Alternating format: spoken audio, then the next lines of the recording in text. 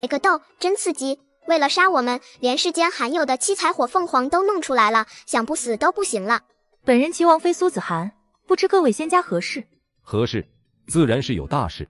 苏子涵，你这个魔族奸细，今日我们三大宗门联手，定要斩妖除魔，捍卫正道。这位道长，本王妃不明白您的意思。青阳真人，不用跟他废话，魔族信物就在他车上，待我寻出来，也让他死得瞑目。手持拂尘的赤莲圣母单手掐诀，立刻催动。魏思瑶就觉得自己身子下面有什么东西一耸一耸的要往外拱。苏子涵脸色大变，怎么都没想到自己车上会有魔族的信物，而且还在女儿身下，到底是什么人干的？赤莲圣母，此人果然是魔族奸细，你我定要小心斩杀，别让他跑。话还未说完，那摔都摔不碎的魔族信物，竟然被襁褓里的奶团子搓成灰，飘了，飘了，飘了！气势汹汹的讨伐大军瞬间呆滞，这尼玛是什么情况啊？赤莲圣母懵逼了，青阳真人更懵逼，刚才到底发生了什么？这一马车的人到底还杀不杀？这魔族信物怕不是个假货哦，现在的年轻人就是这么修炼的，真的假的都分不出来，上来就打打杀杀，丢不丢人？不知道从哪里传来一道声音，顿时说的所有人老脸通红。青阳真人，现在如何是好？魔族妖人诡计多端，宁可错杀100，绝不放过一个。杀！我去，有病吧？就这还杀？杀个毛啊！对了，你这个老匹夫，你是叫青阳真人吧？青阳真人气炸了，记起长剑就要先杀个痛快。那声音又响起来了。别以为我不知道，你这老匹夫就喜欢扣纸，你们七星堂藏书阁的书全都是你扣的窟窿，不但如此，你还扣厕纸，搞得大家上茅房擦屁股，厕纸上全都是洞，漏满手啊！臭臭臭！哦！整个天空诡异的寂静了，甚至其他宗门的人都默默离七星堂的人远远的，毕竟谁也不知道这些人手上是不是沾过屎。王你还是一门宗主，回家吃屎去吧。哎，对了，你叫郑玄。老夫。青阳真人咬牙切齿，最终也没把剩下的话说出来，反而扭头捂脸狂奔去。眼看着七星堂撤了，赤莲圣母又惊又怒，咬牙看向来无踪的宗主。郑玄上人，这如何是好？郑玄上人也挺懵逼，好好的突然天降大瓜，还特么是有味道的瓜，他还得捏着鼻子往下咽。此事还要再查。查个屁，假的都看不出来，王你还是一门宗主，回家吃屎去吧。哎，对了，你叫郑玄。郑玄上人心里咯噔一声，他正想找理由离开，但魏思瑶没给他机会。哦呵，这个女装痞就喜欢女孩子的东西，你现在道袍下面穿的是粉红小肚兜，还系着小丝带呢。哦，对了，你敢不敢撩起那超长的袍子来，让大家看看你粉底儿绿花的绣花鞋？郑玄上人脸突然爆红，不亚于把他当众曝光展示，他羞愧的浑身颤抖。然那声音还在继续。其实更性感的是蕾丝吊带搭配黑丝，考虑下。郑玄上人抱头尖叫，一个传送消失在所有人面前。青阳道友，带我一起去死啊！来无踪的人见状面面相觑，好尴尬，他们要不要也跟着一起走？你们宗主掉了一只绣花鞋，乖，快给捡回去。赤莲圣母眼看情况不对，带着人扭头就走。哎，就是你，别走啊，我还没说完。赤莲圣母化作一阵风，消失在天边，溜了。明明方才还一堆人气势汹汹，想要杀了他们，现在天空一片晴朗，除了地上掉了一只绣花鞋，真是毛都没剩下。苏子涵命人捡起那只鞋，只觉得又好气又好笑。刚不是还喊打喊杀的，怎么突然就跑了？没意思。困娘，我漂亮又有钱的娘，魔族信物是柳如云命人放的，他故意下婚帖请你回去，就是为了杀你。曾经我就是死在此时。娘，万事小心，此番回家他会……小团子脑袋一歪，沉沉睡去。苏子涵有些着急，会怎样？这声势竟然比小姐过门还要盛大。如云表小姐不懂事也就算了，齐王姑爷为什么也跟着他胡闹？家中还有正妻，未经过正妻同意，还搞得比娶妻都盛大，完全没把他们小姐放在眼里。他不是觉得我已经死在来的路上了？小姐，咱们的人什么时候到？苏子涵刚才写信给了汝南芙蓉山庄，苏家是汝南仙门，宗门虽然不大，但在当地声望不小，不然也不可能同齐王爷定下娃娃亲，当上齐王妃。不一会儿，4个粗使婆子突然出现，身后还带着8个看家护院的壮汉。苏子涵见人到了，心中有了依仗。回府。哦呵，终于要回家了，让我康康王府有多豪华。苏子涵嘴角微扬，缓缓调整角度，方便他看。哇哇哇，真是富丽堂皇！娘亲把王府打理得真的很好，可惜娘亲回府路上重伤，柳如云趁机拿下管家之权。这么多年打理王府的辛苦付出，却便宜了别人坐收渔翁之利，竟然还拿走了管家权。苏子涵眼底冷笑更甚，某些人今天注定不能如意了。今天柳如云一定会羞辱娘的，娘，你一定要小心。而且她这一胎给齐王生下了天才萌宝，齐王喜欢这个优秀的孩子，自然处处顺着柳如云。娘，你真的好惨的，哎。苏子涵听到又惊又气，柳如云什么时候跟齐王都有孩子了？哦，对了，柳如云还准备了道具给自己女儿增光添彩的，什么天显异象还是什么的，哎呀，记不清楚了。魏思瑶咿咿呀呀的表情生动活泼，苏子涵笑着将襁褓里粉雕玉琢的人搂紧了，心中暗暗发誓，今天无论发生什么，都要先把宝贝放在第一位。苏子涵抱着孩子霸气登场，门口小厮脚底一滑，屁滚尿流往回跑。王妃，本应该死在路上的王妃回来了，她呀，赶紧去通知如云小姐。娘娘，你现在不能进，大胆放肆！云香和西厢一人一句，那8个汉子已经冲上前来开道。苏子涵抱着孩子，看都没看他们一眼，拔足踏进大门。哦呵，这是我娘，霸气，帅，简直不要太爱。艾玛，真的要笑死老娘我了！见到王妃为何不跪？柳如云脸色煞白，她根本不想跪，今天是自己大婚的日子，她才是主角，凭什么跪？苏子涵以前待她极好，从来没让这个表妹跪过，这次却威严肃然立在柳如云面前，盯着她，显然是逼她跪下。柳如云好容易盼来的婚礼，还想着大好时光终于能轮到自己，此刻又哪里肯委屈，她倔强着不肯跪，眼睛也红了，要哭不哭，浑身颤抖，犹如我见犹怜的小白花。子涵，你这是做什么？王爷，臣妾倒是想问王爷，表妹今日大婚，怎不知嫁的是哪家儿郎？我与表妹亲如血亲姐妹，这么大的事也不告诉臣妾，而今在咱们王府成亲，搞得我连礼都没能准备呢。这话说的就很有水平了，说完连着齐王魏洪天的脸都绿了，合着什么都没通知你老婆，而今还敢这么大张旗鼓的摆席请客，还被妻子抓包。子涵，是本王要娶如云，你连生3子都毫无修为，资质平庸。如云这一胎为本王产下惊世天才，就算是为我大周国运考量，我也不应该让天才流落民间。哦呵，来了，天才萌宝，他来了。姐姐，我知道是我不好，但自打见到王爷那一刻起，我心心念念的就都是王爷。我不求名分，但这个孩子天赋异禀，灵根卓绝，更有仙门高人指点，说百日必降天下。这是天佑贵女，也是王爷子嗣，姐姐定不忍心见她流落在外吧？天象？啥天象？这段我记不清楚了，赶紧上天象，快给我康康，给康康。正说着，天空传来一道高亢鸟鸣，啼叫声清脆悦耳。这难道就是这位小郡主的天象？王爷，仙门高人说的没错，百日天象马上就来了。呵呵，我就看你眼。不知道哪里来的声音，让柳如云神情一顿，差点憋不住破功。她有些恼怒，但也只能忍下来。她早就计划好的表演，可不能被人打断。她继续抬头望天，只见一只白色大鸟自黑云之中翩然落下，正落在那女婴面前，低头张开翅膀，将女婴包裹其中。白色神鸟自天而降，这是天大的异象，恭贺王爷得此贵女。神鸟？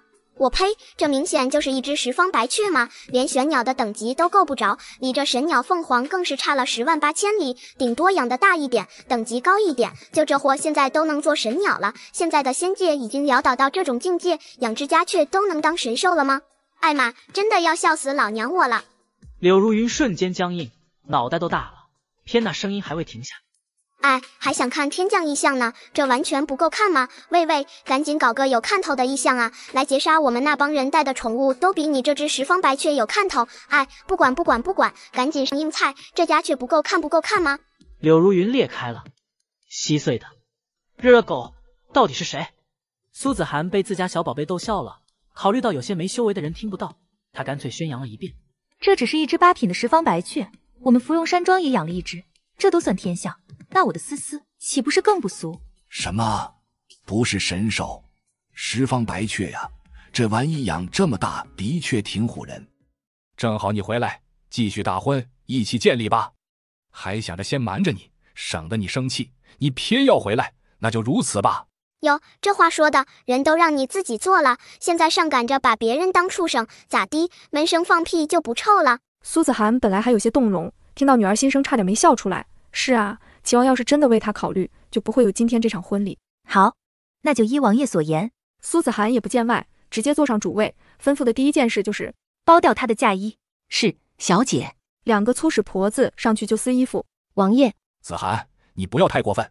王爷，自古只有娶妻才穿红嫁衣，王爷已有正室，在抬进门的就是妾。皇室最讲究礼法规矩，妾若是也穿红衣，不合规矩，怪罪下来，受罪的还是王爷。一句不合规矩，果然逼得魏宏远闭嘴。他虽然是齐王，但又不是皇帝，而且这么多宾客看着，他也不得不妥协。于是婆子们畅通无阻撕烂了柳如云的嫁衣。柳如云指着单衣羞愧不已，崩溃大哭。姐姐，我知道你不喜我跟随王爷，请姐姐高抬贵手，不要折辱我。这怎么能是折辱呢？表姐是向着你，万一传出去对你也不好，别人会以为你勾引王爷欺负正妻。其实姐姐明白，妹妹不是这种人。云香还不给表妹件衣服，再给她1碗茶，妾进门要跪下给主母敬茶，规矩不能少，否则丢的是皇室的脸面。云香随便找了件粗使婆子穿的粗布青衣丢过去，又塞给柳如云1碗茶。旁边粗使婆子微微用力，柳如云便跪倒在地。柳如云这才明白过来，到底发生了什么。3大宗门的人没能弄死苏子涵，所以自己这个正妻当不成了，而且他还不能反悔。宾客都来了，王爷也不能不顾礼义廉耻向着自己，他只能做小妾。此刻他抬头，将满脸怨毒收敛，恢复成以前恭敬真诚的模样。姐姐，喝茶。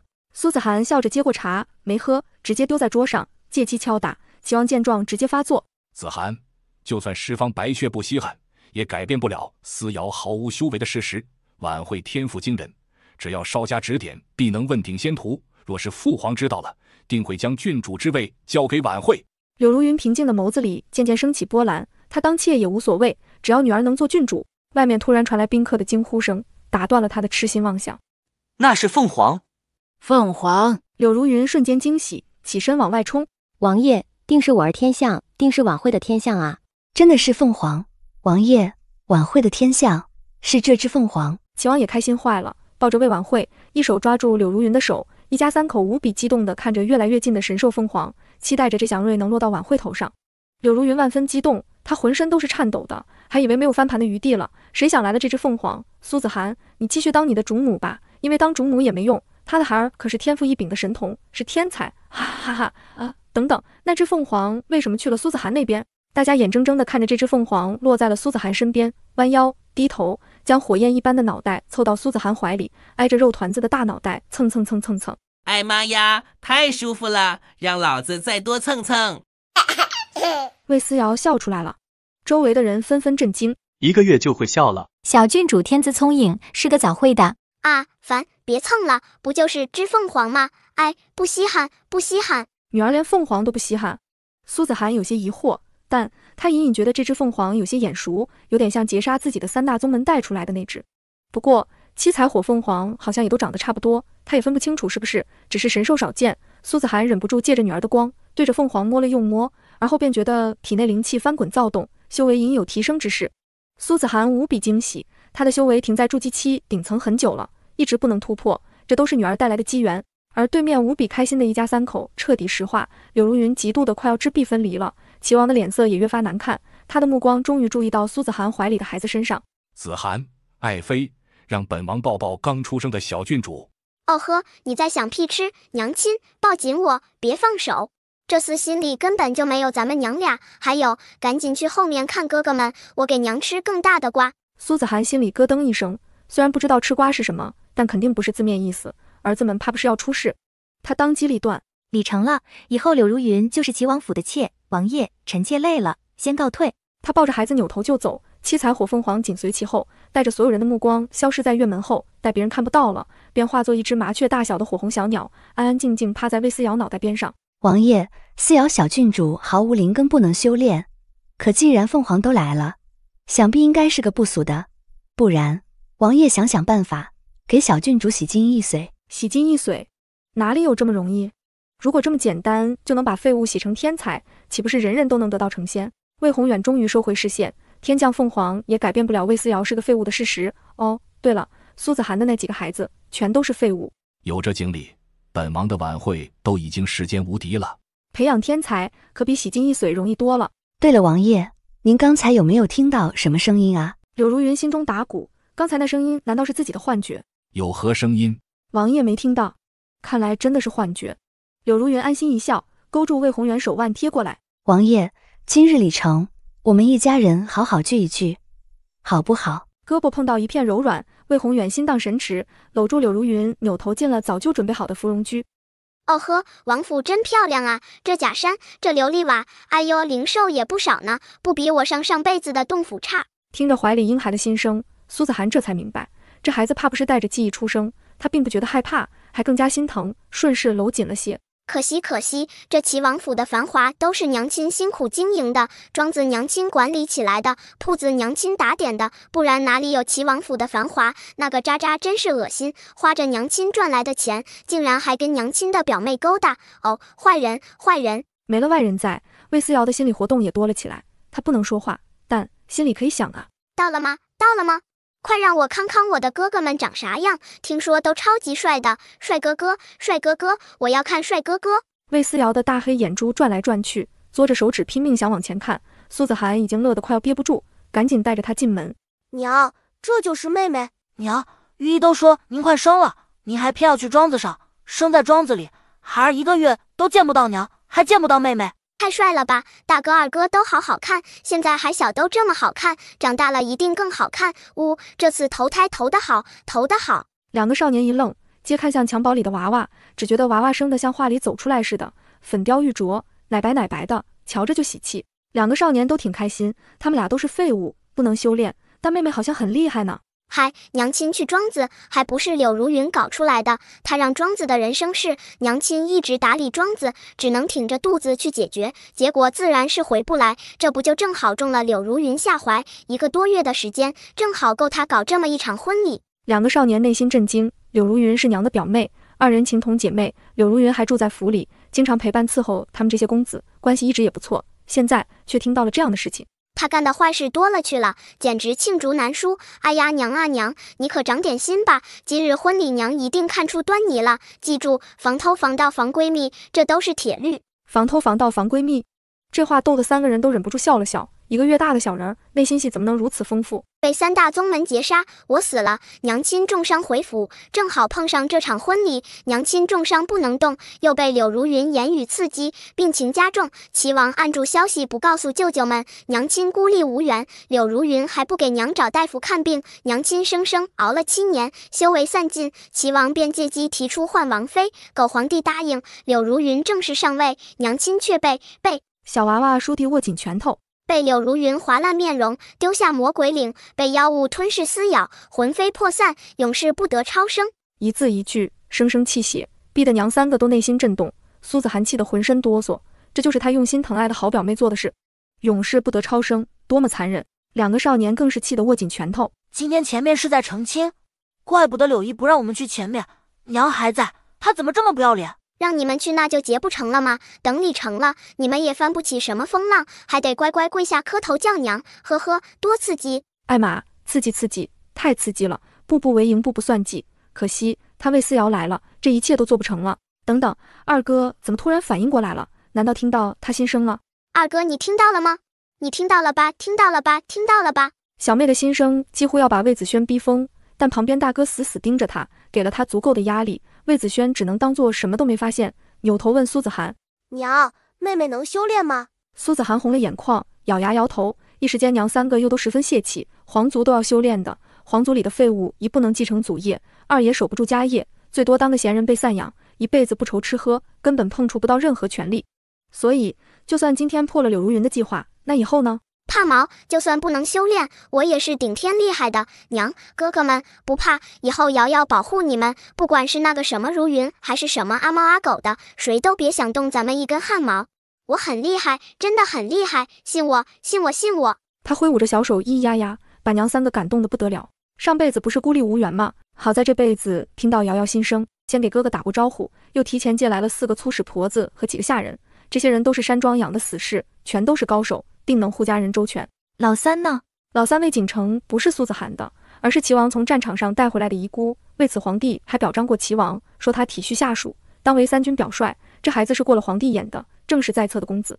苏子涵带这个养子也很好，甚至儿子们没有的，先给魏锦城，就是怕齐王落下苛待战将遗孤的名头。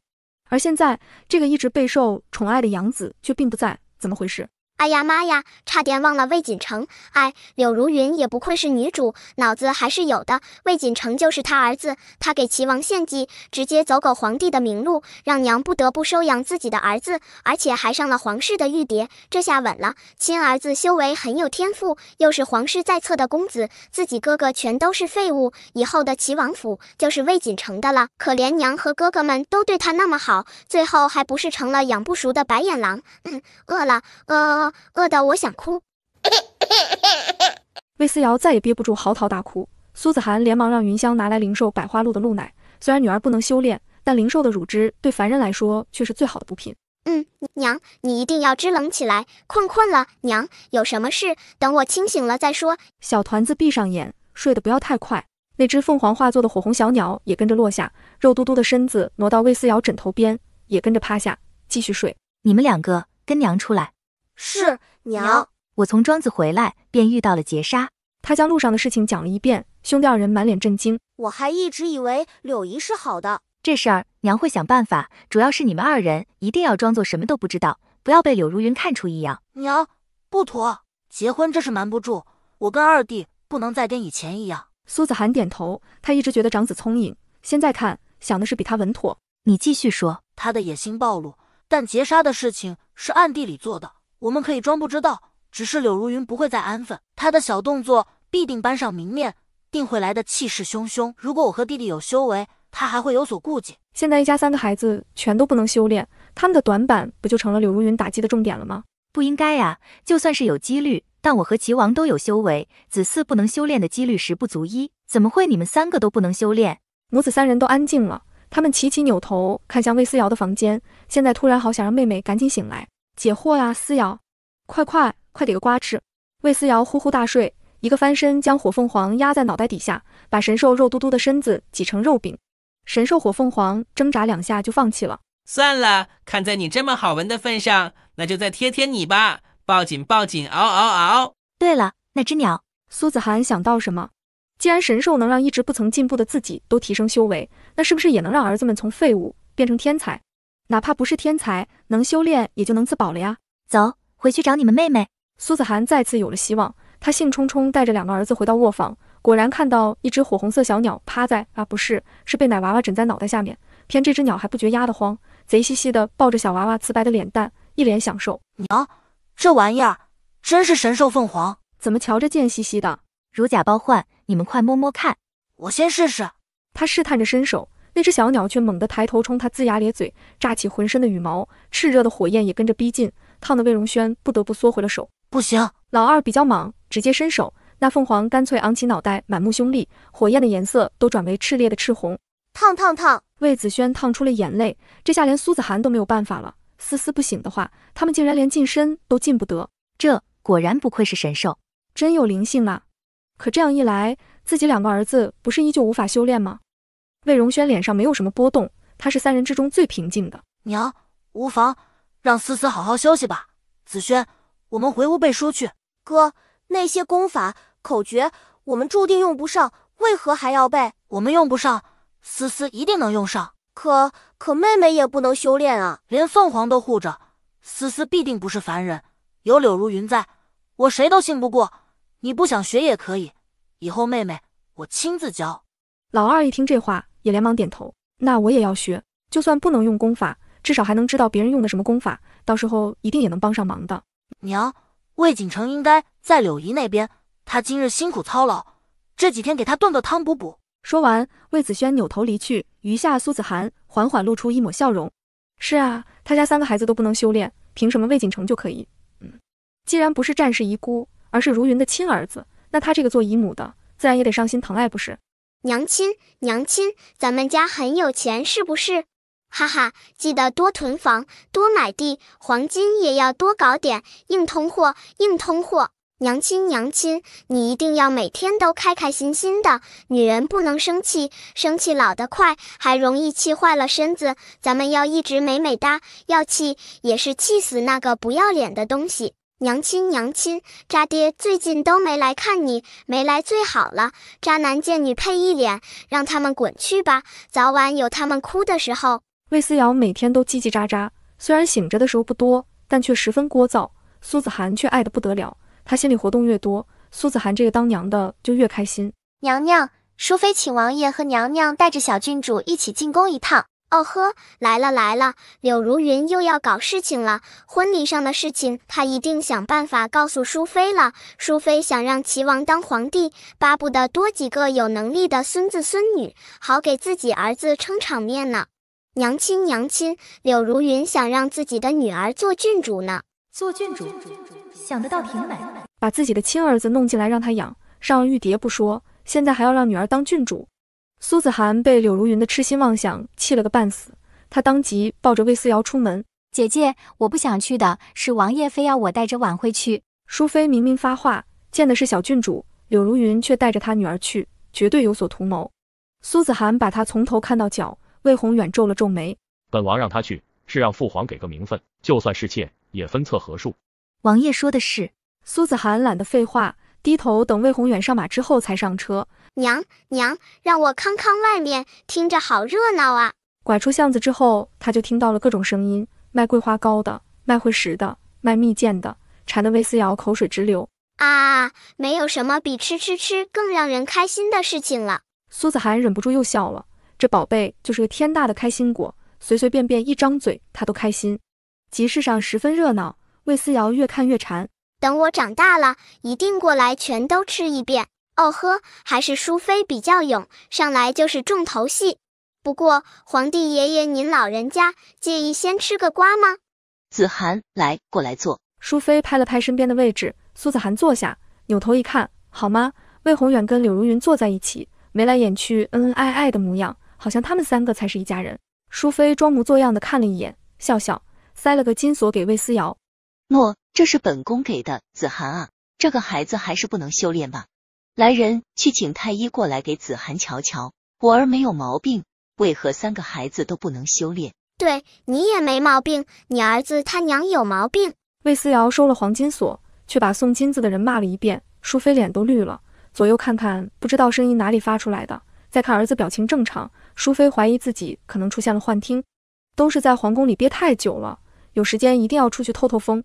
淑妃冷了脸色，然苏子涵快要笑死了。生气？才不会，闺女说的对，淑妃有毛病，自己跟有病的人生什么气？她又没毛病。这是我儿新纳的妃子。淑妃扭头去看柳如云，稀罕的不得了，毕竟这丫头不声不响的就替儿子生了2个孩子，长子资质也不错，这个姑娘更是天才，瞧瞧，这才是给自己长脸的。不是妃，现在只是个妾，位分等级都搞不清楚，瞅瞅，果然有毛病，脑子的问题最严重。淑妃差点捏碎手里的翠玉杯。魏宏远只见自己亲娘脸上的表情变来变去，一会儿狰狞一会儿平静，心道该看太医的怕不是他娘。妃，这是如云，现在还没有名分，待父皇来了，儿臣定要为他求一个名分。好好。说着，淑妃拿出一块青金石雕的玉牌，来，见面礼2个孩子都得有。2个孩子都有，但给魏思瑶的是黄金锁，而给魏婉慧的则是青金石雕刻的玉牌。凡人的世界，黄金最值钱，而修仙之人的世界，灵石最值钱，灵石的贵贱以颜色区分，紫、绯、绿、青，最贵重的是紫色灵石，最便宜的是青色灵石，青金石就是青色灵石，但这也比黄金贵多了好吗？淑妃偏心偏的没边了。娘娘，这不妥，这玉牌应该给姐姐的。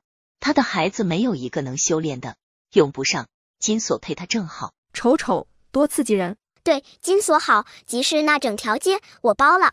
等等，这金锁包不包得下？包不下的话，只能说淑妃娘娘你也太小气了，抠抠搜搜的。淑妃气得脑仁疼，越看魏思瑶这白嫩嫩的小脸蛋，就越觉得碍眼。哎呀，瞅她跟苏子涵这一家4口，就是克得她幻觉都出来了，而且这幻觉还把她气得不轻。皇上驾到！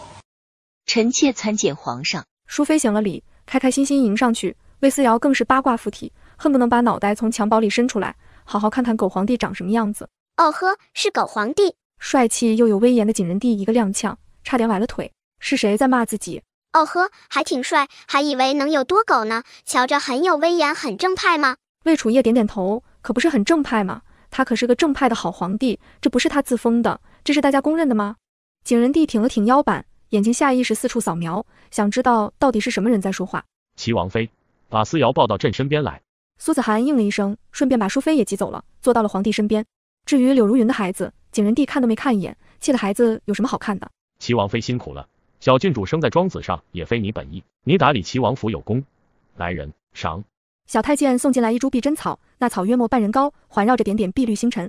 修真界灵植的等级也按照紫、绯、绿、青分，碧针草为绿，档次可比青金石的玉牌高多了。哦嗷嗷，狗皇帝，不是好皇帝，我错了，我再也不叫你狗皇帝了。对对对，我要叫你皇帝爷爷，哈哈，你是个大好人，从现在开始，你就是我亲爷爷。他挨着皇帝近，所以听到心声的就只有身边的皇帝和苏子涵。魏楚烨终于忍不住又多看了魏思瑶几眼，心道：原来刚才叫狗皇帝的人是你这个胆大的小娃娃。亲爷爷，让我好好康康你。哎呀，你现在是筑基期呀，不过以你的资质看，你应该能达到金丹期的。对对对，你还能再提升一级，可惜。皇帝听得聚精会神，有滋有味。艾玛，他还能提升一级吗？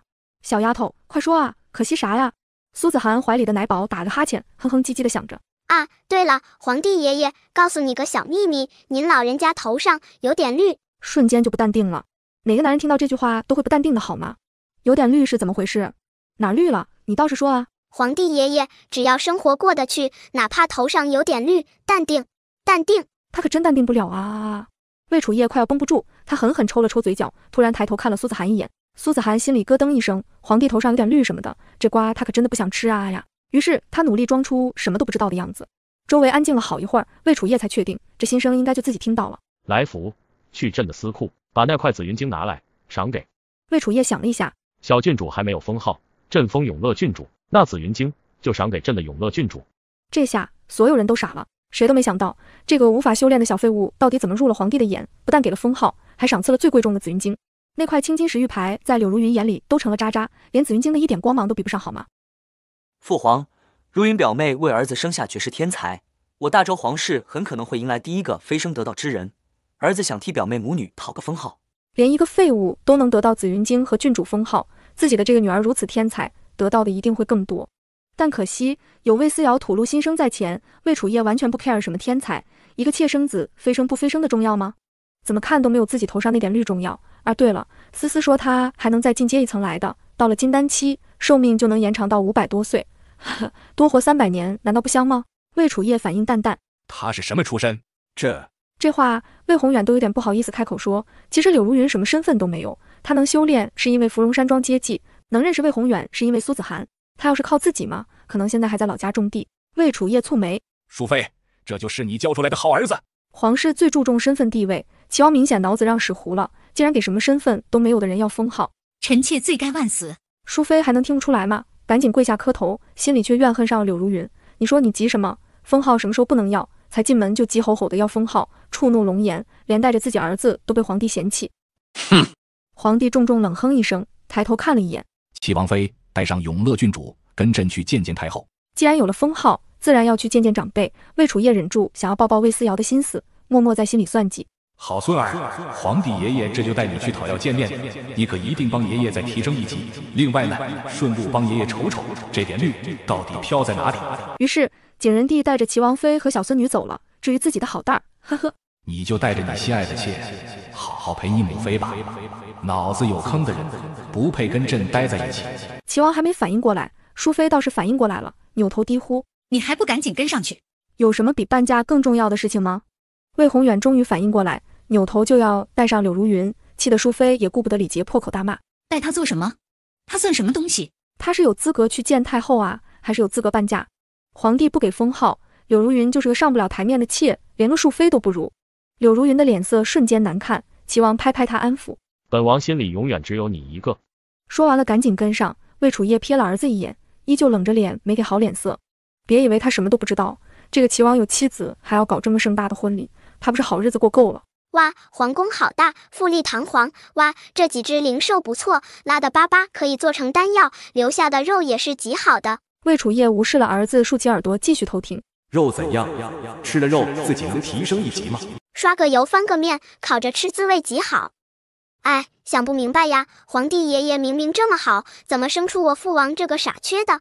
哦，对了，我父王这个傻的冒泡的东西可能还不知道，柳如云虽然是女主，但是男主并不是他。渣爹，你真的继承了皇帝爷爷的优良传统，并且还发扬光大了。你把那有点绿搞成了一片绿，简直绿意盎然，遮天蔽日啊！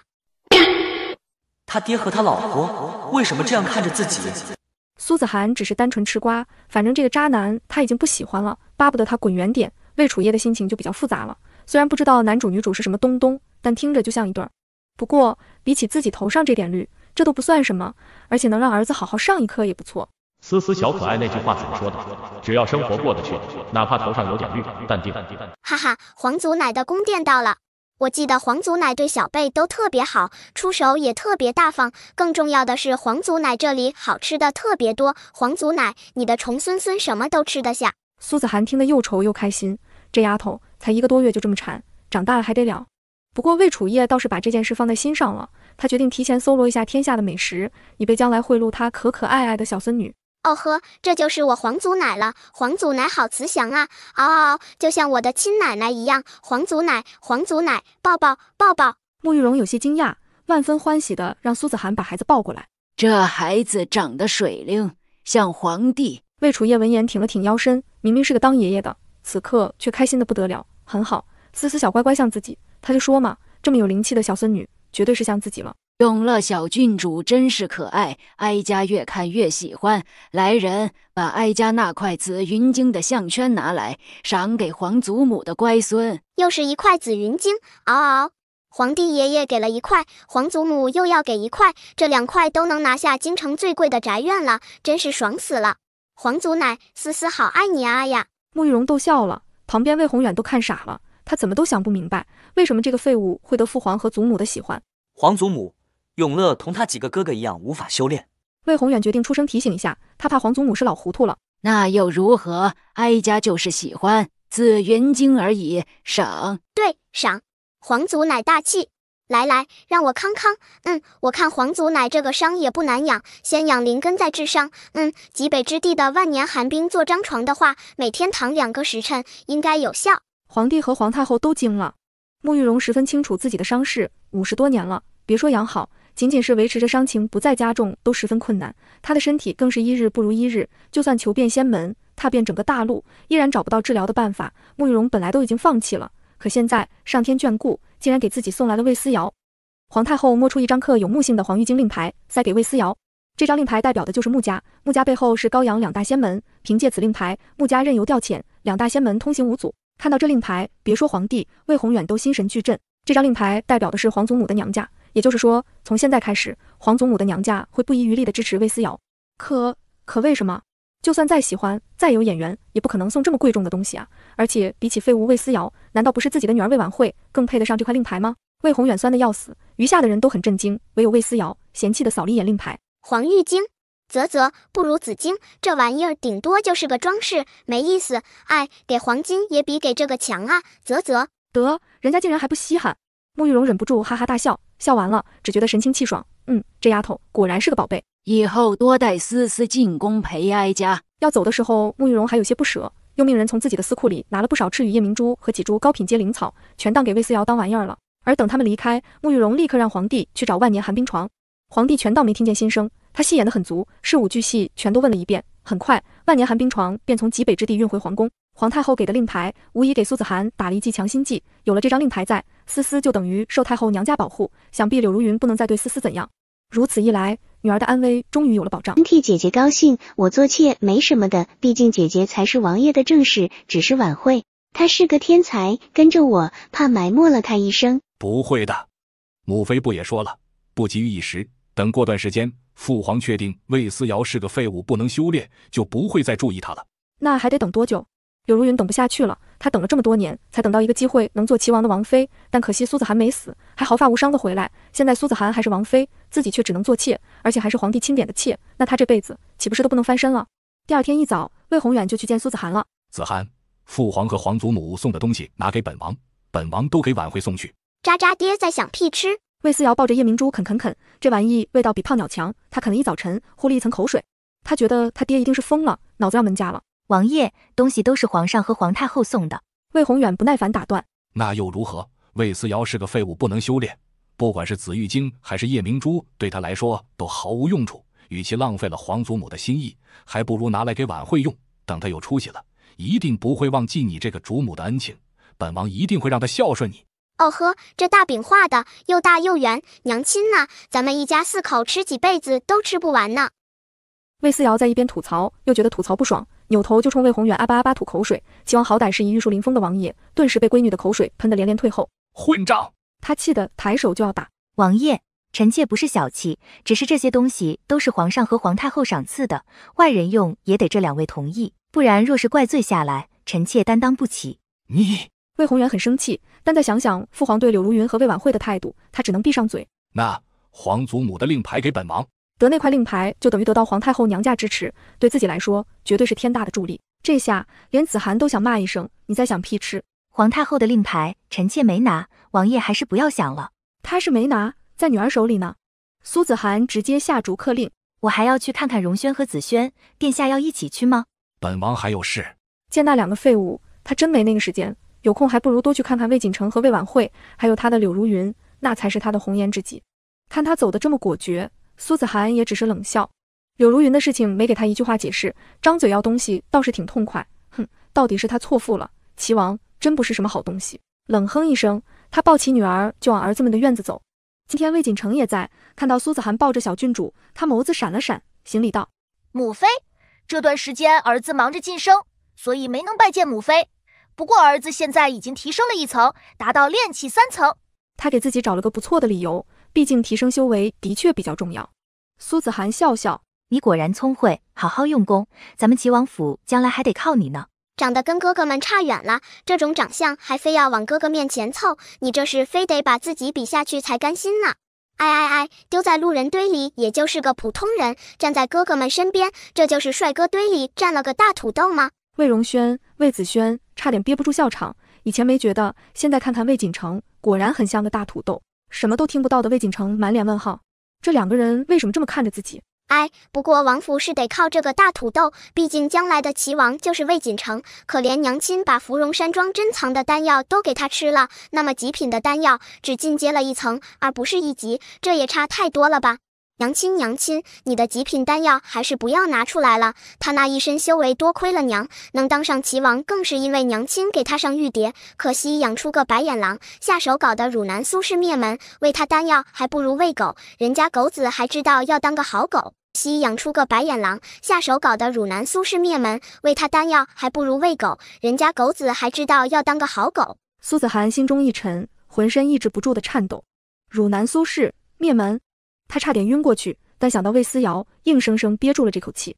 苏子涵定了定心神，命云香将东西拿上来。来，本宫带了灵芝菌菇汤，大补，尤其锦成你修炼，喝了大有益处。喷香的味道扑鼻而来，魏思瑶瞬间瞪大了眼睛，吸溜口水。好香，好香啊娘，我也想喝，我也要喝嘛。咦，这味道。魏思瑶嗅了嗅，一脸恍然。哈，娘亲，你真是太对我胃口了。菌菇鲜美，也十分有益，对修炼的人也很好，能滋补身体，精进灵气。不过呢，这世上任何东西都是一把双刃剑，天才配极品菌菇汤，那是锦上添花。魏锦成只是一个资质还不错的人，用上品的东西滋补，反而过犹不及，事倍功半。一不小心补大了，那就不知道会发生什么了。哥哥们没有修为，反而吃了不会有事。魏锦成已经吃了好多极品丹药了，不差再补这点菌菇汤。至于将来会如何，还真不好说。而且菌子本身都是极好的，谁都查不出来，反而还会觉得娘亲是慈母，是大好人呢。娘亲厉害哦！见女儿还知道这些，苏子涵微微扬起嘴角，魏子轩当场绷不住，咳嗽出声：“你没事吧？”“没，你喝。”妹妹的心声信息量太大，苏氏灭门又是怎么回事？魏子轩十分震惊，又暗暗后悔。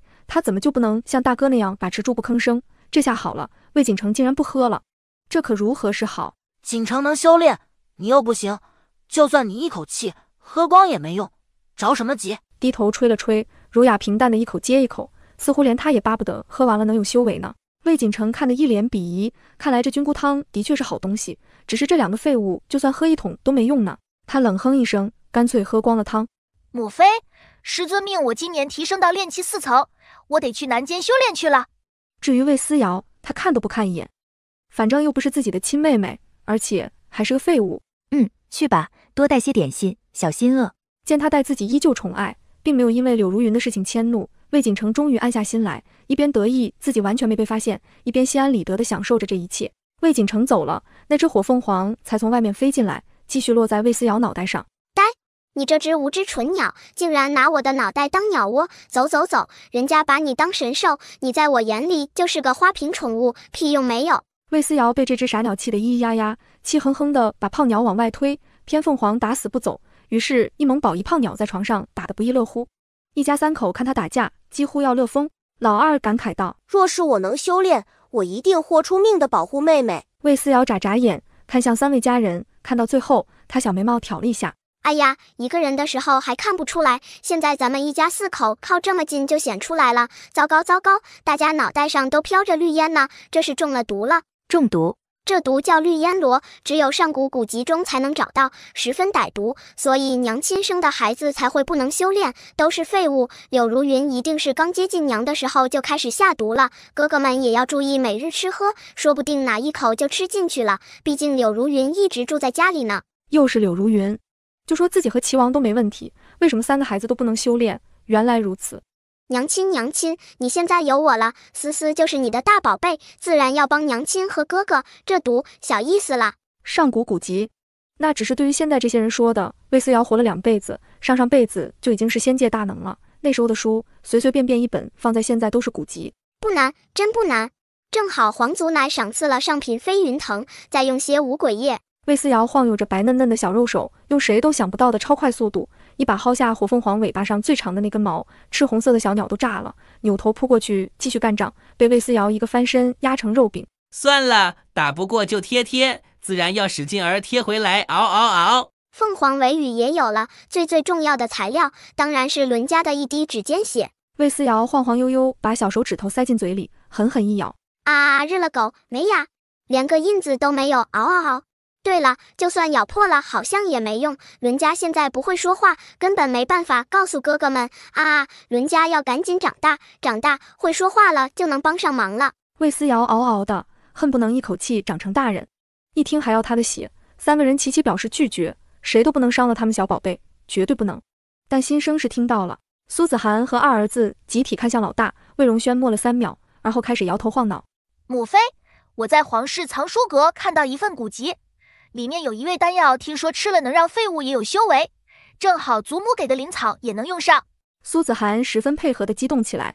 好，你说，母妃这就去准备。于是魏荣轩淡定地把妹妹的话复述一遍，余下2个人果然十分配合的又惊又喜。老二到底年轻，表演得有些夸张，搞得魏思瑶频频望过来。二哥好浮夸，为什么总觉得有点不对劲呢？魏子轩突然紧张有木有。不过算了，只要娘亲和哥哥们能更好就行了。大哥真的好聪明啊，太优秀了，这种古籍都能记得这么清楚，大哥好棒。魏荣轩满眼疼爱，棒的不是自己，是妹妹你呀。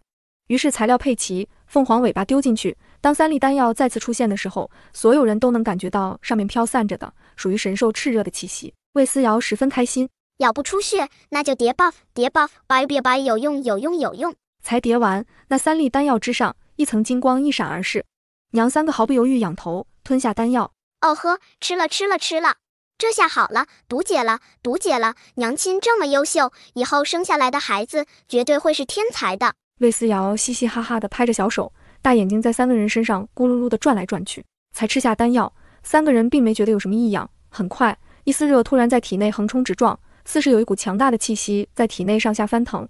苏子涵暗道一声不好，忍着疼痛连忙布阵。他知道这次一定会闹出大动静，但他不想被别人知道，才把护阵布好。魏荣轩已经先顶不住了，一股绿色的烟雾从他身上缓缓被逼出，而魏荣轩疼的俊彦扭曲，丹药的作用还没完，余韵还在冲刷经络和四肢百骸，一遍又一遍。轰！刺目的金光直接冲破护阵，刺破屋顶，冲向天际，紧接着便轰然炸开。巨大的声响震惊了齐王府，更震惊了整个京城，连皇宫里的皇帝都觉得大地抖了3抖。若不是远处齐王府的方向炸开一片金光，他都要以为是魔族宵小又跑过来找麻烦了。怎么回事？魏楚夜惊了，这是有人进阶了呀，而且灵气相当纯粹又浓郁，这简直就是绝世天才才会有的灵气呀！不过，齐王府有什么天才吗？魏楚夜立刻想到了魏思瑶那个可可爱爱的小宝宝，立刻吩咐去探。此时，齐王府内，魏思瑶张着没有牙齿的小嘴，乐哈哈。不错不错，效果好得很。苏子涵因为这一粒丹药成功晋升金丹期，他本来因为摸了火凤凰就要晋升了，现在丹药里又添加了一根凤凰尾羽，对他来说简直如虎添翼，分分钟晋升不是问题。魏荣轩和魏子轩自然也都排除了毒素，两个人试了试，惊喜发现自己竟然可以修炼了。而更惊喜的是，魏荣轩因为这一粒丹药，修为已经达到了炼气7、8层，他甚至不用努力，都能很快晋升到筑基期。哦呵，这么美妙的吗？魏荣轩心里只余下了惊喜。做了12年的废物，被别人嘲笑了12年，甚至自己的亲生父亲都嫌弃他是个废物，因而对他不喜。可现在呢？体内躁动的灵气，还有不断运转的灵根，都在告诉他一个事实：废物。不是，他的灵气无比纯粹，他或许是个天才。哦呵，大哥，自信点，把或许去掉，你就是个天才。大哥果然是天才，我就说嘛，如果真的是废物的话，柳如云不会盯上大哥的灵根，他可是把大哥养到最后，直到魏晚会灵根受损，而后活生生的刨开大哥的肚皮，挖走了大哥的灵根。苏子涵他连忙从自己的储物戒指里拿出2块玉坠，戴在兄弟2人脖子上。这是从芙蓉山庄拿来的，可以遮挡你们2人的气息。切记，今天的事情都是母妃突然晋升引起的，跟你们2人毫无关系。苏子涵十分警惕，家里还有个柳如云，这个女人心机太深，被她知晓，还不知道会做出什么更恶毒的事情来，所以还是先遮掩，等到她收拾了柳如云再说。给娘亲鼓个掌，对，警惕一些总没错。柳如云好歹是女主，自带女主光环，走到哪里都会有人捧她臭脚的，这种膈应死人的人，还是小心些的好。魏子轩也知道自己不是废物能修炼了，但可惜他学业不精，也不知道自己现在是什么修为，总之是比不过大哥的。但大哥都一口气冲到8层了，自己至少也得有个2、3、4、5、6、7层吧。呵，万一是7层呢？妹妹，你真是个仙人，太厉害了！随便一个丹药方子，不但给一家3口解毒了，还让娘亲直接突破晋升金丹，让大哥直接飙到炼气8层，自己也有修为了，真的太厉害了！娘，少爷没事吧？没事，我突然进阶，现在已经是金丹期，派个人去告诉王爷吧。这么大的爆炸根本瞒不住，还不如直接说了，省得儿子们被关注。姑娘，这可是件好事，一定得告诉老爷。我知道，我会说。这封家信他早就想写了，齐王不是良人，早晚得跟家里通气，而后再想其他办法。现在儿子们都有了修为，不再是废物，这信就更该写了。你们先去守着外面，任何人不得进入。是，姑娘。姐姐你没事吧？如云来看望您了，让我进去吧。柳如云快急死了，她不是担心苏子涵，她是怕发生什么计划之外的事情，她必须要进去看看到底发生了什么。而且他也有修为，如此纯粹的灵气，自然也引起了他的警惕。不会是苏子涵的2个废物儿子弄出来的动静吧？可那人说过，这毒无解，除非有飞升的仙人出手相助。至于飞升，整个大陆飞升的人屈指可数，皇室和苏家更排不上，不会有人救苏子涵一家的，绝对不会。他恶狠狠想着。母妃，你要见吗？你觉得呢？见，但不是这么见。既然我跟弟弟只是普通人，自然受不住筑基晋升金丹的冲击。别人修仙是因为有金刚不坏之体，普通人有什么？肉体凡胎，真的太容易嘎了。苏子涵点头，他明白了。演戏嘛，谁不会呀？他直接掐诀用了个障眼法，很快儿子们身上便出现了大大小小的伤口。障眼法，保证连御医都看不出来。行了，娘出去见柳如云。说着，他抱起魏思瑶，顺便一挥袖子，魏思瑶立刻满脸的血。做完了这一切，他这才嚎啕大哭地跑出去。御医呢？让你们滚去叫御医，怎么还不来？我2子1女，若是出了什么事，剥了你们的皮。柳如云安心了，他心里甚至隐隐升腾起一丝快感。瞧瞧这废物，看来活不成了呢。2个月前3大宗门没弄死你这个小废物，现在却被你娘晋升炸掉了半条命，真是想想就开心。姐姐怎会如此？柳如云内心爽开了花，脸上却落下泪来，装得跟真的似的。魏思瑶在一边看得直啧舌，啧，这演技不去参加奥斯卡真的是屈才了，影后都配不上你，你绝对是要去好莱坞按手印走红毯的。滚，柳如云，我不想看见你，滚，让他滚。2个粗使婆子立刻上前赶人，一个壮汉从废墟之中就出了2个奄奄一息的公子，看着2人撕裂的衣衫以及流出来的鲜血，柳如云只想仰天大笑，哈哈哈，笑死他了，被亲娘炸死，这死法也是没谁了，真是爽死了。柳如云装了装样子，最后半推半就的被赶走。一回屋，他就抱起女儿，哈哈大笑。晚会呀晚会，苏子涵那一家4口是真的废了。现在就算苏子涵晋升金丹期也没用，子嗣不争气，他再辉煌也屁用没有。倒是你，好好修炼，好好争气，你就是咱们齐王府唯一的天才。怎么回事？齐王魏宏远因为爆炸匆匆赶回来，好好的房子全炸了，周围的院子也受到了波及。什么？子涵晋升金丹期搞出来的？荣轩他们3个都快被炸死了。柳如云总能把话说出好几层意思，魏宏远听到这里简直快要气炸了。就算是废物，那也是他的孩子，传出去好听吗？亲妈晋升炸死孩子什么的，还发生在齐王府，简直丢死人了。王爷，不要怪姐姐，她晋升金丹期是好事，现在王府修为最高的就是她了，她是王爷的仰仗呢。魏宏远气了个仰倒，他是男人，还是堂堂齐王，什么时候需要女人来当自己的仰仗了？狗屁！进了王妃住处，还没看到人他就开始喊。苏子涵，你要让姑丢脸到什么时候？你知不知道，你生下3个废物，已经让姑成为京城人茶余饭后的谈资了。现在竟然在晋升的时候炸飞了3个孩子，苏子涵，你还有没有把姑放在眼里？王爷，苏子涵冷冷开口，臣妾晋升金丹，王爷应该开心才是。至于孩子们的伤，又不是养不起。王爷如此好脸面，那干脆请皇上休了本宫，将3个孩子移出玉蝶，也就少了麻烦。休了苏子涵，赶走3个孩子。魏宏远惊了，他不是没想过，但他不敢行动。皇帝会答应吗？不，他父皇会打死他的。苏子涵背后可是汝南苏氏。哼，少拿和离吓唬本王。苏子涵，你也就仗着汝南苏氏，不然本王还会怕了你。早把柳如云抬进门。齐王的声音戛然而止，然苏子涵却冷笑一声：和离若是王爷不敢提，臣妾可以提。你！齐王彻底怕了，咬牙道：行了，本王没怨你，好好照顾这几个孩子吧。上门来教训，自己却碰了一鼻子灰。魏宏远自找没趣，无奈只能转身离开。他迎娶苏子涵是因为这个女人配得上自己，配得上皇家的脸面，但生下的这3个废物太让他丢脸了。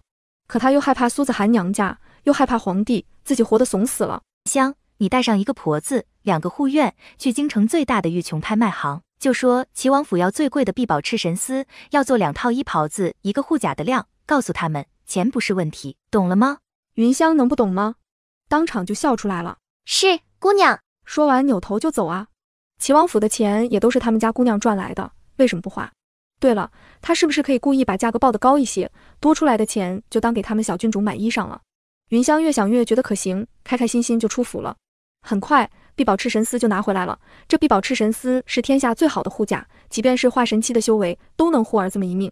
而且最神奇的是，这碧宝赤神丝一旦认主，还会随着主人一起生长，真的是做一件穿一辈子，不要太方便。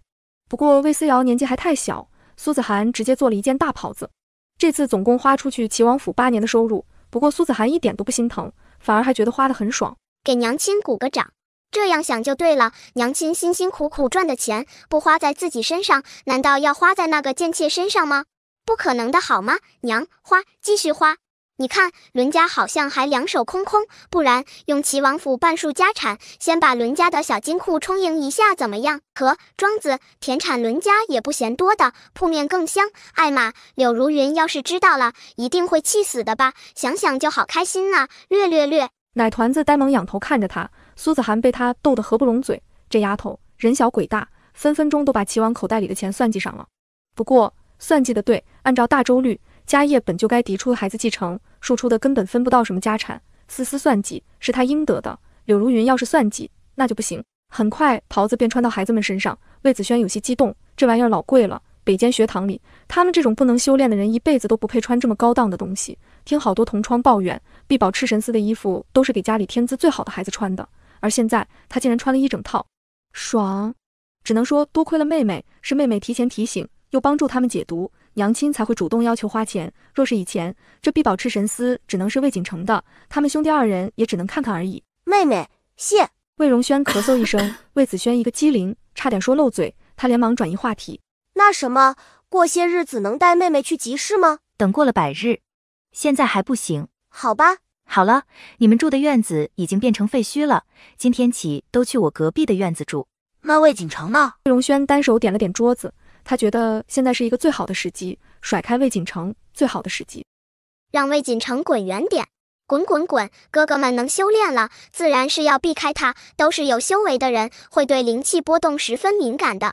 嗷嗷嗷！一定要避开这个衰人，若是穿帮了，那一家人还不知道会怎么找麻烦呢。虽然伦家能收拾的了，但苍蝇多了，嗡嗡嗡的也会很烦人的。魏思瑶急得不行，可惜他不能说话，他真怕娘亲还让魏锦城跟哥哥们住一起，那就真的要完了。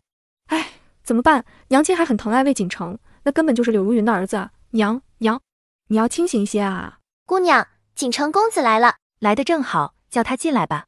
魏锦城进门行了礼，规规矩矩道：恭喜母妃进阶，金丹期的修为在齐王府已经是最高的了，儿子当以母妃为榜样。嘴上说着恭喜，笑意却并未直达眼底。苏子涵一看便知道，这孩子瞧不上自己。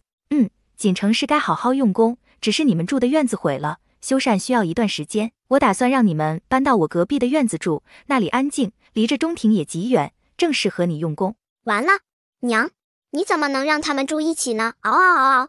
儿臣找母妃也是为了这件事，儿臣想住到中庭旁边的院子，那里紧挨着演武堂，最适合修炼。哦呵，这人自己坐不住了，这是想去找他娘啊！中庭旁边的院子紧挨着演武堂不假，可也紧挨着柳如云的芙蓉居呀。啧，娘，你的运气来了，泼天的富贵砸下来了，这二货竟然自己想搬走，哈哈哈，太好了！不妥吧？苏子涵心里开心，嘴上还是要拉扯一番的，不然怎么显现出自己对魏锦城的疼爱？我不想偏待哪个，可那个地方还未收拾，也不方便你每日过来问安。怎么会偏待？母妃，这事儿臣自会对父王说，定不会让母妃难做。哦呵，你要自己说呀，那可真是太谢谢你了，这下娘就不会落人口舌了。啧，不错，魏锦城，好人卡发给你，希望你继续发扬光大，多做好事，积攒功德，争取早死早超生，对你、对别人、对天下苍生都好。阿弥陀你的佛。屋里娘三个差点憋不住笑出来，积攒功德就为了早死早超生，这张嘴呀可真毒，不过他们喜欢。哎，好吧，你的修炼重要，让云香经常去给你送些吃食。苏子涵贤妻良母做的十足十，演得情真意切。告退之后，魏锦城就去找魏宏远了。齐王自然同意，这么优秀的儿子将来是要继承王府的，要住处难吗？如云更是无比开心，以前想见儿子一面都得偷偷摸摸，生怕被魏荣轩和魏子轩两个人看出端倪。现在好了，没有这两个碍事的，他就可以正大光明的看儿子了。那院子炸得好！柳如云拍手叫好，开心还不到3天，又听说苏子涵花了齐王府8年的收入给那3个废物做了护甲，他就又气了个仰倒。王爷，奴想学打理家业，奴不是为了跟姐姐争抢，只是将来出府，好歹有个营生，不至于我们娘3个乞讨去。他一边说一边抹眼泪，妾生子不能继承家业。魏宏远也明白，现在被柳如云哭得心疼的要死，再想想苏子涵花钱如此大手大脚，他干脆一挥袖子，本王去找子涵，替你要个庄子，记在你名下。谢王爷。柳如云心中得意，今儿要一个庄子，明儿要一个铺子，一点点下去，早晚齐王府的一切还是自己的。苏子涵想花他的钱，没门。苏子涵抱着女儿进宫了，齐王自然扑了个空。你是说皇祖母请他们去的？魏宏远很生气，为什么不带上他一起进宫？自己还能带上柳如云，若是入了皇祖母的眼，求个封号也容易些。齐王很生气，但没用，人都走了，他生气给谁看？咦，皇祖奶看着气色好多了，灵根调养的不错，难道找到寒冰床了？哈哈哈，太好了，再找御医调养一下，身体很快就能恢复。皇祖奶，思思愿你长命万万岁。他今天是故意把奶团子叫来的，一来看看自己的情况恢复的如何，二来再把御医叫过来，当着思思的面给自己把脉，正好再听听这小东西的心声。去叫御医来。老嬷嬷应了一声，扭头吩咐：母后，这娃娃长得可真好看。身边传来的声音吸引了魏思瑶的注意力，扭头一看，哦呵，皇祖奶旁边坐了个英气十足的年轻人，眉眼一看就是女人的眉眼，但梳着男子的发饰，穿着男子的衣服。这人谁呀？犟儿，你看看这孩子长得多好，若是驸马还在。慕玉荣顿时闭嘴，心中懊悔自己真的老了，脑子也不好使了，好好的提这个做什么？大殿内直接安静，倒是魏思瑶猛然一惊，他知道这个人是谁了，他根本不是男子，而是皇祖母的小女儿魏绛。提起魏绛，就不得不说说她的传奇爱情，当初跟驸马慕容羽的爱情简直羡煞无数读者。慕容羽是这世上的独一无二，而今他的独一无二留在西北战场，再也回不来了。若是驸马还在，我们的孩子说不定也能这么好看。魏将双目通红，显然又触景生情。沐玉荣揪心难受，才好些的身体又有些疼。姑奶奶不哭不哭。魏将愣了一下，低头看向母后怀里的孩子，心道：是这孩子在说话吗？姑奶奶，驸马爷爷还活着，还活着呢。魏将一惊，瞬间绷紧了身体。还活着？在哪里？他的慕容羽在哪里？京城西南3里，那里有个庄子，姑奶奶就在那里，去找，肯定有的，肯定有的。京城西南3里的庄子。魏将猛地抬头看向慕玉荣，老太太缓缓点了点头。母后，儿臣告退。说完扭头，眼泪却再也忍不住决堤。魏将狂奔而去，与进来的御医擦肩而过。太后娘娘，我这几天觉得身体大好了，请你们过来看看。说着，他伸出手，怀里却还抱着魏思瑶，不肯松手。咦，怎么回事？御医一惊，又细细摸了摸脉象，惊奇道：太后娘娘的确大好了。可当年不是毫无办法的吗？别说御医院，连神农门的独医圣手都摇头说治不了的，毕竟灵根受损严重，回天乏力呀。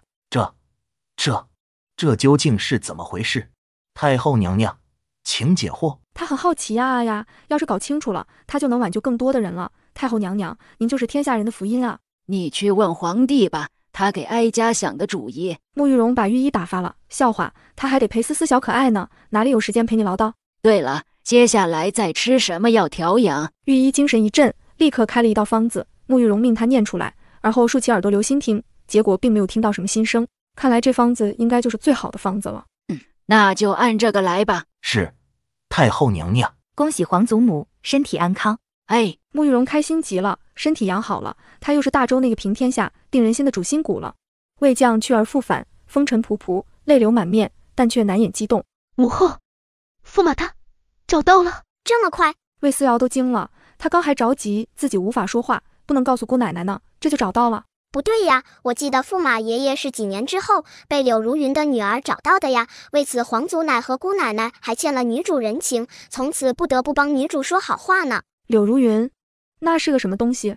哦，对了，是齐王那个兔崽子大张旗鼓娶进来的妾，这种低贱的女子，平日里连王府的门都不能出，她的女儿又怎么能找得到驸马？恐怕连认识都不认识吧。慕玉荣毕竟是皇后，上过沙场，斗过人心，心思千回百转。柳如云再一次在慕玉荣心里留名，这次可不是什么好名。怎么感觉好像什么都变了？两个哥哥也从废物变成天才了，母妃不但没受重伤，还晋升金丹期了，现在连姑奶奶的驸马都提前回来了，好奇怪哦。大殿内3个女人彼此对视一眼，而后都默默低头不作声，只当什么都不知道。如果说破了，思思以后不吐露心声了怎么办？他们还指着思思小可爱庇护呢。魏将连忙整理情绪，方才府里的人来报，说是走上的时候发现一个人特别像驸马，女儿就去了。真的是那母后，女儿还把他带来了。魏将说着又憋不住想哭，魏思瑶松了一口气。呼，还以为伦家的心声都被你们听了去了，搞了半天是你们自己找到的，还好还好。不过当年驸马爷爷虽然找回来了，却身有残疾，还失忆了，修为尽失。当年文武双全的状元郎，成了丑陋无能的废物。姑奶奶为此伤心欲绝，哭瞎了一双眼。哎，真的好惨！为什么好人就不能有好报呢？魏将哭瞎了一双眼，慕玉荣又气又心疼，此时什么都顾不上，勉强提起一口气吩咐：带进来御医，再把御医叫回来。很快，担架上抬了一个人进来，那人一身脏污，早已看不出样貌，他的身体动不了，只有一双眼睛半睁着，十分虚弱。看到魏将的时候，视线也不曾停留，缓缓掠过，似是根本不认识面前的人。不会说话，脑袋以下不能动。如果洗去脏污，众人还能看到他被火烧的半边狰狞的面容，虽然还有半边完好无损，但完美无缺的慕容羽却已经毁于一旦。魏将泣不成声，哭声回荡在大殿，连早已经冷了心肠的老嬷嬷和老内监都忍不住落泪。太后娘娘，这……御医看完了摇摇头，显然是给慕容羽判了死刑。好容易找到了，人却就不回来。魏将再也忍不住扑到慕容羽身上，不顾脏污嚎啕大哭。真的无能为力了。就咿咿呀呀的声音，好比天籁之音，让魏将绝望的内心升起一丝光明。能救的，姑奶奶不哭，保护好你的眼睛，你的眼睛那么美丽，将来还要看皇祖奶，看思思，看你和驸马爷爷生的孩子们呢。不哭，思思给你想办法。意难平，他也意难平。魏将这一对真的超甜的，可是前期有多甜，后面就有多虐，真的虐死他了。不行，他不要虐，他要甜。他开始绞尽脑汁的想要方。天邪丹、六阴散、万花鬼藤，搭配基础药浴，水温越烫越好。天邪丹、六阴散、万花鬼藤，别说魏将，就苏子涵听到这几味材料都忍不住眼皮直跳。这些都是魔族宵小用的丹药，正派修士用一粒都会根基受损。现在这么多一起用，真的没事吗？魏将咬牙抬头，母后。沐玉荣当即决断，去找你皇兄，他那里有个孤本，上面有各种上古药方。哀家的身子就是这么养好的，他一定有办法。皇帝合着给你们擦屁股了呗？女儿知道了。魏将起身就走，众人抬着慕容羽，一行人匆匆离去。皇宫里的上古古籍，好像大哥也提过这本书好神奇呀，怎么什么都有？等伦家长大了，一定找机会看看这本古籍。沐玉荣、苏子涵呆了，说谎什么的真的会漏洞百出啊。不过好在魏思瑶现在的脑子正在慢慢退化，不是人变成婴儿了，脑子变小了，也就想不了太多。脑子小什么的是个好事。沐玉荣开心，就听小丫头又在嘀咕啊，忘了驸马爷爷泡药浴的时候，伦家必须要在身边，那本古籍上也写了这个吗？这大喘气喘的可真久啊，久到沐玉荣都不知道该怎么接话，气氛瞬间尴尬。苏子涵只能道：皇祖母、孙媳想过去看看。这梯子递得好，递得及时。沐玉荣一拍大腿，正好哀家也担心，那就一起去。甚好甚好，终于又圆回来了。谁说忽悠小孩子简单的？艾玛硬生生惊出一身冷汗呢。二人赶紧往皇帝那边赶，好在赶上了。御医院已经弄好了药浴，皇太后一行人来了。魏思瑶远远看见皇帝就开始笑，小胖手挥舞着，那表情别提多热情了，看得魏楚夜心情超爽的。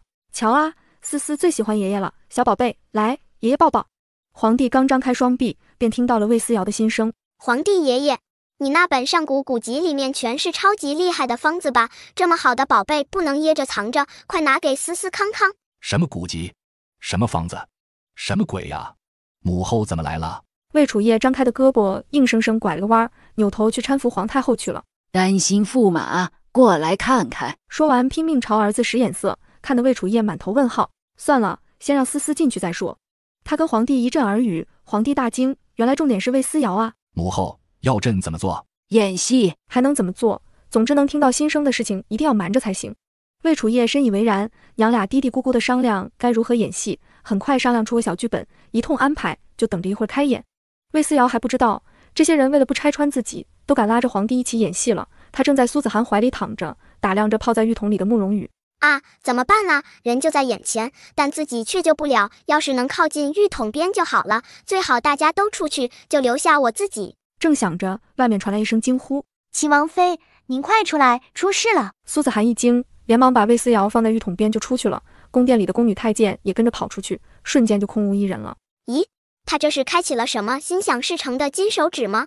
想什么来什么呀？这样的话，苍天呐，给我钱，给我吃的，不把整个集市的好吃的都送到我家里去吧。奶团子啊呀的哼唧着，然而不管他想多少遍，好吃的东西还是没出现。哎，算了，先做正事。他挥舞着小肉手，突然想起来自己好像没办法咬破自己的手指，而且他身边什么都没有，只有一个大木桶，他要怎么取血？好想骂娘啊！血，要是能自己拧出来一点就好了，给我拧。很快，一滴血凝聚到指尖，魏思瑶心中大喜，我的妈呀，真的搞出金手指来了！他的金手指就是心想事成吧？虽然出不来吃的，但还算有用，哈哈哈，太爽了！他赶紧把血甩进浴桶，很快，翻滚着黑气的水立刻变成了白色，隐隐漂浮着点点金光。来，我康康，是不是可以了？魏思瑶努力翻身，翻，扑通，翻进了浴桶。热水瞬间淹没口鼻，周围一个人都没有，魏思瑶都惊了。不是吧，为了救人竟然把自己淹死了，不会这么惨吧？嗷呜，娘亲救我，娘亲救我！母子连心，孩子出意外，做母亲的都会有感应。他再也等不下去，也不顾什么剧本不剧本了，直接推门进去。思思，他身后一群人也跟了进来，众人惊讶地看到，原本植物人一样的慕容羽，此刻正费劲地托举着一个奶娃娃。魏思瑶在水面上哇哇大哭，快救人！众人连忙冲上前，苏子涵一把将魏思瑶抱在怀里哄。魏楚夜点了御医过来，大殿内人仰马翻，只魏将呆呆地看着木桶里的男人。慕容羽能动了，魏将激动地喜极而泣，恭喜陛下，驸马能动了，只是瘫痪时间太长，还需要调养和复健。不过记忆还暂时没有办法，或许经常见见以前的东西，能想起来。魏思瑶听到御医的话，这才放心。他损失了一滴血，只觉得特别的累，现在终于安心的眼睛一闭，昏睡过去。至于后面怎么样了，他就不知道了。他只知道再醒过来已经在家了。母妃，妹妹醒了。老二魏子轩一阵欣喜，屋里的人也都围过来，果然看到魏思瑶瞪着一双大眼睛，呆萌呆萌的看他们。妹妹的手好软。老二偷偷捏了一下妹妹的手，顿时开心的不行，小手手真的好软好香啊，不愧是妹妹呢。娘娘，王爷来了。丫鬟通报，紧接着魏宏远就进门了。苏子涵，你进宫怎么也没跟本王说一声？你还有没有把本王放在眼里？还有，玉琼拍卖行的必宝赤神丝是怎么回事？你竟然一口气花进去8年的收入，就给这2个。当着儿子的面，他到底没把废物2个字说出口，然而魏荣轩却微微垂眸，遮挡住了眸子里的冰冷。他父王想说的话，用脚丫子猜都知道是什么，不过是废物2字罢了。要给也是给锦城和晚会，必宝赤神丝呢？拿来给我。哦呵，进门就找茬不说，现在还伸手要东西呢，太不要脸了。一家4口都被齐王搞得心情不爽。苏子涵淡淡道：用光了，必宝赤神丝认了主，脱不下来了。想要？没有，有也不给那一家子。你！齐王气了个半死，不过他也不是为了必宝赤神丝来的，他是为了庄子，用必宝赤神丝开道。苏子涵肯定不会给，那退而求其次，要庄子就方便多了。齐王沾沾自喜，觉得自己真是聪明。那行，把王府的庄子分出1个来给如云，晚会要修炼，开销之大不小，这都要王府供。牛，都知道用计了。渣渣爹，是我小看你了，退而求其次，必宝赤神丝给不了，这庄子娘亲就不能不给了。啧，这脑袋要是用在眼睛上，您老也不至于头顶一片绿，还在沾沾自喜的给别人养孩子。他哒，魏子轩惊的手里的茶杯都摔了。娘哎，信息量太大了，给别人养孩子？那孩子是谁？屋子里的人齐齐地看向老二，魏子轩无比尴尬，这次连大哥也救不了自己，他只能硬着头皮道：父王，您是要拿走母妃的管家权吗？这个借口很好，足以掩盖砸杯子的震惊。只能说666，我记得当初柳如云管家之后，第一个动的庄子就是娘亲生我的那个庄子，这次渣渣爹来，为的不会也是这个庄子吧？手指头真好啃啊，不知道这只凤凰啃起来怎么样？床上的团子张嘴就啃起了肥鸟的脑袋，啃了2口，十分嫌弃的吐出来，口水糊了神兽一脑袋。啧，还是一样不好吃，算了，继续作手。魏思瑶说的庄子，苏子涵又怎么会不知道？那庄子主要种植灵芝草药，柳如云瞧上的就是这些。想要？苏子涵冷冷道：以后柳如云和魏晚会的用度，休想从我这里走。要庄子？行，不过这一家人的吃穿用度以及丹药等等，以后自己掏钱，王府分文不给。行。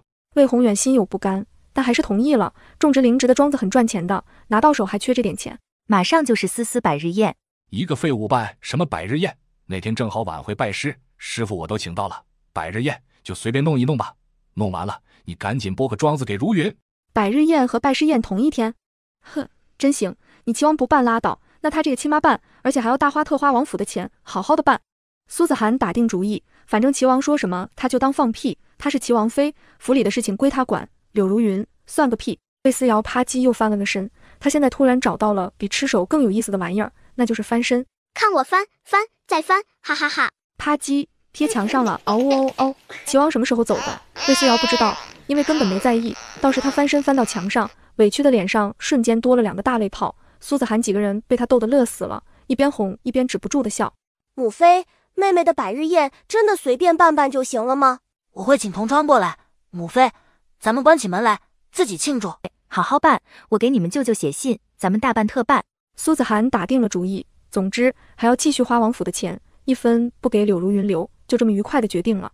很快百日宴的日子就到了，苏子涵花了一大笔钱，把自己的院子弄得喜气洋洋，菜肴点心也全订得最贵最好的。魏思瑶已经能很熟练的翻身了，赤红小胖鸟站在枕头上叽叽喳喳的叫唤，魏思瑶挥舞着小胖手，一把握住小胖鸟。他现在身体还不协调，结局就是差点捏死了这只神兽凤凰。阿巴，你太脆弱了！凤凰拼命挣扎，到底脆弱的是谁？要死了！小祖宗，快松手！娘娘，王爷请您去前厅迎客。迎客？苏子涵有些惊讶，不是不想弄吗？知道了。他想了一下，还是出去了。爱妃，跟本王一起去迎。今天是晚会的拜师宴，镇国公和6部尚书都来了，又怎么能少得了仙门的人？直到这一刻，苏子涵才彻底明白，魏宏远哪里是为自己女儿忙活，他是为了柳如云的女儿忙活。他明明已经说了，思思今天百日宴，可看样子魏宏远根本就不打算过这个百日宴。苏子涵气得浑身哆嗦，果然连随便弄弄都没有，一切都只是说说罢了。哦，我很忙，百日宴来了不少人，拜师宴什么的，王爷自己招待吧。魏宏远气疯了，晚会多优秀，仙门的人都主动上门结识，偏苏子涵不给面子。而此时，青阳真人、池莲圣母和正玄上人也已经走了进来。青阳真人，贵宗门的神兽可找到了？青阳真人脸皮一抖，挥挥手打死不承认。道友何出此言？神兽怎么会丢？一直在凤凰殿的梧桐木上歇着呢。没丢，只要他不开口，那就是没丢。哦。池莲圣母和正玄上人一脸恍然的点头，甚至还拉了长音，明白了，一定是丢了。不过也是邪乎，神兽这玩意儿武力值超群，打遍天下无敌手，怎么还能丢了？正说着，抬头便看到齐王魏宏远以及马上要离开的苏子涵。齐王只好不去管苏子涵，上前招呼，三人却直接略过魏宏远，匆忙追上苏子涵，行了个礼。王妃娘娘，上次都是误会，我等特来登门，并为小郡主送上一份薄礼，给二位压压惊。被丢在一边的魏宏远，什么情况？哦呵，真的不是来给你女儿参加拜师宴的，人家颍川三大宗门是为了自己和女儿来的。苏子涵笑得不要太灿烂，得意扫了魏宏远一眼，见他快气疯了，苏子涵更开心了。三位道长请。魏宏远连忙开口，今日是小女拜师宴，三位仙家一起参加吧。拜师宴？三个人愣了一下，齐王妃的女儿才100天就拜师了，是不是早点了？而且这丫头不是没有修为吗？拜师，谁会收她呀？这不知道拜的是哪位仙尊？魏宏远瞬间得意起来，是神农门第7代独一圣手黄玉。几人齐齐震惊，苏子涵更震惊。神农门的独一圣手十分难请，当年皇帝倾尽全力才能请来神农门的独一圣手给皇祖母看病，除此之外，大周再没有人见过这个人。现在竟然请来了这个人作为晚会的老师。苏子涵心中愤怒，魏宏远眼里心里果然只有柳如云那一家子，自己和儿女们在他心里什么都不是。那是得见见。好，就去参加吧。魏宏远笑了。那三位这边请。人还没迎进自家的门，就又被拉走了。怪只怪独一圣手名气太大。荣轩，你妹妹真可爱。哎，为什么我娘不能给我生一个这么漂亮的妹妹？说话的是镇北大将军李元贞的小儿子李求妹。镇北大将军夫人连生7个儿子，现在又有身孕，御医看过了，说还是儿子，气得李夫人一天把镇北大将军骂20遍，骂他无能，害得自己生不出女儿。镇国大将军府7个儿子，名字分别是来妹、昭妹、领妹、想妹、盼妹、念妹、求妹，可想而知多想要个姑娘，可惜了。你爹娘这辈子是生不出闺女了，命格里不带女儿缘，骂死你爹都生不出来。哎，李求妹惊了，下意识抬头，却见魏子轩冲她龇牙一乐，那意思很明显。闭嘴，别说，当什么都不知道。我天，好像发现了什么不得了的秘密。魏子轩，你妹妹是个宝贝。不，比这更重要的是，她该怎么告诉爹妈这个事实，好像有点难呢。那什么，子轩，咱俩是好兄弟不？你想干嘛？呵呵，我想见你妹妹一天。你再想屁吃？母妃怎么还不回来？魏荣轩察觉到了异样，时间太长了。云香出去打探一番，回来道：姑娘被王爷拉去拜师宴了，听说神农门的独一圣手黄玉已经到了。黄玉，在场所有子弟全都安静了。就算没有修为，但身为朝臣和皇族子弟，这些消息他们还是知道的。黄玉是难得一见的高人，神农门的独一圣手。听说皇帝想请他给皇太后看病，都费了一番周折呢。齐王竟然请到了他给妾生子当老师。子轩，你父王是不是脑子让屎糊了？阿巴阿巴，说得好。你叫什么来着？李求妹，我记住你了哦。让王妃娘娘以后如何做人？怎么看都是捧妾戚戚。齐王读了这么多年的圣贤书，都喂狗了。即便是10几岁的年轻人，也都看得透彻。他们在家里也是没有修为的人，但该受到的待遇一点不少。妾生子要是有修为，那就送到宗门修炼，绝对不会在家里给嫡子们碍眼的。现在齐王竟然在家办拜师宴，还如此隆重，太过分了。殿下，你父王燕王也来了。李求妹看向燕王的3儿子魏仇，小胖子气得浑身的肉都在哆嗦，当即起身，我要去找我父王问问，他到底知不知道位分尊卑，礼义廉耻。魏仇一开口，周围的人也纷纷起身，毕竟他们的家长也跟自己一起来了。既然不在王妃娘娘这里，那必定在小妾那边。不行，太丢人了，得把自己家长带回来。一行人匆匆出门，魏子轩扭头看向大哥，哥，怎么办？静观其变。哥，怎么办？静观其变。大哥太聪明了。对，静观其变，这么多宾客看着呢，咱们不动就行，有问题让渣渣爹去处理，处理的越多错的越多。艾玛，太好了，就这么办。咦，感觉大哥修为又精进一层，练气9层了吧？进阶分分钟的事儿呢。我大哥果然是个天才，等到了筑基期，就该选兵器和修为的方向了吧？大哥，剑和扇子都很帅哦。对了，背古琴也很帅的，3000明灯下墨发白衣，一世独立，嗷，好帅。魏荣轩嘴角笑意更甚，突然觉得妹妹说的那几样武器都可以尝试一下。魏子轩惊了，大哥已经练气9层了，为什么他还在练气2层？虽然知道大哥聪明，读书好又勤奋，但没想到修炼也这么快。不行，他要更努力念书才行。对了，妹妹，你看看二哥今年能练到哪一层？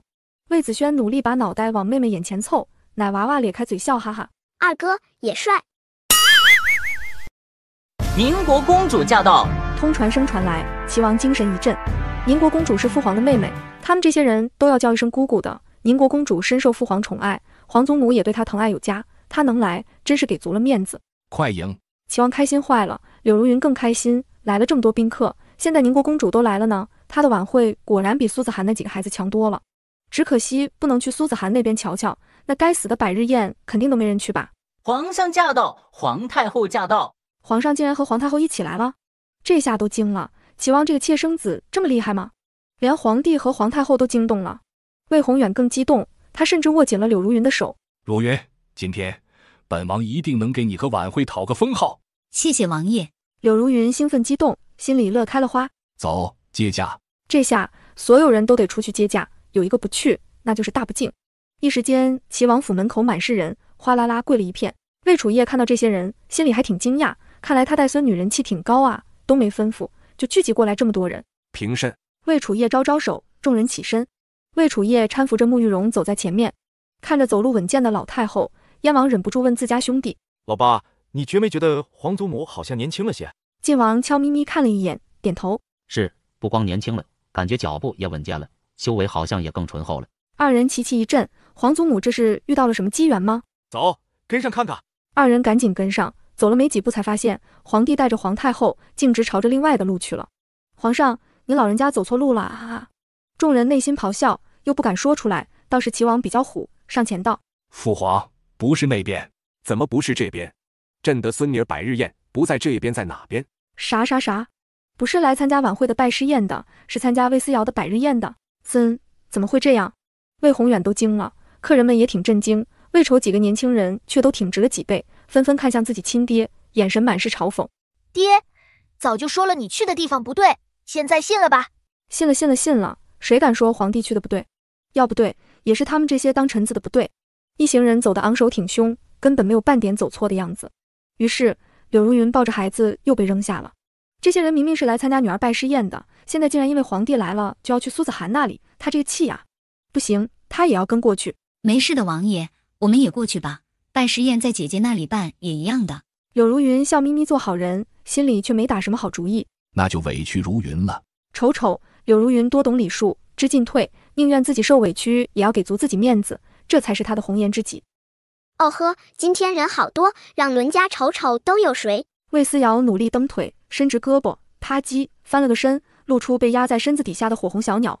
旁人看不出来，青阳真人一眼就认出了自家养的神兽，他惊得当场站起，引得众人纷纷望过来。青阳真人有何不妥？宁国公主轻声询问。这青阳真人有些尴尬。没有。哦呵，这不是那个老匹夫吗？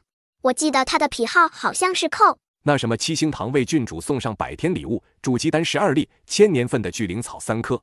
姑奶奶，祖宗，青阳我就这点爱好，你可给我留点脸面吧。1000年的聚灵草啊，行吧。筑基丹他是看不上的，1000年的聚灵草还有点看头。见青阳真人的法子真的有效，正玄上人第二个起身。来吴宗为郡主送上100天礼物，青灵伞3瓶，2瓶法器玉虚琴1个。魏思瑶点头，玉虚琴也不错，大哥进阶就能用了。青灵伞是少有的解毒圣药，正好他们娘4个都能吃。旁边池莲圣母被这2个人的骚操作搞懵了，不是已经带了道歉的礼物来了吗？现在还要往外掏，可似乎不掏也不行，他还不想被人揭短，于是他咬咬牙第3个起身。天宝山为郡主送上百天礼物，2品困妖剑1把，长生丹3瓶。3个人一个接一个起来，等大家反应过来的时候，3个人礼物都送完了，所有人都炸锅了，疯了！这是什么情况？虽然仙门跟皇族并行，但互相不打交道的。仙门的人不会上杆子奉承皇族，都是自己俏不生修炼的。现在怎么突然一个个疯狂给永乐小郡主送礼来了？阿巴，诸位，你们的百日宴礼物呢？再不拿出来，伦家就要开始爆料了。把朕和皇太后的礼物抬上来。颍川3大宗门的人之后，某个开关好像被打开了，众人开启送礼模式。皇帝送了金丝软甲和进贡的仙锦，皇太后送了一大堆灵果，还有满满2大箱子黄金。宁国公主紧随其后，紧接着就是燕王、晋王乃至诸位宾客。唱礼单的时候，有人才反应过来，自己带的礼物已经放到隔壁了。于是不少人纷纷起身，从柳如云的院子里再把自己的礼物抱回来，直接送给了魏思瑶。柳如云要气疯了，那些礼物原本都是堆在自己院子里的，现在好了，都跑到苏子涵这边来了，而且还加上了颍川3大宗门以及皇帝的礼物，在院子里堆得高高的，眼馋得他要死。姐姐，柳如云故意等到最后，抱着孩子站出来。妹妹来了。怎么，你也要给思思礼物？算了，你也没什么钱，就不要破费买什么贵重礼物了。柳如云完犊子了，这下不给不行了，还得给个贵重礼物。柳如云气得咬牙，只能送了一对昂贵的玉镯，至于别的东西他也没有，这镯子还是王爷赏赐给他的。他肉疼地看着镯子交到苏子涵手上，而后故意当着所有人的面道：皇玉道长，多谢您看得上小女，愿意收她为徒。这下全场都安静了，所有人齐齐望过来，连皇帝和皇太后都下意识看向柳如云怀里的孩子。合着思思小可爱的百日宴和妾生子的拜师宴是同一天。齐王怎么敢？要知道，妾生子就是妾生子，就算能修炼，也都是丢到宗门去，绝对不会在家里搞这些东西。柳如云的行为让不少人皱起眉头，但黄玉这个人却成功吸引了所有人的注意力。这就是神农门的独一圣手啊，果然是大能。是啊，一看就是高人。黄玉的外形实在是太唬人，所有人都觉得这个男人一定是悬壶济世的大好人，就连颍川3大宗门的人都对黄玉肃然起敬。不得不说，长得不错，看起来儒雅温柔。不过吗？不过什么？青阳真人、郑玄上人、池莲圣母3人瞬间竖起耳朵，内心无比激动，无比兴奋，又无比期待。爆瓜了，要爆瓜了！嗷嗷嗷，激动死人了！来，也让他们也尝尝神农门这种大宗门的瓜有多香。不过，这位独一圣手可没有看起来这么好脾气。他奉行医死不医活，活人送去了也得弄死再医，不是喂毒药，就是打骨折，要不就让妖兽虐个半死。这位独一圣手就在一边翘着2郎腿看，约摸着人要死了，才捡回来医治。人家美名其曰锻炼医术，其实顺便连下毒一起练了吧。好看的皮囊下怀揣着不为人知的灵魂，真是变态呀！瞬间安静，有没有这么变态的吗？柳如云更是一脸震惊又兴奋。奇怪，好像听到了奇怪的东西，扭头看看，魏宏远竟然毫无反应。柳如云放心了，一定又是幻觉，堂堂独一圣手怎么会是变态？寂静之中，一直没动静的黄玉终于动了，他颇感兴趣地看向今日的主角，奶团子白嫩嫩的，眼珠漆黑，比他养的那些药人要好看多了。这娃娃有点意思。今天他过来是朋友所托，来走个过场。他根本没想收徒弟，虽然柳如云的女儿天赋的确极高，但神农宗是大宗门，谁还没见过几个天才，真的不稀罕。我就收他为徒好了。啊，不是收魏晚会吗？怎么成了魏思瑶？我听错了吗？今天到底是谁的拜师宴？柳如云的脸色猛地变了，再也绷不住，睚眦欲裂，然苏子涵要笑疯了，这叫啥？自己把自己玩死了！哈哈哈！柳如云脸色煞白，疯了吧？这是他好容易找人请来的大能，是为自己女儿准备的。怎么就成了魏思瑶的老师了？王爷，魏宏远也挺生气，他跟柳如云想法一样，当场站出来道：先是，今儿是我另一个女儿的拜师宴。说着，将6个月大的魏晚会放到魏思瑶身边。这个大的是个天才，他才是您的弟子，而另一个100天的连灵根都没有，是个废物。废物？黄玉挑眉，蹲下，打量着魏思瑶肉嘟嘟的小脸蛋，而后微微一笑，低头伸手戳了戳她的肉脸蛋，而后笑眯眯：手感不错，就你了。我真栓 Q 了，你有病吧？你是不是脑子有坑？手拿开，信不信老娘给你剁下来？脑子还在想，嘴巴已经开始骂了，啊巴啊巴的，啊呀。虽然听不懂，但能感觉到奶团子十分生气。但黄玉就像是没感觉，依旧笑眯眯地戳他的肉脸蛋，按下去，多了坑，再收回来，又是满满的软肉。独一圣手玩上瘾了，真有意思啊！魏思瑶气到崩溃，可惜腿短够不着，不然一定把他踹飞啊呀！仙师，这恐怕不妥。魏宏远十分硬气，无论如何，废物都是不能修炼的。好容易能做大能的弟子，这机会只能是魏晚会的。行，那就让两个孩子比比。比？虽然魏晚会是个天才，但也不过是个婴儿吧？俩婴儿，一个100天，一个6个月，比啥？比谁哭的声音大吗？柳如云和魏宏远眼睛一亮，魏晚会是天才不说，年龄还比魏思瑶大呢，绝对稳赢嘛！黄玉仙师人还挂好嘞。好，比。黄玉笑眯眯拿出2份丹药，放在2个奶团子眼前。你们俩面前的6粒丹药里面，只有1粒有毒，谁能找出那1粒？黄玉打量着魏思瑶的表情，奶团子完全没兴趣，移开视线，一边对着客人桌上的美味佳肴流口水，一边试图翻身。被无视的黄玉，奶奶个腿的，看来是真不想做自己的弟子啊！黄玉笑容更甚，太有趣了。他缓缓开口：“那我就把这6粒丹药全送给他。”送丹药？那我可要康康。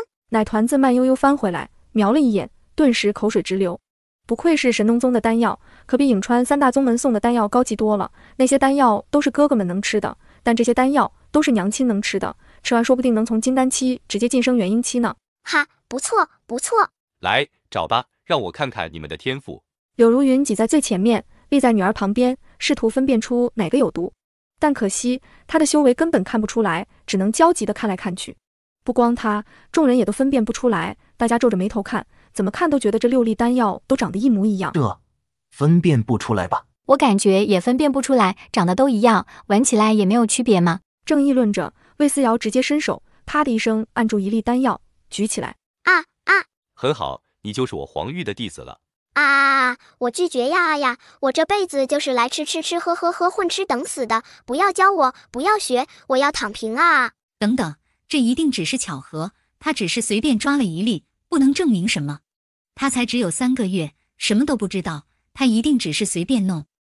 好烦，既然是随便搞的，那给你吃好了。肉团子伸手一丢，走你！毒药飞进柳如云嘴里，咕咚一声就咽下去了。如云，柳如云直挺挺地躺下去了。快救人！救人啊！齐王府顿时人仰马翻，毒医圣手背着手看热闹，全程笑眯眯。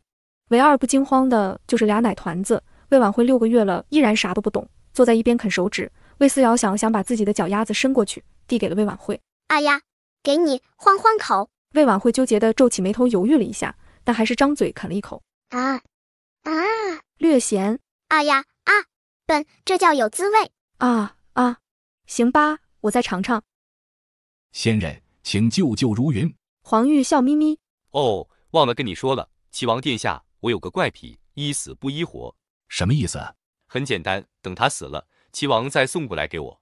果然很变态。父皇。魏宏远无奈，只能央求魏楚业。皇帝还是心疼儿子的，叫来了御医，好歹把柳如云的命保住了。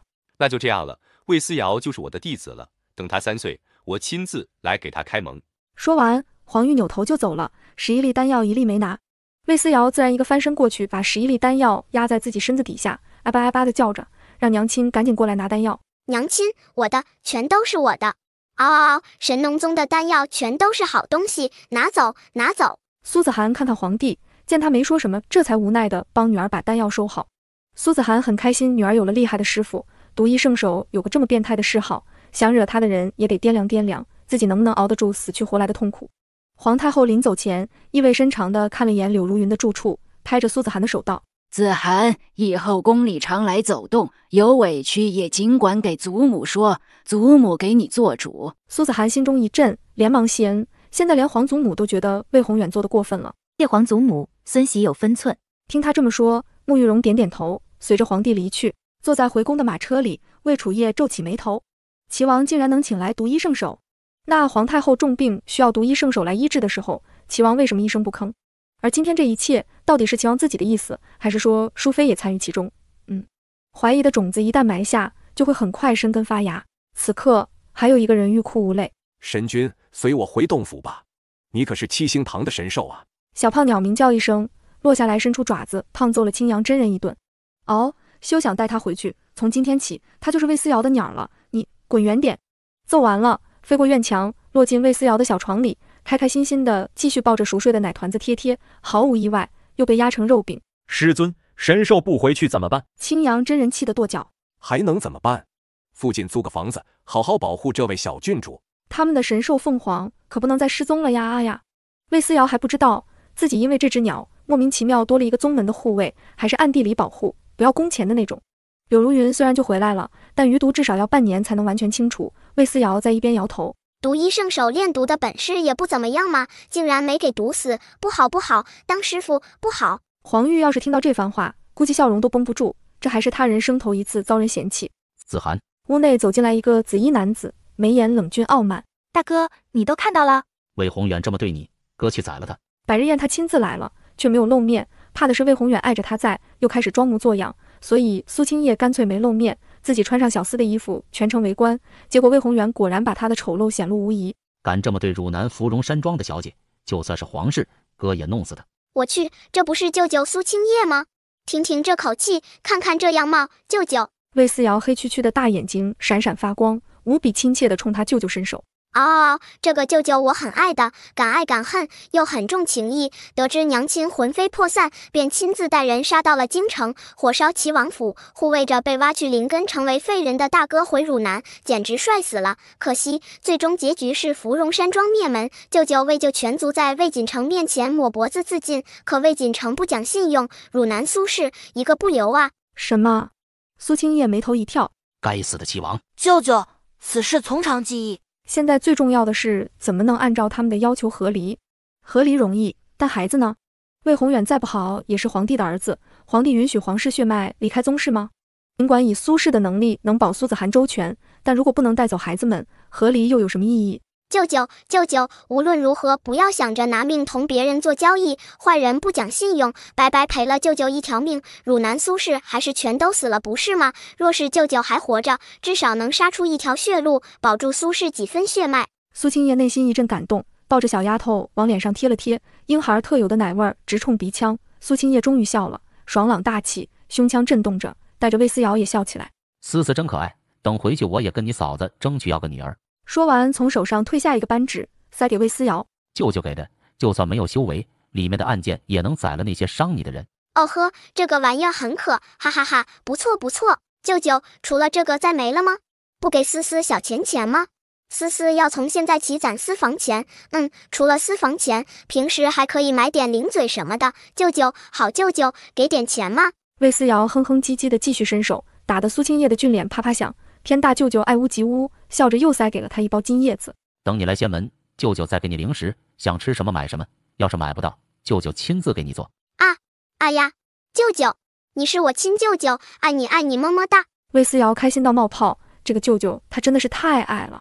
你们有什么计划？需要舅舅做什么？我们跟母妃商量过了，母妃离开容易，但我们兄妹三人，父王虽然不会要，但皇爷爷绝对不会放人。尤其是思思新生的事情，皇帝爷爷也能听到。有这种异能在，皇帝会放他们走吗？大不了杀出一条血路，那样不过是两败俱伤。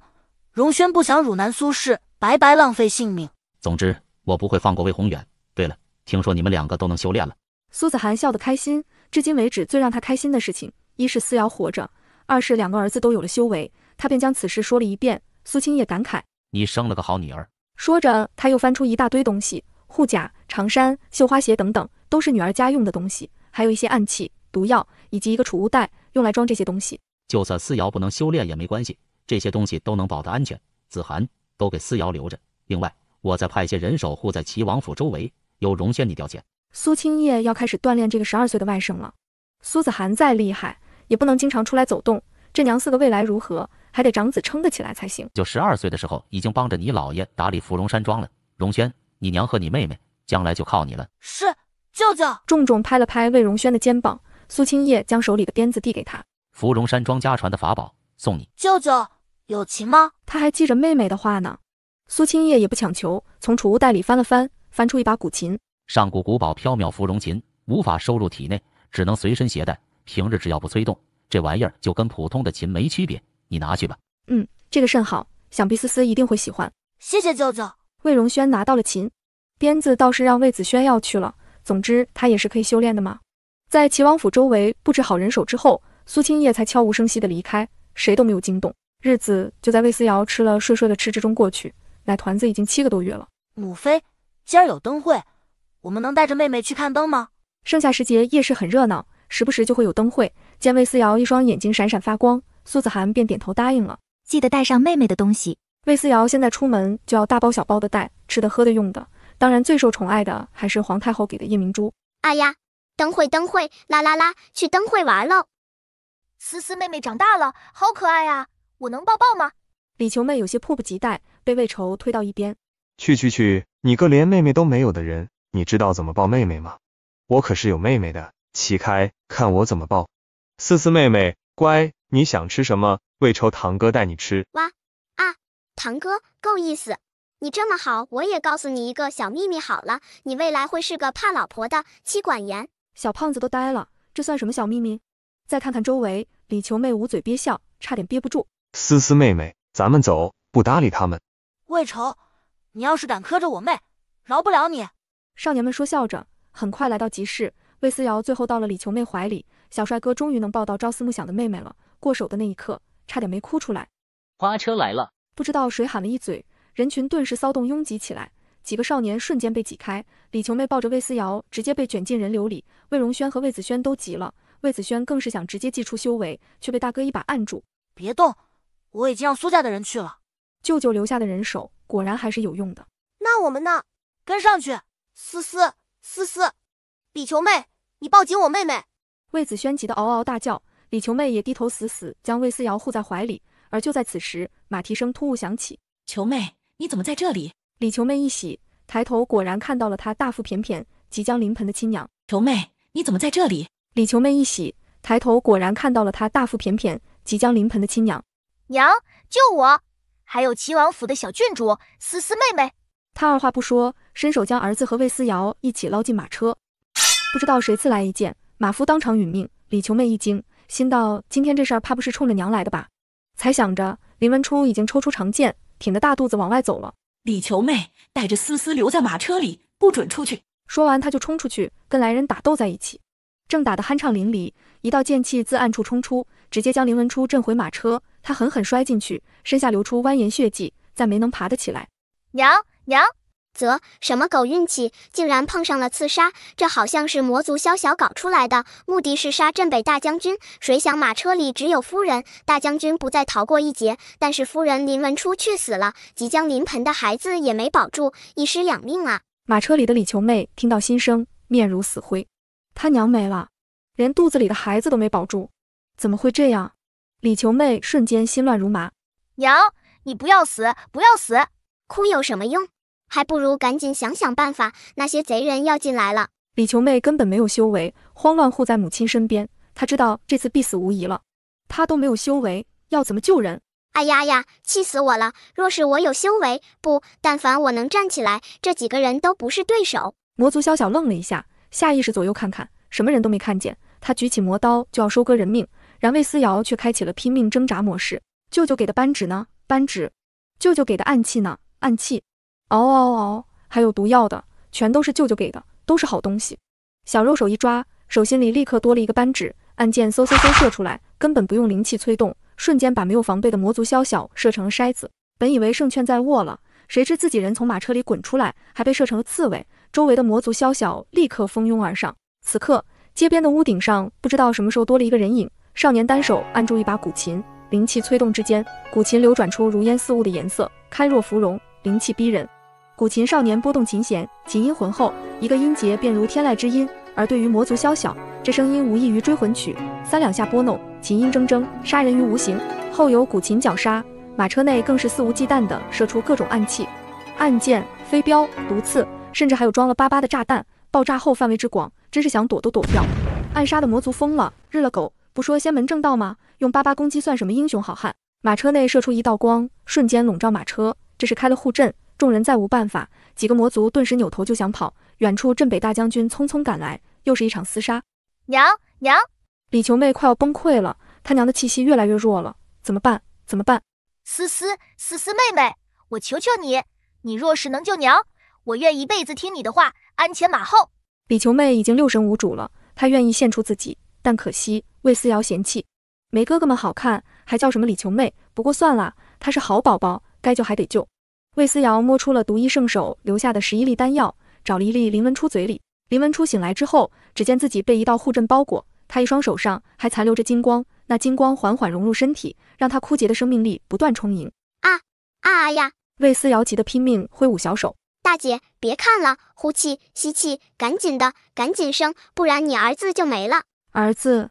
林文初躺平了，日了狗，又是男孩，没了就没了吧，老娘不想再生了，10个月吃不好睡不好，生孩子还疼死了，不生了。我去，怎么突然放弃希望了？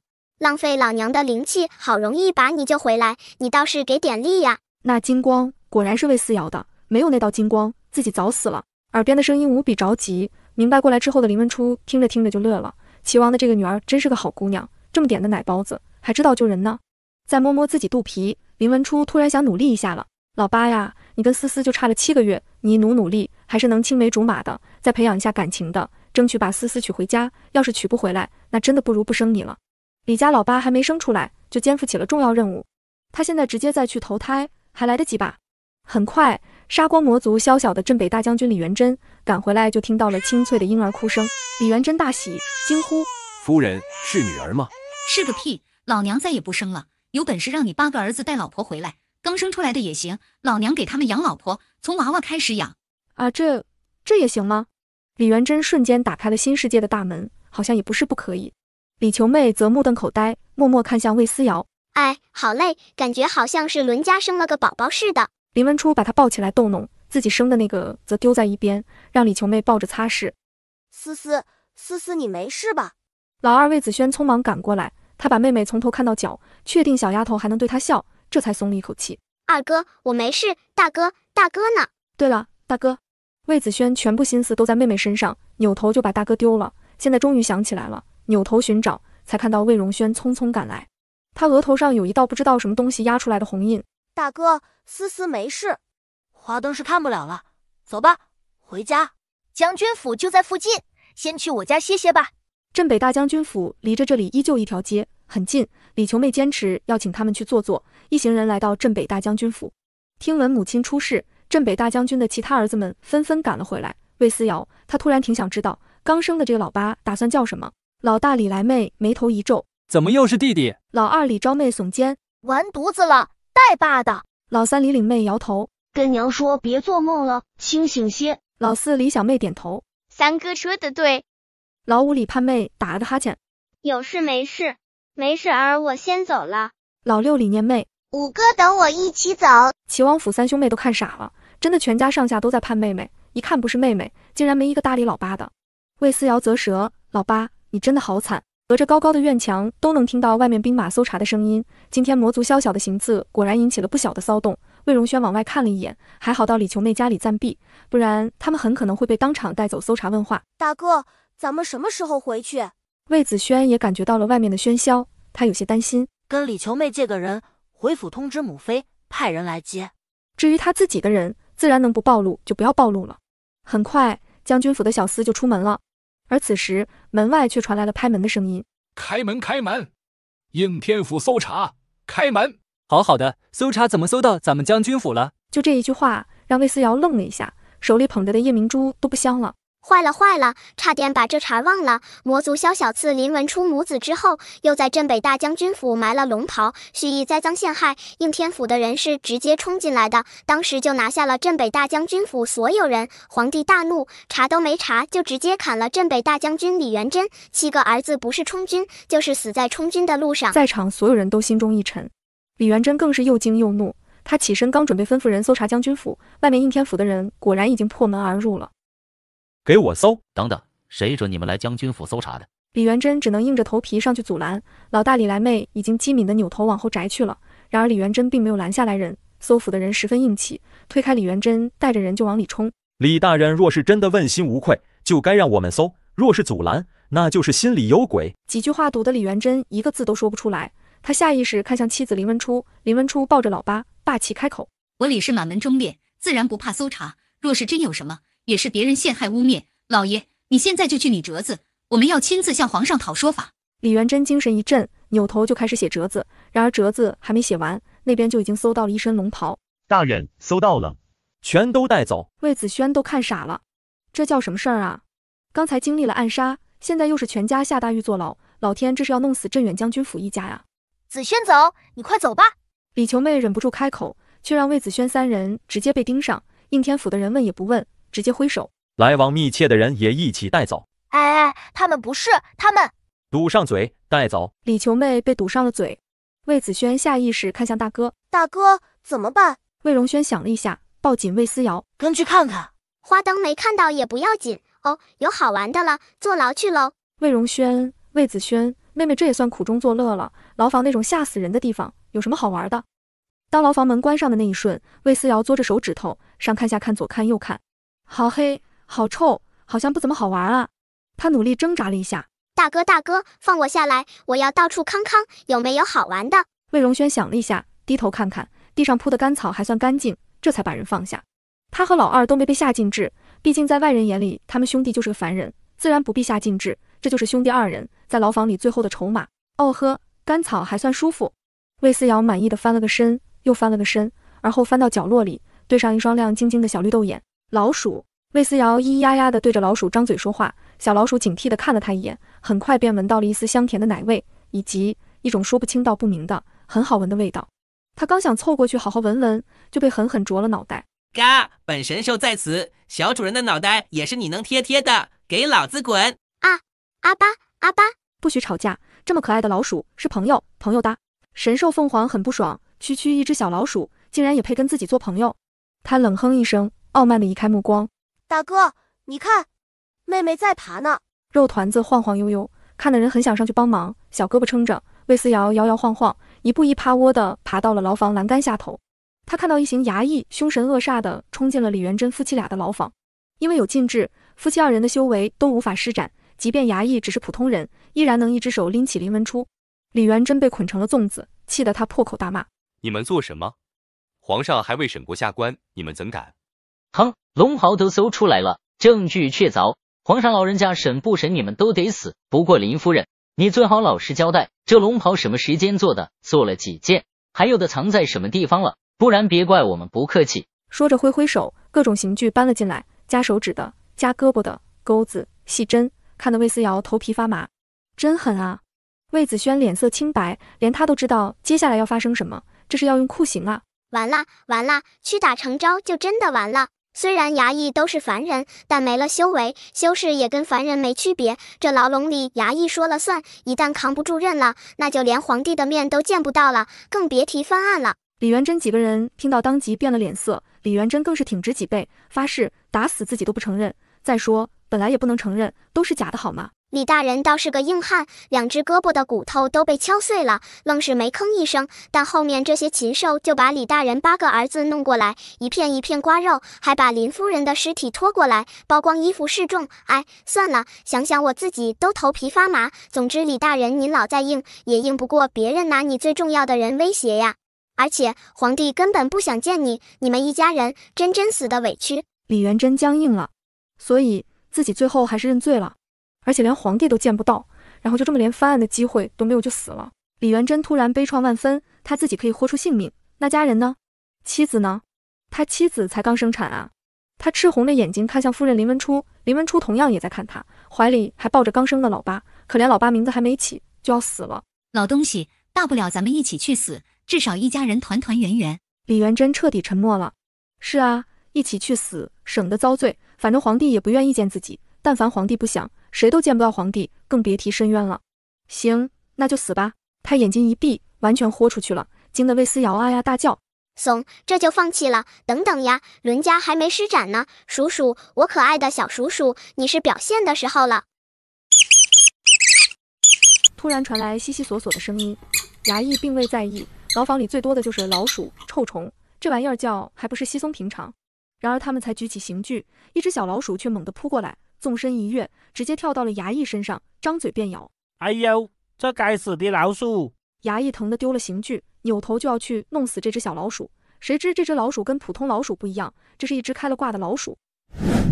青烟炸开，笑气瞬间充满牢房，所有人都跟着抑制不住哈哈大笑，衙役更是快笑疯过去。毕竟普通人对毒的抵抗力更低，笑得也更竭尽全力。妈的，什么情况？有人节约，快撤！撤？那怎么行呢？他还没玩够呢。老鼠2号，给我上！又一只老鼠冲进了牙医堆里，又是砰的一声响。这回炸开的是巴巴雷，乱七八糟的东西炸得满身都是，刺鼻的味道更是铺天盖地。本来张着嘴笑得好好的，这下哇的一声就吐了。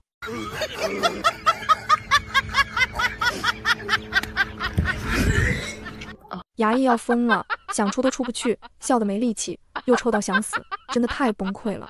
而比起牙医，那些坐牢的犯人更崩溃。本来牢房环境就不好，他们忍了，但尼玛牢房的狱卒竟然不做人了，现在竟然喷粪，这刑法谁受得了啊？哦，好，我走了。笑气加巴巴雷，绝杀呀！皇上，镇远大将军此举无异于造反，按律当诛。皇上，魔族宵小怎么会突然出现在集市？一定有内应。镇远大将军突然出现，又搜出龙袍，足以证明他跟魔族宵小有来往，其心可诛。皇上，臣等附议。看着朝臣纷纷附议，齐王魏宏远冷哼一声。本来他跟镇远大将军就不对付，这厮一点脸面都不给他，说话的时候硬声硬气的，真把自己当回事儿了。不过是给他们老魏家干活的奴才罢了。父皇，儿臣也附议。这种不听话的奴才，死了就死了，现在竟然还敢搞龙袍谋反了，哼，赶紧杀了算了。皇上，这件事太过蹊跷，还要再查。李元贞在清流之中风评还不错，朝廷上还是有人保他，只可惜魏楚业现在正在气头上，毕竟龙袍都摆在面前了，即是魔族宵小作乱，死伤无数，偏李元贞家眷一个都没出事，还平安产子，这让他更加怀疑李元贞了。李元贞将军看来是活不了了，哎，可惜了这么的大忠臣。正想着，一只老鼠不知道从哪里窜出来，直接跳上了皇帝的龙椅，惊得刘内监差点原地跳起，眉毛都要挑到天上去了。快来人！而此时魏楚业已经看到了这只小老鼠，老鼠嘴里好像还叼着什么东西，吐出来一看，竟然是一颗赤羽夜明珠。赤羽夜明珠稀罕，只有皇后和太后能用，这颗夜明珠好像是赏给魏思瑶的。魏楚业一惊，难道思思出事了？他叫来擅长追踪的修士调出传影石，这才知道魏思瑶竟然在牢里。把李元贞一家子都带上来，连魏思瑶他们兄妹3个一起。魏思瑶，齐王以为自己听错了，直到这3个人排排跪在大殿之上，他才瞪大了眼睛。服了，这3个废物怎么卷进这件事情里的？这可是诛9族的重罪。这3个畜生不但是个废物，还要给府里找事儿，看他回去不打死这3个畜生。啊呀！魏思瑶坐在地上，随着他的叫唤，那只小老鼠不知道从哪里窜出来，围着魏思瑶转了一圈，这才扭头跑了出去。果然是这小丫头叫来的老鼠，哼，不愧是朕的孙女，真是聪明，还知道指挥老鼠来报信。皇帝双标的厉害，魏思瑶这孩子玩巴巴，他都觉得玩得好。好了，见到皇上啦！我皇爷爷是明君，李大人你好好跟皇爷爷解释，皇爷爷一定会听的。魏思瑶咯咯咯直笑，却笑得李元贞想哭。他没想到自己乃至家人的一线生机，竟然是一个7个多月大的娃娃给的。若是真能逃出升天，他就认魏思瑶做干女儿，不做干娘都行。李元贞老泪纵横，魏宏远却气得在一边骂自己女儿。魏思瑶，大殿之上严肃些，笑什么笑？这是皇宫大殿。齐王要求一个小婴儿严肃，跟要求石头开花有什么区别？不过是标榜自己罢了，老臣不耻。魏思瑶笑得更欢了。哥，怼得好，这个渣渣不必在意他，他不配做我爹，哼哼。不少人频频看向魏思瑶，然并没有一个人出声，皇帝都不发话，他们也就全当没听见。齐王被怼了还不敢发怒，自古言官最大，皇帝都敢怼，他算什么？皇上，李元贞悲愤不已，把自己在牢里写完的折子递了上去，折子用血写的，字字泣血，句句诛心。魏楚业看完了，长叹一声，吩咐：定是有人陷害，来人，听旨，这大理寺、刑部、督察院3司会审，一定查清此事，还李大人清白。一定查清此事，还李大人清白。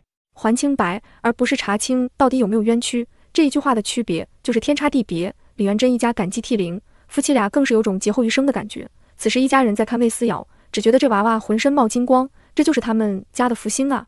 林文初抱紧怀里的娃娃，耳提面命：你若是不把思思娶回来，老娘剥了你的皮。李家老八哇的就哭了呢。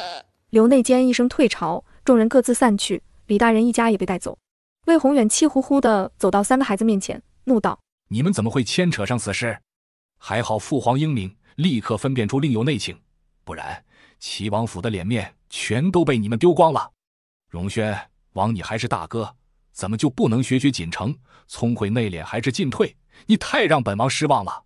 魏宏远痛心疾首，废物也就算了，还如此不省事，这样的子女还不如不要。然魏荣轩二个人却都面无表情，全当魏宏远不存在。只最小的魏思瑶冲着魏宏远张开双手：“阿爸！”废物，本王才不会抱你，丢人现眼，滚回府去！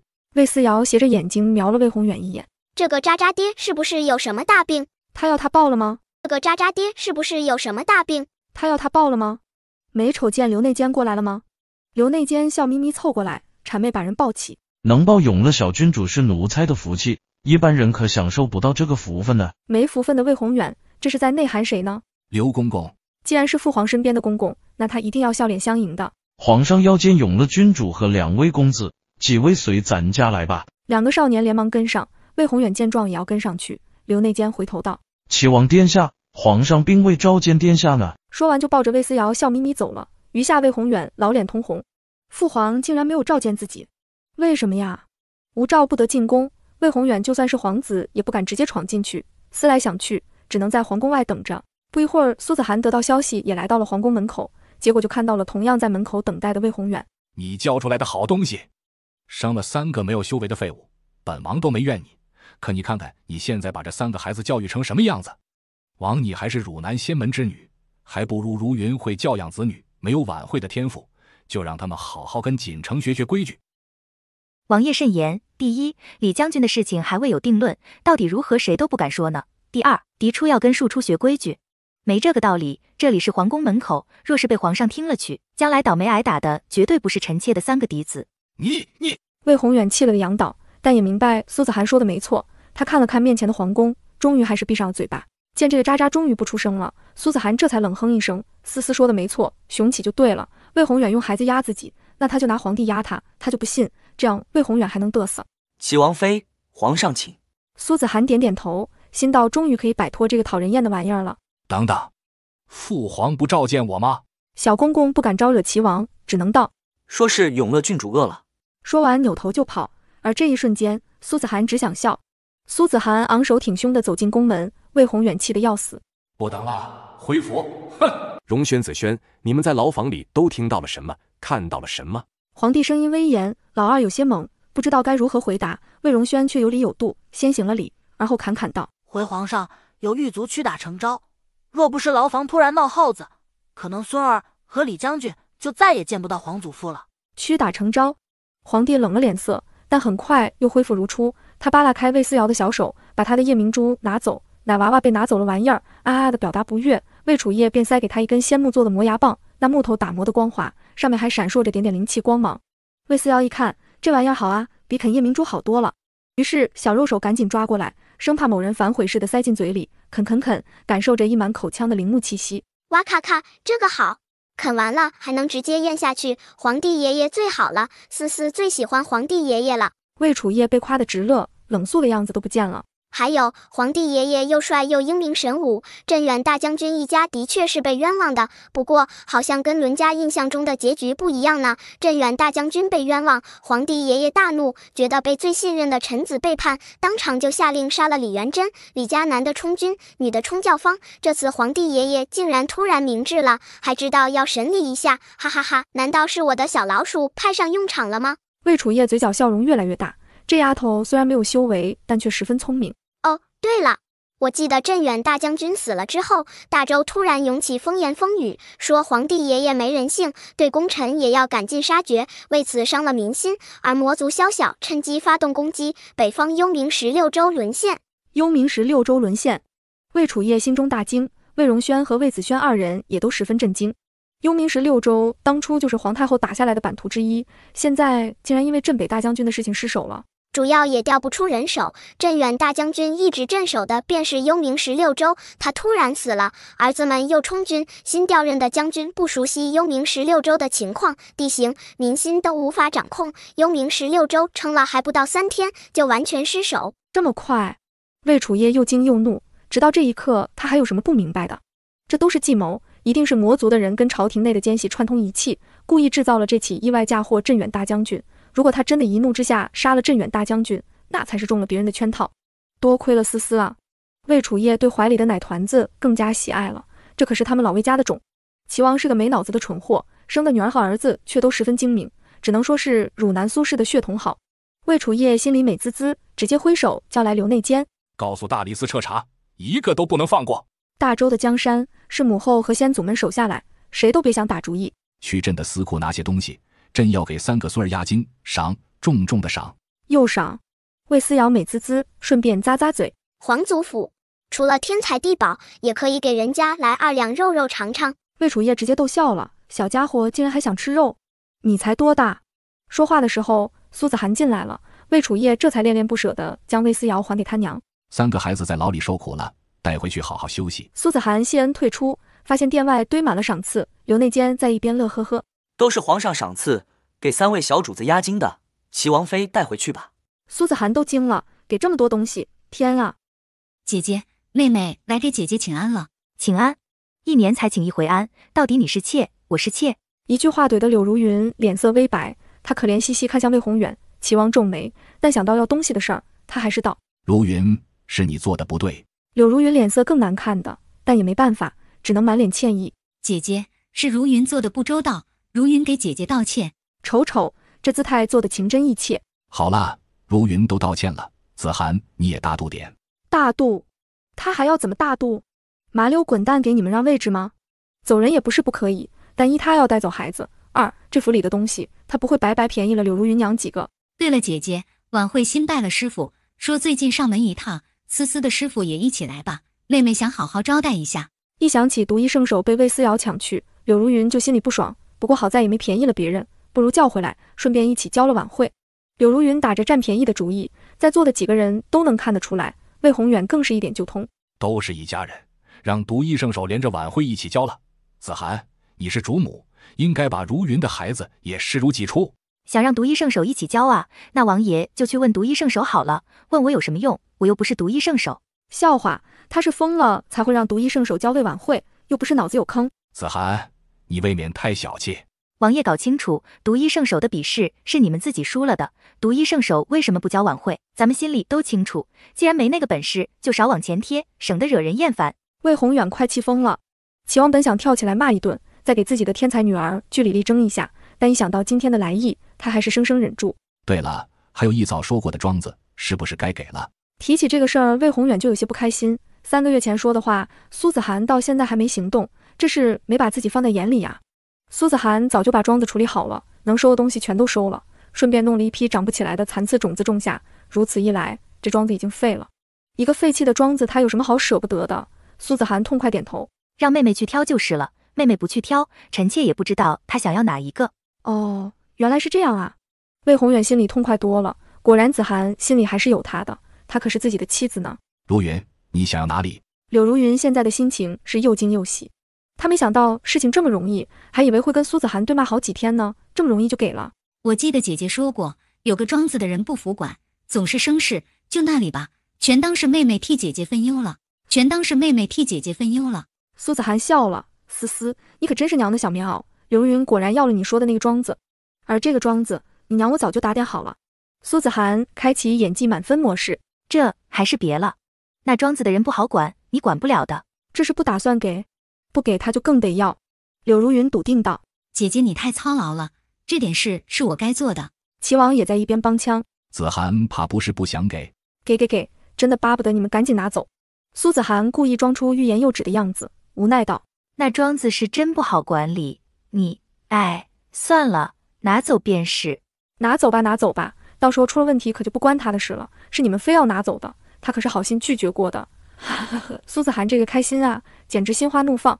柳如云得意洋洋地走了，庄子到手了，还装什么温情啊？自然是赶紧回去接管庄子。娘亲，娘亲，柳如云拿走这个庄子后，把庄子上产的灵芝全做成丹药，给自己2个孩子吃了。娘亲，娘亲，你糊涂，干嘛帮他们呢？魏思瑶急了，可苏子涵却笑得更开心了。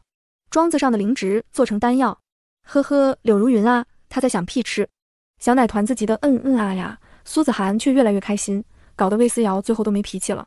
完啦，他英明神武的亲娘怎么突然就傻了？哎，算了，反正损失一个庄子也没什么，弹药什么的他们也不稀罕，娘亲的嫁妆还有舅舅那边都负担得起。魏思瑶闹腾累了，含着果泥就睡着了。母妃，妹妹，嘘，妹妹睡了。苏子涵比了个手势，魏子轩吐了吐舌头，娘三个围在床前看睡着的小萌宝。娘，还要果泥，吃。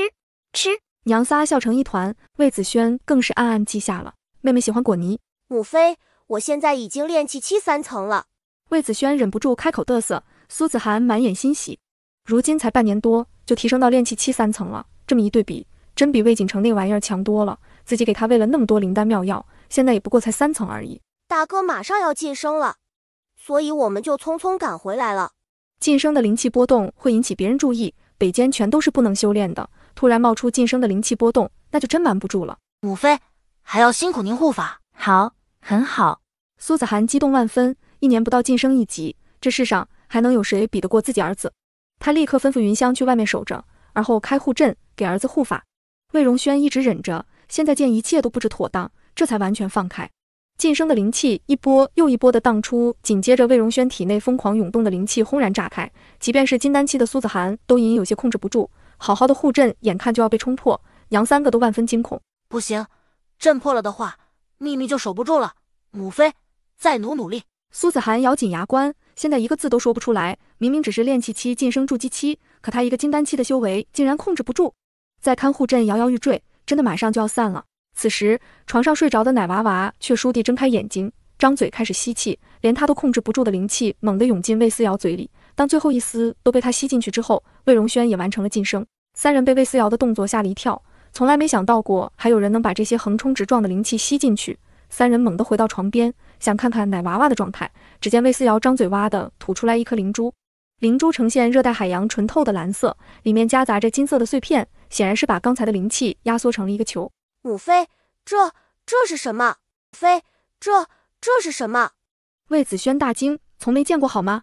魏荣轩看了半晌，从古籍上见过，有羽化成仙之人能将晋升时四散的灵气凝成灵珠，可那是羽化成仙的仙人啊！三人齐齐看向魏思瑶，刚睡醒的魏思瑶整个人还很懵逼，结果睁开眼便看到3张好看的脸蛋停在面前，一个比一个好看的那种。二娘美，大哥帅，二哥好看。奶宝眸子闪闪发光，像是真的看到什么宝贝一般。三人皆跟着笑了。思思就是思思啊，是他们的大宝贝啊。等苏子涵出去，魏子轩便偷偷摸摸的从怀里掏出一个油纸包，打开，喷香的肉味扑鼻而来。肉，是肉。奶团子彻底清醒。魏子轩笑眯眯，思思，二哥偷偷弄了一根排骨来给你做。哎呀，二哥，你是我亲二哥，思思爱死你了，嗷嗷。奶娃娃扑过来，双手抱住肋条就开始啃，跟啃磨牙棒似的，一边啃一边嘬，一边嘎吱嘎吱磨牙。天哪，是肉的味道，嗷呜，好香好香好香！苍天呐，8个多月没尝过肉味了，馋死宝宝了。嘿嘿，好吃吗？好吃，下次哥再偷偷给你带。好吃好吃。大哥，我怎么听说娘给了柳如云一个庄子？对，是给了，娘亲变傻了，为什么要给他庄子？魏荣轩嘴角噙着一丝弧度，13岁的少年看起来帅得冒泡。给就给了，子轩，你且看着吧。怎么感觉好像有点不太对劲？难道娘给的这庄子有什么问题？柳如云开心的要疯掉了。拿到庄子之后，二话不说就联系了自己在庄子上安插的眼线。然当他联系上眼线，准备收割这个庄子上的灵植的时候，才知道一件事。什么？你说庄子上没有可以收割的灵植？不是说庄子上1年4季都有可以收获的灵植吗？是啊，不过王妃娘娘8个月前就把成熟的灵植都收走了，还有一些没养成的也都挖走了。现在整个庄子上只种了一种灵植，要10年才抽条，10年开花，10年成熟。柳如云想骂娘了，还以为接手了这个庄子，立刻就有丹药可以随便儿女吃。结果呢，特娘的，想要做成丹药还得等30年。30年，他儿子女儿说不定都飞升成仙了，还吃个屁！他恨得咬牙切齿，怪不得这么容易就能要到庄子呢，原来早就做好了打算了，这是早就收拾好了等着他呢。这事儿没完。那这灵植咱还种吗？马宇有些纠结，反正才刚种上没几个月，比起等待30年，不如拔了再种别的。种？为什么不种？30年才能长成的灵植，就算只是种子也很昂贵。这都是白给的钱，为什么不要？再说柳如云也真的穷，娘家指望不上，王府又是苏子涵在管，以前没闹掰的时候自己还耐蹭点好处，现在除了每月的月例，真的屁都没有。而且月例少得可怜，柳如云现在过得捉襟见肘，真的要穷死了。30年就30年，咱们再想办法弄点别的种子种上就行。这么好的地方，不种灵芝可惜了呢。可地里已经没有地方了，那就想办法，附近总有荒地吧，给我扩圈地而已。不过只能说柳如云想得太美了。再过1个月，便是皇帝60岁寿辰，宫里宫外都在忙活着。齐王也准备选一个大礼给父皇，选礼物的任务自然交到了苏子涵身上。而这事儿，身为母妃的淑妃也在替儿子操心，苏子涵就得宫里王府两边跑。淑妃见他自己来的，忍不住皱眉，怎么不把如云也叫来？说完就让人去请柳如云，嘴里道：你们好歹姐妹一场，要和睦，给公公祝寿这种事，自然要一起来。你身为主母，要大度，识大体，懂礼数。魏思瑶抱着磨牙棒，斜着眼睛看淑妃，这老妖婆又发什么疯？淑妃为什么又听到那个该死的声音了？淑妃翻了个白眼，只觉得这个幻觉真的很讨厌。还有老妖婆，她很老吗？淑妃摸了摸脸蛋，好像脸上的肉是有点松弛，晚上多敷点珍珠粉。子涵，如云的女儿可是天才，你虽然是齐王妃，但眼光要放长远，你对她好，她将来都会记得，等魏婉慧长大了，一定也会孝顺你的。哦呵，你在想屁吃，这大饼画得太假，老娘我都不信呢。魏婉慧会不会孝顺娘不知道，但柳如云一定不会记着娘的好，她要是能记得，也不会宰了娘的当天就迫不及待地举行婚礼。只能说淑妃你真的太单纯，哦不说单纯那是抬举你，只能说你是真傻。淑妃你真的太单纯，哦不说单纯那是抬举你，只能说你是真傻。苏子涵支棱着耳朵，一边偷听女儿的心声，一边默默让淑妃的话左耳朵进右耳朵出，总之就是不往脑子里入。他在一边点头，母妃您说的都对。对，什么都对。总之问就是什么都不知道，她就是如此优秀的好儿媳。淑妃果然开心了，瞧，她就说嘛，儿媳妇就得听婆婆的，这才叫孝顺。淑妃很满意。很快柳如云就带着魏婉慧来了，因为要商量送礼的事情，嬷嬷就把2个奶娃娃送到里屋的小床上，命宫女看护。啊呀！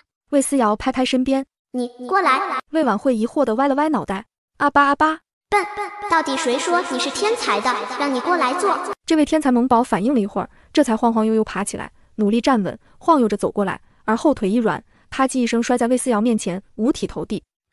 哎呦妈呀，还没过年就磕头了，没钱给你啊！哎呀，还没过年就磕头了，没钱给你啊！魏婉慧默默爬起来，小短胳膊环在胸前。我来啦，干哈？偷吃呗，叫你来还能干哈？魏思瑶笑眯眯从储物袋里掏出自己私藏，哦不是，是2个哥哥，还有他们几个同学的头喂，苹果泥、桃子泥、杏子泥，小瓷罐递过去。呀，给吃。不用跪了，谢谢我就行了。俩团子就这么明目张胆的在淑妃的寝宫里偷吃果泥。魏婉慧快1岁了，但还没吃过这些东西。柳如云对这个天才特别上心，每天吃的都是灵芝做的东西，喝的零售的奶，这些普通的东西他是不屑于给女儿吃的，拉低天才的档次。魏思瑶舔得满脸果泥。呀，好吃吗？魏婉慧脑袋都伸进瓷罐里去了，呀的声音传出来，还带着回音。好吃，太好吃了。魏思瑶霸气又拿出一瓶别的口味的。呀，来换个口味继续吃。魏婉慧一听还有别的味道的，口水抑制不住往外流，衣襟都湿透了，可惜脑袋拿不出来，急得她嚎啕大哭。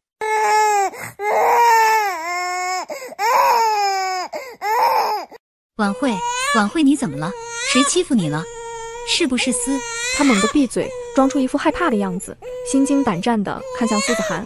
然苏子涵就像没看见，一脚踏进屋门，惊呼：哎呦，我的小天才，你可真是个天才啊！笑话，魏婉慧不是天才吗？被思思一个废物欺负，可能吗？也不知道怎么想的，脑袋这是没进化好是不是？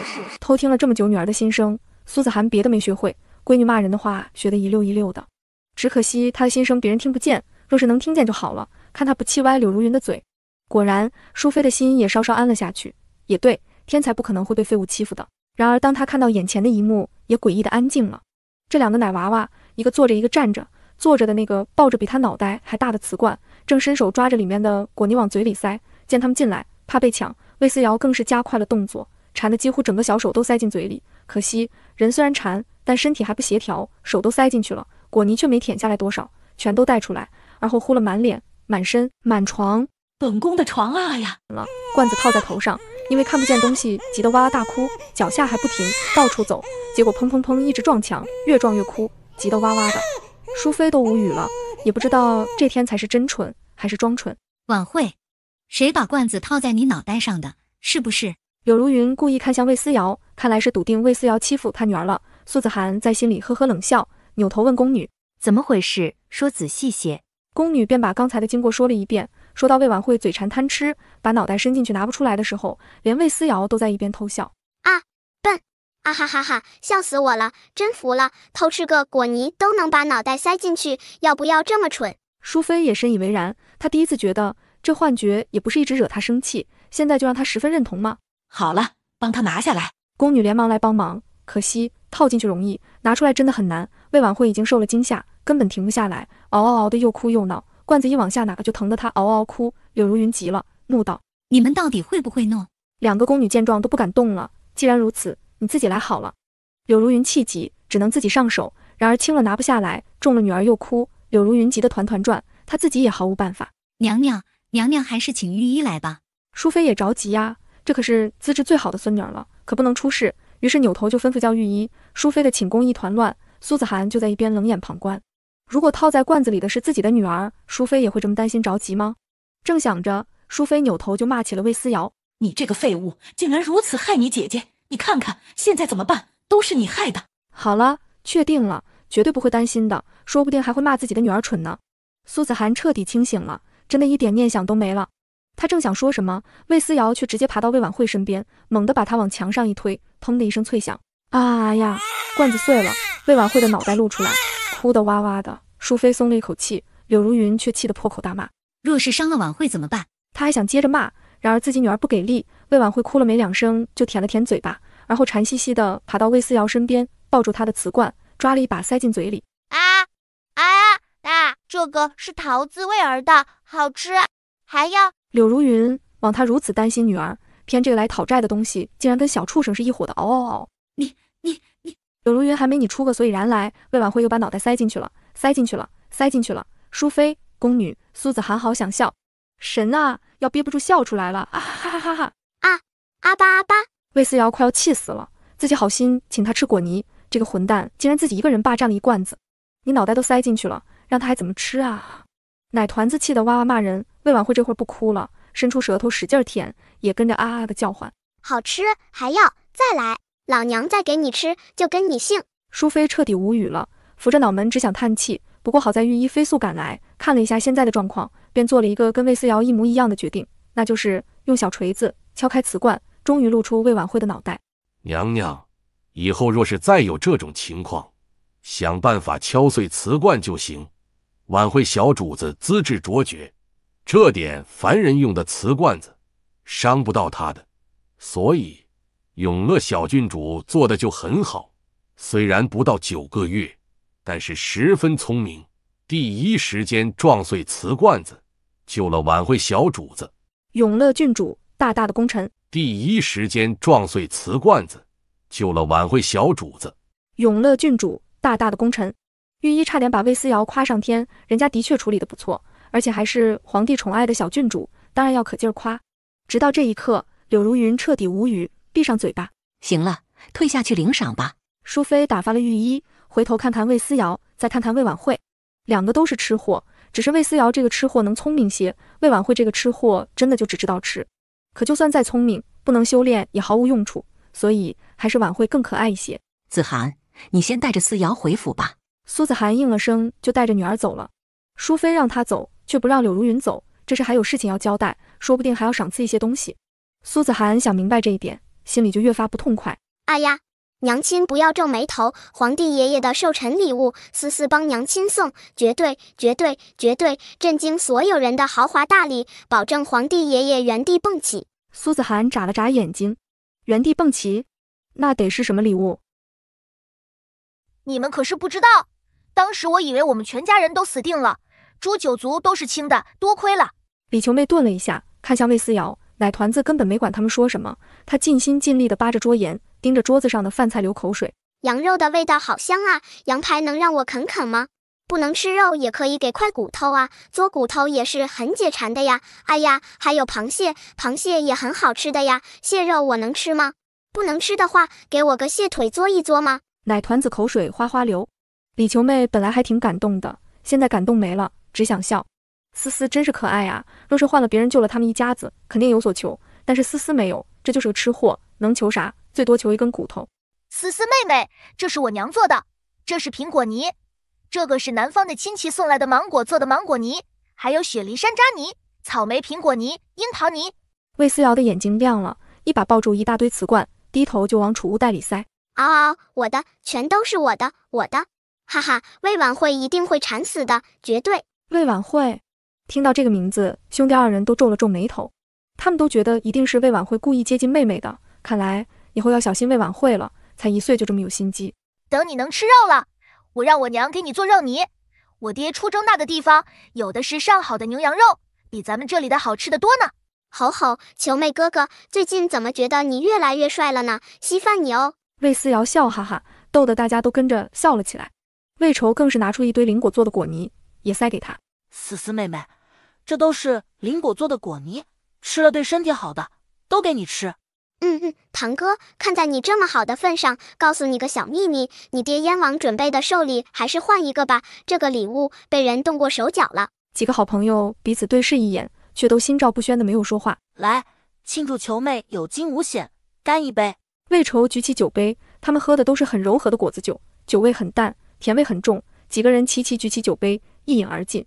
李球妹放下酒杯，就很体贴的把羊排上的肉全都剔掉，然后递给魏思瑶一根骨头。魏思瑶激动到流泪，赶紧抱住骨头，低头猛嘬。好香，好吃，好激动，嗷嗷，是肉，是肉的味道，好香，好吃，好激动，嗷嗷，是肉，是肉的味道啊！感觉好像快要长牙了，不过他这口牙长得还真慢啊，都10个月了才开始长。不过记得老人说过，牙齿长得晚就掉得晚，看来他能吃很久的美味佳肴了，哈哈。球妹哥哥，你人不错，那也告诉你一个大瓜吧。李大人此次出征，小心2个人，一个是他从京城带走的人，一个是幽冥16州一个阳关，好像叫赵明礼。哎呀，我记得也不是很清楚。总之这2个人，一个是奸细，一个是魔族的人。当初那个被派去幽冥16州的人，就是信了这2个人，才导致幽冥16州3日完全沦陷，最后被皇帝爷爷以失职的罪名斩首示众。斩首示众。魏愁担忧地看向李球妹，少年咬了咬牙，一口气喝光杯子里的酒。荣轩、子轩，我们老李家欠你们的，放心，我记着，我哥哥们记着，我娘、我爹都记着，今儿就不待了，我先走了。李球妹抱了抱拳，扭头走了。魏愁看看几个好兄弟也抱拳走了，他也得赶紧回家，回去看看他那自寻死路的爹到底找了个什么要命的寿礼。好好的聚会就这么散了。母妃，思思和魏晚会之间发生了什么吗？苏子涵便把皇宫里的事情说了，不过没提柳如云抬着箱子回来的事情。不过魏荣轩心里也有数，淑妃把人单独留下，肯定是有交代，这才是重点。过几天皇上大寿，你们几个都得去，叫魏锦成来，他的新衣裳也做好了。柳如云住进来之前，魏锦成还天天给苏子涵问安，现在嘛，半个月能来4、5次就已经很多了。苏子涵全当不知道，依旧表演着一个疼爱养子的好母亲，天天让云香去嘘寒问暖。可魏锦成毕竟年轻，藏不住，也演不像。于是府里渐渐起了流言，下人们都说锦成少爷最近有些飘了，似乎不把王妃娘娘放在眼里了。公子，您看。魏锦成的小厮双寿小心翼翼询问，毕竟最近府里的风言风语实在是有点多。不然您还是多往王妃娘娘那里跑跑，这些话着实不好听。知道了。魏锦成打发了小厮，心中不爽，去的多还是少，自然是自己说了算。府里的奴才就是多嘴多舌，等他掌管了齐王府，一定拔了这些奴才的舌头。魏锦成皱紧眉头，冷哼一声进了演武场。不过他并没有修炼，而是从演武场一处小门直接进了柳如云的院子。住到这里，方便他经常进出。魏锦成自然没时间再去苏子涵那边。锦成，柳如云看到儿子便十分开心，拉着他走到木箱边道：“这都是淑妃娘娘赏赐给咱们的，这些丹药都是给你的，还有衣服。”说到底，淑妃还是疼爱自己的，不是吗？苏子涵可什么都没有呢。柳如云心中得意，嘴上还是担忧儿子。锦成，最近府里下人胡说八道，我看你还是多去苏子涵那里问安比较好。不去，她又不是我娘亲，还要天天管着我，我连开口说什么话都得考虑清楚了才能说。我不喜欢她。少年说出了心里话，他本来就不喜欢苏子涵，就是因为这个女人，自己从小不得不离开母亲，被寄养在她膝下，说话做事还得三思而后行，不然就会像现在一样，被一群奴才窃窃私语。娘知道，娘也不喜欢他。柳如云听得心花怒放，瞧啊，这是他亲生的儿子，苏子涵养了10年又怎么样？心里依然只有他这个娘。只是你皇帝爷爷寿辰，到时候你还得跟着苏子涵进宫，娘怕他为难你。哼，为难就为难，齐王府将来是我的，到时候我第一个把他赶出王府。若是苏子涵听到这话，一定会气死吧。柳如云越想越开心，他巴不得苏子涵赶紧听到这些，却又不希望苏子涵听到。若是苏子涵知道了，他儿子就完了。对，忍耐，忍耐。于是他又劝了好一会儿，这才把魏锦成劝回去。魏锦成回去没一会儿，果然云香就来请他了。到了王妃住处，魏荣轩和魏子轩已经在了。他来的有些迟，魏锦成赶忙道：母妃最近修炼到了紧要关头，所以来迟了。母妃知道，你尽心尽力修炼便是，我这里可以不来也没关系。若是下面有奴才嚼舌根，你尽管告诉母妃，母妃给你做主。府里的风言风语，当家主母又怎么会听不到？但苏子涵真的巴不得魏锦成不来，这孩子将来就是用来恶心魏宏远的，留下正好，但是不要来自己面前蹦跶就行。魏锦成闻言这才放心，心中更加笃定，以后能不来就不来。这是这个季度的丹药。对了，菌菇汤还在一直喝吗？是，师傅说菌菇汤对我大有益处，多谢母妃。哦呵，还在喝呀？那可真是要给你鼓掌了。娘，魏荣轩这个废物，占着茅坑不拉屎，还不如死了算了。他可不能死，他就是你们兄妹俩的替换，将来你们若是灵根受损，正好挖他的换给你们。魏锦成眼睛一亮，终于露出笑容。原来不光是个废物，还是个移动的人体灵根仓库。呵，也对，这废物也就这点用处了。你父王说了，会给你准备一份单独的礼物，这次在皇帝面前，你可要好好表现一番，知道了吗？能不能入了皇帝眼，进而挤掉魏荣轩成为齐王世子，就看这回了。我知道了，娘，你放心。而另一边，李求妹也将自己听到的心声告诉了李元贞夫妻。夫君，自己人这边咱们要如何分辨啊？另一个人连名字职业都有了，很好找，但是这个从京城带走的人却让林文初十分忌惮，因为想找出来太难。李元贞想了一下道：也不难解决，总之老夫要等到皇帝寿辰之后才会离京，等我再给皇帝上份折子，到时候什么都知道了。见亲爹有主意，李求妹这才松了一口气。总之思思妹妹的心声她带到了，一切就只能靠爹爹万分小心了。李求妹这边进展顺利，不过魏愁那边进展就不怎么顺利了。父皇，都传开了，说您准备的礼物绝对震惊四座，是整个大周乃至天下独一份。儿子这几天吃不好睡不好，抓心挠肺的好奇。父皇，反正明天就是皇帝爷爷寿辰了，您就给儿子看一眼，就一眼成吗？燕王魏子期晚上喝了点小酒，正是心情好的时候，魏愁这马屁又拍得恰到好处，他一高兴就叫上府中子嗣一起去司库参观。长子魏秦带路，魏子期盯着长子的背影，心道他家的儿子可比齐王家的强多了。自家长子虽然不是天才，但天赋也不差，现在练气7、6层，简直秒杀南间那一群富家子弟。嘿嘿，想必整个京城内，不，整个大周，14岁之前达到练气7、6层的都没几个吧。这么一看，自己儿子还真是很优秀。至于魏愁，魏子期不屑地撇嘴，没修为是个废物也就罢了，还长得丑，瞧瞧那根大饼一般的大胖脸，可惜他娘是京城里有名的大美人，怎么能生出这么一个又胖又丑的废物？这孩子不会不是自己的吧？燕王越看魏愁的脸，越觉得这孩子说不定还真不是自己的。不行，有时间得好好查一查。很快，一行人来到了司库。这是……众人惊呼一声，魏秦得意开口：“这是一个凤凰蛋，而且马上就要孵化出来了。破壳而出的凤凰，第一眼看见谁，就会把谁认作主人。我大周还未有一个人养过神兽，听说七星堂有一只神兽凤凰，咱们这只恐怕是整个大陆第2只凤凰了。你们说金贵不金贵？”凤凰蛋。周围响起抽泣声，众人皆瞪大眼睛。世上神兽也就只有高等级的修士才有缘见过吧，他们真的从未见过呢。魏愁也在认真打量着这个凤凰蛋。思思妹妹说过，这蛋被人做过手脚，呈上御前，他们一家都是死罪。可他这个肉体凡胎，真的瞧不出来有什么不一样的地方。怎么办？这事儿他该如何开口，父皇才会信他？蹙眉的时候，魏子期就要把凤凰蛋收起来，眼看没时间了，魏愁咬牙豁出去了。他假装脚底打滑，直接扑到箱子上，把凤凰蛋撞飞出去。这只蛋啪叽一声砸在地上，稀碎的，谁都没有注意到。蛋内涌出一丝黑色的气息，直冲魏琴而去。魏琴有修为，虽然不知道发生了什么，但第六感却让他感觉到了危险。他想也不想，直接躲在魏仇身后，那黑色的气息便钻进了魏仇的身体。魏仇只觉得浑身冰冷，连骨头都要动起来了，牙关咬得咯咯咯响，脸色煞白，冷汗直流。神，什么情况？混账！你竟然砸了父皇准备的寿礼！魏琴先咬牙开口，他察觉到危险消失，应该是魏仇替自己挡下了，但那又如何？比起那根本不确定的危险，凤凰蛋现在才是最重要的。果然，魏子弃惊的酒都醒了，燕王勃然大怒，二话不说命人把魏仇关了起来。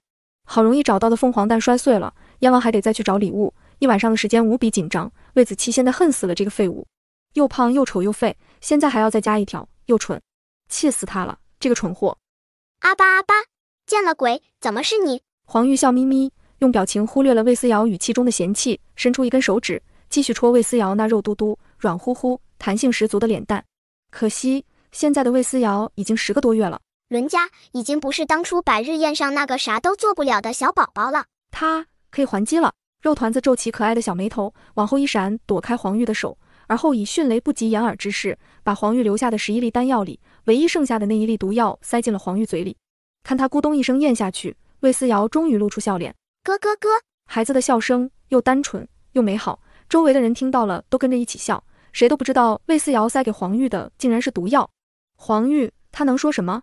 青出于蓝而胜于蓝，这丫头果然天生就是给自己当徒弟的料。黄玉忽然就笑得更灿烂了，看得魏思瑶头皮发麻，他下意识就想退后，果然下一秒黄玉突然靠过来，狠狠亲了他肉脸蛋一口，顺便低声威胁：亲到了，毒传给你了。阿巴，啊呀呀，阿巴阿巴阿巴，你是不是有大病？我真服了，日了狗嗷嗷。奶团子气得破口大骂，小肉手不断在脸上摸来摸去，嫌弃的表情表露无遗。毒医圣手心情十分舒畅，嘴角的弧度也不自觉变大。艾玛，他就说这世上不会有人暗算的了自己，更何况用的还是自己炼制的毒药，这点毒性根本不算什么，而且他身上还有解药。黄玉笑眯眯，下意识就想吞解药，结果下一秒张嘴哇的吐出一口血来，怎么会这样？他惊了，抬头看魏思瑶，奶娃娃脸上挂着2个大泪泡，撅嘴皱眉，嫌弃的不要不要的。他正翻着储物袋，先用花露给自己擦干净，再消毒。嗷呜，毒，走开，毒，走开，走开。再看看黄玉，这厮竟然还真的吐血了，小丫头泪泡还挂在眼下呢，嘴巴却咧开笑了。这货不会真的以为那丹药会原封不动的还给他吧？哈哈哈哈，中招了吧，爽！就是这么开森。师尊，师尊你没事吧？哈哈哈，你们师尊吃了他自己的丹药，中毒了。耳边响起的声音让众人一副见到鬼的表情。黄玉不是毒医圣手吗？瞅瞅这名字，不就代表医术高超，用毒更高超吗？这还能中毒？还是吃自己的丹药？怕不是吃了过期的丹药？不少宗门的人还在为黄玉解释，奶团子撇嘴，没过期，只是伦家给他加了一点点料。草药这种玩意儿，用对了是药，用不对就是毒，相生相克，一不留神就能血溅当场。魏思瑶只是稍稍加了一味相克的东西罢了。啧，效果还不错，哼，让你戳老娘脸蛋。他肉嘟嘟的可爱脸蛋是留给娘亲亲的，你这个变态离人家远一点。师尊，师尊。黄玉却淡定的一摆手，细细回味了一下口腔里的味道，只见他随便又拿出几种灵植，甚至都没炼化成丹药，直接塞进嘴里咽下，果然很快就好多了，只是身子还有些发软。儒雅男子的眸子死死盯着魏思瑶，半晌笑笑：齐王妃，本尊没看错人，你的女儿的确最适合做我黄玉的弟子。被下毒，他真的一点都不生气，自己宗门弟子众多，还没有一个有如此的鬼精明。奶奶的，终于找到下家了，他脑袋上这顶帽子终于可以丢出去，然后自己就可以抛弃医术，抛弃治病救人，好好的玩毒药去了，爽。果然是个变态，鉴定完毕。王妃，怎么回事？刘内监察觉到这里的骚动，特地过来看看。子涵，你怎么连孩子的都管教不好？到底是怎么弄到毒医圣手吐血的？魏宏远这次还真没冤枉魏思瑶，然而苏子涵讨厌他质问的语气。再说，毒医圣手怎么了？思思才10个多月，他能有什么坏心思？这仙尊吐血了，严重吗？找御医给您看下吧。刘内监知道宫里的御医比不上毒医圣手，别说黄玉，连黄玉手底下的人都比不上，但还是要说一下的。黄玉摆摆手，保持得体微笑，温文尔雅：无事，我就是过来看看我的亲亲小徒弟，他真的越来越可爱，越来越聪明了。那您吐血？哦，逗他玩而已。吐血逗婴还玩，也是没谁了。皇上驾到！众人纷纷回到席位准备好，齐王却狠狠瞪了苏子涵一眼。你就该把这个惹祸的东西送到他哥哥那边的席位上。3个儿子的席位在太子后面，跟他们是分开的。魏宏远觉得这个女娃娃就是个克星，专门惹他不痛快的。这个渣渣爹真的是越来越讨厌了。哦呵，你不惹事，别把别人的孩子寄养在娘亲名下呀！啧，还要伪装成战场遗孤，你可真不惹事啊，齐王殿下。坐得远的听不到，但齐王身边的群众却猝不及防被塞一口瓜。哎呀妈呀，这信息量也太大了吧！别人的孩子，谁的孩子啊？哎呀妈呀，这信息量也太大了吧！别人的孩子，谁的孩子啊？总之肯定不是齐王的。有瓜吃，所有人都支棱起耳朵偷听，甚至有人干脆闭上嘴停下聊天，专心竖起耳朵偷听。哎妈，急死了！刚才那声音也不知道是谁的。总之，你快一点往下说啊，到底是谁的孩子？啧，有了妻子却背着妻子，跟妻子的表妹混在一起。齐王你可真是好样的，还没过门呢，就已经生下儿子，儿子还跟魏子轩一般大。啧，可怜齐王妃这顶绿帽子戴了这么久，今年表妹又生下一个女儿，这才迎进门的。啧，还没进门呢，孩子就俩了。哦，对了，头一个儿子不是你的哈，头顶一片青青草地，还要把别人的孩子含辛茹苦养大，连齐王府都一并送出去。渣齐王你又绿又大度，也是没水了。有人不小心摔碎了手里的杯子，心中直呼刺激。我的妈呀，真的太刺激了好不好？小妾生的第一个儿子竟然不是齐王的。一时间吃瓜群众纷纷望过来，连带着看齐王的眼神都变得十分古怪。这些人为什么如此看着自己？这些人为什么如此看着自己？燕王看了眼这个弟弟，一脸欲言又止。他顺便又好奇，刚才的声音到底是谁啊？他看了半天都没找到说话的人呢。不过这瓜可真大，真刺激。现在他一看到魏宏远，都觉得这人的脑袋冒绿光，真的不要太耀眼。于是，在众人吃瓜的眼神之中，皇帝魏楚业姗姗来迟。皇帝做开场发言，一通絮絮叨叨之后，直接开席。听说了吗？齐王府的3公子魏锦城根本不是捡来的战士遗孤，是齐王的私生子。什么这么刺激的吗？本来这心声也就只有修为的人听到了，现在好了，所有人都知道了。更刺激的还在后面，这个儿子不是齐王的，齐王被人戴了绿帽子，头顶一片碧绿森林，刺激不刺激？太刺激了，简直刺激死了好吗？众人的八卦之魂熊熊燃烧，越看齐王的脑袋越绿，简直冒着莹莹绿光。众人低头窃窃私语，却一致避开了淑妃以及齐王一家子。笑话，这种瓜自己吃就算了，派去当事人面前说，这是嫌命长了吗？淑妃眼看众人偷偷打量自己，她也觉得大家的目光十分奇怪，但也没过多在意。把永乐郡主带上来。马上就是献寿礼的环节了。这些贺礼，她很想听听大孙女的心声。旁人不知道皇帝的心思，只觉得震惊。齐王绿帽子都戴冒光了，谁想生的这个闺女却入了皇帝的眼。旁边燕王更是忍不住凑过来低声道：老12，你生了个好闺女，有什么用？不过是个不能修炼的废物罢了。皇恩圣宠，也宠不成天才，真的屁用没有。燕王有些诧异，再想想被自己关在柴房里的魏仇，他也忍不住点头。你说的也没错，他们燕王府也只能指望长子魏秦，老12的3个嫡子都是废物，真的谁都指望不上。父皇，儿臣为父皇送上5品妖兽赤焰白玉虎。太子魏如期先站出来献上礼物。待看到阵法困住的硕大老虎，众人俱是一脸震惊。5品妖兽已经结出妖丹，妖丹对于修炼之人有大用处，而且5品妖兽约等于金丹期的修为，这一身皮毛连带骨头都是好东西啊。最重要的是，赤焰白玉虎若是养到8品，就可进化成赤焰白虎，跟神兽白虎就差了一点而已。哦呵，这老虎不错哟，太子大伯费了好大劲弄到的。我记得太子好像还因此受伤了，虽然得到医治，但是赤焰白虎的虎毒却还有残留。魔族宵小攻进来的时候就利用这一点，太子为了不做魔族宵小傀儡，自裁于临绿关。闻言，皇帝的心猛地一颤，连他左右的太后和皇后心里都是一阵突突，尤其皇后。太子是他第一个儿子，聪慧又有天资，修为能力治国都不错，这样一个完美的孩子，竟然会在面对魔族宵小的下三滥手段面前下定决心自裁。皇后月燕莎顿时红了眼睛，皇帝更气得皱起眉头。魔族宵小又是魔族，这些人早在1000年前就被赶到北边苦寒之地，这怕是又蠢蠢欲动了。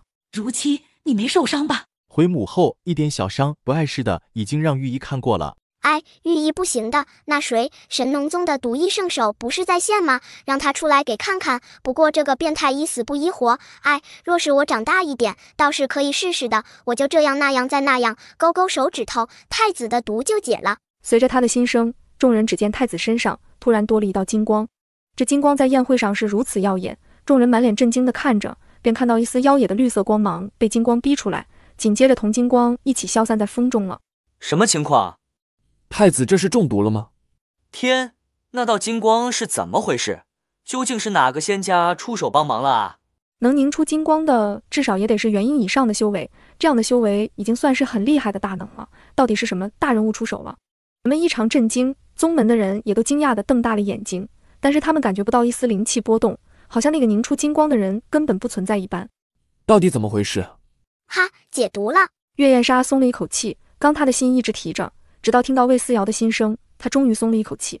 她的儿子没事了。看着皇帝怀里抱着的奶娃娃，月燕莎是越看越喜欢，甚至都不去管自己儿子了，低头开始逗弄魏思瑶。永乐，永乐，看皇奶奶，叭叭笑一个。咯咯咯。魏思瑶十分配合，因为看皇后做鬼脸什么的，她3辈子都是头一回见啊。皇后奶奶做鬼脸，你是有天分的。底下魏如期也察觉到了身体的变化，她无比确定残余的兽毒已经清除干净了，而且运转灵气也不会出现停滞的感觉了，真的太棒了。太子十分欣喜，抬头却见自己从来不苟言笑的母后竟然在做鬼脸。嗷呜，我的钛合金狗眼要瞎了。不过刚才就自己的到底是谁啊？这声音突然出现，让人摸不到头脑，而且大家都没什么反应，难道就自己听得到？太子有些疑惑，但除了皇帝、皇后和皇太后，周围的人的确都没听到，毕竟离得太远。刚才的事情谁都没反应，太子也只能当不知道，叩谢之后就退了回去。儿臣给父皇送了一幅千里江山图，祝父皇万寿无疆，江山永固。一幅画，燕王竟然送了一幅画，周围的人议论纷纷。不是说画不好，只是这画又不是灵气，也不是法宝，就真的只是一幅普普通通的画。前有太子的五品妖兽在前，这幅画真的不够看啊！咦，不对呀，燕王不是准备送凤凰蛋的吗？为什么变成了千里江山图？凤凰蛋，皇帝果然振奋起精神。他看了半晌千里江山图，忽而问：你一早就选定这个礼物了吗？燕王心里咯噔一声，他的父皇英明神武，既然这么问，说不定父皇已经知道他准备了凤凰蛋了。想到这里，燕王赶紧解释：回父皇，这的确不是一早准备的礼物，只是昨晚礼物被儿臣那无能的三儿子打碎，儿臣只能连夜选了这一幅千里江山图。但不管送的是什么，儿臣对父皇的心天地可见。原来打碎了。魏楚夜刚要点头，魏思瑶的惊呼声便传来了。我去，不是吧？打碎了？我的妈呀，你到底知不知道那个凤凰蛋有多要命啊？按照原来剧情，那凤凰蛋今天会被送给皇帝做寿，可这个蛋被人做了手脚，并且在寿宴上被人打碎，里面的魔气会侵入皇帝体内。英明神武的皇帝从这天开始，脾气会变得喜怒无常，国家治理也会越来越混乱。不出10年，就有人打着清君侧的口号造反，可惜那时候太子已经阵亡，大周再无能继承大统之人。这下连燕王都惊了，他猛地抬头，下意识看向四周，却什么都没看到。此刻4个人的神情都不好看，燕王的冷汗更是眨眼之间就打湿了衣衫。什么？自己送的凤凰蛋被人做了手脚，里面被人埋入一丝魔气，然后父皇他会后面的事情，燕王都不敢去想，越想他越胆战心惊。一阵凉风吹来，冻得他浑身颤颤。直到这一刻，他才明白过来，魏仇哪里是在搞破坏，他简直就是救了自己，救了整个大周。不行，待会他就要回去叫人，赶紧把魏仇放出来。燕王说他三子打碎了凤凰蛋，燕王三子好像是魏仇吧？那个小胖子要完了，皇帝有修为还压不住这道魔气，魏仇没有修为，若是中了这道魔气，怕不是要死了？要死了！燕王心中更震惊了，他没想到事情会变得如此严重。皇太后皱起眉头，她担忧地看向皇帝，前几次还能推到皇帝身上，说什么宫里有上古古籍，古籍上啥都有，可现在怎么办？古籍似乎也不好使了。老三呐，怎么不见他？你是不是责罚他了？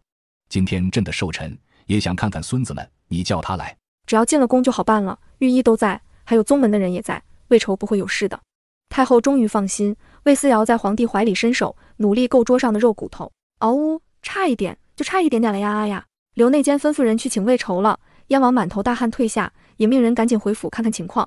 很快就轮到齐王送寿礼了。魏思瑶差点就要够到肉骨头了，可惜他爹一出来，皇帝挺了挺身子，他的肉骨头又远了。奶团子气到流泪，越看他爹越觉得晦气。嗷呜，这个渣渣真的太晦气了，就是天生来克自己的。呜呜，我的肉骨头。对了，我爹送的什么礼物来着？忘记了，反正也不是什么惊世骇俗的好东西，毕竟渣渣爹没钱又没关系。不过这里好像没把娘亲算进去呢。没把王妃算进去？皇帝立刻有些不高兴，自古夫妻一体，齐王送礼还故意把王妃摘出去了。好，那就让他听听这个蠢儿子到底会说些什么吧。父皇，这是碧宝赤神丝做的袍子，针线是母妃做的，刺绣是如云绣的，花费了好些时间呢。哦呵，爹，你真不愧是个渣渣炮灰，张嘴说了这么多，竟然一个字都不带娘亲的。以前是娘亲重病没法来参加宴会，这次娘亲好好的坐在那里，你还是一个字不说。爹，你当炮灰真的一点都不委屈。魏思瑶想起来了，他渣渣爹的确说过一样的话，不过那时候娘亲重病没来，自然也没法做针线，皇帝体谅，这事儿就过去了。现在嘛，他只想说，渣爹，你的头可真铁呀。魏楚夜不知道炮灰是什么，但也能想象炮是很重要的火器，炮灰好像就没什么用处了吧，而且还是炮灰的渣渣，那就更没用了。王妃做了什么？怪不得淑妃当时要让自己先走，单独留下了柳如云，原来不是留下说话，而是留下她做绣工了。明明说好寿辰的礼物一起准备，结果呢？呵，淑妃。父皇，爱妃说了，要单独给父皇准备礼物。齐王这话说出来，柳如云脸上便浮现出笑容，淑妃更是望过来，眉眼之中满是得意。哦，王妃也准备了礼物。魏楚夜望过去，苏子涵的脸色微白。大哥，他们故意做局害母妃，怎么办？魏荣轩也看出来异样，他伸手探入储物袋，摸到了舅舅给他的那一把上古古琴。没办法了，先把这玩意儿当做母妃的寿礼送给皇帝吧，到时候他再同舅舅解释。好，我来处理。魏荣轩恨死了这个脑子有坑的爹，他才要起身，皇帝怀里的奶团子却扶着皇帝的肩膀，嗷呜一声站起来了。对，贺礼，有的，在我这里。魏思瑶开始掏储物袋，掏啊，终于掏出一个小盒子，递给魏楚夜。喏，好东西，皇帝爷爷你先拿着，拿好了，我就要开始做法了。做法？你？皇帝直接给逗笑了。哦，齐王妃的礼物，永乐亲自送给朕吗？奶娃娃重重点头，大眼睛看着魏楚夜接过盒子，而后才开始碎碎念。谁都听不懂这奶团子在说什么，但大家却能清楚地看到，皇帝身后一只七彩火凤凰突然出现，火凤凰引颈长鸣，嘹亮的声音带着独属于火属性的炽热。七星堂的人看到这一幕，下巴都掉了。师尊，那不是咱们七星堂的神兽凤凰吗？青阳真人抹了一把心酸的眼泪。闭嘴！咱们的火凤凰没丢，没丢，骗鬼呢？可算了，你开心就好。火焰瞬间从盒子里卷走一粒丹药，正是黄玉留下的11枚丹药之一。这11枚丹药给林文初吃了1粒，塞给黄玉1粒，余下9粒，别人稀罕的紧。然魏思瑶却不当回事儿，拿出来就随便送人。黄玉看到自己的丹药，立刻眯起眼睛，脑袋里想了1万种毒这奶包子的方法。这娃娃也太气人了，他的东西都能混充自己的送人了吗？生气的时候，只见奶娃娃又拿出1粒灵珠，正是魏荣轩进阶后凝的那1粒。魏思瑶把这1粒也丢过去，2粒珠子被凤凰的纯净之火淬炼，很快融成1粒，落在魏楚夜掌心。好了，上次不是说过皇帝爷爷还能晋升1级吗？吃了就能晋升了。皇帝爷爷，我和娘亲送您的礼物就是晋升1级，开不开心？惊不惊喜？意不意外？新生听到这里，魏楚夜都激动了，整个人抑制不住的颤抖。别说他太后和皇后也都一脸震惊。到底是谁说齐王妃的孩子是废物的？废物能炼出丹药来？虽然是凤凰炼出来的，但一般人也做不到啊。震惊之中，魏楚夜更是当场张嘴，把丹药咽下去了。本来大家还震惊于突然冒出来的凤凰神兽，现在却震惊于皇帝竟然直接吞了凤凰炼出来的丹药。不是，皇上，你这么勇的吗？也不检查看看是什么丹药就吃？而且凤凰能炼什么丹啊？众人大惊，进阶的灵气轰然炸开。直到这一刻，所有人都明白，皇帝竟然进阶了。进阶灵气，好东西，存起来给娘亲、给哥哥用。魏思瑶嗷嗷叫着，完全不受进阶的波动影响，甚至还能张开嘴，不断将灵气吸入肚子里。皇帝爷爷你不错哟，懂事，还知道拿走1颗再还1颗的道理。魏思瑶美滋滋，直到把所有的灵气波动都吸纳完，而后吐出一个深蓝色的珠子。嘿嘿，成了，不错不错。他赶紧把灵珠揣进储物袋。阿巴阿巴，恭喜皇帝爷爷，贺喜皇帝爷爷。能不喜吗？他都60了，才进阶金丹期。若是宗门的人，60至少都元婴了好吗？哎，当皇帝累呀，也静不下心来，天天各种事情扰了清静，所以自古皇帝的修为都不高。而现在他竟然进阶金丹了，感受着体内源源不断运转的灵气，魏楚夜喜上眉梢，整个人更加精神焕发了。恭喜皇帝，贺喜皇帝，进阶金丹。柳如云和淑妃被一粒丹药压得脸上无光，现在谁还去看那昂贵的碧宝赤神丝的袍子呢？当然是皇帝进阶最重要。这里面可是用了我大哥进阶收集起来的灵珠，最纯粹的灵气。皇帝爷爷你捡了大便宜呢，这种灵气你都不用提纯，直接就能吸收。哎呀，若不是我哥这个天才，你都没法进阶呢。皇帝爷爷你还怪有福气来。原来第二粒珠子是魏荣轩进阶的灵珠。魏楚夜一想到那股纯净到极致又霸道的灵气，顿时心中震动。齐王妃的3个孩子都是废物，人尽皆知，可现在一看好像也不是这么回事。至少荣轩就是个天才，仅仅是如此纯净的灵气就能代表一切。可这事儿他的蠢儿子好像并不知道啊。皇帝微微蹙眉，再想到齐王对孩子们和王妃的不喜，他便心知肚明了。至于荣轩的事情，他不会告诉这个儿子。齐王妃送的这份寿礼，朕十分喜欢，来人赏。赏什么？紫云晶那是成堆成堆的给，这是给苏子涵的。紫云晶可以在宗门之间换更好更昂贵的东西。黄金也是成堆成堆的给，魏思瑶喜欢金子，那就多给一些。至于2位公子，正好有宗门送的赤骨丝，给2位公子做身袍子。另外，赐2人南间自由行走。南间自由行走，这下所有人都炸了。疯了吧？南间自由行走？南间是什么地方？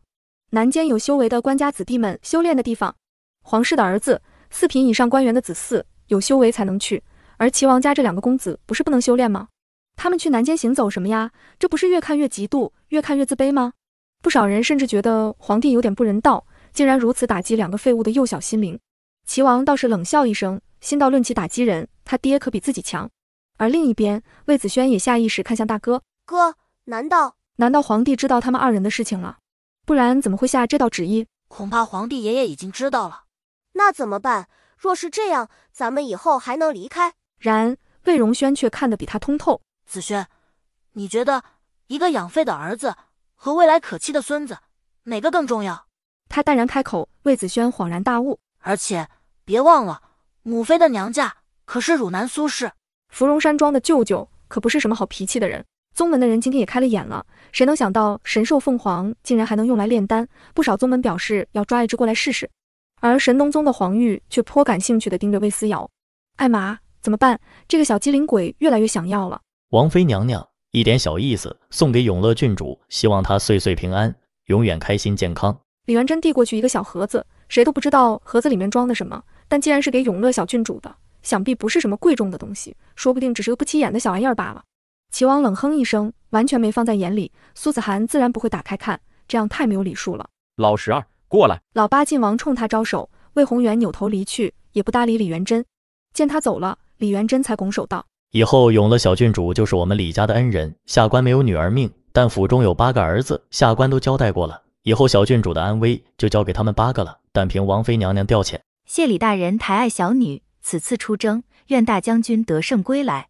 2人简单说了几句，李元珍便扭头离开了，主要是为了避嫌。魏思瑶现在脑子里只余下吃，今晚上他甚至连一口奶都没喝，皇帝甚至命人专门弄来了软烂的蔬菜，亲自一口一口的投喂奶团子。土豆泥还不错吃，不过可以里面加点牛奶，再加点胡椒粉哦。人家喜欢咸口，可以加一丢丢盐巴，这种的土豆泥最好吃。皇帝都惊了，几个人更是目瞪口呆的看着魏思瑶，心道：你可真是个会吃的吃货呀。将儿，驸马他怎么样了？皇太后担心自己的小女儿，眼睛止不住的打量慕容羽。魏将笑了笑，脸上有欣慰，又有些哀伤。皇帝分了3个御医，专门住在他府上，就是为了时时注意驸马的情况。然而身体虽然逐渐好转，能抓能走了，但是记忆依旧迟迟不曾恢复。还不错，就是还是想不起来。驸马爷爷一定会想起来的，一定会的。我的金手指一定是心想事成，所以一定会好起来的。听到他的心声，宁国公主又心酸又感动。阿巴抱。奶团子冲驸马伸出沾满土豆泥的小脏手，慕容羽本来木头一般毫无表情，但是看到魏思瑶小胖手的那一瞬，他的脑袋突然嗡的一声，脑袋忽然钻心的疼。荣羽，你没事吧？驸马勉强睁开眼睛，自面具后望过来，只见自己心爱的女子满脸着急，而且容颜看起来也苍老了几分。慕容羽又心疼又疑惑，降将儿。等了数年的呼声，仅仅2个字，却让魏将惊喜万分，一时间数十年的委屈和担惊受怕全部烟消云散，余下的只有欢喜。慕容羽这是想起来了，然开心不过3秒，男人倏地晕了过去，皇帝赶紧命人抬去医治，然而再醒来，慕容羽依旧什么都不知道。派去燕王府的人把小胖子魏愁接来了，魏愁的情况很不好，身体忽冷忽热，奄奄一息，而且最让人惊恐的是，180斤的小胖子才经过几个时辰就瘦得皮包骨，御医诊断出了魔气，一切跟魏思瑶的心声一模一样。老十二，你先别走，哥哥向着你，告诉你个今日寿辰宴上人尽皆知的秘密。大哥，能去南间行走是件好事，什么时候去告诉我一声，我为大哥带路。魏锦成试探开口，然魏荣轩只是淡淡点头，应了一声之后便再没说话。他不好再开口，只能转而询问魏子轩，然魏子轩已经靠着马车呼呼大睡了。魏锦成问不出个所以然来，回府之后就从演武场的小门去了柳如云那里，一进门便大发雷霆。皇帝是不是老糊涂了，竟然让2个没有修为的人去南间？若是不小心被搞死了，算谁的？魏锦成气呼呼，转念又道：娘，你确定他们都是废物？不然怎么会允许他们去南间？去就去吧，反正一辈子都没办法修炼，齐王府都是你的，你还怕什么？娘看，去了南间也好，方便你看管监视，这2个废物翻不出什么水花来。废物就是废物，去了南间也是废物。魏锦成这才放心。仙尊有何指教？苏子涵怀里抱着魏思瑶，奶包子今天宴会上吃的不少，正躺在他娘亲怀里哼哼唧唧。好像吃撑了，娘，给揉揉肚肚，娘。奶团子一个劲儿往他怀里拱，苏子涵便笑着给他揉肚子，奶团子舒服的哼哼唧唧的，真的连一个眼神都没分给黄玉。独一圣手笑笑，本尊很喜欢永乐小郡主，见一次这喜欢更胜一分。我这个做师傅的准备了些礼物。礼物？不稀罕不稀罕，什么礼物能比皇帝爷爷和皇祖奶给的礼物贵重？紫云经他都有好几块了，这世上还没有紫云经买不下来的东西呢。奶团子哼哼唧唧，对黄玉的礼物不屑一顾。本尊准备了一些好东西，比如说这个8品曼陀罗伞，无色无味，能让人陷入幻觉而不自知，永乐想做什么就能做什么。原本兴致缺缺的奶团子瞬间瞪大眼睛。还有这个7品辅星丸，如果不吃解药，5脏6腑将会在1个月内全部腐烂。忘尘丹能让人忘记一切，断魂丹让人死得无声无息，谁都查不出来。无常丹可解毒，也可是剧毒。魏思瑶一双眼睛闪闪发光地盯着黄玉手里的东西。我去，不愧是变态的头头，这都准备了些什么玩意儿啊？太刺激了吧！这全都是毒药好吗？艾玛，我喜欢。永乐想要吗？要了，你就必须做人家的徒弟了哦。拿了就得做你的徒弟，想得美哦。魏思瑶哼了一声，默默伸出白嫩小手。一次不够，你得经常给，总是给，多多给，那我就勉勉强强考虑考虑做你徒弟的事儿吧。奶包子哼哼唧唧，他不是为了给某些人做徒弟，他是为了这些丹药能有用武之地。嗷呜，人家就是这么懂事的好宝宝。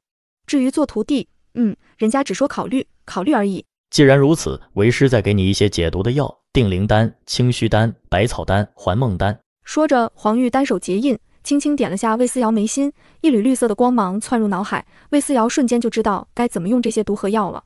他还能说什么？只能说这厮真是多此一举，要是他不会用，还要个什么劲儿啊？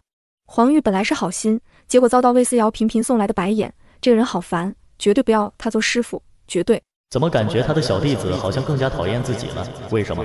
等他大一大，我再带他去神农宗游历。这孩子天生就是做独一圣手的料，乔乔听见毒药那兴奋劲儿，只可惜太小了，还不会走路，更不会说话。刚给他的使用方法，不知道这奶团子能不能理解，可能连看都看不懂吧。黄玉长叹一声，只恨时间过得太慢，要是一眨眼就12岁了，他绝对立刻把人打包带走，立刻。黄玉丢了一大堆好东西，而后起身告辞。真是来也匆匆，去也匆匆。苏子涵则一脸担忧地盯着魏思瑶。思思，这些东西母妃帮你收着好不好？乖乖，各种毒药啊，独一圣手是不是脑子有问题？不然为什么给一个10个多月大的奶团子塞毒药？一不留神，整个齐王府能死一片吧？不给，我的，都是我的。娘亲，你放心，思思知道手里的东西都是什么，我分得清楚该给谁下毒。这心声光听前面还挺好，苏子涵还挺安心，然而听到后面苏子涵都懵了。等等，最后那句话你再给娘说一遍。然奶团子已经迅速把毒药和丹药收进了储物袋，而后把储物袋塞到凤凰的小翅膀底下，顺便把鸟丢出了窗户，躲起来。嗷嗷嗷！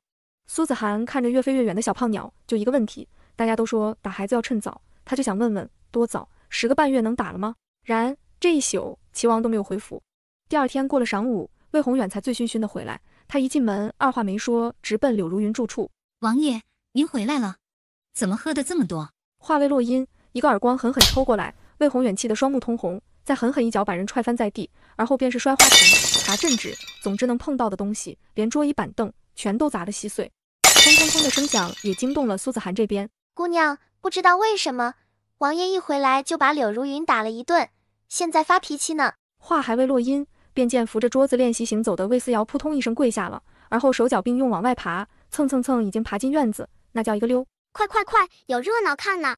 娘，大哥二哥，赶紧跟上！啊哈哈哈哈！打，继续打，不要停！最热闹的地方，一定等我过去再来啊！这奶团子干啥不行，吃饭第一名哦，吃瓜也是第一名，毕竟都是吃字辈的。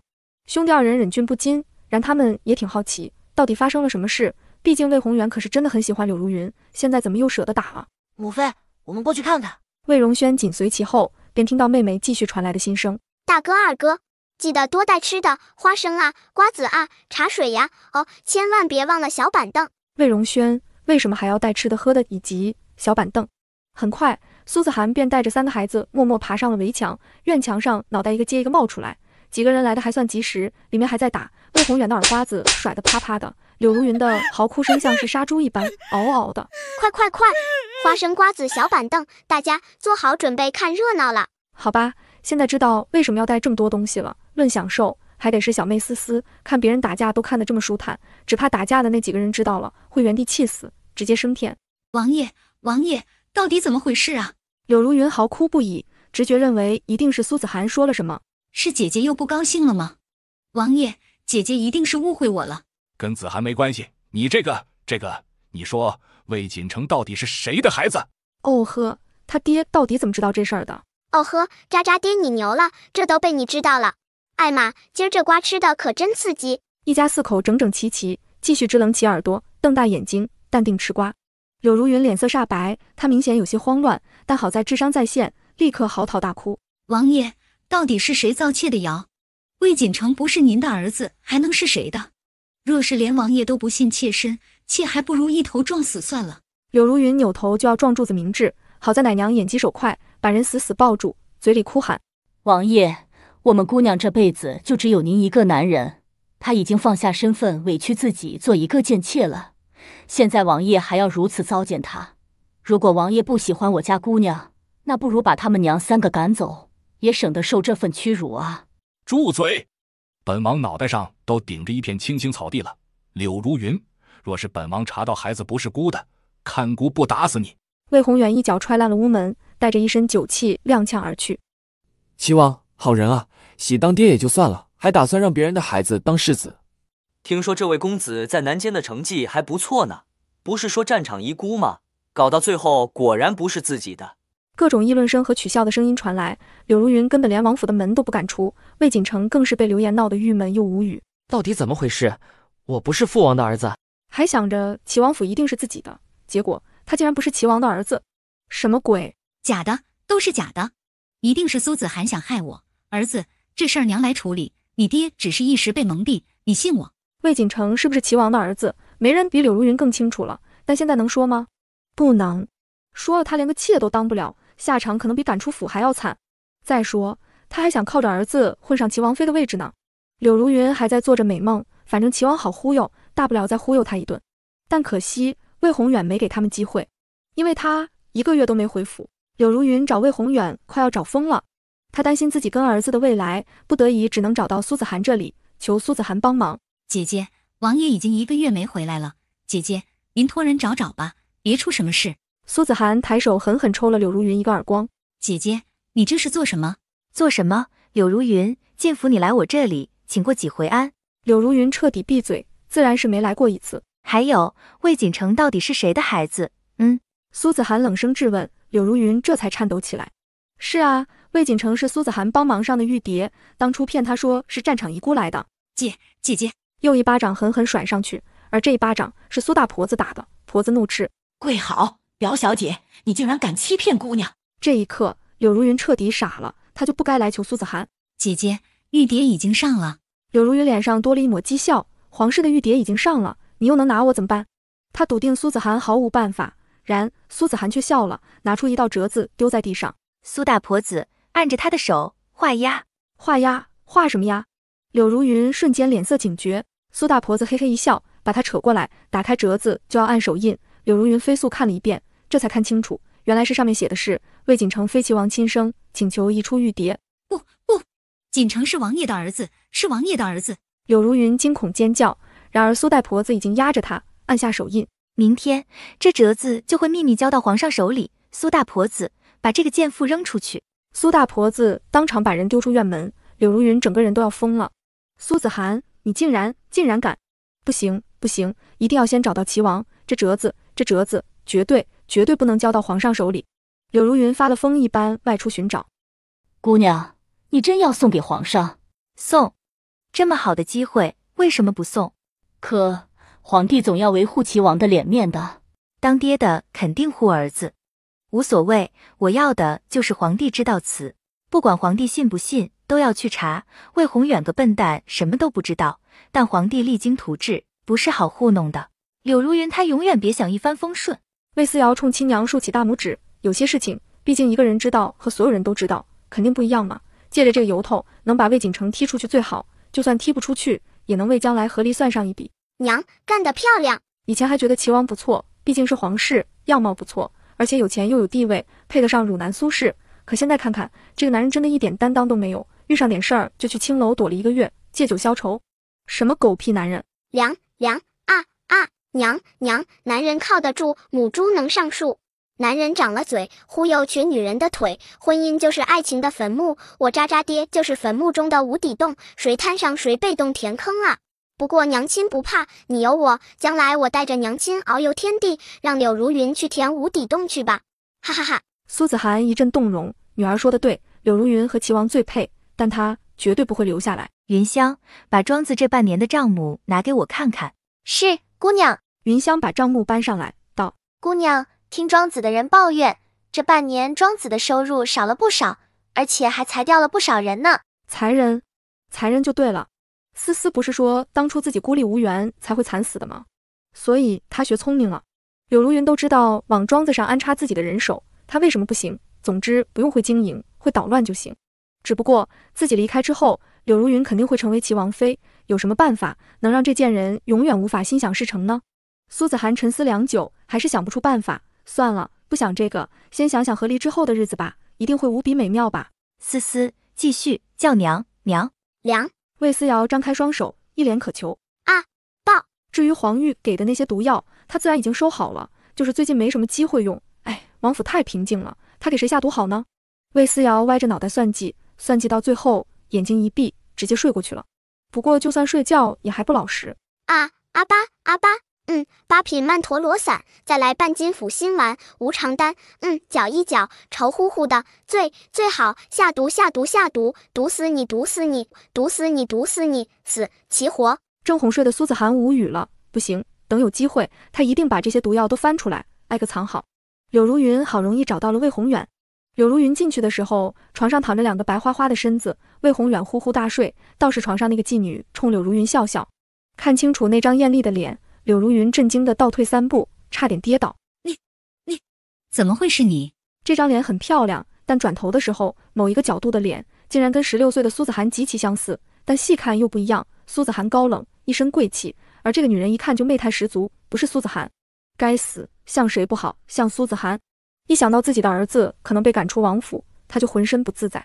不行，他得先把王爷带回去。齐王酒醒之后，看到柳如云，果然又是大发雷霆，打杂的声音勾起了魏思瑶的八卦之魂，分分钟抱起小板凳就往这边走。可惜他现在走路还不稳，走着真没有爬得快。可爬的话，小板凳就拿不住了。奶团子看看小板凳，再看看自己的小肉手，陷入了迷之沉默。姑娘，那边把门窗都关了，打了一会儿就没动静了。老身觉得表姑娘一定是说了什么，王爷的火气消了。火气消了？不能吧？奶团子听得一愣一愣的，都戴绿帽子了，堪比杀父之仇啊！这么大的怨恨，就这么消气了？咋的？他爹戴绿帽子上瘾啊？换成自己都不能忍，他渣渣爹怎么就忍下来了？魏思瑶觉得不可思议，苏子涵则直接摆烂，爱干嘛干嘛去吧，反正折子已经递上去了，他什么都不怕。告诉外面的人，魏锦城就是我的儿子，谁要再胡说八道，那就等着齐王府的状纸吧。听到这件事，魏思瑶都惊了，他这个渣渣爹是真的打算把绿帽子贯彻到底了。渣渣爹，不愧是你呀！王爷，姐姐因为锦城的事情生气，逼着我在非亲生的折子上画押，现在折子已经递到皇上那里去了。王爷，这可如何是好？什么？递上去了？魏宏远也知道其中的严重，二话不说直奔皇宫。可惜皇帝不见他，如果查出来是假的还好，如果是真的，那可真丢了整个皇室的脸，连魏楚业都开始头疼。这件事到底要怎么处理才好？齐王这个笨蛋，只会给朕惹麻烦。至于后续，暂时没有。皇帝心里也很乱。然柳如云和苏子涵的关系已经到了水火不容的地步，只是齐王没感觉。他现在恋上了满春堂的彩梨，几日就要去一趟。苏子涵知道了，只是冷笑。齐王薄情，以前这薄情是用在自己身上，现在柳如云怕不是也要好好体会一番了啊？真是想想就开心啊！芙蓉居，柳如云也气红了眼睛，一想到满春堂那个女人那张脸，柳如云咬牙起身。既然如此，也不能只有我一个人生气吃醋，苏子涵得咱俩都不好过才可以。想想他当初进门的时候，苏子涵有多生气，若是把彩梨抬进门呢？到时候只要自己能笼络好彩梨，他们俩就是一条船上的，到时候一起对付苏子涵，岂不是更好？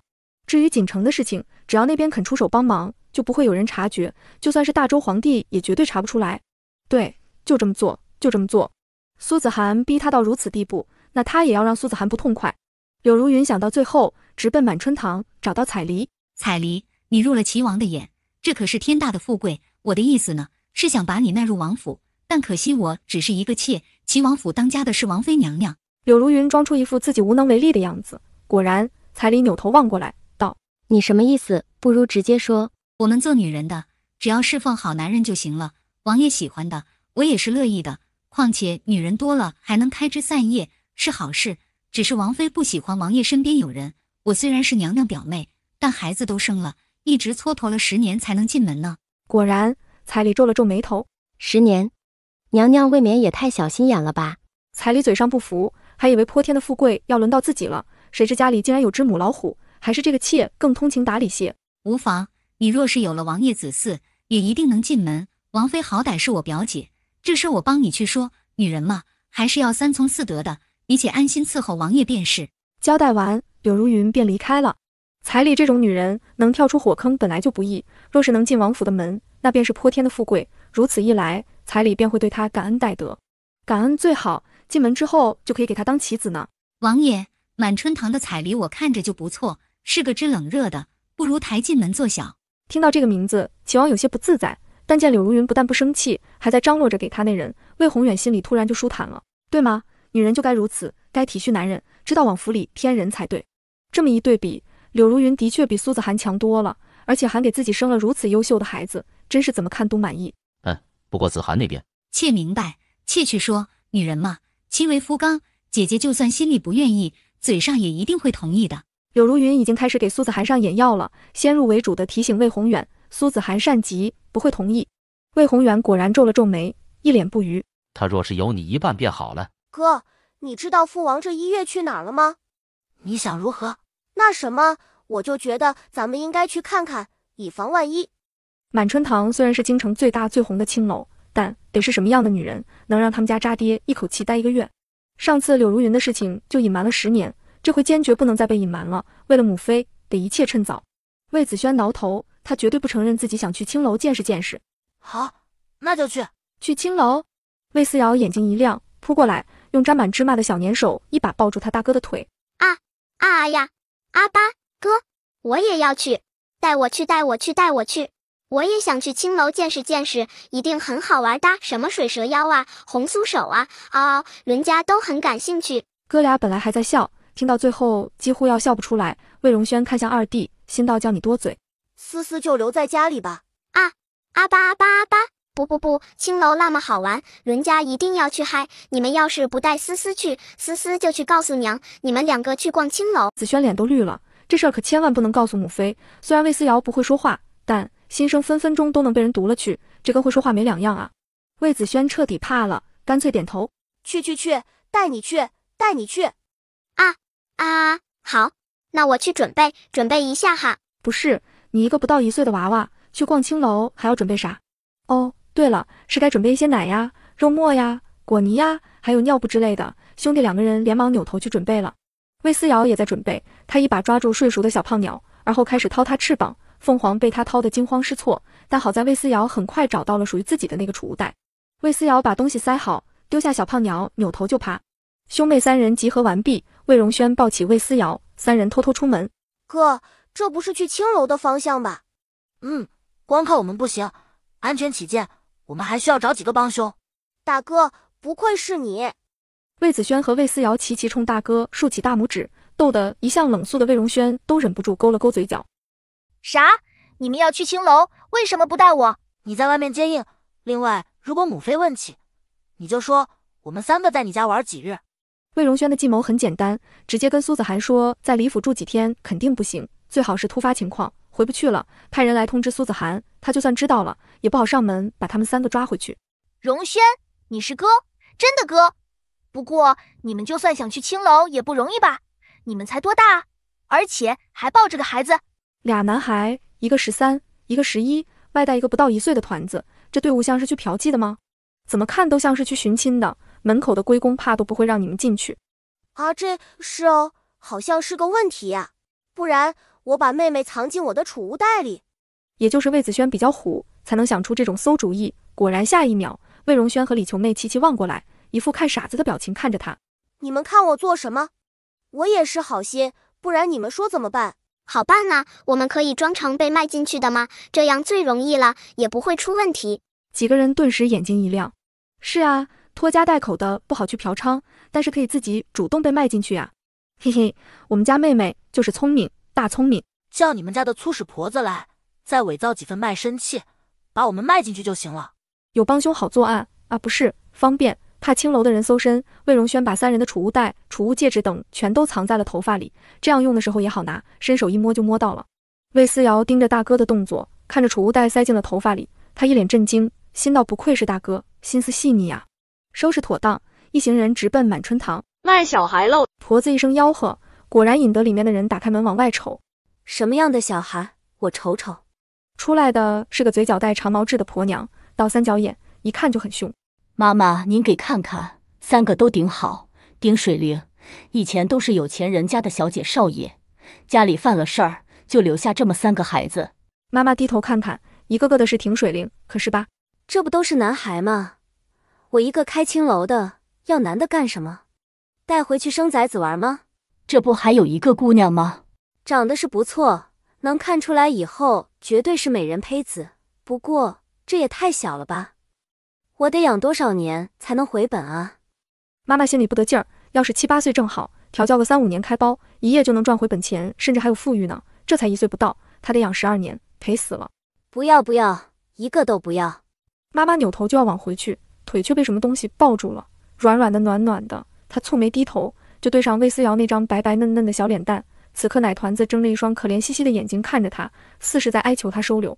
逼良为娼干得多了，人生头一次见到有人求着自己收他。然魏思瑶也没给他继续反应的时间，奶团子晃晃悠悠退后几步，顺势拍拍自己的小胸脯，再然后几个人的脑海里都响起了一个魔幻的旋律。看我，康我，对，跟着节奏，1、2、3、4，预备起，摸腿下，甩头起，下蹲，收腿，叉腰，摸腿起。魏思瑶随着旋律动，只可惜她动作不协调，人家那叫走位风骚，跳得好看，她这顶多叫狗熊叉腰，小粗腿意思一下，差不多得了。青楼妈妈，这特么还是个天赋型选手，噗，真的快要憋不住了啊！思思妹妹怎么能这么有趣啊？趴在远处围观，随时注意动静的李家妻子都快要乐疯了，这小丫头可真有意思啊！呀，我天赋异禀，不买我你赔大了。妈妈扶额，真的是汗如雨下了。不过这丫头的确很有天赋，这样的天赋型选手也真的很少见。对于干他们这一行的，遇见这种类型的几率比买彩票还低。妈妈权衡再三，终于决定就他了。人才嘛，可遇不可求，多养几年就多养几年吧。行，这个小的多少钱？得，这是瞧上小的了，他们俩男孩完全不受待见，这可怎么办？魏荣轩这回也学聪明了，他好歹13了，妹妹都豁出去了，他还端着干嘛？于是他扯住妈妈的手，湿润了眼眶，再抬头时已经是一个眼神忧郁的小帅哥了。妈妈，我们兄弟俩不要银子，只求妈妈管顿饭，我们可以干活当杂役，我们有的是力气，只求妈妈不要让我们兄妹3人分开。不要钱？这好像很可以哦。而且我们现在已经可以干活了，烧水做饭，收拾不老实的客人，妈妈尽管交给我们。魏荣轩把胸脯拍得啪啪响，见状魏子轩也在一边拍自己的小胸膛，妈妈直接乐开了花。行，那就你们仨吧。老太婆，说好了，买1送2，你可不能反悔。婆子装出一副痛心疾首的样子，还想讨价还价，谁知妈妈一口咬死就给了一个人的钱。于是兄妹3人成功混入青楼，妈妈把他们3个关到了后院的柴房里。此刻柴房里已经关了好几个新买来的小女孩，冷不丁看到塞进来2大1小，小的那个几乎不会走，柴房里的女孩子们哭得更厉害了。这么小的都不放过，看来咱们是真的出不去了。闭嘴，谁再吆喝，我就抽得他皮开肉绽。妈妈厉声训斥，果然没有人再敢出声。而很快的，柴房的门又被打开，一个被打得皮开肉绽，浑身是血的女孩子被丢进来。这会儿柴房里终于安静下来，众人被女孩浑身的血惊到，别说出声，动都不敢再动一下了。魏子轩看到女孩满身的血气的浑身哆嗦，瞧着门面也是光鲜亮丽、奢靡大气的第1青楼，然后门一墙之隔竟然如此肮脏残忍。只魏思瑶晃晃悠悠走过来，打量着浑身是血的女孩。安木浑身疼得厉害，他撑开眼皮便看到了脏兮兮的魏思瑶，他缓缓松开手，亮出一直被他攥在手心的东西，那是点心渣渣。他本想偷偷藏一个吃，但谁想还是被他捏成了渣。小妹妹，给你吃。这人还怪好嘞，不过你不是那个谁吗？哪个谁？兄弟2人顿时竖起耳朵，这个女孩很危险吗？在场的女孩没有一个人听到声音，只有安木惊讶抬头，神，什么声音？哦呵，没错了，这就是那个有名的恋爱脑。恋爱脑是什么？3人齐齐迷惑。哎，你都被未婚夫卖到青楼了，还妄想着未婚夫能来赎自己。虽然现在不肯卖唱，但过会儿你未婚夫就会亲自来劝你，并且还给你画了几10年大饼，让你在这里替他好好攒钱，等攒够了盖房子买地的钱，再回来给你赎身，然后成亲，再生几个儿女，然后男耕女织，白头偕老，子孙绕膝。这画大饼的功力比家里那个渣渣爹还厉害。安木的脸色本来就很苍白，听完这些心声，现在更白了。他的确是被未婚夫卖来的，但他一直相信未婚夫是有苦衷的，毕竟他们青梅竹马，一起长大，自己的爹爹还是未婚夫的师傅，一日为师，终身为父，未婚夫也算是父亲的半个儿子，他不可能害自己的。安木就是想坚持到未婚夫回来救自己，可没想到听到了这样的心声。可不会的，他最懂他了，他绝对是有苦衷的。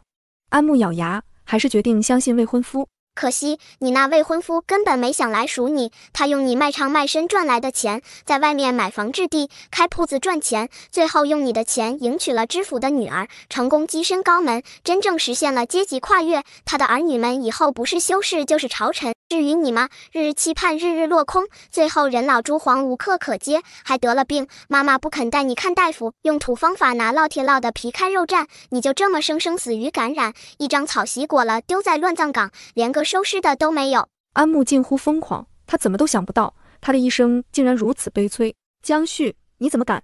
安木咬牙。此时柴房的门又被打开，妈妈带着人进来，扫了一眼安木，翻了个白眼道：江旭来见你了。江旭真的来了？安木咬牙，他决定去看看到底是不是真的。然而当让他见到江旭，果然一切如魏思瑶所说，男人先是痛哭流涕，表示自己也是逼不得已，而后就开始画大饼。展望未来，他还没答应卖身呢，江旭已经替他规划好赚到的钱该怎么花了。安木冷笑一声，只觉得自己瞎了眼，为什么现在才看清这个渣子的真面目？默默，你同意了，你放心，你赚的银子我1文钱都不会花的，全都给咱们俩留着，等你出来，咱们一起过好日子。好日子？怕不是跟知府的女儿过的好日子？安木的心拔凉的，顷刻之间便沉到了谷底。待江旭离开，安木重新回到柴房，只是这一次的安木再也流不出一滴眼泪来了。我从今天起跟着你们，你们做什么我就做什么。你们妹妹要是卖身，我也卖，我以后谁都不伺候，就伺候这个小丫头。魏思瑶挠头，他是真的没打算卖身啊，他是真的只是来玩的而已。不过多个人好办事吗？魏思瑶嘿嘿一笑，叉腰站好，一阵恩恩爱呀。那行，从现在起你听我的，一会儿见机行事。见机行事。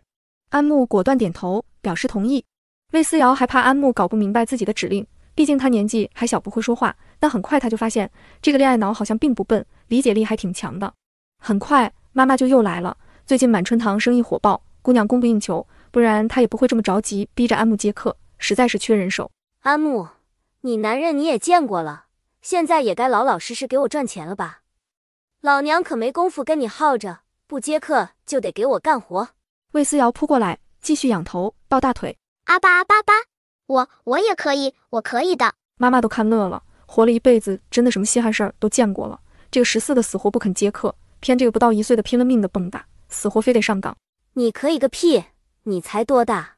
啊呀，我可以教他。魏思瑶指安木，而后又来了一遍熟悉的旋律：摸腿下，甩头起，叉腰摸腿起。周围的人都看傻了，只有妈妈看得双眼放光，心道这孩子怕不是天生就是吃这口饭的。他还想再说啥，魏思瑶已经贴过来，抱紧大腿，高喊一声：凉。得，娘都叫上了，那还有什么不行的？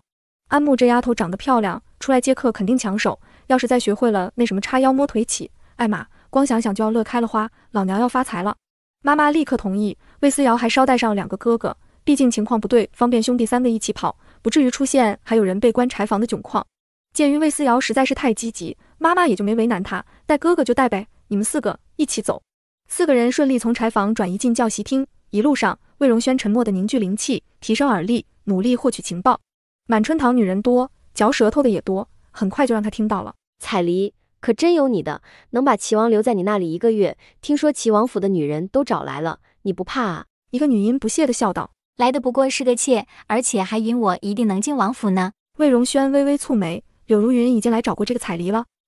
彩梨，正好你在，过来教教新人。妈妈将彩梨叫过来，3兄妹看到这个人，顿时都愣了一下。我去！直到这一刻，兄妹3人都忍不住吐槽，只能说渣渣爹真的太渣了，出来鬼混也就算了，为什么要找一个长得像娘的女人？是不是有病？哎，一直都觉得渣渣爹有病，现在看来病得真是不轻，脑袋都瓦特了。彩梨愣了一下，谁在说话？左右看看，分不清楚是什么人说话，她只能看向安木，教他。还有这个小的，一起。彩梨看的嘴角直抽抽。妈妈，你什么时候这么禽兽了？这娃娃有1岁了吗？有天赋着呢，你再给彩梨姑娘表演一遍。表演啥？哦，对，就那个叉腰摸腿下。魏思瑶又来了一遍，这次已经很熟练了。彩梨研究了一会儿，就把魏思瑶教的舞蹈研究清楚了，立刻跳了一段，看得妈妈双眼放光。我天，这舞蹈要是跳出去，他们满春堂何止火爆，再开一家店都够了。好，就这么来。小姑娘，你还有什么好建议？全都拿出来啊！好建议。魏思瑶张开嘴，指了指嘴巴，而后摸摸肚子。啊，吃奶，吃肉，吃灵果。灵果？奶奶个嘴的，你还挺会吃。妈妈心里骂着，却命人赶紧把好吃好喝的拿上来。魏思瑶也没独吞，几个人分了分，吃得满嘴流油。而后奶团子找来一身青楼的衣服，让安木拿着剪刀，小手一比划。啊，这么剪？安木一剪刀下去，奶团子满意点头，又指着另一处。啊，这里来一下子。这样吗？干得漂亮。很快连崭新的战袍都搞出来了，短款露脐床，低腰开叉裙，小蛮腰露出来，随便扭动一下都风情万种。高开叉露出白皙丰腴的腿，看一眼就疯狂流口水。为此魏思瑶还特意发明了3角裤叉子，保证风骚到位，还不会露点。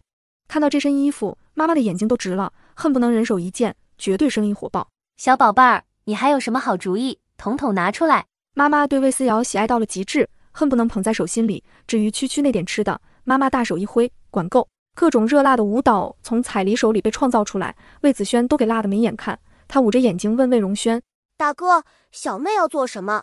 这是真的打算发展壮大满春堂吗？魏荣轩也摸不清楚魏思瑶要做什么，但看奶团子晃晃悠悠走来走去，不亦乐乎的样子，大哥只能一句话总结：思思玩得很开心。玩吗？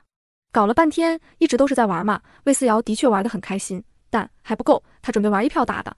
彩梨，舞已经跳得很不错了，我看可以给客人们表演了。妈妈迫不及待，彩梨也觉得差不多了，但奶团子大手一挥，摇摇头。哎呀，啧，这就忍不住了，还早得很呢。灯光知道吗？音乐知道吗？舞台效果知道吗？妈妈，赚钱要狠，心态要稳，不能急，不能急。灯光、音乐、舞台效果，那都是什么东东？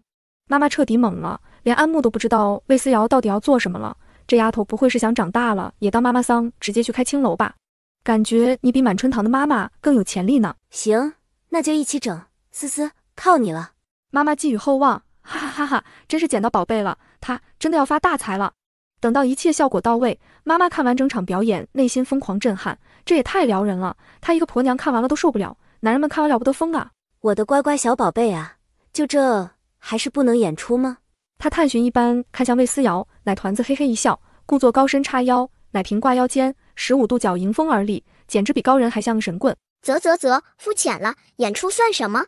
现在重要的是宣传，是造势，尤其那些有钱有势的公子哥，统统邀请，但要饥饿营销，限量售票，价高者得，竞争上岗。妈妈听得一愣一愣的，最后猛地一拍大腿，就这么办了。哈哈哈，小可爱，小宝贝儿，你就是老娘的财神爷，打今儿起，老娘就把你供起来。妈妈还真的把魏思瑶供起来了，找了2个人高马大的壮汉，抬轿子一般抬着，2个哥哥跟后面混充保镖，安木混充丫鬟，还有各种肉食水果。魏思瑶勾勾手指，就有人直接给喂到嘴里。而这一刻，京城的高门大户都收到了满春堂的邀请函，包括齐王魏宏远。魏宏远盯着邀请函，眼睛都大了好几圈，上面只画了一个女人的剪影，但却凹凸有致，好像没穿衣服似的。而里面还写着一行小字：因场地有限，每场只能坐30位客人，演出半月一次，一次只能进30个人，还半月一次。魏宏远倏地起身，扭头就往外跑。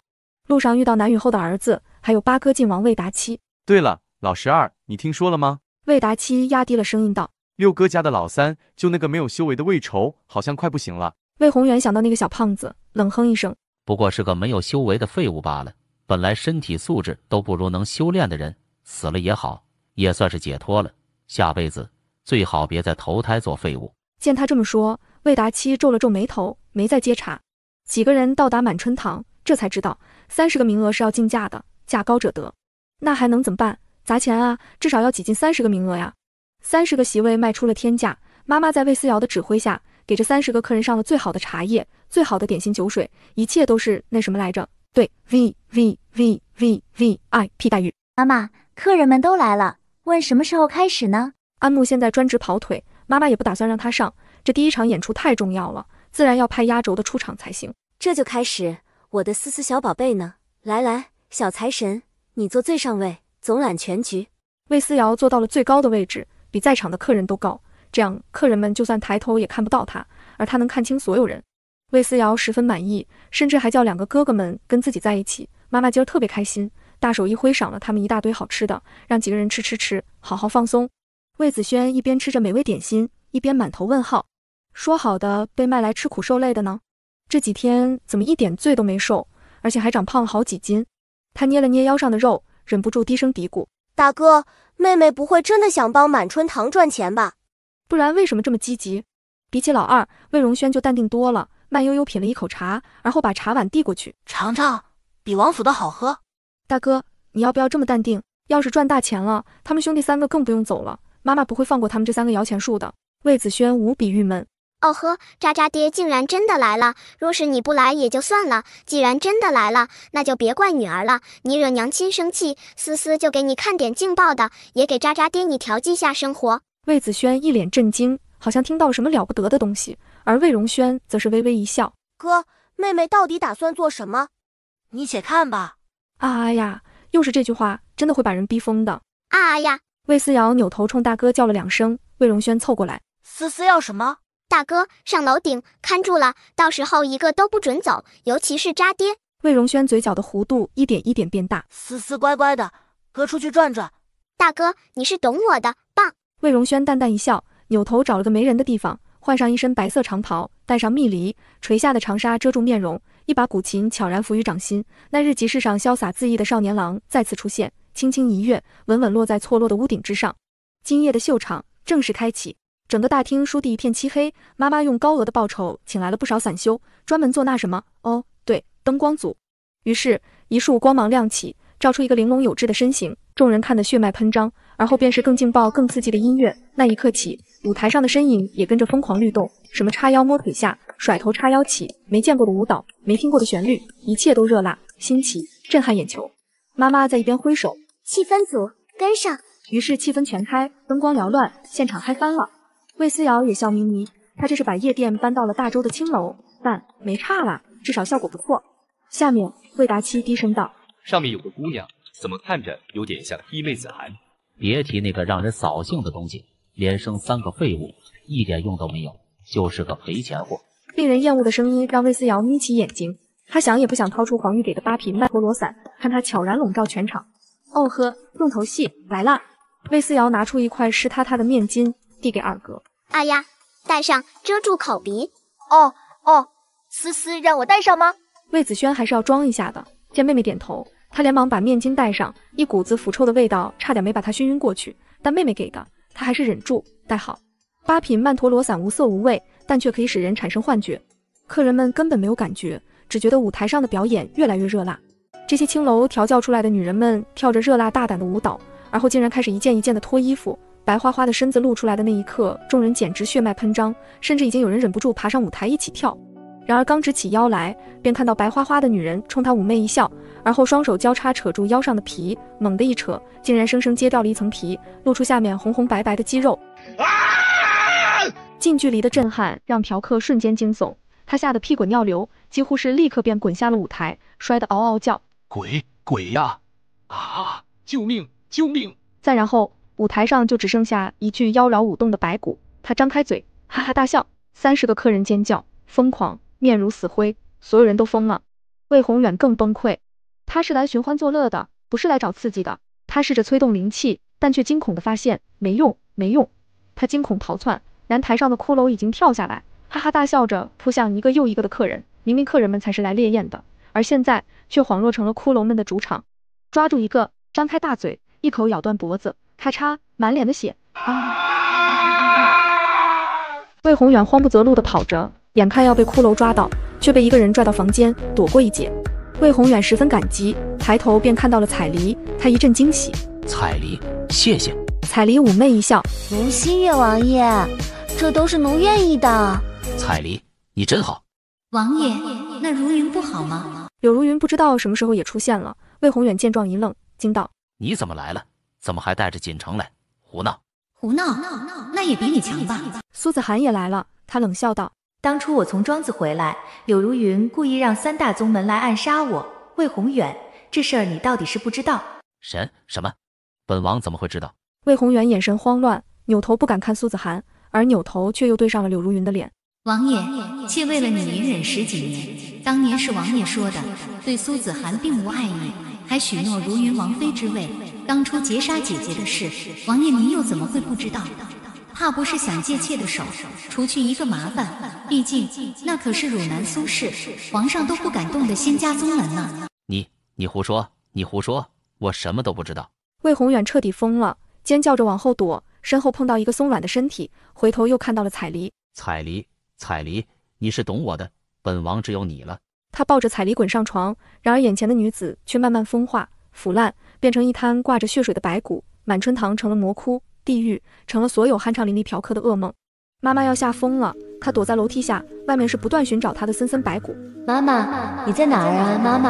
妈妈待我可好了，不接客就打我，打得浑身是血，皮开肉绽。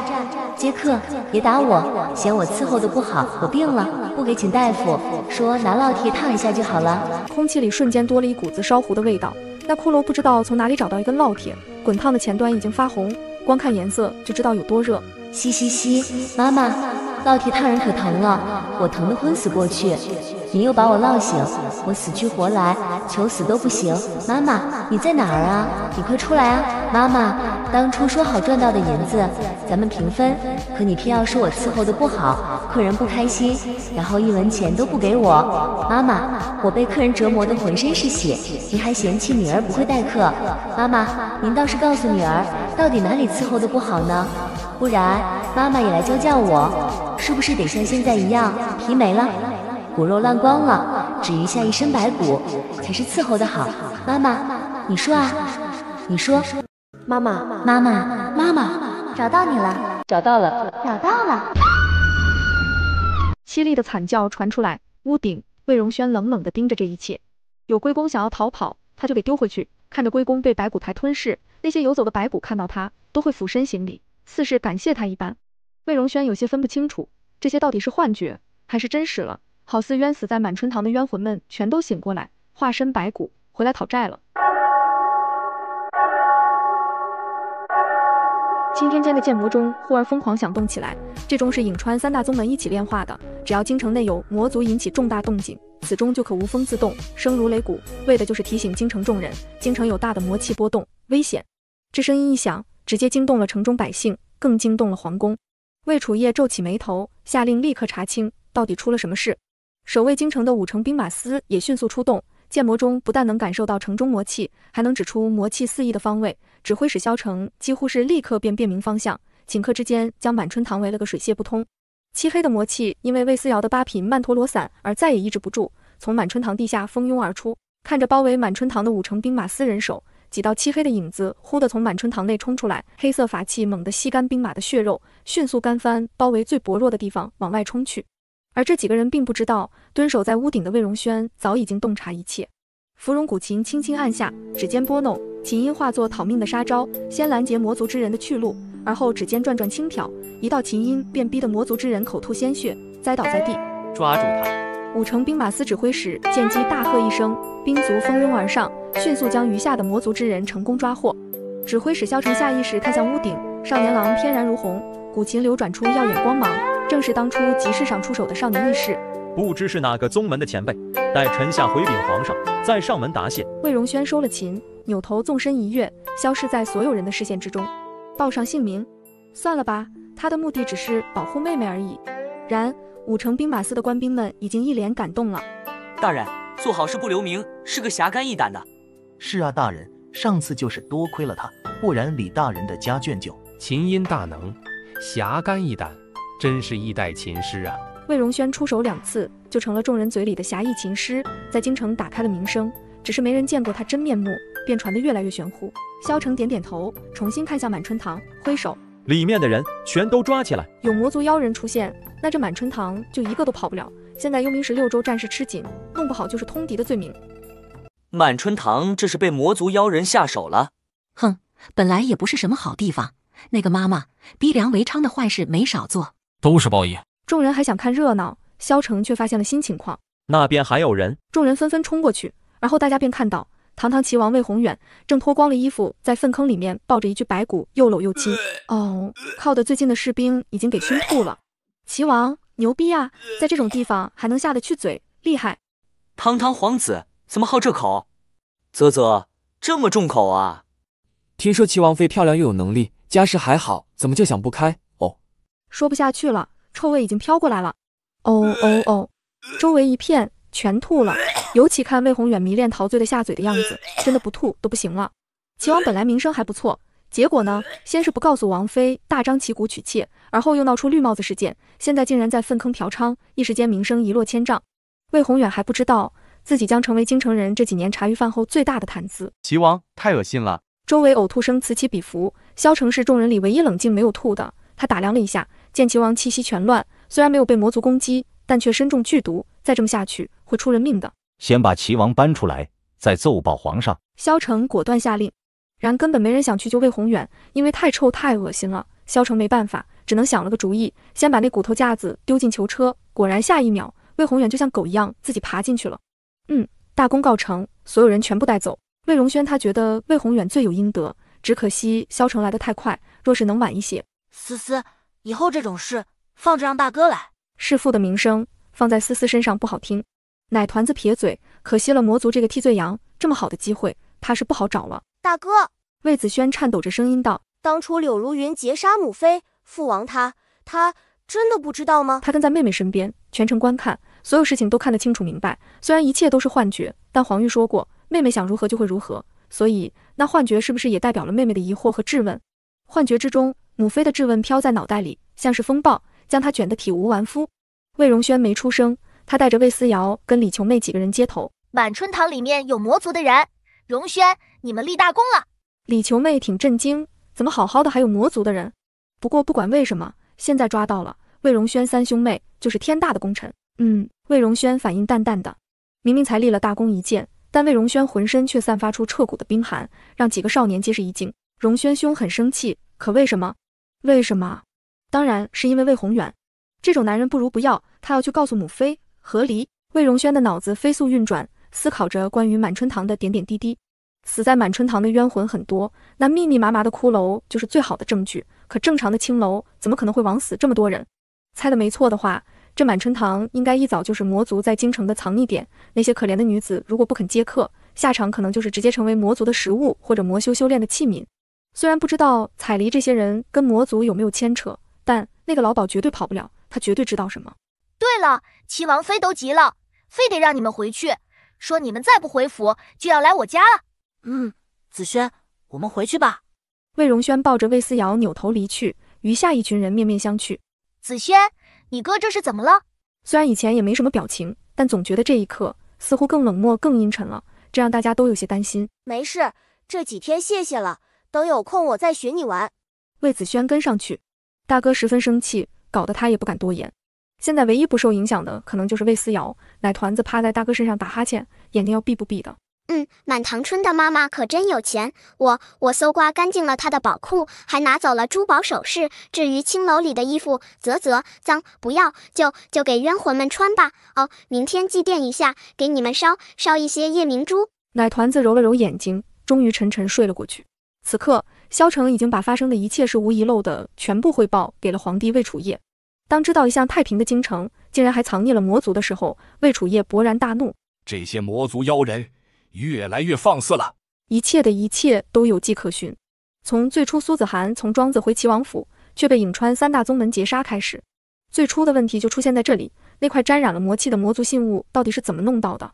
还有镇北大将军遇刺一事，那次剑魔中没有响，也就是说，当时行动的魔族有可能没有运用血煞魔气，剑魔中感觉不到魔气，自然不会响。但还有第二种可能，那就是这些人根本不是魔族，只是打着魔族的幌子罢了。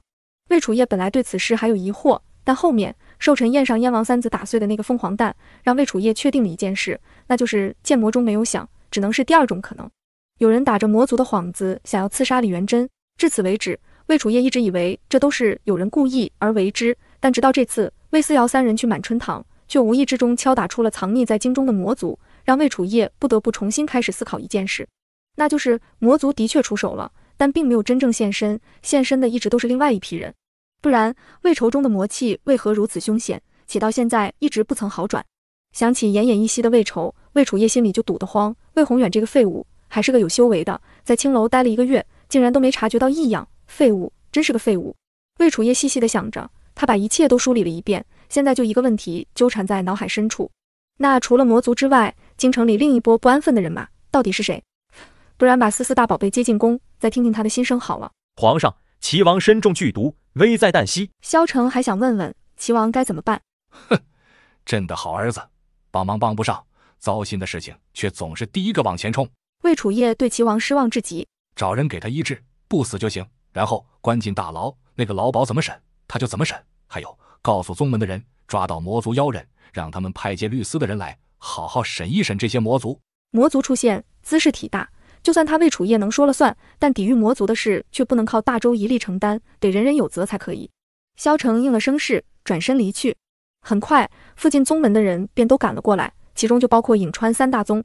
见到皇帝，众人关上门一阵议论，至于到底怎么做，谁都不知道，一切皆秘密进行。然踏出宫门的那一刻，颍川三大宗门的人皆齐擦了擦脑袋上的汗，庆幸还好当时没有杀了齐王妃。你们不是去了李大人府上吧？说这几天你们带着思到底去哪里了？今儿无论如何，他都得好好管教这3个孩子，简直无法无天了，都夜不归宿了，而且还一连7、8天都不见人，过分，太过分了。苏子涵把小皮鞭都准备好了，然魏荣轩肃然道：“母妃，和离吧。”苏子涵一怔，忽而坚毅开口：“好。”还想着这事儿要怎么跟你们说，谁想我的儿子比我还果决。他不想和离吗？他早就不想跟魏宏远待在一起了。自从柳如云进门到现在快1年了，魏宏远来自己这里的次数，一个巴掌都能数得过来，而每次过来不是为了柳如云，就是为了魏锦城，他心里早就没有自己了。而自己身后有汝南苏氏，他也没什么好怕的，和离算什么？只是身边还有3个孩子，怎么跟孩子们说才能让他们不伤心难过？这是苏子涵在意的。然而现在魏荣轩竟然主动提出来了。母妃，和离就要趁早，我跟弟弟的修为越高，越不好隐瞒，最好是快刀斩乱麻，趁着父王还不知道，一刀两断。如果魏宏远知道他们不是废物，还会同意和离吗？肯定不会，说不定只会让娘带着妹妹走，而他们2个注定走不了。好，先给思思拌抓粥，我还有事情要布置一下。周岁的抓粥很重要，至少对她这个当娘的来说很重要。另外，就算要离开，她也绝对不会让柳如云如愿坐上王妃之位。她不是要弄彩梨来恶心自己吗？行，那自己就把人抬进来，看看到最后恶心的是谁。只认魏锦成非亲生的折子，再把彩梨抬进门，将来柳如云会如何？且看着吧，好不了。闻言，兄弟2人也都点了点头。魏荣轩道：记得联系舅舅。你舅舅说了，思思抓周，他一定会来的，到时候一起提和离。姑娘，姑娘。云香从外面匆匆进门，外面有个叫安木的姑娘，已经在王府门口跪了2个时辰了。安木？谁呀？苏子涵想不起来这个人。母妃，让他进来吧，他的身世我会跟母妃细说。儿子都这么说了，苏子涵便点头同意。安木进来前，魏荣轩正好讲完安木的身世，苏子涵一阵唏嘘。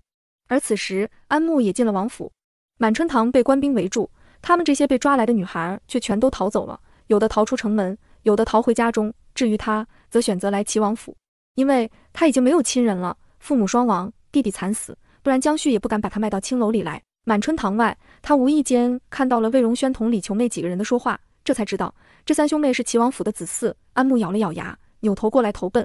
民女见过王妃。苏子涵上下打量他，半晌点点头。本宫已经知道了，不过齐王府不缺奴才。安木咬唇，猛地磕了个响头。娘娘，安木也不想做王府的奴才，安木只想做永乐郡主的奴才。民女带过孩子，弟弟就是民女自小带大的，不过娘娘放心，安木家人全都死光了，民女了无牵挂。以后永乐郡主就是民女的主子，民女唯一的家人。思思吗？苏子涵有些动容。这个女孩她本不打算留下，但想到女儿，她便又有些迟疑。她需要一个忠心的下人伺候思思，只是这段时间忙着府里的事情，忙着进阶调养，忙着跟某些人周旋，所以耽搁了这件事。既然如此，我先留你1个月，1个月后再决定你的去留。安木心中欢喜，叩头道：谢谢娘娘。云香，带她梳洗一下。是，姑娘。哇，好看，这是给我的吗？听到动静，安木扭头对上奶团子圆滚滚的大眼睛，开心地将做好的鞋子递过去。给小郡主的学步鞋。好看，真好看，颜色好看，款式好看，这绣工更好看。安木既然在这里，一定是娘亲安排的，完球了，娘不会连知道了他去青楼玩的事儿吧？魏思瑶有些担心，但很快他就把担心忘光了。白胖的小脚丫试图穿进鞋子里，但可惜手够不到，倒是把鞋子踩得都变形了。我来给郡主穿吧。安木把对死去弟弟的爱全都转到了魏思瑶身上，甚至给的更多。小姐姐，你有灵根的吧？从今天开始修个仙如何呀？修仙？安木一脸慌乱，他挺惊讶，又有些意外。他有灵根，但是修仙都是官宦子弟和商贾们才会考虑的事情，因为那些人有钱，烧得起丹药、法器、符咒，也交得起学费，而自己的家庭吃饱饭都已经不容易了，更别提让他去修仙了。安木摇摇头，小郡主，安木什么都没有，修不起仙，连学费都交不起，更别提买功法秘籍的钱了。奶团子心情不错，小手一挥，啥都不用，也不要钱，你跟我学就行。哦，对了，暂时也用不到灵根，更不会有灵气波动，谁都不会注意到的。目前为止，这世上最能理解自己心思的就是安木了，他想点什么，安木都能知道呢。有这么趁手的人在身边，当然要好好培养了。以后他想吃什么都不用开口，一个眼神安木就能准确的拿来给自己什么的，真是想想就激动。哈，很好，就这么办。来吧，安木小姐姐，修炼走起。奶团子努力盘膝坐好，小肉腿掰了3次，掰一次，弹回去，掰一次，弹回去。看着岔开的2条小萝卜腿，魏思瑶都无语了。完犊子啦，他还太小了，盘膝都盘不起来。嗷呜，怎么会这样子啊？奶团子撅嘴，闷闷不乐地皱起小眉头。算啦，你盘膝打坐。安木被他的样子逗得忍俊不禁，但还是快速盘膝坐好。跟着我的频率，呼吸，呼吸。安木按照他教的，闭眼呼吸吐纳。奶团子身上一点金光浮动，随着魏思瑶的吐纳，一点点如星辰一般漂浮，将安木缓缓笼罩进去。很快，安木就感觉到了传说中的灵气顺着经络游走，这让他一阵欣喜。原来修仙这么简单的吗？可他怎么听说隔壁的神童天才也得3个月才能学会最基础的呼吸吐纳呢？可自己好像立刻就通透了，怎么回事啊？安木百思不得其解，但体内的律动却越来越快，最后猛地突破，炼气7一层。这就1层了。安木欣喜若狂，待他睁开眼睛，那些金光早就已经消失了。奶团子啊的一声，把另一只脚伸过来。穿鞋，走，去池塘玩。安木一阵欣喜，抱着奶团子出门。小郡主，去哪边的池塘？齐王府院子很大，池塘也很多。魏思瑶歪头想了一下，肉指头指了个方向。走，那边的走起。安木赶紧带着人进去，这才发现这边好像是齐王书房后的院子。小郡主，这地方是我能来的吗？他是王妃院子里的下人，按理说不能到处乱窜的。安木有些心虚。哦，那我们低调些，悄悄的，不要说话，弯腰低头，快走。安木彻底哭笑不得了，原来小郡主也知道不能来这里，可你为什么还要来？哦呵，前方有人来了，赶紧先躲到假山后面，屏住呼吸，不要被发现了。明明是在齐王府，自己还抱着小郡主，结果搞得2个人像是翻墙进来偷地雷似的，那叫一个小心翼翼。2人才躲好，2个人匆匆走了过来。大管家，王爷怎么就被抓了呢？满春堂有魔族藏匿，人都抓到了，王爷当时也在。满春堂又是满春堂，一想到那个都是下贱货的窑子，还有那个更下贱的彩梨，他就气得浑身哆嗦。大管家，您可一定要疏通好，找关系什么的。对了，娘娘没给您打点的银子吗？这个时候了，柳如云还是不肯自己掏1分钱，主意全打在别人身上了。我正好要去找娘娘说这件事。好，那你一定好好跟娘娘说。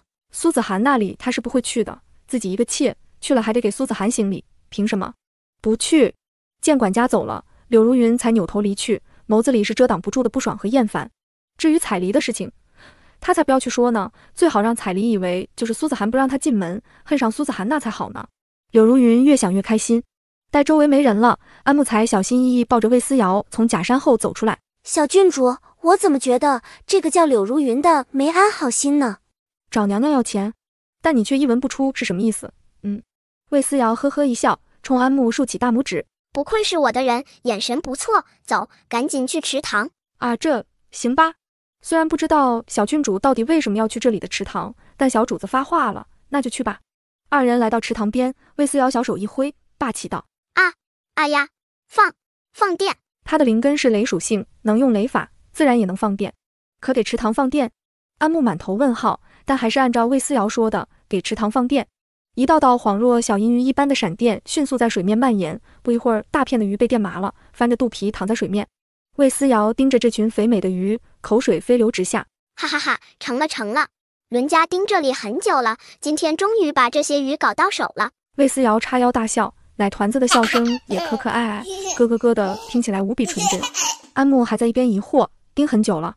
王爷书房后面这个池塘里面的鱼有什么不一样吗？这池子的鱼都是灵物，比娘院子里的鱼好多了，全都是皇帝爷爷赏赐的，还有淑妃搞来的，普通人吃1条都能延年益寿，百病全消，修士吃了更是大补。哦，对了，这些鱼渣渣爹原本是留下来给魏锦成和魏婉慧吃的，吃完之后这2人修为都有大幅度提升，魏锦成更是直接冲击筑基期，魏婉慧这个天才更是吃的天象都出来了，算时辰，应该就是这几天的事儿。不过嘛，渣渣爹去坐牢了，府里的人都忙着拯救王爷，没人顾得上这里，自然就便宜自己了，哈哈，好开心，好想高歌一曲。魏思瑶开心，说唱就唱。爱你孤身走暗巷，爱你不跪的模样，爱你对着过绝望，不肯哭一场。哟呵，唱的还不错。安慕刚想笑，奶团子那咿咿啊啊的声音就传了过来。明明新生唱的可好听了，怎么换人声就完全跑调了呢？然奶团子完全不自知，脑海里的新声音频完美，堪比原声，唱出来的英语完全不在调上。那赤红凤凰本来还在他头顶盘旋放哨，魏思瑶唱了不到2句，小胖鸟啪叽一声砸下来，口吐白沫。音浪太强，绝杀啊！祖宗，你还是闭嘴吧，顺便谢谢不杀之恩。哎呀，都捞上来，快打包回家。思思，你去哪儿了？苏子涵在门口堵到了自家丫头，后面还跟着寸步不离的安慕。苏子涵觉得头疼，这丫头走路还走不稳呢，竟然消失了1个多时辰不见人。这下好了，多了个伺候的下人，然这个伺候的却成了小祖宗的腿，带着她到处晃荡。苏子涵正想好好教育闺女一顿，然奶团子眼睛一眨，大眼睛顿时泪眼汪汪。奶团子扑过来，一把抱住苏子涵大腿，可怜巴巴送上一条刚捞上来的大肥鱼。凉啊啊呀凉，凉凉，娘，鱼，宝宝给娘抓鱼去了。渣渣爹偷偷藏起来的肥美大鱼都是灵物，吃了进阶的，要是不吃就便宜魏锦成他们了。我抓来，特意给娘送来了。至于思思，我就尝一小口，真的就一小口就好了。魏思瑶说的可怜巴巴，然只有安木知道，小主子的储物袋里还藏着一大堆呢。教育的话卡在嗓子眼里，说不出来了。苏子涵剩下的只有感动，瞧，这是自己姑娘，就只想着自己呢。他赶紧吩咐道：关上门，谁都不让进。是，姑娘。大门关紧，苏子涵赶紧把团子抱进屋。魏荣轩和魏子轩也终于看到了妹妹，这还是头一次，他们下学回来没看到奶团子，感觉好像少了点什么，挺不舒服的。娘，你拿的是灵鱼。魏子轩自从有了修为之后，终于开始好好学习了，毕竟大哥上来就是练气8层，搞得他不进步都不行了，这是生生被逼的呀，所以他才会认识这条鱼。魏荣轩也细细打量着，心道这鱼可不一般啊。思思抓的，一会儿娘给炖了，你们吃。苏子涵已经是金丹期修为了，这修为在大周够用了，所以他更愿意让孩子们吃。然话才落音，魏思瑶便打开自己的储物袋，哗啦啦倒出一大堆鱼。啊，有的是，娘也吃，大家都吃。最大最肥美的那一条还是要留着的。奶团子嘬着手指，暗暗流口水。这么多？魏子轩已经结巴了，这一条鱼都价值连城了，这么多，我去卖了王府都换不来这么多鱼吧。娘3个彻底惊了。快吃，死了就散了灵气，效果大打折扣。对，得赶紧吃。苏子涵立刻把自己人都叫进来，毕竟他们几个人也吃不了，既然是好东西，干脆自己人一起分好了。魏荣轩也把舅舅给他的人一起叫进来，几10个人围在院子里，很快便人手一条。啊，七，吃，快吃！奶团子张嘴咬下一大口，鱼肉软嫩，不用咬就化在嘴里。魏思瑶8颗牙都嫌多，真的连咬都不用咬。好吃死了，不愧是渣渣爹私藏的好东西。见他吃了，大家也都开动。然后齐王府上的天空迅速凝结出一片乌云，紧接着电闪雷鸣，把所有人都吓了一跳。京城中的人都惊了。那是什么？我去，好像又是齐王府的方向。上次齐王府炸了一个院子，这回怕不是整个王府都要毁于一旦。毕竟怎么看，这次威力好像更强，毕竟云层很厚，闪电很炸裂，一道接着一道，连他们都觉得头皮发麻。然正当众人兴致勃勃看热闹的时候，王府上的云却倏地消失不见，一切又恢复如常。所有人好像看了个寂寞。到底发生了什么呀？抓心挠肺的想知道哦。至于发生了什么，那自然是大爆炸。好在魏思瑶及时压住了一切，灵气一点没泄露，天象都被他吞了，封在灵珠里，缩小版的闪电就像一个小小的摆件，固定其中。再然后，所有人脸上的表情都是震惊与不可思议，因为苏子涵的院子里，只要吃过鱼的都有所提升，连扫地的都晋升了。云香、西香2个人本来都是不能修炼的凡人的，现在都觉得身轻如燕，体力大增，妥妥成为了凡人中的武林高手。这样一来，不就能更好的保护姑娘了吗？这些鱼真是好东西啊！魏子轩直接晋升炼气9层，差点就能直接晋升下一阶。魏荣轩这个天才也从筑基1层飙升到筑基巅峰，稍稍努力就是金丹期，马上就跟苏子涵一个等级了。至于苏子涵，他自打进入金丹期就觉得修炼十分困难，这意味着他的修为很有可能停滞在金丹期，一辈子都无法前进。但谁想到这瓶颈竟然因为吃了鱼而生生破除，这是可以继续提升修为的感觉。苏子涵欣喜万分，他在察觉自己达到金丹期3层的修为之后，扭头就去查看魏思瑶。然而遗憾的是，大家都有所提升，只有魏思瑶吃了鱼之后毫无变化。苏子涵的内心针扎一般的疼。然苏子涵并不知道，魏思瑶真的吃啥都没用，因为他第1世就已经登峰造极，这都第3世了，早就达到了无为而无不为的境界。恭喜娘亲，哈哈哈，又可以继续修炼了。大哥若不是刚晋升筑基期，修为浅，不然现在也是金丹期了。二哥也马上能晋升筑基期了。不过大哥二哥要好好的稳固修为，打好根基，将来晋升才能一步千里，扶摇直上。魏思瑶面上是在恭喜，实则偷偷将小肉手上剩下的鱼头、鱼尾巴和鱼骨头藏到背后，而后塞进小胖鸟的嘴里。火凤凰2眼放光，他早就垂涎了，不过他可是神兽，有主的东西，他是不屑于偷的。至于现在，这也不叫偷啊，小主子是大主子的亲闺女，这顶多叫拿，怎么算偷呢？火凤凰吃得心安理得，吃完了，咂咂嘴，原本被魏思瑶薅掉的那根尾羽，一口气长出来不说，还多长了一根尾羽。鸡嗷呜，不错，老娘再次感觉到了燃烧不尽的力量。小胖鸟仰天长啸，只可惜鸡鸡的声音跟高大威猛完全不沾边，顶多就是胖鸡尖叫罢了。一时间，苏子涵院子里所有人都提升了，众人对苏子涵越发忠心，毕竟并不是所有的主子都舍得把这么金贵的东西分给别人。而魏荣轩手下的护卫也对他更加忠心，说是过来护卫，但大家都知道，以后多半就跟着魏荣轩了。而这位小主子上来就给了他们这么大的礼物，只当他们回报以真心。院子里的人都更加尽心，而魏思瑶收获几个进阶后的灵珠，他满意的将珠子塞进储物袋里，咂咂嘴，鱼不错，好吃。至于渣渣爹知道了会不会生气？哦呵，关他什么事？谁看见他吃了？他敢说，现在连院子里的胖鸟都绝对不会指认是他偷了鱼。给自己鼓个掌，贿赂的不错。魏荣轩和魏子轩在震惊之后，心情逐渐平复，二人做的第一件事就是回自己的房间稳固修为。他们提升的太快了，妹妹说的没错，一切都得以稳扎稳打为基础，求快走不长远。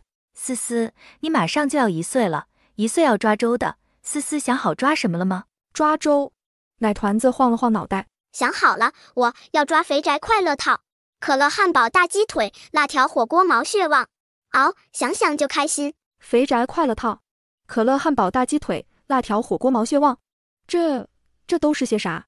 算了，思思脑袋里总有些奇奇怪怪的东西，只要她的大宝贝能开心快乐的长大，那什么肥宅快乐套都不是问题，娘一定尽力满足你。苏子涵看了一眼安木，发现安木竟然也有了修为，而且修为不低，只比魏子轩低3层，现在也有炼气期6层的修为了。没发现这丫头资质还算不错呢。安木，以后好好陪小郡主。安木谨记娘娘教诲。安木跪下磕头，他是在表忠心。魏思瑶救他出青楼，让他看清渣男本质，还带他修仙，那他这辈子命里就认一个人，就是魏思瑶。苏子涵彻底满意了。姑娘，那个贱妾又来了，怕不是为了王爷的事情来的？哼，肯定是见娘娘随便打发了大管家，他坐不住了，过来求娘娘救王爷呢。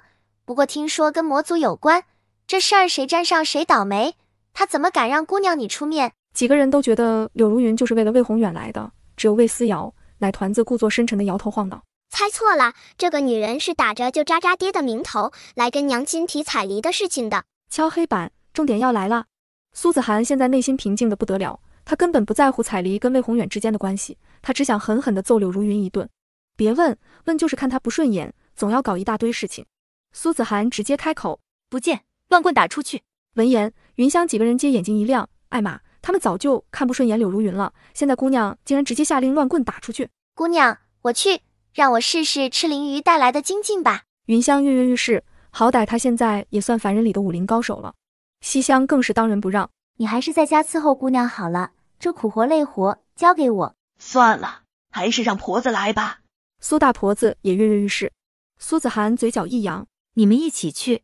得嘞，谢姑娘。三人感激涕零。柳如云本以为苏子涵不管再生气都会见自己，谁知等了半天，不但没见到人，还挨了一顿揍。他身边跟的丫鬟都快被打死了，柳如云仗着自己有修为，还勉强能撑住。现在王爷坐牢，府里苏子涵说了算，真的打死柳如云都没人知道。姐姐，姐姐，你为何对我如此薄情？呜呜，我好歹是你表妹。柳如云在外面哭，然他不提这个还好，提起这个来，苏子涵更恶心的要死。打，使劲打，别手下留情。苏子涵冷冷吩咐，只可惜屋子里没人了，都出去乱棍殴打柳如云去了。不过魏思瑶是个瞧热闹不嫌事儿大的，扭头就往外爬，手脚并用，爬的那叫一个飞快。看挨揍喽！哈哈哈，伦家一定要占据有利地形。柳如云想过来说彩丽的事情，惹娘亲不开心，结果没想到娘亲的面都没见到，自己还白挨一顿揍，哈哈哈，想想就刺激，艾玛简直爽歪歪。别打了！柳如云用灵气撑着，但也是苦苦支撑。苏大婆子几个人修为又精进了，即便她用灵气撑住了云香西厢的殴打，也撑不住这几个粗使婆子的棍子。柳如云吃了亏，想到自己的计划，她挣扎着在昏死之前一把抓住云香的衣摆。你记得告诉姐姐，王爷1个月没回府，是在青楼。王爷还想把人接回来，可一个青楼女子抬进门，这不但是辱没了王府的门楣，还是在辱没姐姐呀。柳如云说的情真意切，果然，云香和西香被忽悠住了，顿时没有再下手。他什么意思？王爷要把一个妓女抬进门，真的假的？柳如云见二人果然起了疑心，连忙又道：我是真的为姐姐而来的，你们让我见见姐姐，我好好说说这件事。那进去再跟姑娘通报一声。那就待会儿再打。几个人彼此对视一眼，连苏大婆子都不知道该如何是好了。而此时正好魏思瑶爬出来了，奶团子迅速找到一个阴凉舒服的位置，他开开心心往阴凉的地方一坐，后面跟来的安木立刻铺上软垫子，送上各种吃的喝的。奶团子塞一口吃的，再看一眼门外的众人，小手一挥，打！娘说打！几人顿时来了精神。得嘞，姑娘有令，继续打。于是根本不给柳如云任何见苏子涵的机会，继续执行命令。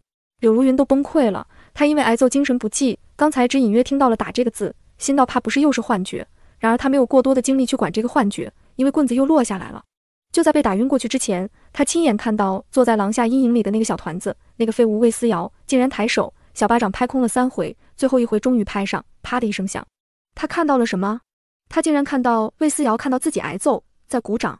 不，一定是看错了，她才多大，她得晚会可是天才，现在还不会拍手呢。对，一定是看错了，这个是个废物，怎么会拍手？只是不知道自己刚才的话苏子涵有没有听到。柳如云越发懊恼，意识模糊之前，她隐约听到屋子里传来花瓶砸碎的声音，这让柳如云心中一喜。看来是听到了，苏子涵为此发怒，摔了花瓶呢。接下来自己只要等着看好戏就行了。这顿揍没白挨。柳如云为自己挨揍的事情沾沾自喜，她养了几天，没等伤好透，就带着一身伤，立刻去牢房探望齐王。她本想告状，说苏子涵因为彩礼的事情打了自己这个和事佬，但谁想到大牢根本不给探视，柳如云黯然而归，心道这顿打白挨了。不过没事，等齐王出来，咱们再慢慢算账。柳如云想得挺好，然她的小心思早就被魏思瑶分析了个透彻。柳如云早已告诉彩梨，一定帮她进门。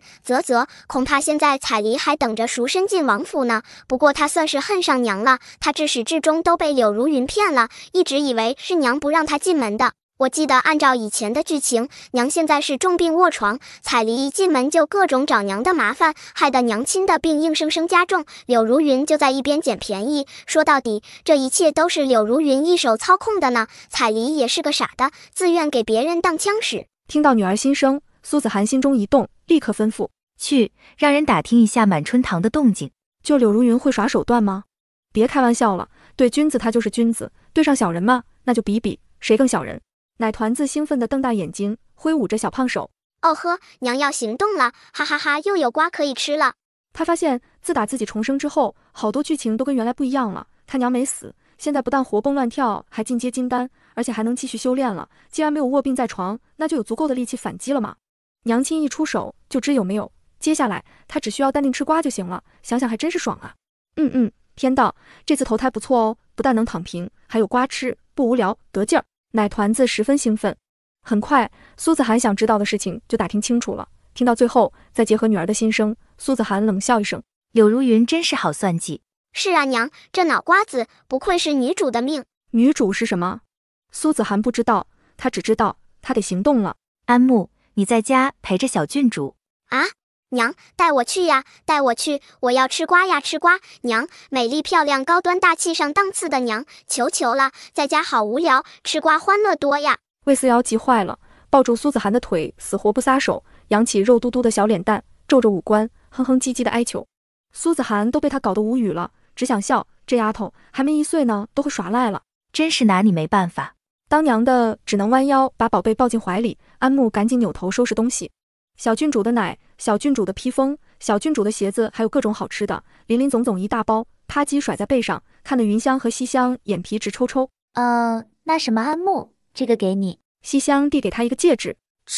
这么贵重，我不能要的，西香姐姐。王府真的太阔气了，上来就给她戒指，这戒指一看就很贵的。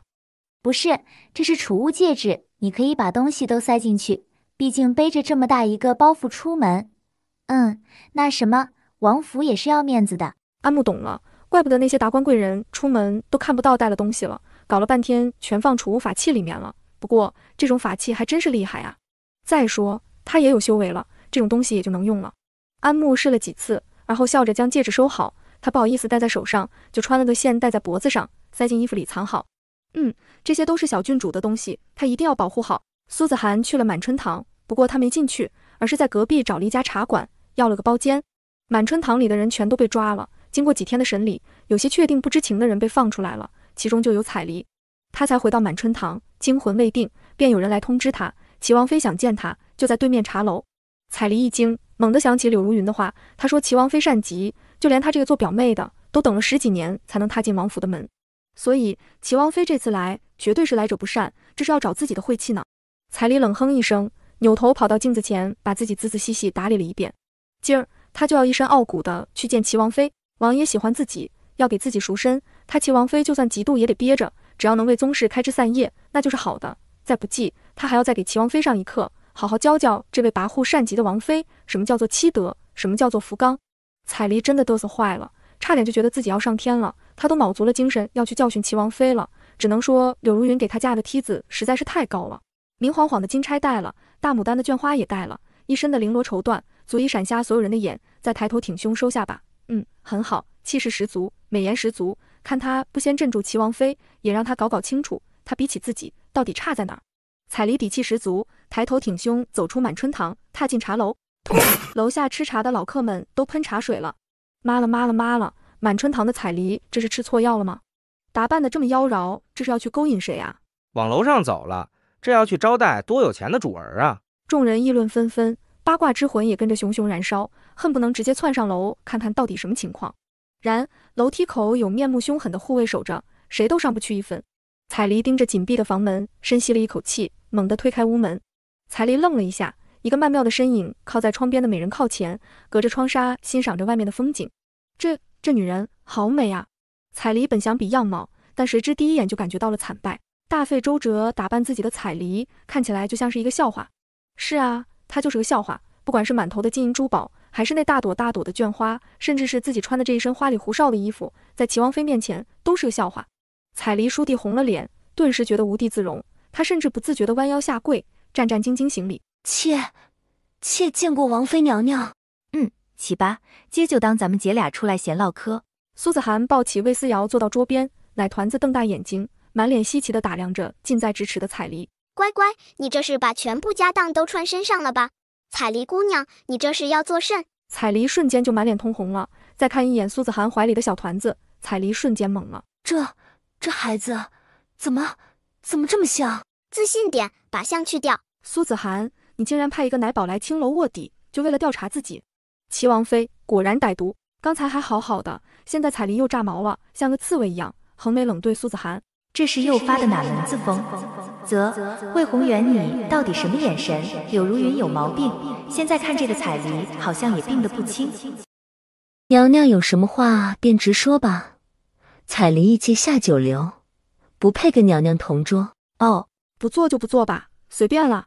彩梨一身傲骨，硬气出击，谁知苏子涵软绵绵的不接招，一个字搞得彩梨差点绷不住，于是她只能站着看着苏子涵吃吃喝喝，好不快活。娘娘是来赶妾走的吧？彩梨自以为猜到了苏子涵的来意，忍不住挑衅。彩梨在满春堂还是挺值钱的，一宿能替妈妈赚万金，不知道娘娘打算给多少钱打发彩梨走？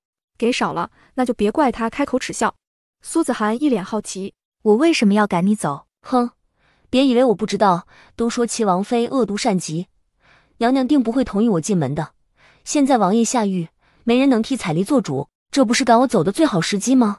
苏子涵嗑着瓜子，一边听一边点头，怀里魏思瑶盯着他嗑瓜子，而后偷偷摸摸伸手够。这世上比飞剑还快的是孩子的手，苏子涵一个金丹期的修为都没拦得住，眼睁睁地看着魏思瑶把瓜子连皮塞进嘴里，拢共就长了8颗牙吧，还嘎巴嘎巴嚼得挺香。还行，就是皮硬了些。娘亲，这家的瓜子顶多算凑合。苏子涵哭笑不得，彩梨却脸上滚烫，这娘俩是来搞笑的吗？娘娘，她拔高了声音。行了，我就是来告诉你一声，等王爷回来我就抬你进府。彩梨瞪大了眼睛，这怎么突然就同意了？到底哪里恶毒，哪里善极了？这明明是人美心善的大好人啊！彩梨差点就要给苏子涵跪下了，但转念一想，怕不是齐王妃做给别人看的，等自己进门之后，指不定的怎么折腾自己呢。想通了这点，彩梨重新挺直腰杆。哎呀，彩梨也是个没脑子的，满春堂混了7、8年，心眼子全用在忽悠男人身上了。柳如云说啥就信啥，说什么娘恶毒善极，我就问问哪个当老婆的乐意自家男人背着自己在外面搞3搞4，而且知道的时候孩子都10岁了，这个年代又不是不让迎小妾，搞外事算什么情况？彩礼一愣。柳如云说娘恶毒善极，天地良心。柳如云进门都快1年了，过来串门的次数不过3回，欺负？呵，要真欺负我娘，怕不是要踩烂她院子的门，不过是自己吃相难看，还想要个好名声，真是当了婊子还非要立牌坊，又当又立，哦，再加一条，还要出来毁我娘名声。这齐王府还挺热闹。彩丽说你什么好啊，你个没脑子的蠢货，进了门之后只听柳如云的，柳如云拿你当枪使，做坏事你出头，他在一边当好人，最后他踩着你做王妃，扭头把你绑起来卖给庄子上的瘸腿糟老头，那过的日子还不如去满春堂接客呢。彩梨瞬间傻眼，怎么办？吃别人的瓜很有趣，但是换到自己身上他就不痛快了，接下来他该相信谁？行了，该说的我都说完了，你好好想想吧。云香回府，娘俩扭头离去，余下彩梨心乱如麻，到底怎么办？对了，等等就知道了。齐王妃说要抬她进府，若是不抬，那齐王妃说的一定就是假的；若是抬了，那柳如云说的就是假的。到时候这贱人还想对付自己的话，那他就反过来，第一个先弄死柳如云。彩礼定了心神，这才扭头离开。而另一边，魏宏远中毒，宗门的药师轮番给他解毒都没用，后来还惊动了毒医圣手，毕竟是皇玉弟子的亲爹。黄玉还是要过来看看的，只是黄玉看完魏宏远中的毒之后，当场便摇了摇头，没死，医不了。说完扭头就走了。笑话，这毒下的这么有本事，为什么要医？这种杰作就应该留在世间，供大家瞻仰参观才对。爹爹，您来也不跟女儿说一声。苏展已经有60多岁了，为了彰显威仪，给自己捏了个鹤发童颜的脸，满头白发，但眉目俊朗，十分有气势。子涵，你受委屈了，爹爹这次来除了抓周，还有一件事，替你出面，亲自面圣。合理，咱们汝南苏氏的女儿不受气，来的不光有老夫，你哥这个家主也来了，还有几位长老，如此重的分量，皇帝也得掂量掂量。苏展有备而来，为的就是一次能合离透彻，省得夜长梦多。对了，思思呢？思思的百日宴都错过了，抓周可不能再错过，快，让老夫看看乖孙。苏展急不可耐，但并没有看到小丫头，寻找的时候，脚下传来打招呼的声音。啊，哥。奶团子从苏子涵腿后面露出半拉脑袋，大眼睛黑黢黢的，咧开嘴露出8颗小牙，明显是在逗他老爷玩。苏展被逗得哈哈大笑，心满意足的把奶团子揪出来，高高举起。来，老爷举高高。哈哈哈哈！奶团子被逗得哈哈直笑，小脸挤在一起，又把所有人逗笑。思思喜欢举高高转圈圈呢。苏展心花怒放，这小丫头可真招人稀罕。子涵，齐王呢？思思百日宴不给办，怎么抓周也不见人？苏展看了一圈，没看到魏宏远人，顿时脸色不爽。苏青叶更是举起拳头砸进手心，砸得啪啪响。早就看他不爽了，打死算了。百日宴不办，抓周更不见人，什么鬼？这日子还过不过了？少爷、老爷、姑爷他……云香欲言又止。那什么坐牢去了，还没出来呢。谁这么优秀，能把这种渣男抓进去坐牢的，绝对是青天大老爷啊！苏子涵有些尴尬，就简单的讲了一下，父子二人对视一眼，皆冷哼一声，那模样连用鼻子哼气的角度都一模一样，真不愧是父子俩。不过齐王早晚会放出来，跟魔族勾结，他没那个胆子，皇上怕不是想敲打他，所以故意关这么久。苏展看问题通透，就自己姑爷那个怂样子，干不成什么大事，更别提勾结魔族这种惊天动地的事情了。那真是便宜他了，还想今天带着妹夫去演5场切磋一番呢。苏青叶咬牙切齿：“爹，大哥，先进来说吧。”苏子涵话音才落，婆子来报：“姑娘，宫里的圣旨到了，您快去接旨。”苏子涵连忙接旨，宫里的刘内监亲自来送的圣旨，就一个意思，接苏子涵和小郡主以及公子们进宫，皇上要在皇宫为魏思瑶抓周。皇帝亲自帮永乐郡主办抓周，足以见得皇上对这个小郡主多么的喜爱。公公，本宫的爹爹和哥哥也来了。娘娘，皇上说了，人来的越多越好，热闹。得了刘内监的话，一家人整整齐齐上车进宫。苏展和苏青叶对视一眼，心道：进宫好啊，直接面圣，抓周跟和离一起进行，两不耽误，赶紧走人，很好，很好。苏老爷子很高兴，进了马车，苏展跟魏思瑶大眼瞪小眼。哎呀，这就是我亲爱的老爷呀！原来鹤发童颜竟然能这么帅。老爷，没有人能比你更适合白头发了，你就是个有味道的老帅哥。虽然听儿子提起过这个小外孙是天赋奇才，但亲耳听到心声还是让他一阵兴奋。小丫头虽然不能修炼，但也是个奇人，不错。不过有味道的老帅哥是个什么意思？他很臭吗？苏展低头嗅了嗅身上的味道。可惜苏家灭门，老爷的脑袋被挂在汝南的城门上吊了3年，但凡有人来祭奠的全都砍头。后来大嫂想要把老爷的脑袋偷回来安葬，却误入了阵法，下场哀。苏展心中一震，巨大的愤怒和悲愤涌上心头。老爷子握紧了拳头，再次思索着儿子的话。爹，齐王不是良人，早晚我会把妹妹接回来。我不是跟你商量，我是在通知你。苏展闭了闭眼，看来和离也不是什么坏事。而另一边，苏子涵却瞪大眼睛，满脸八卦的支棱起耳朵。刚女儿说了大嫂是荣轩的老婆吗？乖乖思思啊，你再多说说，告诉娘，你大嫂长得好看不？哪里人士？什么时候跟你哥喜结良缘的呀？哎，闺女，你倒是说啊呀！苏子涵快急死了。不过魏思瑶不打算说了，她被苏展丢出来的玩意儿吸引了全部注意力。苏家现在是苏清叶在管家，苏展并不是退休了，而是他一直都没当过家，人家家主都是武力值爆表的刀、枪、剑、棍修，就他是个伏修。虽然伏修千变万化，是战场上不可缺少的助力，但也只是个助力，不是主力。苏展跟家主之位失之交臂，不过他儿子苏清叶厉害，刀枪棍棒18般武艺信手拈来，实力碾压苏氏所有人，当之无愧的苏氏武力值第一人。今天见到小外孙，苏展高兴，想逗逗外孙，便顺手捏了个符咒贴在小胖鸟身上，嘴里神神叨叨一阵嘀咕：思思，你看啊，老爷要念咒了，叽里咕噜阿巴阿巴变。指头一指，而后这只赤红小鸟眨眼之间就变成了一只蛤蟆。不是，你这个老六，你还行不行了？你只会变蛤蟆吗？你只会变蛤蟆吗？你会不会变个凤凰，变个神兽神马达，搞个这么丑的东西？你是想气死谁？真服了你这个老六了啊！蛤蟆脑袋上炸开一朵青金十字架，蹦起来照着苏展鹤发童颜的俊脸，一记无影脚狠狠踹飞。苏展扭头吐血的那一秒还在想，老天爷，什么蛤蟆这么厉害？爹，你没事吧？苏子涵都惊了，他爹竟然在跟凤凰打架。您说您跟他打什么呀？您能打得过他吗？他虽然披着蛤蟆的皮，但内心还是那个天下无敌的神兽凤凰啊！苏展被挠得满脸红印，鹤发都乱了，他都快疯了。自己刚出关，新鲜出炉的元婴期高手，信心满满，现在竟然还干不过一只癞蛤蟆。闺女孙女都看着呢，他不要面子的吗？啊！苏展撸起袖子，闺女你别管，思思，今儿老爷请你吃烤蛙。魏思瑶精神抖擞，瞬间口水横流。阿巴，老爷加油！老爷最棒！老爷嗷嗷叫，思思要吃肉。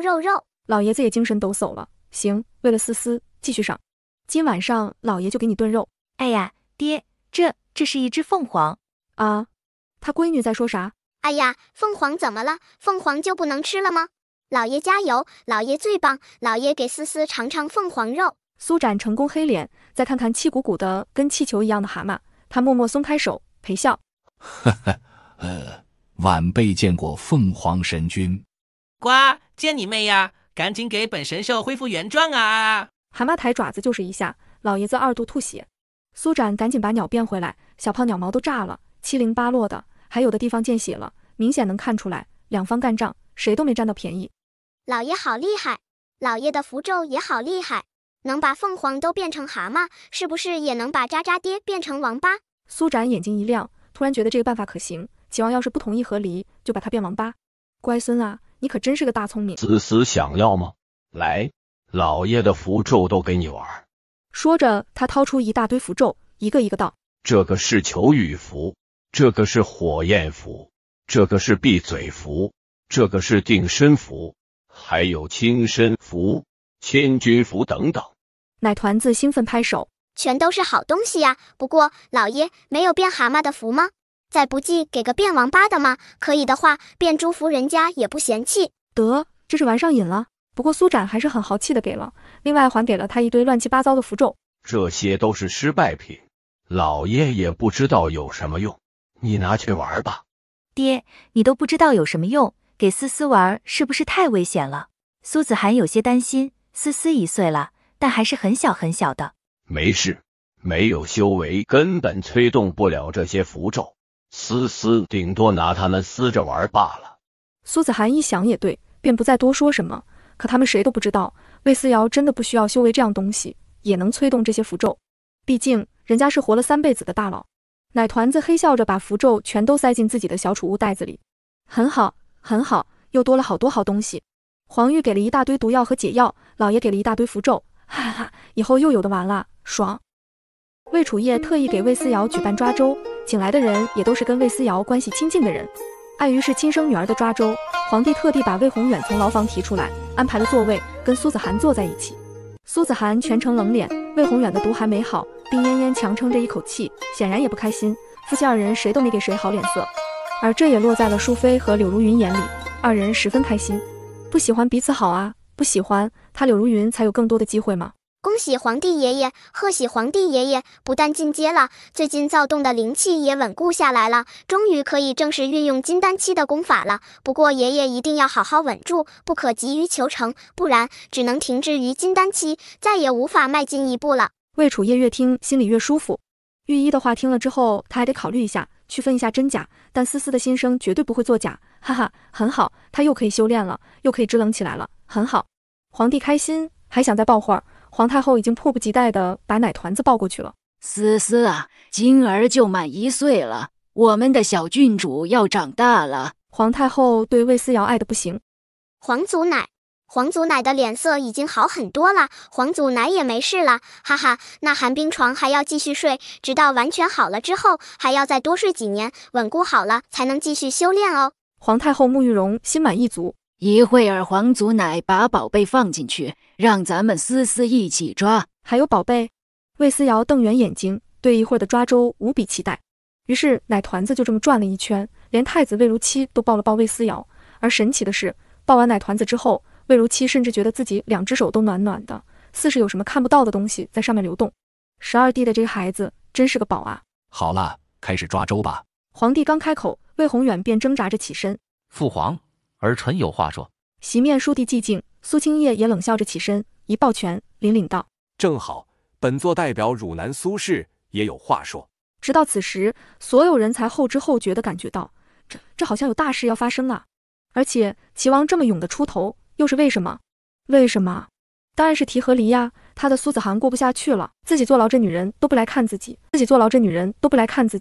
且还极度踩离，打了柳如云这种婆娘，不要也罢。至于那3个废物，就暂时养在府里，年纪大了，随便打发出去便是，也不会辱没自己这个当爹的名声。他看向苏清叶，苏清叶理都没搭理他，直接开口：皇上，今儿汝南苏氏族长还有各位长老都来了，就为一件事，我们苏氏的女儿要跟齐王和离。冷冷的声音掷地有声，直接席卷全场，所有人都懵了，魏宏远更懵。和离？不是，应该他先提的，怎么让苏清叶先开口了？他堂堂齐王的面子都没了。父皇，应该是你闭嘴！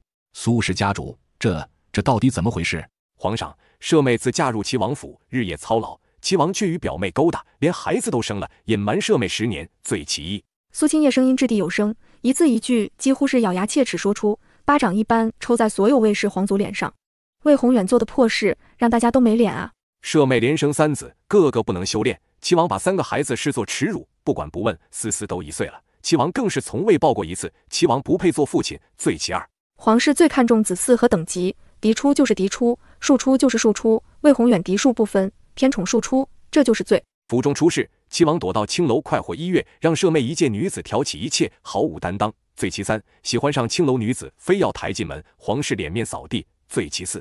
王府的产业却交给贱妾打理，王爷这是在打汝南苏氏女儿的脸，罪其5。还有，苏清叶一口气说了10几条，虽然后面说的都是些细枝末节的小事，但足以让在场所有人的脸色一变再变。没脸啦，没脸！别说魏楚业，连皇太后的脸面都挂不住了。疯了！魏宏远这个畜生竟然做了这么多事，到最后魏楚业几乎要被气晕过去，偏魏宏远还在一边叫嚣：我是齐王，我爱抬谁进门就抬谁进门，你们都管不着，踩离必须进门。畜生，住嘴！皇帝快气疯了，林文初却有些坐立不安，本来是好好的来给魏思瑶办抓周的，上来就吃瓜算什么事儿？齐王非要跟齐王和离，这事儿他当不知道行吗？然柳如云却快要笑死了。和离好啊，赶紧和离吧，王府就她一个女人了，然后她不就能做齐王妃了吗？哈哈哈，好，继续。皇上，老夫恳请皇上同意和理。大周卫氏的脸面重要，汝南苏氏的脸面就不重要了吗？魏楚业整个人都不好了，只能看向儿子。你好好给人家道歉。偏魏宏远这个混账玩意儿，不但不道歉，还梗着脖子叫嚣。父皇，儿臣也同意和理。儿臣有喜欢的女子了，儿臣要跟喜欢的女子在一起。苏子涵，儿臣从来就没喜欢过。你！皇帝整个人都摇晃了，气得他差点气晕过去。他下意识看向奶团子，魏思瑶已经被舅舅的气势震惊到了，半晌咂咂嘴。还是舅舅大气，一口气列了10几条罪名，真是字字诛心呐！哎，合理吧，不然下场就是我娘被活活气死，汝南苏氏灭门，我可怜的舅舅自尽于齐王府。汝南苏氏要是没了，汝南防线就会全面崩溃，到时候魔族就会继而侵扰都城。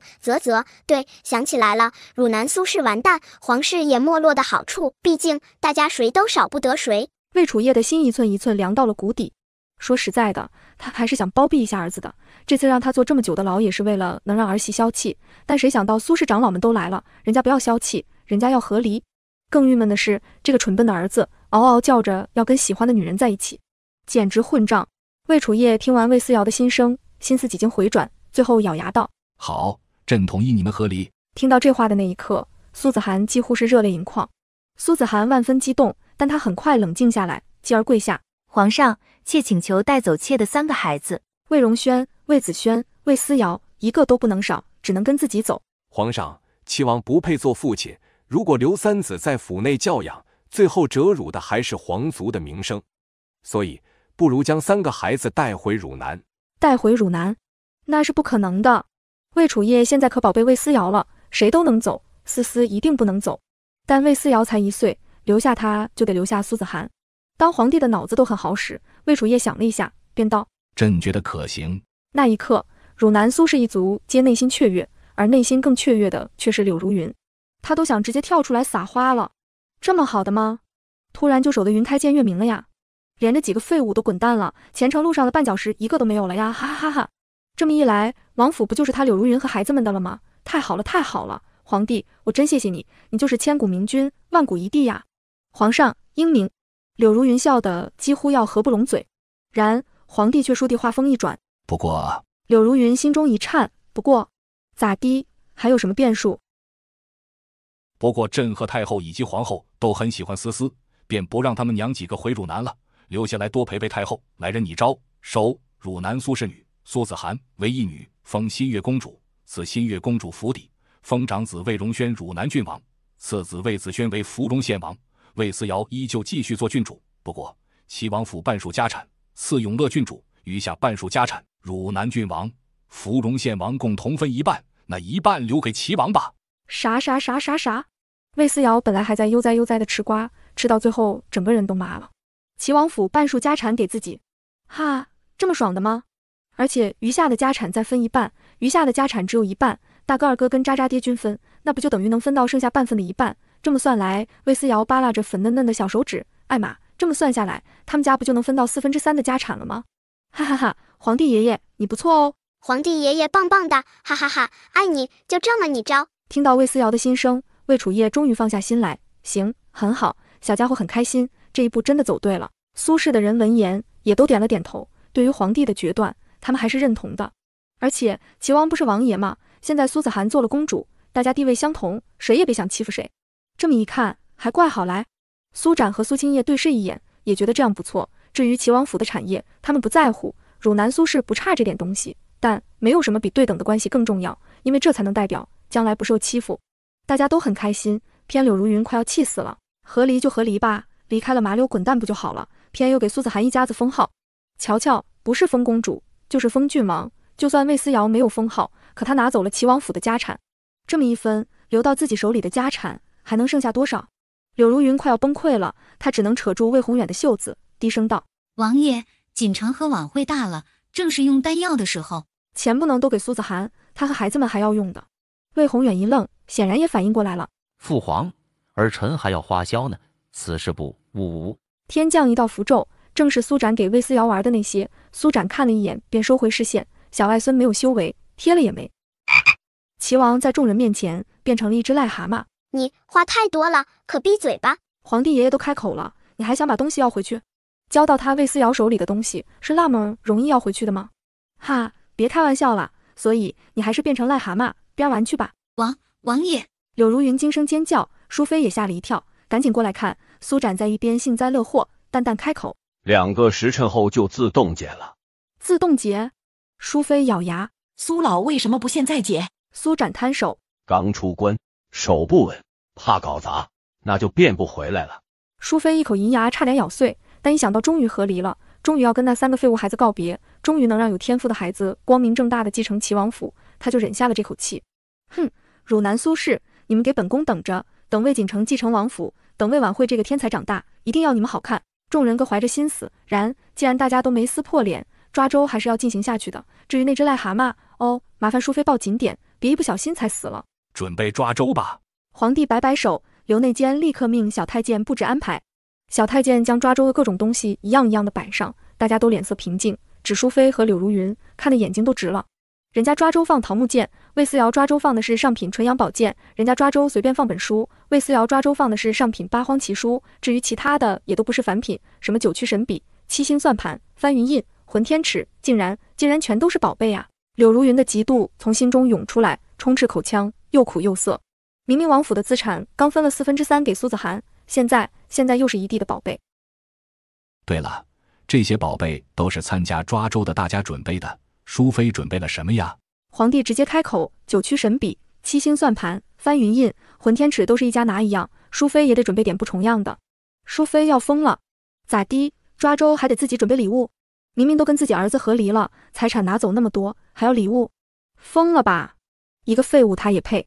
淑妃十分不愿意，但既然是皇帝开口，她也只能硬着头皮往外拿。只是原本准备好的廉价礼物实在是拿不出手，至少比起这些什么九曲神笔、七星算盘、翻云印、混天尺什么的，自己准备的礼物简直就像一件垃圾。没办法了，淑妃只能咬牙拿出自己压箱底的宝贝，娘家带来的迷仙盘，小心翼翼地递过去。总之，抓周只能抓一样，只要魏思瑶抓不中这只盘子，那就还能还给自己的。对，会还给自己的。魏思瑶也就2只手，最多抓2样，而这里面这么多东西，不可能全都抓走的嘛。淑妃终于笑了。陛下可以开始了。思思，选吧，选中什么你就拿走什么。选中了就能拿走。魏思瑶盯着这满地的宝贝流口水，他全都想拿走啊，怎么办呢？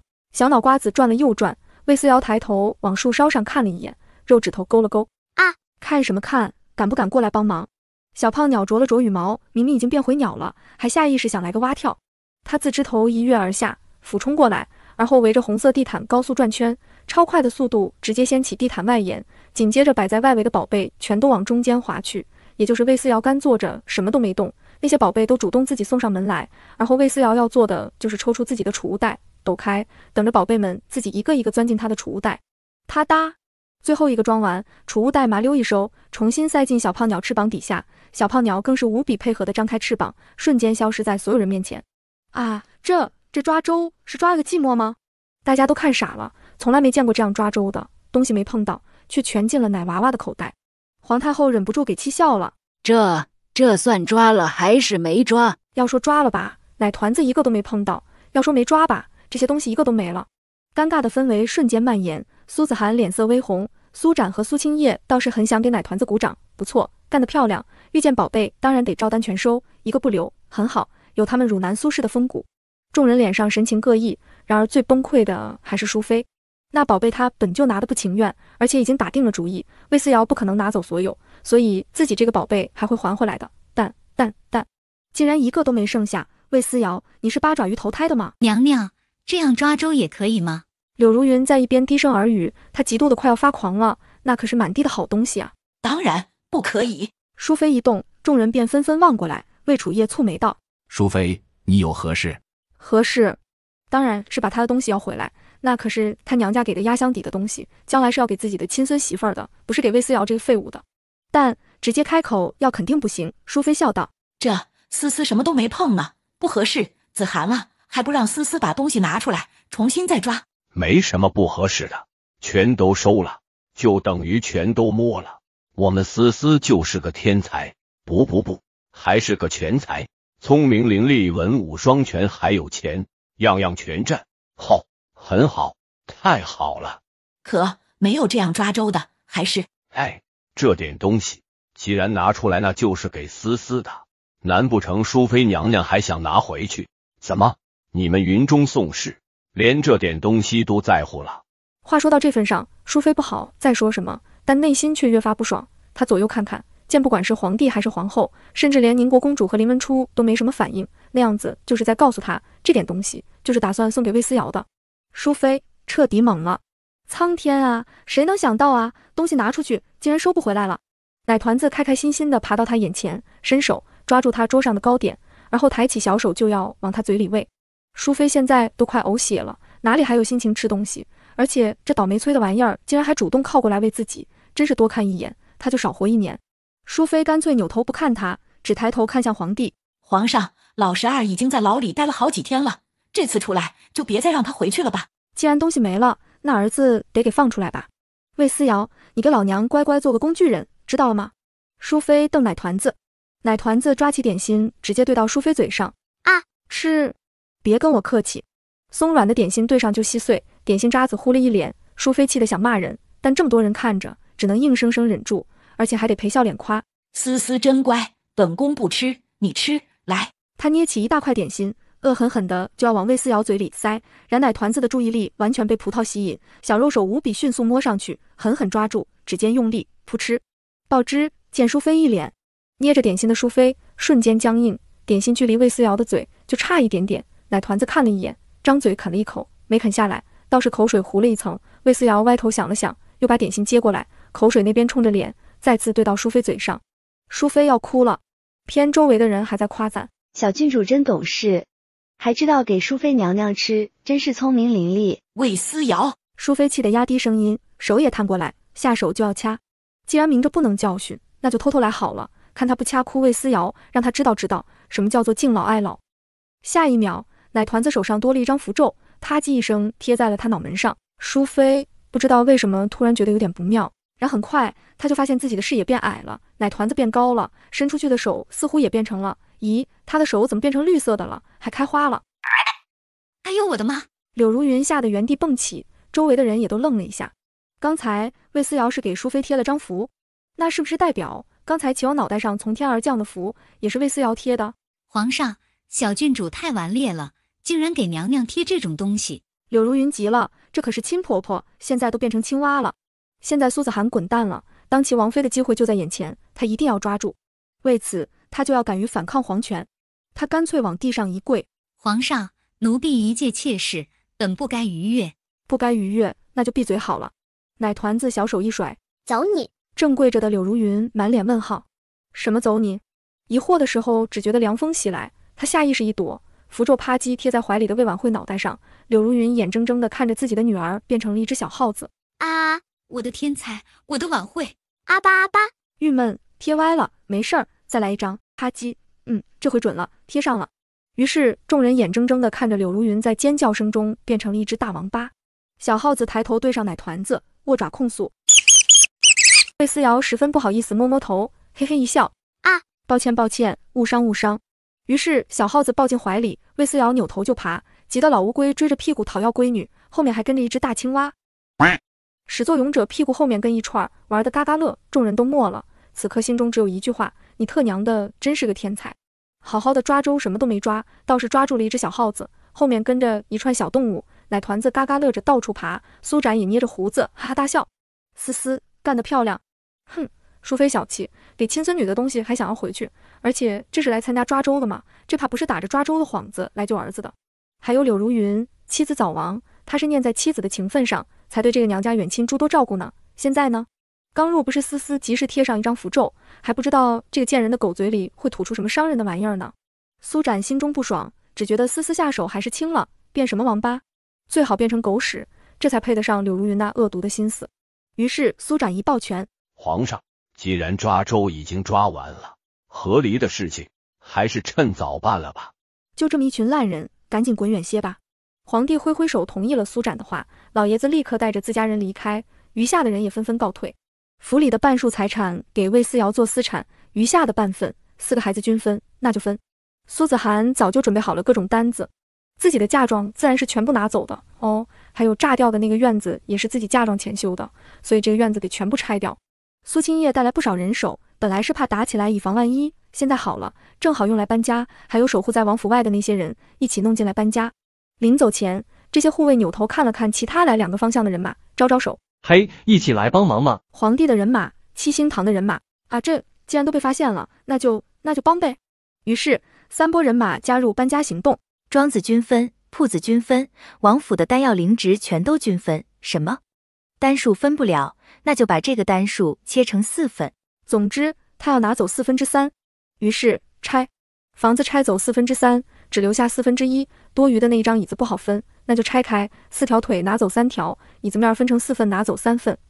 很好，分家嘛，就是得这么公平公正。于是，好好的齐王府就地消失了3/4，连大门都只留下了一半的一半。走过路过的人以前都看不见院子，毕竟有影壁挡着，现在影壁少了3/4，王府一览无遗。王府的假山为什么只有1/4？哎呦，那房子是降一半吗？院墙怎么也少一大半？众人窃窃私语，魏思瑶都快要笑疯。太给力了有没有？真的把圣旨贯彻到底了，说好的3/4，真的1分都不能少啊！爽！皇帝赏赐了公主府，离齐王府很近，就在隔壁，而且还在齐王府左边。位置来说，新月公主府在前，也就是说，新月公主府比齐王府尊贵。对此，苏展十分满意，迅速带人把东西搬进了新月公主府，就是这么速度。等所有东西清点完毕，苏子涵将分家的清单又重新抄写一份，递给了王府的大总管。这个交给齐王。说完，抱着孩子扭头就走，心里无比开心兴奋。终于离开这个破地方了。此时，皇宫里2个时辰过去，齐王、淑妃和柳如云终于变回人样了。3个人齐跪一地，迎接他们的是皇帝魏楚业的雷霆震怒。魏宏远，混账东西！你，就是你，害得朕差点失去最心爱的孙女。父皇，儿臣没错，儿臣本来也不喜欢苏子涵，当初是父皇非要让儿臣迎娶苏子涵。魏宏远还死不悔改，当初的婚事是皇上定的，淑妃也同意，毕竟汝南苏氏的地位在那里摆着，可比他们云中宋氏强多了，儿子多了个厉害的助力不好吗？可谁知苏子涵娘家是好的，都能，苏子涵不给力，生了3个孩子，全都是废物。所以刚皇帝下旨让苏子涵带走3个孩子的时候，他完全不反对，真是还想疯狂给皇帝点赞。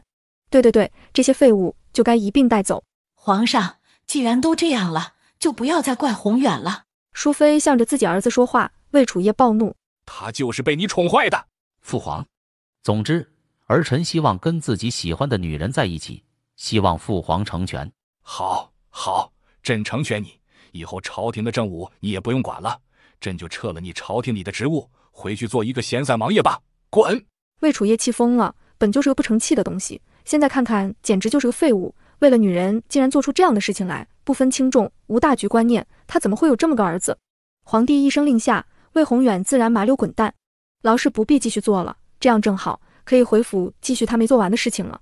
王爷，柳如云激动坏了，刚才魏宏远在皇帝面前据理力争，说什么要跟喜欢的女人在一起，这是不是就代表着他终于熬出头，可以不必再做妾了？一想到这里，柳如云就心情愉悦。王爷，如云发誓一辈子都陪在王爷身边。太好了，终于熬出头了。柳如云热泪盈眶，魏宏远重重点头。如云，你是好姑娘，本王也不会辜负你。走，这就回府准备，本王要搞一场盛大的婚礼。盛大的婚礼啊，太好了，王爷。柳如云万分感动，搀扶着魏宏远回府。然回到王府之后，2个人都傻掉了。本王的大门呢？怎么就剩下1/4了？本王的影壁呢？怎么就剩下个基石了？还有本王的院墙、本王的屋顶、本王池塘里的水都少了一大半。这到底怎么回事？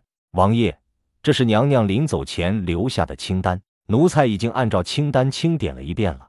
娘娘点东西的时候也当着奴才的面清点的，确定没错。确定没错，是按照3/4拿走的。话说到这里，魏宏远还有什么不明白的？当场咬牙切齿，暴怒叫嚣：苏子涵！一墙之隔，苏家人听到某人暴躁的嚎叫，然没人再搭理他了，都和离了。谁管你是齐王还是齐王八？云香和西香满脸兴奋地从墙头上爬下来，这瓜吃的真是爽死了。齐王有多愤怒，他们就有开心。没看到王爷那张脸，气得都扭曲了，柳如云手帕都快扯烂了，当上王妃又有什么用？姑娘屁都没给她留下啊！看啊！你们看热闹，怎么不带人家呀呀？我也要吃瓜，我也要看渣渣爹扭曲的脸，我也要上墙啊呀！魏思瑶郁闷死了，虽然能麻溜走路了，但她还是够不着墙啊！她也想爬墙头。小郡主怎么也来了？二人听不到魏思瑶的话，不过安慕听到了，笑着把魏思瑶抱起来，放到墙头上。诺，小郡主，玩吧。魏思瑶赶紧扒住墙头看热闹，但可惜人都走光了，一个都没留下。苏子涵把东西都拿走了，只留下1/4，然这1/4，再加上魏宏远每月的俸禄，倒也足以支撑府邸的修缮。再加上魏宏远扬言要办婚礼，于是齐王就掏空了自己最后那点家底。告诉你们公主，本王要成亲了，跟自己最喜欢的姑娘成亲。至于你们主子，哼，本王都不要的女人，我倒要看看整个大周还会有人敢要。和离，以为和离就完了？不，苏子涵，你这辈子都不会再找到比本王更好的了。魏宏远得意洋洋离去，婆子满脸膈应，但还是把这件事转告了苏子涵。哼，看来妹妹和离真的离对了，这个齐王真是太恶心了，早知是这种人，当初就不该让妹妹嫁过来。苏青叶一脸遗憾，他还没跟齐王这个废物切磋呢，他的毒到底什么时候好？他可不想收拾一个伤患，有辱自己的英名。哼，就是便宜了柳如云，这才是个吃里扒外的东西。咱们苏家对他有接济养育之恩，他就这么报答咱们。苏展气柳如云，然苏子涵却十分平静。和离除了带给他开心以外，再不会给他其他情绪。总之，只要能把孩子一起带走，对他来说就已经是大获全胜了。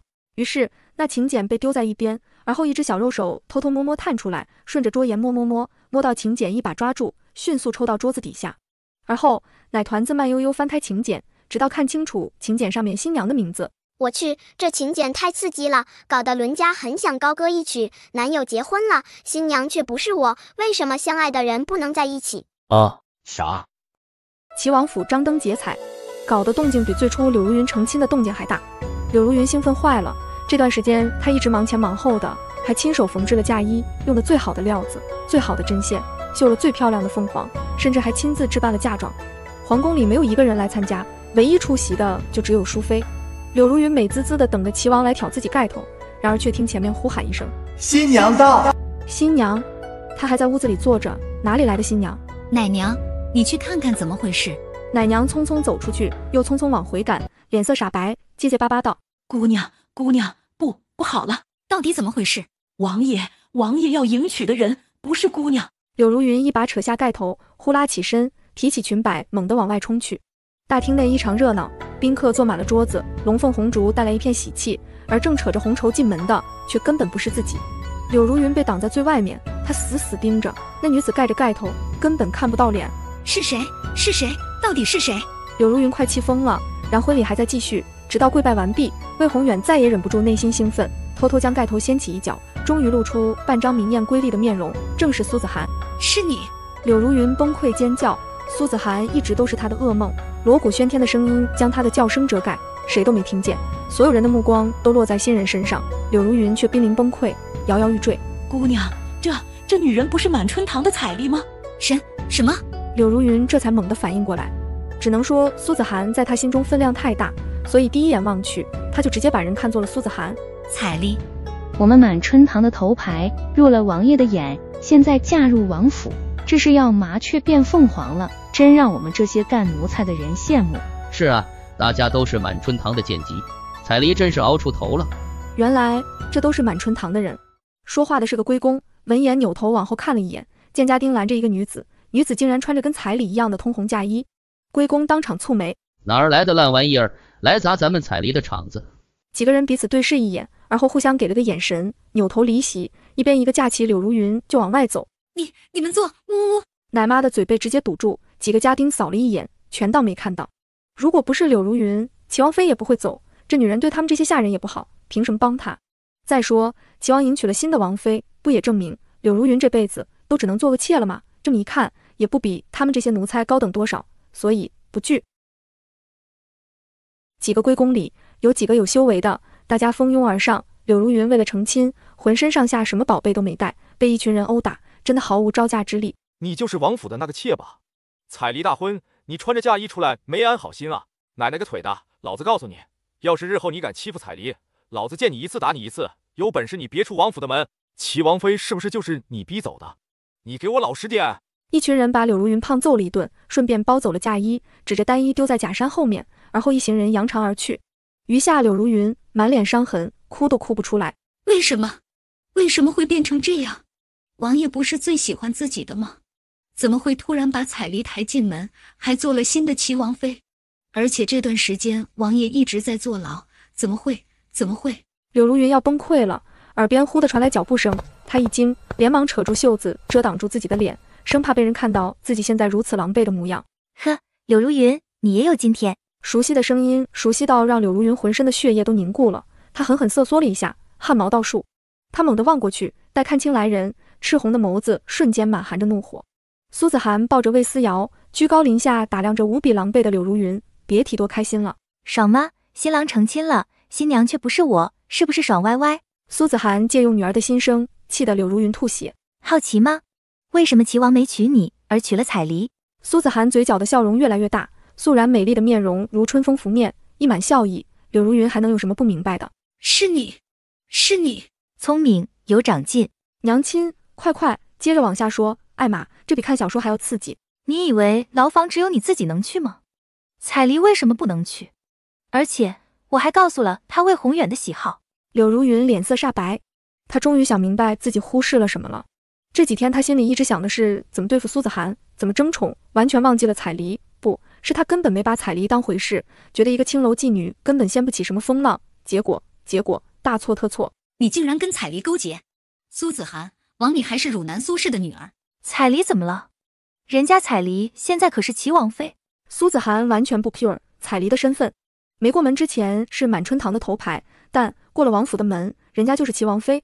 而你柳如云，打街起你就得跪下去给你瞧不上的彩梨磕头问安了。跟彩梨勾结算什么？那也比某些人还要给妓女下跪的强。哈哈哈，苏子涵要爽死了。果然柳如云的脸色难看到了极点，她很想破口大骂，但是又怕把别人招来，看到自己这副成那样子，她只能咬紧牙关，恶狠狠地盯着苏子涵。你这个恶毒的女人，你不得好死！哼，不及你。魏锦城不是王爷的种吧？一句话逼得柳如云彻底闭嘴，她要吓疯了，一双眼珠子乱转，左看右看，生怕被人听了去。苏子涵笑得更开心了。柳如云，你记住，你永远有把柄在我手里。说完扭头就走，简直不要太潇洒。苏子涵，柳如云急了，别以为和离了你就能过得很好。魏宏远可是皇子，是齐王，整个大周都不会有人敢娶你的。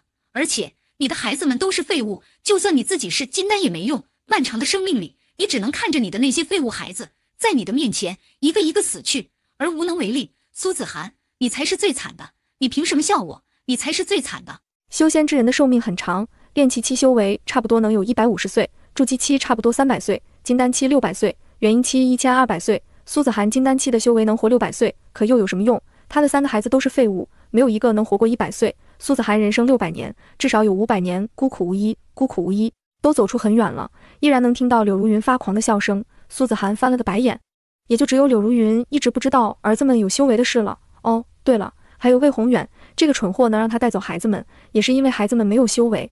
不过他没必要告诉这些人，就让他们一辈子后悔去吧。哈哈哈哈，笑疯我了，我娘惨！要不要笑掉大牙？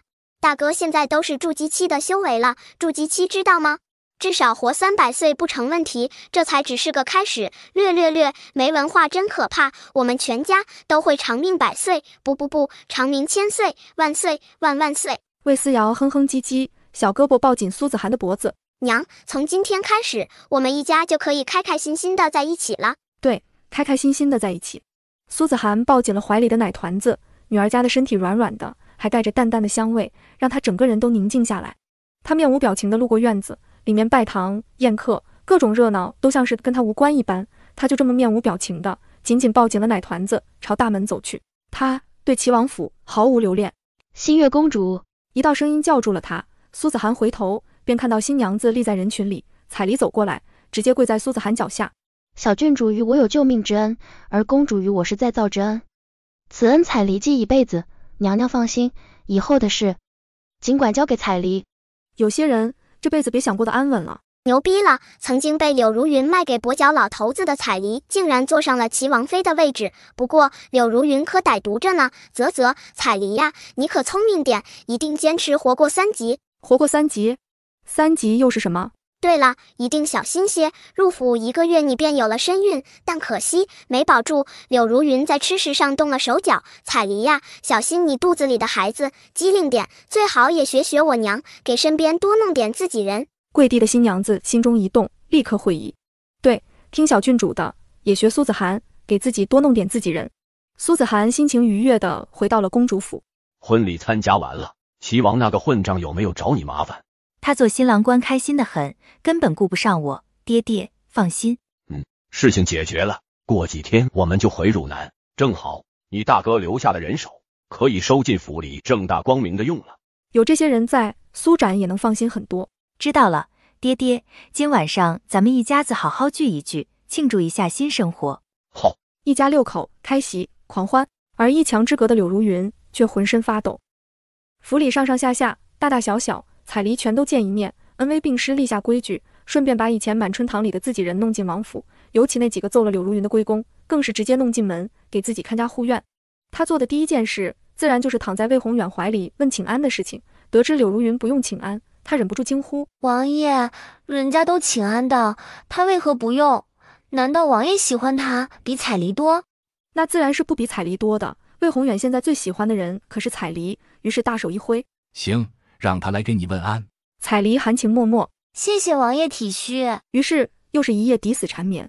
自古枕头风最有效。第二天一早天还没亮，柳如云便被人从被窝里叫起来，说是王妃娘娘那里问安。问安？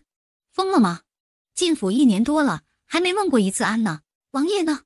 他要去找王爷问清楚。这就是王爷吩咐的，王爷已经早朝去了。柳如云崩溃呀，崩溃。于是柳如云被丢到了彩梨那里，彩梨把人从头看到脚，终于嘴角一勾，指挥手下的嬷嬷。哦，这嬷嬷还是齐王妃暂时留给他使唤的，有力气又有眼色，很不错。把他头上的珠翠，身上的绫罗都给我包下来，好歹是妾，都不知道什么身份，该穿戴什么东西吗？包！你敢！柳如云气得浑身哆嗦，可惜她打不过这个婆子，立刻便被摘扒干净。彩梨这才觉得舒坦了，让婆子压着柳如云问安，没别的，直接跪，一口气磕3个响头，咚咚响。他到底为什么要鼓动魏宏远把这贱人抬进门啊呀？柳如云要气疯了。然而这才只是个开始，几个人喝茶说话，彩梨都能摔个跟头，而后当着魏宏远的面哭得梨花带雨，我见犹怜，嘴里还道：我知道如云妹妹不是故意的，王爷，我没事，哎呦，就是腿一动就痛呢。这演技，魏思瑶看到了都要竖起大拇指。彩梨，你是姐，真的姐？魏宏远自然是勃然大怒，怒斥了柳如云一顿。彩梨心中暗爽，脸上可怜兮兮道：王爷莫生气，让如云妹妹给臣妾揉揉就好了。好，如云还不过来揉脚。于是柳如云又不得不过来揉脚，谁让她是妾？等揉完了，她刚想亲近齐王多说几句体恤话，谁知齐王又跟彩梨走了，顺便还在那边歇了。总之1个月没去柳如云那边一回。柳如云不能再穿戴金贵的首饰衣物，整个人便少了几分华美，多了几分寡淡，而彩梨又是1等1的妩媚，一对比柳如云，那真的渣渣都不剩。再加上彩梨刚进府，魏宏远新鲜劲儿还过不去，自然更加冷落。原本还在王府很有分量的柳如云，分分钟什么都不是了。一夜之间，连府里的丫鬟下人似乎也都不把自己放在眼里了。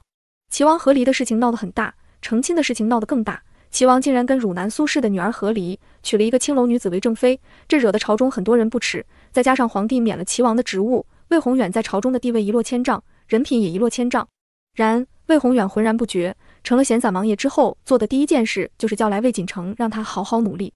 柳如云已经没以前受宠了，但儿子和女人不一样，儿子那才是自己人。你已经进阶炼气5层，好好努力，争取今年再进阶1层，你就是本王唯一的希望了。是，父王。魏锦成退出来，现在明面上他还是王府上了玉蝶的公子，不是柳如云的儿子。然而王府的家产大半都给了苏子涵他们，留下的这点东西，让魏锦成修为提升的速度大打折扣。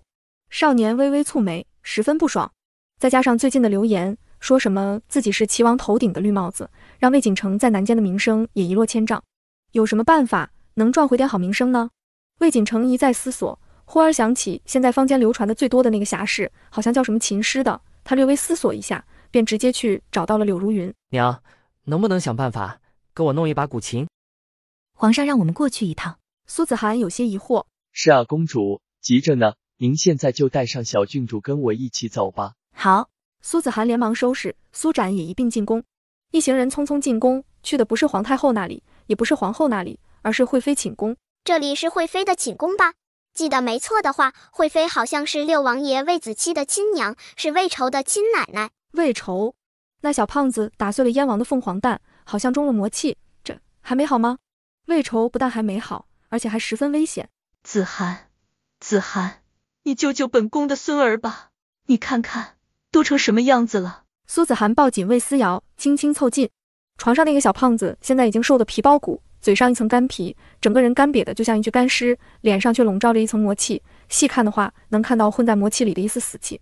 魏思瑶看得直摇头，完了，时间太长，如果撑不过今晚，魏仇就要死了。房间内所有人齐齐一震，惠妃和燕王妃更是再也忍不住嚎啕大哭，二人扑倒床边。我的孙儿啊！燕王也忍不住红了眼睛。虽然这个儿子长得丑，也没有修为，但好歹是嫡出的儿子，虽然不能满心满眼都是这个孩子，但魏仇在他心里还是有一定分量的。再加上这次他摔了凤凰蛋，救了所有人，燕王更觉得愧对这个儿子。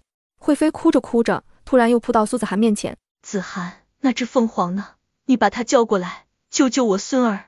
还有，他下意识看向苏子涵怀里的团子，可皇帝不让他们戳破毒心这件事，惠妃只能咬唇，看向苏子涵。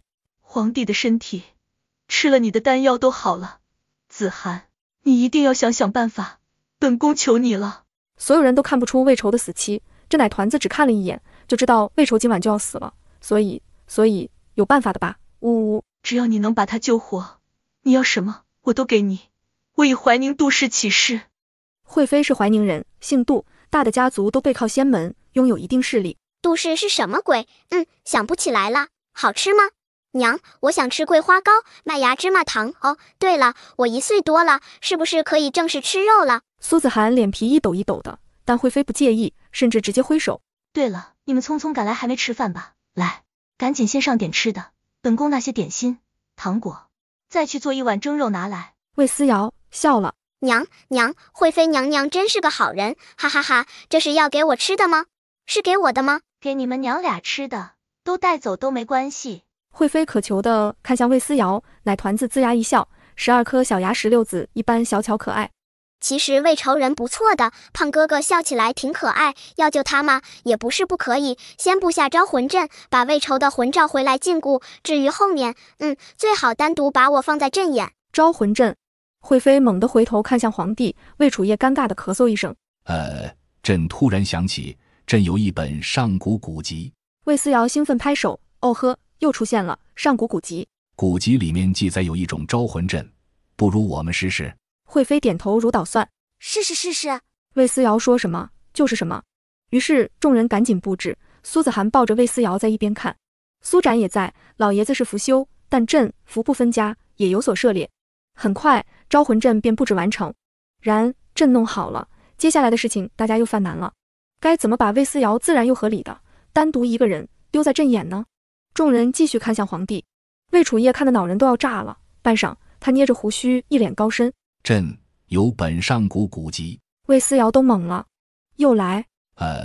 那什么上古古籍里面说要用1岁的娃娃做阵眼。众人齐齐看向苏子涵，新月公主十分上道。皇上，思思刚过1周岁。那真是太好了，魏仇有救了，快赶紧把他放在阵眼。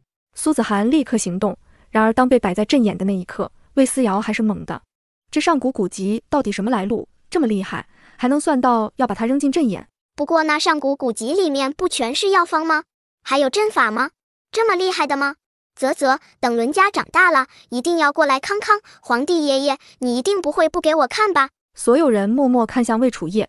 果然，撒谎不是人能干的事儿。至于这上古古籍，看来得找时间尽快伪造一本了。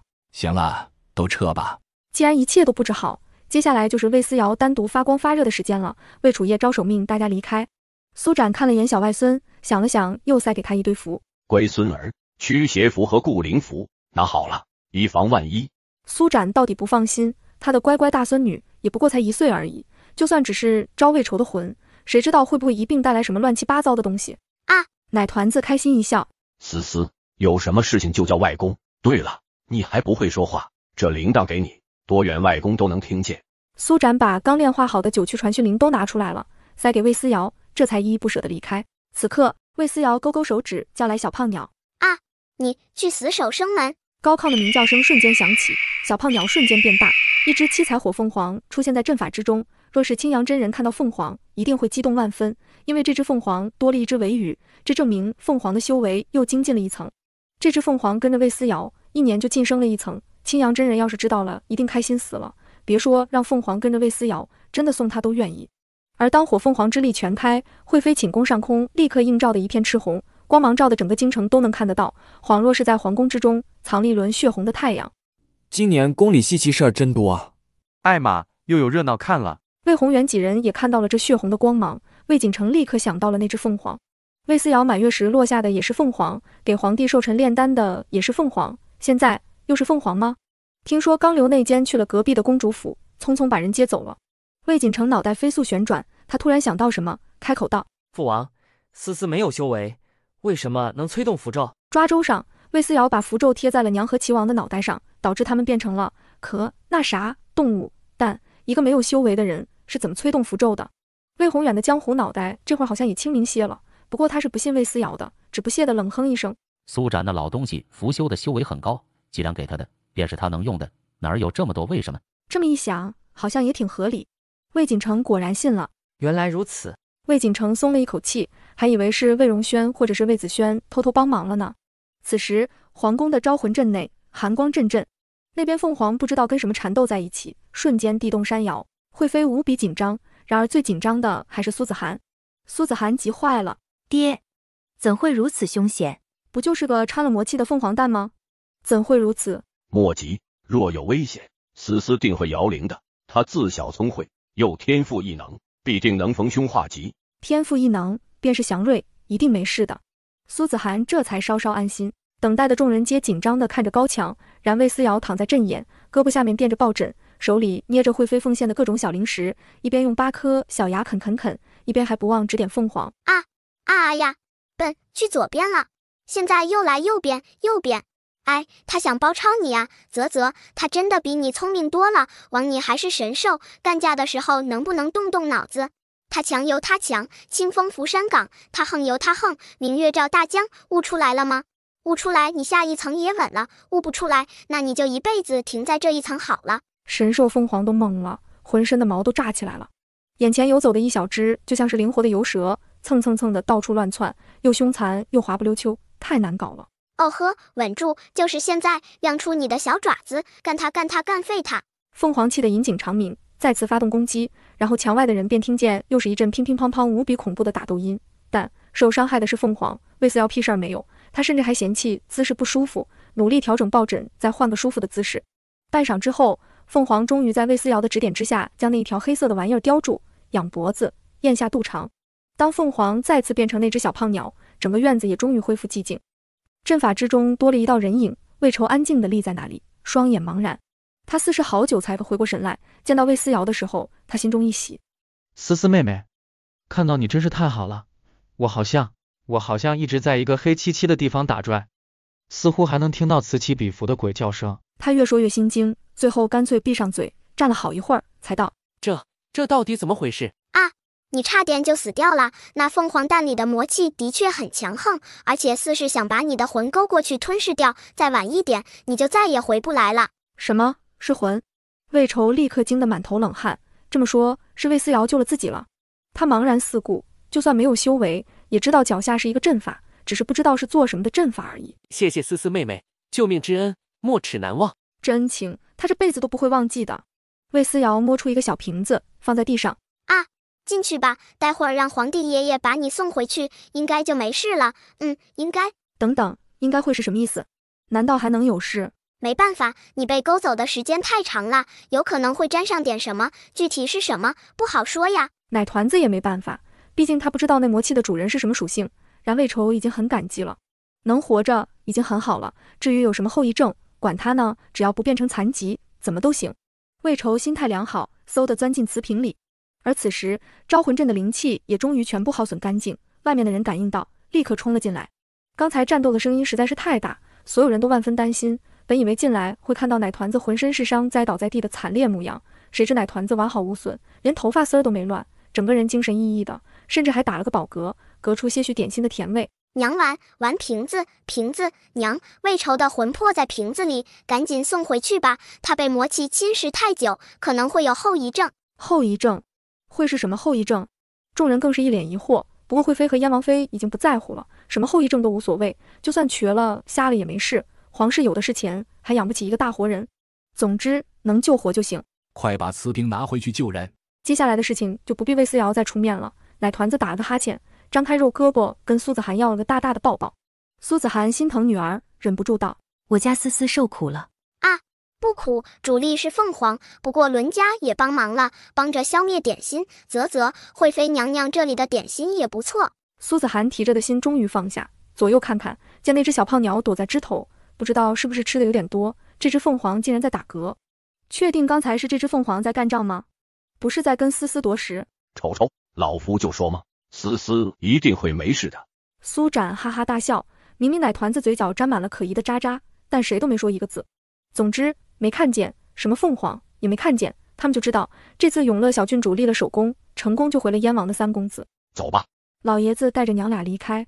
齐王真是个没脑子的东西，明明新月公主给他生了个这么优秀的女儿，却偏要跟妻子和离，3个孩子一个不要，非得跟青楼女子成亲。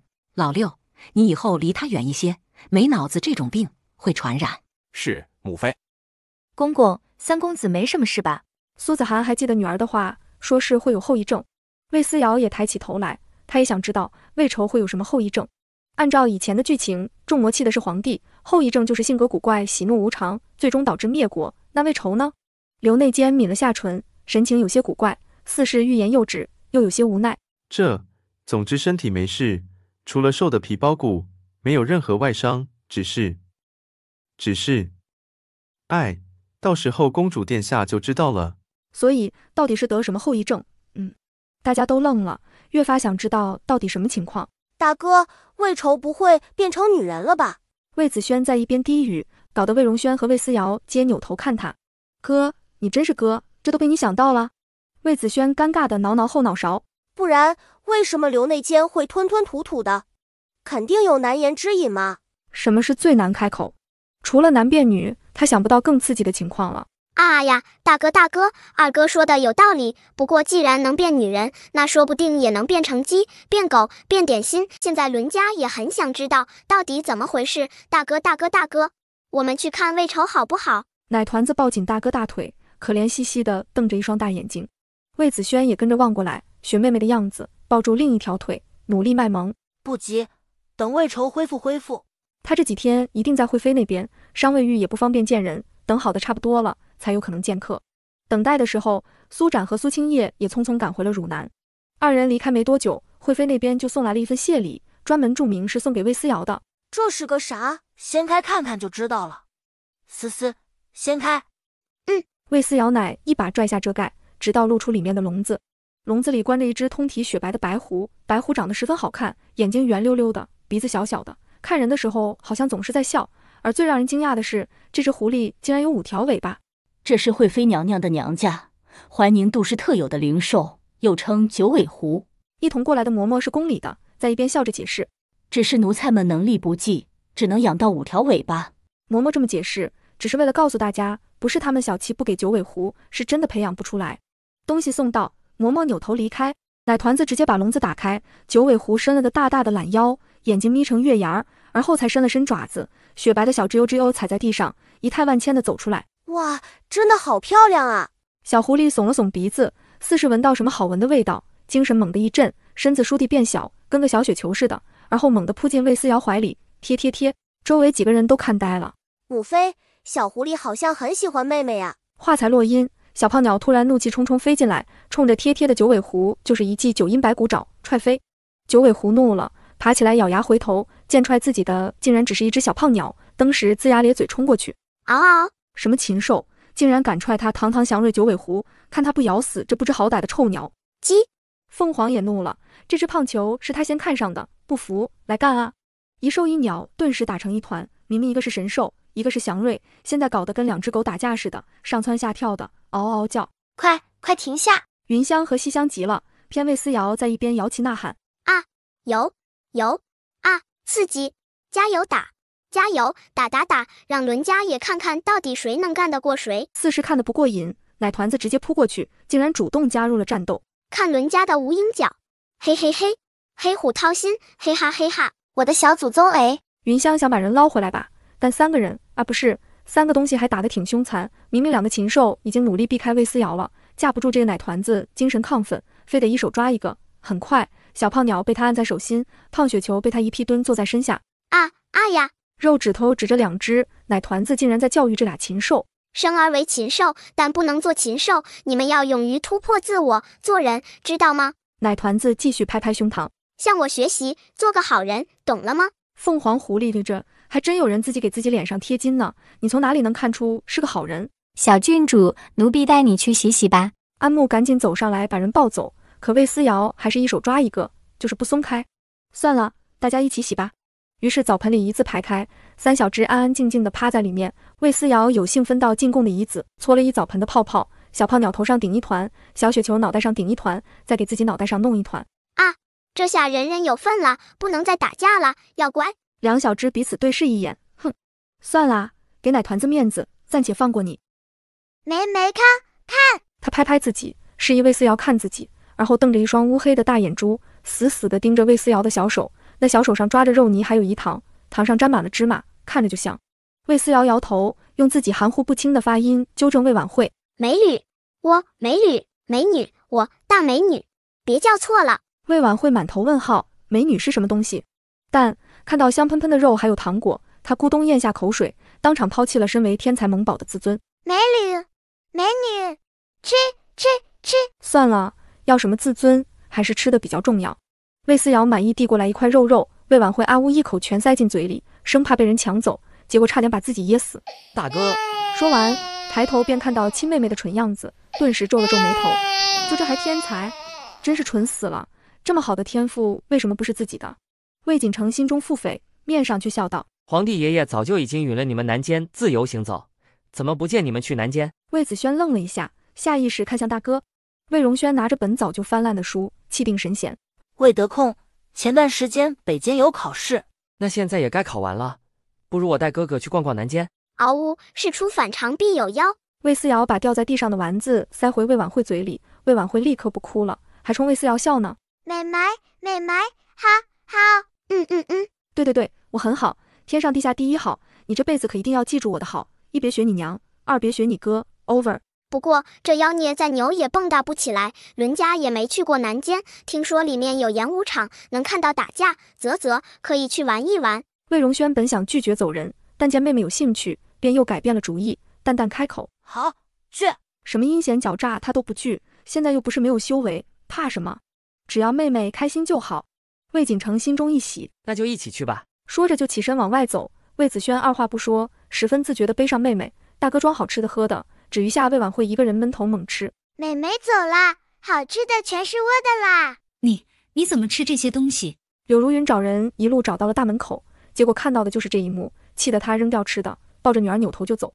废物才吃这些东西。魏婉慧不懂什么是废物，他就知道好吃的没了，哇的就哭了。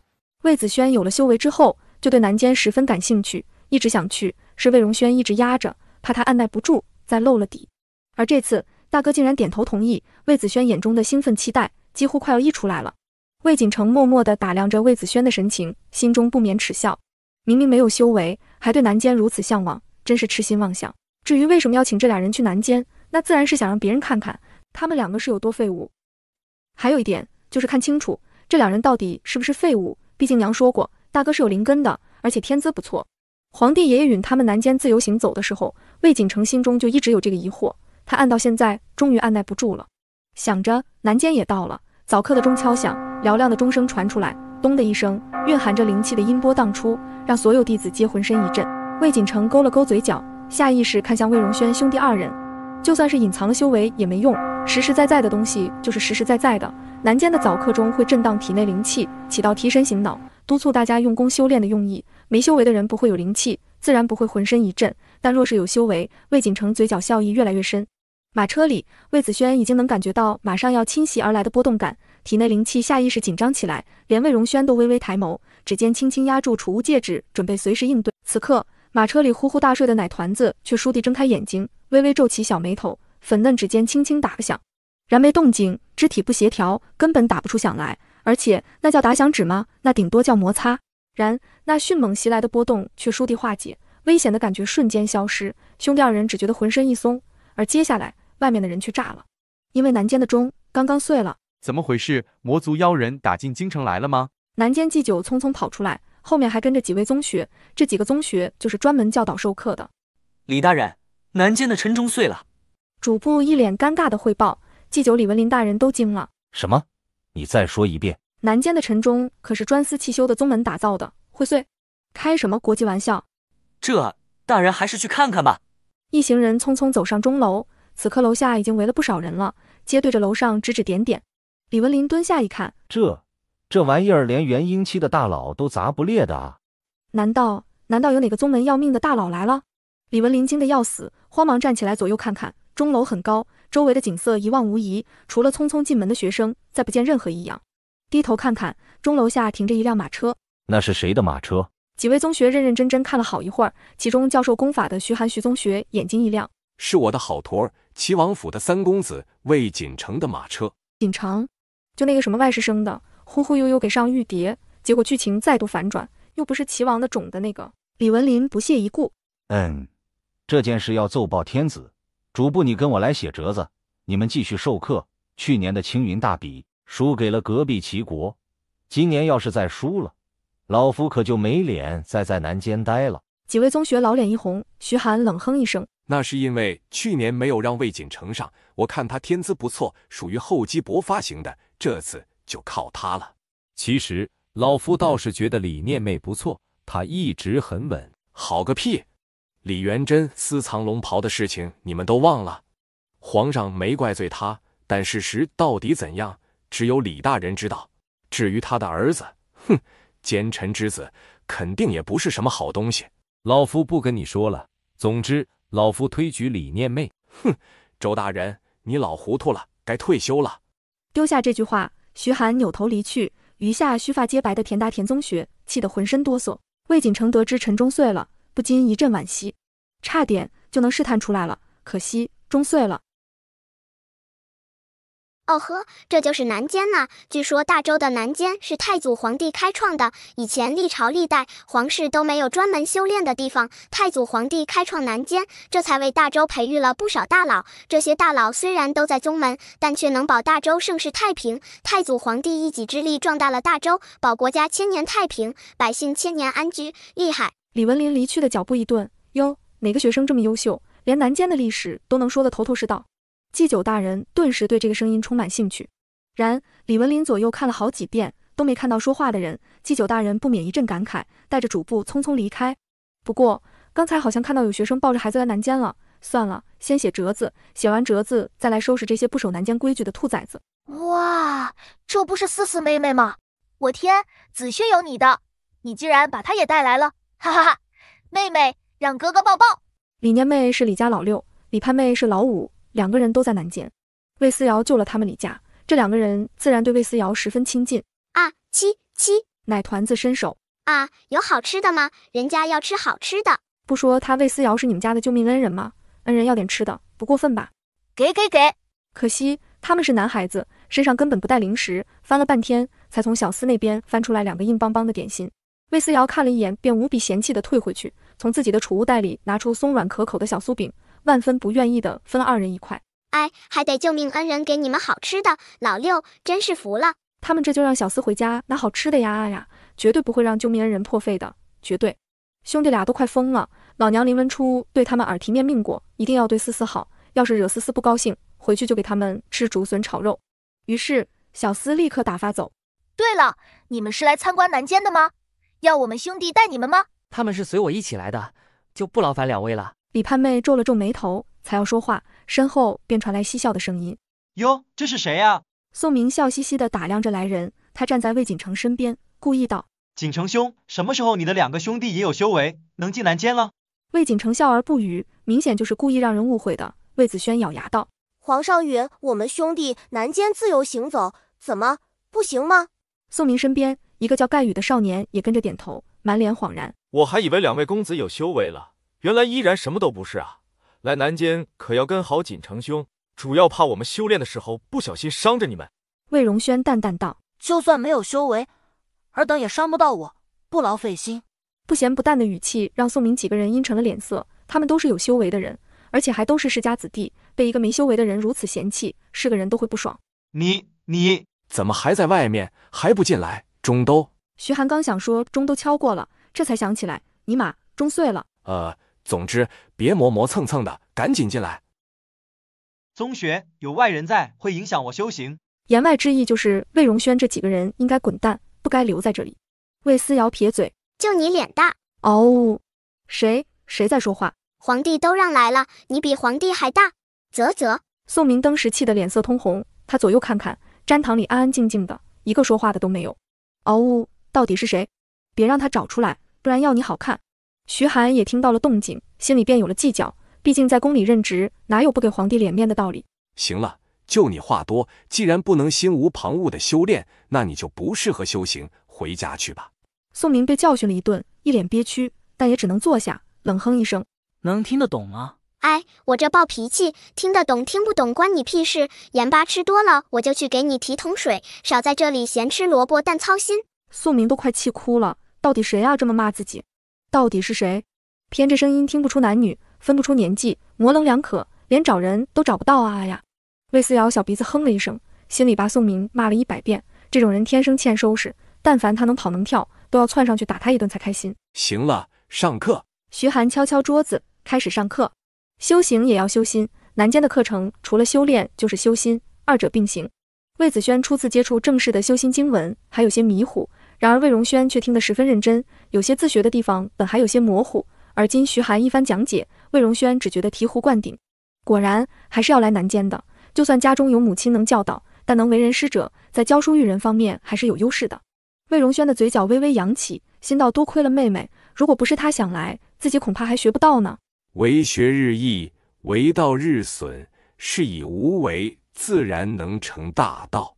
魏锦城，你是这里最优秀的，起来说说你的理解。徐寒点了魏锦城，众人的目光立刻望过来，不少人满眼羡慕和期待。魏锦城修为是炼气期里最高的，大家也都喜欢围在他身边。回宗学，学生以为这句话的意思是做学问应该一天比一天精进，而修道应该一天比一天无为。魏锦城解释了，又好像没解释，毕竟他也搞不明白这话到底什么意思。但徐寒感觉还不错，点头。说得很好。好个屁，他说啥了吗？奶团子打了个哈欠。哎，太无聊了，连为学日益，为道日损的意思都搞不明白，知道这2句后面是什么吗？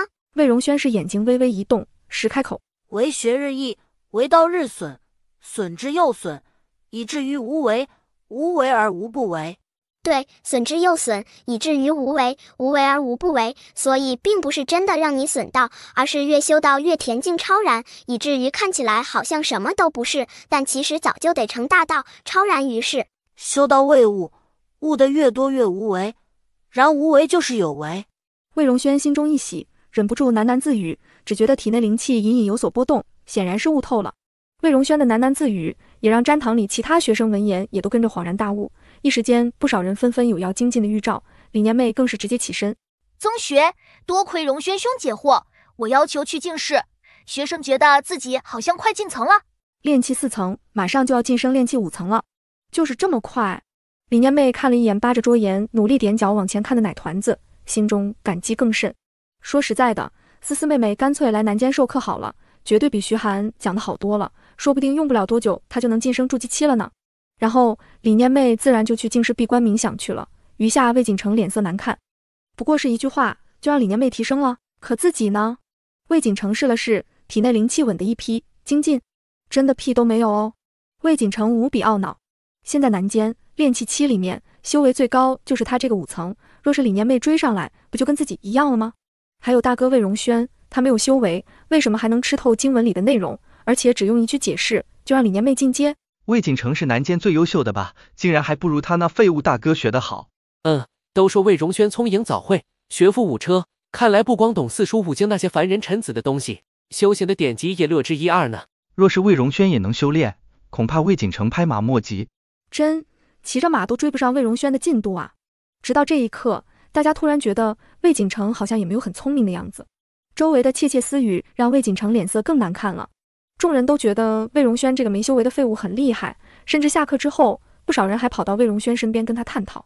魏子轩本来上课还没听懂，正云里雾里呢，好吗？这些人围过来，七嘴八舌地提出各种问题，竟然让众听一遍的魏子轩通透了。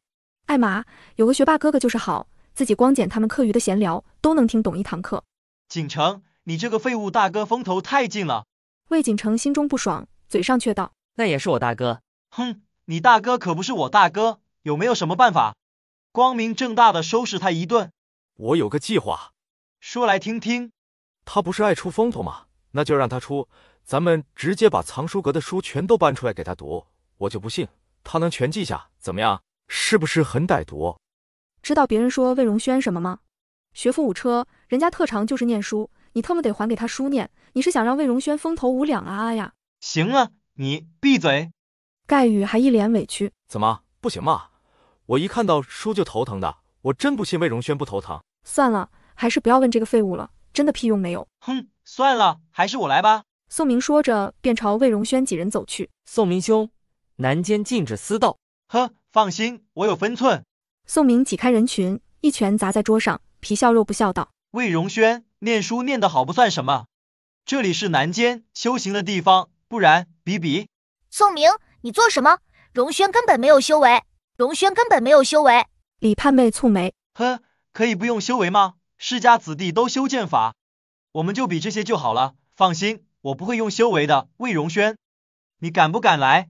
艾玛，好算计，说是不用修为，结果比到最后赢不了，还不是恼羞成怒了？修为在你身上，你说不用就不用，你要用了，谁都拦不住你，最后倒霉的还不是我大哥。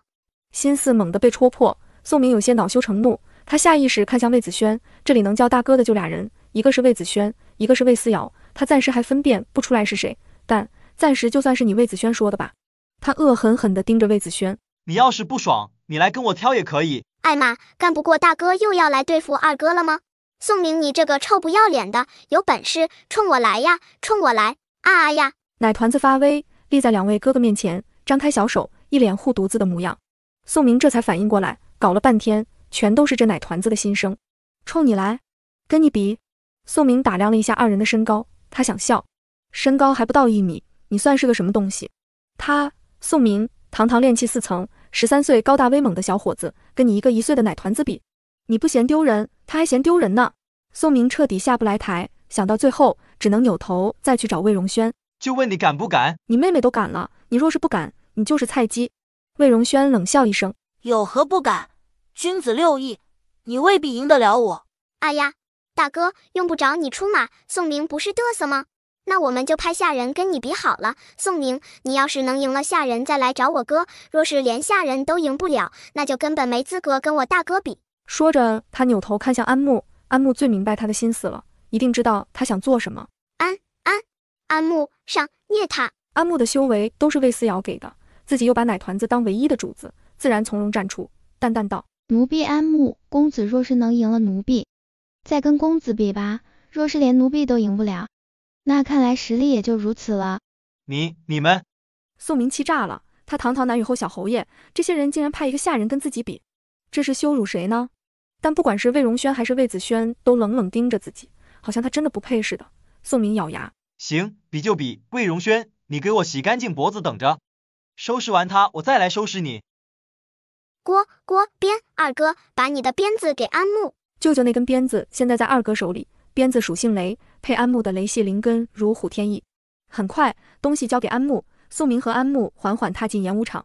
有护阵保护，演武场的比斗伤不到外面的人，大家对即将来到的比赛欢呼雀跃。宋明眸子里隐含了怒火，他掏出长剑，恨不能将安木一剑毙命，而后扭头再给魏荣轩戳个对穿。失礼了。冷哼一声，宋明提剑便刺。安木虽然已经是炼气7、6层的修为，但是没用过鞭子，更不会招式，拿着法器也不知道怎么出招，随便甩几下，虽然威力十足，但毫无章法，很快便被宋明逼到角落。光修为高没用，魏荣轩，下一个就是你。眼看着安慕要落败，魏荣轩在场外淡然出声，从容指导：稳住心神，掌控长鞭，别让法器掌控你。安慕一顿，也知道这么下去不行，但他资质还算不错，立刻便理解了魏荣轩的意思，按照他说的调整。见他稳住了，少年满意点头，继续开口，然说出来的却是攻击的招式。安慕不缺修为，缺的就是招式，所以魏荣轩就给他补招式。一鞭先招，一道鞭子稳稳甩出去，6层的修为碾压4层，破开长剑，直扑宋明面门，划破面颊，一边见血，痛快。这一式还未收回，魏荣轩的第2招又喂了过来，鞭臂向里。第3招快如闪电，刷刷带风，快马加鞭。安慕3招上手，鞭子嗷嗷狂舞。总之，抽死他！嗷嗷嗷！宋明都疯了，自己一个男人，堂堂小侯爷，竟然被齐王府的一个丫鬟抽得毫无招架之力，鲜血刺鼻的味道直冲鼻腔，耳边呼呼带风，那是鞭子劈过来的声音。啪！最后一击，宋明直接摔出演武场，重重摔在地上。这一摔，浑身是血，狼狈到爬不起来，什么面子里子都没了，连身为南监学生的得意和面子都摔没了，他简直没脸见人。可这还不算完，魏荣轩抱着奶团子走过来，立在他面前，居高临下打量着浑身是血的宋明。我家丫鬟修为的确比你高，但炼气7、2层的修为差其实并不算什么，你们之间修为差距不大，但你比他胜在你修行多年，熟练招式，更有实战经验。安慕刚晋升6层，什么都不懂，但你却还是输了，知道为什么吗？宋明咬牙抬头，眸子里满是愤怒。你输在骄傲自大，没修为怎么了？我魏荣轩没修为，一样能读书，能记下所有招式、功法、秘籍。安慕什么都不需要，他只需要站在那里，我就能让他胜你。宋明，还敢用你低贱的眼睛瞧不起别人吗？宋明气得想跳起来再打一架，但浑身的伤让他根本无法动作。哼哼，都是自大惹的祸，我家大哥厉害着呢，你还想欺负他？啧，别想了，宋明啊宋明，你姑姑好像是淑妃吧？啧，也不知道云中宋氏的荣宠还能享受多久呢。宋明心中咯噔一声，淑妃的荣宠要到头了？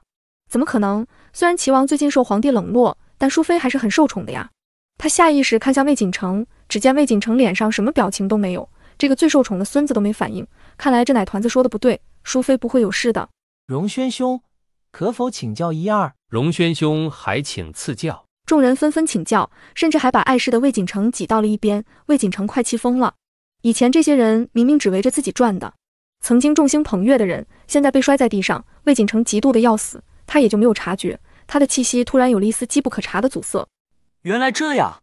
经过魏荣轩讲解，不少人恍然大悟，再看魏荣轩，只觉得这位大公子气宇轩昂，深沉内敛，与他们这些修行的弟子比起来也毫不逊色。正说着话，远处传来笑声，原来李念妹已经提升到炼气7、5层了。荣轩兄，多谢你解惑，我已经进层了，炼气5层。5层啊，恭喜啊！这样我们丙级班就有2个5层了。你和锦城兄，今年的青云大比一定都能拿到好成绩的。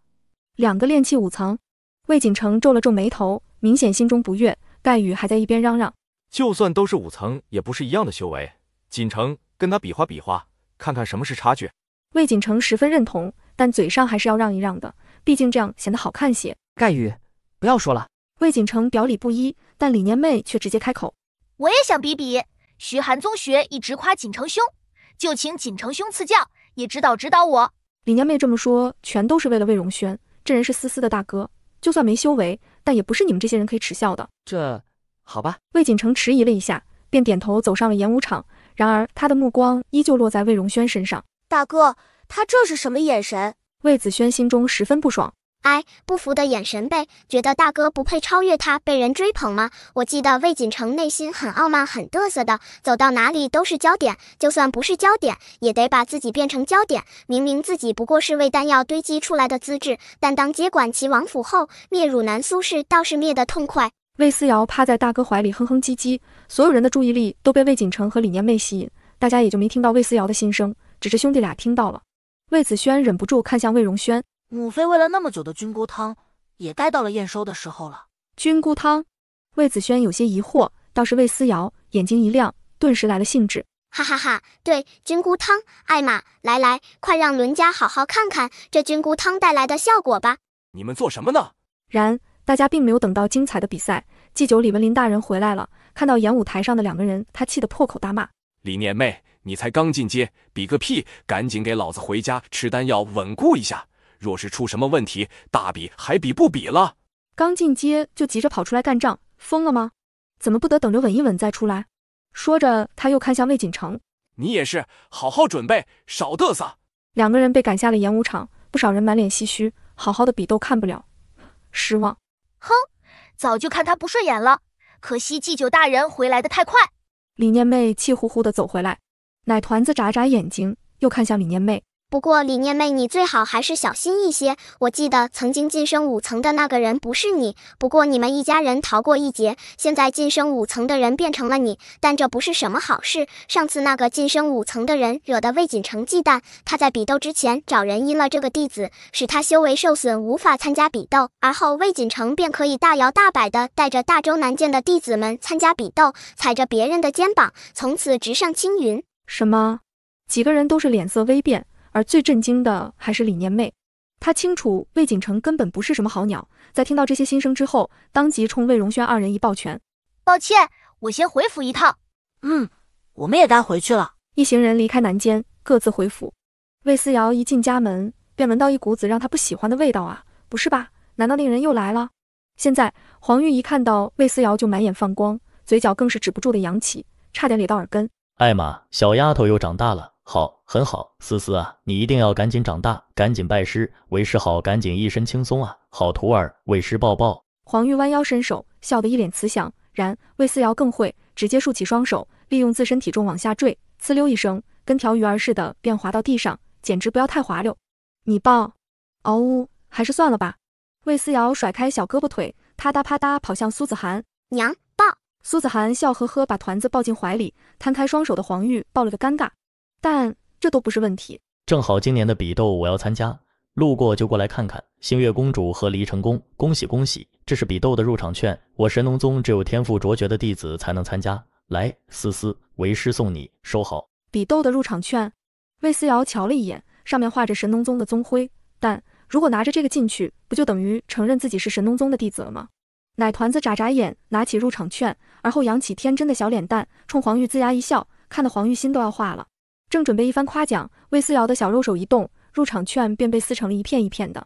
黄玉有那么一瞬间，他突然手痒，很想下赌，但爱徒笑得太可爱，让他有些下不去手。好，看在你是年前难得一遇的天才的份上，我忍。黄玉打算当乌龟，反正魏思瑶才1岁多，干啥都能用一句小孩子嘛，不懂事，摆平。撕了就撕了，星月公主若是想来报本尊的名讳，就可直接进入，那就不打扰了，还有许多事情要做。是的，他很忙的。哼，小徒弟，早晚有一天你会理解师傅无人能比的优秀。黄玉匆匆离去，然他才刚走，七星堂的人又来了。青阳真人几乎是硬着头皮进来的。进门之后，他先左右看看，发现并没有看见那只小胖鸟。知苏子涵抱着魏思瑶，自己戳纸的事情都搞得满门皆知了，里子面子都丢光了，好像也没必要面子了。于是他干脆脑袋一低，恳求道：新月公主、永乐郡主，求求你们帮帮忙吧。苏子涵娘俩都是满头问号。好好的，找他们帮什么忙？毕竟宗门和皇室之间只存在交易和合作，帮忙能帮哪门子忙？青阳真人都快哭了。那个，能不能借你们家那只小胖鸟用几天？用完就还给你们。能不哭吗？明明是自己家的神兽凤凰，奶奶的，结果还得跟别人借，说出去丢不丢人？丢不丢人？所以不能说这凤凰是他们家的，对，就是借用。这个马上就是青云大比了，但是我们宗门的神兽凤凰走丢了，你们也知道，这玩意儿可遇不可求，所以……苏子涵嘴角一抽，神兽还能走丢？所以那只凤凰真是七星堂的。七星堂这个宗门好像是靠神兽凤凰镇宗门的，但凡比斗都会带出来，要是凤凰走丢了，可能宗门比斗的时候实力都会下降一大截啊！不是，你们到底怎么养的？神兽都能走丢？咋地？你连神兽的册纸也扣了？青阳真人脸红的要滴出血来啊！黑历史瞒不住了，全都曝光了呀！青阳真人痛哭流涕。公主殿下，当时袭击你的事情是我们的错，有人给我们递消息，说有魔族妖人带着信物回京，我们颍川3大宗门除报安良，责无旁贷，所以才……总之都是误会。这只凤凰我们不白借，我们给灵使紫云经行不行？再不济还有丹药、法器，总之什么都行。若是我们没有，就去别人手里买。总之一切好说。见青阳真人是真的急了，魏思瑶招招手，树杈上的小胖鸟立刻飞进来。借也不是不可以，但总不能白借吧？然魏思瑶还没想好下文，青阳真人却眼尖的发现他们家凤凰好像多了一根尾羽。哦，凤凰的修为提升了，在七星堂待了1000年都没提升，现在在魏思瑶身边待了1年就提升了，这太让人兴奋了吧！青阳真人猛地一拍桌子，七星堂将献上宗门半数天材地宝，新月公主一定笑纳。说完，吕须哈哈大笑着扭头就走了。半数天材地宝也赶不上神兽凤凰晋升的这一层，哈哈哈！赚了，他们七星堂赚大发了。苏子涵嘴角抽搐，咋的？凤凰是不打算要了？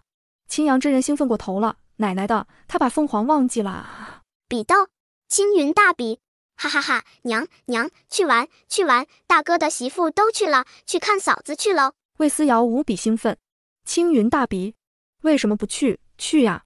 虽然曾经的大哥没能去参加大比，但是嫂子去了嘛，毕竟这次的青云大比就设在大周，自然周围邻国还有周围几个宗门的人都来了。苏子涵原本对大比不感兴趣，但一听说能看到儿媳妇儿，也跟着眯起眼睛，心道：去，一定要去，他得去看看儿媳妇到底什么样。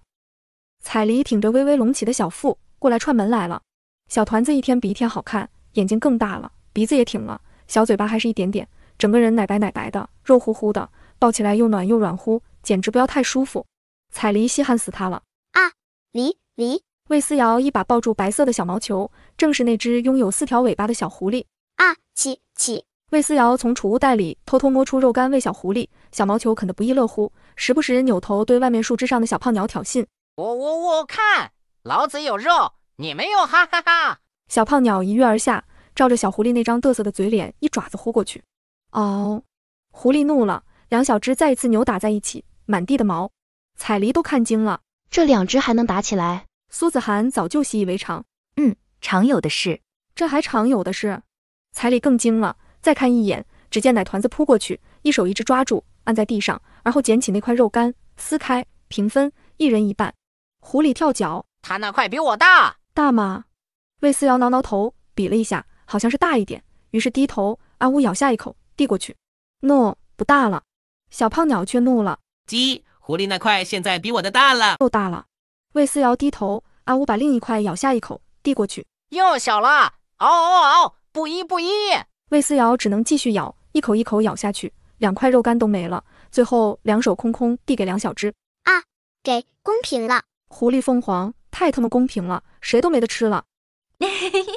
彩梨快要笑疯了，只能说这3只虽然都有脑子，但都不多。柳如云没钱了，本以为自己能当上齐王妃，有的是钱花，但现在彩梨进门，到手的银钱家产都成了别人的，而他还有2个孩子的丹药法器、拜师等等都要钱，齐王给的钱根本不够，柳如云要穷疯了，所以他只能把目标放在了庄子上。扩庄子的事情根本没成，因为周围都是宗门的地方，扩哪里都不行，为此还跟周围的宗门闹得不愉快。宗门的人现在把灵气都禁锢在自己地里，一点都不分给他们。灵植的种植最重要的就是浓郁的灵气，没有灵气屁都长不出来好吗？所以他穷了，儿子的丹药都买不起。柳如云要卖庄子，是我专门派人盯着柳如云的住处呢。一早我就看见那个叫马宇的神色匆匆，派人跟了好久才知道要卖庄子。彩梨现在学聪明了，有点风吹草动，立刻报告苏子涵，我知道了，云香拿芙蓉山庄的保胎药和灵兽肉来，彩梨一点，别多吃，对孩子好。彩梨眉开眼笑，她觉得自己真的没抱错大腿，苏子涵真是个大好人。这么一看，他的仇人至始至终都只有一个柳如云罢了。齐王疼爱柳如云，也不过是因为他有2个天赋不错的孩子，待自己肚子里的孩子生出来，就彻底没柳如云什么事儿了。彩梨对自己肚子里这一胎信心十足，毕竟有苏子涵给自己一大堆好东西呢，所以他也心甘情愿当苏子涵的眼线。送走了彩梨，苏子涵忍不住笑了。柳如云那贱人撑的时间不短，看来齐王的私房钱不少啊。姑娘，接下来怎么办？找人去把庄子买下来，记在思思名下，记得把价格压到最低。那庄子位置很好，本应该很贵，但柳如云没跟周围的宗门打好关系，还想要偷偷占周围的地，宗门肯答应，那才见了鬼。现在宗门连灵气都锁死了，丁点便宜都不给柳如云占，这庄子就再也中不了灵职，这价格嘛，自然得一落千丈。老奴知道了，老奴这就找人去办。苏大婆子扭头走了，余下魏思瑶在一边开心吃瓜。渣爹一辈子都想不到，齐王府的庄子最后会成为娘亲的庄子，而且价格还会压到最低。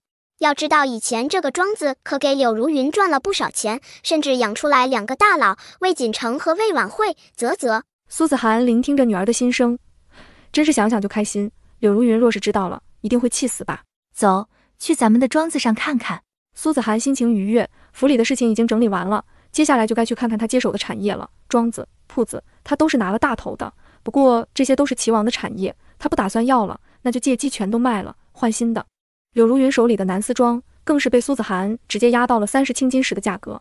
要知道，这可是上百亩的庄子，虽然种植的是普通灵植，但一年光灵植的产值都在上万块青金石呢。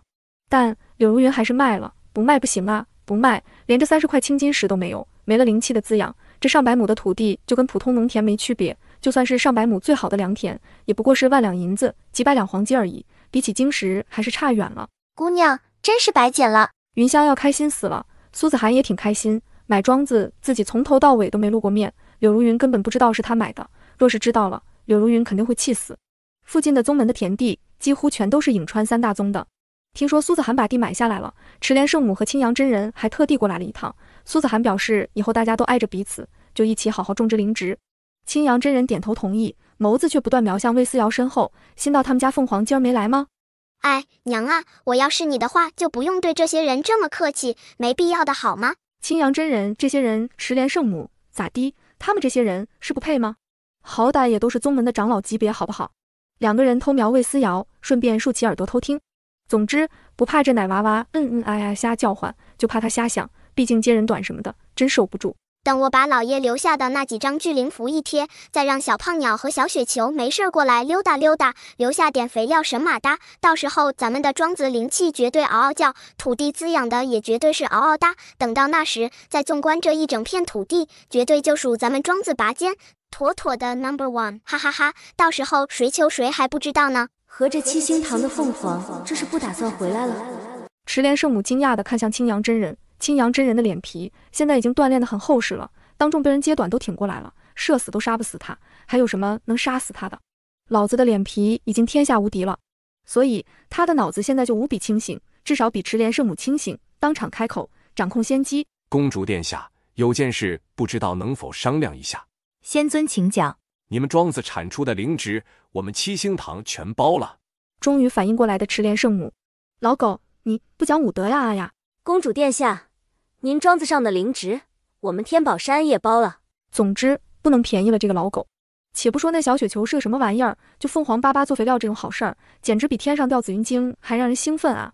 那可是凤凰啊，七星堂都舍不得拿神兽凤凰当牲口用啊，可人小郡主舍得，不但当牲口养，还拿来浇地呢。小郡主厉害，你就是造福我们天宝山的福星，是至尊无上的仙人啊！池莲圣母直接夸起彩虹屁，一阵猛烈输出。公主殿下的庄子一看就很好，殿下又是汝南仙门的人，这么看咱们都是一家呢。哎呀，殿下你还会生，瞧瞧永乐小郡主的小模样，可真好看。像公主殿下，一点都不像那什么鬼齐王。魏思瑶都忍不住给池莲圣母鼓掌了，论拍马屁，你是在行的，抽抽把他娘夸的都合不拢嘴，而且他听着也挺开心。池莲圣母，你不错哦。池莲圣母乐开了花，心里也默默给自己点了个赞，不错，给小郡主这里留下好印象了，以后不就方便了？旁边青阳真人都看傻了，不是，等等，这先机是他先发现的，怎么就被池莲圣母抢去大半功劳了呢？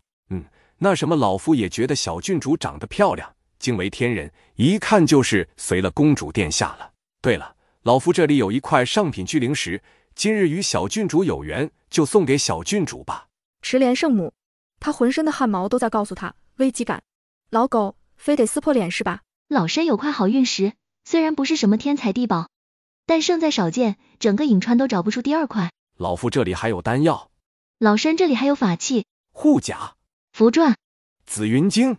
老东西，你非要来是吧？紫云经我也有。若不是苏子涵喊停，这俩人恐怕能把自己的储物袋掏空。不过，对于青阳真人和池莲圣母来说，跟掏空也差不多了。除了还有些送不出手的垃圾材料以外，储物袋里的好东西已经空了。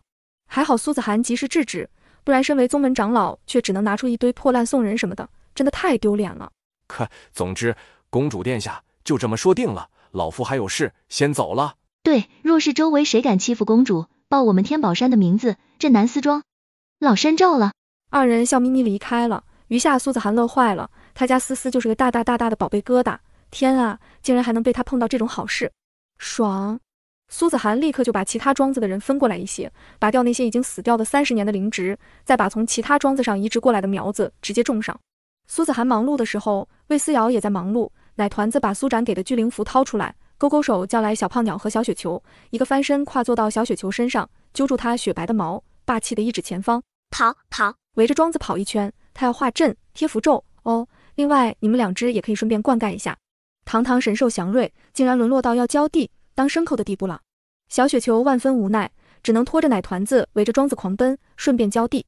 于是南丝庄很快就生机勃勃了。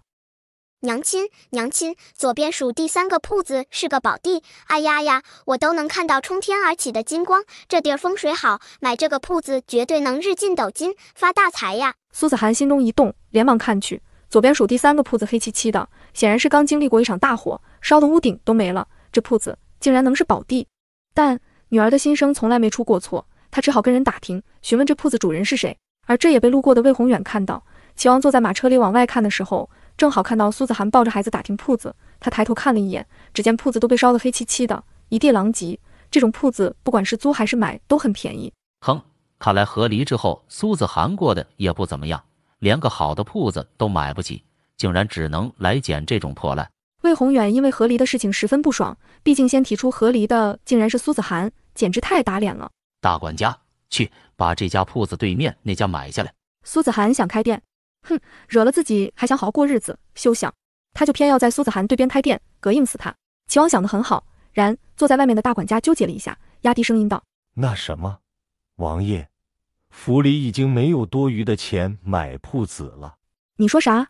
他堂堂齐王，大周的王爷，竟然连一间铺子都买不起？开玩笑呢？你滚进来说话。外面人多，他嫌丢人。大总管只能爬进来，低声道：“娘娘和离拿走了大部分财产，连院墙、房屋都拆走了3/4，府里花了不少钱修缮，再加上铺子、庄子全都是娘娘打点，现在没人接手，一团乱。甚至听说娘娘不管家了，不少铺子的管事和账房都不想继续做了。”也就是说，离开苏子涵之后，他齐王府马上面临的就是穷困潦倒，一盘散沙。魏宏远崩溃咬牙：“苏子涵，该死！难道没了苏子涵，齐王府就过不下去了吗？不可能，他能证明没了苏子涵，自己只会过得更好。我来想办法。总之，无论如何，一定要把对面那间铺子拿下。反正苏子涵自己过得也不怎么样，那他就更要乘人之危落井下石了。他倒要看看这女人带着3个废物，最后是怎么过不下去，怎么回来求自己的。”齐王十分开心地想着：“这铺子是你的？没有大人的吗？”小姑娘一身脏污，但眼睛很亮。她抹了把脸，才要说话，便看到了苏子涵怀里的孩子。这孩子不是满春堂里的。再看苏子涵，二丫很快想明白了什么，直接跪下给苏子涵磕了3个头。二丫谢新月公主救命之恩。苏子涵，发生了什么？多谢新月公主，二丫才能趁乱逃出满春堂。满春堂？正含着糖块的魏思瑶微微一僵。啊，这丫头不是从满春堂里跑出来的吧？这要巧的吗？人家跟大哥不过是跑到满春堂玩了几天，这就碰见熟人了。儿子带着女儿逛青楼，还逛了好几天。苏子涵觉得世界玄幻了，你们一个13，一个1岁多，进得去吗？而且满春堂因为魔族妖人的事情已经关了好几个月了，这是苏子涵一想就明白了，定是那次魏荣轩说去李念妹府上玩的那次，原来是去青楼了。当娘的下意识就往储物袋里摸，算计着回府之后是用皮鞭好还是用短棍好，不然直接上狼牙棒算了。带妹妹去逛青楼，你们2个都胆肥了。既然是恩人想买这铺子，二丫不要钱。说着，小丫头小心翼翼从怀里掏出一张皱巴巴的房契，能看出来她很保存得很仔细。二丫只有一个要求，让二丫在公主的铺子里帮忙，能给二丫一口吃的就行。二丫不肯走，是为了等爹爹。爹爹得知小的被拐卖，连夜出城寻小的，二丫也不知道去哪里找爹爹，唯有在此地等待，请公主殿下成全。二丫说的情真意切，苏子涵也不是冷血无情之人，点头。好，不过这铺子为什么会被烧？提起被烧的事情，二丫眼睛一红。我爹下落不明，家中族叔就来抢铺子，我带着地契跑到破庙躲避，他们就连夜烧了铺子，想烧死我。二丫的声音越发哽咽，苏子涵一阵沉默。好惨，没爹没妈的孩子最惨了，还好娘亲没事。魏思瑶突然搂紧了苏子涵，暖暖的温度，小小的躯体却给苏子涵带来莫大的幸福感。苏子涵叹了口气，抱紧奶团子。不过不怕，有我娘在，谁也不敢再动二丫你的东西。奶团子双手叉腰，一脸霸气，小鼻子哼哼唧唧，搞得二丫满头问号。小郡主是在说话吗？在说什么？不过铺子卖给新月公主也好，新月公主也算皇室吧，卖给皇室，叔叔们就不敢再动歪心思了。二丫心满意足。公主殿下，我爹是炼丹师，我们家经营丹药生意，后院还有炼丹的炉子，应该还能用。这里曾经是个丹药铺子。苏子涵一阵欢喜，看来思思没说错，丹药铺子可不就是日进斗金的地方。行，那就这里了。很快，苏记丹药铺便开起来了，而他们铺子对面又有一家铺子准备营业。魏宏远特地在自己铺子开业那一天过来，果然见到了苏子涵。他故意左看右看，而后当着不少客人的面冷哼：子涵，你这铺子也不怎么样啊，看来离开本王过得也不怎么如意啊。对了，你这丹药铺子还进得起灵植吗？不如本王跟如云吩咐一下，让他把南四庄的灵植底价卖给你些。魏思瑶听到渣渣爹的话，几乎要笑疯了。我这个爹不但有病，脑子可能是狗屎做的，真以为娘亲买个火烧过的铺子是因为没钱。哥，你真是我哥，娘亲可是拿走了你3/4的家产，宅子还是皇帝爷爷白给的，都没有花钱的地方，你到底哪里来的底气，觉得我们很穷？还有柳如云的南四庄，渣渣爹，你确定那庄子还在吗？想着魏思瑶扑过来，一把抱住魏宏远的大腿，仰头张嘴：渣渣啊，猪戏怎么戏的？这孩子都1岁多了，还口齿不清吗？蠢死了，骂你都听不出来。魏思瑶也是无语了。苏子涵弯腰把他抱起来，冷冷开口：进不进得起灵植，跟齐王没半点关系。还有，王爷若是有时间，不如回去问问柳如云，南四庄的灵植还姓魏吗？魏宏远一愣：你什么意思？哼，果然思思说的没错，你连猪是怎么死的都不知道。来人，把他赶出去，从今天起，苏氏丹药铺不欢迎你。苏子涵一声令下，便有粗使汉子跑出来，直接把魏宏远推了出去。魏宏远快气炸了，本来名声就不咋地了，今儿更是在外面丢了大人。不过更让他在意的是，南四庄到底出了什么情况？那可是王府盛产灵植的庄子，是来钱最快的庄子，万万不能出事。想着他怒气冲冲回到王府，直奔柳如云房里。王爷，柳如云开心坏了，这是这段时间以来魏宏远第一次来自己这里，然笑容还维持3秒，魏宏远已经一脚狠狠踹了过来。柳如云惨叫一声，跌倒在地，摔得七荤八素，手掌都擦破皮了。他又惊又恐，又觉得万分委屈。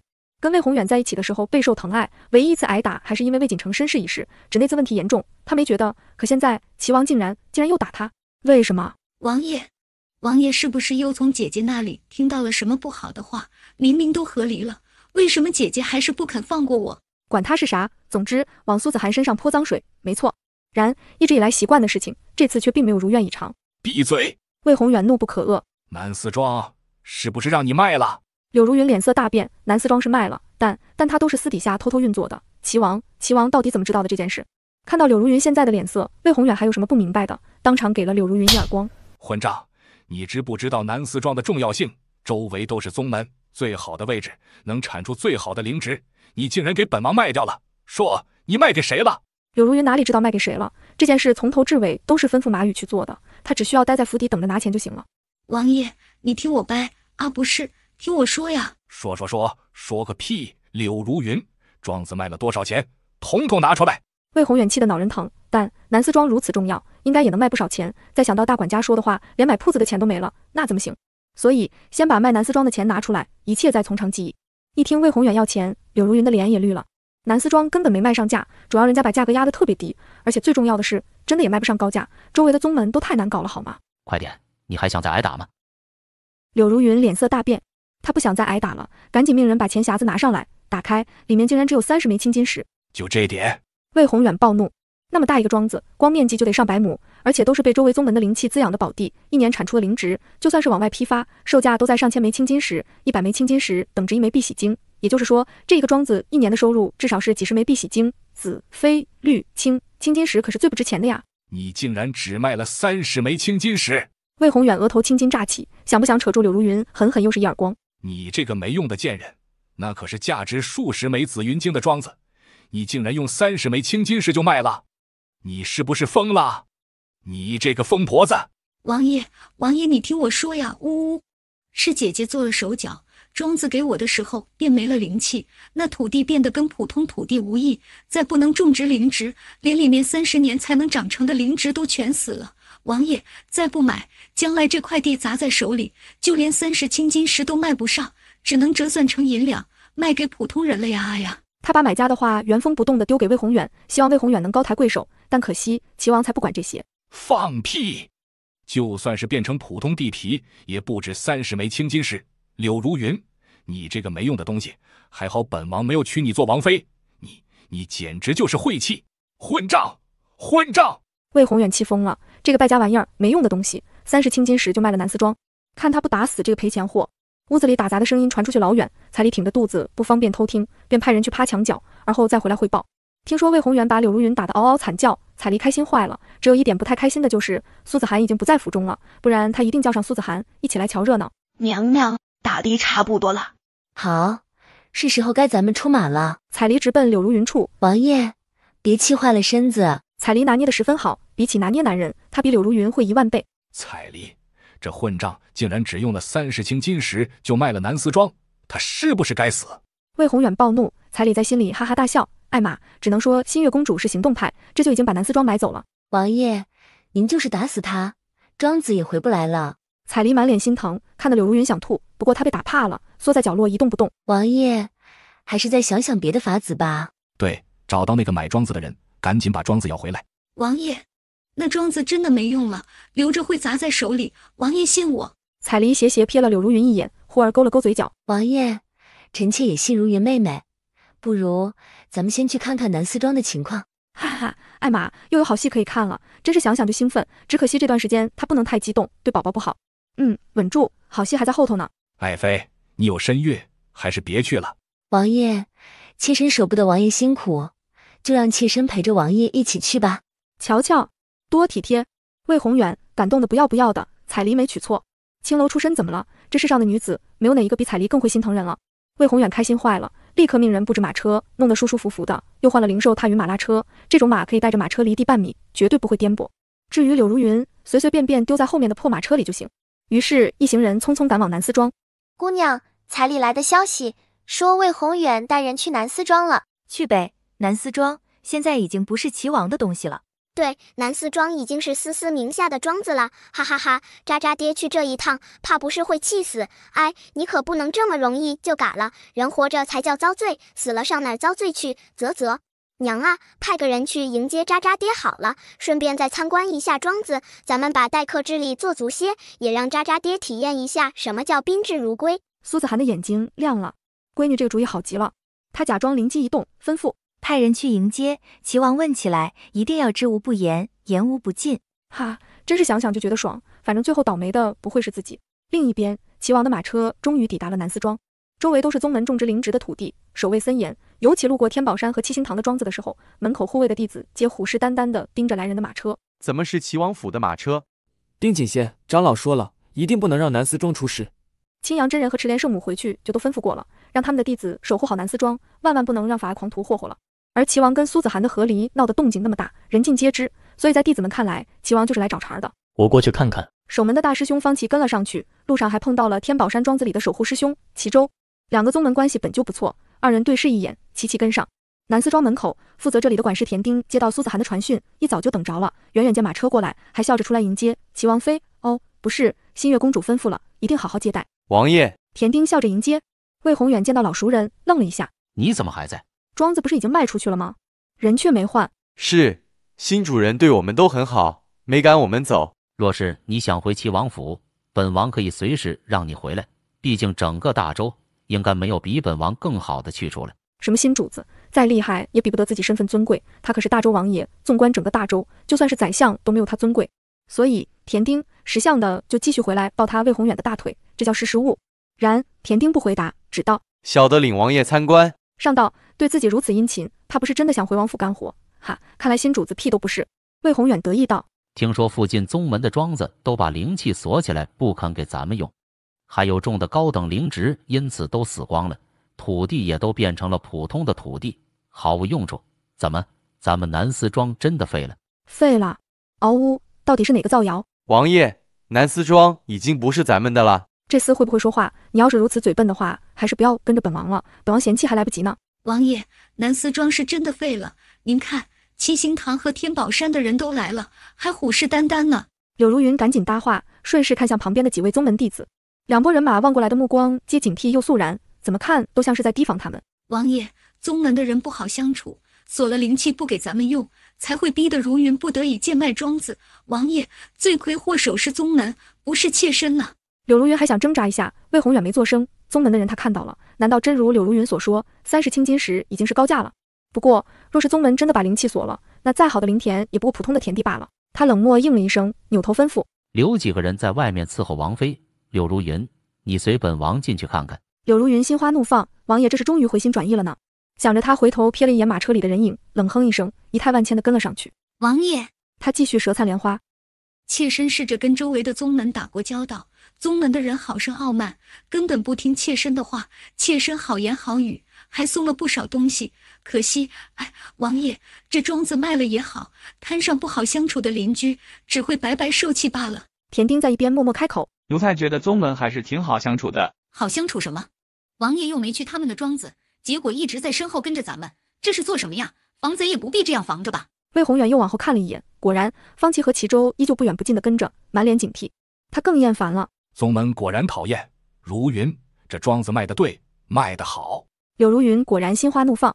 田丁彻底不想说话了，心道还好这庄子卖了，不然他肯定要跳槽的。不过这庄子的灵气好像没少啊。从门口进来，灵气反而越来越浓郁了，是什么情况？柳如云赶紧道：路上还是有灵气的，但田里一丝儿都没了，不信王爷您看。他赶紧走在前头，指着不远处的灵田，这一看不打紧，别说魏宏远，连柳如云自己都愣了。田地里浮动着浓郁的灵气，比他在的时候灵气还要多，还要纯净。而且更要命的是，这些充盈着灵气的土地里好像掺了什么，在日头下流转出淡淡的赤金色。这哪里是废田，这俨然已经变成了比以前还好的良田了呀！怎么回事？怎么会这样？魏宏远要疯了，揪住田丁咬牙质问。田丁想起苏子涵的吩咐，立刻知无不言，言无不尽。回王爷，宗门的人都很好说话，新主人买下庄子的时候，宗门的人主动过来打招呼，还给了新主人一大堆礼物，承诺让弟子多帮衬南思庄。您看到的这几位都是来帮忙的。另外庄子贴了居灵符，还施了罕见的珍贵肥料。七星堂和天宝山的人当场就把今年的灵芝全定了，说是长得绝对比他们庄子的要好得多。所以现在庄子的灵芝刚种上，就已经收入400多枚碧玺金了。魏宏远脑仁都炸了。什么？400多枚碧玺金？就算是最好的年景，收入也不过是100多块碧玺金，现在竟然翻了4倍，凭什么？为什么？究竟怎么就变成了这样？田丁很好心的重复，400多枚是最好年景的4倍，南思庄平均一年也就赚个60-70块碧玺金，这么一算的话，其实是翻了8-9倍。魏宏远彻底疯了，再也忍不住回头狠狠给了柳如云一耳光。你做的好事，害他损失了一个如此好的庄子。这损失的是庄子吗？这损失的是1年8-9倍的利润，是能让他的子女晋升仙门的大量晶石。混账！你这是在断我齐王府的路！柳如云捂着红肿的脸，整个人都有些懵逼。他根本想不到，庄子只是换了一个主人，就能有如此大的变化。这么好的庄子，他会卖吗？他眼馋都来不及呀！王爷，这庄子咱们不卖了，不卖了。对，收回来的话，每年就能赚400多碧玺金，这些晶石足够2个孩子晋升到筑基期的了。魏宏远一愣，显然也觉得这是个不错的主意。总之，大周除了皇帝就是自己最大，收回原本就是自己的庄子，不要太容易。对，这种时候就要拿出自己的地位来，强权压迫，逼原主人交出庄子。田丁，告诉你这新主人，让他3天内拿着地契来齐王府还回庄子，不然本王就让他在大周混不下去。招惹皇室，那不是等死呢吗？魏宏远洋洋得意，柳如云更洋洋得意。他刚都看了，庄子里的灵植已经不再是30年才能养成的灵植了，而是换了许多已经长了半大的苗子。虽然今年不能全部收获，但只是其中一部分，也能赚一大笔灵石了。所以现在拿回来正好，不用投入种子，还每年能有收获，好得很。柳如云几乎要拍手鼓掌了。还有你田丁，好好劝说你新主子，解释清楚招惹皇室的下场。这事若是办得好，本王还能让你回来继续帮本王管南思庄。王爷，恐怕这庄子您要不回去。哈，开什么玩笑？田丁无比认真。因为这庄子的新主人，王爷您惹不起。惹不起？魏宏远扑哧一声就笑了。本王怎么不知道，在大周还有本王惹不起的人？说，到底是谁？就是在大周，王爷就是顶了天的存在了。田丁，你不要不识好歹。柳如云也张嘴叫嚣，明显不服气。田丁叹了口气，悠悠开口：这地是新月公主买走的，新主人是永乐小郡主魏思瑶。什么？魏宏远气炸了，柳如云也气得浑身颤抖。若是换了谁，他们俩都不会这么大火气。但现在以30青金石的处底价骗走了这么好的庄子的人，竟然是苏子涵，那就不行。柳如云扑通一声跪下，狂飙眼泪。王爷，妾身想明白了，这都是姐姐的阴谋啊！那庄子交给妾的时候，什么都没有，只有30年才长成的灵芝，妾没从庄子上得到1文钱，还要倒贴钱养庄子。是姐姐故意逼着如云卖掉，她才故意捡的便宜呀！苏子涵！魏宏远狠狠咬着这3个字，明显要气疯了。魏宏远发了狠，京城有禁止，不能催动灵气使用招式法诀，但这里可是郊外，没有禁止，他可以随便发疯。齐王直接抽出长剑，记起灵气，发狂一般大喊：苏子涵，本王现在就毁了这个庄子，看你怎么嘚瑟！他高高跃起，直扑灵田。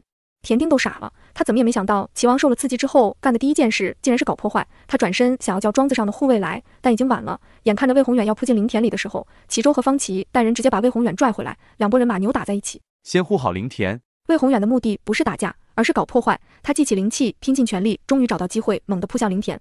周琦一惊，赶紧追过去，可已经晚了。眼看着魏宏远要跳进灵田踩坏灵植，然魏思瑶布下的护阵忽而亮起一片刺目光芒，紧接着魏宏远定格在半空，而后整个大阵忽而流转出游蛇一般的闪电，噼啪炸响，嗖嗖嗖的从4面8方聚集过来，直奔魏宏远。惨叫声瞬间响起，空气里也传来一丝丝烤焦的肉香味儿。柳如云站在1步外的地方，能感觉到强大的能量在面前汇聚，甚至他的头发都受到吸引，直勾勾地对准了护阵。柳如云吓得尖叫一声，跌坐在地。再看魏宏远，齐王殿下啪叽从半空掉下来，衣服都烧焦了，好在护甲还在，勉强遮住了前胸后背，只是人已经麻了，浑身黑漆漆的，张嘴说不出话，只吐出一口焦黑。方琦都惊了：喂，齐州，这什么护阵这么厉害？齐王修为在筑基期，身体素质比常人强100倍，这都烤出肉香味来了。齐州更是见所未见，闻所未闻。至少我们天宝山的护阵没这么大的杀伤力。护阵，守护多于攻击，真没见过又能攻击又能守护的双全型护阵。所以这架还打吗？齐王都焦香了。柳如云率先反应过来：回府请御医啊！护卫们终于反应过来，大家7手8脚把齐王抬走，一行人来得匆匆，滚得更快。姑娘，南间祭酒李文林李大人求见。南间祭酒？那不是有修为的弟子们学习的地方吗？2个儿子有修为的事情谁都不知道，南间祭酒来做什么？请。苏子涵还是把人请进来了，扭头看看身边，魏思瑶已经不知道跑到哪里去了。哎，这孩子自打会跑了之后就经常跑到不见踪影。此刻某小枝正在院子里刨土，没玩过泥巴的童年是不完整的。刨完了，和上水，搓成泥丸，再给小胖鸟和小雪球一口一个吃了便9条尾巴，吃了便大只的神兽。哎呦，这不是永乐小郡主吗？下官见过小郡主。李文林笑着拜见，魏思瑶瞅了一眼，默默递给他1粒泥丸，给吃了大补。李文林眼皮抽搐，心道原来上次在南间听到的心声是永乐小郡主的，不过既然大家都没反应，那他也当作不知道好了。祭酒大人笑呵呵婉拒：小郡主真聪明，现在都会一个字一个字的蹦了，用不了多久啊就会说话了。说完点点头走了，不过只是能听到心声罢了，算不得什么本事。魏思瑶也不在意，哼哼唧唧低头继续搓，这回他要搓个汉堡包，一人一个。李文林是为了比斗来的吧？瞧上大哥的才华了。算你有眼光，不过嘛，这次比斗会出大事呢。啧。扬长而去的李文林脚步一顿，出大事儿？出什么大事儿？小郡主，你倒是继续说啊。李文林还想继续听，但魏思瑶明显不打算说了。上一秒李文林还在嫌弃魏思瑶没什么本事，下一秒却恨不得变成魏思瑶手里的泥巴，任由他捏扁搓圆，只要能告诉他到底会出什么大事儿啊呀！今年的比斗可不能再拿倒数第1了呀！大人，云香喊了一声，李文林这才讪讪一笑，不得不扭头离开。大人来找本公主有何事？苏子涵开门见山：是为了比斗的事情。这次比斗参加的不光有大周，还有周围3个邻国，分别是齐、隋、赵。除了这4个邻国，还有的便是周围的宗门。去年大比4个邻国咱们拿了最后1名，陛下很是生气，臣也很焦虑啊，所以想来跟公主殿下商量一下，借大公子一用。借魏荣轩？是不是李文林发现了什么？荣轩的情况恐怕帮不上忙。荣轩有修为，而且现在筑基期的修为在南间已经是数一数二的了，只是这件事外人并不知道。和离之后，苏子涵没有隐瞒，但也没有刻意解释，只是大家都不知道罢了。提起魏荣轩，李文林就激动，能帮上忙的。大公子聪慧过人，熟读招式功法，而且还能见招拆招，是难得一见的能人异士啊，颇有才华。为了这次比斗啊，下官特地来请大公子帮忙的，祝我大周在比斗之中旗开得胜。原来是这样，苏子涵放心了。既然如此，本公主定当为皇上分忧。这样也好，借着这次大比，让两个孩子的修为曝光也是好事，省得所有人都以为他苏子涵的孩子们都是无能的废物。下官多谢公主。李文林无比开心，连什么都不懂的奴婢安木都能在魏荣轩的指导下赢了宋明，还有什么是不可能？只要魏荣轩能在场外开口指导，这次大比的胜利绝对是他们大周的。李大人信心满满，临走前特地往院子里看了一圈，没看到魏思瑶的身影，心中不免有些失落。不过没关系，他现在就进宫请旨，到时候带上新月公主一家一起去。祭酒大人打定主意，美滋滋的走了。离开新月公主府，他又去了齐王府。王爷，南间祭酒李大人求见。魏宏远刚吃完药躺下，虽然吃了止疼生肌的丹药，烤糊的地方也长出新鲜嫩肉，但修为也受到震荡，他现在得好好休息，调养修为。所以这个什么南间祭酒他本不想见，但想到魏锦城就在南间，他只能召见。孩子的班主任来了，能不见吗？王爷，李大人坐。二人一阵寒暄。王爷，下臣此次前来是为了大比的事情。这次大比，锦城可是夺冠的重点，王爷一定好好监督他修炼，比斗之前千万不要出问题啊。李文林还是不放心，便过来通知一声，同样通知过的还有李年妹以及筑基期的几位优秀学生。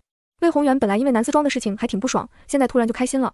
哼，一个破庄子而已，他不在乎。苏子涵再厉害也比不上自己，至少他还有2个资质不错的孩子，苏子涵手底下只有3个废物而已。他就算拿着一堆灵石，都后继无人，没人可以继承呢，真是惨死了。魏宏远心里稍稍舒服了些。有劳李大人了，还是你有眼光，看得到锦城的好。你放心，本王一定好好监督他。李文林终于放心了，又聊了一会儿，魏宏远亲自把李文林送出王府，带李大人的马车远去。他看了一眼隔壁，冷哼一声：3个全是废物，想必李大人永远不会踏进隔壁的门。回到府中，他便叫来魏锦城，一顿叮嘱：大比之前好好用功，另外本王再给你一些丹药，斟酌着吃。以前丹药的事都是苏子涵去管，现在苏子涵不在了，就得魏宏远亲自过问。丹药递给魏锦城，他粗略看了一眼，便微微蹙眉。苏子涵在的时候给的丹药，不管是品阶还是成色都很好，至少比魏宏远给的好。只能说汝南苏氏真的底子深厚，就算是魏宏远都比不过。魏锦城心中有些失望，这些丹药还不如苏子涵给他的菌菇汤。谢父王。好好表现，大比是扬名的大好机会。隔壁你那2个废物哥哥连大比的门都摸不到，他们这辈子都没机会。是父王。魏锦城也跟着笑笑，也对自己能去大比，但那2个人别想了。父子俩都很得意，但他们并不知道，李文林李大人来齐王府之前就已经先去了新月公主府。可还是有人傻乎乎的觉得魏锦城比隔壁的那几个强多了。柳如云更是开心的搂住儿子：锦城，这次比斗努力加油，马上就是你扬名立万的机会了。以后你跟隔壁那3个废物的差距会越来越大，等将来你进阶金丹、元婴，成为连大周皇帝都仰望的存在，那时候隔壁那3个给你提鞋都不配。儿子，你就是娘最大的指望。对，最大的指望，只要儿子爬得够高够快，踩离这下贱坯子也只能被自己踩在脚下。柳如云无比兴奋：娘，父王又打你了。魏锦城注意到柳如云红肿的脸，巴掌印看不到了，但还能看到红肿。少年微微蹙眉。柳如云连忙道：你父王心里还是有娘的，只要你争气，娘就还是你父王心里的唯一。娘，上次提的那把古琴弄来了吗？弄来了，娘这就给你。说完，一把古琴从储物袋里拿出来，古琴大气漂亮，乍一看跟街头巷尾传说的那个琴师的琴几乎一模一样。魏锦城开心了，扬名立万他要，但京城里侠士的名声他也要。魏荣轩和魏子轩下学回到家，便得知了李文林来府中的事。得知林大人专门来请大哥去参加今年的大比，魏子轩有些小羡慕。娘，我们有修为的事，是不是不必瞒着了？他现在可是炼气期顶层修为，马上能进阶筑基期了，很快就能追上大哥的修为了呢。魏子轩盯着魏荣轩，大哥现在的修为是筑基期顶层，他自动忽略了顶层2个字。大哥是筑基期，等他提升了也是筑基期，不就追平了吗？不必隐瞒了，反正也已经和离了。以前是怕魏宏远反悔，现在管他作甚。你大哥出门，你们还是要留在家里的。啥？他们要留在家？魏子轩和魏思瑶齐齐抬头望过来。啊，娘，去，要去，我也要去呀！大比这么好玩的事情，为什么不去？大哥的媳妇也来，嗷！要是不去，怎么看未来大嫂？嗷！未来大嫂。苏子涵和魏子轩看向老大，魏荣轩面色平静，但视线还是忍不住缓缓移开。媳妇儿什么的，他根本就没想过。总之，他又不是为了媳妇才去大比的。然苏子涵这个当娘的却乐开了花，儿媳妇好啊，儿媳妇最好了。跟齐王成亲的时候，他才13，齐王都已经15了。这么算，儿子也13了，到时候还得3叔6聘的，怎么也得1-2年。哎呀，这也没几年了吗？娘，便一起吧，留你们在家，我也不放心。毕竟隔壁是魏宏远，他真的很不放心。大哥，你最好了。大哥，好。两个人继续拍马屁，苏子涵只能点头。行，那就一起。然才说完，宫里的旨意也下来了，皇帝亲自下旨，命一家4口一起去参加今年的大比，而且还跟着皇帝的车驾走。这下好了，护卫都不用找了，跟着皇帝车驾还怕不安全吗？不过临走之前，铺子的事情还得早点安排好。苏子涵带着魏思瑶抵达苏氏丹药铺，铺子里乱糟糟一片，好好的柜台被人掀翻，柜子被人砸碎，瓷瓶滚得到处都是，简直是一地狼藉。怎么回事？难道是齐王派人来闹事？苏子涵看了眼对面的铺子，眼底闪过一丝冰冷。娘，是小的。二丫扑通一声跪在苏子涵面前，哭道：“是小的那几位叔叔，见铺子又装修好了，便又上门来闹事，逼小的交出房契，小的没给，便砸了铺子。”二丫的那几位叔叔，他们难道就不知道是谁买下的铺面？苏子涵脸色阴沉，连齐王都得给自己几分面子，这些人还敢砸铺子？安木，你先带着思思去后院玩，二丫你也去，掌柜的你留下。苏子涵要盘点一下损失，而后报官，对这些人严惩不贷。二丫有些犹豫，她想去帮忙，但这里明显已经不需要自己了。啊，坏人！二丫瞬间脸红，她十分抱歉地垂下头。对不起。啊，你不要，跟你又没关系，你道什么歉？坏的人明明是你的叔叔们呢！啊呀！奶团子气得啊呀的叫唤，越是着急想要说话，越是说不清楚。二丫头垂得更低了，她听不懂魏思瑶啊呀是什么意思，而且她没有修为，也听不到魏思瑶的心声，只觉得一切都是自己的错。倒是安木第一时间听到魏思瑶的心声，开口道：“小郡主的意思是跟你没关系，都是你叔叔们的错。”都是叔叔们的错，可那也跟他多少有点关系吧，毕竟都是他的亲叔叔啊。还是安木懂我呀，啧，没白教你修炼。魏思瑶哼哼唧唧，毁了娘的丹药铺子，这是连娘亲新月公主的封号都没放在眼里呀。哼，这事儿不能就这么完了，我是娘亲的小棉袄，这件事放着，我来。二丫带路，我要去会你那什么叔叔们啊，走。奶团子抱着小雪球，指着后门，扯着二丫的手就要走。二丫彻底懵了，扭头去看安木，小郡主到底要做什么呀？小郡主要带你去见你叔叔吗？啊，还是不要了吧，叔叔们会打人的，小郡主太小了。没事儿，我在，不会伤到我们的。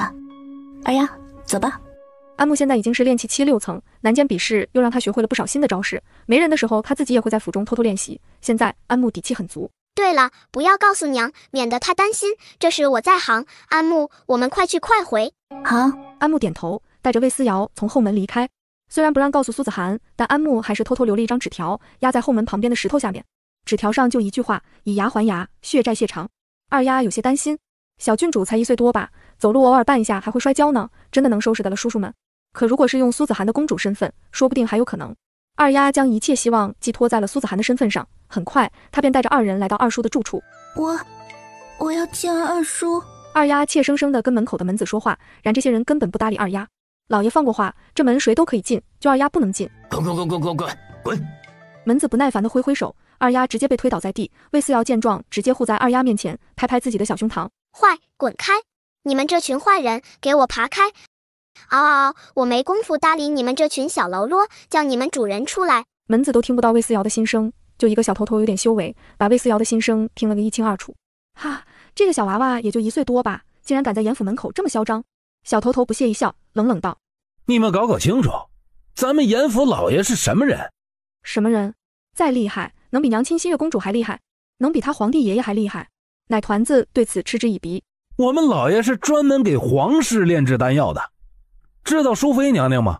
知道齐王府吗？这2个地方的丹药，那都是我们老爷炼制的。我告诉你们，惹了我们老爷，就相当于惹了齐王，惹了淑妃娘娘，你们就等着死就行了。小头头恶狠狠的，然魏思瑶却想笑，搞了半天竟然是给他渣渣爹和那什么亲奶奶炼制丹药的，啧，什么玩意儿啊？就这还敢嚣张，你们也太上头了吧！对了，既然跟渣渣爹关系不错，不会是故意找娘的麻烦吧？那就更得进去会这家主人了。安木，魏思瑶也不废话，直接一指这个嚣张的小头头，安木立刻会意，上去就把这个小头头推到一边。你没资格跟我们家小郡主说话，叫你们家老爷过来。小郡主，门子们对视一眼，心里多少有了些猜测，这奶团子怕不是苏氏丹药铺老板的女儿，新月公主的女儿，他们这些小喽啰可惹不起，但并不代表他们家主人惹不起。几个人对视一眼，直接退回去，大门一关，来了个眼不见心不烦。总之，他们没看见什么新月公主府的小郡主，也没惹她生气。咱们主打一个什么都不知道，哎，就这么耗着，你能把我们怎么样？老大，外面那个小丫头好像挺有身份的，是什么郡主？放着不管，没事吧？不用管，这京城有钱有势的人多如牛毛，这连公主都满地都是，这区区一个郡主而已，嘿，不必管他。几个人安下心来，大门猛地被人踹碎，那个他们完全没有放在眼里的小郡主笑嘻嘻一步一步踏进来。二丫进。魏思瑶霸气挥挥手，二丫看的眼睛都直了，她怎么都没想到魏思瑶会用这样的方法直接破门而入。但魏思瑶没觉得这样有什么不好，这些人都把娘的铺子砸了，灵纸散落一地，门窗全都砸碎，自己踹烂一扇门算什么？头顶一只小胖鸟也跟着飞进来，先走一步去观察府内的情况了。而那个小头头一见事情不好，扭头也往屋子里跑，他要把这件事赶紧告诉夫人。很快，严府的夫人曹柔便怒气冲冲走了出来。什么人擅闯严府？什么人擅闯严府？我。魏思瑶挺起胸膛，拍拍小胸脯，肉嘟嘟的脸蛋上满是严谨和认真。曹柔一开始并没看见他，毕竟奶娃娃实在是太矮了，属于丢出去就找不到的那种高度，所以他第一眼先看到了二丫，他还以为是二丫故意回来报复的呢，谁想挑头的竟然是个奶娃娃。你曹柔忍不住哈哈大笑，谁家的小兔崽子，奶还没断的吧？还敢踹我们家的门？我这里可没奶给你们吃，滚！滚的还不知道是谁呢。安木，打他！安木直接抽出鞭子，直接一鞭子把曹柔抽翻在地，这胖婆娘脸上划过一道血痕，皮肉都翻出来，疼得曹柔惊声惨叫。啊个屁啊！为什么踹你家门不知道啊？竟然敢砸了我娘的铺子！我魏思瑶就是上门来找麻烦的，要么跪下磕头给我娘道歉，连带着打砸的东西10倍偿还，要么这事儿没完。曹柔听到了魏思瑶的心声，心道原来是因为那个打砸了的丹药铺子，他忍着疼哈哈大笑。门子来吧，说是为了那个破丹药铺子的事儿，原来是真的呀。不过新月公主也不嫌丢人，派个吃奶的娃娃找上门。我告诉你们，我们就是不道歉，就不。仗着齐王是苏子涵前夫，上面还有个婆婆淑妃，曹柔颇有点宁死不屈的意思。总之，就算和离了又怎样？哪个女人不怕婆婆，不怕自己男人？说什么苏子涵主动和离，还得了封赏，可整个京城谁不知道苏子涵生了3个废物？这种没用的女人就该被赶出门。占着公主的名头，儿子却都是废物，根本没人能撑起新月公主府，他就欺负了又能怎样？安慕要气疯了，这人怎么这么不要脸啊？都知道他上路是新月公主了，这是什么该死的态度？安慕气得还想抽鞭子，魏思瑶已经嘿嘿一笑，2只小手一翻，一只手是独一圣手给的毒药，一只手是老爷给的符咒。胖女人，准备好死去活来了吗？魏思瑶才不惯着他，8品曼陀罗散塞进嘴里，曹柔嗷嗷尖叫，想吐，但是怎么也吐不出来。周围赶过来的家丁见状，赶紧上来帮忙。然魏思瑶小手一挥，各种符咒飞出去，地上顿时多了一堆王八、蛤蟆、小耗子，还掺杂着几只蟑螂、臭虫、屎壳郎。二丫都看傻了，又惊又开心。二婶一直以来都很跋扈，家里的家丁更是仗势欺人，自己在二婶家没少吃苦头。她这还是第一次在二婶家看到二婶家的人吃瘪。小郡主干得漂亮，还有你真的好厉害，好酷！二丫兴奋坏了，然开心不过3秒，她二叔严之安便匆匆从外面赶了回来。二丫，你做的好事儿，那铺子本来就是严家的，你爹没有儿子，铺子就该还回来。怎么，你竟然为了这件事怀恨在心，还要打你二婶？你这个畜生，害得你爹为了找你失踪，现在还要做这种大逆不道的事情。二丫吓了一个机灵，这人是不是有毛病啊？怎么女儿不是人吗？怎么就不能继承家业了？还有，你以为你自己多好吗？啧，你真不怕我把你做的那些丑事抖出来吗？严之安本来还在嚣张，猛地听到魏思瑶的心声，他立刻闭嘴，下意识惊恐地盯着魏思瑶，看得奶娃娃满头问号。这人为什么这么看着我？怎么，终于知道害怕了？晚了，告诉你，你的事情我都知道。你为了能让自家炼制的丹药进入皇室的采购名单，让你老婆去陪管事的公公，一共赔了3万。颜之安瞬间就炸了，他猛地抬头看向四周，家丁虽然变成蛤蟆之类的了，但是丫鬟们还围在四周，周围还有几个门房和婆子，这里又是大门口。因为魏思瑶闹出来的动静，外面已经围了不少人围观。魏思瑶的话冷不丁的炸开，没修为的人听不到，但是有修为的人却听得清清楚楚。那一瞬间，颜之安只觉得自己脑仁都炸开了，他真恨不能扑上去一把掐死魏思瑶。然更震惊的还是外面围观的人，那些听到声音的人都一脸吃瓜的兴奋，觉得这一切简直又刺激又让人没眼看。服了，厉害了！颜家不是一直以搭上皇宫这个关系而洋洋得意吗？甚至倨傲到不把很多官宦子弟放在眼中。现在呢？现在更刺激的是，这一切竟然是曹柔陪睡的来的，还是陪太监睡觉，真是刺激！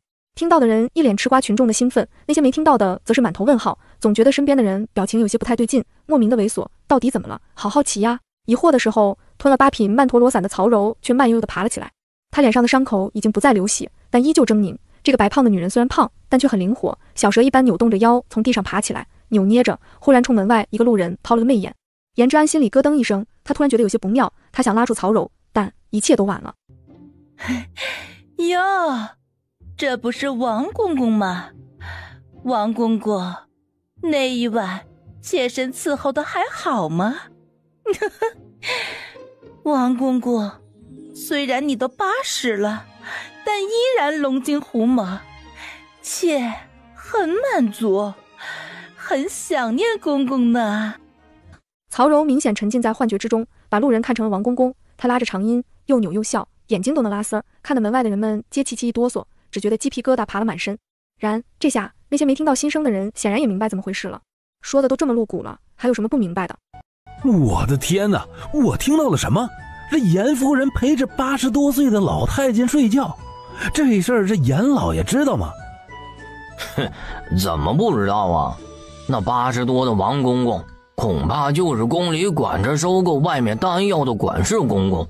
当年严家不过是京城普通的丹药铺子，严志安他们的爹，也就是严家老爷子，本来是把家业传给大儿子的，谁想他二儿子，就是这个严志安，竟然找到了宫里的门路，所以才抢了大房的家业，逼得老大严志义只拿到了一间药铺子，除此之外什么都没继承。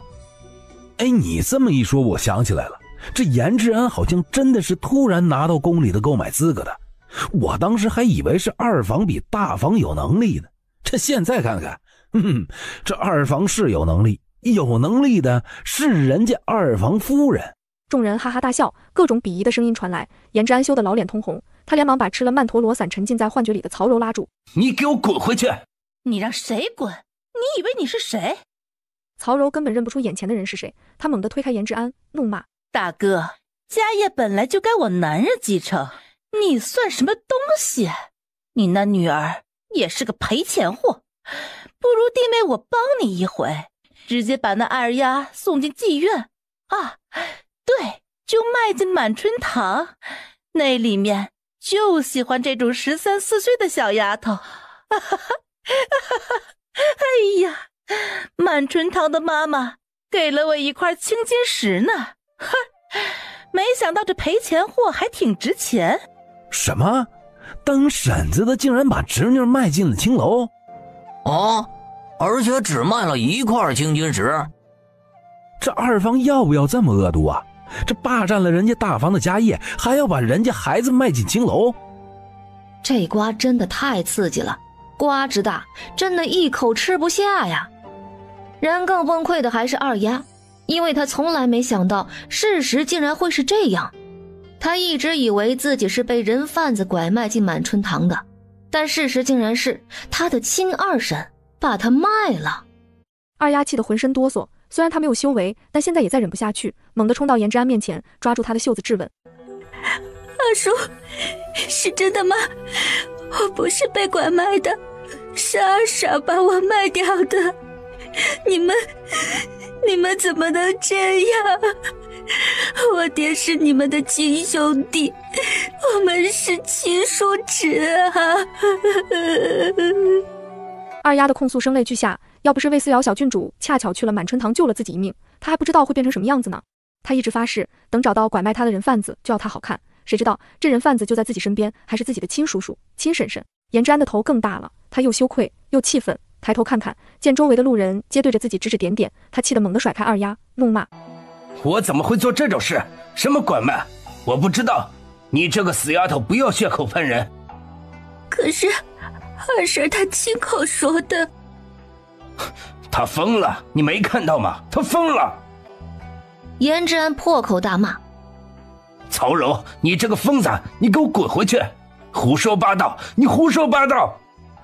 我呸！你是个什么东西？你才胡说八道呢！曹柔吃了8瓶曼陀罗散，眼前的幻觉变来变去。颜之安在他眼里也不再是颜之安，而是他一直瞧不起的那些乱七八糟的人。老娘告诉你，老娘现在就比你高等，你给老娘跪下说话！说着，曹柔扑上去，一把将颜之安按在地上，跪下。他本来就胖，力气也很大，京城有禁止不能使用修为，所以现在这种情况就是谁的力气大谁厉害。你给我跪下，跪下喊夫人，喊颜夫人！老娘告诉你，不要羡慕我，我就是嫁得好。我们家老爷颜志安是个聪明的，不但毁了长房的名声，还亲手把长房的产业抢到自己手底下。就连拐卖二丫头的事情都是他教我的。我们家老爷说了，拐卖了二丫，那大房就得发疯，到时候那最后一间丹药铺子就还是我们二房的。你闭嘴！你闭嘴啊！颜之安要疯了，这个死婆娘怎么什么都往外说？还有，她这表情好像是吃了什么致幻的丹药，谁给她吃的？到底谁给她吃的？颜之安崩溃的不行，周围指指点的人望过来的眼光更是让他如芒在背，近乎崩溃。好在他脑子还转，知道要找解药，他们进丹药的什么丹药没有，直接从储物袋里往外掏，而后拼尽全力塞进曹柔嘴里。吃，给老子吃了！赶紧醒过来！你这个疯婆子，疯婆子！颜之安真是太高估自己了。魏思瑶给他吃的可是独一圣手亲自炼制的丹药，8品的曼陀罗散，这玩意儿连魔族妖人都能放躺一片，区区一个修为低的不行的颜之安炼制的丹药，还真解不了。于是，当颜之安心存幻想，想着能让曹柔立刻恢复清明，然后赶紧关门回家的时候，曹柔却咂了咂嘴：什么毛尿这么难吃？你，给老娘磕头，磕头！曹柔按着他的脑袋往地上磕头，把颜之安撞得头破血流，最后眼睛一翻晕倒在地。而收拾了自家男人之后，曹柔就当着所有人的面开始脱衣服，一边脱衣服还一边扭。王公公，今儿晚上柔儿不走了。王公公，你看看柔儿啊，柔儿美吗？雪白的胖子一边扭一边做着限制级的动作，那衣服脱得慢得要死，但却十分有诱惑力，看得围观的不少男人都口干舌燥。只能说这娘们虽然胖，但却十分挺勾人。原本地上装死的颜之安这会儿也装不下去了，本以为装死就能让曹柔放过自己，结果曹柔是放过他了，但这娘们转头又对他自己下手了。娘啊，直接在大庭广众之下脱衣服了，我的妈呀，他颜之安的脸都燥得慌啊呀！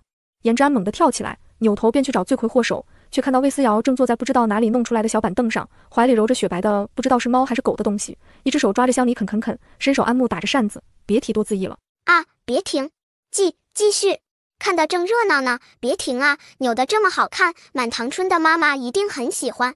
之安彻底崩溃，他嗷嗷嚎叫：我错了，我真的错了，小郡主高抬贵手啊，小郡主高抬贵手，你们的苏氏丹药铺子我赔还不行吗？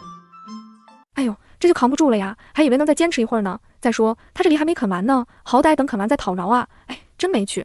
魏思瑶嗤之以鼻，然颜之安要疯了，他都决定要道歉了，怎么还嗤之以鼻呢？这是嫌弃他道歉的力度不够吗？颜之安当即咬牙，才想继续开口，远处却传来一阵骚动。原来苏子涵派人报了官，官府的人和苏子涵一起来了。眼尖的安木看到了苏子涵的车驾，他当场把魏思瑶抱起来就跑。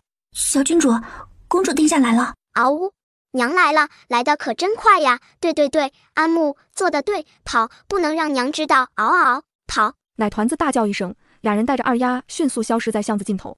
等待没人的时候，魏思瑶才松了一口气，拍拍自己的小胸脯。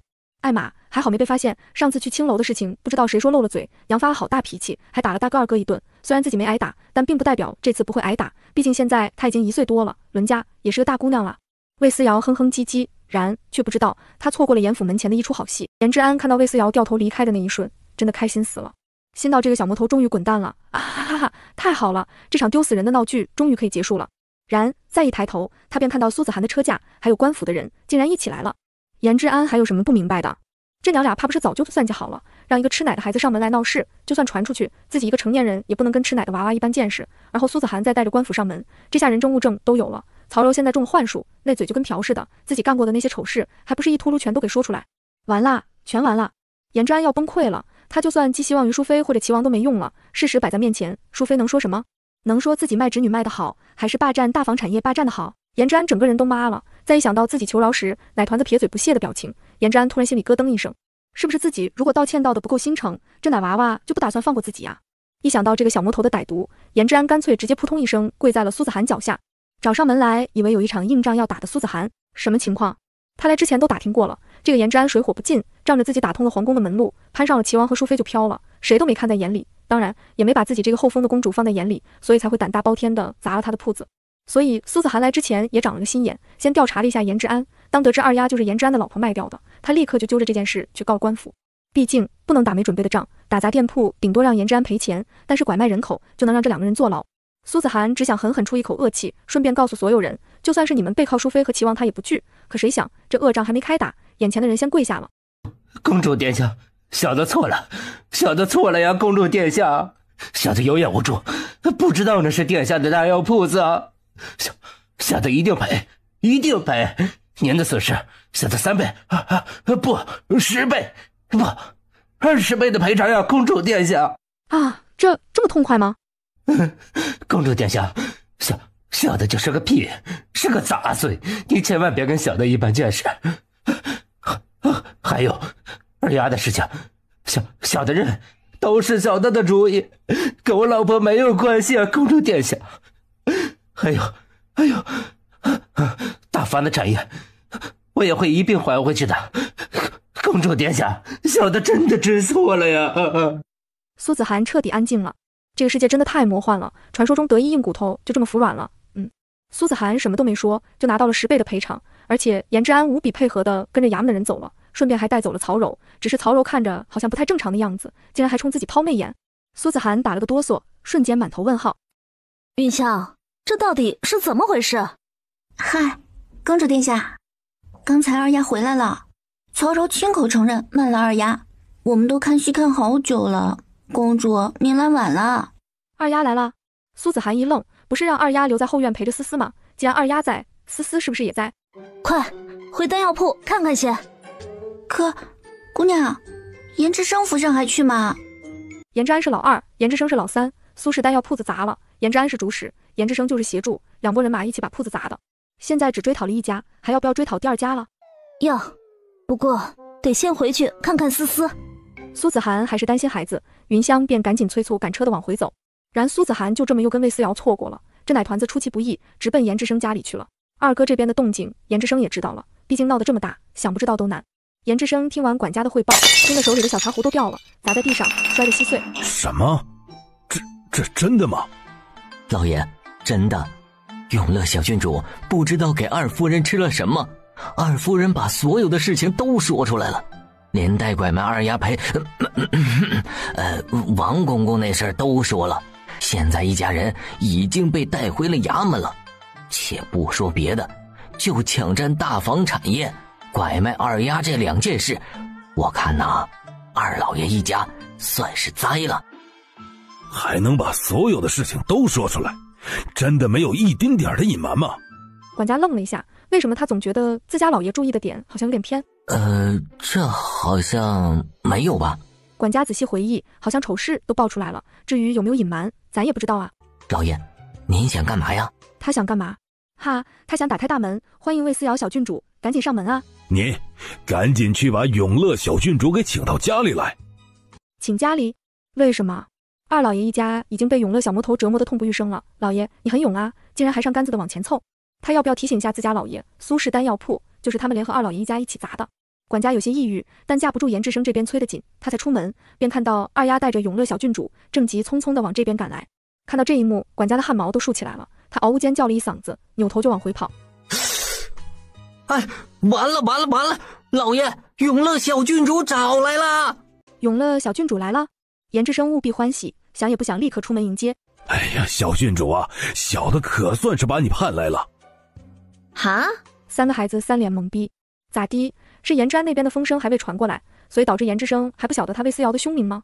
不然的话，怎么会有人主动上来求虐的？思小郡主，小的不是人，小的有眼无珠，小的砸了您的铺子，那是小的该死，您千万别跟小的一般见识啊！魏思瑶都懵了，什么情况？难道这人想先礼后兵，把他迎进门之后再搞阴的？奶团子立刻警惕起来，严志生连忙指天发誓：小的发誓，小的对小郡主绝对是一片真心。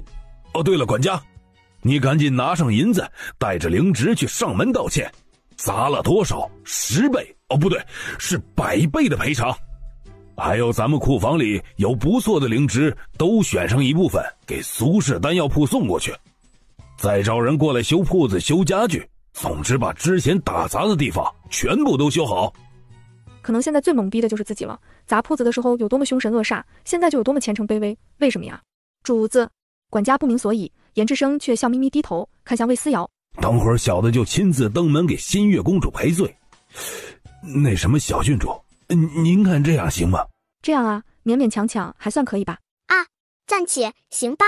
耳朵里传来的声音让严志生一阵惊喜，他想也不想，立刻就给魏思瑶跪下了。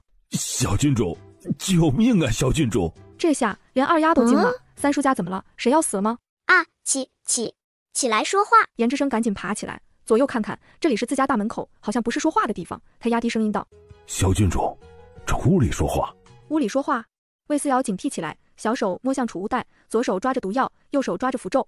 OK， 那就屋里说话吧。奶团子昂首挺胸，迈着步子走进去，跟回自己家似的。3个人就这么大摇大摆的进了老三严志生的府邸。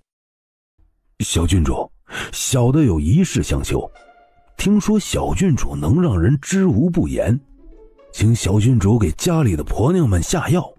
小的有事情问他们。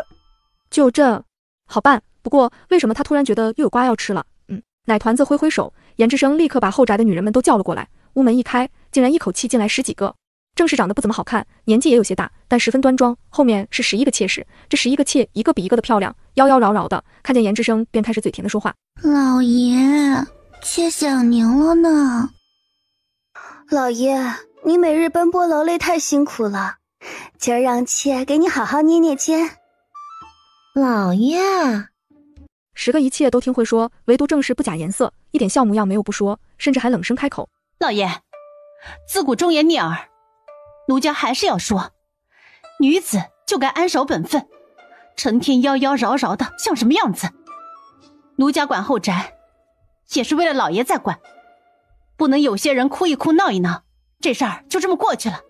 老爷，哎呀，夫人，您不要这么无趣好不好？小妾1号十分不爽的翻了个白眼。就是啊，老爷在外面奔波劳累，来我们这里休息也是为了老爷好嘛，不要因为嫉妒就非得对咱们这些妾喊打喊杀的嘛。小妾2号跟了一嘴，小妾3号在一边翻白眼。唉，只能怪有些人年老色衰的，根本留不住老爷的心。小妾4号继续上眼药。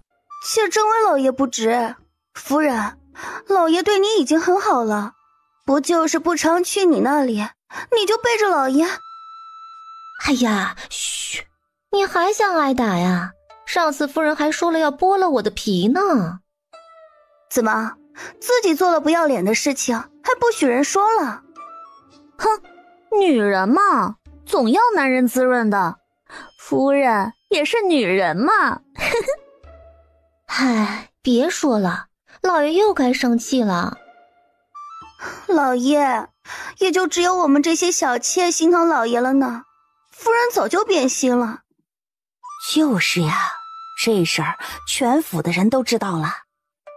老爷也知道了，只是给夫人留着面子呢。你们都给我闭嘴！夫人马玉勃然大怒，扭头看向严志生，果然严志生的脸色变得十分难看。当初有人说马玉跟以前的青梅竹马藕断丝连什么的，严志生是不信的，但架不住所有人都这么说，连下人都在偷偷议论，说什么月上柳梢头，人约黄昏后，说什么山无棱天地合，才敢与君绝。这都说的有鼻子有眼的，更有甚至还说长子不是他亲生的，是马玉跟那个相好的生的。严志生只觉得自己脑袋上这顶绿帽子越来越大，越来越绿，闪闪发光，所以他就更不愿意去马玉那边，一直冷落了马玉好几年。而也就是这几年，他又陆陆续续的纳了好几个妾，最终凑够了现在的11个。老爷，奴家发誓，从来没有做过对不起老爷的事。你们这些妾，竟然敢如此对主母说话！来人，给我张嘴！马玉扭头呵斥，他身边的婆子立刻走上前去，揪住第一个人就狠狠打了一个耳光。然这并没有让这11个妾害怕，反而让他们大吵大闹了起来。老爷，妾委屈啊！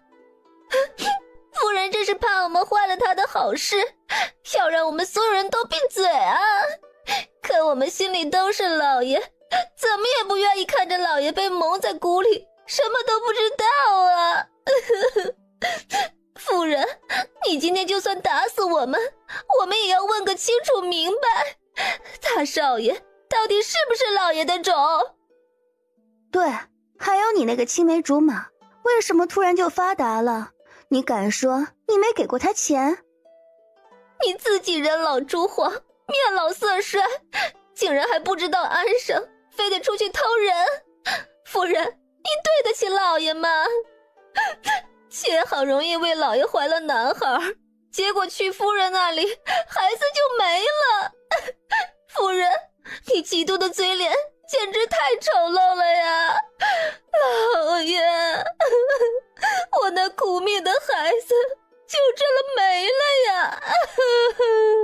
严志生太阳穴突突突的狂跳，小八的确是刚刚流产，大夫也给看过了，是男孩，孩子流掉的时候已经成型了，是男孩没错。马玉，你这个不要脸的东西！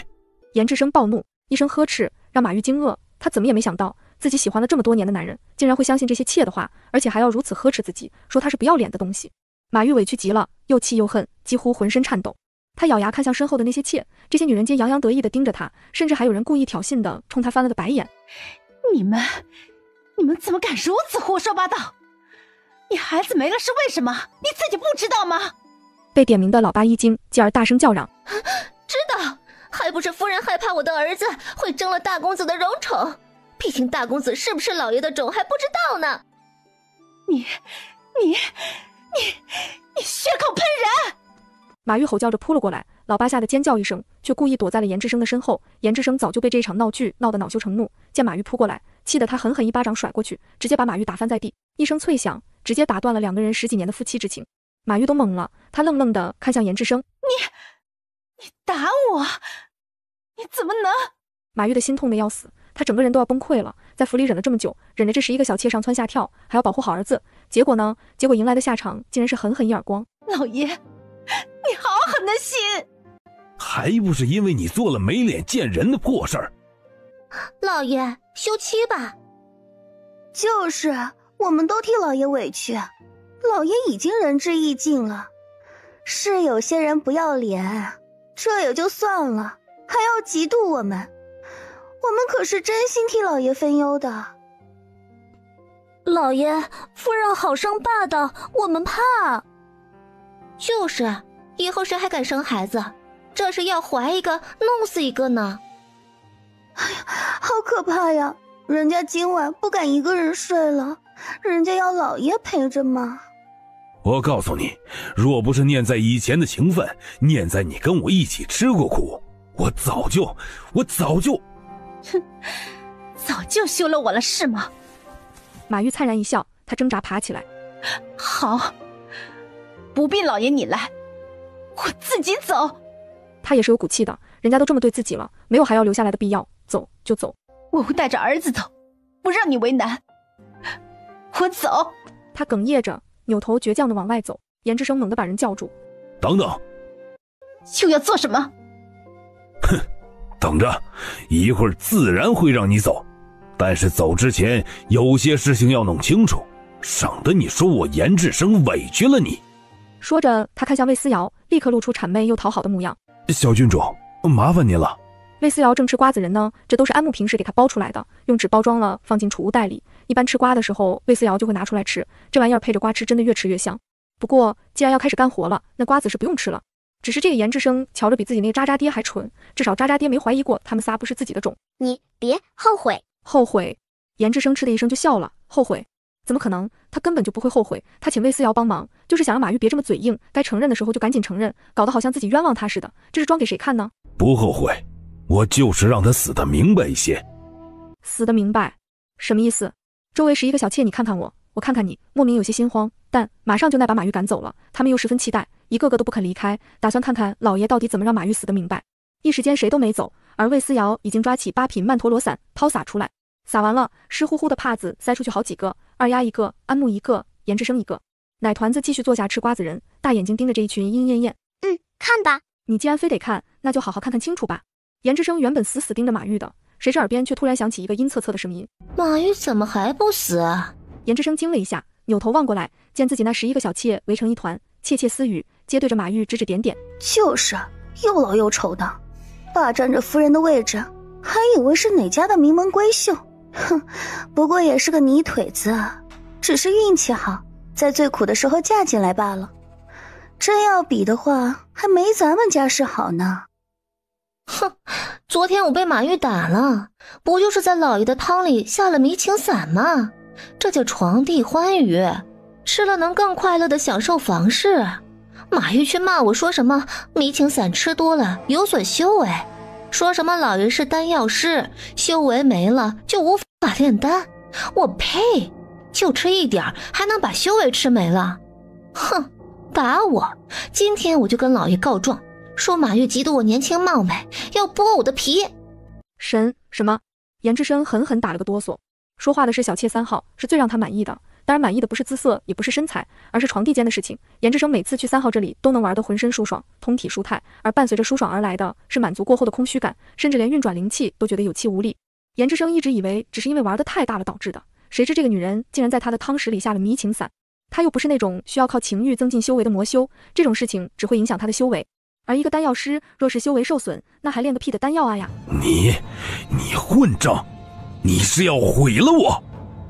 颜志生气急，一个巴掌抽过去，直接把3号抽翻在地。从3号开始，小妾们一个接一个的排着队的爆料。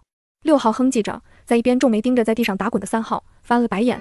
哼，狐妹子就知道勾引老爷，叫床的声音全府都能听见。啊，我的胭脂水粉怎么还没买了？那些胭脂水粉能把丑八怪化成天仙？哼，其实啊，我比夫人还丑呢。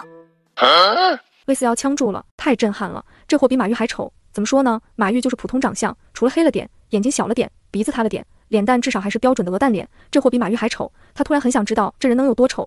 他直接打了个响指，6号便猛地冲出屋门，跑到院子里储水的水缸边，开始拼了命的洗。等洗完了，他又立刻起身，顶着一张湿淋淋的脸就往回冲，直接跑到颜志生面前，扭捏作态。老爷！老爷吓死了！我滴个娘，这还是人的脸吗？那脸跟个盆一样，平时被头发包着看不出脸型，现在一碰水，什么发型都完蛋，盆一样的大脸露出来，大蒜鼻，歪歪嘴，满脸的疙瘩加雀斑，奇丑无比。更崩溃的是两眼无神，而且还一大一小，偏还露出一副勾人的眼神，看得颜志生浑身哆嗦，差点原地升天。我操！颜志生再也忍不住骂了一句脏话，可以前的自己还特别喜欢这个6号，因为他身材特别好，波涛汹涌，是除了3号宠幸最多的。现在只要一想起来自己是跟这样一个丑八怪在床上翻滚，他就一阵反胃。不行，受不了了！这么一比，马玉真的比他好看多了。马玉就是天仙啊！这个颜志生胃口挺好，什么货色都下得去嘴。我要笑死了！颜志生更骂，尴尬的恨不能用脚趾头挖个坑把自己埋起来，丢人丢到姥姥家了！混账！他一巴掌将6号抽到一遍，而7号又凑了上来。老爷！颜志生都被搞出阴影来了，下意识就想把人推出去，谁知道这张漂亮的脸蛋下面又会是一副多丑的脸。老爷，妾跟你说啊，妾听说夫人跟一个叫郑宁的人来往密切。这个郑宁是谁呀？咱们家的亲戚吗？听到郑宁，颜志生立刻瞪起眼睛来。这个郑宁就是马玉的青梅竹马，小时候一个村的邻居，一起长大的。好啊，终于到重点了，马玉，现在就让你死得明白一些。老爷，妾偷偷告诉你，那个郑宁其实只来了咱们家一次。就一次，可为什么你们都说有好多次？那一次啊，还是夫人故意叫上下人、婆子一起去的，而且只在大门口见了郑宁，根本没让他进大门。啊！严志生彻底傻眼。郑宁是来做什么的？是不是跟夫人旧情难忘？嗨，怎么可能？郑宁瞧着好像还有点在乎夫人，一见夫人就满眼深情。不过夫人当场就义正言辞地表示自己已经嫁作人妇，应该保持距离。郑宁这才没进门，他只不过是过来告诉夫人一声，说村里马家的族老想要修缮祠堂，让夫人拿点钱。可你们不是这么说的吧？老爷，不这么说，那怎么把夫人赶走啊？就是，夫人管家太严厉了，下人们也更不爽呢。那正好，大家一起造谣了。你们一起说谎？是啊，谁让夫人管太多？就是，我们就跟几个男家丁调笑，他都说我们不知廉耻、不安分。你们还跟男家丁调笑？这男家丁怎么能进后宅呢？有什么难的？当然是我们给开的门啊。就是，就我们姐妹几个，多无聊啊！当然得多来几个男人才有趣嘛。你们，严志生快疯了！原来这些人合起伙来骗自己呀！疯了！这些女人都疯了！严志生脸色煞白，他挣扎了许久，下意识道：那小八，孩子又是怎么回事？流产也不是马玉干的吗？要说呀，还是老八你精明啊。对，八妹，还是你厉害。老爷还真的心疼这个孩子呢。唉，可惜呀，孩子都不是老爷的。不是自己的。严志生又崩溃了，今天的打击一个接着一个，简直要把他打击死了。小八冷哼一声，哼，也不知道是谁的，那些放进来的家丁年轻有力气，可比老爷有乐子多了。哎呀，玩的多了，总会有不小心的那一天。我就是不小心有的，不过因为玩的太过，这一胎并不稳，大夫都说了，有很大几率会流产。既然注定留不住，那干嘛不黑死夫人，怪罪到他头上呢？没想到老爷真信了，孩子没了他伤心的要死，还陪了我好几天，我真的快要笑死了。所有人哄堂大笑，只严志生根本笑不出来，反而还隐隐有种要被气死的感觉。这11个女人真的能把他气得死去活来啊！所以假的，都是假的，你们所有的人合伙起来骗我。其实马玉什么都没做，我的夫人什么都没做，对不对？对不对？他崩溃大喊，然而已经没用了，他知道的太晚了。夫人，我的夫人，我错怪你了，我的夫人啊！严志生痛哭流涕，我儿，不要打搅娘。得，这是把严志生认成自己的儿子了。娘很忙，老爷赢了11个妾回来，吃喝拉撒都要钱，娘要管家，这11个女人又不安分，娘还得教导他们规矩。他们若是做了出格的事情，最后人们议论的不还是你父亲？唉，老爷就是想不明白这一点呢。夫人，夫人。严志生已经泣不成声，最不能抛弃的便是糟糠之妻，糟糠之妻不下堂。为什么？就是因为这样，只有一起吃过苦的人从，才会体谅自己的不容易，才会处处照拂，处处仔细，处处为自己着想啊！他错了，大错特错呀！严志生哭得像个泪人。旁边围观的二丫和安木倒是一阵唏嘘，谁也没想到8品曼陀罗散用下去，收获的竟然会是这样的结局。郡主，多谢郡主让小的看清楚这些女人的嘴脸，多谢郡主。魏思瑶终于把瓜子人全都收了起来，他抬手跳下椅子，看来用不着继续下去了，那就到此为止了。他继续打了个响指，啪的一声，环境全部消失。怎么回事啊？好像做了个不太好的梦啊。夫人，马玉脸上十分平静，他淡淡道：最后再唤一声夫君。夫君珍重。说完，扭头离开。颜之生终于害怕了。夫人别走，是我的错，都是我的错，我会把11个妾全部赶走。然马玉已经一句话都不想跟颜之生说了，他走得匆匆，头也不回，然后真的带着自己的东西和人回娘家去了。颜之生要疯了，他求着魏思瑶来，求到的却是这样一个结局。小郡主，我错了，我真的错了。魏思瑶咂咂嘴，你是错了，但你错了跟他说有什么用？有本事你追着你老婆说去吗？小郡主，今天的事情还得是多谢您呢。说着，颜之生开始掏自己的储物袋，送上一大堆丹药。这些都是极品丹药，不过都是炼气期用的，有几瓶是筑基期用的。小的修为只到筑基期，也就只能修炼着筑基期和筑基期以下的丹药。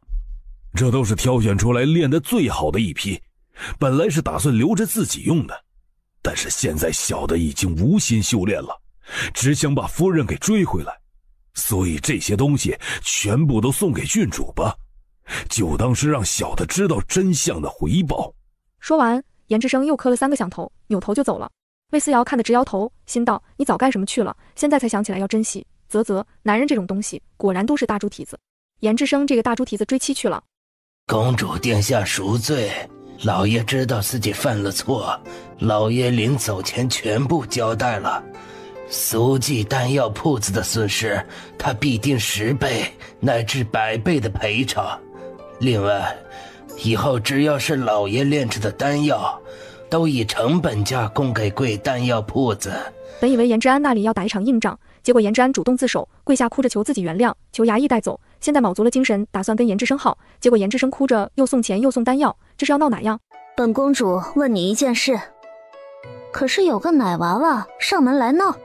是有个奶娃娃来，但没有闹，是老爷亲自把人请进来的，好茶好水的招待着，未曾偏待。这意思是颜之生跟自己的女儿思思相处的还不错，甚至十分和谐。苏子涵一时间竟然分不清楚打砸丹药铺子的人里到底有没有颜之生了，不然的话他怎么会对思思这么客气？公主殿下，请随老夫来吧，这个月新炼制的丹药就在库房里放着，老爷把库房钥匙给老奴了，老奴这就带公主去拿。于是很快的，苏氏丹药铺子的第2批丹药供应到货。魏宏远得知后整个人都傻了，颜氏的丹药不是专门供给本王和母妃的吗？魏宏远要气疯了，他扭头打算去找颜之安问清楚。颜家2房都闹得鸡飞狗跳，人仰马翻，搞得魏宏远也找不到人。自此颜氏的丹药是真的断供了，宫里是吃不到了，要想吃就得上苏氏的丹药铺子来买。这可气坏了淑妃，再一打听事情是因为苏子涵而起，更是气得咬牙切齿。这个小贱人在皇上面前提和离，害得我儿在众人面前丢人也就算了，现在还要害得本宫没有丹药吃，混账混账！淑妃气得半死。娘娘，陛下那边来的消息说让娘娘准备一下，明日启程避暑山庄。淑妃心中一喜，皇上竟然愿意带自己去看比斗，太好了。好，本宫知道了。淑妃欢天喜地地开始收拾准备。至于颜氏丹药，没了就没了，皇宫这么大，还会缺她的丹药吗？而此刻，新月公主府，苏子涵终于在卧房堵住了魏思瑶，她手里抓着鸡毛掸子，问思思：接你去哪儿了？老实跟娘说。1岁多了，想来也能打了。教育要趁早，若是晚了，就教育不过来了。奶团子正在啃鸡腿，瞧见娘手里的鸡毛掸子，猛地噎了一下，思索到最后，他直接把鸡腿一丢，一双手油乎乎，直接扑倒苏子涵脚下，抱住大腿，哭着撒娇：哇，娘不打，思思想娘最好不打宝宝。魏思瑶已经能说短句子了，而且这小丫头嘴皮子溜得很，以前有几次苏子涵想打她，但都被她忽忽悠悠的拿捏住了，都没打得成。但这次不行。你才多大，就敢带着安慕偷偷跑出门，还去找颜志生和颜志安？他们不但是大人，还是修士，尽管只是炼丹师，但是你和安慕太弱了，你有没有想过后果？若是出事怎么办？苏子涵越说越生气，安慕不过是炼气期6层的修为，招式都用不熟练，二丫没修为，魏思瑶才1岁多，还不到大腿，就这3个豆芽菜，竟然真的敢以身犯险。公主殿下，是奴婢的错，您打我吧，别打小郡主了。安慕扑通一声跪下，总之小郡主是他最亲的家人，他不会看着小郡主挨打，他心疼。你以为你能逃得掉吗？安慕，跪下，你们俩都得打。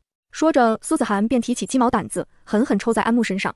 即便不能施展修为，苏子涵也比安木力气大，几下子抽下去，安木背上隐隐透出血迹。魏思瑶这才察觉到严重性，连忙抱住苏子涵：“娘，不敢了，不敢了，别打了，娘。娘，真的不敢了，以后做什么都告诉你，别打了。若是打坏了，去参加比斗的时候，安木怎么保护我，还要看大嫂呢。”提起大嫂，苏子涵终于没再动手，但魏思瑶还是挨打了，打了手板。柳如云看着被皇帝抱在怀里的魏思瑶，又看看被淑妃抱在怀里的魏婉慧，心里多少有些不平衡。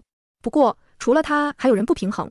淑妃故意开口：“皇上，你看，婉慧已经21个月了，模样长开了，比以前好看多了呢。”众人的目光望过来，魏婉慧是比刚生下来好看多了。毕竟这孩子刚生下来的时候又黑又瘦又小，也就比猴子好看点。现在快2岁了，的确有点人模样了。宁国长公主淡淡开口：“是能看了。”淑妃笑容猛地一滞：“只能说2个娘的容貌差得太大，子随母相，比不得永乐。”柳如云笑容也僵硬了，什么意思？这是连着自己一起骂了呗？怎么这样啊呀！柳如云快要气炸了，不过魏思瑶娘俩快要乐疯了。宁国长公主好样的，嗷嗷嗷！但淑妃还是不想算完，挤出一丝笑容，继续道：“婉慧，快去你皇爷爷身边，给你皇爷爷看看你的能力。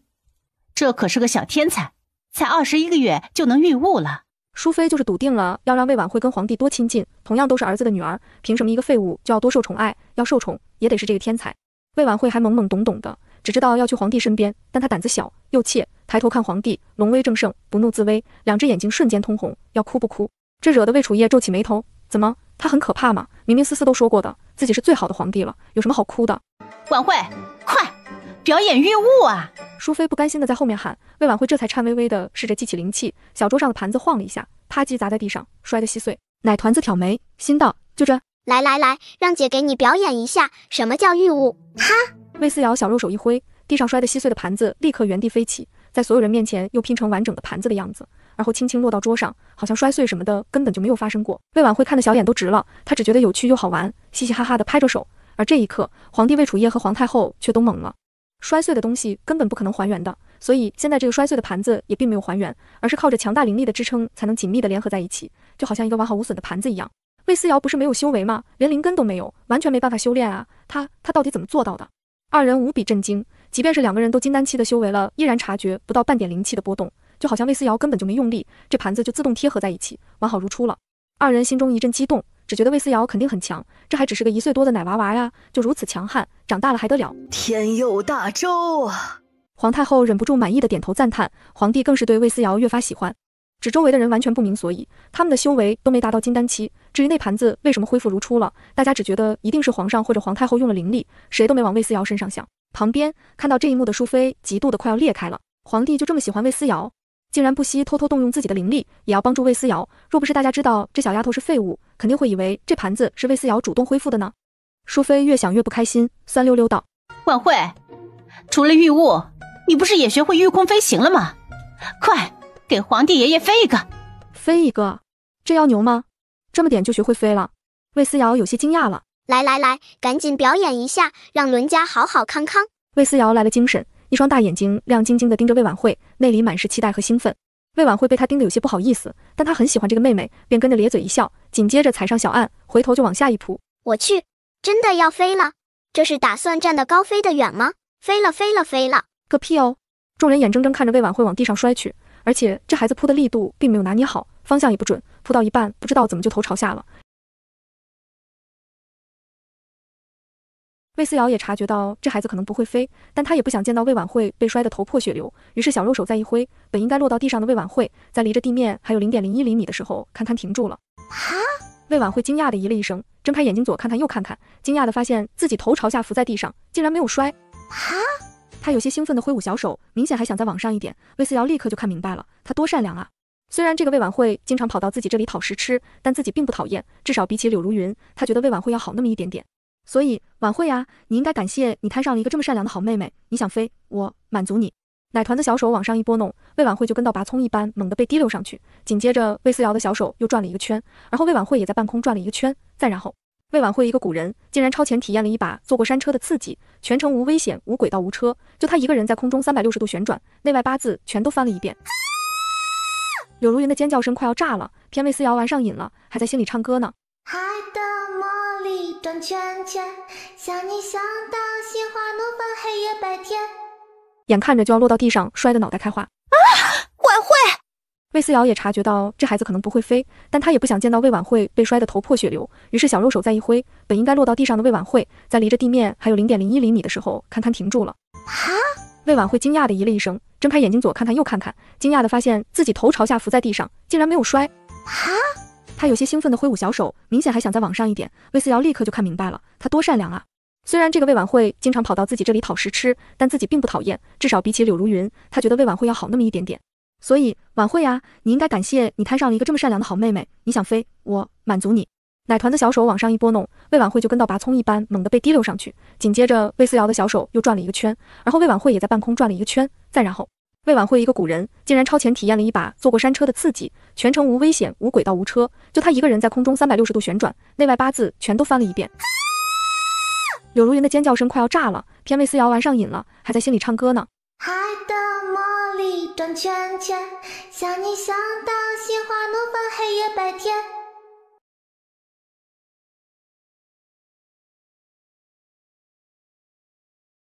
魏思瑶也察觉到这孩子可能不会飞，但他也不想见到魏晚会被摔得头破血流，于是小肉手再一挥，本应该落到地上的魏晚会，在离着地面还有0.01厘米的时候，堪堪停住了。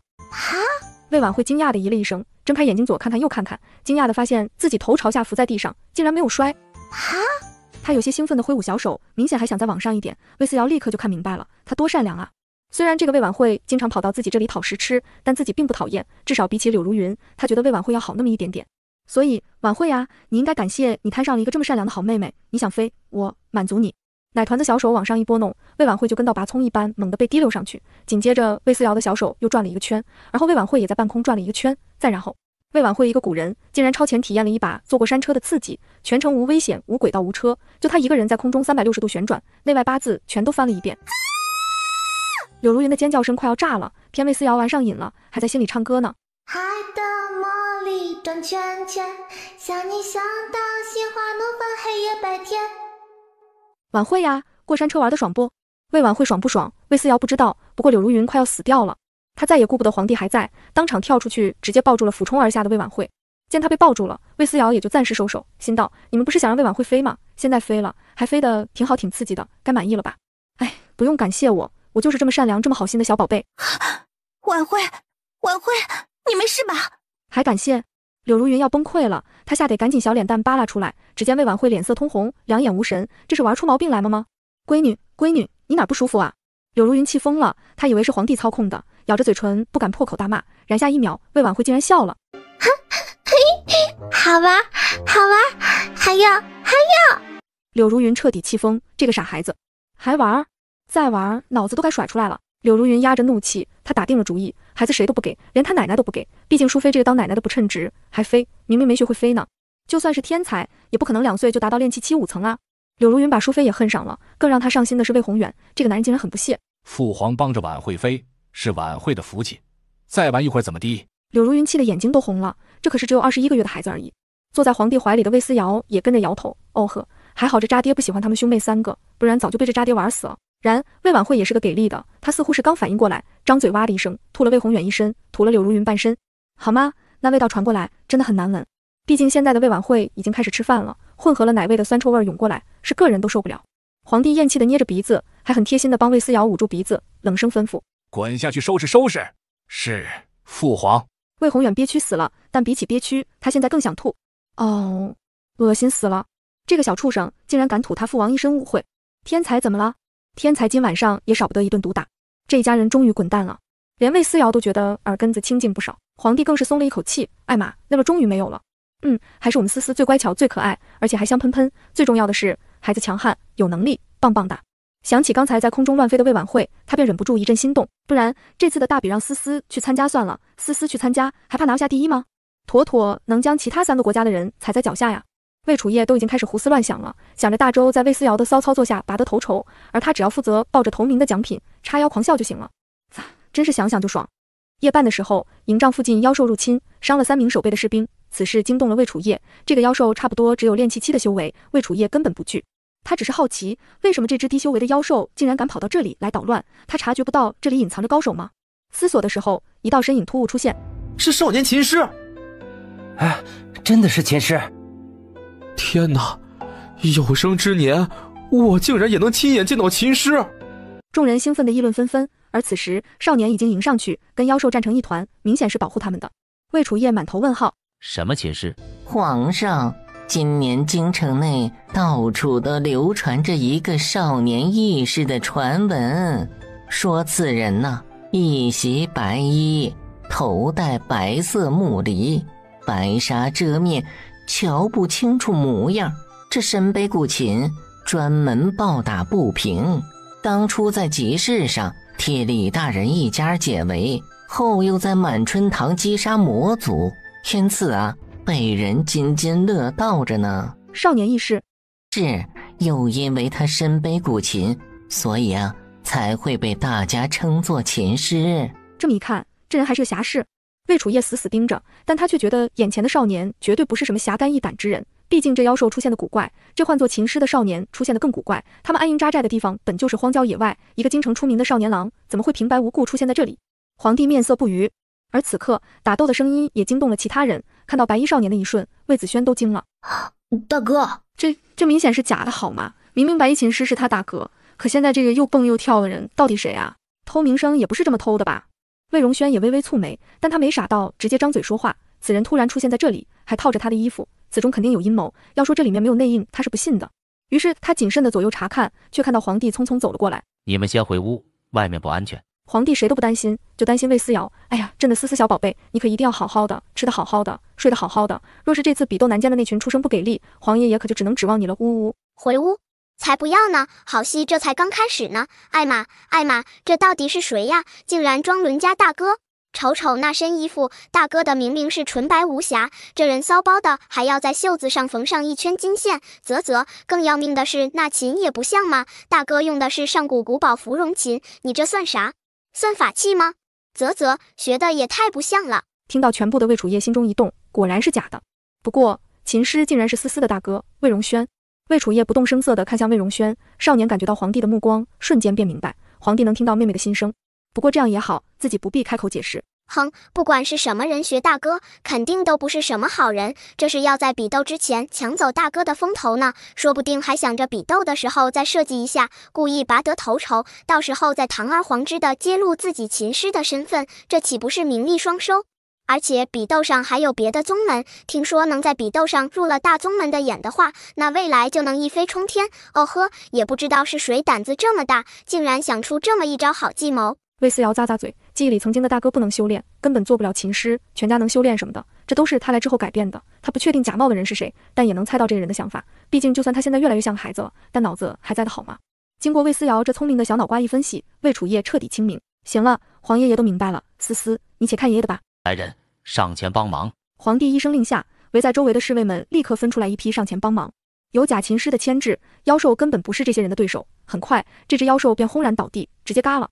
魏锦城心中欢喜，他确定自己入了皇帝的眼，毕竟从骚动一开始，皇帝就一直盯着自己看，目光灼灼的，想忽视都不行。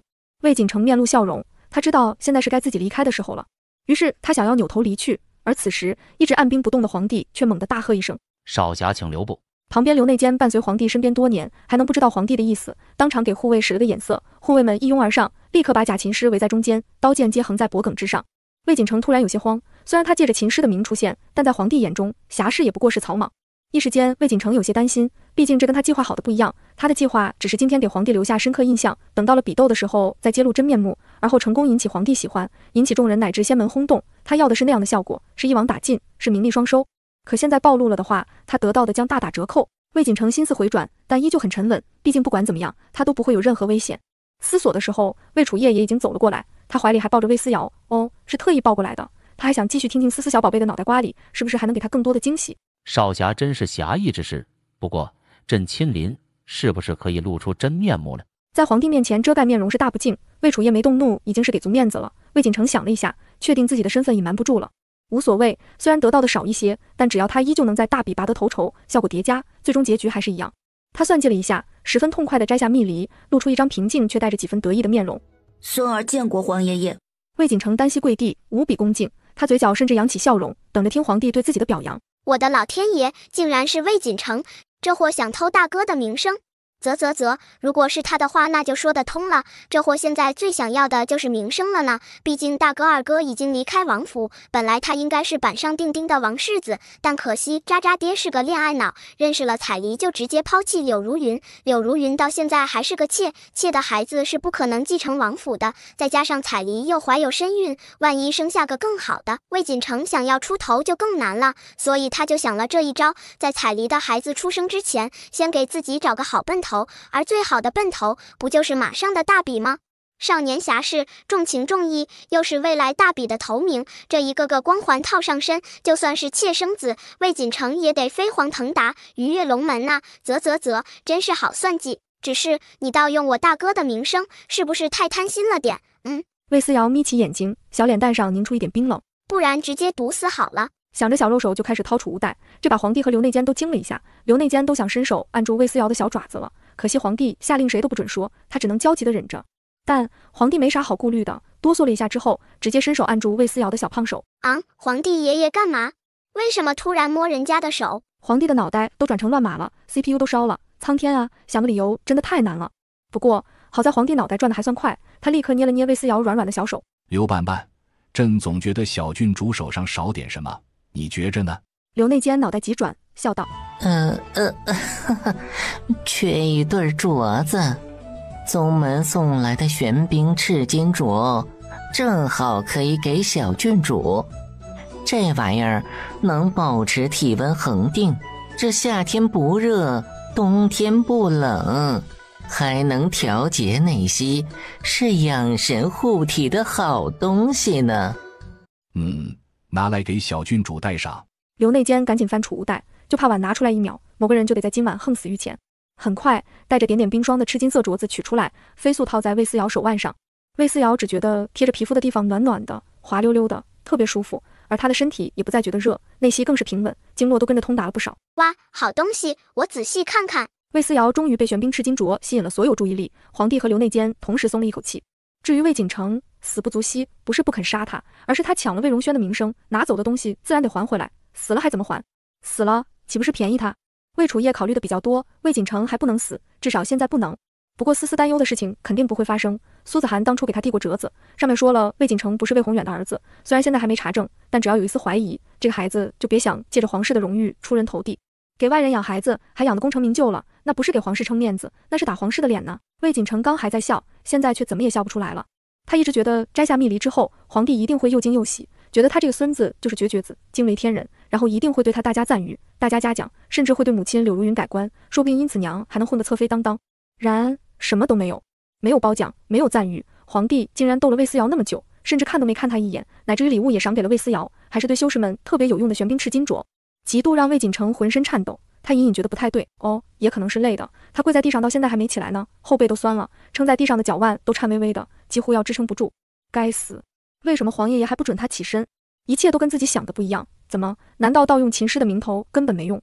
不可能，连宗门都很看重一个人的名声，皇上不可能不看重，肯定是其他地方出了问题。好了，起来吧。魏楚业终于开口了，他神情平淡，让人猜不出他到底在想什么。好好准备，朕期待你的大比。魏锦成心中一喜，果然皇帝还是看重自己的，只要大比好好表现就行了。他得意一笑，行了一礼，起身离去。而皇帝却盯着魏锦成的背影，淡淡开口：刘半半，传下去，告诉所有人，秦师就是魏锦成。皇帝爷爷，你是不是傻了？老年痴呆？他明显是假冒的好吗？你为什么还要替他宣传呢？这要是人尽皆知了，我大哥怎么办？大哥好委屈哦。奶团子不开心了，只恨自己说话只能说短短的句子，这么一大串话根本说不利索，再加上着急，众人听到的就只是啊呀的动静了。把小郡主送回去吧。魏楚业笑眯眯拨弄着肉嘟嘟的小手腕上的镯子，好好带着，谁都别给。很快，魏思瑶便被送回了苏子涵手上。奶团子似乎很生气，一直哼哼唧唧的。娘，妹妹这是怎么了？谁惹她了？我去揍她去。魏子轩握紧拳头，魏思瑶这才哼哼唧唧抬头。二哥，皇爷爷惹我了，你快去打他。他就是个昏君，竟然把假冒大哥的人公诸天下，说什么魏锦成才是秦师，我呸！老东西越来越不中用了，当初就不该帮他进阶啊！魏子轩默默收回拳头，打皇帝。算了吧，毕竟魏楚业不但是皇帝，还是亲爷爷，他怎么下得去手？正思索的时候，把魏思瑶送回来的刘内监又道：“大公子在吗？皇帝想跟大公子说说话。”这么晚了，说话？苏子涵立刻抬头看了一眼，见刘内监笑盈盈的，他便放下心来。云香，去叫大公子。是。云香扭头把魏荣轩请出来，少年好像早就知道皇帝会请他似的，并不好奇，微微行礼，便跟着刘内监走了，只余下魏子轩和苏子涵，娘俩默默对视。皇帝这个时候把大哥叫过去，他不是知道了什么？什么？那个琴师就是锦城？魏宏远乐疯了，他直接起身去了柳如云的营帐，见魏宏远来了，柳如云和魏锦城连忙行礼。哈哈哈，我儿免礼。魏宏远激动坏了，也不用魏锦城行礼。如云，你也快快起身，晚会呢，让本王抱抱。明明已经半年多没碰过自己了，现在兴冲冲的过来看他，还要抱女儿，刘如云开心死了。但他很清楚魏宏远为什么会来，还不是因为自己的儿子优秀。王爷，晚会吃东西掉一地，您抱着会弄脏衣服的。柳如云假意推辞，魏宏远哪里管这些，直接把晚会抱进怀里。如云，锦城就是琴师这事，你为什么不告诉本王？害得本王差点忽视了这么优秀的儿子。王爷，您日日宿在王妃那边，妾想说也见不到王爷呀。柳如云说着红了眼睛，魏宏远果然叹息：“是本王委屈如云了。对了，锦城有琴师这个身份，这次比斗你一定能进入3大宗门之一。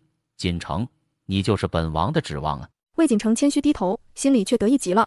父王的反应才正常嘛，可昨晚为什么黄爷爷却无动于衷？对了，这2粒丹药你拿着，这可是神农宗炼制的，比斗的时候可以补充灵气。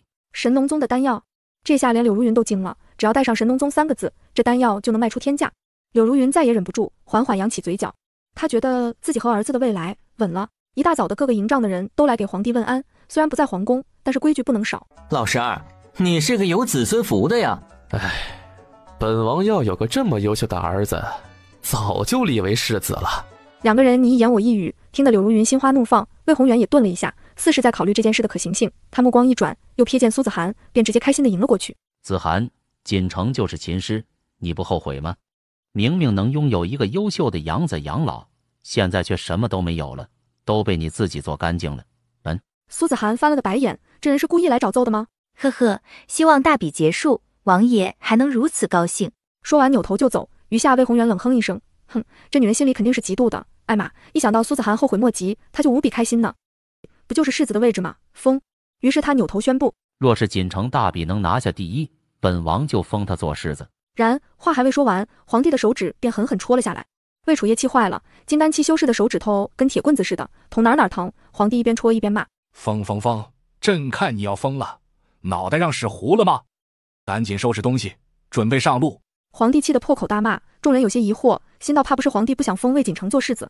这想法也在柳如云脑袋之中一晃而过。不过很快柳如云就不再想了，现在提的确不是时候，一切等大比结束再说，到时候让儿子用实力证明自己不就行了。很快问完早安，众人收拾妥当启程。马车上，皇太后沐玉容忍不住担忧道：大比之日，有的是修为高深的修士，咱们能听到丝丝的心声。皇帝，你说那些人是不是也能听到啊？自己人听到也就算了，毕竟在大周的地盘，只要皇帝不发话，这些人就得憋着当没听见。但是这次比斗上不但有大周的人，还有其余3个国家以及更大的宗门、更厉害的修士，他们可不会给魏楚夜面子，更不会听魏楚夜的话。皇帝哈哈一笑：母后，这件事儿子早就做了准备。昨晚朕赏赐了永乐1对玄冰赤金镯，那是朕花了1年时间让人特意锻造的宝器。只要永乐带着这玩意，除了咱们几个亲近之人，再不会有人听到丝丝的心声。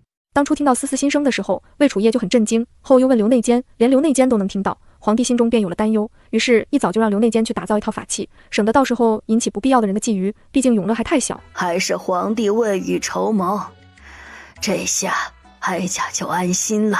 娘俩对视一眼，相视而笑。很快车驾便抵达避暑山庄附近，远远的众人便能看到一尊炉鼎矗立天地之间。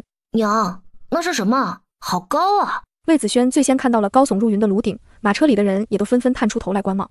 只见远处的炉鼎周身散发着淡淡的赤金光芒，似是经历过岁月的沉淀。炉鼎身上的花纹已经被磨得圆润，有些地方甚至被磨平，几乎看不清原来的花纹。然而即便如此，这尊炉鼎上却依旧散发着一丝丝若有若无的威压，让所有感受到它的人都下意识瑟瑟发抖。好强的威压！修为越高，越是能够体会到这炉鼎威压的恐怖，那感觉就像是能清楚地看到贴着命门随时落下的刀一般。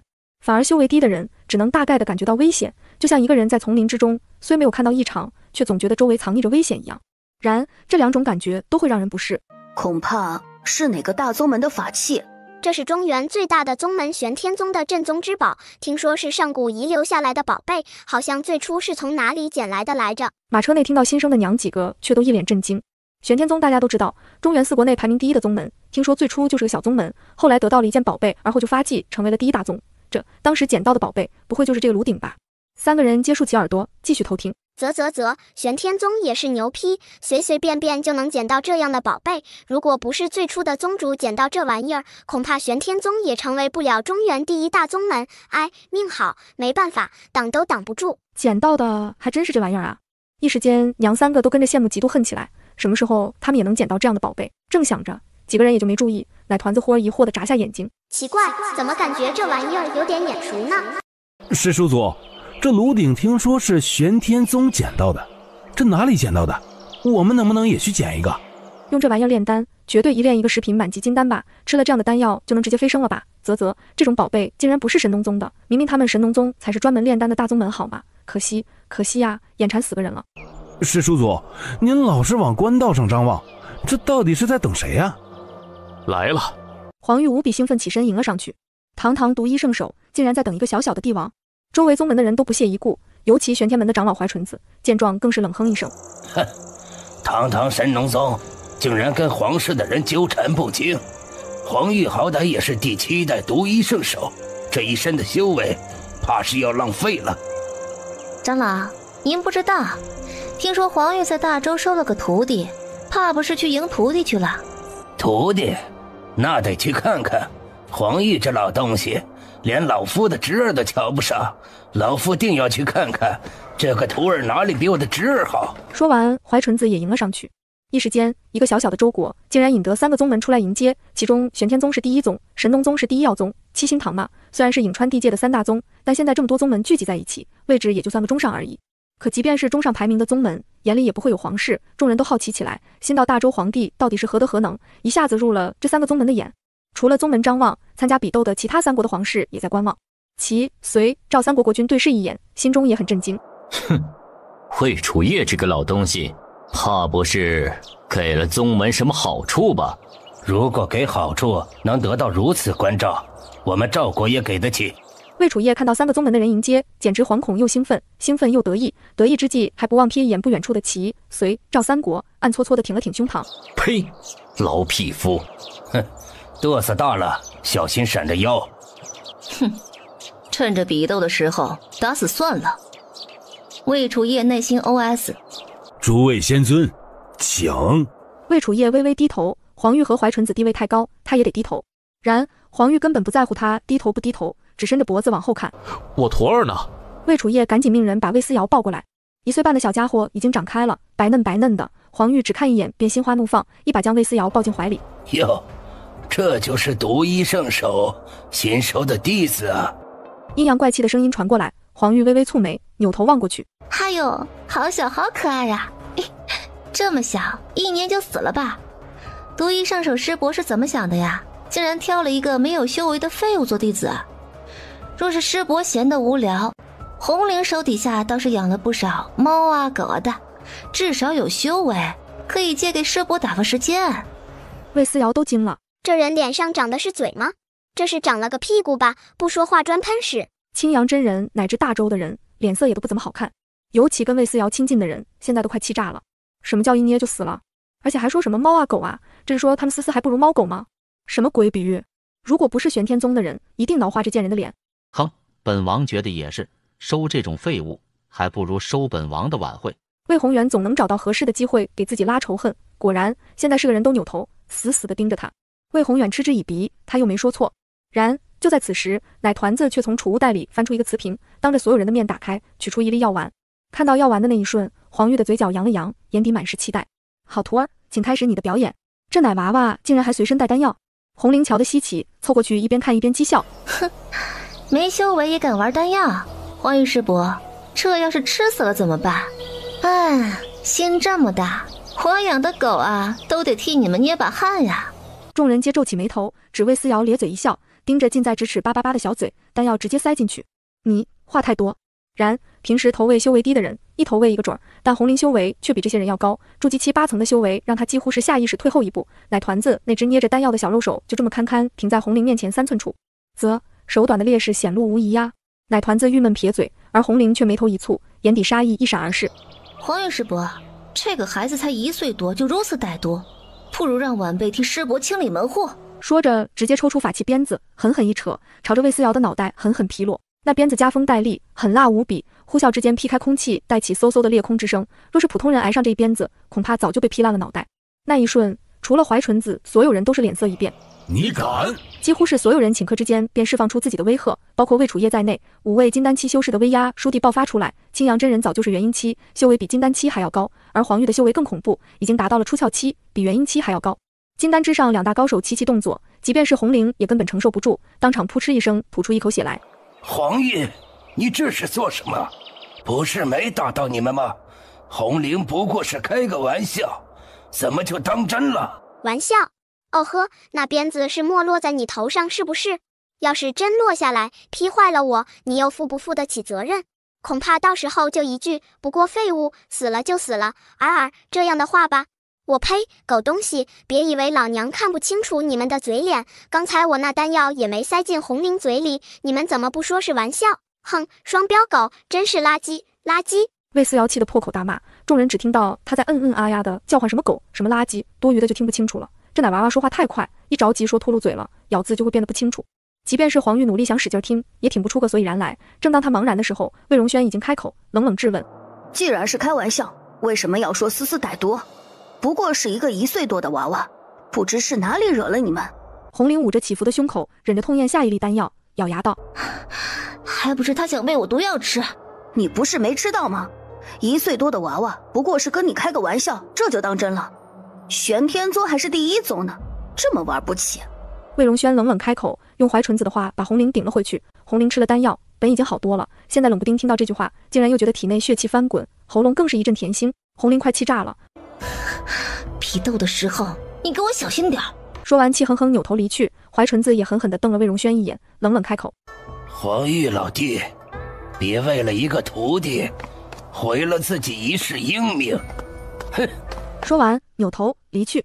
不过是十分平常的进场，谁想竟然惹到了玄天宗。魏楚业的脸色有些难看，那可是第1宗啊。这宗门的人还真是嚣张，上来冷嘲热讽还不兴人家反击，咋的？别人都是畜生，就你是个人呗。奉劝你们别把自己看得太重，就那什么红灵根本打不过我大哥牛逼死了，筑基期顶层，只要他想，随时都能晋升金丹期，就是这么牛。魏楚业突然就稳了，一点都不担心了，哈哈哈。本就是奔着大比第1来的，现在有个筑基期顶层，这可是所有比斗人员里的最高修为了，等级碾压一切，这就是实力呀！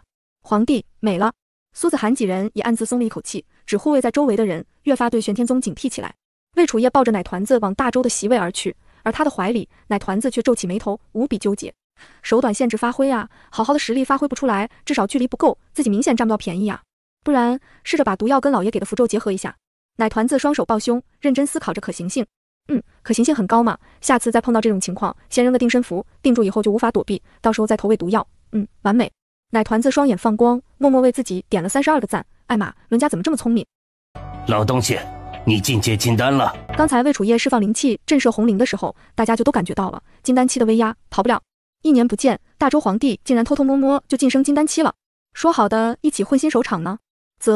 几个人心里十分不舒服，极度的酸味在空气之中蔓延，几乎要熏死个人。但魏楚业开心坏了，大比倒数第1又怎么了？倒数第1的又不是自己。艾玛，朕就是一枝独秀啊，真的是想想就爽。魏楚业的嘴角几乎要憋不住，明明心里乐开了花，嘴上却十分谦虚。机缘巧合，一切都是机缘巧合。就不告诉你们，主打一个闷声发大财，哈哈哈哈！魏楚业对怀里的魏思瑶越发稀罕疼爱，这也终于将几个人的视线完全聚焦在魏思瑶身上。魏楚业对自己的女儿都无比严格，现在竟然会对一个奶团子如此疼爱，其中必定有鬼。大周皇帝，你这孙女可真可爱，粉雕玉琢，跟年画里的童子似的。来，也让朕抱抱。你抱？呵，想得美，这么宝贝的大孙女，怎么可耐给你抱？她淘气得很，你管不住的。哟，这么宝贝呢，抱都不肯给抱。3位皇帝继续对视线，对魏楚业怀里的奶团子更是越发好奇。而此时魏楚夜却无比感慨，好在提前准备了法器，若是让这些人听到思思小宝贝的心声，估计现在就能硬生生从自己怀里把人抢走。想着，魏楚夜越发抱紧了魏思瑶，生怕别人抢了去。不对，绝对有问题，这个奶团子绝对有问题！嗷嗷嗷！大周皇帝看来是要用今年大比一雪前耻啊！不但跟七星堂往来密切，还拉拢了独一圣手。齐国皇帝金昌也在一边附和。听说你们南监门楼上悬挂的钟裂开了，想必是吸纳了更优秀的弟子。大周皇帝啊，别小气，优秀的人才就拿出来，让大家一同欣赏嘛。小孙女不给看，出几个人才给看看还不行吗？哪里有什么人才？每年大比我们大周都是倒数第一，要人才也是诸位手里人才多，我们大周算得上什么？魏楚夜乐呵呵，说话的姿态语气根本不想给倒数第一，反而像是要拔得头筹一般。余下3个国家的皇帝皆挑眉，心中却越发小心起来。这个魏楚夜，他不是藏了什么人才偷偷带到大比来了，这是要出其不意，一举夺魁啊！不过想得到挺美，你们准备了人才，难道他们没准备吗？哼，一会儿大比开始就瞧着吧，谁能拿下第一还不好说呢。几个人没再说话，魏楚夜怀里的奶团子忽地动了，他几乎是立刻抬头看向远处的人群，无比激动地挥舞着小肉手。大嫂，嗷嗷，是大嫂啊！大嫂，我看到大嫂了，大嫂好美！大嫂！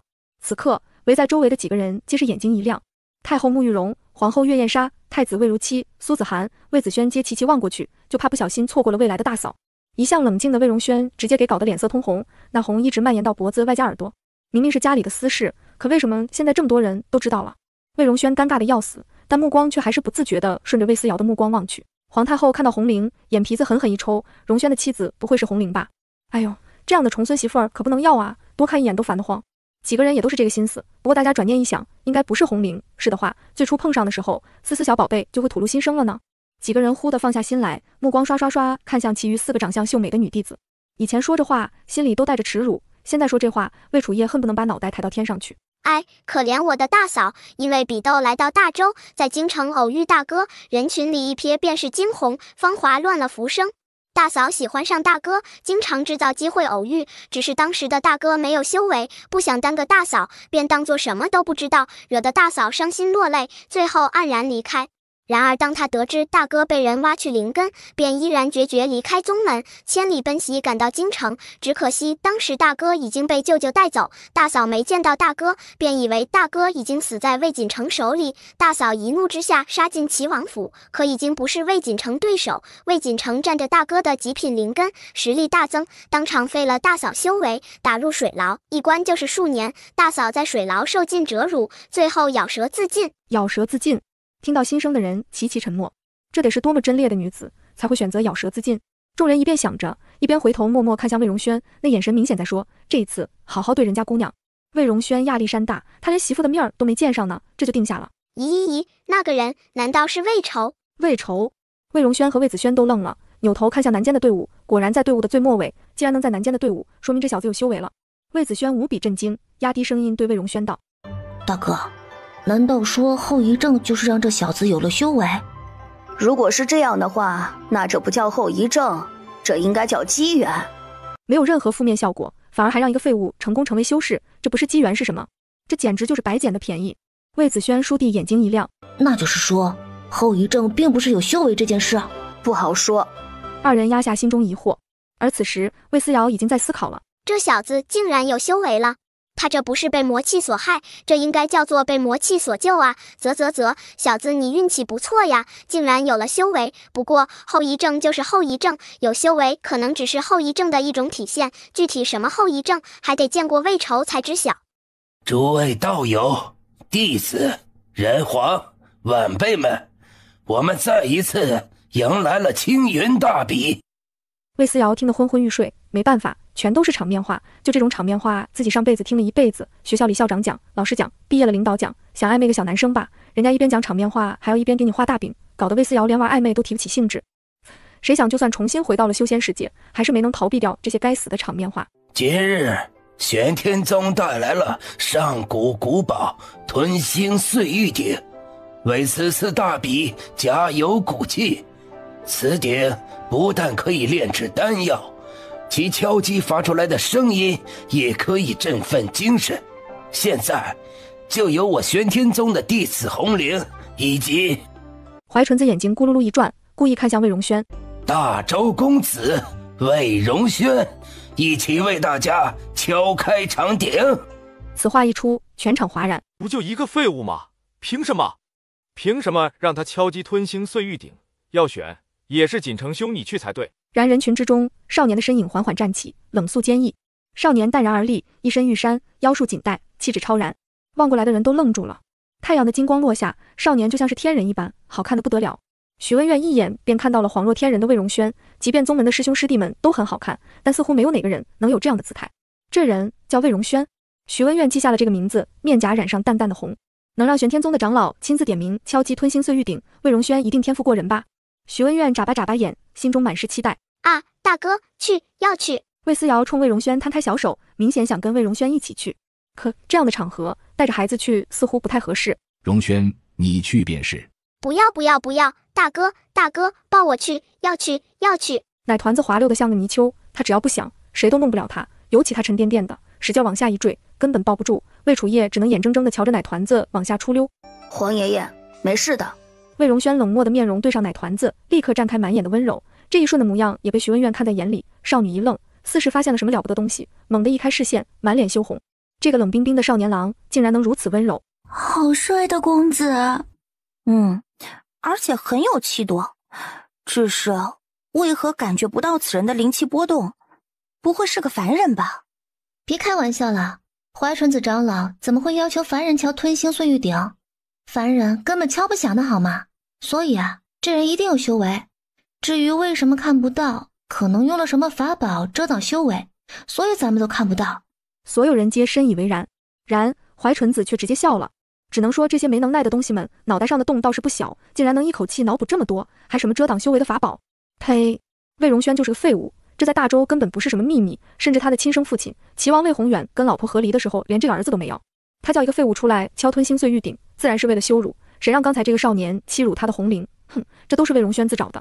怀纯子洋洋得意，他冲红灵使了个眼色，低声道：红灵，去了给老夫使劲敲，有多大声就敲多大声。这种古堡敲的声音越大，就证明这个人越厉害。毕竟多大的修为发挥多大的威力。若是红灵敲击声音震天，而魏荣轩连点动静都弄不出来，那就只能说明他真的废得不能再废了。大哥，他们坏。魏思瑶哼哼唧唧，怀纯子一定是故意的，就因为刚才大哥没给他面子。哼，这样小气的人竟然会是玄天宗的长老，我真佩了。不过怀纯子这老东西注定要失望了，我大哥不是废物，有灵力，哈哈哈。魏思瑶差点就叉腰狂笑了，毕竟在大哥怀里，场地不允许。但奶团子还是抑制不住的兴奋激动加嘚瑟，恨不能赶紧走到吞星碎玉鼎面前。大哥再靠近些，艾玛，我真的觉得这鼎挺面熟的。面熟？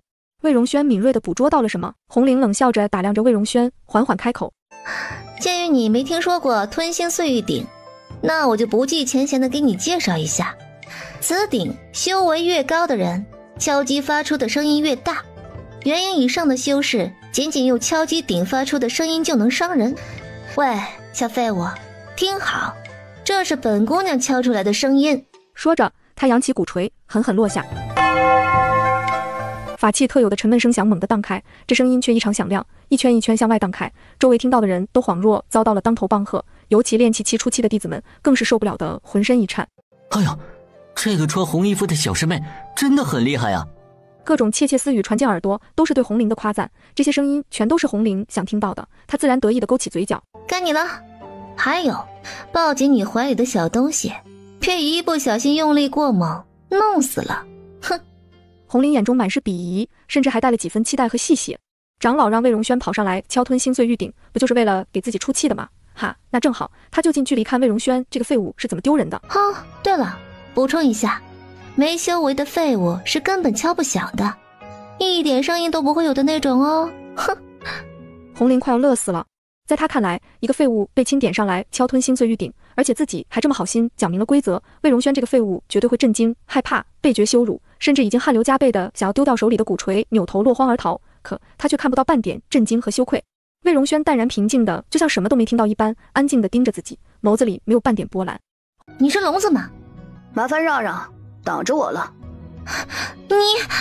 红灵快要气炸了，这个废物竟然如此傲慢，他以为他是谁，一会儿有他丢人的时候。他恶狠狠地想着，而魏思瑶几乎快要笑绝过去。哈哈哈哈！他生气了，他生气了，他生气了！妈呀，笑死我了！他还真的有以为大哥没修为呢。姑娘，虽然你跟大哥都是筑基期顶层的修为，但大哥只是不想晋升，而你是根本没达到晋升的标准，所以你们俩的修为根本不对等。我大哥比你强。魏思瑶无比兴奋，一双乌溜溜的大眼睛饶有兴趣地盯着红玲。不行不行，伦家一定要好好看清楚红玲的表情，绝对会很精彩的，哈哈哈！大哥，请开始你惊为天人的表演。这次大比就是大哥首秀的最大舞台。奶团子忍不住嘿嘿嘿笑出声来。文远，你说这人会比红玲还强吗？哎，不能吧，我怎么听说他是个废物啊，一定敲不响的。你说是吧，温暖？一定行的，怀纯子长老不会叫个废物出来敲吞心碎玉鼎的，怀纯子长老不会叫个废物出来敲吞心碎玉鼎的，他图什么呀？大周的队伍里，宋敏几个人也盯着魏荣轩的背影冷笑道：哼，听说没有修为的人根本敲不响，一点动静都没有，那咱们大周不就因为魏荣轩这个废物而丢尽脸面了？我看啊，到时候还是让景成兄上去救场算了。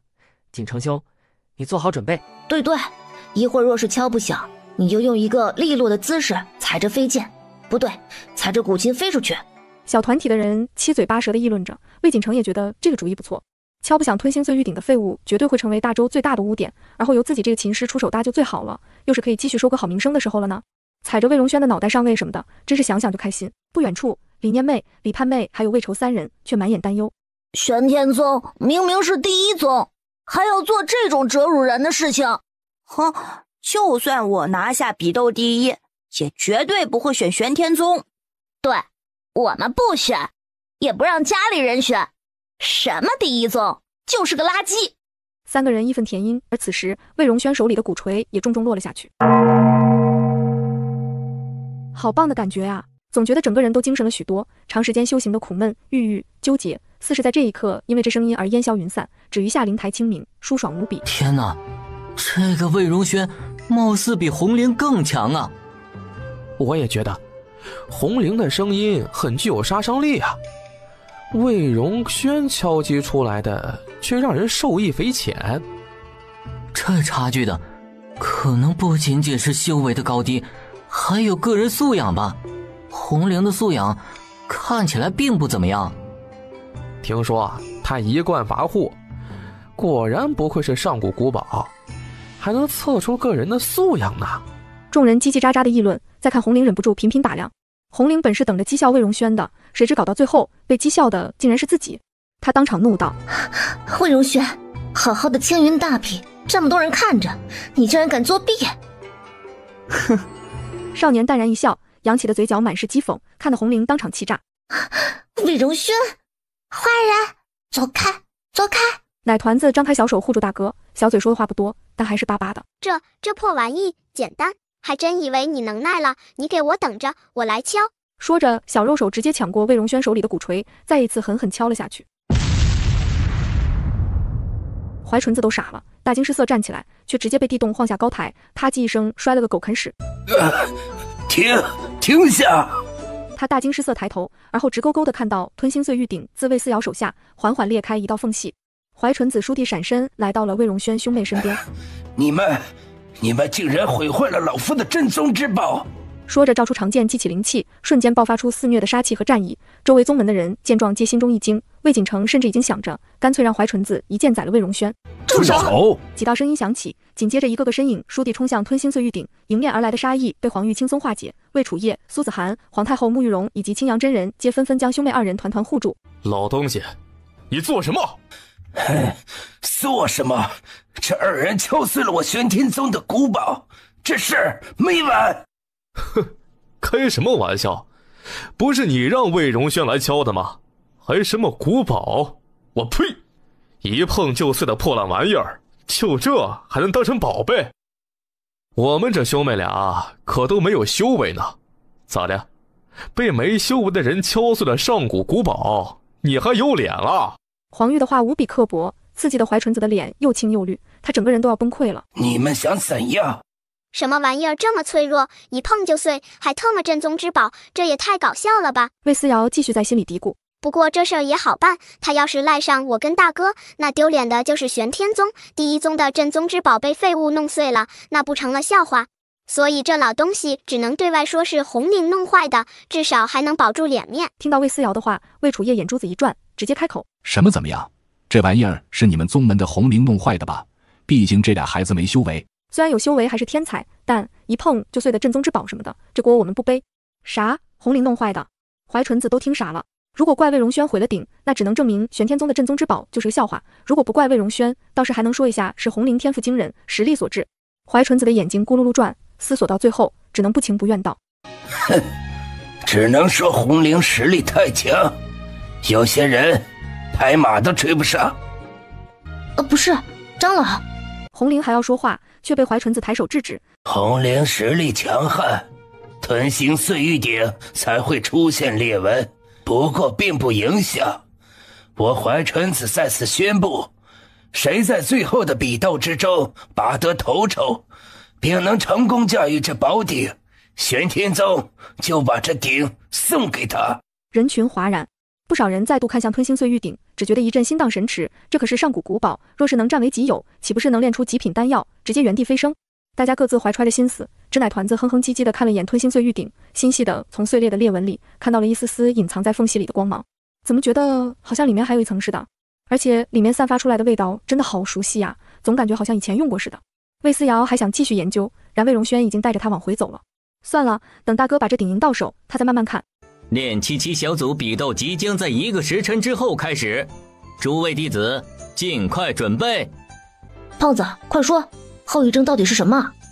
小郡主，吃都是给你带的。啊，我也带了。李盼妹和李念妹也带了一大堆吃的。刚才魏思瑶一直被皇帝抱着，他们不好上前，现在终于逮着机会可以亲近小郡主了。哎，好了，赶紧说，你的后遗症到底是什么？魏愁才要说话，那边已经开始敲锣了。斗第一场开始，练气7组，4国蓝玉对魏愁。我先去参加比斗了。那什么，一会儿比斗的时候你们就知道了。不是吧？4国的应该跟4国比，为什么是玄天宗的弟子？是不是哪里弄错了？没弄错，蓝玉虽然是玄天宗的弟子，但也是齐国人，他现在就是代表齐国出战的。这是不是有点欺负人了？是啊，南间的教育水平可比不上玄天宗啊。荣轩兄，玄天宗的人不会是故意报复吧？为求修为，炼气4层。对，养好伤来南间就是4层了。这段时间在南间就一直在补充招式以及基础。小胖子要危险了。哼哼，好像知道魏愁的副作用是什么了。大哥，你说错了，魏愁能赢的，只看他是不是能豁得出去，不要脸了。咋的？不要脸就能赢？天下还有如此奇特的招式？第二人更加好奇，目光直直盯着演武场。很快，魏愁和对手便走上了演武场。上来之后，大家才发现蓝玉是个妹子。丑死了！小胖子挠挠后脑勺，他又胖又丑，人尽皆知，连父王都对他不喜，所以这点鄙夷对他来说不痛不痒，就根本不会放在心上。丑胖子，来吧！好，这就来。魏球也缓缓提气，然而随着他催动灵气，他那一身肥肉却在缓缓消失。盯着演武场的所有人都一惊，魏子轩和李念妹等人更是惊讶的瞪大双眼。只见演武场上那个又胖又丑的胖子正一点点消瘦，个头也高了些，只是眨眨眼的功夫，便变成了一个眉清目秀的小帅哥，又高又俊。俊美少年郎对着蓝玉微微一笑，失礼了。蓝玉的脸爆红，天啊，这是什么操作呀？死胖子竟然变成了大帅哥，嗷还这么帅，这么好看，全都长在了他的点上了啊！蓝玉看帅哥都看傻了，年纪小的女孩子修为也不算高，最容易被心智影响。魏愁都攻过来了，他还没反应，结局自然是被一掌打出演武场，当场 KO。大周魏愁胜，红灵气的直跺脚，恨不能把蓝玉打一顿。嘿，行啊你，后遗症竟然是变成了大帅哥，而且还能修炼了，真是什么好处都让你给占了。大家叽叽喳喳，魏荣轩却看向怀里的奶团子。魏思瑶哼哼唧唧，这能力还没完全显露出来呢，兄弟，待会儿再看呢。魏荣轩的眸子闪了闪，而紧接着第二场比赛就来临了。这胖子运气挺好啊，每回的对手都是妹子，而且还都是好看的妹子。而魏荣轩兄弟俩却想知道，思思说的没有完全发挥的到底是什么？这次的对手明显不是颜狗，对面前这张大帅脸没有半点反应，而且竟然还直接扑过来挥剑。魏球灵活躲开之后，不可思议的一幕就发生了，魏球的脑袋竟然消失了。我操！不知道谁先发出一声惊叫，紧接着所有人都炸了。修仙，他们听说过飞升，听说过整个人羽化西去，可从来没听说过人还能没有脑袋的嗷嗷嗷嗷。众人惊声尖叫，宗门的人也都紧张起来。然神奇的是，魏球并不只是脑袋消失了，啊，他的手也没了！来了！魏愁，小胖子，属于你的高光时刻来了！嗷嗷嗷！要什么脸？不要脸了，你就赢了！也不知道魏球是不是听到了魏思瑶的心声。总之，这个脑袋和手都消失不见的小胖子，竟然真的开始宽衣解带了。由于手看不到，众人只能看到衣服的带子自己解开，外衫自己滑落，而后是里面的衣服，最后是亵裤。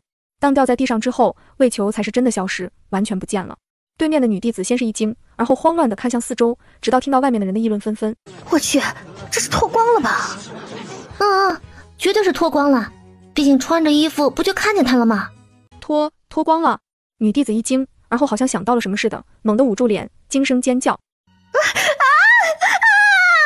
再然后竟然捂着脸跑了。卧槽，他竟然跑了，这算啥？不战而胜。大周魏仇胜，又赢了，轻轻松松，这次根本就没出手，衣服一脱就赢了呢。果然是得豁得出去，足够不要脸才能赢啊！魏胖子，有你的！不算，这是作弊。咱们这是正经的比斗，在场上裸奔算什么？所有人啊，这裸奔什么的，好像真的挺难界定的。那什么，我修炼的就是这种。闭嘴！魏胖子畏惧女王威势，成功闭嘴。而其他2个国家的皇帝也表示，这算作弊，毕竟接下来他们要是碰到魏球怎么办？人家衣服一脱，直接玩消失，到时候他们打谁去？打空气吗？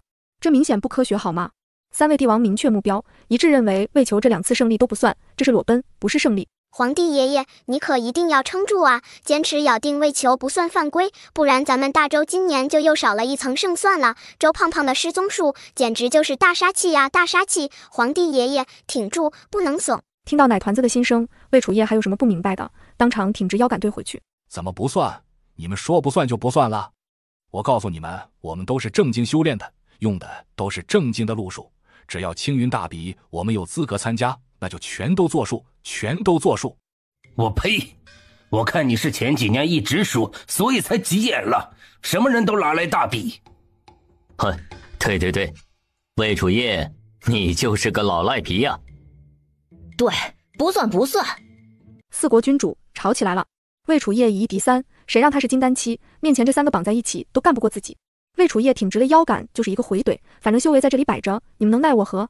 以前不是这样的呀，以前他们3个说东，魏楚夜就得跟着往东，毕竟他筑基期的修为敌不过他们3个联手啊。可现在瞅，明显是这个老东西压了他们3个一头啊。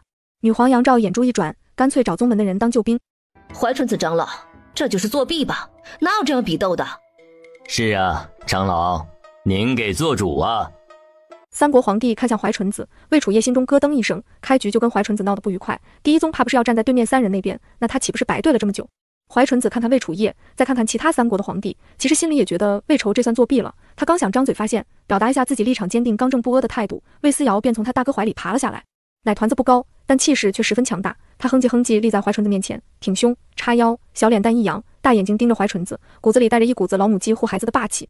魏楚夜，自己这是被奶娃娃给保护了？你不行！怀纯子觉得后脑勺隐隐有些抽痛。什么叫做他不行？修为不行还是人不行？这孩子这么小，说话怎么这么气人呢？不能迁怒，坏！得，这下怀纯子通透了，啥意思还不知道吗？如果他站在隔壁3国那边，就会被扣上迁怒的帽子。这吞星碎玉鼎可是魏荣轩和这个团子弄碎的，虽然后来是奶团子敲过之后才裂开的，但是怀纯子回去分析了一通，怎么想都觉得一个奶娃娃没这个能耐，肯定是魏荣轩敲的时候就裂开了，只是不显。后来奶团子再轻轻一碰，可不是就把裂纹显露出来了。至于一个奶团子是大佬什么的，不可能，绝对不可能。怀纯子咳嗽一声，刚要开口说话，随后赶来的黄玉笑眯眯开口：怎么会是作弊呢？啊，没规定脱衣服就算作弊啊！再说了，从来就是男子跟男子比，女子跟女子比。我倒要问问，怎么就突然男子跟女子比了？怀纯子长老，你们不会是收了这3国的贿赂了吧？问题轻飘飘投回到3国身上，这下连怀纯子都惊了，莫名有一种做坏事被人戳破了的感觉，看得魏楚夜勃然大怒。好啊，原来你们3国走了后门了。朕就说怎么会跟女子一起比试，原来你们塞钱了。这是知道魏求以前没修为，所以故意安排女弟子来，想着可以白捡胜利，是不是？可惜你们算错了。朕的孙儿虽然刚有修为，但也不是怂包，他有异能。魏楚夜一边生气，一边又爽得不行的嗷嗷叫。这些人看清魏球，所以才安排女弟子跟他比斗。结果呢？结果便宜没占到，连输2场，爽死他了呀！哈哈哈哈！怀纯子心虚了，就怕这件事被揭发出来，连忙道：没作弊，没作弊，倒是女子和男子不能一起比试，所以这2场作废，重新比。你们3国重新安排。比了就是比了，想占他们大周的便宜，想都不要想，咱就是这么立场坚定，不屈不挠，视死如归。哼哼哼！奶团子哼唧着，魏楚夜也当仁不让。对，比了就是比了，而且我们还连赢2场，怎么就不算了？要不算也是他们2国不算，少扯我们大周，我们是赢家。总之当仁不让，想让他们的比赛不作数，休想！一老一小死死站在那里，就是不挪步，把第一宗的怀纯子逼得脑袋冒汗，旁边还有个黄玉似笑非笑的盯着他。怀纯子气急，但又没办法，他真的怕收受贿赂这件事被人揭发出去，最后只能妥协。好，大周的比试依然作数。等等，不是，谁放这个废物上去的？魏宏远倏地起身，直直朝着演武场而去。柳如云也在一边瞧着，不知道为什么他心里突然有了一个不好的预感。你给我下来！魏子轩双手叉腰，笑眯眯的，就是不动弹。齐王气坏了，在王府的时候，这个臭小子绝对不敢这么无视自己。以前见到自己都得缩着脑袋，心惊胆战的喊一声父王的。瞧瞧现在是什么态度？看到自己不但不叫人，还把他无视了。魏宏远要气炸了，他抬腿就要往上跑，被演武场的工作人员拦下，呵斥：除了参加比赛的人员，闲杂人等不许上去。兔崽子，听到没有？闲杂人等不许上去，你给我滚下来！魏子轩指指自己，闲杂人等，他吗？对，就是你，你这个小畜生，看本王怎么收拾你！齐王对拦住自己的工作人员道：他是个废物，根本不能参加比赛，我是他父王，我这就把他打下来。说完撸起袖子就要上，而他身后苏子涵已经抱着小的匆匆赶来，而后在众目睽睽之下一脚把魏宏远踹了出去。滚开，怎么哪里都有你？奶团子也跟着在一边吆喝：二哥，天才，天才！天才个屁！你们兄妹3个都是废物，全都是废物。魏思瑶叹了口气，只能说渣渣爹傻得可怜，这种时候了还坚持不相信，不是你哪来的自信？只要能进入演武场的，那都是检查过的，没有修为的废物真的能站上去？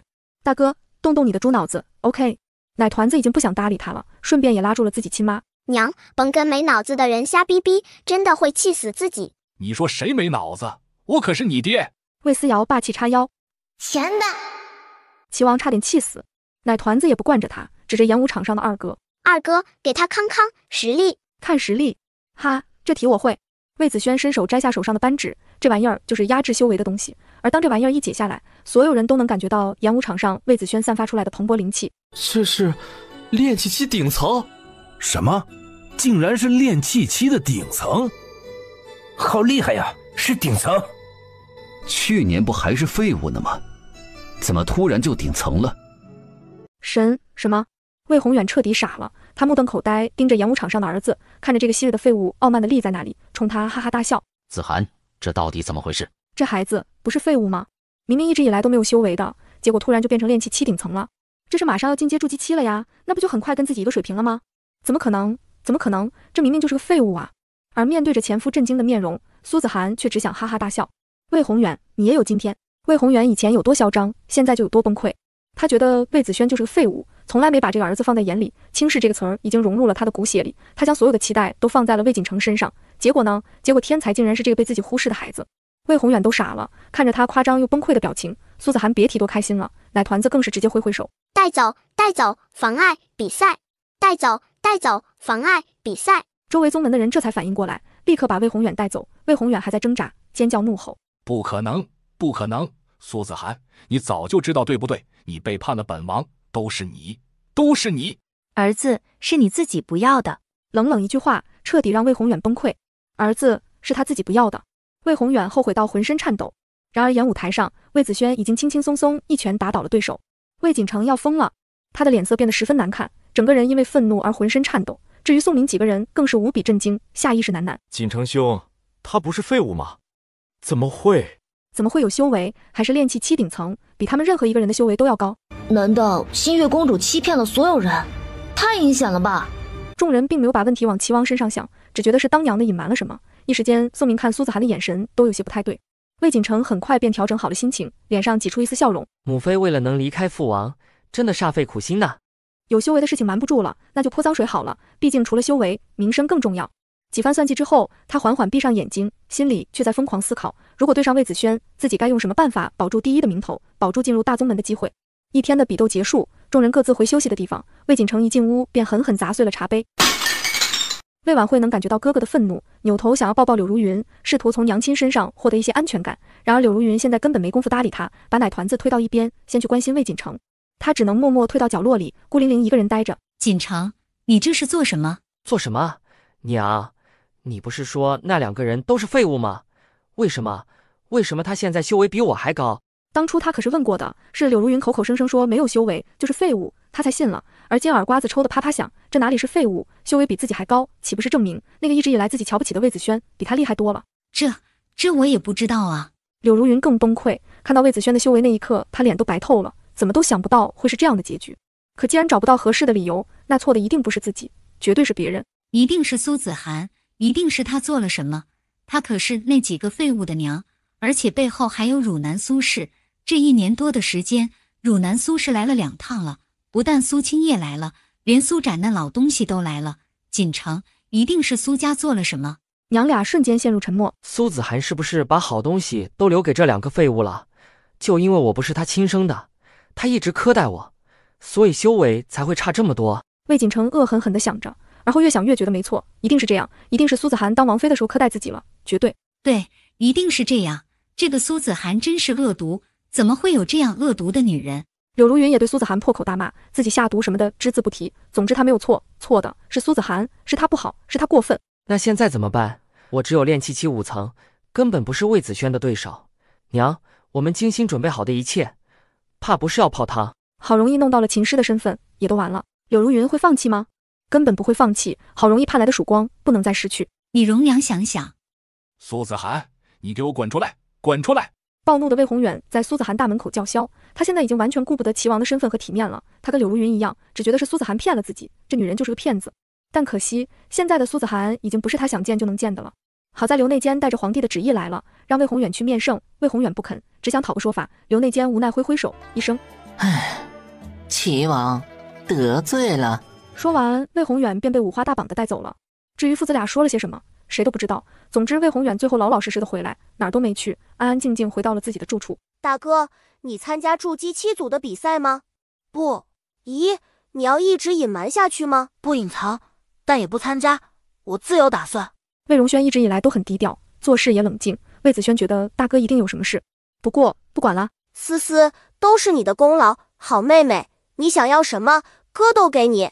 魏思瑶咧开嘴，嘻嘻一笑：“哥哥，第一，你想让二哥拿第一，好，二哥就去拿，得了奖品全都给思思。”嗨，管他是啥，伦家统统都要。晚上的时候，魏思瑶做了梦，梦见自己回到了第一世的时候，回到了他一直住的那个院子，院子里有一团金色的灵气，散发出灼目的光芒。魏思瑶咦了一声，这好像是我的修为呀。现在是魏思瑶的第3世，他一直觉得自己没修为是因为重生了，所以修为就没了。但就算没修为，只要在修仙世界有灵气存在的地方，他依然能用修士们的东西，比如符篆，比如丹药，只是真的跟人打架，他可能还做不到，因为没修为。可现在看看，自己的修为不是没了，而是随着自己投胎，修为留在了原本的地方。可他要怎么拿回修为？魏思瑶试着伸手碰触，而金色的灵气却倏地4分5裂，化作7道光芒，消散在各个地方。不是吧？这是让他去找吗？意思是找到了7部分，就能把他的修为完全找回来。梦中的奶团子哼哼唧唧，甚至还重重的点了点头。就这么办。哼唧的时候，奶团子倏地睁开眼睛，原地坐起，想起来了，那个吞星碎玉鼎。就说他总感觉那玩意儿有些熟悉，那道碎裂的缝隙里透出来的气息，就是他的修为啊！死了！他竟然连自己修为的气息都忘记了，人变小了，脑子也变小了，真是让人郁闷啊！魏思瑶爬到窗边，对着外面吹了声口哨，过来。树杈上休息的小胖鸟缓缓落下，魏思瑶爬上胖鸟的后背，脚下小狐狸也狂奔而来，雪球一般的小短腿晃悠着，拔足狂追，一鸟一兽直奔吞星碎玉鼎而去。收！然毫无动静。不是说好是自己的修为吗？为毛拿不回来？难道因为这古堡已经被下了认主契约，是玄天宗的宝贝，所以不行？那看来只能凭实力赢回来了。行了，走，回去睡觉。第2天的比斗开始了。第一个上场的是红灵，他出手又很辣，他的对手来无踪的一个女弟子被抽得浑身是血，摔下演武场的时候，修为都差点被打散了。红灵这厮怎么如此恶毒？慎言，他可是怀纯子的得意门生，没看大周因为说了红绫一句就被怀纯子盯上了吗？哼，不过是筑基期8层，只要有人修为高过筑基期8层就行了，最好也让红绫尝尝修为被打散的味道。郑玄上人越看越生气，自己宗门受伤的女弟子们被抬了下去。红绫赢了今天的第1场比赛，等待她的是第2场。第2场比赛上来的是天宝山的女弟子，正是徐文苑。啊，是大嫂！大嫂在哪？大周这边的人瞬间精神起来，一个个双眼冒光，看向演武场，见里面站着红绫，大家都有些不爽。不会是红绫吧？千万别是她呀！荣轩啊，咱当了一辈子优秀的青年，可不能瞎了眼选这样的女人做老婆呀！完啦完啦，大嫂碰上红绫了，她根本不是红绫对手。不，其实她实力不错，一开始也占了上风，但是红绫这人恶毒，想尽办法想要赢，故意在比斗的时候用了下三滥的手段，大嫂中了背后黑手，差点被打断经络。哎，这个红绫真是恶毒啊！一听不是红绫，众人齐齐松了一口气。再然后，魏楚夜十分硬气的一指演武场，对魏荣轩道：“你过去指点一下，好歹是咱们颍川3大宗门的比斗，无论如何保住大周的面子。”众人闻言，默默给皇帝点赞。很好，找了个很不错的理由，帮媳妇什么的都变得冠冕堂皇了，甚至这一家人都成了魏荣轩的恋爱小推手。魏荣轩耳朵都红了，魏思瑶疑惑歪头：“大哥耳朵为什么红了？”是皇爷爷。我也去。好。少年把他抱起来，直奔演武场。徐文苑本来还有些忐忑，毕竟红绫这个对手十分阴险，但看到魏荣轩缓缓走到他身边，少女脸蛋一红，竟然也顾不得忐忑了。魏荣轩来看他比赛了，他一定不能慌，要好好的比。哼，怎么，你这个废物也想上来比一比？魏荣轩淡淡开口：“怕有人输不起放暗箭，我要用我的眼睛杜绝某些人的阴险。”奶团子嗷呜一声：“大哥说得好。”温月，小心应对。比斗开始之前，池莲圣母小心提醒，徐文苑严肃应对。红绫那边，怀纯子也到了，不屑道：“红绫，你实力更强，没问题的。”哼，我也这么认为，放心吧，长老。红绫得意一笑，记起法器。两边人嘱咐的时候，魏思瑶却从魏荣轩怀里爬下去，围着演武场不知道在做什么。总之奶团子很忙，忙得呼哧呼哧的，小雪球也在他脚底转来转去，直到跑了好几圈之后，奶团子这才重新爬回大哥怀里。演武台上，比斗开始。红绫打得很猛，招式十分凌厉，但徐文苑却很稳，明显能看到女孩的沉稳，久攻不下。红绫果然就急了，因为徐文苑似乎找出了他的破绽，隐隐有反扑之势。然久攻不下，红绫终于忍耐不下去了，她蹙眉望过来，贴在背后的手指却偷偷摸摸的，不知道在做些什么。啊，红绫要用阴招了，待会儿他会假装进攻大嫂正面，而后用暗器攻击大嫂侧面，大嫂就是受了这一招，才差点经络寸断。虽然后期养好了，但修为还是受到了损毁，倒退不少呢。啧，真是坏死了！要是我的修为能找回来那么一点点，绝对呼死这个混蛋！奶团子气哼哼的，演武场有护阵，里面的人打斗不会影响到外面的人，外面的人也同样无法动里面的人。若是自己巅峰时期，这点护阵不会放在眼里，但修为分成了7份，他只能干瞪眼。啊呀，怎么办啊，大哥，大嫂就要被人打了呀！啊呀！魏思瑶很急，魏荣轩听到妹妹的心声，自然清楚现在事态紧急，但有些事情不能直接说出口，他只能一边安抚妹妹，一边紧盯战局。红绫果然要出手了，徐文苑判断了他的动作，下意识就要往侧面避让。池莲圣母觉得徐文苑的判断没有错误，便没有出声，倒是魏荣轩直接开口：“用那一招，乾坤再报。”什么？突如其来的话让池莲圣母和徐文苑都愣了一下。池莲圣母想不明白，大家不是仇人，为什么魏荣轩要误导徐文苑？然此刻红绫已经攻过来了，留给二人反应的时间不够，要么就按照徐文苑的招式继续，要么就得按照魏荣轩的招式继续。徐文苑几乎是想都没想，直接用了魏荣轩给他的招式。乾坤再报，本来往右侧躲避的身子猛地转向左侧，同时还能用剑挑开迎面而来的攻击。做完这一切之后，只听当的一声，徐文苑一剑挡下了正面攻击，而他刚站立的位置却猛地落下一道重锤，砰的一声，直接砸得演武台都跟着狠狠一颤。这一刻，别说裁判了，连池莲圣母的脸色都白了。这锤子若是落在徐文苑身上，这孩子怕不是要废了。怀纯子，你们这是什么意思？池莲圣母气得破口大骂，这个红绫只会用这种见不得人的手段攻击别人吗？怀纯子自然不会搭理他，冷哼一声：“哼，比试而已，实力为王，没这本事就别上来呀！”你，池莲圣母要气炸了，玄天宗，你们太过分了！哎，跟着老秃驴吵个屁，直接上去干他呀，大婶！魏思瑶在一边哼哼唧唧。您老身边养了那么多好看的小帅哥，真是白养了。啧，要是我呀，不能光看脸，得挑几个能打的，这种时候才不会被别人欺负。哼哼哼。魏思瑶还在一边吐槽，魏荣轩已经不知道该说什么好了。这算不算知道了不该知道的东西？池莲圣母看着如此严肃的一个妇人，没想喜好竟然是养一群好看的弟子围在身边伺候，可嗨嗨。大哥，没事没事吧？奶团子有些担心的拍拍他胳膊，魏荣轩摇摇头表示没事，主要还是妹妹爆出来的瓜太惊人，他被瓜噎到了。想到池莲圣母的喜好，魏荣轩不动声色地往旁边挪了挪。魏荣轩直接开始给徐温苑指点招式。攻下路。徐温苑一愣，立刻按照魏荣轩的吩咐进攻。换上路。徐温苑换上路。归心似箭，左右摆中，一剑封喉。随着魏荣轩一招一招指点下来，红绫最后直接被压着打，简直毫无反击之力。红绫气得刚要张口破口大骂，就被徐温苑猛地袭击而来的掌心直接打出了演武场。是的，徐温苑一个剑修竟然懂得用剑虚晃一招，而后用手掌把他打出了演武场。红绫一口血喷出来，顾不得身上的疼痛，提起剑直扑魏荣轩而来。都是你，我宰了你！他大叫一声，把所有人都吓了一跳。魏荣轩毫不退让，甚至迅速从储物戒指里掏出长剑，眼看着筑基期顶层的修为就要爆出来，奶团子却哼唧一声，嘿嘿一笑。来吧来吧来吧，人家早就准备好了，就知道红绫这个小人肯定会搞事情，嘿嘿嘿。思思，准备好了？准备了什么呀？难道是刚刚很快魏荣轩就知道魏思瑶准备好了什么？凶神恶煞扑过来的红绫直接被定格在半空，上不去，落不下来，就像是整个世界都被卡了 bug 一样，这厮在半空飘着，根本无法动弹。怎么回事？红绫拼尽全力，见无法挣脱，只能咬牙切齿看向魏荣轩，他认为这都是魏荣轩做的。魏荣轩，你到底做了什么？然少年只是冷冷道：你觉得我能做些什么？你就是个废物，你什么都做不成。都这个时候了，红绫竟然还有功夫喷自己大哥。魏思瑶啧摇头，这种人恐怕到最后都不知道自己为什么死。怎么回事？明明红绫偷袭徐温苑，想要搓断徐温苑经络的时候，怀纯子都没放一个屁。现在红绫只是浮在半空，无法挣脱，一点危险都没有，偏这人却跑出来质问，还真是双标啊！这有什么好问的？魏思瑶玩味地盯着怀纯子，师傅，这是怎么回事啊？池莲圣母微微摇头，让徐温苑稍安勿躁，先看看再说。谁都不知道发生了什么，也不知道为什么红绫会突然浮在半空。只有天门宗的长老陈庚惊讶地看向四周，缓缓开口：好像是什么阵法？阵法？怀纯子大惊。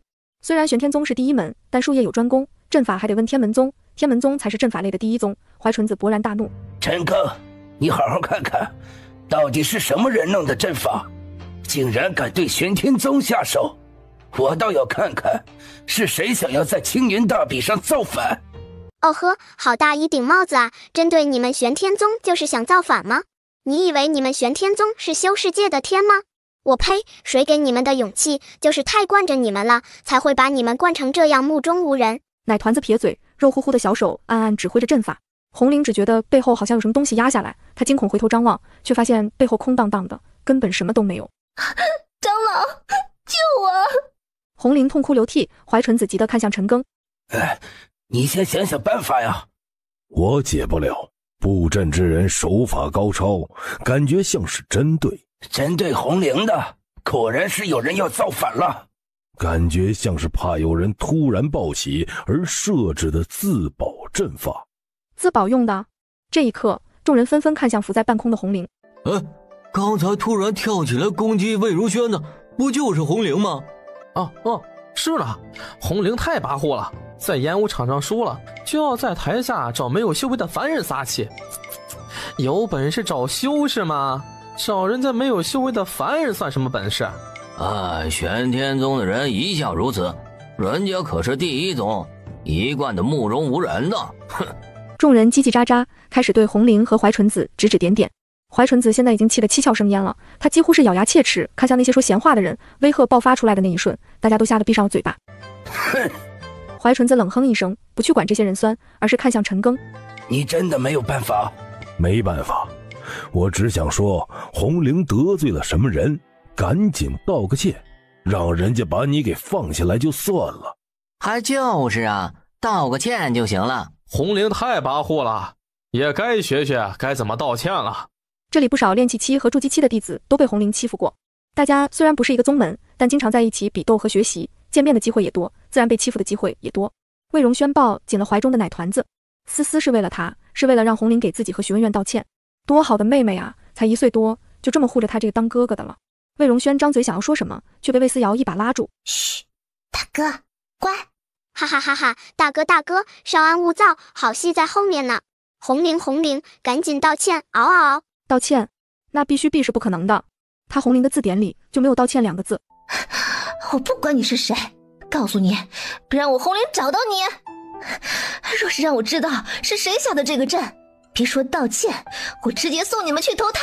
赤果果的威胁甚至一点都不避讳了，连怀纯子都在一边冷冷附和。老夫有理由怀疑，布下这个阵法的人跟魔族有牵扯，死不足惜。哟呵，这是想给他扣上通魔的帽子，直接弄死啊？那算了，既然有人不想让他活，那最好的办法就是先把这个人弄死。魏思瑶动了动手指，在场的人没有任何感觉，但位于阵中的红绫却切实的感觉到了痛，就像是有一道无形的墙壁死死贴着他，不断向内挤压，压得他的骨头都隔着咔吧咔吧作响。怀纯子吓了一跳，扭头望去，如果没猜错，红绫的筋骨已经全都断了，硬生生被不知道的东西折成这样子的。怀纯子直接冲过去，阻挡在面前的阵法却倏地消失了，红绫终于从半空之中落下了，啪叽一声砸在地上。给他留了一口气，死了岂不是便宜他了？对于一个自负的天才来说，什么是他最难受、最接受不了的？那自然是经络寸断，修为尽毁。尽管有绝佳的灵根，这辈子却再也无法修炼，只能做个废人。红绫，你太恶毒了！既然你想毁了别人，那不妨让你尝尝自己被毁掉的滋味。红绫的惨叫声无比凄厉，怀纯子更是气得嗷嗷大叫。但红绫的修为已经毁了，经络全断。玄天宗立刻将黄玉叫来治疗。黄玉只看了一眼，便淡淡道：“我医死不医活，不然我先给他下个毒。”滚！滚！怀纯子气了个半死，也不管什么青云大比了，当场抱起红绫踩上飞剑，一口气飞回了玄天宗。黄玉冷哼一声，盯着二人离去的方向，冷冷道：“老夫的弟子都不放在眼里，受点教训也是应该的。”说完，扭头笑眯眯地盯着魏荣轩怀里的团子。爱徒啊，高不高兴？开不开心呢？那个欺负你的人，已经跟死人没什么区别了。魏思瑶睁着一双大眼睛，满脸人家不知道你在说什么的懵懂单纯。反正没人知道是他做的，傻子才要自报家门，哈哈哈哈！等青云大比完了，为师带你去神农宗玩。奶团子打了个哈欠，明显不想搭理黄玉。黄玉也不在意，心里还在想着弟子第一次回宗门，他该怎样搞一个盛大的欢迎仪式呢？徐恩苑红着脸走过来，对魏荣轩行礼。多谢。魏荣轩才要回礼，便突然感觉背后多了一道道犹如激光一般的视线。大周卫士、皇帝、皇太后、皇后、宁国公主还有苏子涵，全都齐刷刷地望过来，死死盯着他们。魏荣轩突然身体就僵硬了，见他不动，徐恩苑有些尴尬。魏荣轩对自己如此冷漠，怕不是不喜欢自己，可能是他一厢情愿了。想到这里，徐恩苑眼睛一红，行完礼便扭头走了，没给魏荣轩解释的机会。啊，大哥，你浪费了多好的机会啊！哪怕你只是点个头，你们俩就能顺理成章的交往了呀。什么月上柳梢头，人约黄昏后，什么红酥手、黄藤酒、香冷金泥、被翻红浪都没有了啊！咦，好好的，为啥大哥你的脸这么红？魏荣轩都惊了，什么叫被翻红浪啊？乖乖，这不是上幼儿园的车呀！啊呀！哎呀，荣轩怎么不回来呀？就是啊，跟徐文苑说了些啥呀？这是不想让咱们知道啊。新月公主，恭喜，马上就能抱孙子了呢。魏荣轩要是听到这句话，一定能原地死过去。八字还没一撇呢，怎么就抱孙子了呢？大哥，一起去！魏子轩兴奋得不得了，他拿下了4国比斗炼气7组的第1名，没办法，谁让他修为是炼气7顶层，简直会当凌绝顶，一览众山小，打遍炼气7组无对手啊！至于魏仇，拿下了第3名，而一直得意洋洋、自诩为才子的魏锦城，连前10都没进去，止步于10强外。锦城兄，你家这2个兄弟还真是会抢别人风头啊！就是，魏子轩明明是个废物，为什么突然有了修为了？而且还是炼气7顶层，不会是故意不告诉你的吧？就这还是兄弟，真没把你当一家人看啊！宋明几个人义愤填膺，魏锦城面上没什么反应，内心里却翻江倒海。锦城兄，我觉得你可以去报名参加最后的大比，我觉得你有这个实力。反正最后的混比，就算不是前3名，也可以报名参加的。你去报名，我们兄弟都支持你。魏锦城苦笑着摇了摇头，不了，或许我是真的不行。这话果然激起了兄弟们的愤怒，他们更加痛恨魏荣轩、魏子轩兄弟了，都是这2个废物搞的鬼。此刻不知道谁喊了一声：“锦城，你大哥报名最后的混比了。”我真服了，你大哥这个废物想出来抢风头了？怎么看到魏子轩在炼气7组拿下了第1名就坐不住了？哼，我真是要笑死了！他一个废物能做什么？我们也去，他一个废物都去了，咱们有什么好怕的？总之丢脸的也不会是我们。然魏锦城还是理智摇头，不了，我不去了，你们去吧。见他不去，宋明几个人都皱了皱眉头。以前的魏锦城可没有这么畏畏缩缩，没有骨气。然魏锦城不去，并不代表他没有心思，他在等最后一鸣惊人。哎，怎么办？其他3个国家的皇帝都想让大哥当女婿，但大哥已经有准媳妇了呢。大哥二哥去参加混斗去了，而他则屁颠屁颠的往吞星碎玉鼎的方向跑。思思，你要去干嘛？我帮你。魏思瑶救了他，魏愁自然事事都把魏思瑶放在心上。他虽然是第3名，但没有去参加混斗，放弃了。他知道自己几斤几两，而且脱光衣服才能比试什么的，他也不好意思参加，毕竟混斗有很多女弟子的。魏思瑶指了指吞星碎玉鼎，过去玩。吞星碎玉鼎，那有什么好玩的？但魏思瑶都这么说了，魏愁还是跟上，毕竟奶团子太小了，不能让他自己一个人跑出去玩，太危险了。我去，什么玩意儿？这货是不是脑子进水了？这么多宗门的人都在，竟然也敢跑出来袭击！话还未说完，只见护阵之外突然冒出无数脑袋。思思，你千万别出声，这些玩意儿看不到咱们就不会攻击了。对，看不到就不会攻击。天啦噜，这些妖兽等级最低的也有3品的修为了，3品修为等于修士筑基期的修为。魏愁虽然不再是废物了，但他一个人也干不过比自己修为还高的妖兽啊，所以苟住。思，只要咱们俩不出声，妖兽就不能把咱们怎么样。嗷，就是这么聪明。魏愁用外衫把魏思瑶团成一个粽子，连眼睛都没露，生怕他看见这些妖兽害怕，然后自己紧贴吞星碎玉鼎继续苟。大哥现在的修为已经筑基期巅峰了，其实早就可以进阶，但是大哥为了稳住实力一直没提升。不过魏思瑶觉得这些妖兽就是提升实力最好的机会。死胖子，赶紧找到大哥，告诉大哥直接进阶！嗷！他眨巴着大眼睛四处寻找，只见大哥也在寻找自己。魏荣轩一把拽住魏子轩，思思呢？对了，思思呢？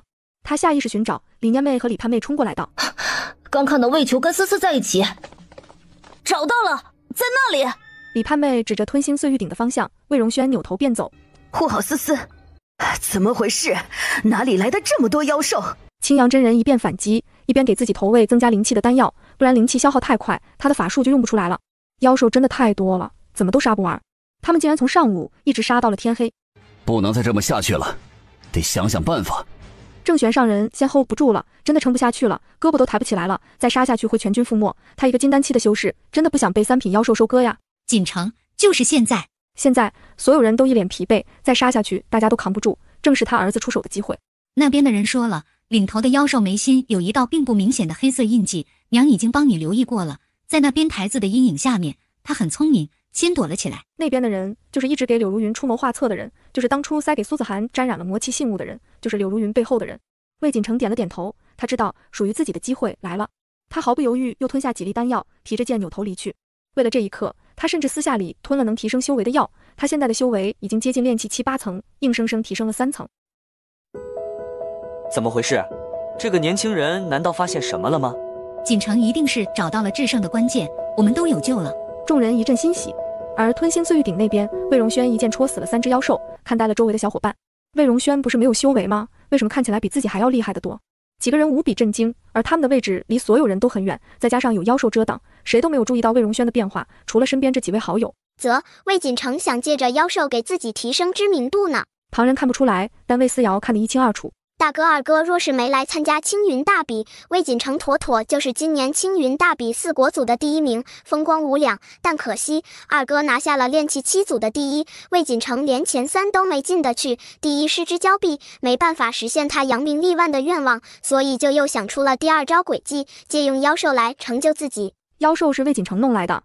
魏荣轩和魏子轩对视一眼，显然魏愁也听到了。3个魏姓少年皆是一脸震惊，魏思瑶怎么会让他的计划必成功？奶团子竖起一根手指，大哥，那里妖兽头领不在台子下面，大哥去那里。魏荣轩顺着奶团子的手望过去，这才终于发现了隐藏起来的妖兽头目。这只头领很聪明，并没有参战，而是一直躲在护阵之外，即便是他都没有察觉。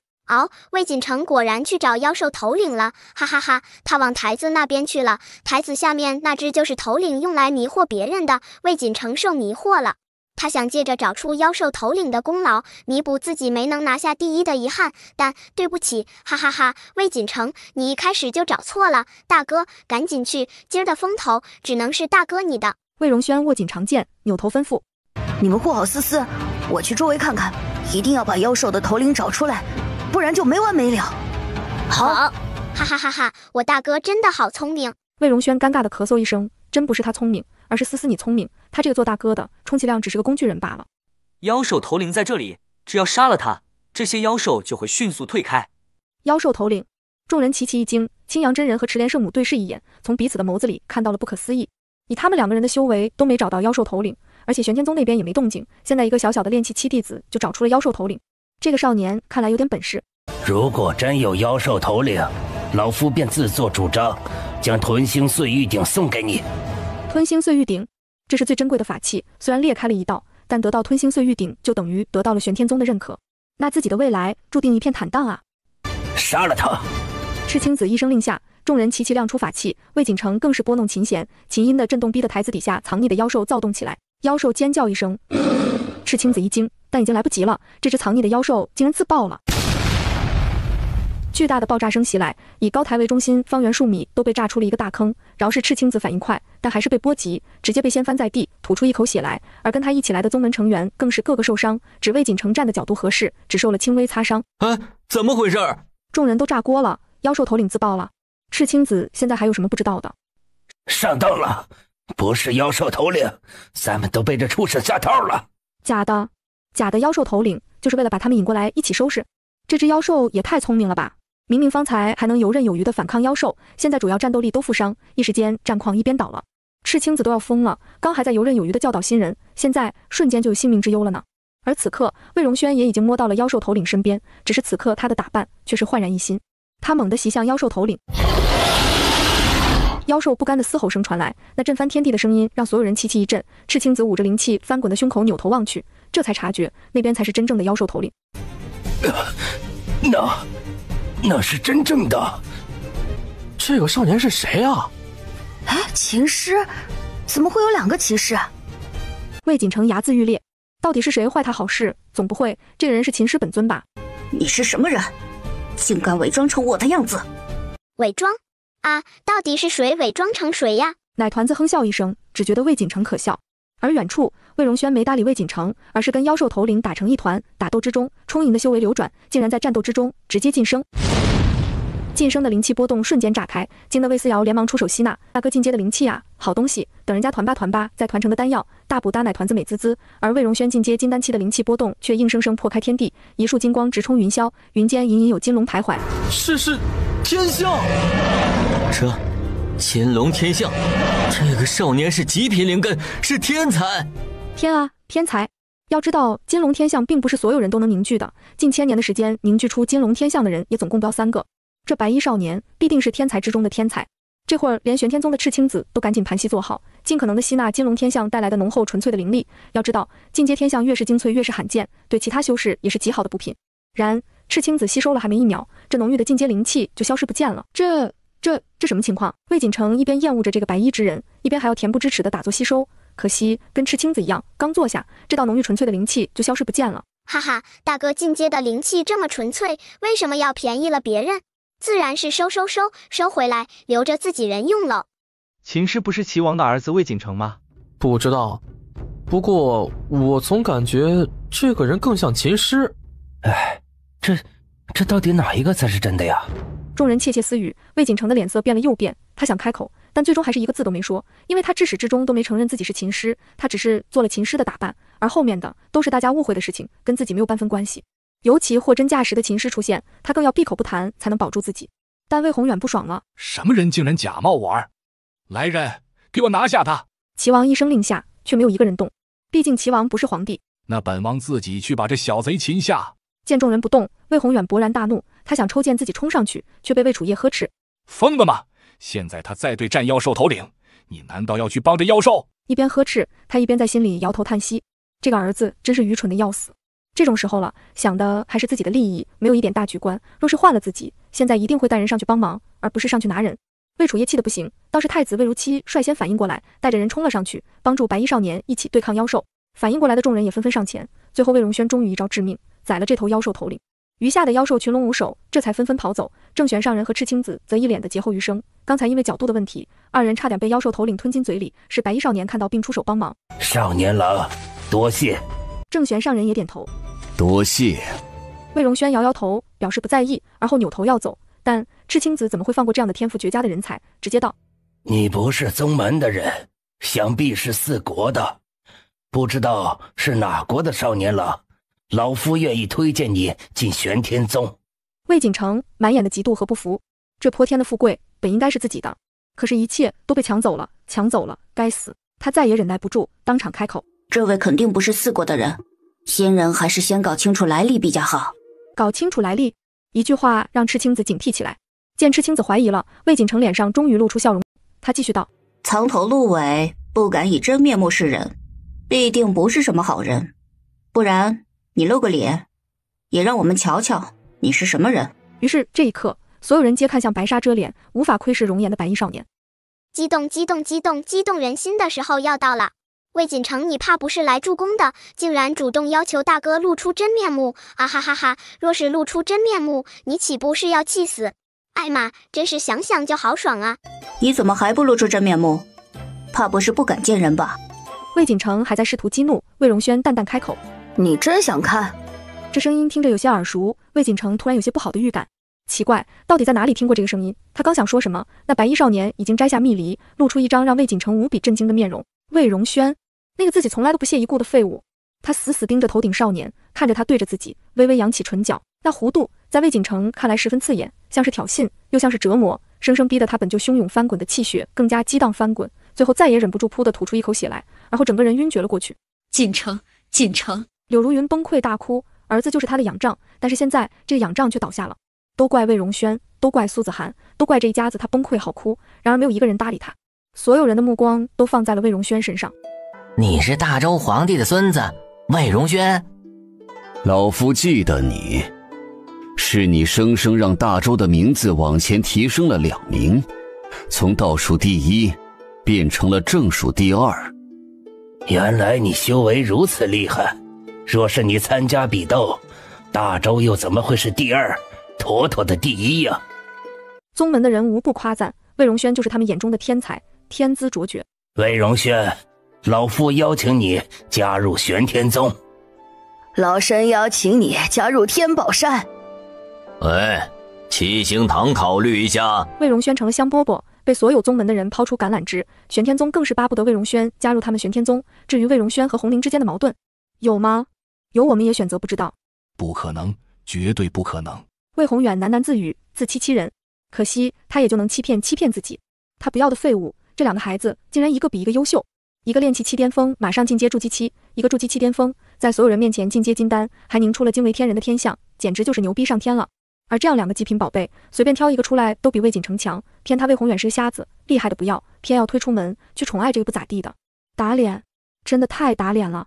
而另一边，魏荣轩面对众人的邀请，并没有直接回复，而是淡淡开口：混斗没法进行了，不知吞心碎玉鼎该如何奖励？他本不想出风头，毕竟不是他的性子，但妹妹想要吞心碎玉鼎，那他就参加混战，亲手帮妹妹拿回来。只是混战被妖兽打断，而他又提前晋升，想必是参加不了混战了，因为等级太高了。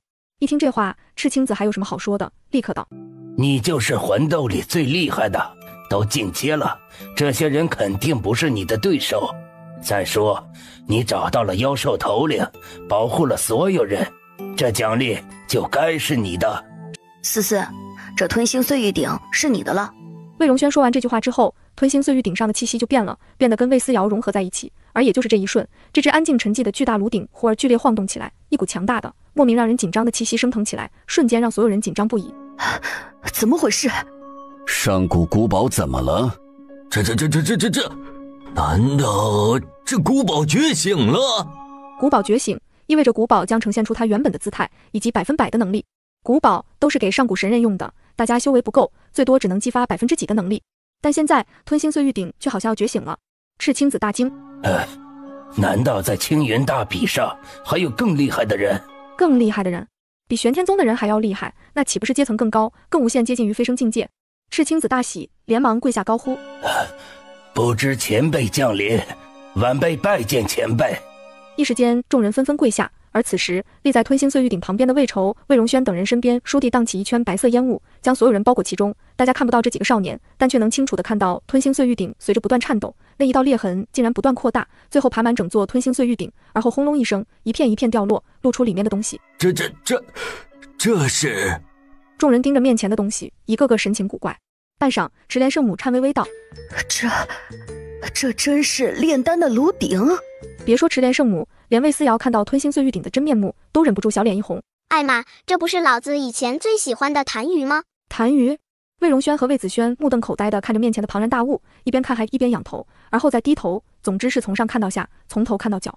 这他妈竟然是痰盂，晚上尿尿的那个痰盂吗？兄弟二人都傻了。啊，这突然不知道该说什么好了。魏思瑶笑眯眯将小肉手贴上痰盂外壁，紧接着震动更加剧烈，这下连大地都晃动起来，众人被晃动得根本直不起身来，还有人直接被掀翻在地，一片地动山摇之后，谁都没有注意到这个硕大的痰盂一样的东西悄无声息地消失在所有人面前，最终化作一个玩具大小的小小白色痰盂，用绳子系着，轻轻坠在魏思瑶腰间，而痰盂里承载的修为也全都被魏思瑶吸收。奶团子浑身一震，此时魏荣轩也觉得脑袋一阵阵的抽痛，有什么熟悉的画面在脑海之中荡开，一圈又一圈。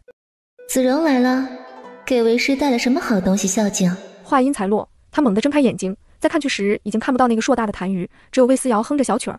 魏荣轩眉头一跳，突然觉得妹妹身上的气息跟刚才看到的女子一样，他突然意识到曾经自己应该是妹妹的弟子。大哥，爸爸！奶团子张开双手，魏荣轩弯腰把他抱起。哎，这怎么回事啊？吞星碎玉鼎怎么突然没了？赤青子长老！众人看向赤青子，赤青子则看向魏荣轩。少年一身白衣，眉目平淡，似是对吞星碎玉鼎的消失并不好奇。好，懂了，想必这少年知道吞星碎玉鼎去哪儿了，或许这就是他做的。这个叫做魏荣轩的少年郎不一般啊。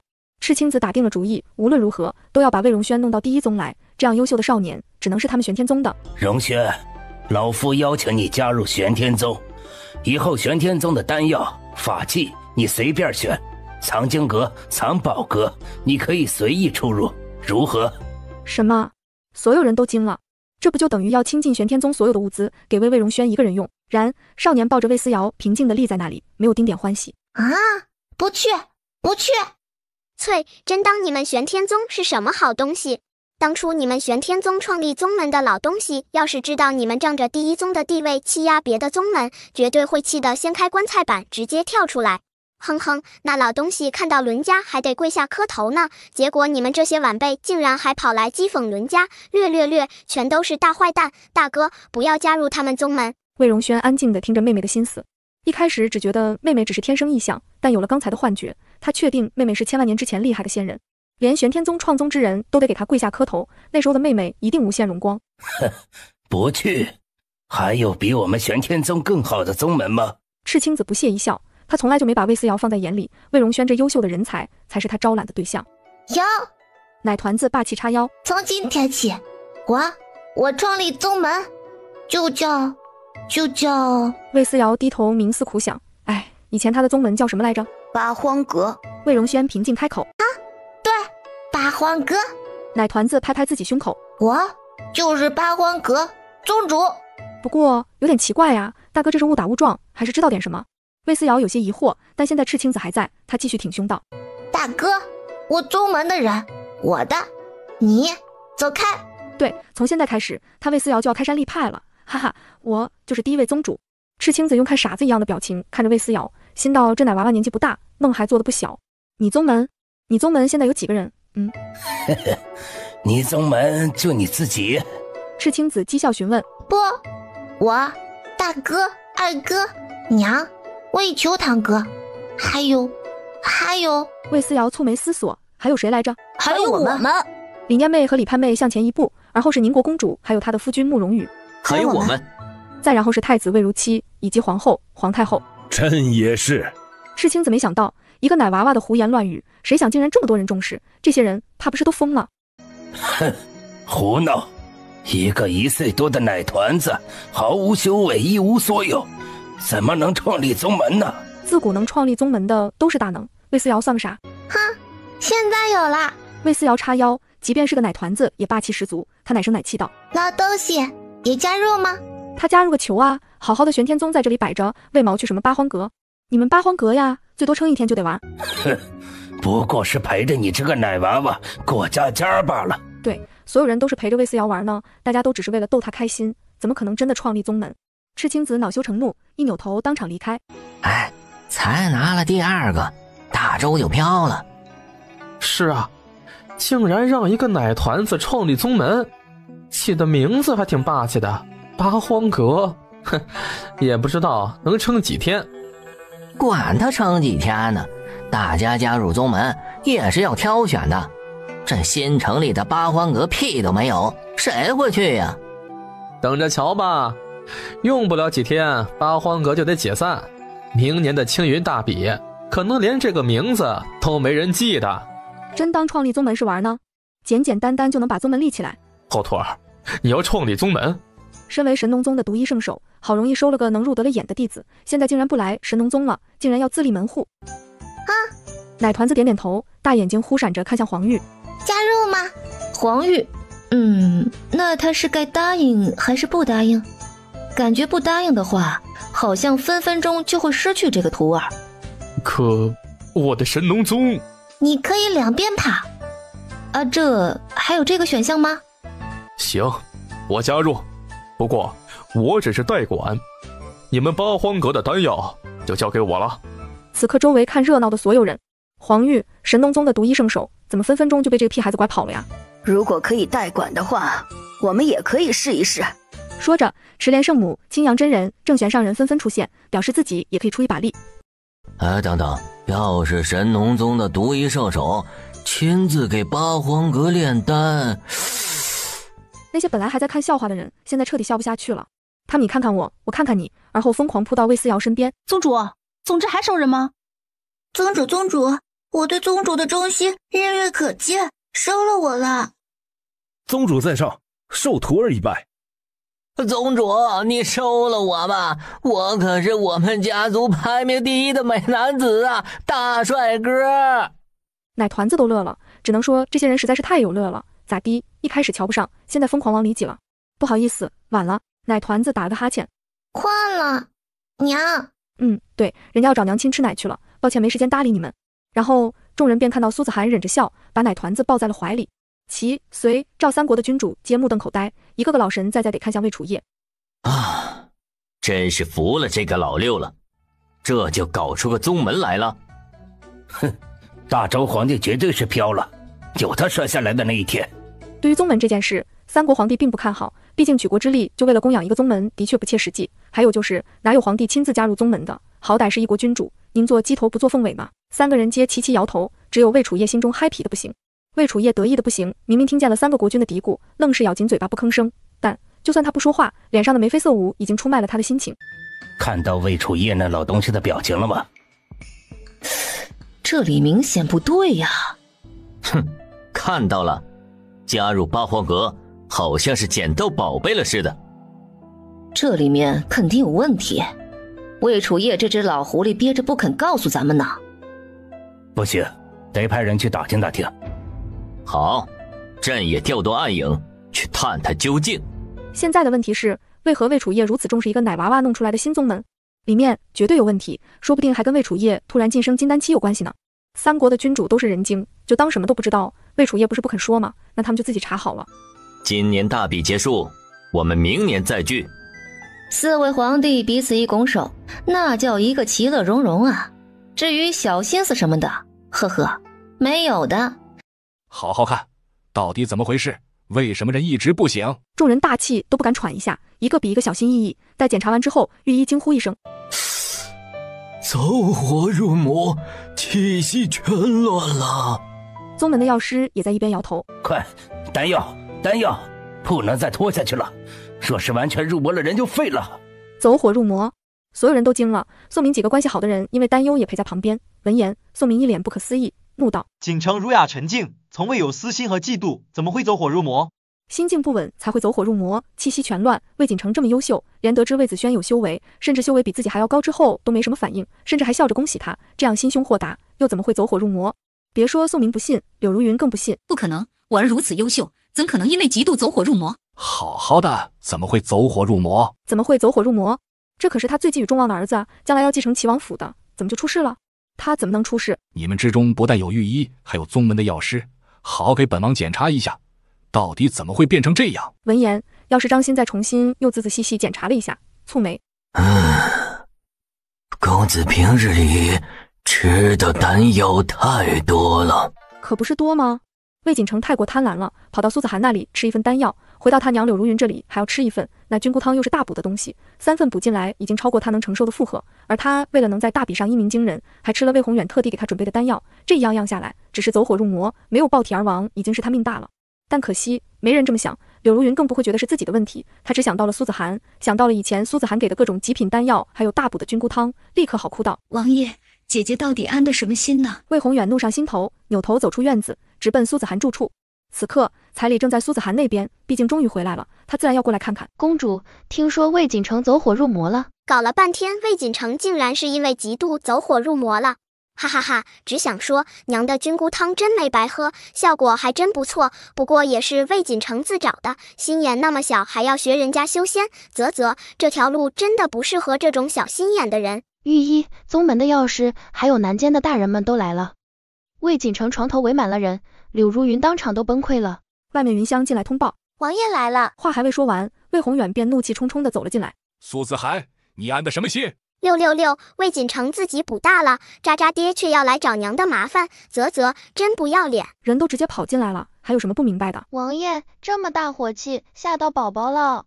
彩梨也不起身，只柔柔弱弱开口，轻轻扶一下马上要临盆的小腹。魏宏远便赶紧熄火，什么都没有子嗣重要。这口气，魏宏远硬生生憋了回去，不敢大声吆喝，只让人先把彩梨扶回去，确定彩梨回府了，他才恼怒质问：魏锦城丹药吃多了，走火入魔。苏子涵，你是主母，你有责任。魏锦城养在齐王府，齐王不去找柳如云，却要来找我的责任，怎么？半年以前吃的丹药，现在还没消化完？魏思瑶要笑死了，都已经和离很久了好吗？而且他都快2岁了，渣渣爹到底哪里来的自信？这么长时间的事情了，还要跑来找娘的麻烦？齐王，蠢死的！魏宏远快气疯了，但他又不能跟一个奶团子计较，而且说是来质问苏子涵的，他更希望苏子涵能出手帮忙。你叫汝南苏氏的人来给锦城看一看，走火入魔，一定有办法救的。只能说渣渣的脸就是比一般人大，都这种时候了，还这样的口气跟娘说话，咋的？欠你的呀！当初娘亲进阶金丹期，房子都炸平了，也没见渣渣爹这么紧张大哥二哥呀。魏思瑶在心里疯狂吐槽，他吐槽的声音苏子涵听得真真切切。此刻他内心的怒意翻滚，几乎是想也不想开口。滚！你说什么？魏宏远都愣了，他没想到苏子涵会让自己滚，这个字可不是什么人都能说的，除了父皇说过以外，这世上还没人能让他滚。他想发怒，但又怒不起来。修为不如苏子涵，甚至现在连魏荣轩的修为都比自己高，父皇也不给他撑腰，一时间风光无两的齐王站在苏子涵面前，生生矮了一大截。魏宏远快要憋屈死了，内伤都要憋出来了。思索到最后，自己好像真的拿苏子涵毫无办法，他只能咬牙咒骂：好，子涵，你最好一直如此冷血无情，一直恶毒下去。等锦城修为大增，踏入仙门，你不得不仰仗他的时候，你可别后悔。艾玛，要不要这么可笑？仰仗魏锦城？咋的？是他大哥不香，还是二哥不香？哈哈哈，渣渣爹，你做梦可以，别做得这么大，当心栽得头破血流。绝不后悔，只要王爷也别后悔就行。魏宏远都气笑了，魏锦城可是王府未来的继承人，他会后悔？不可能的好吗？直到这一刻，魏宏远依然把魏锦城的位置放在最重要的地方，他甚至觉得魏锦城就是运气不好，没什么比不上魏荣轩和魏子轩的，说不定比不过的原因就是苏子涵捣鬼，故意把好东西都偏颇了2个儿子，所以魏锦城修为才会赶不上那2个废物。好，苏子涵，你等着，这些账本王一定一笔一笔跟你慢慢算。哟呵，你还搞出账本来了，都什么内容啊？苏子涵听到女儿心声，便直接开口把自己的疑惑也问了出口。账？不知道本公主跟王爷有什么账还未算清？有的是。魏宏远也豁出去了，跳着脚怒骂：2个废物有修为你不告诉本王，掖着藏着，到了河离之后才说，你这是欺骗。还有，好东西你都给了你儿子了吧？不然魏锦城的修为为什么还没有位子宣告？还有，如果不是你做了王妃的位置，挡了柳如云的路，魏锦城又怎么会以养子的身份记录在玉牒上？他应该是正儿八经的王世子，是本王正儿八经的儿子。苏子涵越听越想笑，他知道魏宏远把对自己的所有不满全都说出来了。苏子涵，你不要得意，没了本王你也只能是孤家寡人一个，我看谁敢娶你。等你老了，本王一定要带着满堂儿孙来笑话你的孤家寡人。魏宏远叫骂着被人赶了出去。笑话，真由着你在新月公主府叫骂呀？又不是有毛病。娘，上奏皇爷爷，参他，让皇爷爷收拾他。娘，上奏，参他。魏思瑶已经可以流畅的说话了，虽然跟大人还是有差异，但至少更容易理解了。苏子涵哪里有什么不明白，当场一个奏本递到了皇帝手里。果然，皇帝看到苏子涵的奏本之后勃然大怒，直接让魏宏远在家闭门思过1个月。听说了吗？齐王府的魏景成公子才是真正的情师。是新月公主的大儿子抢了魏景成的身份，魏景成气不过才会吐血，导致走火入魔，差点废了一身修为。现在新月公主势力大，自然容不下别人。新月公主用阴谋诡计，只对自己的孩子好，对待魏景成这些养子狠着呢。不然为什么新月公主的2个儿子都这么优秀，魏景成辛辛苦苦修炼到现在才炼气期5层？都是阴谋，都是假的，把别人的儿子养坏了，现在还要抢人家秦师的身份。新月公主如此恶毒，这种女人活该单身，一辈子找不到男人。各种声音传来，皆是抹黑苏子涵一家的。魏荣轩和魏子轩从外面回来，就听到了各种侮辱的言语。魏子轩差点跟那些人打起来，被魏荣轩好歹拉了回来。哼，简直就是欺人太甚！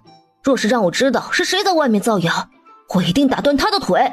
还用想吗？一定是隔壁的谣传出来的。魏荣轩淡淡开口。齐王过来闹的事情人尽皆知，好在母亲上奏，皇帝爷爷直接禁足齐王1个月，人在禁足，各种流言都传出来了，皆是抹黑他们的。不行，这件事情一定要掰扯清楚，不能这么玩了。魏子轩扭头往外走。哥哥，等。等什么？当然是等人了。魏锦城的那些好兄弟那么向着他，听到这样的风声一定会找上门来的。不是说把别人的儿子养坏了，现在还要抢人家秦师的身份吗？柳如云不敢找上门，魏宏远又被禁足，但并不代表柳如云没人可用了，毕竟还有魏锦城的那些好兄弟不是？等他们来，到时候当着所有人的面，一起给大哥给娘证明，某些人的阴谋诡计只能是被戳破的份儿。不好了，外面一群南监的学生说是要跟什么？跟大公子、二公子讨个说法呢。兄弟2人彼此对视一眼，心道竟然真的来了。哼，来得正好，我们还要讨个说法呢。大哥，我们走。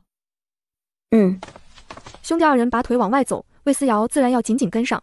总之有热闹看的事情，为什么不去看？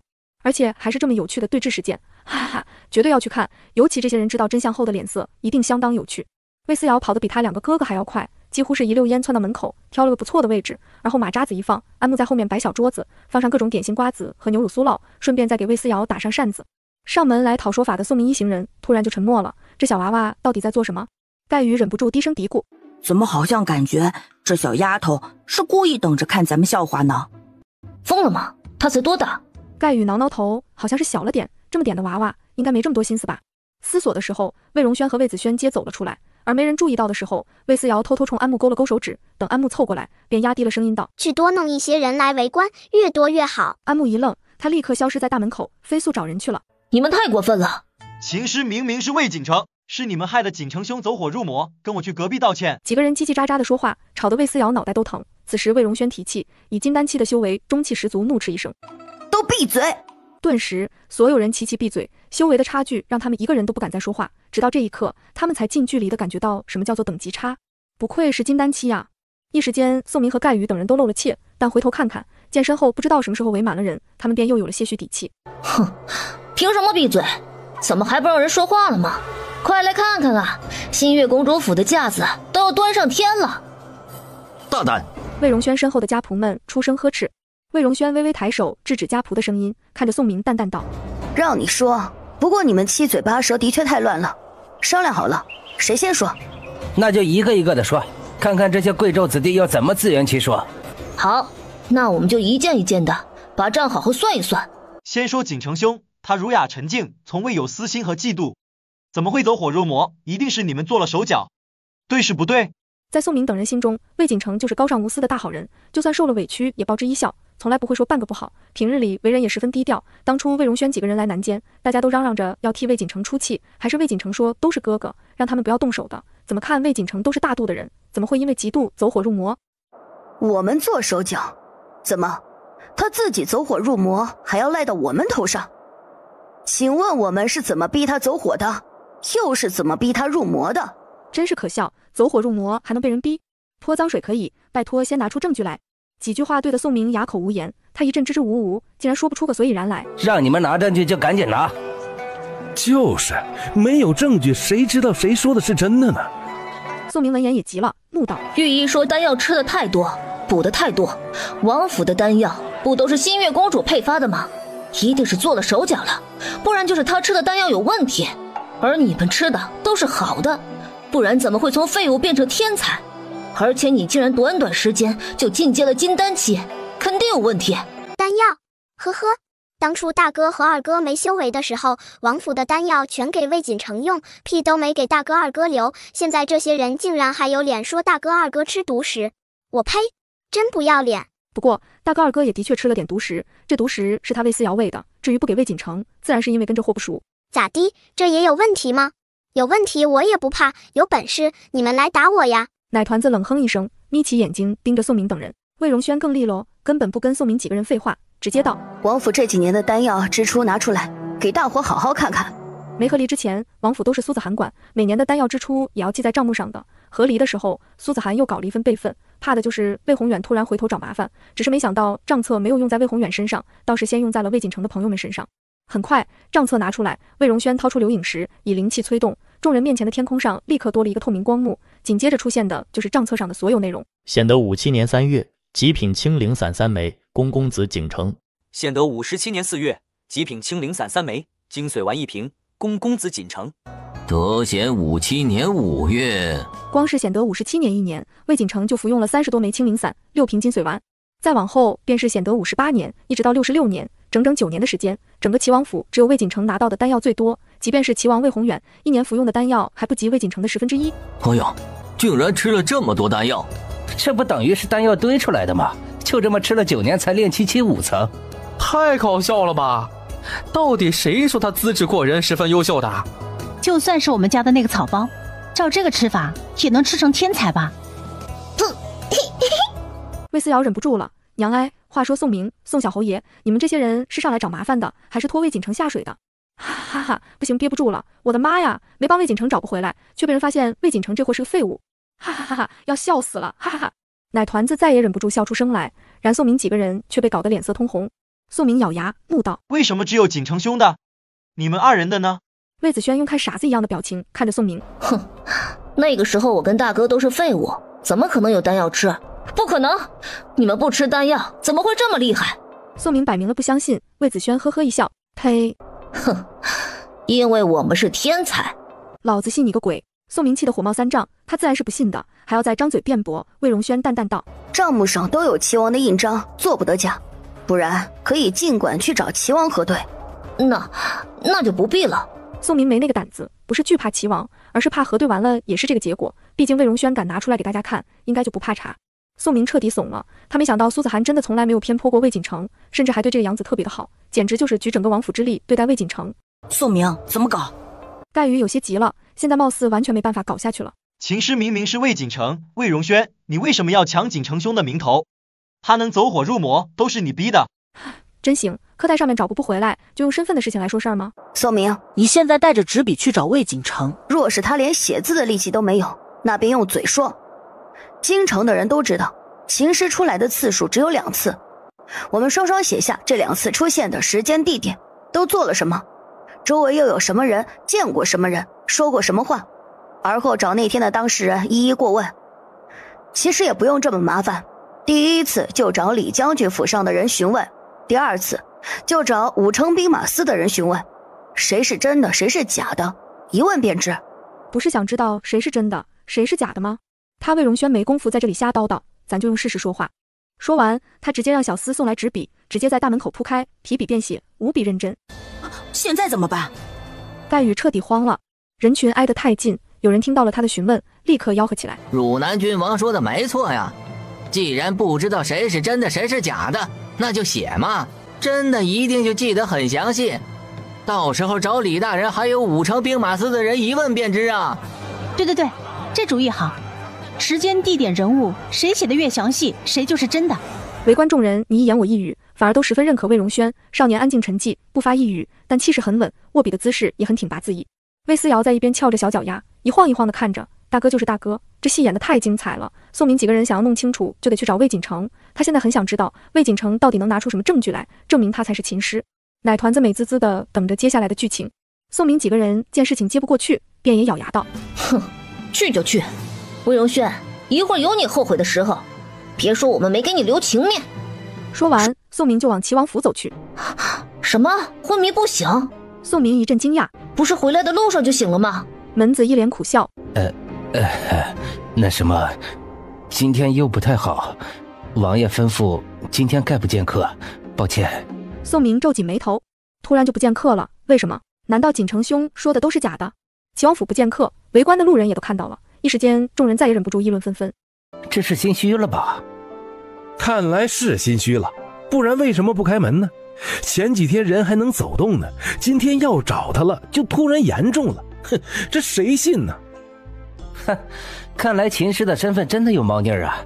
到底谁是真的，谁是假的，这不言而喻啊。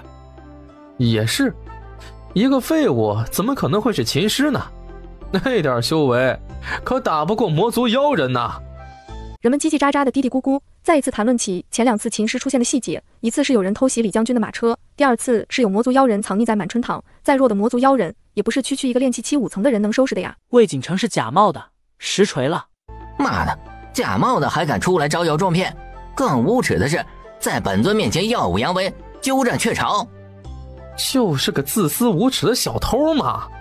众人叽叽喳喳，几乎是这一次，新月公主府的风评就立刻不一样了。竟然造谣新月公主和汝南君王，哼，真是无耻！哎呀，还不知道这话是谁放出来的呢？有什么好不知道的？肯定是齐王府的嘛！秦师的身份都偷了，抹黑别人算什么？呵，这齐王府的人啊，还真是无耻，休了人家也就算了，因为孩子是废物就一起赶出门。现在好了，还要抹黑人家孤儿寡母的。魏思瑶都听傻了，啊，这分分钟就把他们家清洗干净了不说，还冠上了苦命的帽子。奶团子想到这里，瞬间来了精神，一个高跳起来，先把好吃的统统收进储物袋里，然后把小桌子、小凳子、小扇子全部收起来，然后奶团子红着眼睛来到大哥身边，嗷呜一声嚎哭。呜，大哥，大哥，爹爹坏，欺负娘和大哥，呜，思思心疼大哥。这种时候再不出来添上一笔，他就不叫魏思瑶。嗷嗷嗷，你们不是抹黑吗？那他就继续上眼药。大哥，大哥没吃过爹爹一粒丹药，还要被骂废物。娘生的孩子都没修为，就要被爹爹嫌弃羞辱。爹爹要把齐王府给锦城哥哥，大哥，明明你才是长子，呜，大哥好可怜。奶团子抽泣着，哭得嗷嗷的，眼睫毛上都是泪花，看得周围的路人心里都一颤一颤的。艾玛，好心疼，好可怜。齐王真不是东西。哼，听说那魏锦城根本不是收养的战场遗孤，是齐王的私生子呢。对了，这件事还没个结果呢，现在又爆出来欺辱正妻，什么齐王，我呸，狗王还差不多。这下好了，所有人都觉得齐王不是个东西，先抢齐王世子之位，又要跑来抢秦师之位，什么东西啊！骂完了齐王，又开始骂魏锦城，最后骂得不过瘾，有人干脆跑到齐王府门口扔臭鸡蛋、烂菜叶。一开始门子还出来挡一挡，但架不住人太多，他一露头就被臭鸡蛋、烂菜叶子呼了满脸，砸得脑壳生疼，最后没办法，只能关上大门躲避。艾玛，哈哈，真是想想就搞笑，只可惜看不到渣渣爹羞辱气氛的样子。啧。魏荣轩知道妹妹是装的，他还是故意大声道：“思思不苦，谁让咱们命苦？好在皇帝爷爷是明君明事理，只可惜了娘亲，都和离了，还要被人3天2头的闹上门。”众人精神一振，哦呵，都和离了还要上门闹，打，继续打。于是众人打砸得更欢了。大哥，老六。魏思瑶竖起大拇指。魏荣轩虽然不明白老六是什么意思，但知道妹妹一定在夸自己，他忍不住在心里道：“思思，你是老六，不，老8、老10、老100，总之你最厉害。”于是魏锦城很快成为了整个京城的大笑料。得知这一切的魏宏远快气疯了，他怎么都想不到事情会变成这样。魏宏远气得脑仁疼，几乎是当场就推门而去找柳如云去了。贱妇，你当初怎么跟我说的？你说锦城很有天赋，现在呢？现在整个都城的人都在说他就是个没用的废物，连他2个哥哥1根手指头都比不上。你这个贱妇，你骗得本王好苦，害本王丢尽了脸面。你这个贱妇！魏宏远对着柳如云又打又骂，几乎是将心中所有的怒火和委屈全都发泄在了柳如云身上，打得柳如云惨叫连连。王爷，妾真的没有骗王爷，当初姐姐生下的孩子的确是废物，别说皇宫里的御医，连汝南苏氏的人都来看过了。王爷，就算是欺骗，也是姐姐骗您了。王爷，锦城虽然不是绝佳天赋，但好歹也比废物强啊，这是您当初亲口说的呀。柳如云一边嚎哭一边解释，这踩到了魏宏远的雷点，他自然是不会承认自己有错，劈头盖脸又是一顿毒打。王爷，锦城天赋一般，但是婉慧天赋可是很好的呀。王爷，妾的孩子不管哪一个都比姐姐的强啊。魏宏远还想继续打，却又想到了魏婉慧，左右看看没看到魏婉慧的人影。奶娘见状赶紧上里间把魏婉慧抱了出来。魏宏远打自己娘亲，魏婉慧见过2回了，所以在魏婉慧小小的心灵里一直觉得魏宏远不是什么好人，简直就是禽兽。这也导致他看到魏宏远会本能的惧怕。然而魏宏远不觉得自己不好，他抱过魏婉慧，上下打量了一眼，而后亲自探查起魏婉慧的灵根，确定这孩子的确是天才之后，他这才冷哼一声，将魏婉慧直接带走。这个孩子我会交给母妃亲自带，你就不必管了。什么？柳如云直接急了。王爷，王爷，求求你不要啊！王爷，婉慧太小了，根本离不开娘的呀。他扑过去想把女儿带回来，然而魏宏远却一把将柳如云推倒在地，魏婉慧更是再也忍不住，嚎啕大哭起来。娘，婉慧，婉慧，我要娘，我要娘！魏婉慧嚎啕大哭，但魏宏远才不管，一个魏锦城已经废了，这个女儿不能再废了。他头也不回地往外走去，然而走到大门口才想起来自己不能出府，魏宏远气坏了，只能把魏婉慧带到自己的院子，找了自己奶娘亲自照料。至于柳如云，她不配照看孩子。柳如云要疯了，孩子就是自己的命。奶娘，你说齐王是不是什么可以托付一生的人？奶娘见他这般模样，欲言又止。一定是的，不然姐姐为什么会毅然离开齐王，甚至还把一个青楼女子弄进王府？姐姐早就知道魏宏远不是良人，可她为什么不告诉我？她自己走了，留下我在这里受苦。呜呜！柳如云嚎啕大哭，总觉得自己这日子就是苏子涵造成的，是姐姐故意的。姐姐，你怎么能如此对如云？外面的哭声隐隐约约传进后宅，躺在床上的魏锦城则握紧了拳头，心中的不爽和愤怒快要冲破胸膛，让他整个人颤抖不已。他好恨啊，很不甘心，还以为传出谣言就能让魏荣轩兄弟二人背上骂名，谁知道宋明这个没脑子的，最后却搞得他不得不背上骂名。混蛋，混蛋，混蛋！现在全都城的人都在说他不行，说他才是个废物。然而最让魏锦城心寒的还是齐王的态度。魏锦城颤抖着，只觉得体内平稳下来的灵气又开始蠢蠢欲动，吓得周围的御医连忙跳起来帮他压制。哎呦，公子啊，切不可再动怒，一定要平复情绪，不然呢，您的修为就真的全没了。修为尽毁，全都没了？不，他不想这样。他知道没有修为会是什么下场。魏锦城最终不甘地闭上了眼睛，他只能压下怒火焚烧的心情，努力让自己平静下来。苏子涵，你害得本王这么惨，还想相亲，还想过好日子。左相夫人姚愿给苏子涵说亲，说是左相梅庭川的外甥，人如何如何好。魏宏远直接命人去捣乱，左相家的大门都被人踹翻了，名下的铺子也遭到了打砸，还有那个什么外甥也被莫名其妙被人打了。左相心中不爽，告到皇帝那里，然而结局就是禁足在家3个月。左相心里不爽，但也只能把委屈往肚子里咽。闹过这一出，风声也传到了新月公主府。魏思瑶直接拉上安慕，在两家中间隔着的那一道墙附近溜达。怎么样，看到没有？安慕摇摇头。那就继续看，发现情况就下来。安慕点点头。魏思瑶一连蹲了好几天，终于蹲到了他的渣渣爹。齐王最近心情郁闷，禁足又给加了3个月，他只能跑到花园里来溜达。谁知才坐下没一会儿，便听到了一墙之隔的隔壁传来的声音。魏思瑶安排小胖鸟在墙头上监视，而后在墙底下大声跟安慕说话。安慕，你知道吗？又有人给娘相亲了，这次是轻车都尉，我觉得人长得挺帅的，至少比父王强。隔壁刚舒坦一会儿的魏宏远瞬间就不舒坦了，咋的？左相不是唯一，还有人出来搞事情。魏宏远一边偷听一边暗暗记下，而另一边魏思瑶一连串说出一大堆人名，这些都基本没几个好人，都是有点问题的，还有一些都是图着娘亲的身份地位来的，所以这些人魏思瑶一个都不喜欢。现在他年纪小，不好一一上门叨扰，不过渣渣爹可以呀，哈哈，他现在就把这些人的名字全部报一遍。大哥，你一定要听好啊！魏宏远也果然给力，记仇什么的打起了12分的精神，比在南监上学还刻苦，甚至怕自己记不住，还安排了好几个小厮一起记。小胖鸟将这一切记在心中，魏思瑶说累了，这才摆摆手，低声道：走，回去吃饭。魏宏远确定没动静了，这才派人按照名单上的名字一个一个的打上门去。想娶新月公主，就算是本王不要的东西，也轮不到你们。王府的人无比嚣张，上门打人还要羞辱别人，顺便告诉所有人，就算齐王不要苏子涵了，你们这些人也休想。一通打砸之后，所有人都老实了，一时间再没有人给苏子涵做媒了，甚至连开口提的人都没有。看着新月公主府登门的人越来越少，魏宏远心里越来越开心。哈，看你还怎么嘚瑟！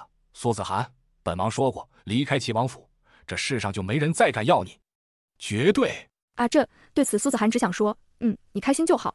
某些人还不知道自己被魏思瑶利用了。苏子涵也是你们能肖想的，老子告诉你们，就算是齐王不要的女人，也不是你们能动的。什么垃圾，给我打！齐王府的人一拥而上，周围围观的百姓没有一个敢上前的，皆在一边指指点点。明明都和离了，还要出来搞事情，这么做谁还敢上门求亲啊？新月公主这辈子啊，算是让齐王毁了，真是惨。所以呀，女人成亲还是得找个好人家，不然一辈子都完了。就是啊，齐王仗势欺人呐！新月公主好惨。各种声音传进耳朵里，许渊冷峻的面容也越来越难看了。新月公主，苏子涵，那个齐王竟然抛弃了子涵，而且现在还做出这样的事情。许渊二话不说，直接上去一脚把魏宏远的人踹飞出去。那小厮被踹飞了，还很不服，咬牙扭头，看到许渊之后勃然大怒，跳着脚咒骂：哪里来的阿杂东西？知道老子是谁吗？你就敢动手？老子可是齐王府的人，你惹得起吗？我管你是什么东西，但是在这里辱没子涵名声就是不行。这人认识苏子涵，是新月公主什么人吗？小厮心里一惊，但想想似乎也没必要怕，他主子还是齐王呢，皇帝的亲儿子。于是他又趾高气扬起来，冷笑：你也是想占新月公主便宜，巴不得靠着苏子涵的裙子往上爬的男人吧？来人，给我打，打到他认清自己到底是个什么东西！众人立刻蜂拥而上，然许渊不疾不徐，轻轻亮出招式，真的是来一个打一个，来两个打一双，很快一行人便全都被干翻在地，别提多怂包了。告诉你们，以后让我再看到你们坏子涵妹妹名声，见一次打你们一次。几个人见打不过，这才不得不互相搀扶着扭头离开，只是离开之前还恶狠狠地盯着许渊。你小子给我们等着！许渊做事还要再打，吓得几个人扭头就跑。而此刻许渊的眉头也皱得紧紧的，整个人愤怒不已。当初魏宏远当着自己的面发誓会对子涵好的，他才离开多久，这个畜生竟然就跟子涵和离了。许渊的脸色越来越难看，本来回来一趟应该先回家中的，但他还是扭头直奔新月公主府。许渊来到新月公主府的时候，看到的是这样一幅场面：2岁的娃娃肉乎乎的坐在大门内的阴凉里，张嘴吃着烤过的肉串。你是子涵师妹的女儿？子涵师妹。魏思瑶抬头打量着面前的男子，这人谁？劳烦通禀一声，就说新月公主师兄回京，特地来见一见师妹。娘亲的师兄。魏思瑶眼睛一亮，倏地想起什么来。这个人可了不得，为了追求极致的剑意，离开安宁祥和的中原，直奔西北战乱苦寒之地，整整15年的时间，修为大增不说，而且还当上了西北境内昆仑宗的首席大长老，修为巅峰不说，地位也十分得高，而且还长得帅。最重要的是他喜欢娘亲，而且还是真心实意的那种。奶团子盯着徐渊，双眼冒光。啊哈哈哈哈，这个来的可真是时候。现在整个京城都畏惧于齐王，不敢上娘亲面前蹦跶，可偏这个时候徐渊回来了。啧，来的可真是时候。娘亲的师兄就是自家人，大叔请进。说完故意提高了声音，对着隔壁高喊一声：娘亲的师兄真帅真好看呐，比某些人好看多了，想必心胸也一定比某些人大得多。隔壁齐王府莫名有一种被指桑骂槐的错觉呢，把隔壁的骂完，魏思瑶笑嘻嘻往回跑，而云香已经把话带到了。得知徐渊从西北回到中原，苏子涵惊喜万分，连忙出门相迎。毕竟16、17年未见，又是师兄妹，看到门口站着的高大挺拔的男人，儿时的记忆涌上心头，苏子涵忍不住眼睛一红，感慨万千。徐渊哥。徐渊眼睛也有点红，这么多年未见，子涵师妹成熟了几分，但却更美艳动人了。而且他这一路上听说了太多，只觉得子涵师妹受了太多委屈，现在见到本人更是悲喜交加。师妹。他忍不住上前几步，就在他要抓住苏子涵的手的时候，隔壁不知道什么人踹了大门一样，咚摁的巨响传来，打断了二人的相见。众人皆扭头望过去，只见齐王魏宏远缓缓收回脚，目光阴森森地盯着这边，嘴里暗骂：狗男女！你说什么？徐渊本来就痛恨魏宏远，当年若不是魏宏远，说不定自己努力就能追到师妹了。可现在呢，这获取了师妹，竟然还不知道珍惜，日日苛待，连师妹的3个孩子都要跟着一起受委屈。要是师妹肯为他生孩子，那他……徐渊的脸瞬间爆红，高大的男子脸红的几乎要淌血，整个人手忙脚乱，慌乱无措，搞得众人满头问号。这人有什么病？噗，笑死，这就害羞了啊哈哈哈！娘亲的这个师兄真的好纯情，好有意思啊！娘亲，你当年怎么不选他呀？他太有趣了。苏子涵都有些尴尬，不是因为徐渊，而是因为女儿的心声。闺女，你是不是懂得有些太多了？苏子涵也有些不自在，而这落在魏宏远眼里，几乎是坐实了这2个狗男女有瓜葛。他不能出府，只能站在大门里面，指着这边暴跳如雷。苏子涵，你对得起本王吗？这个人到底是谁？徐渊直接转身走到齐王府大门口，隔着门口的门槛冷冷盯着里面的人。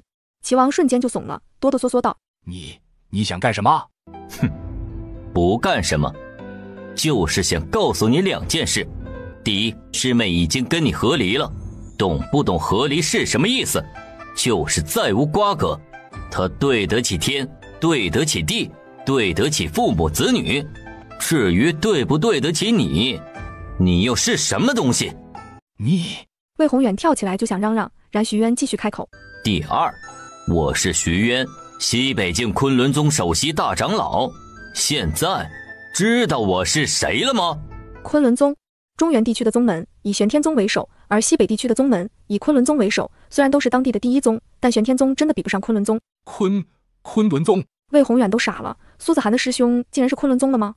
他怎么不知道？魏宏远努力回想，只知道苏子涵的师兄很多，毕竟汝南苏氏也有自己的宗门，而汝南苏氏的宗门除了苏氏自己的弟子，还招收外姓，这些人可以一直留在宗门内，也可以转而进入更高的宗门，所以魏宏远根本不清楚徐渊什么的，他都不敢在玄天宗面前嘚瑟，又怎么敢在昆仑宗面前蹦跶？魏宏远冷哼一声，决定自己给自己个台阶下。哼，行，今儿个认识你了，还不赶紧关门？门子一惊，连忙关门。他们主子都不敢惹的人，他们敢惹吗？那自然是不敢的。于是大门关上，跟魏宏远一起做缩头乌龟。师妹，出了这么大的事儿，受了这么多委屈，你怎么不跟我说呢？当年师兄离开汝南苏氏，什么也没说，也没提及去处，纵使子涵想联系，也联系不到。师兄怎么就突然离开了呢？提起当年的事情，徐渊脸色微红。为什么突然离开？还不是知道了苏子涵要和魏宏远成婚的事情。当初他知道这件事情之后，犹如五雷轰顶，因为实在受不了，几乎是知道信息当天就收拾东西离开了这个伤心的，自然也就没留下什么消息，导致大家都不知道他去了哪里。娘，你快看，这个大叔的脸一会儿红一会儿绿的，可真有趣呀！啊，这会儿又变得惨白了，我的天，这比红绿灯都精彩。好在魏楚夜给的镯子没收走，苏子涵心中默念，还好其他人听不到。不过这并不妨碍魏思瑶瞪着乌溜溜的大眼睛打量徐渊。不过可惜了，徐渊知道娘的事情的时候，娘已经去世很久了，大周也陷入了一片战火，皇帝爷爷发疯，乱臣贼子趁机起事，渣渣爹失踪，徐渊想找人报仇都找不到，只能将一腔怒火全部发泄在作乱的贼子以及进攻大周的魔族身上，最后被魔族用计谋派了个人假扮成娘，趁着徐渊杀疯了，一杯毒酒灌下，昆仑宗的剑神最终被魔族炼成傀儡，做了杀戮机器，血洗人间。越是听，苏子涵便越是触目惊心。他一直以为自己的不幸最后只会连累自己，连累子女和家人，谁想竟然连师兄也未曾幸免。师妹合力之后过得还好吗？很好，让师兄挂念了。哎，你我之间说什么客气话，只要你过得好，师兄也就满足了。只是你可曾……徐渊突然欲言又止，明明刚才还在好好的说话，这会儿又闭上了嘴巴，憋到最后才道：可曾再想找师兄？这样的话切不可再说。虽然可以再嫁，但我心意已决，不想再提及这样的事情。孩子们还小，我想亲自抚养他们长大，不想把时间浪费在不相干的人身上。见苏子涵疾言厉色，徐渊松了一口气，但这口气没松到底，便又提了起来。师妹不想再成婚，那自己还有机会吗？徐渊有些垂头丧气。魏思瑶眨了眨眼睛，看出了徐渊的颓然，虽然不能当爹爹，但这么优秀的人可不能放过呀。于是他从苏子涵怀里挣扎下地，扭头跑到徐渊面前：大叔，我是八荒阁宗主，我聘请你做八荒阁的客座长老好不好？宗主？徐渊有些想笑，奶团子才2岁，也就比他膝盖高点，这么个豆大点的娃娃，竟然是一门宗主。师妹在前，徐渊憋住了笑，十分给面子点头。当然可以。怕不是过家。不过既然师妹的女儿想玩，那他奉陪便是。反正以他首席大长老的地位，即便是昆仑宗的宗主都得随着他。魏思瑶随即低头开始翻他的储物袋，然后拿出一大堆吃的，什么点心、豆包、酥酪、零售乳汁。这是赏你的，好好干，干得好，长俸禄。好。徐渊快笑疯了，师妹的女儿真是可爱，竟然还得长俸禄，哈哈哈，有趣。哈哈，思思送了这么多东西，我呀也给你点回礼好了。徐渊庄拿出来一堆好东西，土甲龙、万年灵乳、九曲灵参、大个头天元果，这些东西无论哪一件都是世间难得，只露出来都会招来别人的贪婪和觊觎。然而徐渊却毫不犹豫地送给了魏思瑶。苏子涵都惊了，想要推辞，但徐渊却坚持给。至于魏思瑶，自然收，人家给了就是他的啦，哈哈哈。思思，你该叫舅舅，还有，舅舅还要回宗门，没时间帮你打理你的八荒阁。有时间，师妹，我有的是时间。反正也是过家家，毕竟总不可能真的让一个2岁的娃娃当宗门的宗主吧，也不现实啊。娘亲，大叔说他有时间，那我们现在就去。魏思瑶拉着徐渊就往外走，徐渊乐呵呵，见苏子涵还想说什么，连忙摆摆手阻止。师妹不用管，思思交给我就行了。师兄不会是误会了什么吧？末将见过八荒阁宗主，宗主请。宗主小心些。宗主请让末将护送您进宗门。咋的？全国扮演过家家呀？不然为什么他昆仑宗长老的身份竟然还没有一个奶娃娃香？徐渊有些郁闷，直到他真的看到一座高大华美的牌坊，上面写着3个龙飞凤舞的大字八荒阁。徐渊啊，这来真的吗？宗主，这大门您还满意吗？宗主，皇上吩咐，只要您有不满意的，咱就立刻换。宗主，小心地上的石头，别硌着宗主的脚啊！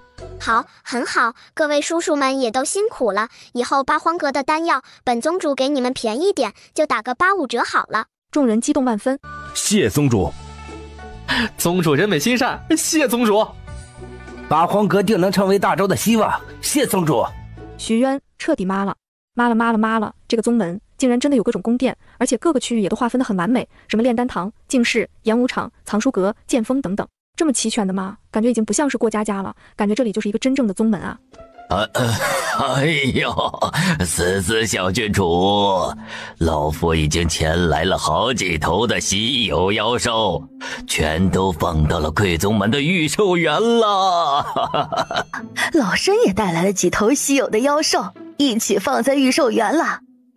老夫也是。魏思瑶满意点点头，那就去看看。一行人跟着魏思瑶去了御兽园，徐渊看到满园子的妖兽，他眼睛都直了。哦呵，这满园子的极品妖兽是什么情况？就这些妖兽，即便是昆仑宗也不可能全部拥有啊！这些人就算是为了陪着魏思瑶玩过家家，也不至于拿这么多好东西来吧？徐渊彻底震惊了，他思索了一下，低头看去，只见这些不亲近人的高冷妖兽们，竟然齐齐围在魏思瑶身边。有的妖兽因为太高，够不着矮矮的魏思瑶，干脆直接变换成缩小版的形态。而后徐渊就看到一个一个的 Q 版妖兽，拼了命的往奶团子怀里钻，一边钻还一边拼命贴，简直不要太谄媚。大家都很喜欢小宗主，那我们就放心了。对，放心了。石莲圣母和郑玄上人对视一眼，彼此皆看到了对方眼中的笑意。青云大比上，他们可都看得清清楚楚。七星堂的神兽凤凰多了一根尾羽，这代表什么？这代表小丫头养了1年就增进修为了。这种好事，他们怎么能放过？所以宗门里所有珍藏的牛逼妖兽全都弄过来，全塞到魏思瑶的宗门里。虽然不能每天贴身跟着魏思瑶，但能沾一点好处是一点不是？而且最重要的是，这玩意儿在自己宗门已经无法再提升了，留在宗门也是浪费，所以全都拿出来。哈哈哈，小宗主，全靠你了，你就是我们的最强御兽师。既然你们送过来了，那我问问，以后这妖兽算谁的？啊，这一个问题把所有人都问懵逼了。3个人你看看我，我看看你，本来是冲着占便宜来的，但即便奶团子只有2岁，好像也不是那么容易占便宜的。3个人看看魏思瑶肉乎乎的、可可爱爱的、笑眯眯的小脸蛋，瞬间觉得这小丫头精明着呢。于是池莲圣母和郑玄上人皆看向青阳真人，他们决定跟青阳真人走，他怎么表态，他们也怎么表态。青阳真人抽了抽嘴角，心里骂了这2个人一句，这才笑着开口。这妖兽自然是算……怎么办？完全送给魏思瑶，他们还有些不舍得。那这样吧，妖兽还是算你们的，但你们要送吃的喝的用的来给妖兽用，还要派人来管理饲养，只是地方是我出的，我也不能1分钱不要。待妖兽下了小崽子，那就是我八荒阁的了，怎么样？下了再给你，那完全可以呀。毕竟妖兽这玩意儿是很不容易生崽子的，尤其等级越高、修为越高的妖兽生崽子越难啊。也就是说，魏思瑶帮他们养到最后，可能1只崽子都捞不到呢。想到这里，3个老东西揭露出满足的表情。好，就依小君主的意思。谁说孩子不好忽悠的？瞧，都不用他们忽悠，自己就把自己忽悠进去了，哈哈哈。3个老东西正偷着乐呢，只见魏思瑶低头冲这些变小了的小可爱们低头耳语了几句，而后这些妖兽便齐齐扭头，一口气冲出御兽园，消失无踪了。偷着乐的3位笑声戛然而止。我操，为什么全都跑了？还能回来的吧？青阳，你说还能回来的吧？青阳真人想到自家那只到现在还未回宗门的凤凰，默默抽了抽嘴角。啊，这还真不好说。放心，出去溜达溜达就回来了。说着，他回头看向走过来的黄玉。那接下来就去炼丹堂看看吧。黄玉点点头，带着魏思瑶扭头就走。人前的独一圣手还是很唬人的，态度严肃，一脸傲气，就算是昆仑宗的徐渊，他都没放在眼里。徐渊，这人谁？哪来的底气这么傲慢？再一打听才知道，原来这就是神农宗的独一圣手，竟然对魏思瑶这么好，这么亲切，为什么呀？徐渊皱了皱眉，而后想到了唯一的可能，这货一定心悦师妹。对，一定是这样，所以才爱屋及乌，对思思这么好。这个男人这是想跟他抢师妹啊！不行，师妹是他的宝贝，上次就是给了魏宏远，才害得师妹生活坎坷。这一次他谁都信不过，谁都不给。思思，舅舅抱。对，舅舅就这身份，就甩独一圣手是条街，他可是跟苏子涵十分亲近的人。剑修，哼，最近是不是觉得剑气隐约有些乱窜的迹象？劝你少想一些不该想的事情啊！这是他们可以听的吗？话说这位剑修，你平时都在想些什么少儿不宜的事情？徐渊，我不是，我没有，别瞎说。不过，看在你是舅舅的份上，这瓶丹药送你了。周围的人看直了眼睛。嗷，独一圣手亲自给的丹药，那一定是超级极品的好东西。嗷，竟然不要钱白给呀！舅舅的身份真是管用啊！徐渊本想让黄玉羡慕嫉妒恨一下的，谁知黄玉没反应，反而是周围的人看着他的视线满是闪闪的光芒。舅舅吃，身体吃得棒棒的，将来才能……魏思瑶适时转移话题，才能好好的。关于未来不可说，毕竟天道这玩意儿小气得很。然他并不知道，他自己已经通过心声散布出去不少消息了。天道就冲你还活蹦乱跳，都不该说他小气。徐渊有被魏思瑶暖到，他终于明白别人说的闺女都是小棉袄是什么意思了。思思小宝贝在担心他呢。舅舅吃得棒棒的。对，大叔吃。很快，一行人走到炼丹堂。神农宗的弟子每月都会过来炼丹，我偶尔也会过来。另外，我还可以帮你们培养丹修，这都不是问题。独一圣手亲自来培养的吗？颍川三大宗门的人立刻露出羡慕嫉妒恨的表情。苍天啊，小郡主，他们这些老家伙能不能也加入你的八荒阁呀？真的是羡慕哭了，有没有？那什么，小宗主啊，老夫想跟八荒阁搞一个交流活动，就是咱们宗门的弟子啊，可以互相交流，互相进步嘛。我们也想跟贵宗门交流一下，共同进步。怎么办？他们昆仑宗也很想交流一下啊。我们八荒阁还没开始招人呢，抱歉呢，至少3年内不太可能了。主要就算招来了，也没啥可交流的，大家修为都太低，怎么也得修炼好了之后再交流嘛。没事，我会好好督促大家修炼的，好好修炼。八荒阁招收新弟子的事情，我们来办。对，人品、资质、修为，全都交给我们。3个人齐齐拍着胸膛，总之老夫以后任由差遣，如果小宗主不拆迁，那他们就主动做，全包圆的那种。魏思瑶乐呵呵地放下心来，心道：行，你们能全都办了最好。到时候你们可以跟我大哥二哥商议。放心吧，小宗主。一行人又参观了几个地方，魏思瑶这才满意的带着徐渊离开。大叔可还满意我的宗门？徐渊都妈了，还有什么不满意的？一开始只以为是过家家，没想到竟然都是真的。姐，你厉害！回到家，奶团子就扑进了苏子涵怀里。我回来了，八荒阁我看了，可以开始招收弟子了，娘和哥哥们也可以搬过去了。好，这下好了，终于有理由离开这里了。虽然已经和离了，但住得近就是不爽。魏宏远经常就会上门捣乱，真是见一次烦一次。这下搬去八荒阁甚好。苏子涵着手准备搬家的时候，魏宏远也结束了禁足。当他立在齐王府大门口的时候，目光却看向了隔壁的公主府。自己不能出府的时候，却听到了隔壁太多的热闹。瞅人家苏子涵跟自己和离了，孤身一人，无比舒坦，2个儿子还如此优秀，就算那个毫无修为的魏思瑶都成了一门宗主。魏宏远嫉妒嘛，那自然是嫉妒死了，想想就难受。魏宏远越想越不甘心，既然苏子涵不肯见他，那他就去找这2个孩子。荣轩，这一招你讲一讲。荣轩，这篇你再给讲一讲。荣轩，给大家分享一下进阶金丹期的感想吧。被挤在外面的魏宏远啊，这咋的？连他堂堂齐王都看不到了吗？身后的小厮刚想张嘴提醒这些人齐王来了，魏宏远却抬手制止了，而后扭头看向四周。他下意识去寻找魏子轩，终于被他看到坐在角落里死命读书的年轻人。子轩，他走上前去，魏子轩抬头便看到了亲爹魏宏远，对此他有些惊讶。这个亲爹真的从来没有主动找过自己，印象里他看自己的目光皆是厌恶和鄙夷的，然而现在亲爹望过来的目光却是满含着激动和喜悦的。魏子轩，您老人家喜悦个屁呀！他瞥了一眼，低下头继续努力念书。大哥现在的风光就是他的未来，所以他一定要努力用功读书，然后像大哥一样被人围在中间，备受追捧。这才是他应该享受的美好人生。被无视的魏宏远竟然也没有恼怒，要知道，若是换了以前，他若是被这个废物儿子无视，一定会恼羞成怒的。但是现在不会了，他学会了忍。魏宏远陪着笑走上前去。子轩，父王来看你了。魏子轩勉强抬头看了他一眼，无情道：已经和离了，不是父亲了。我们没有父亲，只有母亲。你……魏宏远抬起手来想打，然少年一动不动，目光坚毅，死死盯着他，搞得魏宏远抬起来的手竟然怎么都落不下。哼，还是像以前一样，没有变化呀。魏子轩的眼睛里满是讥笑。以前不是非打即骂的吗？以前不是指着我跟大哥的鼻子羞辱的吗？以前不是毫无顾虑的想无视就无视的吗？现在怎么都不敢打了呢？齐王殿下，你不觉得现在的自己有些可笑吗？你……魏宏远气得浑身哆嗦，可是儿子说的也没错，以前的自己根本没把这两个孩子放在眼里，但是现在他知错了，他后悔了，他想把两个儿子接回王府，这么优质的天赋，理应是继承王府的才对啊。他忍不住道：子轩，回来吧，回齐王府，你将来就能继承王府。子涵的封号是公主，这公主只能给魏思瑶，你们什么都得不到的。齐王府，算了吧，齐王府还有什么呀？不过是个空壳子罢了。魏宏远气疯了。而此时，魏荣轩也破开人群走了过来，众人看到齐王，纷纷行礼。魏宏远回头，便对上了魏荣轩漆黑沉稳的眸子。不知为何，魏宏远心里突然咯噔一声。即便是对着魏子轩，他都不会有这种情绪，只有魏荣轩这个儿子太安静了，安静到谁都猜不透他心里的想法，乃至连他对上魏荣轩的眼睛都会有些害怕。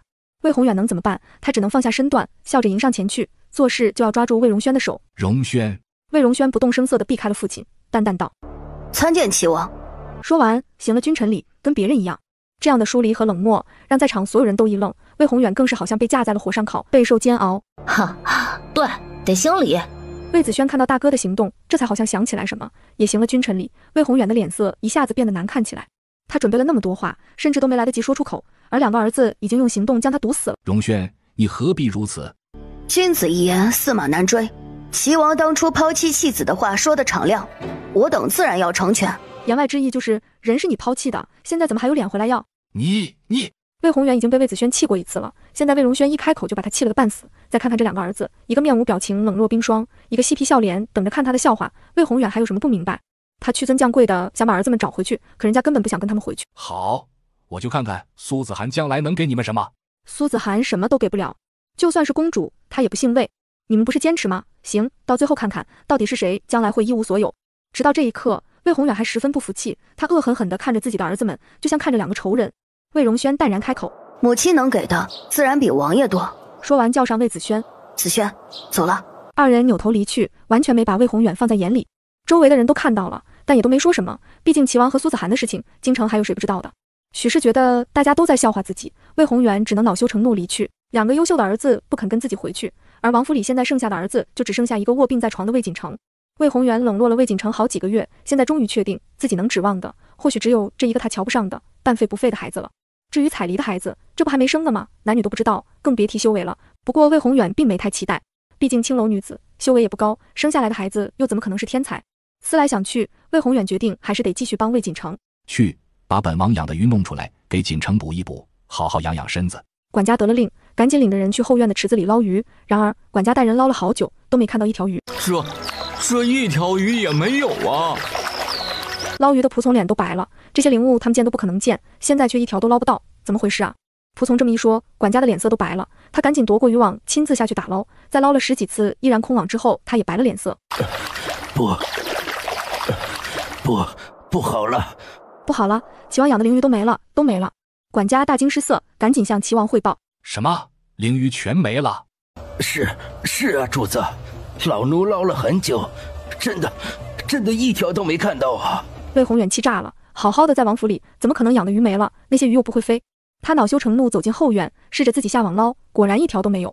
恼怒之余，他突然想到和离分家的时候，忍不住怒道：肯定是苏子涵把东西都拿走了，你们这些废物，好好的家业都看不住，竟然在你们眼皮子底下让苏子涵把好东西都拿走了。管家连连摇头：没有啊，王爷，老奴记得清清楚楚，娘娘走的时候送过来的各种单据上根本就没有灵鱼这一条啊，娘娘甚至连池子里的水都抽走了3/4呢，但是唯独这里的鱼没动过。没动过？怎么可能？这么好的东西，苏子涵会不拿走？除非……魏宏远猛地一顿，突然间想到了什么。管家显然也想到了，在一边颤巍巍道：“除非河离之前这里的鱼就没了。”苏子涵！魏宏远气得破口大骂。还有什么不明白的？一定是苏子涵把这里的鱼都吃光了。怪不得这女人能晋升金丹期，怪不得魏荣轩和魏子轩能这么优秀，原来是吃了自己的鱼。最让人生气的是，吃了鱼之后，这一家4口还拍拍屁股走了，什么都没给自己留下。不行，这口气不能忍。魏宏远想也不想，直接去了隔壁。不过他学聪明了，没走正门，他翻墙进去的。哈，这下谁都拦不住自己了，爽！苏子涵，苏子涵！门外再次传来暴怒的声音。齐王魏宏远怒气冲冲走进来，怒道：“本王书房后面池塘里养的那些鱼呢？”苏子涵，齐王府你管家，你告诉本王养的那些鲮鱼呢？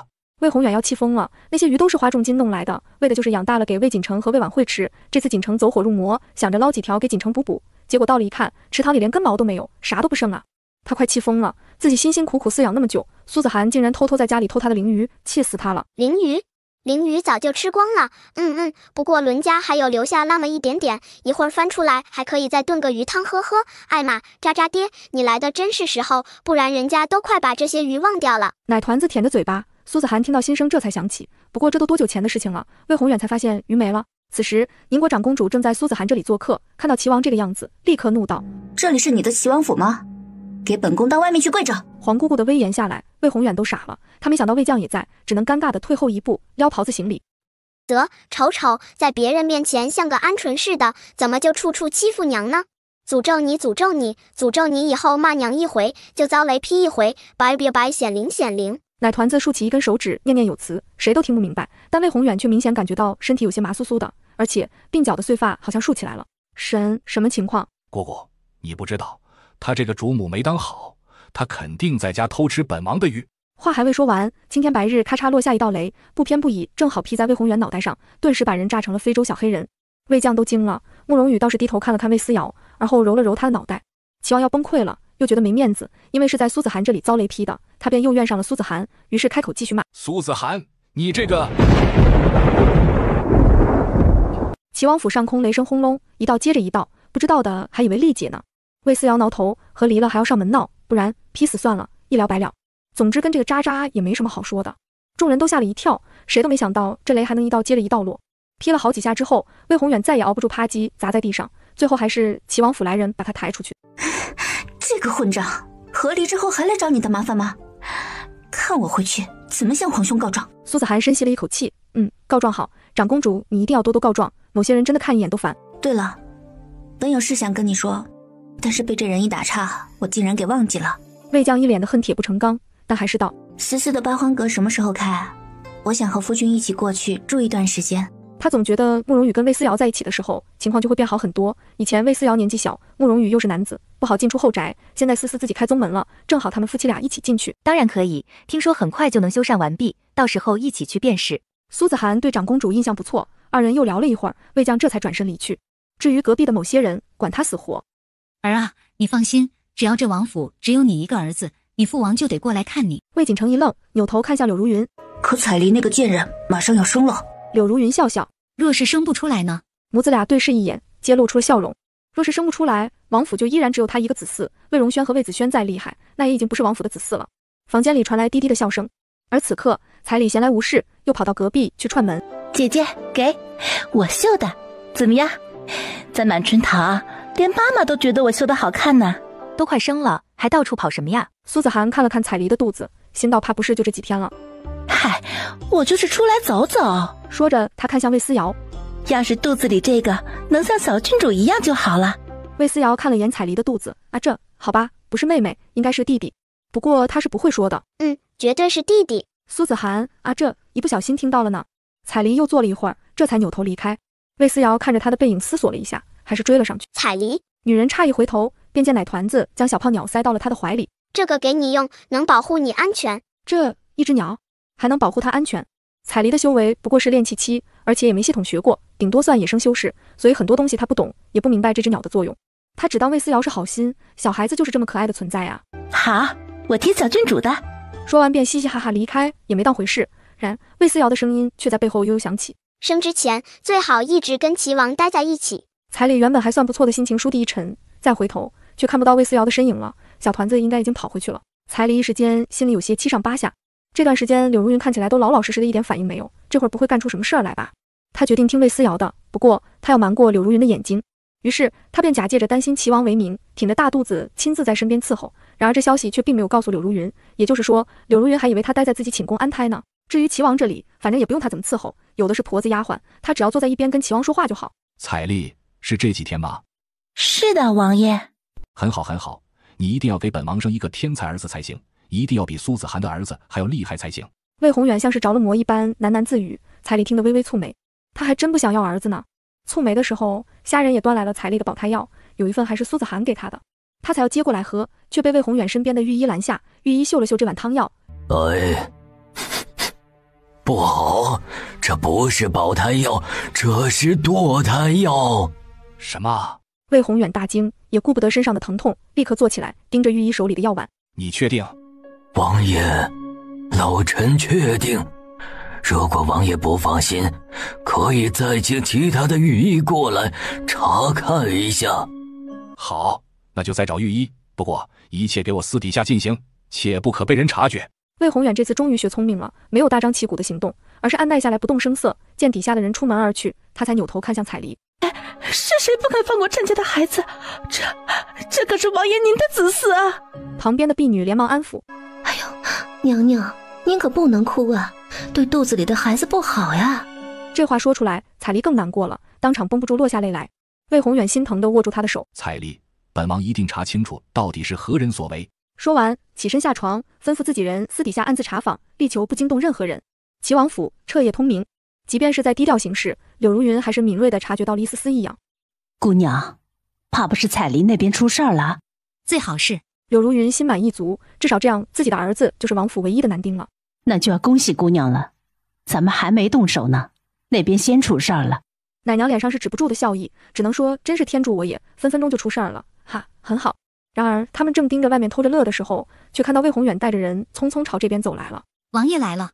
王爷已经好久没来过了，上次来还是来打他的，现在王爷突然来，一定是想起自己来了。王爷。柳如云满心欢喜迎上去，然而迎接他的不是魏宏远的爱惜与笑脸，而是冷漠和无情。走！一声令下，魏宏远身后的人在屋子里一通翻找，柳如云脸色立刻变了。王爷，你这是做什么？他冲上前去想要抓住魏宏远的袖子，却被魏宏远猛地退到一边。滚！王爷！柳如云崩溃了，这到底是为什么？小厮很快搜到了一包毒药，看到药的那一瞬，柳如云的脸色猛地一变。这怎么会？这药是他打算明天一早用的，所以暂时没有收起来，而是放在箱子底下，准备一早拿出来用的。谁知王爷突然来，根本没来得及收起来。柳如云，你还有什么好说的？王爷，我没有，不是我。不是你这包毒药是怎么回事？柳如云，本王待你那么好，你竟然如此恶毒，要害本王的子嗣。柳如云想解释，可是现在不管怎么解释，一切都看起来苍白无力。冤枉，假的，哈，魏宏远绝对不会再相信了。他扯过柳如云，劈头盖脸就是一顿揍。柳如云，你这贱坯子，下贱坯子！魏宏远气疯了，他把所有的希望都寄托在这个孩子身上，而柳如云竟然下药，他竟然下药。而此时跟着彩礼离开的小胖鸟也飞了回来，将那边的情况嘀嘀咕咕地告诉了魏思瑶。奶团子的眼睛倏地就亮了。行啊，彩梨这么勇的吗？没有的事儿都直接搞出来了，这是栽赃陷害呀！虽然不光彩，但是很爽啊，有木有，哈哈哈！魏思瑶要乐疯了，他只是提示了一点，彩梨就能做到这般地步，真不愧是你呀，彩梨！而且现在看来，彩梨比上辈子的战斗力更强，至少他对付娘的时候可没用过这样牛逼的手段。娘，看热闹，走走走！魏思瑶第一个跑出去，余下娘几个一脸无奈地跟上。于是墙头上冒出一个一个的脑袋，当大家清楚是怎么回事的时候，即便是苏子涵都恶狠狠道：活该！魏思瑶趴在墙头，看着那边的动静，嘴角却缓缓扬起一个弧度。大哥，好机会呀，大哥！有句话不是说得好吗？趁人病要人命。魏荣轩扭头看着奶团子，小娃娃笑嘻嘻的，怎么看怎么粉雕玉琢的可爱，红嘟嘟的嘴巴却一张一合，说道：外面的人不是都骂娘亲故意掖着藏着，不显露出你跟二哥修为的事情吗？是时候该让大家知道坏人是谁了。彩礼这一招只是揭开了冰山一角，柳如云作恶多端，自然趁着这个机会将他所有恶毒的事情都爆出来最好。魏荣轩还有什么不明白的？是能说妹妹跟他想到一起去了。于是他抬手揉了揉妹妹毛茸茸的脑袋，宠溺一笑，交给哥来。齐王府的小妾给王妃娘娘下堕胎药呢。我的天哪，这么恶毒的吗？为什么？好像是不想让王妃产下子嗣，这样他那个儿子就是唯一的子嗣了。哎呀，太毒了！这世上怎么会有这种人？众人瞬间议论起来。而这只是个开始，流言这玩意儿不是一成不变的，而是变来变去的。起初只是关于柳如云毒害正妻子嗣的流言，传着传着就又变了。哎，听说了吗？这小妾呀，一直妄想做正妻呢。当初新月公主就是被他挤兑走的。听说了，好像说她10几年前就跟齐王在一起了。这小妾还是新月公主的表妹呢。汝南苏氏把她抚养长大，还给她丹药修炼，她就是这么报答人家恩情的，真是恶心死我了。哼，忘恩负义的东西，一看就是白眼狼，是这个小妾害的。这当初啊，他借着2人关系亲近，一直给这个表姐下毒。哎呦，这个毒可歹毒了，能让女人生下来的孩子全都不能修炼。我的天哪！听到这个消息，聚在一起的百姓们一个个都无比震惊，却又无比愤怒。我就说啊，齐王有修为，新月公主又是汝南的修仙世家，怎么可能连生3个孩子都是废物啊？这概率也太高了吧？就是，我当初也怀疑呢。你怀疑个屁你！前几天你还一起帮腔骂新月公主呢。人群叽叽喳喳讨论起来，眼看着楼要歪，人群里一个人影微微晃了晃，迅速把话题拉了回来。委屈了新月公主了，她一定在齐王府受了很多委屈。这个柳如云简直不是人呐！齐王也有问题好吗？就这么傻乎乎的被人给下毒，3个孩子都毁了，还偏要宠爱这个下毒的坏女人，脑子有病吧？众人继续声讨齐王和柳如云，而那个人影还在继续带节奏。一时间，苏子涵的形象立刻高大起来，而某些人的形象嘛，总之已经完全没有形象了，哈哈哈。路边抱着糖葫芦啃的魏思瑶，笑嘻嘻地盯着路边嚼舌根的路人们，心情那叫一个酣畅淋漓。大哥办事就是效率，哈哈哈，就是不知道这些风声什么时候能传进渣渣爹的耳朵里。走，回家。好的，小郡主。他带着魏思瑶扭头离开。至于魏宏远，他已经知道了所有的消息。此刻的他犹如当头棒喝，这才察觉到所有的一切真相。怎么会？真相怎么会是这样？真相怎么会是这样？他一直把这一切怪罪在苏子涵身上，他一直觉得都是苏子涵的错。可现在外面那些人说的话，明显错的是柳如云，是柳如云这个毒妇。如果不是他，自己怎么会错过2个如此优秀的孩子？怎么会？魏宏远崩溃地抱着自己脑袋，无声惨叫。王爷，您来了。魏宏远抬头盯着柳如云，一直盯了他许久，直到盯得柳如云心里发毛，男人才淡淡道：收拾一下吧。柳如云心中一惊，王爷，这么晚了，做什么？送你出府。王爷，柳如云红了眼睛，眼泪啪嗒啪嗒往外掉。魏宏远，这是要赶他走。苏子涵出府的时候，好歹还有一封和离书，而自己呢，一句话就完了。王爷是信了外面的话吗？王爷，如云跟了你这么久，我是什么人？王爷您不知道吗？外面的人说些闲话，您就信了？如云委屈啊。如果是以前，魏宏远肯定还会怀疑一下，但现在所有的事情都在一起发生了。先是2个废物儿子突然出类拔萃，而后秦师竟然是魏荣轩，更郁闷的是魏景成才是那个废物，而后一件又一件，一桩又一桩，所有的事情串联起来，魏宏远几乎想明白了一切。为什么下毒？自然是想让自己的儿子上位啊。魏宏远狠狠地闭了闭眼睛，他已经想明白了因果，所以态度也变得尤其强势。来人，给如云收拾东西。王爷，眼看着哭诉无用，柳如云一咬牙，王爷，赶我走可以，但请王爷允许我带着锦城和婉慧走。娘娘马上生产，王爷不再需要他们俩了。我这个当娘的，见不得他们俩受委屈。呵，休想！孩子谁都不能带走，他们生下来就姓魏，一辈子都姓魏。竟然没用！本想接着孩子哭一哭，王爷就能留下他，谁想王爷铁了心要赶他走啊！可如果没了孩子，自己又是什么母凭子贵？没了孩子，自己什么都不是。柳如云发疯一般尖叫：不行，不行！王爷，那是我的孩子，我的孩子啊！魏宏远已经不想再听下去了，他将一切的过错归到了柳如云身上，而后冷漠无情地摆了摆手。立刻有粗使婆子拥上来，他在漆黑的夜色之中，从后门被丢出了王府。柳如云崩溃大哭：王爷，你忘记当初的海誓山盟了吗？王爷，你说一辈子只爱如云一个人呢。呜呜！黑暗之中，苏子涵缓缓走过来，立在柳如云身后。表妹，这就是你费尽心机也要得到的一切吗？表姐是来看我笑话的。哈，对，她就是来看笑话的。她想看看柳如云豁出一切去爱的男人到底值不值得。现在看看明白了，不值得。也就是说，在魏宏远心里根本没有什么一生挚爱，都是假。柳如云，你也没什么特别吗？哦，不，你也特别的丑陋。说完这句话，苏子涵笑了笑，突然觉得一切都释然了。他恨魏宏远，觉得他欺骗自己，觉得柳如云背信弃义，枉费自己对他那么好。现在看看，哈，全都是个笑话。你比我惨多了。丢下这句话，苏子涵转身离开。就算是儿子，你也要告诉王爷是女儿。婆子一惊，王爷若是发现了，哼，发现不了。彩梨笑笑，拿出一粒药丸，这丹药堪比大能的障眼法，不会有人察觉的。这是他好容易弄到手的，为的就是今天。儿子，不要也罢，当女儿也挺好，省得被某些人惦记。再说，柳如云虽然走了，府里不还有一子一女吗？等孩子生了，他就去找新月公主修炼去，带着孩子一起，而将来王府里的一切纷争都将跟他毫无瓜葛。我知道了。接生的婆子认识彩梨，自然听她的话。很快，产房里便传出婴儿的啼哭声。魏宏远听到如此洪亮的声音，几乎要乐开了花，不管不顾地冲进去。是男是女？一定要是儿子，而且一定要很优秀，至少要比魏锦成优秀，比魏子轩优秀更好。若是能有魏荣轩的天赋，那简直更好。魏宏远满心激动，然而现实却犹如一盆凉水，兜头浇落。恭喜王爷，贺喜王爷，是个小郡主。魏宏远一愣，显然有些不相信，他一把掀开孩子的包被，果然是个女儿。魏宏远倏地恼羞成怒，彩梨，你！他想骂人，然而刚产完孩子的彩梨异常虚弱，眸子撑开一条缝隙，冷冷地望着他。这道视线落下来，却让魏宏远一惊，莫名想到生了3个孩子的苏子涵。每次苏子涵生产，他也一样在外面着急等待，每次生下来，他也是第一个冲进去，问一句：有修为吗？当时怎么样来着？产婆也是这样摇头，而他做了什么呢？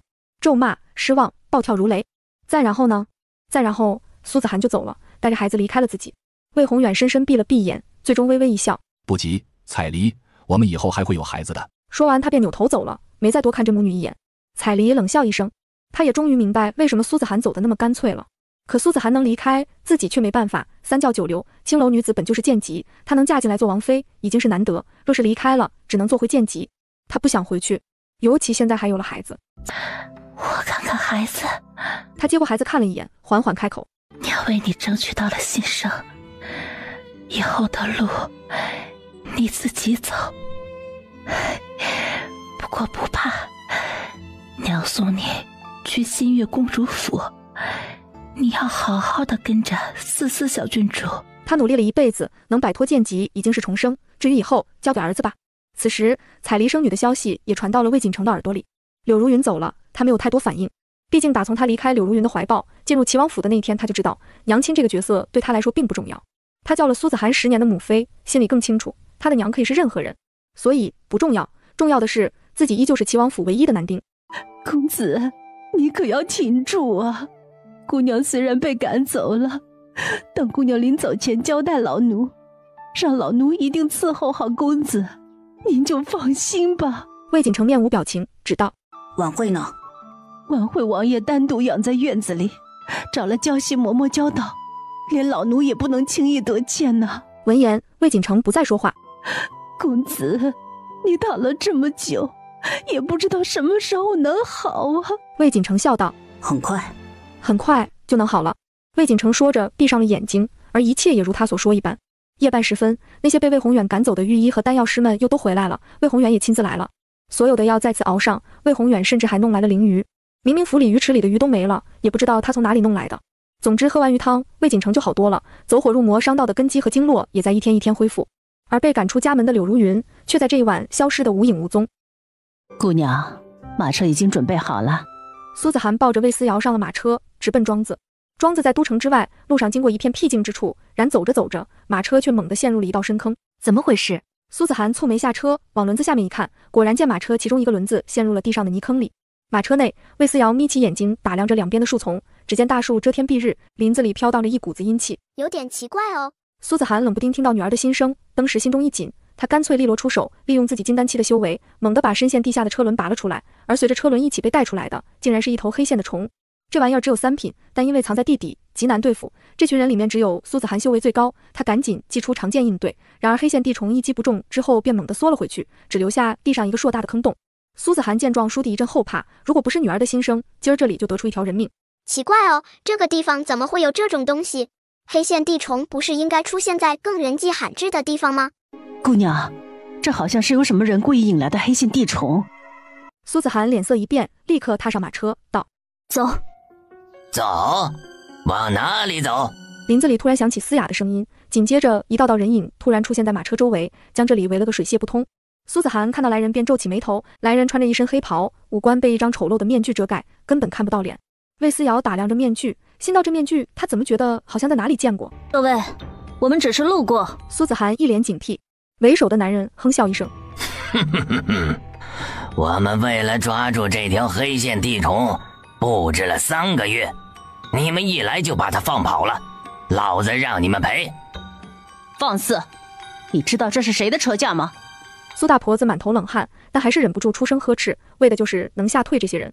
这里修为最高的就是苏子涵，金丹期，然而对面的人里至少有3个金丹期，根本打不过。既然注定必输无疑，还是要想办法先护住苏子涵和魏思瑶。然而对方根本不买账。哼，老子等着虫子救师弟的性命，既然你们放跑了，那就拿命偿还吧。苏子涵也能感觉到对手的强大，他也不知道该怎么办，只能死死地抱住魏思瑶。现在立刻传讯，不知道师兄是不是能立刻赶来。他现在唯一能联系上的，近在眼前的人就只有身在八荒阁的徐渊了。想着他偷偷捏了个传讯符，然而才一松手，便被外面的人打落。他们还想叫人，师兄宰了他们。若是黑线地虫弄不到，师弟也活不了，那就用他们的命来抵命好了。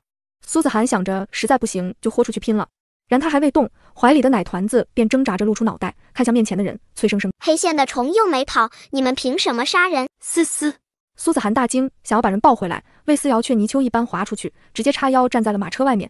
见自己被一个奶团子质疑了，那个戴鬼面具的胖子嗷嗷大叫：“哈！你个没牙的东西，你知道黑线地虫是什么吗？怕不是见都没见过。”怎么没见过？黑线地虫无头无足，浑身漆黑，隐藏地下，以腐蚀为食，平日里也会抓活物，咬死后拖进地下，待到腐败之后再吃，是不是？几个男人面面相觑，谁想一个2岁的娃娃竟然还真的知道。为首的男人又道：“既然你知道，那你是否能抓住这虫子？”师兄，他才多大？你让他抓虫子，岂不是等于让一个还没断奶的娃娃开宗立派？这简直太可笑了！依我看，这些不过都是他们的缓兵之计，还是赶紧杀了算了。胖子是坚决不信魏思瑶能抓到黑线地虫的，他只痛恨这些人放跑了这虫子，害得他们师弟莫要吃，只能等死。魏思瑶也不管，只盯着胖子：“你们是地母宗的，你们开宗祖师是个要饭的，对是不对？”几个人齐齐一惊，没想到这娃娃竟然能看出他们的来路，毕竟他们这个宗门很少在外面走动。你这个胖子最喜偷吃，你现在身上还装着你们宗门乞讨来的粮食，那明明是要大家一起分着吃的，你小子吃独食！胖子，咱能别说了吗？胖子瞬间凌乱，更要命的是他的师兄弟们都齐齐看着他，面具后面的眸子里是藏都藏不住的怀疑。你们别信他的！他赶紧摇头，然大家明显不信，藏吃的，这胖子是个惯犯了。胖子快懊恼死了，扭头死死盯着魏思瑶，然奶娃娃根本不惧，还在一边道：“你们祖师还跟我要过饭呢！”闭嘴！为首的男子有些恼怒，好歹是他们宗门的师祖，岂能让这个黄口小儿在这里胡说八道？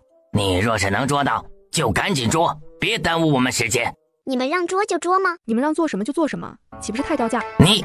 为首的人恼羞成怒，记起灵气强攻过来。苏子涵吓了一跳，连忙护在女儿身前。然魏思瑶却只是轻轻抬起一根手指，点在苏子涵后背。苏子涵只感觉到一股强大又苍劲有力的气息倏地传入四肢百骸，他甚至都没动，攻过来的人便被震飞出去。师兄！几个人都惊了。苏子涵这个刚踏入金丹期的人，根本不可能是大师兄对手。地母宗的人瞬间警觉起来，而此时魏思瑶勾了勾小手指，地洞里面消失掉的黑线地虫竟然又勾勾压压的爬出来，无比驯服的盘在魏思瑶脚下。什么？地母宗的几个人都看傻了眼，谁都没想到如此难抓的东西，竟然会被一个奶团子如此轻而易举的抓到。比起地母宗的震惊，苏子涵更震惊。刚才打飞那些人的灵气绝对不是来自自己的，而是来自女儿魏思瑶。思思不是没有修为吗？不，或许有修为，修为太强悍，强悍到让人无法察觉，就会产生没有修为的错觉。难道他的思思并不是什么废物，而是比荣轩还要厉害的天才中的天才？苏子涵立刻兴奋起来，他看着魏思瑶，眸子里满是感慨。而围在马车周围地母宗的人似乎也察觉到了自己可能踢到了铁板，再看看盘旋在魏思瑶脚下的黑线地虫，这几个戴着面具的修士以领头男子为首，竟然齐齐给魏思瑶跪下了。不知小道友是哪里的高人呢？八荒阁。八荒阁是个什么宗门？从没听过呀。只要小道友肯把黑线地虫交给我们，改日我们一定上八荒阁登门道谢。现在不是继续纠缠下去的时候，师弟等着这玩意儿救命，而且他们又打不过这个奶娃娃，所以还不如干脆认怂。见他们态度还算不错，魏思瑶点点头，将黑线地虫丢给了这几个人。几人正欲离去，远处一道人影却踩着飞剑疾驰而来。师妹，你们没事吧？徐渊来了，他处理完八荒阁的事情，回到新月公主府，这才知道娘俩出门去庄子上了。他又踏着飞剑赶到庄子，才知道二人根本没来。许渊算了下时间，确定一定是路上出事了，这才沿着大道一路寻找，终于被他找到了。看着这些戴着面具鬼鬼祟祟的人，许渊呵斥一声，当场记起飞剑。舅舅，没事了，让他们走吧。哼，以后别让我见到你们。是。地母宗的人得到黑线地虫，立刻齐齐扭头狂奔离去。师妹，你没事吧？没事，师兄，我们上车再说吧。三个人坐进马车，继续往庄子里走。黑线地虫，这玩意儿十分罕见，而且属于不正不邪的物种，还能拿这个救人？许渊表示不理解，不过单修的玩意儿他不懂，毕竟他是个剑修。回来去八荒阁问问独一圣手，想必他知道怎么回事。师妹，这个要怎么做？许渊的声音响起在不远处，魏思瑶抬头看看，见一代剑修许渊化身庄家汉子，娘让他做什么他就做什么。这个先放一边吧，师兄歇歇吧，这些事情让别人来做。没事，我不累，我是修士，不吃不喝不睡都没有问题。魏思瑶一双大眼睛滴溜溜地转着，而后默默开口：这个徐渊果然喜欢娘。四小只齐齐点头，说得太对了。说得太对了。突然想起在身后的声音，把几个小家伙吓了一跳。三花更是竖起浑身的毛，撕心裂肺地喵了一声，撒爪子跑得无踪无影。魏思瑶啊，我的猫咪好容易摸到的。他恨恨回头，看见黄玉对他笑眯眯。小徒弟，听说你已经2岁多了啊？不是，这位不是独一圣手吗？独一圣手不是很忙吗？为什么总是会突然出现？奶团子眸子里是满满的嫌弃。来的路上从路边买来的。看到烤地瓜，奶团子的眼睛终于亮了，他笑眯眯地接过地瓜，顺便往旁边挪了个地方给黄玉。独一圣手，这娃娃是准备让他一起偷看吗？不过算了，看就看，反正也没事干，而且跟徒弟拉近感情什么的才是大事啊。于是堂堂独一圣手烤地瓜，一边啃一边强势围观。这人修为不低，比我高。出窍期的剑修几乎可以横扫一国，而他只是元婴期的单修而已。不过若是要论下毒的话，就算是出窍期的剑修也不是自己对手。他正想着，奶团子在一边呼着地瓜，缓缓道：再厉害，一粒毒药都能放倒。果然没看错，这丫头就是为了独一圣手这个称谓而生的呀。心里激动，但面上还是要装一下的。你说到为师心坎里去了。奶团子啃了一口地瓜，商量下，从此咱们做朋友怎么样？独一圣手，咋的？突然就做朋友了？从你3个月就看好你了好吗，小徒弟？你哪里对我不满意吗？黄玉都惊了，是他哪里表现的不好吗？你看我现在是八荒阁阁主，我们八荒阁将来是要征服四海八荒的，做不了你的弟子。黄玉都无语了，心道丫头你才2岁，野心倒不小，还他妈征服四海八荒，你知道四海八荒都有啥不？然想到最后他自己又笑了，如此雄心壮志，真是好样的。可独一圣手的名头只有你能继承啊。黄玉也铁了心了，独一圣手只能是魏思瑶，别人都不行啊。这么看得起自己吗？魏思瑶耸了耸肩膀，她长得小，肉乎乎的，耸肩的样子竟然尤其可爱，看得黄玉很想把她抱进怀里。没事啊，不耽误我将来继承你的名头，放心吧，我一定把你的名头发扬光大。黄玉啊，这啥承诺都没有就把自己的名头继承了。孩子，独一圣手不光是个名头，还要继承的，比如他手里的各种医药典籍，还有各种毒药典籍，甚至还要修炼提升的。单修就是单修，可做不了剑修之类的。但黄玉觉得自己现在就算什么都说了，好像也没用，你不能指望一个2岁的孩子像个大人一般明事理，什么都能说得明白。想到这里，他决定搞点私心，比如说从现在开始就先把魏思瑶培育成一个单修什么的，那以后怎么来，不就全是他说了算了吗？这本丹药古籍只有神农宗内部弟子能看，本尊先给你看看如何？魏思瑶眨巴着大眼睛，默默道：大叔，你哪只眼睛觉得我会识字？笑容都快维持不下去了啊！计谋无法得逞了，这丫头若是不识字的话，连书都看不了啊呀！但黄玉不想放弃，这么好的徒弟不能便宜别人。他想了一下，觉得这个办法好解决，于是他张嘴便从第1页开始：古今灵植皆可入药，或为人大补，或有剧毒，现以书注大补灵植，为我宗门弟子所用，炼制丹药，力图飞升。不讲武德，怎么还读起来了？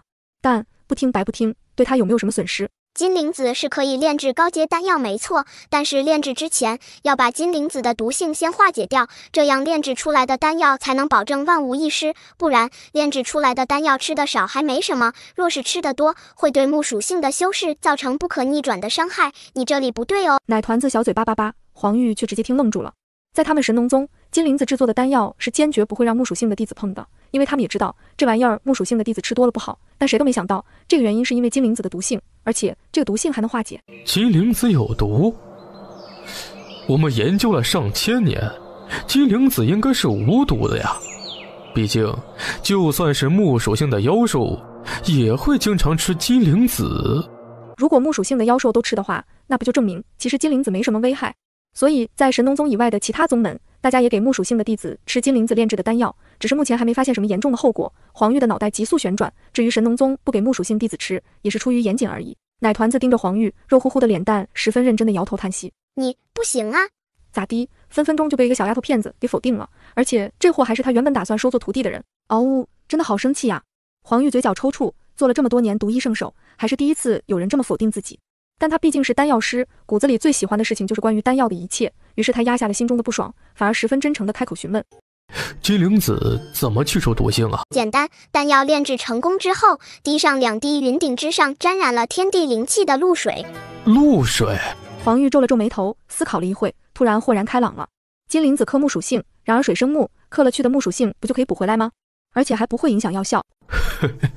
你可真神啊！黄玉惊喜万分，恨不能立刻给魏思瑶来个爱的抱抱的。魏思瑶呵呵，那你觉得以你的才华还能当我师傅吗？黄玉说我不配。黄玉捂脸无声尖叫，妈呀，这个奶团子真的太厉害了，怎么办啊？真的好想直接绑架回神农宗啊！然魏思瑶就像是知道他想什么一般，斜着眼睛冷冷道：“别想着把我绑架走，就我徐渊舅舅你就打不过。”黄玉他抹了一把脸，忽而道：“那商量一下，你收我为徒怎么样啊？”啥？咋的？死都不肯放过他是吧？奶团子彻底无语。黄玉却很是悠哉从容地往地上一坐，干脆也完全的放飞自我了，问：“徐渊喜欢你娘，你怎么想？”你跟一个2岁的娃娃谈这种话题真的好吗？没想法，娘开心就好。反正命运已经跟以前不一样了，娘和离了，还带走了孩子们，他们一家只能越来越好。娘抱。黄玉远远看着，突然想到了一个不错的点子。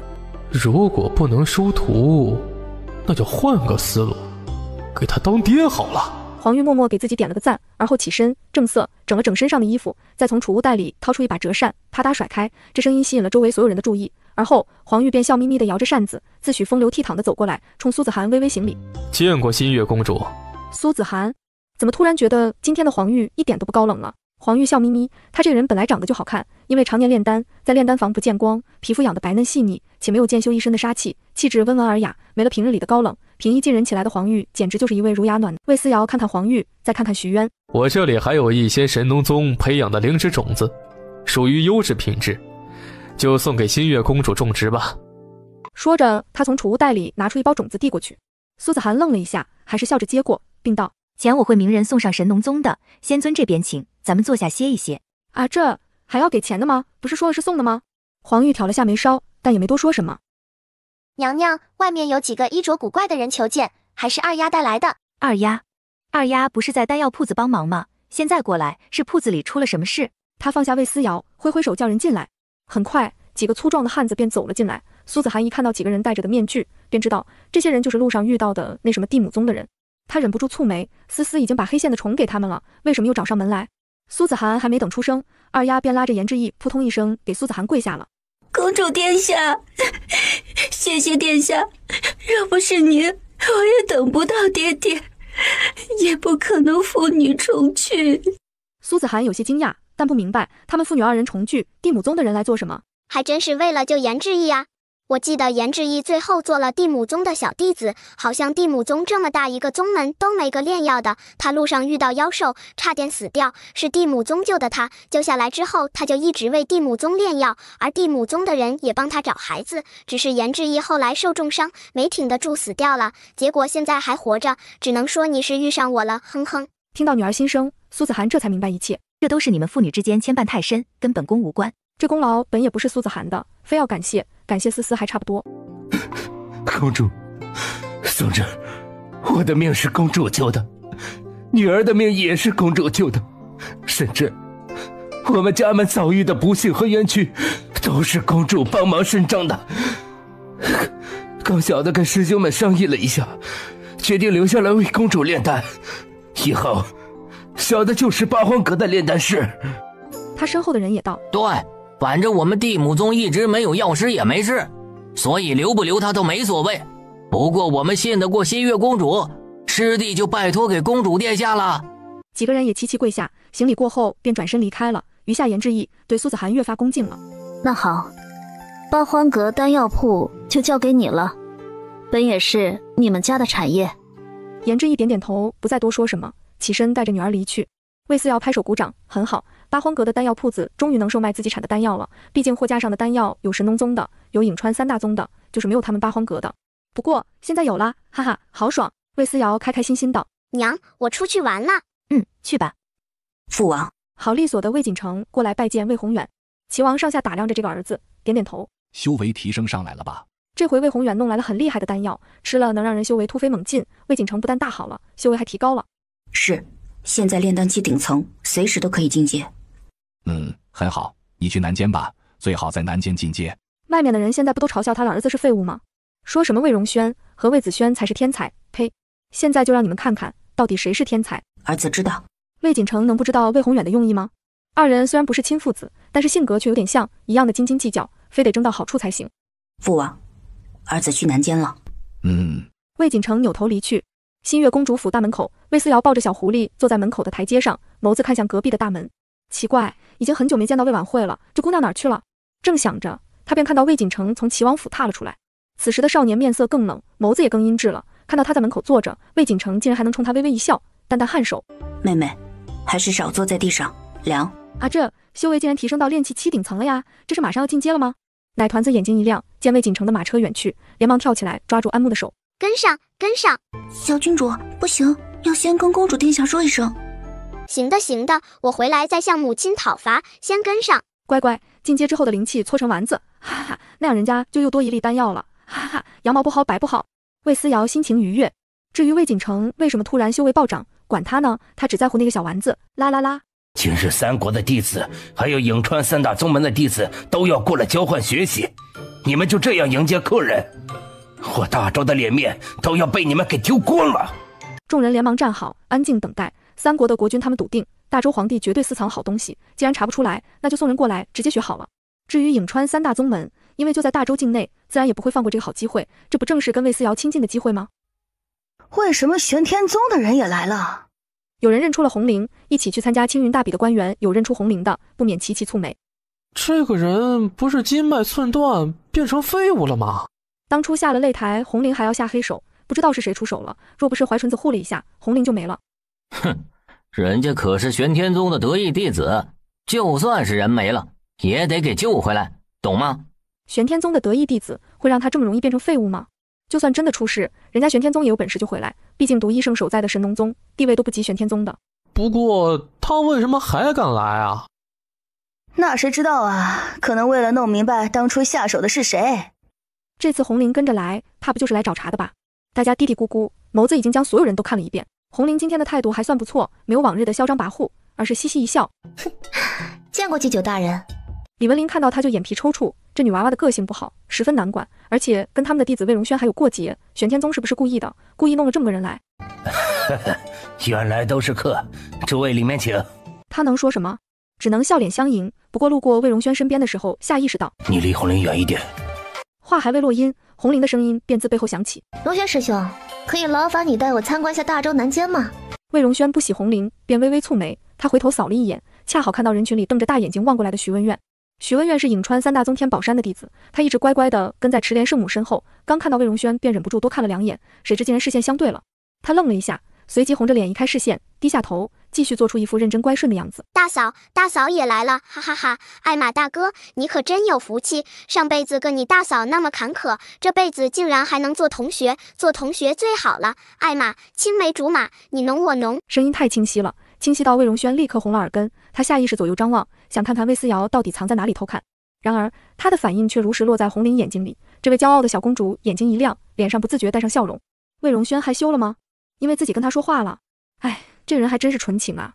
越是这么想，红绫就越开心，最后甚至都忍不住得意起来。而此时，魏荣轩也找到了躲在南间大门口石狮子后面的魏思瑶，他身后还跟着安木。奶团子正从石狮子的阴影下往外张望，甚至盯着徐文苑的脸流口水。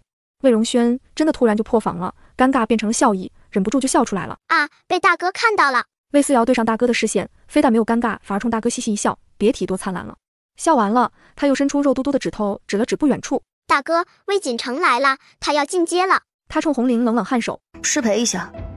说完走向魏思瑶。锦城，你身体好些了？让大家挂念了，好了，而且马上就能进阶筑基期了。什么？筑基期？这么厉害？你就是个天才，你真的是太厉害了。明明青云大比的时候还只有炼气期5层，后来走火入魔，以为人肯定完了，谁想并没有，修为不但没有退步，反而还提升了不少呢。众人一脸震惊地看着魏锦城，魏锦城笑盈盈的，将众人的震惊尽收眼底，心情却突然嗨了起来，嘴角抑制不住地扬起一丝弧度。是这种感觉，被人仰视、被人羡慕的感觉，太美妙了，让他十分喜欢。也没有，只是碰上了这次机遇，大家一定也会有的。魏锦城把魏宏远给他的丹药全都算作机遇，轻飘飘的一句话，让人更加羡慕了。啊，机遇啊，可遇而不可求呢。宋明几个人围在魏锦城身边，叽叽喳喳。现在整个南界的人都围在魏荣轩和魏子轩身边，这些家伙全部都是没底气、随风倒的玩意儿。当初忘了怎么巴结你的，哼！盖宇忍不住低声吐槽，回头看看那些往南间走的背影，更是狠狠啐了一口。魏锦城的眸子暗淡了几分，心情也不怎么美妙了，但他嘴上还是道：“哥哥们天赋比我高。好了，我们进去吧。”总之，问就是不想多提这2个人。另一边，魏荣轩把魏思瑶抱到了怀里。大哥，奶团子笑嘻嘻地抱住魏荣轩，一双眼睛亮晶晶的，来找大哥玩，绝对不是为了继续搓个灵气球。魏荣轩无奈笑笑，好，不过不可到处跑。奶团子重重点头。魏荣轩抱着他往里走，跟魏愁几个人会合。是思思。魏愁眼睛一亮，哈哈大笑。嘿嘿，思思，堂哥抱抱，哈哈。魏思瑶嗤之以鼻，他对胖子不感冒，小嘴一撇，谁都不爱。魏愁都无语了，想到最后，干脆直接催动灵气，很快就变成一个丹凤眼小帅哥，而后笑眯眯冲魏思瑶张开双手，奶团子一双眼睛亮晶晶的，开开心心的扑进了魏愁的怀里。所有人，思思妹妹真的好现实啊！哇，好帅啊！楚月月眼睛一亮，死死盯着魏球，直接脱队，故意放慢脚步，等到魏球一行人追上自己，然后笑眯眯的对魏球道：“师兄，我叫楚月月，是七星堂的，你是哪个宗门的？”周围李盼妹、李念妹、魏荣轩、魏子轩皆瞪大了眼睛，眸子在2人身上移来移去，移来移去，这明显有问题啊！思思，你心声呢？你倒是说啊，我们很想听啊！艾玛，怎么办？莫名有一种闯进偶像剧的羞耻感和兴奋感，怎么破？好害羞啊！众人等了半天，只等到这句心声。魏球满头问号，你害羞个什么劲儿？魏球低头看看魏思瑶，而后摸摸自己的脸，只能说魏球真的不开窍，也可能是年纪小没经历过，大家都看出来这个叫楚月月的不对劲，只有他什么反应都没有，真急死个人啊！楚月月也不矫情，见状也跟着他的目光看向魏愁怀里的奶团子，笑道：“这是你妹妹吗？好可爱，粉雕玉琢的。你好，我叫楚月月。”妈呀，这萝莉姐姐真的太开朗，人太好了。思思，魏思瑶。奶团子笑哈哈，露出标准的小白牙，岳楚楚给逗笑了，又问他：“你哥哥叫什么呀？”堂哥，魏球。魏思瑶毫不顾忌地把魏球卖掉了。总之，打包卖，未来嫂子赶紧下手啊，手慢哦。岳楚楚心里开心坏了，终于问到帅哥哥的名字了，刷哥哥叫魏球，而且是小妹妹的堂哥。他还想再问，但又想了想，好像问太多，不太矜持的样子，扭头道：“魏球哥哥，等会找你玩。”说完，摆摆手跑了。李盼妹酸溜溜道：“这里这么多人，为什么只问你名字？因为堂哥帅。”魏思瑶肯定点头，毕竟催动灵气之后的魏球真的很有古风帅哥的潜质，很帅很帅的。宗学田达看了魏球一眼，满头问号，好好的干嘛突然瘦身？啊，对了，你过来一下，我有事对你讲。魏球顺手把魏思瑶塞给了魏荣轩，然后扭头跟着宗学田达走。在他消失不见，魏思瑶的心声终于响起来了。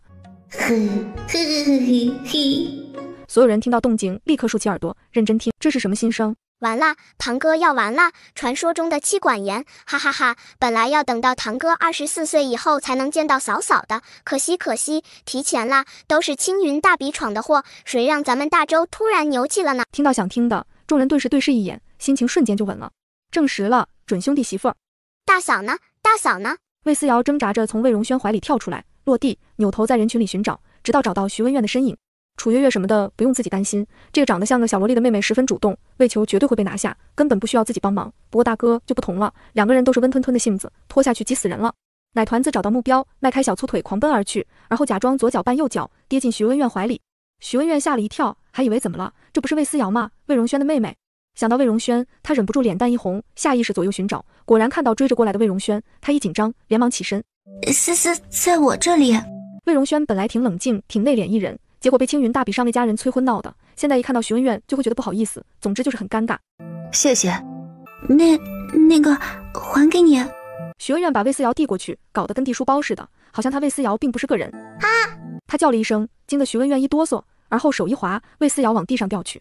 这让徐文苑和魏荣轩都吓了一跳，二人连忙上手抓住魏思瑶，等发现的时候，才看到两个人竟然挨得很近，手指贴着手指，肩膀碰撞在一起，气息互相交融，吓得徐文苑立刻松开手，而后弯腰道歉：“抱歉，我不是故意的，我……”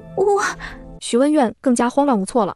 魏荣轩抱紧魏思瑶，看着他慌乱无措，像一只仓鼠的样子，忍不住也笑了笑。他笑得很浅，唇角微微扬起，看得徐文苑呆了呆。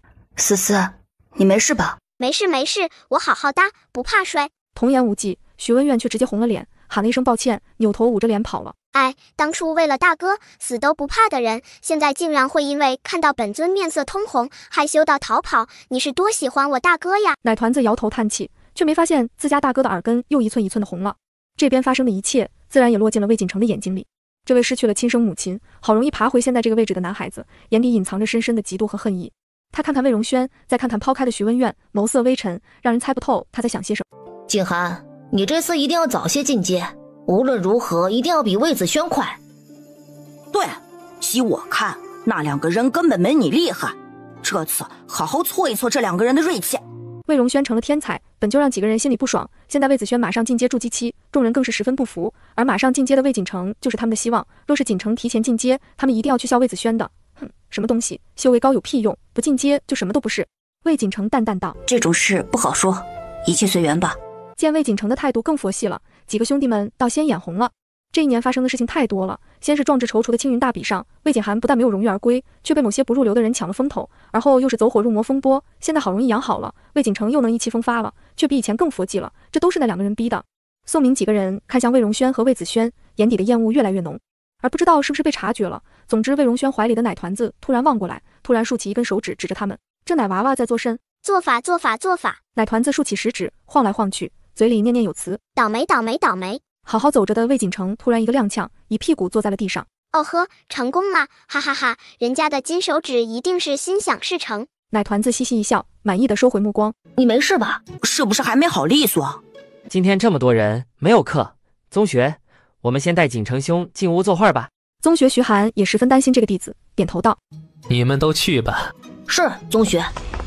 这货这么弱的吗？明明已经练气7巅峰了，怎么就是不进阶？啧，什么狗啊！魏思瑶惦记着魏锦城进阶收他的进阶灵气搓团子呢，结果这货迟迟就是不进阶呀！一连去了南间半个月，把魏思瑶无聊到死。人家上课他只能睡觉，结果在课堂上睡得太多，导致回家睡不着，半夜3更大家都在呼呼大睡，只有他瞪着一双大眼睛，无聊到看天花板。扭头看，小胖鸟还有小雪球也都睡了。魏思瑶叹了一口气，决定明天不再去南间了。第二天一大早，魏荣轩照例去接妹妹，奶团子却趴在床上一副困倦的样子。他下意识冲魏荣轩摆摆手：大哥，不去了。不去了。最近天天都缠着他们去南间的人，竟然主动提出不去了。魏荣轩点点头，不去就不去呗，又不是什么大事儿。说完，带着弟弟照例去南间。二位公子，请留步，皇上请二位公子进宫。另外，奴才进去接一下思思小郡主。还要去接妹妹？什么事儿啊？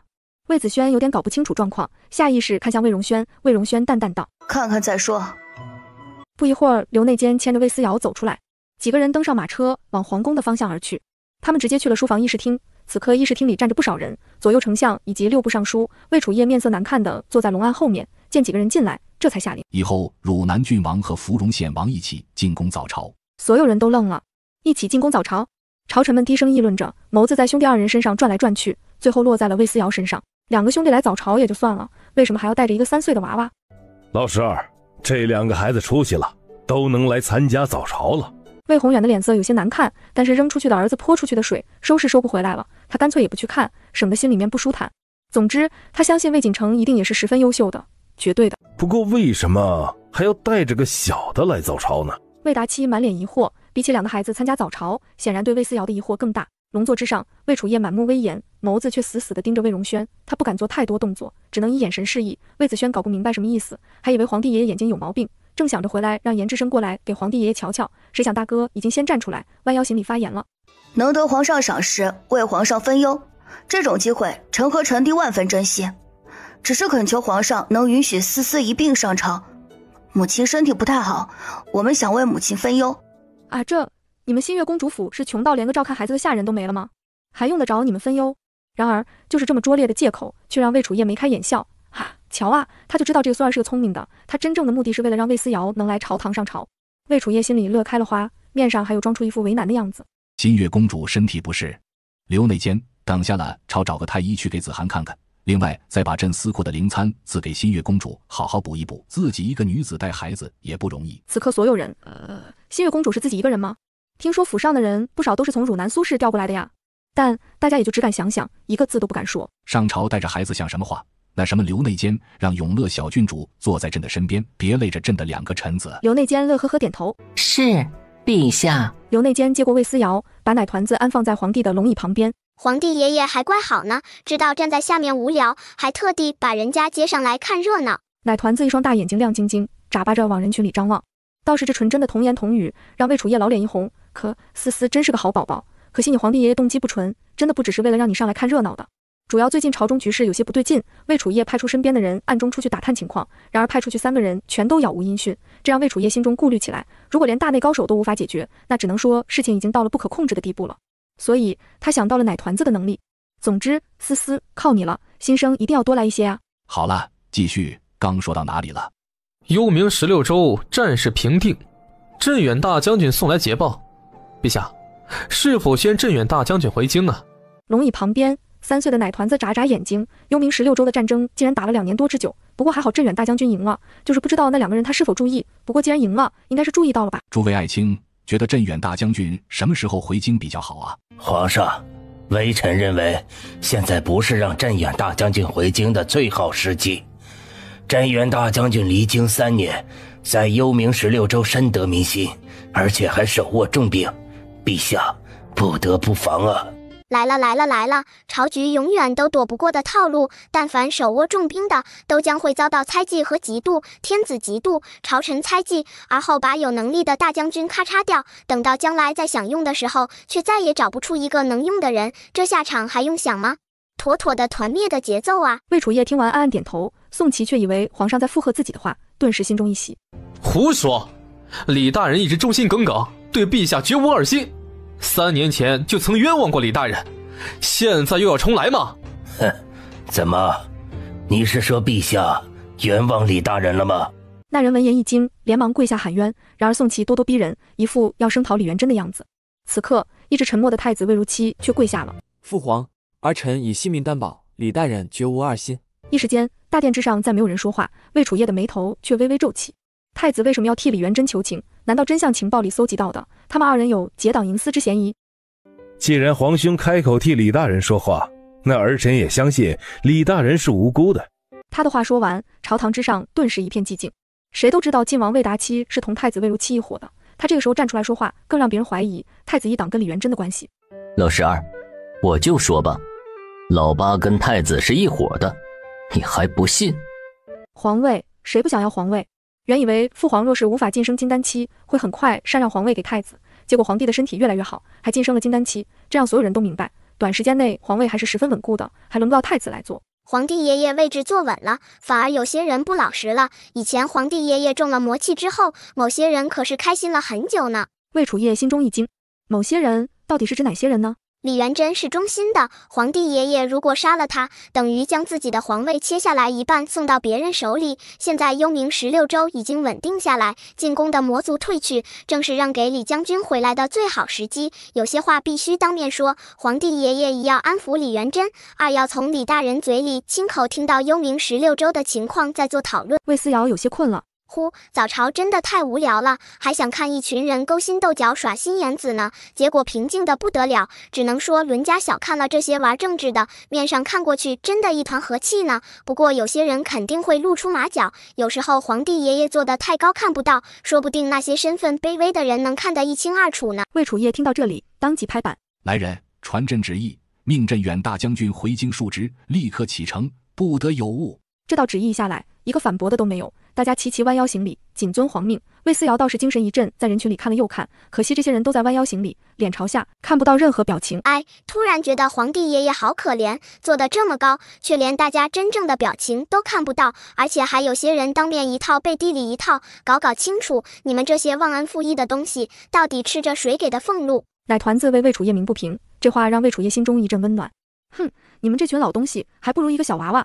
好了，退朝吧。芙蓉郡王，你们两兄弟留下来。众人缓缓散去。魏宏远脸色难看，晋王看了他一眼，又顺着他的目光看向魏荣轩。魏达七冷笑一声：老十二，你说你要是当上了皇帝，你这两个儿子是不是还会这样对你爱答不理的呢？慎言。魏宏远蹙眉怒斥，心道你还是当哥哥的，说的这是什么话？开个玩笑而已，何必较真呢？哥哥也是关心你，明明是父子，却搞得像陌生人一样。而且你这个大儿子真的很有才能啊，可惜是跟着他娘的，不是跟着你的。魏宏远的脸色更难看了，然晋王却笑了几声，扭头先走了。老十二，别听他胡说，老八连个儿子都没有呢，他怎么能懂有儿子的人的心情啊？这些皇子们只有老八没孩子，虽然府里女人不少，但就是没有孩子，也不知道到底哪里出了问题。不过你们家这个老大的确优秀，从没有修为到晋升金丹期，就花了2年多的时间吧。燕王忍不住满脸羡慕，他们家儿子不少，但没有一个有魏荣轩的才华。燕王有一句没一句的说着，魏宏远倒是听到心里去了，他心情越发不爽，回去之后就继续督促魏锦城修炼。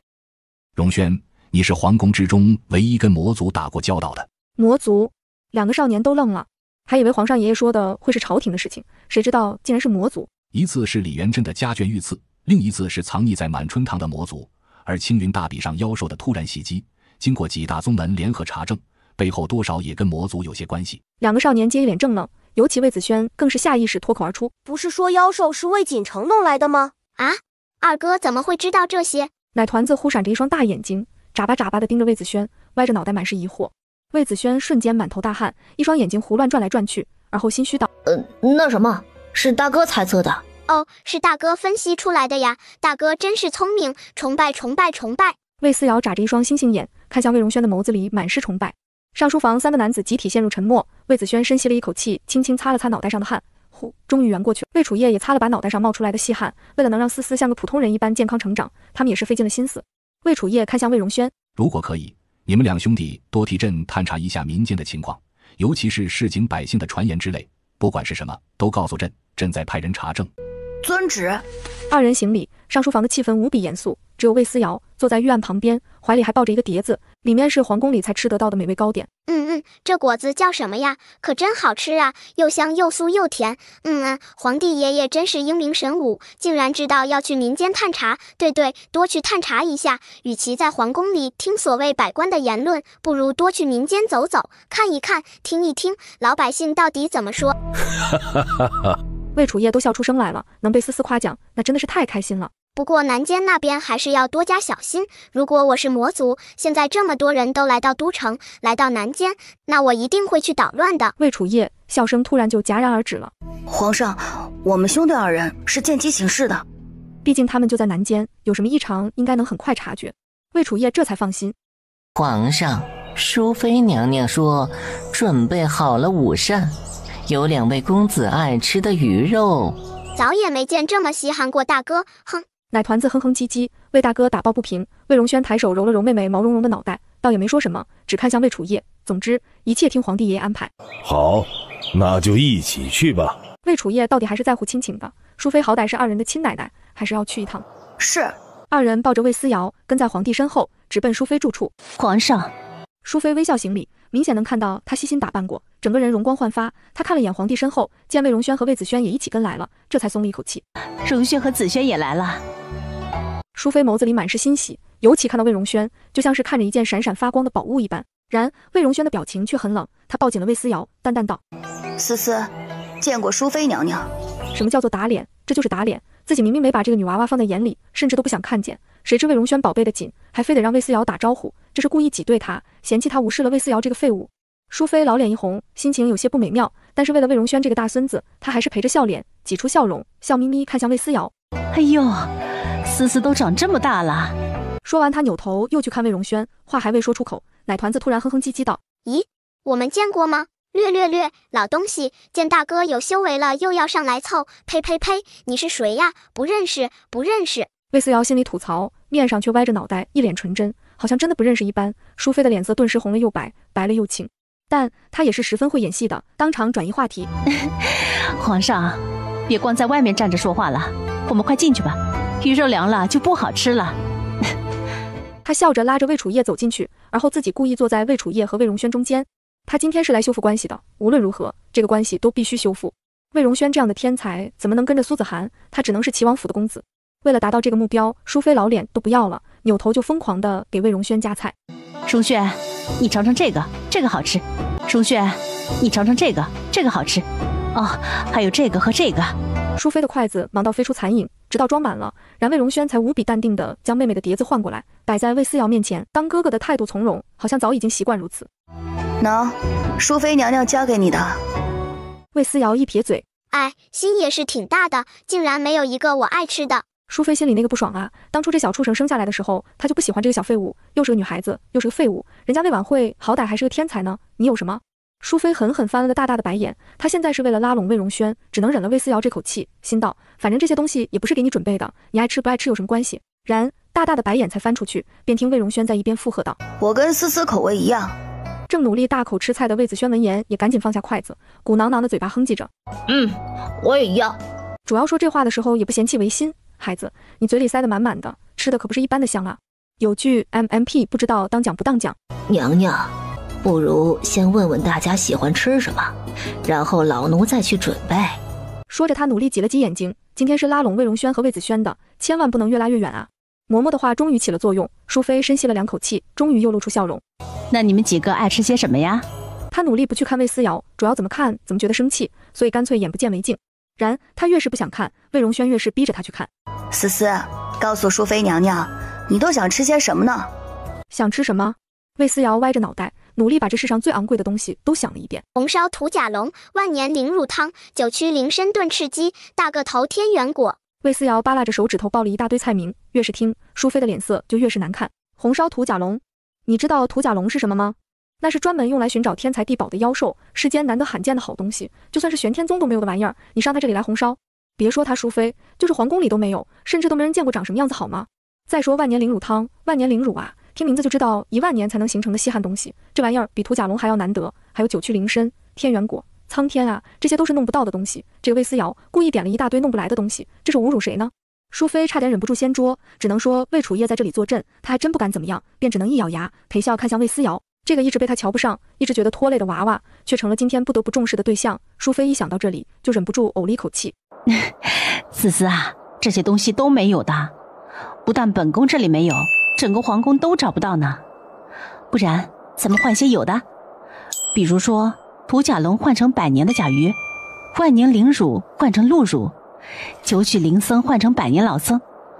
至于天元果，他还没说完，魏思瑶又是一脸嫌弃。这么穷还请别人吃什么饭啊？后脑勺疼，他觉得自己快要绷不住了。这个小兔崽子，等没人的时候，他一定要撕烂他这张嘴。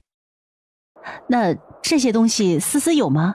淑妃维持着微笑，嘴上却不饶人的回击。她笃定这些东西魏思瑶也没有，你都没有的东西，为什么要嫌弃他？淑妃穷嗷。她一脸得意地盯着魏思瑶，心道自己终于扳回一局。谁知奶团子慢悠悠的伸手从储物袋里掏出来一粒天元果，这都没有。淑妃眼睛瞪得像铜铃。我操，这是什么？天元果？吃一颗延寿100年的好东西啊！魏思瑶从哪里弄到的？淑妃想着，眼馋地往前靠了靠。然魏思瑶已经不动声色地将天元果收回去了。别想了，不给你吃。这个小畜生！淑妃忍不住嘴角抽搐。然而魏思瑶就像是刺激她一般，慢悠悠地又掏出了9曲灵参。这个也没有，这可是9曲灵参，你闻闻味道。哎呀，这个灵参的香味啊，一拿出来就闻到了呀。大殿之中果然满是灵参的味道，带着一丝丝泥土的气味，又带着参特有的香气，光闻到味道就知道这灵参有多好。淑妃眼红得不得了，九曲灵参啊，这玩意儿要是吃一颗，死人都能活过来。她越发兴奋激动，然魏思瑶小手一收，九曲灵参再次被收回储物袋，消失不见了。总之没了。哎，淑妃娘娘连这个都没有哦，我还有这个。魏思瑶扒拉着小手，又想往外掏宝贝，淑妃猛地站起来，一把按住她肉乎乎的胳膊，压抑着心中的不爽和怒火，还得陪着笑脸基础慈祥的表情，一字一句咬牙道：思思这里宝贝真多，本宫就不看了啊。啊，尼玛，这丫头果然就是故意的啊！她到底为什么要跟这个小畜生说话啊？她就应该从头到尾全当没看见这个畜生啊！淑妃脑袋上炸起一片青金十字架，她真的快要绷不住了。她在这边摸着胸口顺气，那边魏思瑶还在摇头叹息。哎，思思可是好心，淑妃娘娘没见过，还想着让娘娘见见世面，娘娘竟然不想见世面。皇帝爷爷，井底之蛙是不是都活得这般无知又快？呼吸，呼吸，不呼吸，她真的怕自己忍不住，嘴角抽搐的厉害，却不能张嘴骂人，她只能咬牙看向魏楚夜，希望皇帝帮她说句话。然她真的想多了，魏楚夜现在稀罕魏思瑶，稀罕得不得了，别说替淑妃说话了，他现在恨不得把魏思瑶捧在手心里。我的乖乖宝贝啊，手里竟然有这么多好东西，艾玛，皇帝爷爷都想抱你的大腿了。魏楚夜是真的心动了，越看魏思瑶，目光越是发散着纯纯的爱护和宠溺。淑妃计划足，哎呦，本宫这个命苦啊！算了，大哥，就勉强吃一点点吧，反正也没有什么好吃的。魏思瑶一脸嫌弃，魏荣轩憋着笑，一口一口投喂，奶团子吃得津津有味，时不时点点头。也就还行吧。还行你个头啊！淑妃这会儿被气死了好几回，简直就是死去活来的。算了，不气不气，目的不是这个小兔崽子，是魏荣轩。魏荣轩嗷嗷嗷！荣轩啊，你们两兄弟多吃一点儿。对了，皇上召你们去参加每日早朝了吧？你们一定要好好的为皇上分忧。另外，跟你们父皇也多走动些，父子没有隔夜仇。多大点事儿啊，都已经随了他的意和离了，还让你们父子生了嫌隙，真是不配做娘。淑妃凭实力吐槽，而此时三个吃饭的孩子却齐齐放下筷子，魏思瑶甚至已经开始抠嗓子眼了。哦，这菜有毒，大哥二哥快点吐出来，不然吃多了就真成了畜生了。魏荣轩冷漠起身，抱起魏思瑶，想必淑妃娘娘还有事情跟皇上谈，微臣几家人就不打扰了。子轩，我们走。好。魏子轩起身的时候，甚至把嘴里鼓鼓囊囊的食物都恶狠狠地吐在了桌上，完全没给淑妃面子，跟着大哥和小妹扭头走得无比潇洒。淑妃看到这一幕，气得浑身哆嗦，终于完全绷不住，起身指着几个人的背影，一边抹眼泪，一边给魏楚夜告状。皇上，本宫好歹是他们的亲奶奶，他们就这么对本宫，简直离心离德呀，半点都不孝顺呢。现在流行孝道，一个不孝顺就是给人扣上了罪大恶极的帽子。淑妃也豁出去了，既然不能亲近自己，那就毁了算了。然魏楚夜却捏着胡须点头笑道：是个不趋炎附势的，有个性，好孩子啊。哪里有个性了？淑妃快气死了，但没用，皇帝就是偏爱这几个人，真的没办法。哼，既然想招揽咱们，就不要说母亲的坏话。本来觉得菜还挺可口的，吃到最后真的只觉得恶心，什么东西啊！母亲和父王和离到底怎么回事？心里真没点逼数吗？说什么亲奶奶，我呸！当初不也一样不待见咱们这几个废物吗？真是让人作呕。还是只有你才能让本宫满意。有些人呐，真的是一辈子就只被别人冷眼相待。有些人指的自然就是给脸不要脸的魏荣轩几个人。魏锦成听了也当听不懂，坐下跟淑妃聊了一会儿，淑妃便心满意足地把她司库里的丹药灵芝分给魏锦成。这些你都拿着吃，比你们王府的好，对修为都有好处。进阶前吃能稳定修为，进阶后吃能让躁动的灵气迅速沉淀。总之呢，是大有益处的。这些都是给你留的。某些人呢，哼，不配有。谢娘娘。他假装为难的样子又道：不过娘娘，我听说大哥和二哥已经可以上早朝了，果然还是大哥二哥比我厉害，皇帝爷爷十分喜爱呢。哼，这有什么啊？你等着，等我去找皇上，也让你去参加早朝。再说了，王府现在就你一个男丁，你就是未来的世子，早晚都要接触朝政的。得了淑妃的肯定，魏锦成心花怒放。谢娘娘。他魏荣轩有的，你也必须得有。淑妃满意的点点头。总之，她对苏子涵还有苏子涵那一家子都十分不满意，也不知道皇帝是怎么想的，竟然还要让这两个目无尊长的东西上早朝。你什么时候能进阶呀？淑妃笑眯眯的，目光却带着几分探究。魏锦成心中一紧，连忙起身行礼。宗学说了，就这几日。很好，那本宫的丹药才不算浪费呀。笑话，东西又不是白给的，自然得收获到应该有的作用才行啊。看着面前笑得无比慈祥的老女人，魏锦成暗暗握紧了拳头，面上却又恭敬了几分，而后才告别淑妃，往外走去。看来自己要加快一点速度了，至少要在魏子轩之前进阶才行啊。他一边算计着，一边上了回府的马车，而一直停在皇宫门口的马车内却多了一封信。看着信封上熟悉的笔迹，他二话不说拆开了信件，这是柳如云给他的信，信上满是对他的思念和关心。看到这些话，魏锦成眼底这才柔软起来。柳如云已经在和那个神秘人接触了，用不了多久就会以一个全新的身份回到京城，让魏锦成不必担心，好好做他应该做的事情便可以。看到这里，魏锦成松了一口气，娘没事就好。锦成跟子轩一般大，也是时候上早朝，帮着皇上分忧了。闻言，魏楚夜神色古怪地看了他一眼，默默想着，怎么丝丝的心声淑妃听不到？不是说了吗？魏锦成不是齐王的儿子，也就根本不是自己的孙子，为什么要让他来早朝？嫌绿帽子戴得不够敞亮吗？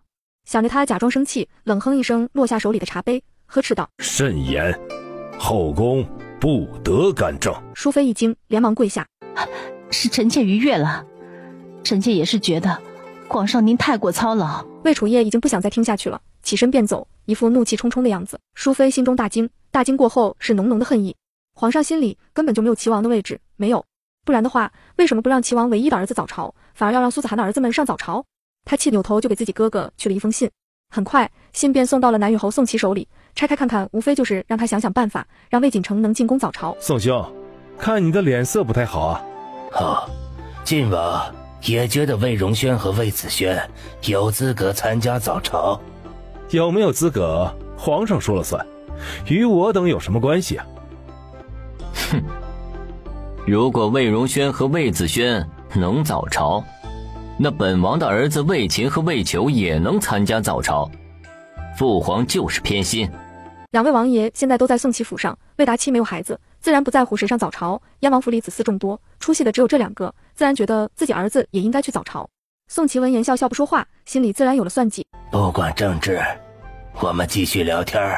嘿，楚楚，你在等谁呀？魏求笑嘻嘻走过来，楚月月打量了一下面前的胖子，突然觉得这个胖子跟那个师兄有点像哦。师兄，你认不认识一个长得跟你有点像，丹凤眼，很高很帅的师兄啊？魏愁笑容瞬间就凝固了。李念妹几个人闻言差点破防，只能憋住了，努力不让自己笑出声来。噗，真的太好笑了，哈哈！虽然能修炼了，但拜托，可能找老婆比较波折呢，哈哈哈！看几个人强忍着笑容，魏愁快郁闷死了，只能道：你找他呀，我去帮你叫。说完，只能溜走，而后变成帅哥的模样再出来好了。大家叽叽喳喳说话的时候，魏锦成也来了，只是除了宋明几个人，没人搭理他。魏锦成面色平静，没有被这些人的无视影响到，而是扭头找到徐寒。宗学，我感觉我今天可能会进阶。徐寒一脸藏也藏不住的惊喜。魏锦成可是他的得意门生，一直以来在南间炼气期这个等级都是翘楚，如果不是在青云大比上走火入魔，一定会更早进阶的吧。所谓爱屋及乌，徐寒根本忘记了当时的魏锦成只有炼气期5层的修为，离着进阶还早。不过现在魏锦成马上要进阶了，他二话不说，直接命人清理出一个房间。没办法，现在南间的人太多了，根本没有单独的房间让魏锦成进阶。于是大家都知道了，南间有人要进阶了。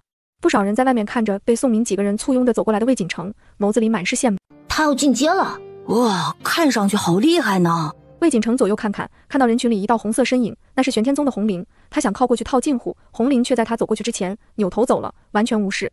魏锦成微微蹙眉，心道没关系，等进阶了，看红绫里不理自己。在进入房间之前，他故意左右看看，没看到魏荣轩几个人的影子，他便叹息道：可惜大哥和二哥不在，我挺希望他们能在我身边的。宋明几个人一脸感动，瞧啊，锦成就是如此善良的大好青年，都这个时候了，还希望魏荣轩和魏子轩在这里，都不计较这两个人抢了他的风头了。外面看着这里的其他宗门弟子，则在窃窃私语：这人跟荣轩师兄他们什么关系？不知道吗？他们是同父异母的兄弟。天啊，他竟然是荣轩师兄的弟弟，难怪这么优秀。天啊，长得也不错，以前怎么就忽视这样的人才了呢？借着魏荣轩的光，终于有人看到了魏锦成，这让魏锦成脸上笑容更甚，至少目的达到了。他扭头在人群之中寻找，直到看到徐文苑也在看自己，这才满意的收回视线，扭头义无反顾地走进屋内，关上房门。他要开始努力进阶了，将一切都准备妥当，他开始缓缓打坐。一切不能急，他要恰好时间，在大家等得不耐烦的时候，华华丽丽的进阶。哎呀，还进阶不进阶了？还以为很厉害呢，这都多久了？在外面看热闹的弟子们嘀咕起来，宋明和盖宇等人也有些着急。而正当大家想离开的时候，屋内却猛然间传来一股强横的灵气波动，那波动直接掀翻屋顶，四散荡开，甚至让朝堂之上昏昏欲睡的某只团子都猛地睁开了眼睛。我去，魏锦城你不做人，老子在的时候你不进阶，偏要等老子不在的时候进阶啊！我的灵气团子，我的灵气团子！魏思瑶几乎是立刻惊醒，想都不想直接跳下椅子，也不顾所有人的目光，猛地冲出了大殿之外。其实现在也没人顾得上他了，因为大家都感觉到了，也都扭头看向门外。晋王、燕王一脸好奇，他们正疑惑进阶的人是谁，扭头便看到魏宏远脸上满是兴奋。哦，原来是老12的儿子进阶了，恭喜恭喜！看灵气的强横程度，修为不错呀。几道恭喜声下来，魏宏远无比开心，心道还是锦城给力，比某2个不孝子强多了。想着他故意看向魏荣轩兄弟2人，谁知2人连点反应都没有，只是低头不知道在讨论什么。大殿之外，魏思瑶远远看着南间的方向直跺脚，急得不行啊！灵气团子，灵气团子，我要怎么赶回南间搓团子？正郁闷浪费了一次搓团子的机会，然灵气的波动似乎有些不对劲。咦，这灵气不太纯呐！奶团子突然泄了气，啧啧有声起来。啊，什么鬼呀！枉费我如此期待，天天盼着占便宜搓团子，结果这灵气根本不行嘛，一点都不纯粹也就罢了，还掺杂着好多弹药难闻的味道，啧啧，完全就是造假嘛！魏锦城，我真的是高估你了，要是真等着这些灵气搓团子，别说吃了没用，说不定还会药物中毒呢。魏思瑶翻了个白眼，真心觉得某些人真的很浪费感情，而后便扭头背着小手手，绝情的转身离去，就完全不值得搓呀。于是他慢悠悠走回皇帝身边，爬上椅子，哼哧哼哧坐好。刚才还无比兴奋的魏楚业知道真相之后，突然就没感觉了。魏锦城这孩子真的不值得期待，真的太差劲了。不过还好不是他们魏家的血脉，不然真的丢脸死了。再看看朝堂上的人皆看向外面，他重重的冷哼一声。哼！众人这才回神，想起来现在还在早朝，一时间无比尴尬，但也有反应迅速的，当即看向魏宏远，笑道：哈哈哈哈！恭喜齐王，贺喜齐王！听说小公子马上进阶了，想必这天象一定是小公子的，这资质可不俗啊！啊，是啊，曾经还有人谣传小公子就是个废物，修为垫点儿。现在看进阶天象，完全不是这样啊！恭喜齐王，贺喜齐王，小公子造化必定不凡。南间现在还有不少其他宗门的人，还有玄天宗。这资质去颍川3大宗屈才了，一定是进玄天宗的料啊！魏宏远一高兴就飘了，嘴都瓢了。呵呵，承各位吉言，本王也觉得玄天宗不错，至少比什么都没有八荒阁强。偏有人浪费了一身才华，放弃了玄天宗，也得进入什么八荒阁。哼，真是。魏宏远的话还未说完，在场所有人却都齐齐闭上嘴巴，没有人说话，甚至很多人已经扭头站好，心惊胆战的不敢抬头去看龙颜。八荒阁什么来头？八荒阁可是皇上前头搞起来的，还特意批了地皮，命人动工建造，听说最近就竣工了，而且皇帝好像还要去参加竣工仪式，明显能看出皇上对这个多重视。齐王却要贬低八荒阁，那不是按着皇上的面子在地上摩擦吗？大家自然都不敢出声了，怕就怕突然安静，现在就突然安静了。齐王眉毛一挑，扭头看看突然不说话的人，心情突然有些不爽。怎么啦？现在八荒阁连说都不能说了吗？本来就不是什么好宗门啊！哼！想着他扭头看向坐在皇帝身边的小团子，却正好对上了魏楚业冷冷的目光。齐王一惊，赶紧低头避皇帝威势，魏楚业却已经哼冷出声：齐王出言不逊，罚1月俸禄。父皇！齐王都惊了，现在他们一家人全靠着他的俸禄生活了，铺子里赚到的钱根本就不够家里开支，现在还要罚俸禄，让他怎么活？锦城还要靠着丹药修炼呢。等你知道你错在哪里，再来同朕说吧。魏楚业冷哼一声，不再搭理他。奶团子本来都昏昏欲睡了，不过他的渣渣爹还是很给力的，竟然给他找了不少乐子，正好他也精神起来，笑眯眯道，看着渣渣爹吃瘪的样子：你不吸收灵气，对修为有帮助的。哼，这等劣质灵气会影响我的修为，只能说小地方的人修为也拉胯，什么玩意儿？而且比起魏荣轩的差远了，真是兄弟吗？未免差太多。红绫不屑一顾：本想坐下吸收的楚月月感觉了一下，好像还真的有点不太对劲。她修为不够，说不上来。但既然红灵这么厉害的人都这么说了，她也就干脆起身没有吸收。而颍川3大宗门的人也都没有坐下吸收，只有4国的弟子在贪婪的吸收魏锦城的天象。等到天象完全散去，魏锦城终于从屋子里走了出来。恭喜师兄进阶！虚寒宗学一开始就说过，师兄天资卓绝，能力过人。现在一看，果然如此啊！听着众人的夸赞，看着大家逢迎的笑脸，魏锦城终于笑了，觉得自己失去的一切终于又回来了。只要听宗学的话，大家也能如此，我这算什么？魏锦城又恢复成以前那个温婉少年，说话有理有度，眉眼含笑，风度翩翩，完全就是高光时刻。宋明几个人见状都开心坏了。魏荣轩几个人下朝回来，看到的就是被众人簇拥在中间的魏锦城。少年跟最初一样，眉开眼笑，一身风光。一眼望过去，魏子轩突然有一种好像又回到过去的错觉，他和大哥还是废物，魏锦城却被人簇拥在中间。魏子轩皱了皱眉，而这动作却被宋明敏锐捕捉到，他当即大喊：哈，魏子轩，为什么要皱眉？怎么，不爽锦寒兄进阶吗？你怕不是嫉妒锦寒兄的才华吧？魏思瑶忍不住乐了，真特喵的太搞笑了，他哥哥需要嫉妒魏锦城的才华。他在魏荣轩怀里咯咯咯的笑，宋明的脸色却越来越难看，他恼怒地盯着大笑的团子，然魏荣轩却十分严肃开口：他还只是个孩子。魏子轩、魏思瑶，不是，大哥，你刚想说啥？那就管好你妹妹，不要叫她嘲笑别人。哥哥，你误会了，思思真的没有嘲笑别人。魏思瑶奶声奶气的声音特别好听，果然大家的视线都被吸引过来。思思只是正大光明的在笑而已，哥哥讲的笑话真的太搞笑了，哥。宋明总感觉好像有一只无形的手在扇自己巴掌，一下一下的，滚烫热辣的疼，好像骂娘了呀。宋明兄，多谢你替我说话。魏锦城终于开口，他走过来，立在几个人面前，先看了看魏荣轩，少年轩轩欲立，面无表情，但他还是盯着魏荣轩开口：大哥，承蒙关照，我进阶了，现在筑基系1层，恭喜。魏荣轩淡淡道，虽然他语气平淡，但魏锦城却十分开心，继续道：我的目标是大哥，早晚一定能追上大哥的，你说是吗，大哥？明显的挑衅让魏子轩恼怒咬牙，而此时他突然感觉到了平静的丹田内传来一阵躁动。魏子轩一惊：大哥，我好像要进阶了。一直平静的魏荣轩突然笑了，淡然开口：很好，时机刚刚好呢。你也要进阶了。魏锦城几乎是脱口而出，说完之后他才猛地反应过来什么，迅速压下脸上的震惊和嫉妒，换上一副欣喜的表情。魏子轩能看不到他的表情，他看得清清楚楚，而魏荣轩也不想跟他废话了，带着魏子轩便找到田达宗学。宗学，我弟弟要进阶了。子轩也要进阶了。田达无比兴奋，来，上这边来。刚锦寒进阶，清空了一间房间，正好给你用。大家纷纷避让。哼，什么嘛，看你进阶了就说他也要进阶，学人精。就是什么人呢？我感觉他进阶不了。对，一定是这样。怎么会？几个人叽叽喳喳的说话，完全都是对这两兄弟的不爽和气愤。红玲也在一边瞧着，他走到魏荣轩身边道：你弟弟行吗？不知。这冷若冰霜的态度惹得红玲怒火蹭的一下涌上来，但到底没有爆发出来，他竟然为了魏荣轩忍下来了。我去拿东西，看能不能助二哥一臂之力。说完，不等几人说话，就扭头离去。很快，魏锦城便摸到了魏子轩所在房间的后面，鬼鬼祟祟地拿出一个小瓷瓶，他将盖子打开，一丝丝黑色的气息从里面翻滚扭曲着挤出来，从窗户缝隙挤了进去。做完这一切，他左右看看，确定没人察觉，这才赶紧离开。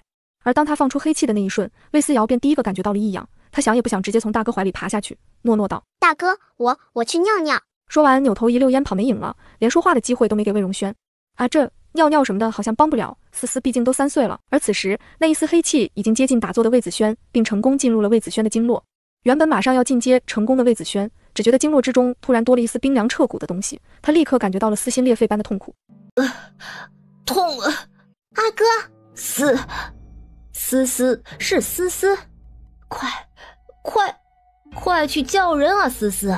哎，果然意识不盯着就会出问题呀。奶团子立在昏迷的二哥身前，肉嘟嘟的胳膊环在胸前。魔族气息，有人下毒。小胖鸟和小狐狸各抒己见。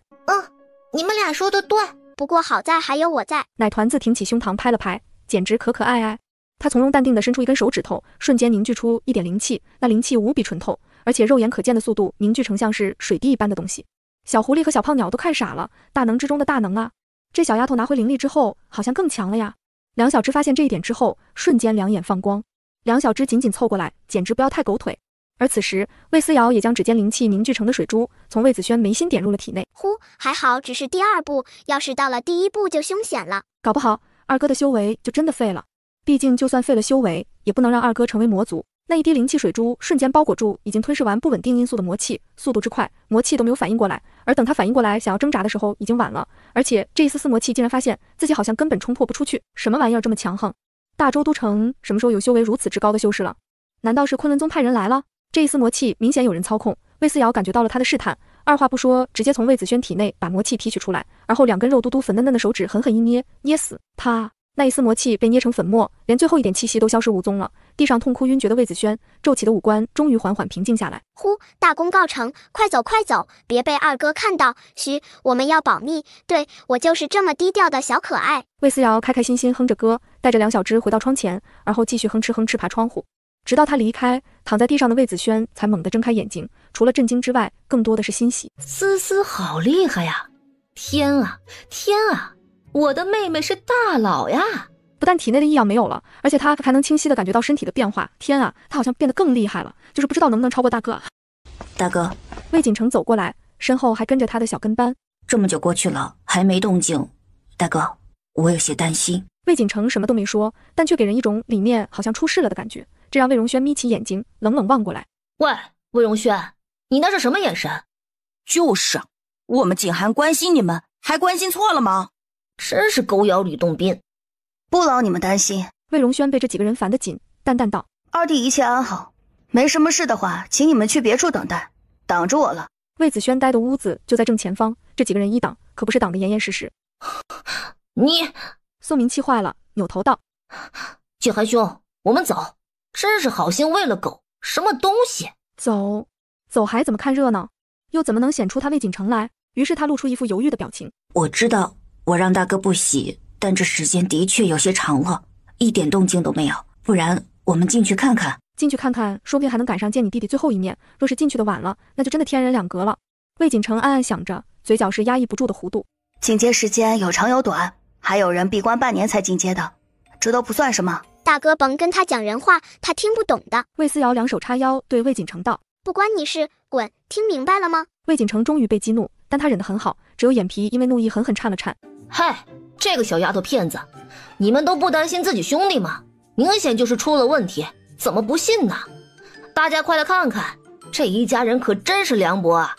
堂兄弟不管不问也就算了，亲兄弟还如此。宋明大声叫嚷，果然引来众人指指点点。毕竟魏荣轩太有名了，一点抹黑就能招来更多的黑料。大哥不是那样的人，你们都误会了。只是二哥迟迟不出来，大哥担心，一不小心说得重了些。然他的话还未落音，众人便感觉到一道灵气波动，猛地从屋内如水波一般，眨眼之间骤然荡开。好强大的气息呀！青阳真人率先出声，连颍川三大宗门的其他两位也终于扭头看向魏子轩所在的房间。快盘膝坐下，这才是真正的好东西啊！不知道谁叫了一声，大家这才反应过来，纷纷坐下，准备吸收进阶的灵气。宋明，我们也坐下吧。盖宇有些着急，宋明却骂道：“做个屁！打死都不吸收那两个人的灵气。吸收魏子轩的灵气？哈，白给他都不要，要吸收也是吸收锦城兄的。”然话还未落音，原本浑厚刚猛的灵气却突然不见了，所有人都忍不住一脸哗然。啊，灵气呢？我还没吸收呢。我才刚坐下。众人议论纷纷，连红灵都忍不住皱了皱眉头，显然觉得有些不可思议。好好的进阶灵气怎么会突然没了？除非有人把灵气收集起来了。青阳真人忍不住感慨：谁呀？这么厉害，能收集灵气的至少也是出窍期以上的高手吧？而且还得是出窍期巅峰以上。天哪，出窍期以上，这样的人竟然会出现在大周。不少人都惊了，下意识四处张望，试图看看能不能发现那位大佬的身影。见大家开始四处打量，魏荣轩默默用袖子挡住了小妹的身影。谁都没看到的地方，魏思瑶正飞快地晃动着小手指头，不断翻飞舞动。很快，一个小小的丸子便出现在掌心。哈哈，搓好了！二哥因祸得福，不但清除了体内的杂质，修为还更精进了。从搓出来的丸子上就能看出来，嘿嘿，又透又干净呢。真的谢谢魏锦城这厮，哈哈哈！果然是魏锦城。少年眯了眯眼睛，魏子轩兴奋地推开了房门，走出来。子轩，你好厉害呀！子轩师兄真棒啊，跟荣轩师兄不相上下。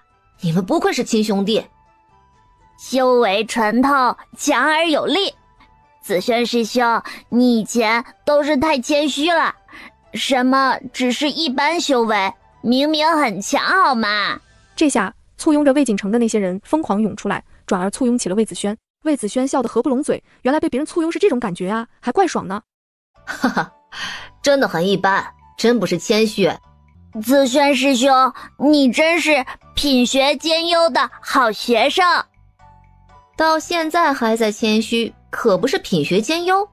哈哈哈，魏子轩成功飘了，恭喜二哥，二哥的修为比我强，我很钦佩。说最后2个字的时候，他的手都是颤抖的，他只能拼命压抑着。啧，气的手都在抖了呢。不过要是换了我，一定也会气死。做足了准备，人家却还是晋升了。啧，所有努力白费，不气死才怪，哈哈哈。魏思瑶露出笑容，魏子轩和魏荣轩兄弟却十分默契的齐齐开口，只能说多谢景涵，真的谢谢你呀，大兄弟，哈哈哈哈。魏子轩差点憋不住想要哈哈大笑，魏荣轩也是面露笑意，只魏锦城脸色越来越难看。这句话是什么意思？这句话到底什么意思？难道魏子轩一早就知道这是他干的？魏子轩闭着眼睛，正在晋升的关头，不可能看到自己的，绝对不可能。他咬牙想着，努力让自己镇定下来。虽然不知道你们为什么谢我，但二哥能晋升，我真的很开心。兄弟二人对视一眼，眼底飘出丝丝轻蔑。只能说某些人的脸皮真的比城墙还要厚实啊。南间迎来大喜事，1天之内2个人进阶，简直不要太爽。皇帝自然高兴，重重赏赐了南间所有品阶的人，连宗学一并赏赐了，所有人脸上皆是喜气洋洋。李盼妹几个人围着魏子轩，满脸羡慕。没想到咱们中间最先晋级的，竟然是你小子。子轩，你得请客。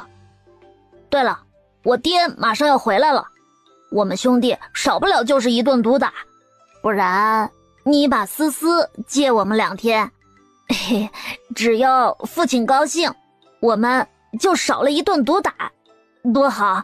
李盼妹和李年妹眸子死死盯着魏思瑶，那眼神就像盯着小红帽的大灰狼。不是，说我呢，怎么就落到我妹妹身上去了？魏子轩明显不同意，他们妹妹这么可爱，你们家全是男孩子，怎么可以？没事儿，你不同意，我们就去求娘。我娘跟你们娘关系老好了。几个人正说着话，一道鲜红的身影走过来，笑嘻嘻地冲几个人打招呼。哈，你们都在呢。见到红菱，几个人齐齐闭嘴。青云大比上，红菱给大家留下的印象都不怎么样，所以众人也都不怎么待见他。红菱自然知道这些人怎么想，但这次他为了魏荣轩来，自然不会让这些人再讨厌自己。我知道我以前是不对，但我已经接受到教训了。我师尊说我差点死在青云大比上，还好那个人手下留情，所以我也知道错了。几个少年更安静了，就突然不知道该说点什么。青云大比上出手把红菱打成残废那个人，到现在也不知道是谁，突然提起这个人，让他们有些不知道怎么接话。倒是魏子轩笑笑，哦，知错能改，善莫大焉，是吧？红菱给个梯子就往上爬，心里开心的不得了。嘿，思思，以前是我不对，这些呢都是我特意带来给你的礼物。你看，这个是黄精灵芝，很好的哦，你虽然没有修为也能吃啊。这个是无牙松鼠，虽然只有1品，但很适合当宠物的啊。还有这个灵草做的点心，很好吃啊。红菱笑嘻嘻送出一大堆东西，这些玩意儿都是他不稀罕的，但虽然他不稀罕的东西，在没有修为的人面前也一样是一堆宝贝。红菱已经习惯了用不喜欢的东西送给别人搭人情，那些低修为或者根本没有修为的人见到这些东西都兴奋的不行呢。红菱得意洋洋，等着看3岁的娃娃被自己瞬间收买。然魏思瑶对这些东西看都不看一眼，真的完全不屑一顾啊。奶团子毫无兴趣，红菱急了，都是好东西，真的，你识货不？哎妈，不说这句还好，说了这句他就得好好给红菱上一课，教教他什么叫做识货。土甲龙见过没？红菱啊，什么玩意儿？土什么？是他知道的那个东西吗？他瞪大了眼睛瞧着，恨不能把脑袋都贴上去。九曲灵参见过没？啊，这九曲灵参，红菱整个人都有些激动。若是吃一颗九曲灵参，自己因为青云大比留下的伤不但能好，还能修为大增，说不定直接就晋升金丹期了呀！红菱的呼吸都有些急促了。万年灵乳见过没？独一圣手炼制的9品灵丹，见过没？见过没？见过没？没。他下意识张嘴，却猛地捂住嘴巴，而后羞得满脸通红。身为玄天宗的弟子，怎么能说没见过？于是他深吸一口气，默默挤出一丝笑容。呵呵，那什么，见过。见过你就给我这些垃圾。魏思瑶叉起小腰，一脸不爽。不要不要，太差劲了。红玲的脸被打得啪啪响了呀。这么一对比，自己这些东西真的拿不出手，完全就像是一地垃圾呀。见妹妹打脸完毕，魏荣轩及时把人抱回来，开口：我们还有事，子轩走了。说完带着人直接离去，而他一走，李念妹几个人也跟着走了，余下红玲一个人站在这里，对着魏荣轩的背影咬牙切齿。魏荣轩，无论如何我一定要得到你。红玲，别介意，大哥对谁都是这样。魏锦城假意靠过来，低声安慰。滚！满满的恶意全部冲着魏锦城而来，毕竟他只需要忍着魏荣轩，并不需要忍着什么魏锦城。然红玲的态度越是这样，魏锦城越是露出笑容。好，不过你若是想结识大哥，我作为三弟倒是可以帮忙。谁说我想结识魏荣轩的？红玲终于破口大骂，他在魏荣轩那里受够了委屈，赤红着眼睛怒道：应该是他爬过来恭维我。你说的没错，红玲，不管什么时候我都可以帮你的。说完这句话，魏锦城扭头离去，走得毫不拖泥带水。景寒兄，你去哪里了？宋明几个人已经等在门口了。没事，忘了些东西，走吧，咱们一起去庆祝一下。庆祝他进阶。于是一行人选了都城最大的酒楼，吃吃喝喝到半夜，而后魏锦城才摇摇晃晃地回到王府。魏锦城一进门，便看到了坐在黑暗阴影里的魏宏远，男人明显一身怒意，浑身上下凉飕飕冷冰冰的。魏锦城吓了一跳，一身的酒意立刻醒了大半。父王，混账东西，竟然还是比不过魏子轩！本王一直以为你就算比不过魏荣轩，好歹也比魏子轩强，结果呢？混蛋，枉费给你喂了那么多丹药，没用的东西！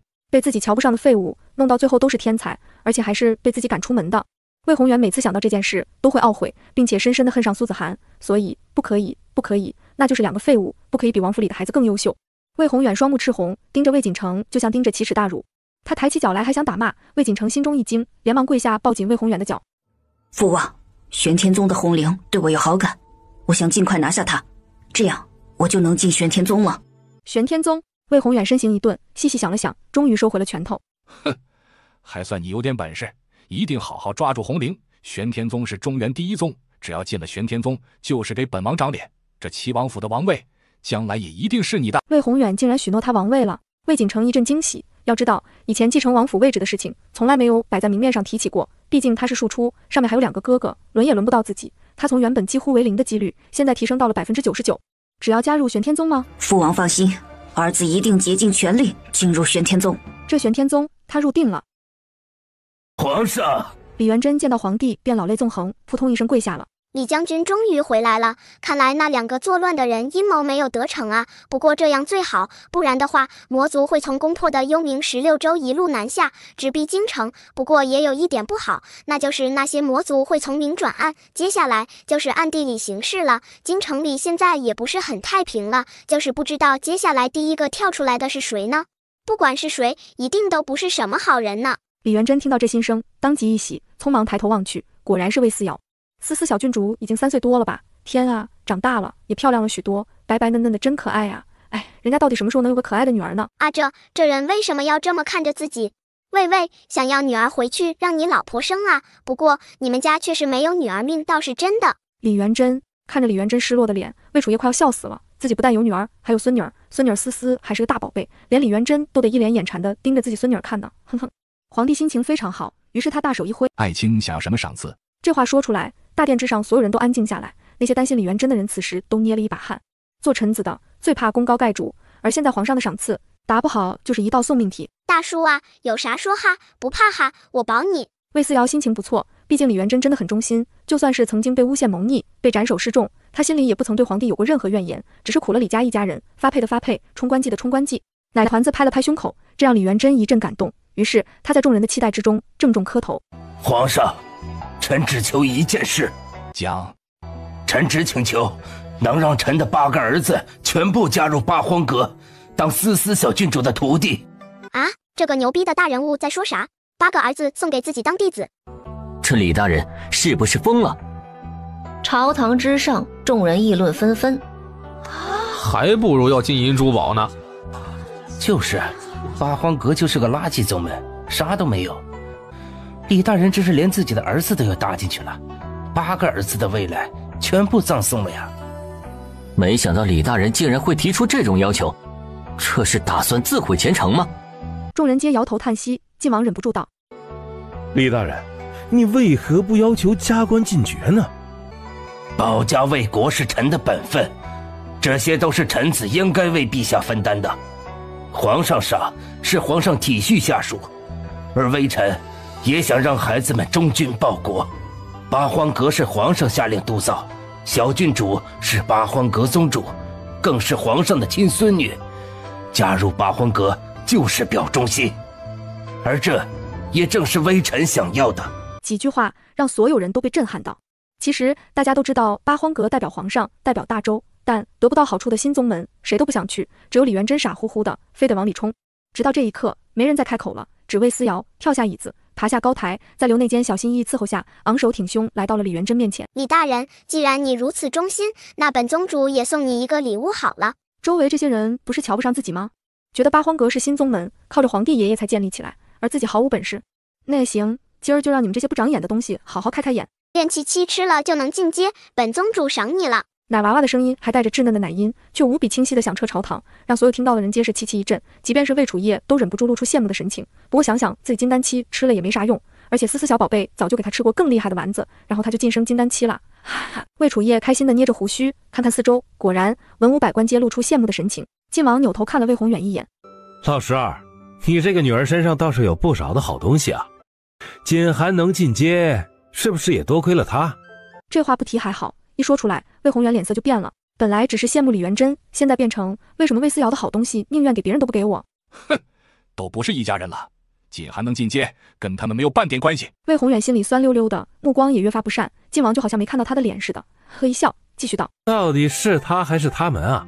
老十二，你口口声声说那2个儿子都是废物，结果呢，一个比一个极品。这废物哪来的这么多好东西啊？总不可能是他自己练的吧？是他娘给的。苏子涵背靠汝南苏氏，有的是好东西。可惜呀，一点都没给你。听说分家还分了3/4的产业。老十二，你现在穷的连饭都吃不上了啊！到底是谁胡说八道？魏宏远气得老脸通红，什么狗东西，竟然说他穷的吃不上饭，简直就是造谣生事。没有的事情，别听那些人胡说八道。他直接摇头拒绝。晋王看着他，意有所指的笑了笑，没再说话。但越是这个表情，魏宏远就越觉得生气，那感觉就像别人认定了自己是穷光蛋，就静静看他装逼似的。他还想继续辩解，而周围已经响起大家的惊呼声了。哎呀，为什么老夫不是李元贞呢？思思小郡主手里的好东西可真不少啊！可惜了，齐王竟然把这样一家子极品赶出家门。要是不合理，这样的好东西那不是随便吃啊，当饭吃，天天吃。哎，是啊，说不定早就进阶金丹期了。魏锦寒也不至于是个筑基期啊，人魏子轩才多久？不到2年进阶筑基期呢，这魏锦寒也10几年了吧？各种声音朝耳朵里传进来，魏宏远不想听都不行。皇帝高坐龙椅之上，魏宏远屁都不敢放声，只能咬紧牙关，冷冷盯着魏思瑶。奶团子知道自己造成了轰动，轰动就轰动呗，八荒阁早晚会成为最大的宗门，也早晚会造成轰动，现在只是这一粒小小的丹药罢了，算个屁哦！诸位，以后等着继续看好东西吧，哈哈哈哈！奶团子心情不错，李元贞立刻道：等下了朝，老臣便带着儿子们去八荒阁亲自拜见宗主。哦，现在魏思瑶风头无两，大家敢质疑李元贞，却没人敢质疑魏思瑶。见过小郡主。一行人纷纷行礼，别提多尊敬了。魏思瑶一脸小大人的样子点头，逗得几个人想笑，但都生生忍住了。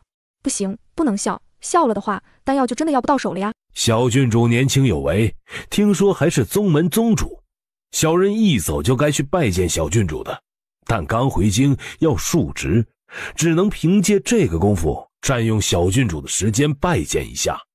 见王昌张了嘴，大家也都跟着点头附和。魏思瑶抬头认真看了一眼，确定这些人是真心实意来拜见的，这才满意的点点头，挥挥小肉手。拜见完了，走吧。啊，这走不能走啊，他们东西还没要到手呢。那什么，我们想从郡主这里求一颗能进阶的丹药。奶团子两手一摊，一脸为难。那个玩意儿只有一个。二哥进阶的丸子的确只有一个，不过他还有家里的嬷嬷呀，加丁娜进阶丸子，不过你们要他就得给吗？那真的没必要哦。奶团子睁了一双无辜大眼，怎么看都不像说谎。王昌几个人一阵失落，更有人急了，忍不住从王昌身后探出脑袋来。哎，小郡主，您背靠汝南苏氏，这种好东西应该不缺的吧？小郡主，您背靠汝南苏氏，这种好东西应该不缺的吧？哈，瞧啊，嘴脸这就露出来了。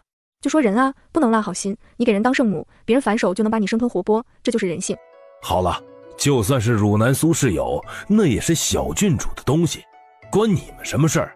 王昌忍不住出声呵斥，他只觉得有些人的嘴脸太过于恶心，见人家是个3岁的奶娃娃，就这么上杆子的欺负人家吗？王昌回头看了一眼，说话的人是南雨侯的小舅子安子南，这人一直以来都不是什么好东西，特别小气，报复心极强。此刻安子南正冷冷盯着他，眸子里满是杀意。王昌哆嗦了一下，他怎么都没想到跑过来讨丹药的人里竟然会有南雨侯的小舅子。达官贵人缺丹药吗？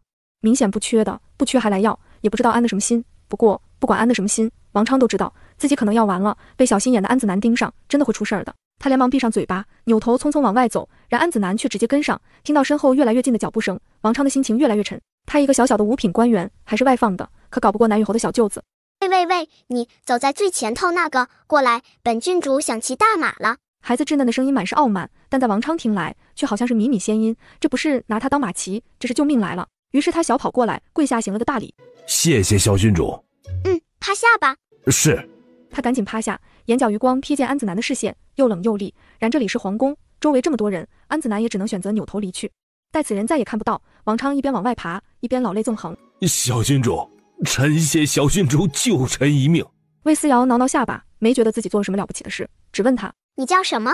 微臣王昌，5品，只是个外派的官员，管着这些就不要说了吗？女子不得干政。说什么女子不得干政？听得王昌嘴角直抽抽。不得干政？那您老人家天天早朝来干嘛了？哦，对了，这位小郡主天天来睡觉来了，整个早朝的议事声都盖不住您老人家的呼噜。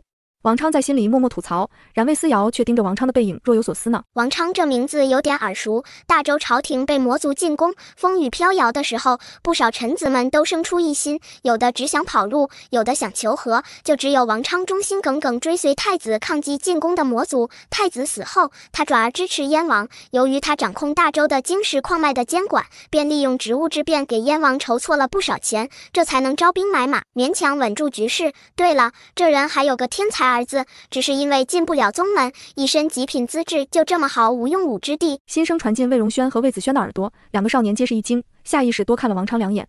就这个不起眼的京石矿脉监管，竟然是个忠心耿耿的大忠臣。因为思思的心声被大家听到，所有事情都改变了，皇帝和太子也都没事，李元贞将军也没事，魔族更没有机会进攻大周，天下太平无事。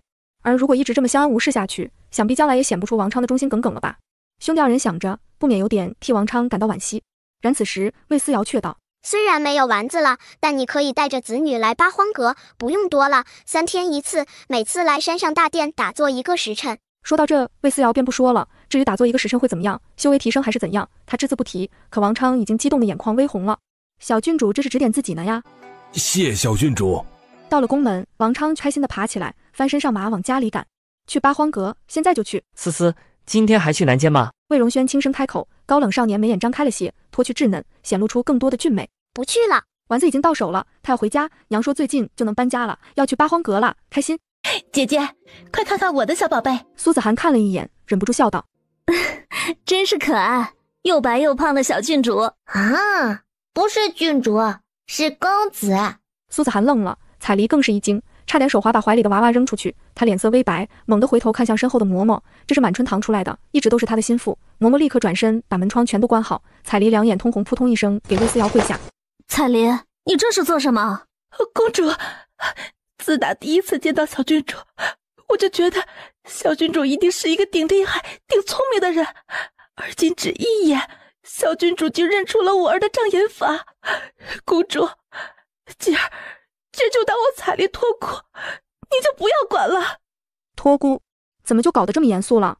苏子涵有些懵逼，然彩梨扭头，无比严肃认真道：小郡主，您现在是八荒阁的宗主，那小女愿意做八荒阁的信徒，不求小郡主收下小女子，只求小郡主能收下我儿，不求她做您的弟子，哪怕打杂扫地伺候您一辈子，干什么都行。我已经看透了齐王这个人，我不想让我的孩子步他的后尘。当初嫁给他，只觉得终于能脱离贱籍，做个良人，现在却发现有的人连畜生都不如。彩梨一边说一边掉眼泪。一开始只觉得齐王这个人是冷情花心了些，但哪个男人不是如此？但等进了府，听说了苏子涵和柳如云的事情，见到了齐王毒打柳如云，见到了齐王听说魏锦城是个废物时的冷漠无情，见到了齐王期盼自己肚子里是男孩的贪婪，终于他见识到了一个完整的魏宏远。自私、贪婪，一切的目的都是为了让他自己看起来更风光，稍有不如意就把所有的错误算在别人身上，这种毫无担当的畜生，禽兽，不能做儿子的父亲。这孩子一生下来，我就让人找来了能够遮掩性病的丹药喂给他服用，连皇姑的御医都没有看出异样。王爷见我生的女儿，扭头就走，既不关心我，也不关心孩子。那一刻，我就真的死心了。小郡主，求您收了我们母子吧。旁边苏子涵一脸震惊，他怎么都想不到彩梨生的竟然是儿子，而且为了瞒过魏宏远还干着这种事。彩梨，你若是想和离，我会帮你。苏子涵也意识到了问题的严重性，当年是彩梨想进王府，现在呢？现在彩梨明显不想在王府待了。我不会和离的。柳如云被王爷赶出府，但是魏锦涵和魏婉回一个都没走，只能说因为公主您让齐王有了提防，就算我把儿子伪装成女儿，他也绝对不会让我把孩子带走的。没办法，那我就只能留下来，到时候王府的产业怎么都得有我孩子一份，就当是给我的孩子谋一个退路了。齐王府的家业尽管剩下的不多，但瘦死的骆驼比马大，怎么也比他在青楼里强吧。海狸想通了一切，很快便做出了最正确的决定，一边稳住魏宏远，一边抱着孩子来找魏思瑶了。魏思瑶一直没动静，彩梨也有些紧张，想了一下，干脆拿出一大堆好吃的。彩梨没有什么钱，齐王也不曾给我什么钱财，我只能给小郡主多送些吃的。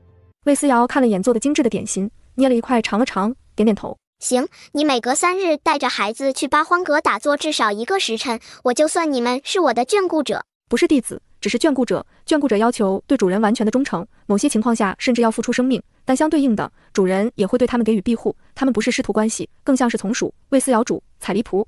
但尽管这样，彩梨已经是万分感激了。小郡主，我儿还未取名，请小郡主赐名。赐名？苏子涵都惊了。彩梨看来是豁出去了，连名字都让魏思瑶亲自取了吗？这是真的要把一辈子都交付给魏思瑶了呀！小人歪着脑袋，此刻他神情专注，无比认真地考虑着，半晌道：“就叫彩虹吧。”彩虹。彩梨哭着磕头：“谢谢小郡主赐名，谢小郡主赐名。”既然赐名了，他的儿子才算真的能活下来了。小胖鸟，他叫了一声，小鸟落在屋子里，爪子上还勾着一缕狐狸毛。这又打架了吗？收拾东西，准备搬家，咱们要去八荒阁了。叽叽叽！好呜！梁小芝无比激动。对了，还要搞个护山大阵，可惜我的痰盂坏掉了，要是再能找到一件我的法器就好了，那这护山大阵就真的牢不可破了。魏思瑶捏着下巴，蹙眉思考。一个宗门最基础也是最重要的东西，护山大阵最好还是搞一个。他记得大周最近可能会有一场大的动荡，会有魔族大规模入侵。虽然大家的命运都改变了，魔族入侵的事情不知道会不会发生，但最好还是小心为妙。于是他一边想，一边努力装。思思，你在做什么？送走了彩梨，苏子涵一进门便看到不断收拾东西的奶团。娘，搬家去八荒阁，那才是他们地盘。苏子涵被他逗笑了，才要说话，一道圣旨也下到了新月公主府。公主，接旨吧。皇上的意思很明白了，7日后是吉日，皇上亲自送小郡主上八荒阁。哼，咱们八荒阁呀，正式开山立宗了，恭喜恭喜！外面围观的路人炸了，这八荒阁正式开山立宗了，到时候一定要去看看的。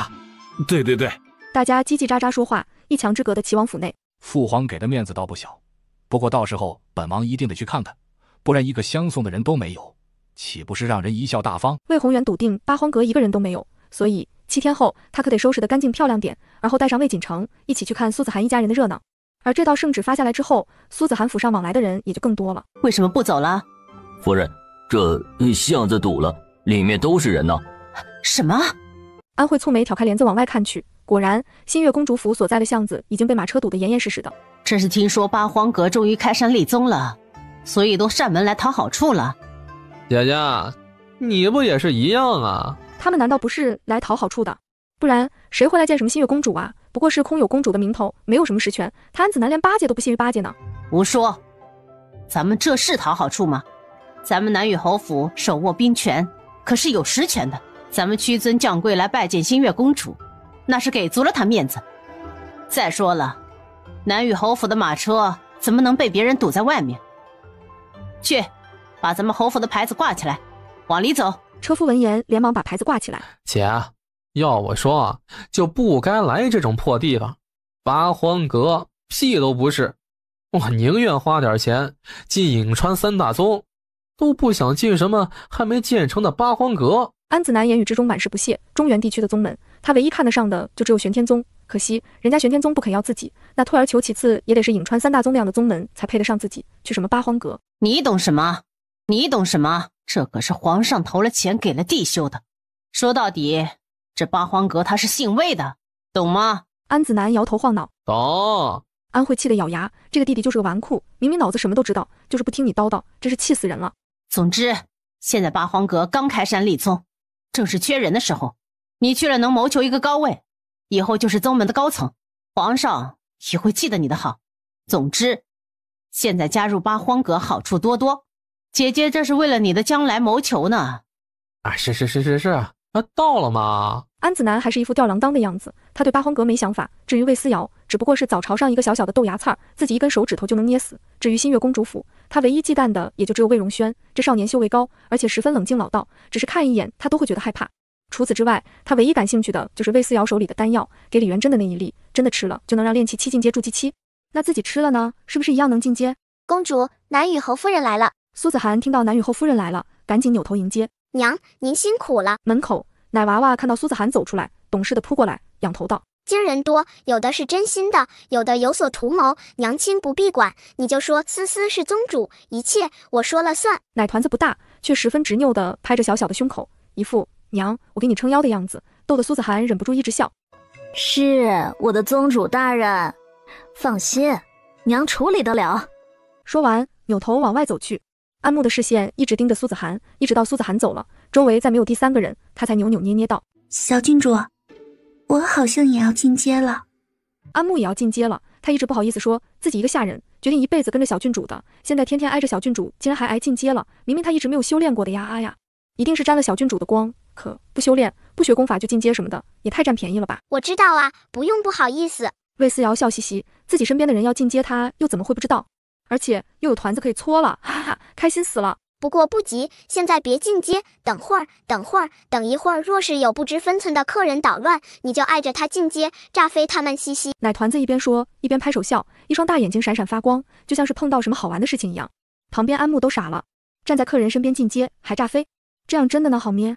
啊，炸飞客人？没事的，一切有我在。奶团子拍着自己的小胸膛，安慕还真的被他说动了，于是也认真的点点头。一切我都听小郡主的。这就对了，来，小雪球，继续玩球。小狐狸一跃而起，直接把安慕手里的球扑过来，跟小胖鸟两小只一起抢夺。魏思瑶也跟着加入，3小只玩得不亦乐乎。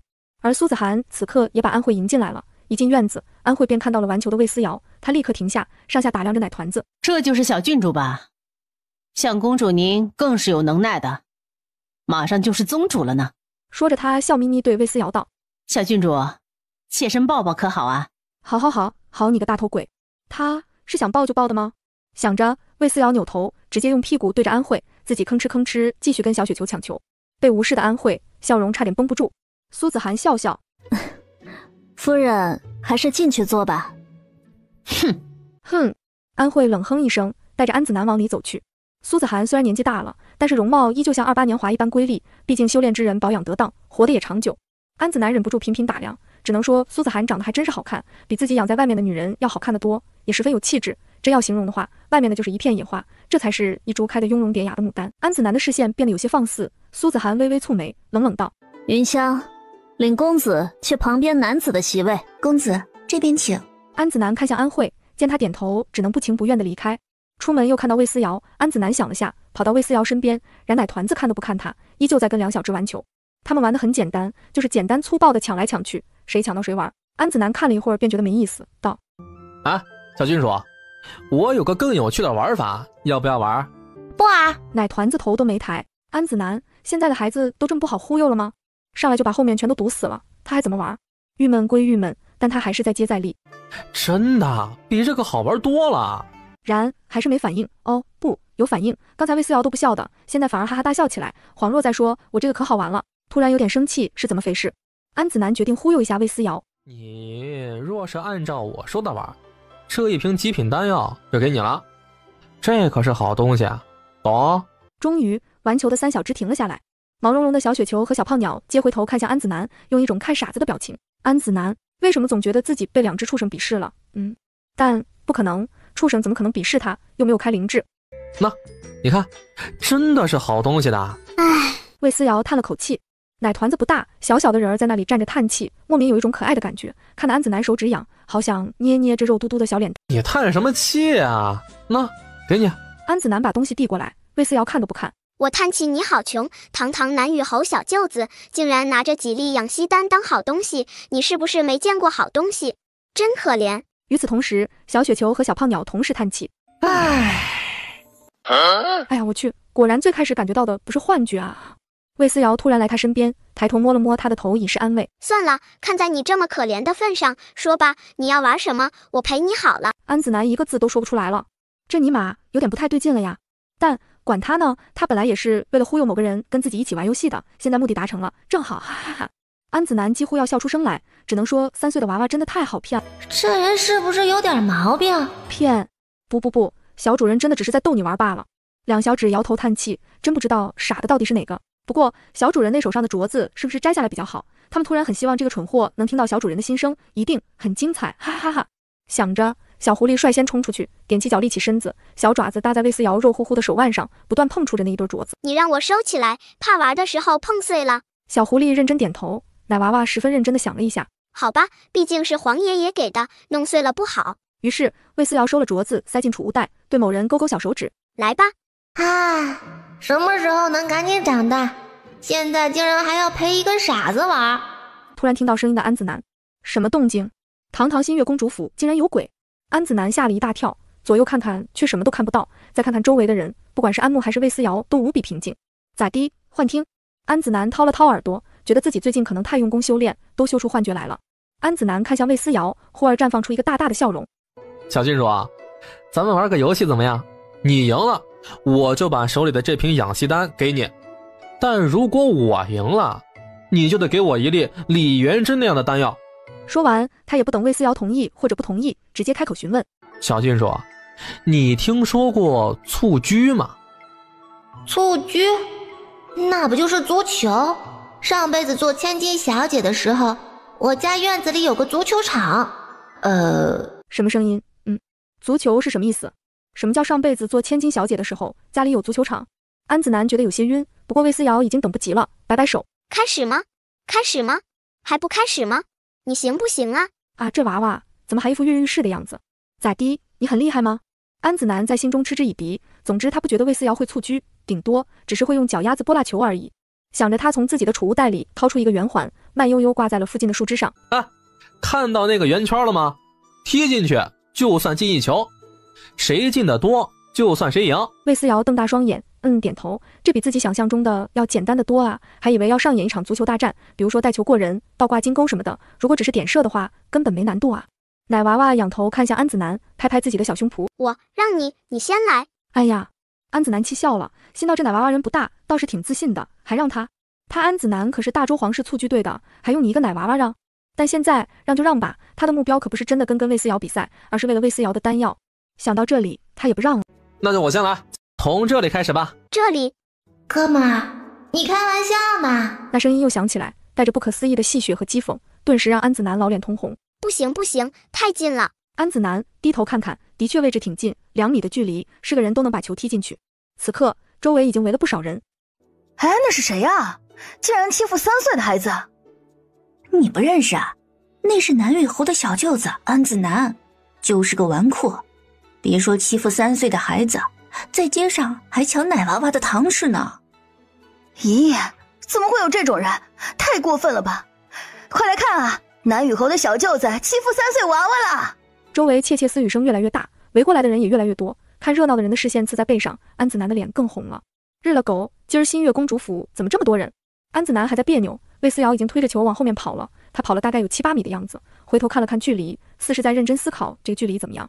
安子南连忙追上来。啊，这里吧，就这里了。7、8米的距离还算在掌控之中，他如果全神贯注好好踢的话，应该能进。行不行？太近太近！魏思瑶踢着球继续往后跑，嗖的又跑出去几10米。安子南甚至觉得这丫头要是再跑远一点，自己可能都看不见这个小豆丁了。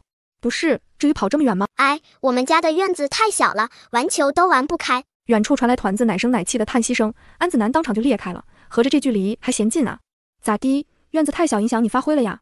安子南在心中嗤之以鼻，大家都说他安子南能吹牛，现在看看新月公主府的小郡主比他还能吹，这就是个大忽悠。鉴定完毕，好了，就这里了。远处魏思瑶挥舞着小手手，安子南看看距离，好吗？已经超过50米了。他站在魏思瑶身边，甚至都看不清球门在哪里。安子南，这怎么踢？再看看四周，周围的人明显一副看安子南欺负小娃娃的表情。为了证明自己不是欺负3岁孩子，他只能点头。行，就按照你的，就在这里比。反正大家都踢不进去，结果就是谁都不进，而后缩短距离再比呗。哼，早晚还会回到2米以内的。安子南不屑一顾。那你先来吧，让你。魏思瑶严肃认真，那小模样跟个大人似的，看得周围的人直乐。思思小郡主真是可爱啊。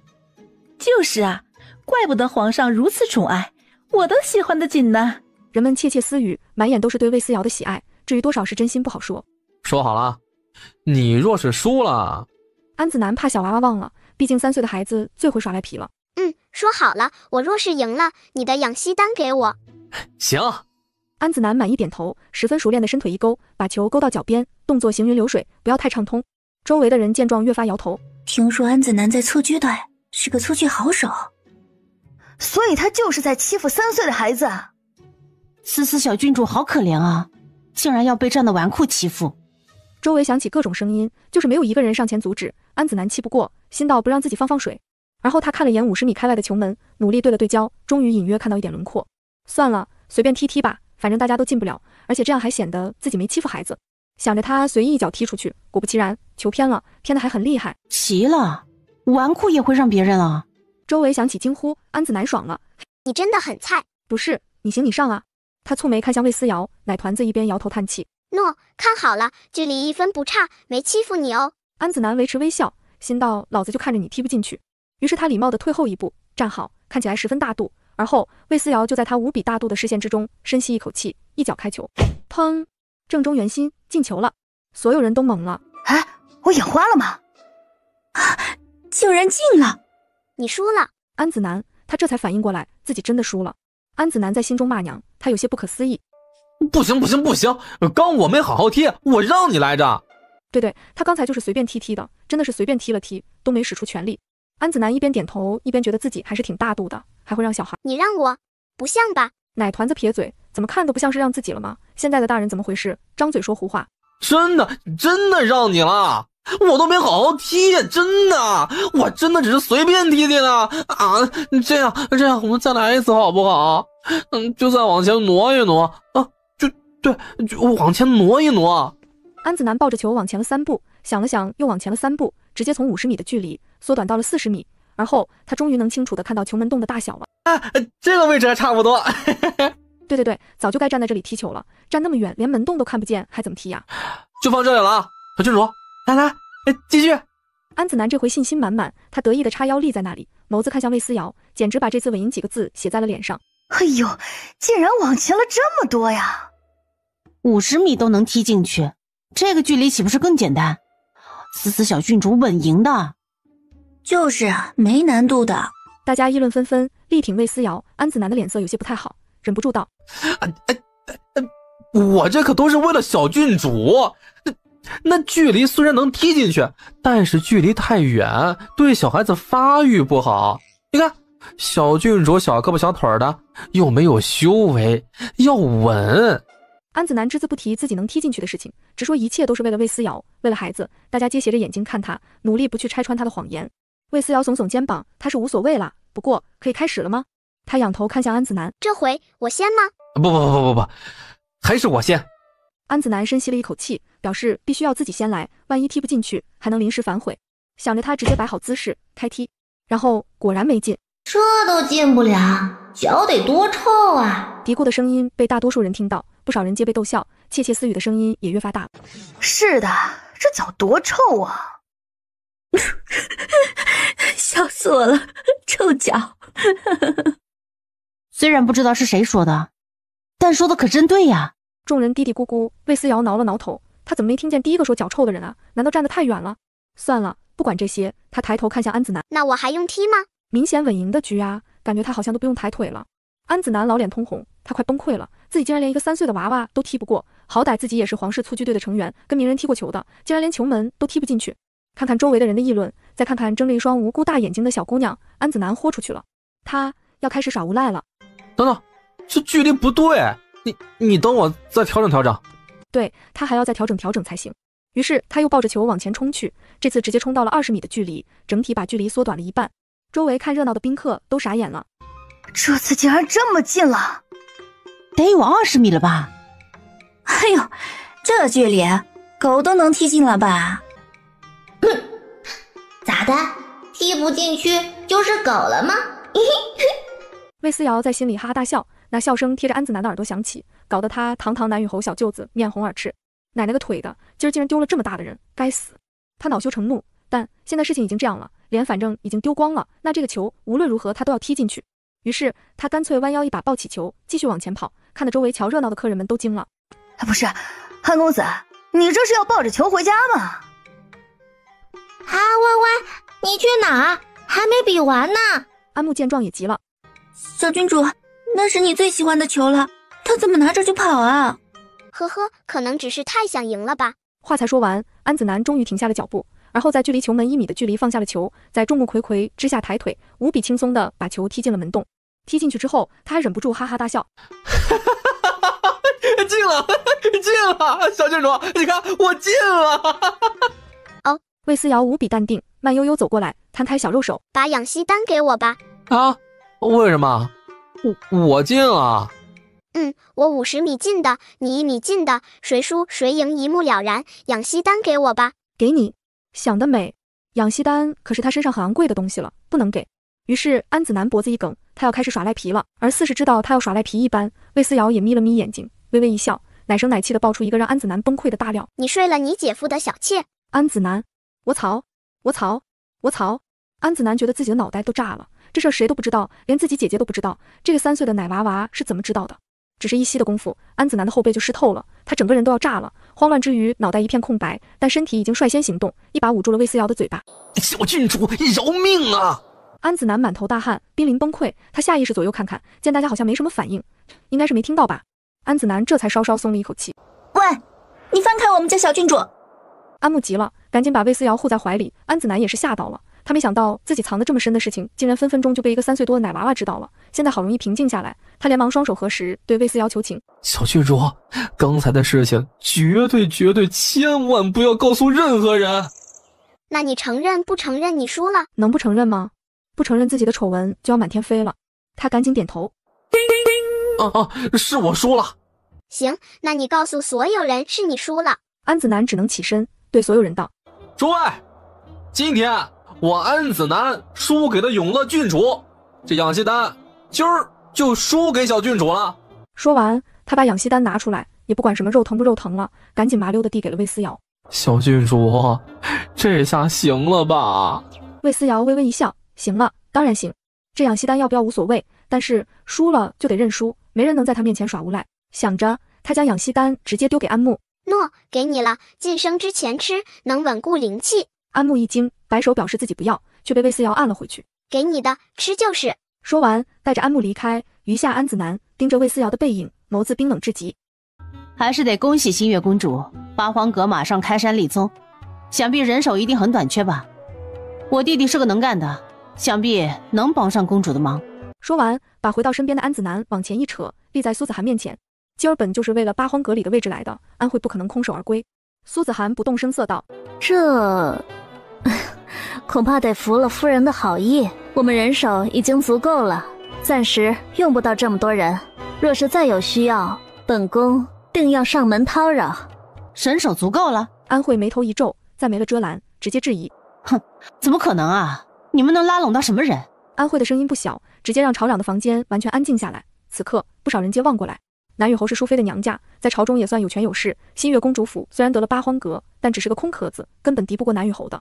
我们八荒阁人手很多。众人齐齐望去，只见3岁多的奶娃娃立在门口，身后跟着一个小丫鬟。安慧瞥了这奶娃娃一眼，新月公主，女儿再优秀也不过才3岁半，只是个孩子，有些时候还是不要由着一个孩子的性子来，以免酿成大祸。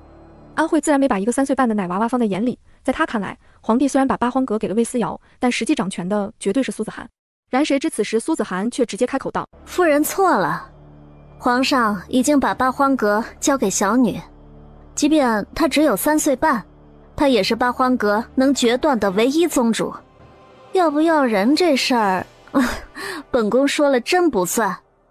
夫人还是问问宗主的意思吧。”什么？这个新月公主竟然这么不给面子的吗？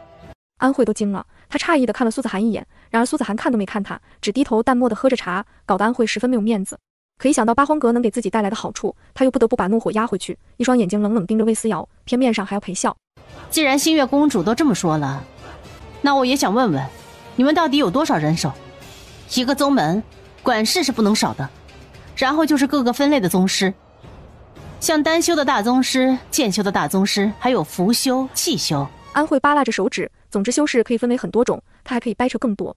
魏思瑶不耐烦地打断她：“各个分类就不必这么多了，就算只玄天宗也只是体修的修士而已，神农宗更是只有丹修，宗门没必要搞那么多，忠于一样就可以了。夫人说的那些，我们八荒阁真的有了。”安慧还想挣扎一下，道：“那你们八荒阁有厉害的人做宗师吗？实在不行，我们子南的剑术还是了得的。”魏思瑶啧了一声，扭头看向门外：“徐渊舅舅还没到吗？”传讯符都发出去了，这位还在磨蹭什么呢？赶紧过来打脸了！什么徐渊？安慧听到了一个陌生的名字，当即在一边摇头讥讽：“这个名字闻所未闻，这么一看，肯定不是什么有来头的人。八荒阁虽然是刚建立的新宗门，但也不至于搞一些来路不明、毫无知名度的人来吧？毕竟是皇上亲自下旨建造的宗门，代表的可是咱们大周的脸面，大家说是吧？”安慧故意带节奏，眸子也跟着左顾右盼地看向屋子里坐着的女眷们。一群女人坐在一起，肯定不知道外面的事情，这些都是只会待在内宅的人。她们互相看了看彼此，面面相觑半天，都跟着点头。是啊，八荒阁代表的可是咱们大周的颜面呢。而且，妾听说三国的弟子们，还有颍川的3大宗的弟子，不都来咱们大周的南间了吗？这个时候，八荒阁开山立宗，是得找那些响当当的人物来才行啊。新月公主，这事儿是不是重新考虑为好呀？八荒阁毕竟还关系着咱们大周的脸面。明明都是深闺之中的女人，现在却嚷嚷着说起什么家国大事来了，真是无奈。你们这些人懂什么？魏思瑶在一边摇头叹息，苏子涵也微微皱起眉头。娘，你就让他嘚瑟。新月公主，我也是为了你好呢。我这个人啊，就是热心肠，这个徐渊真的是没有听过呀。说着，他扭头看向其他人，故意问：“你们听过徐渊这个名字吗？”他身边的夫人是一等伯的夫人，自然是不敢惹南雨侯府的夫人，连忙笑着摇头：“没听过。”如果是厉害的宗门的人，我们多少也是听过的，像是颍川3大宗的青阳真人以及郑玄上人等等，大家都没听过徐渊这个名字，但是我们子南的名字却是响当当的。我们子南当初在青云大比上可是拿了第3名的。啊呸！不过是一坨狗屎，还真往自己脸上贴金啦！什么东西？你弟弟是什么梗？你这个当姐姐的不知道吗？你们可是亲姐弟，一个茅坑里爬出来的东西。魏思瑶在心里骂骂咧咧，他的心声毫无意外又被大多数人听到了。所有人皆脸色微变，安慧恼羞成怒，看向四周，是谁在说话？咋的？被听到了？不可能吧？没人说话。夫人是不是想借题发挥，所以才故意说有人说话？安慧有些不自在地往四周看看，果然大家表情都没什么变化，好像真的没有人听到似的。她正愣了一下，而后扶了扶额头，心道自己怕不是真的出现了幻觉。怎么会呢？我是来道喜的，借什么题发什么挥呀？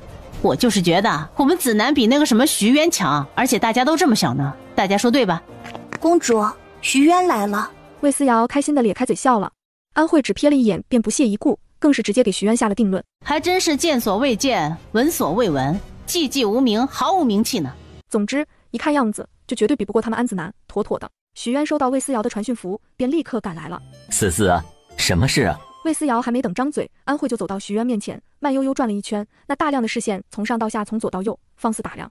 徐渊微微蹙眉，明显能感觉到来人的不怀好意。哟，这位就是传说中的徐渊呢，瞧着也不怎么样嘛。新月公主，这种人不行的。就是八荒阁怎么能用这么平平无奇的人，会给大周丢脸的。众人你一言我一句，说的都是安慧想听的话。徐安这会儿也听出来了，这些人恐怕是为了八荒阁来的。徐某可不是什么平平无奇之辈。小郡主，不妨让这两个人比一比如何？看看到底谁更强，到时候我们就留下哪个，如何？啊妈呀，这人是来搞笑的吧？还比一比？哼，安子南那熊样，连3岁的娃娃都比不过的。魏思瑶眉毛挑起来老高，看安慧就像看一个笑话。他知道某些人今天一定会丢大人的。而这心声贴着耳朵响起的时候，安慧又一惊，下意识左看右看，她搞不清楚到底怎么回事，但看周围的人神色如常，又只能压着火气装作若无其事的样子，心里却已经在破口大骂，让他查到是什么人在多嘴多舌，一定拔掉这人的舌头。假如若是我弟弟赢了，他就是八荒阁的大执事，但为了公平公正，省得有人说我南域侯府欺负人。如果输了，我让我弟弟回去闭关，直到能赢的时候再出来。好，那就来吧，比什么你来选。不欺负你，就比最普通的剑吧。比剑？这厮竟然跟徐渊比剑，我真的要笑死了。哎，那什么安木，我的小板凳呢？我得零食瓜子呢，全都拿出来，一会儿我全都要用。哈哈哈。我这柄长剑可是炼器大师纯云子锻造的，那可是大周境内有名的炼器大师。我说你叫什么来着？他挑眉挑衅地看向徐渊，徐师兄冷眼看着这个小卡拉咪吹牛逼。徐渊，好，对，徐渊。嘿，一会儿比试的时候你还是小心一点，我怕一不小心戳死你，再伤了我们跟新月公主府的和气。说完他便再也忍不住嚣张的哈哈大笑，安慧脸上也跟着浮现出一丝丝满足和得意。魏思瑶漆黑的大眼睛亮晶晶的，他故意走到徐渊身边，仰头扯住徐渊的手，奶声奶气问：舅舅，你觉得他的法器如何呀？徐渊摇头，哼，不过是个破烂货罢了。哎呦，严重了，真的连破烂都算不上。魏思瑶在心里哈哈大笑，刚才还能嘚瑟的安慧和安子南现在嘚瑟不起来了，他们原地气炸了。你说谁是破烂货？不如阁下把你的法器亮出来，也让我们看看你的到底是什么玩意儿。舅舅，你把你的法器拿出来给他们看看吗？而且我们大家也都想看。拿出来，拿出来，哈哈，这可是昆仑宗第一剑修的剑，拿出来吓死你们，哈哈哈。徐渊瞥了眼奶娃娃眸子里的期待，忍不住也笑了笑，扭头看向苏子涵，见师妹也冲他点点头，徐渊这才缓缓从储物戒指里抽出一柄剑。若是以前，徐渊就算拔剑也会隐藏剑的气息，但这次没有，所有禁制全开，毕竟演武堂本身就有禁制。于是明明剑还没拔出来，只是露出一点剑柄的颜色，众人便感觉到了如狂风暴雨一般侵袭而来的威胁戾气。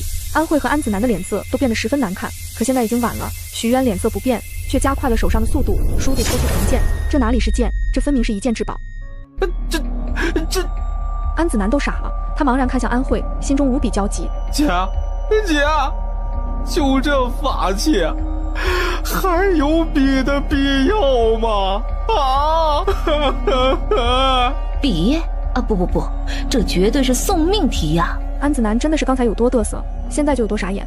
本来还挺意气风发的，现在止于下了瑟瑟发抖。安子南咽下口水，喉结狠狠滚动了一下，他不想比了，真的，但是又不好自己提出来，毕竟他也是要面子的。此刻安慧的脸色也十分难看，怎么说呢？有一种踢到了铁板的感觉，但是更多的感觉则是丢人丢大了。哼，还比吗？还比吗？就问你们还比吗？徐渊舅舅给力，好想立刻给徐渊竖起大拇指，灭哈哈！这声音无比嚣张，后面还跟着哈哈大笑，听得安慧怒火中烧。他很想按着弟弟的脑袋跟徐渊比一比，但是一看到弟弟求助的眼神，他也只能把怒火往自己肚子里咽。比个屁啊比！真要比的话，人家不用动，光迸射出来的剑气就能搞死他弟弟。事情到了这一步，安慧也明白自己不低头不行了。这位徐渊仙人，不知道你是什么来头？认输，认输也得知道这人到底什么玩意儿吧。昆仑宗第一剑修，大长老徐渊。昆仑宗，那不是？对，西北第一宗。徐渊冷冷开口，竟然是西北第一宗门的大长老，厉害呀！这么一看，安子南根本不是对手，皮鞋都不配啊！嘘，南雨侯夫人望过来了。安慧已经不能再装逼了，她只能陪笑开口啊，原来是昆仑宗的大长老，真是有眼不识泰山。子南，还不把剑收起来，过来见过大长老。说是能得大长老指点一二，你定能再进步。这就是给安子南递梯子呢，他们姐弟俩默契十足，安子南更是直接跟上。大长老，是小的有眼不识泰山，见过大长老。黄罗刚才嚣张嘚瑟的是别人，但可惜徐渊完全不给这俩人面子。我还有话对师妹说，没什么事的话，诸位还是请回吧。徐渊这是在赶人了。安慧自打嫁入南雨侯府，还没被人这么赶过，当即脸色难看，但众人根本打不过，她也只能狼狈地扯着弟弟离开。没想到新月公主一个没背景的东西，竟然能拉拢来如此厉害的角色。安慧倒是沉得住气，她冷冷开口，没听到吗？那个人管新月公主叫师妹。师妹？难道是汝南苏氏出来的？可是汝南苏氏的弟子怎么可能拜在别人门下？除非是……姐弟二人眼睛一亮，齐齐开口，除非是被赶出宗门呢。安慧畅快淋漓的大笑出声，她觉得自己找回面子的机会来了。姐，如果真的是被赶出宗门呢，那可有的瞧了。安子南抑制不住脸上的兴奋，整个人都欣喜不已。今儿在新月公主府上丢的人，这下就能找回来了，真是想想就开心。姐，这件事情我们什么时候公之于众啊？安子南越想越兴奋，他已经恨不能现在就跳下马车，将所有的事情公布天下，然后看着某些人倒霉了。不急，不是马上就要开山立宗了吗？到时候人一定会多，皇上也一定会亲自前来，到时候再揭发，一定会十分热闹的。你说是不？到时候揭发，安子南略微思索，便觉得真是爽死了，就该如此。还是姐姐想得周到，那就到时候再说。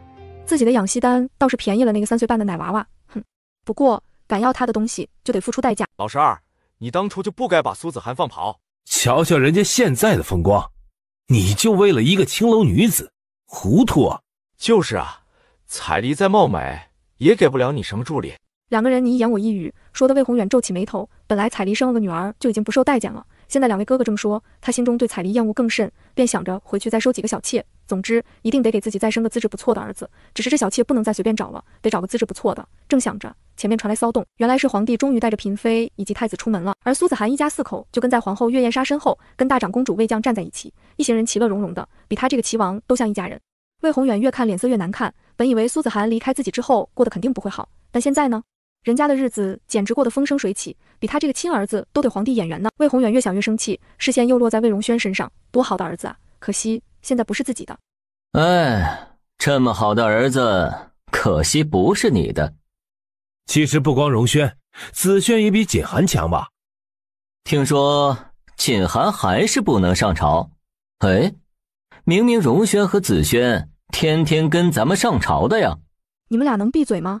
真是哪壶不开提哪壶。如果不是自己的哥哥，他真想一人抽一个大嘴巴子，简直有毛病。而魏楚烨看到魏思瑶带着镯子来的，便以镯子小了换个大的为由，让刘内监把镯子取回来了。这镯子的确小了，虽然换个大的理由很正当，但魏思瑶还是忍不住撇嘴。皇帝爷爷也太小气了，换个小的为什么要把镯子收走？留给我你会破产吗？思思小乖啊，皇帝爷爷真不是小气啊，这镯子能遮挡你的心声，但是爷爷不能说啊。但既然小宝贝有了这种心思，魏楚烨就得想办法解释一下，他只能屈尊降贵的蹲下，贴着魏思瑶的耳朵小心翼翼道：思思啊，皇帝爷爷那本上古古籍里写的，这个镯子一定要回收重新锻造，因为这个材料世上再也找不到了。哦，这样子啊。魏思瑶若有所思。好吧，我就不怪皇帝爷爷了。说完还伸手像模像样的摸了摸皇帝爷爷的脑袋，看得老爷子眉开眼笑。魏楚业开心的不行，起身之后脸就变得十分严肃，甚至眸子一横扫过所有目瞪口呆看过来的文武百官们，而后所有人便都尴尬且慌乱的移开视线，看天看地看风景，就是没有一个人看魏楚业和魏思瑶。总之，皇帝被奶娃娃摸头还笑呵呵什么的，他们没看见，什么都没看见。环视一周，见大家都如此知趣，魏楚业这才大手一挥，宣布启程。启程，该去八荒阁了，今天是开山立宗的日子。这就是八荒阁啊，金碧辉煌吧，看起来好高大上啊。这宗门不错啊，不知道怎么才能进来修炼。如果考试的话，我第一个把我儿子送进来。大家叽叽喳喳说话，大家都觉得这个宗门很高大上，一定是很好的宗门。闻言，安慧在一边冷笑：好个屁，连个厉害的执事都请不起，唯一厉害的还是被人逐出宗门的，这样丢人的人怎么配做八荒阁的执事？苏子涵哪里来的能力，能把宗门搞成这样子？魏宏远满头问号，不知道八荒阁有几位长老，几位执事，不妨给我们大家也介绍介绍。魏宏远一直觉得苏子涵请不到什么厉害的人，所以才敢这么开口，谁知这正是中了苏子涵下怀。魏思瑶更是用一种看傻子的表情盯着他渣渣爹，内心吐槽：人都说知己知彼才能百战百胜，就渣渣爹这种出门不带眼睛的主，光看面相就是惨败的那一个，不接受反驳，还故意问几个长老几个执事。他魏思瑶对此就从没隐瞒过，你不知道啊，真的只能怪你自己。所以魏宏远这根本不是来让他打脸的，这个渣渣真的是自己跑来打自己的脸，他真的是自找的。哎，还好娘亲合理了，不然跟着这样一个蠢笨无能的人，天天生气都能把自己气死。哎，真的好蠢，无药可救的那种蠢，只可怜了皇帝爷爷，一世英名，怎么就生出这么个拉低全家智商的主？突然被点名的魏楚业啊，这虽然知道自己儿子很蠢，但是突然被人这么直白的说出来什么的，他这个当爹的还是觉得很丢人的。魏楚业的脸色顿时有些不太好看，他很想开口呵斥魏宏远，让这个蠢货闭嘴，但是现在这么多人都在旁边看着，魏楚业只能皱着眉头生闷气。魏长老，都出来给大家介绍一下自己吧。魏思瑶一开口，旁边便有人站出来，奶娃娃坐在最高位，他现在是八荒阁的宗主，虽然年纪不大，但是威胁十足。许渊，八荒阁内门长老，负责剑阁。苏子涵，内门长老，负责藏经阁。魏荣轩，内门执事，负责戒律司。严志毅，内门执事，负责领药。4个人除了徐渊，皆没有宗门背景。而这几个人说完之后，魏思瑶继续道：外门的人进来吧。外门的人。众人看向外面，果然又有一行人走了进来，只是这一行人的身份更能让大周的子民们震惊。为首的便是独一圣手黄玉，他一出现，现场齐齐响起抽泣声，几乎所有人都十分激动，连魏楚业都不能幸免。这可是独一圣手，连皇帝都请不来的主，这样的人竟然是外门的人。黄玉，外门长老，负责教导内门单修弟子，监管外门戒律。教导内门单修，这话一出来，所有人皆是满脸震惊，一片哗然。安慧还等着嘲讽八荒阁没什么人呢，结果黄玉虽然是外门的，却教导内门。姐，独一圣手竟然亲自教导八荒阁的单修，天，这到底是什么好事啊？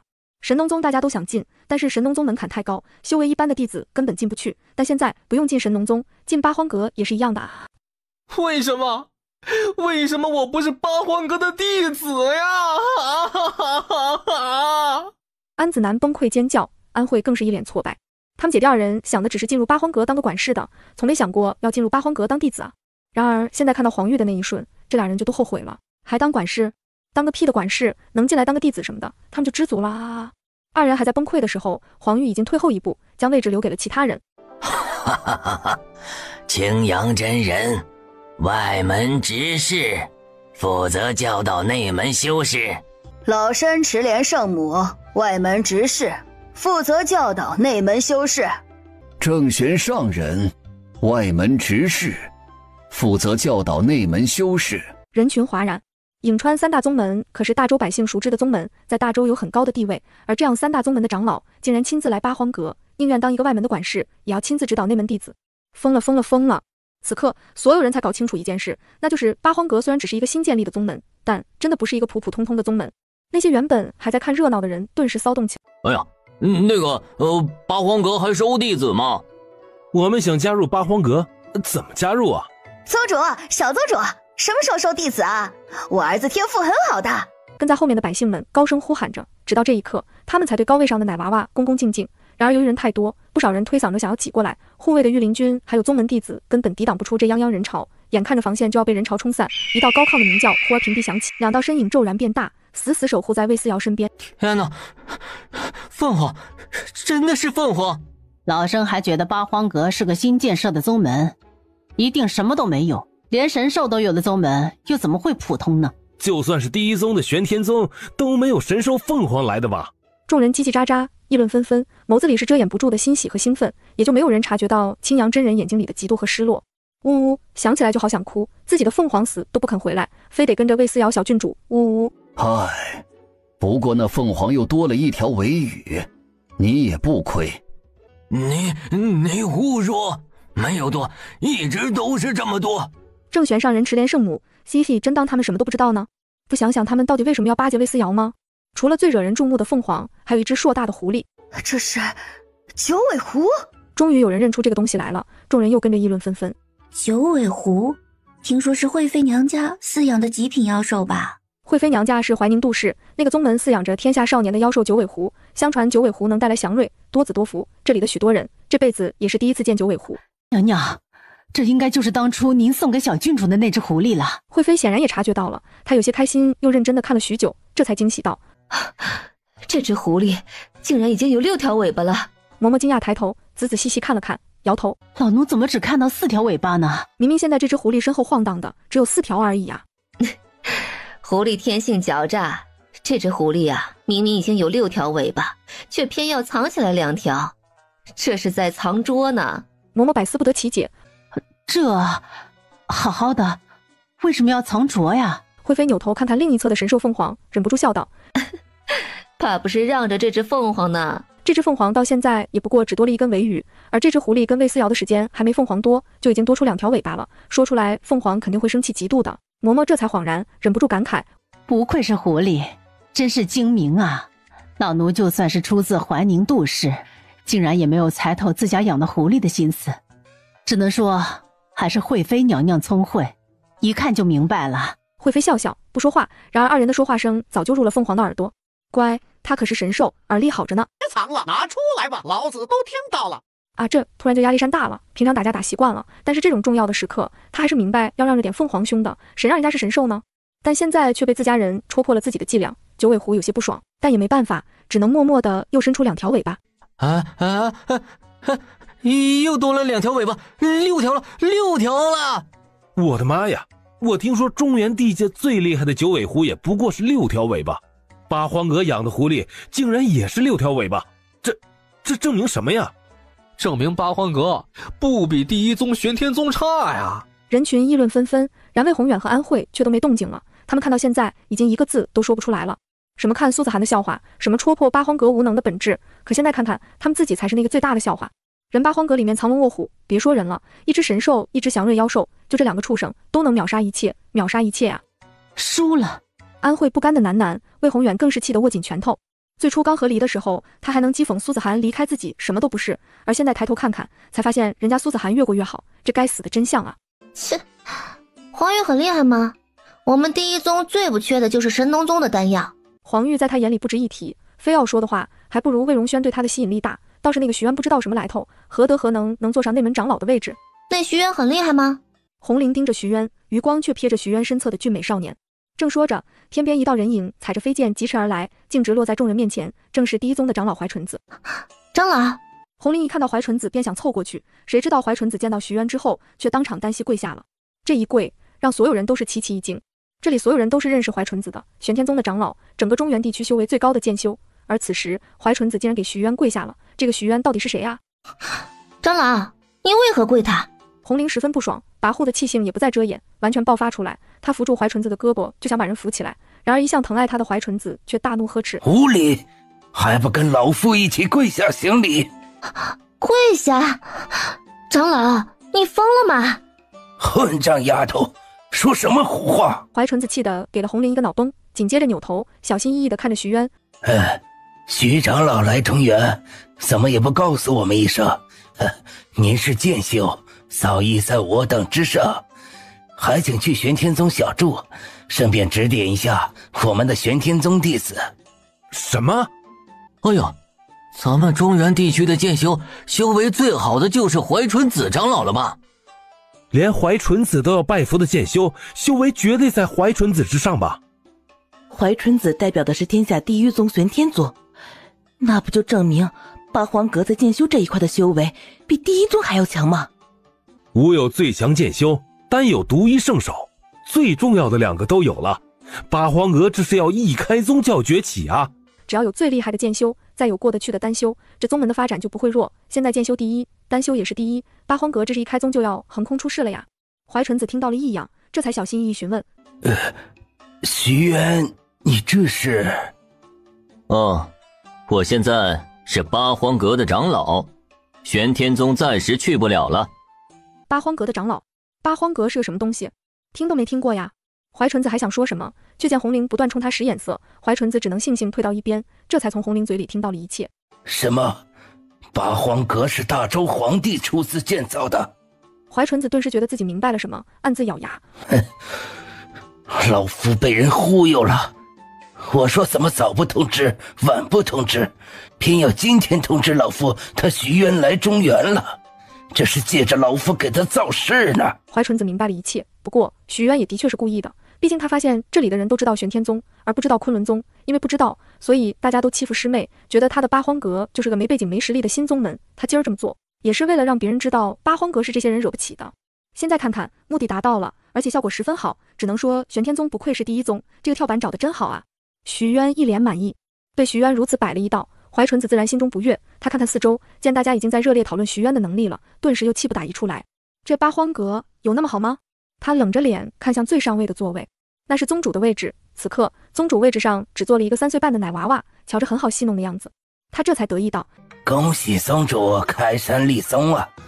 老夫瞧着这一切都好，有最优秀的剑修，还有最优秀的丹修，那就请宗主进行最后一步，开护山大阵吧。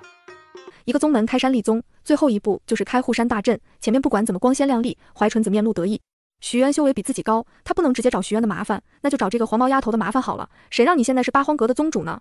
怀纯子洋洋得意看向魏思瑶，奶娃娃顿了一下，一双明亮的大眼睛忽闪着，而后微微一笑，那就依怀纯子长老所言，开护山大阵。凤凰、九尾去开护山大阵。怀纯子本还在沾沾自喜，直到他听到开启护山大阵的竟然不是魏思瑶，而是一只神兽，一只妖兽。等等，这2个厉害的东西开的护山大阵，那岂不是会更厉害？只见凤凰率先展开翅膀，乘着风在天空之中翱翔，九尾狐更是踏云而起，徐徐升起，却没有追着凤凰而去。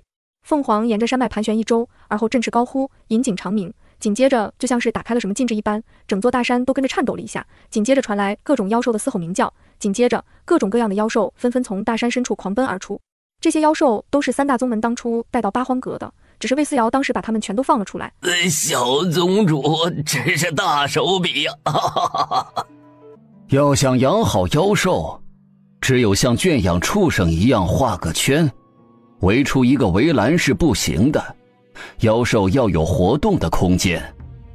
对，而且很多妖兽其实都生活在人迹罕至的地方，八荒阁后山这么大，正是他们生活的天堂啊！3个人连连点头，对魏思瑶的做法十分满意，更无比钦佩。还能说啥？只能说厉害了，小姑娘。我怎么瞅着里面还有些不是咱们宗门的妖兽？对，我也瞅着不是。那什么狮虎兽，我们宗门可没有啊。哎呀，这赤灵九喜鹿也是祥瑞呀！天哪，那不是九天玄鸟？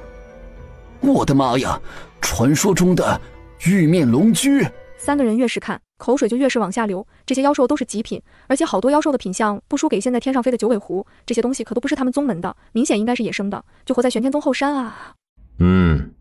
这些东西在才像个宗门该有的样子。紧接着凤凰虚空踏步，行走的位置就像是一个阵法，看得老百姓又惊又奇，而宗门的人却一个个都是大惊失色。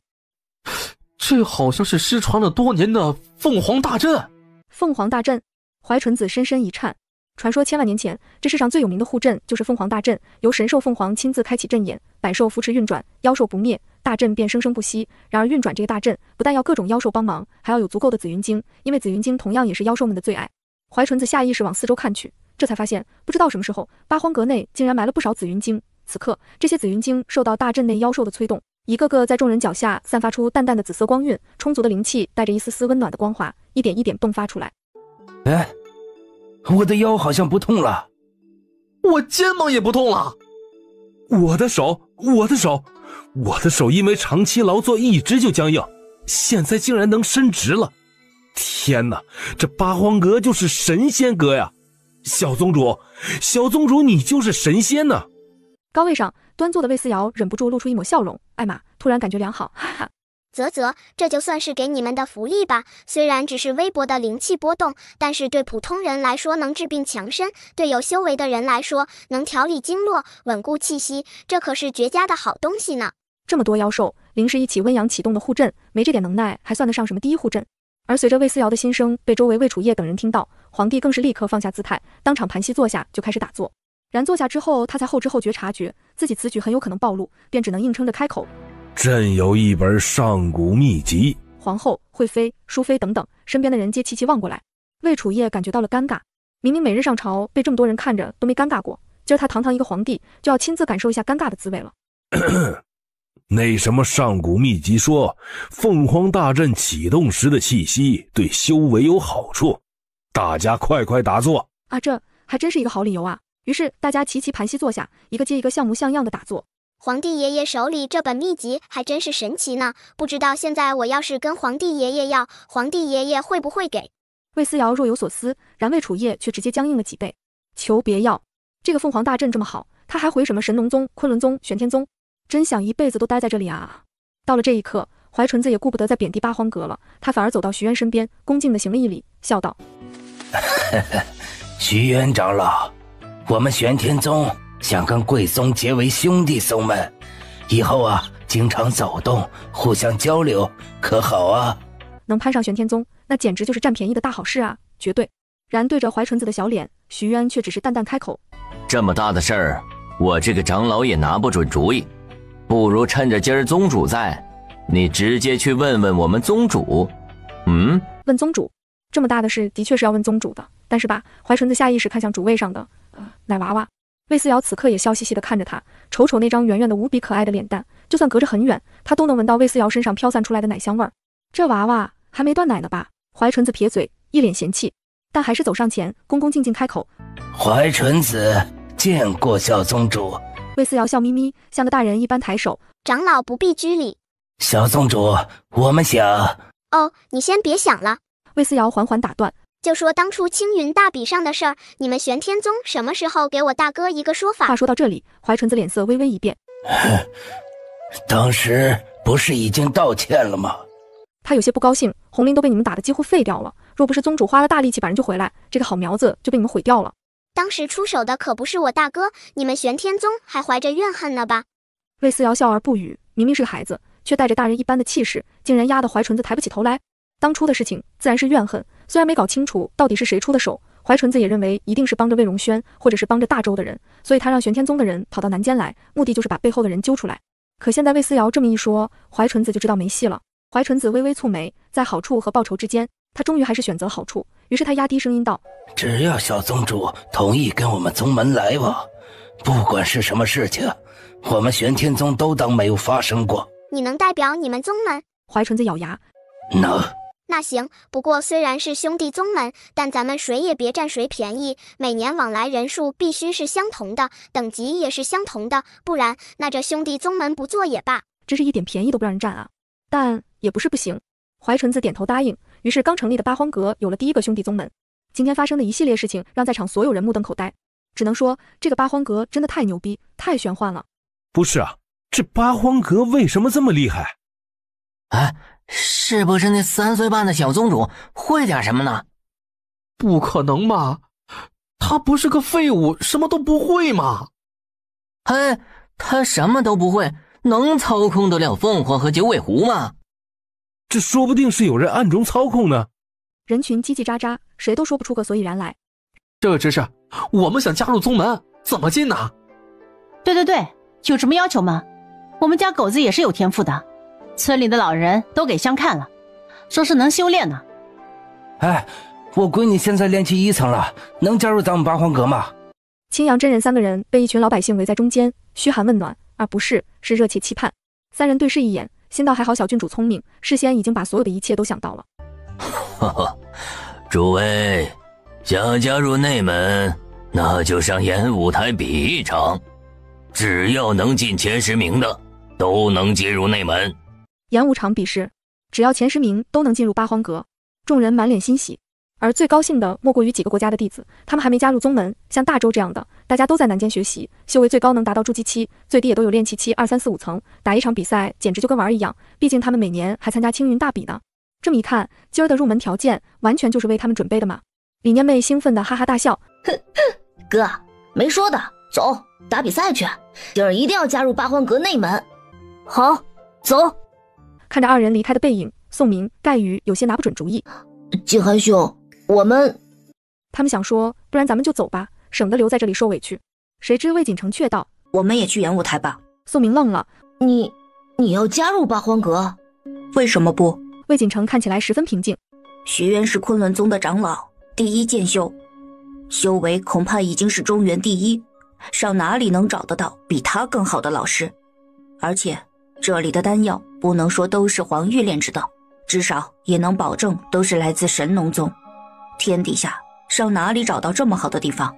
宋兄，为了我们自己的未来，有些事情该放下的就得放下。有便宜为什么不占？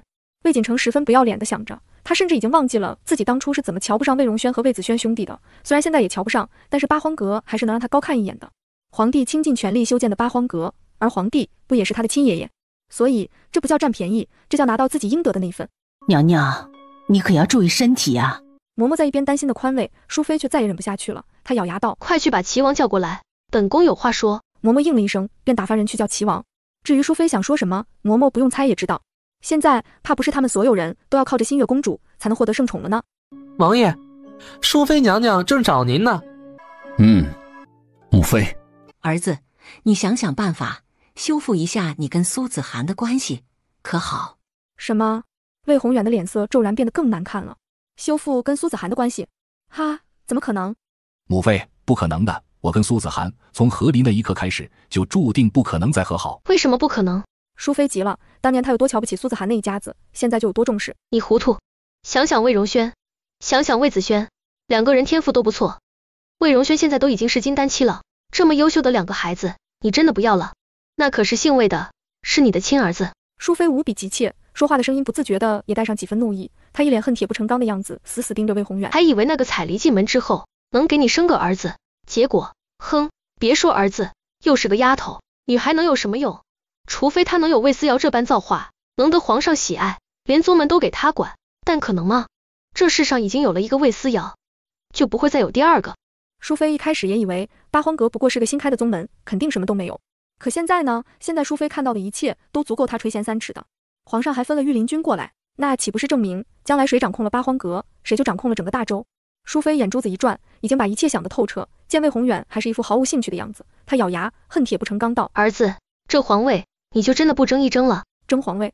魏宏远一惊，他诧异地看着淑妃，直到淑妃冷冷道：“谁掌控了八荒阁，谁就掌控了大周。”魏楚业倾尽全力建设的八荒阁，而反过来，八荒阁也能掣肘大周。毕竟这里的弟子绝对大部分都是大周有身份有地位人家的子嗣。如果将这样一批年轻人掌控，不就等于掌控了未来的大周吗？魏宏远一惊，这才猛地想明白，想透彻。母妃，我明白了。皇位不皇位的并不重要，重要的是其中错综复杂的关系。见儿子明白了，淑妃这才满意的扬起嘴角。我看苏子涵也的确是没人要，不如再把她娶回来。一来对你的口碑也好，大家会觉得你齐王念旧情；二来嘛，自然是对咱们有好处。淑妃把自己和儿子看得金贵重要，到现在她还没弄明白，人苏子涵不是没人要，是根本不想再成亲。淑妃脑子糊涂，魏宏远脑子更完蛋，这男人脑子有个坑，还是无底洞的那种。他也就是一琢磨淑妃的话，便在一边点头。母妃说的没错，这女人没人要，也就只有本王心善罢了。和离的女人再讨回来啊，这世上哪里有比自己更好的男人了？齐王冷哼一声，扭头走了。然而等找到苏子涵的时候，魏宏远却发现现在的自己根本无法接近苏子涵。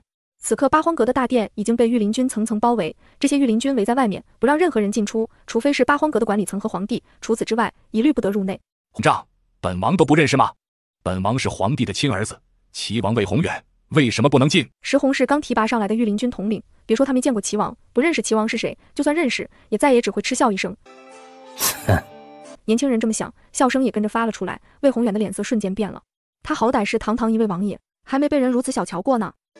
你在嘲笑本王吗？混账！他端着王爷的气势，对面前的年轻人咬牙切齿。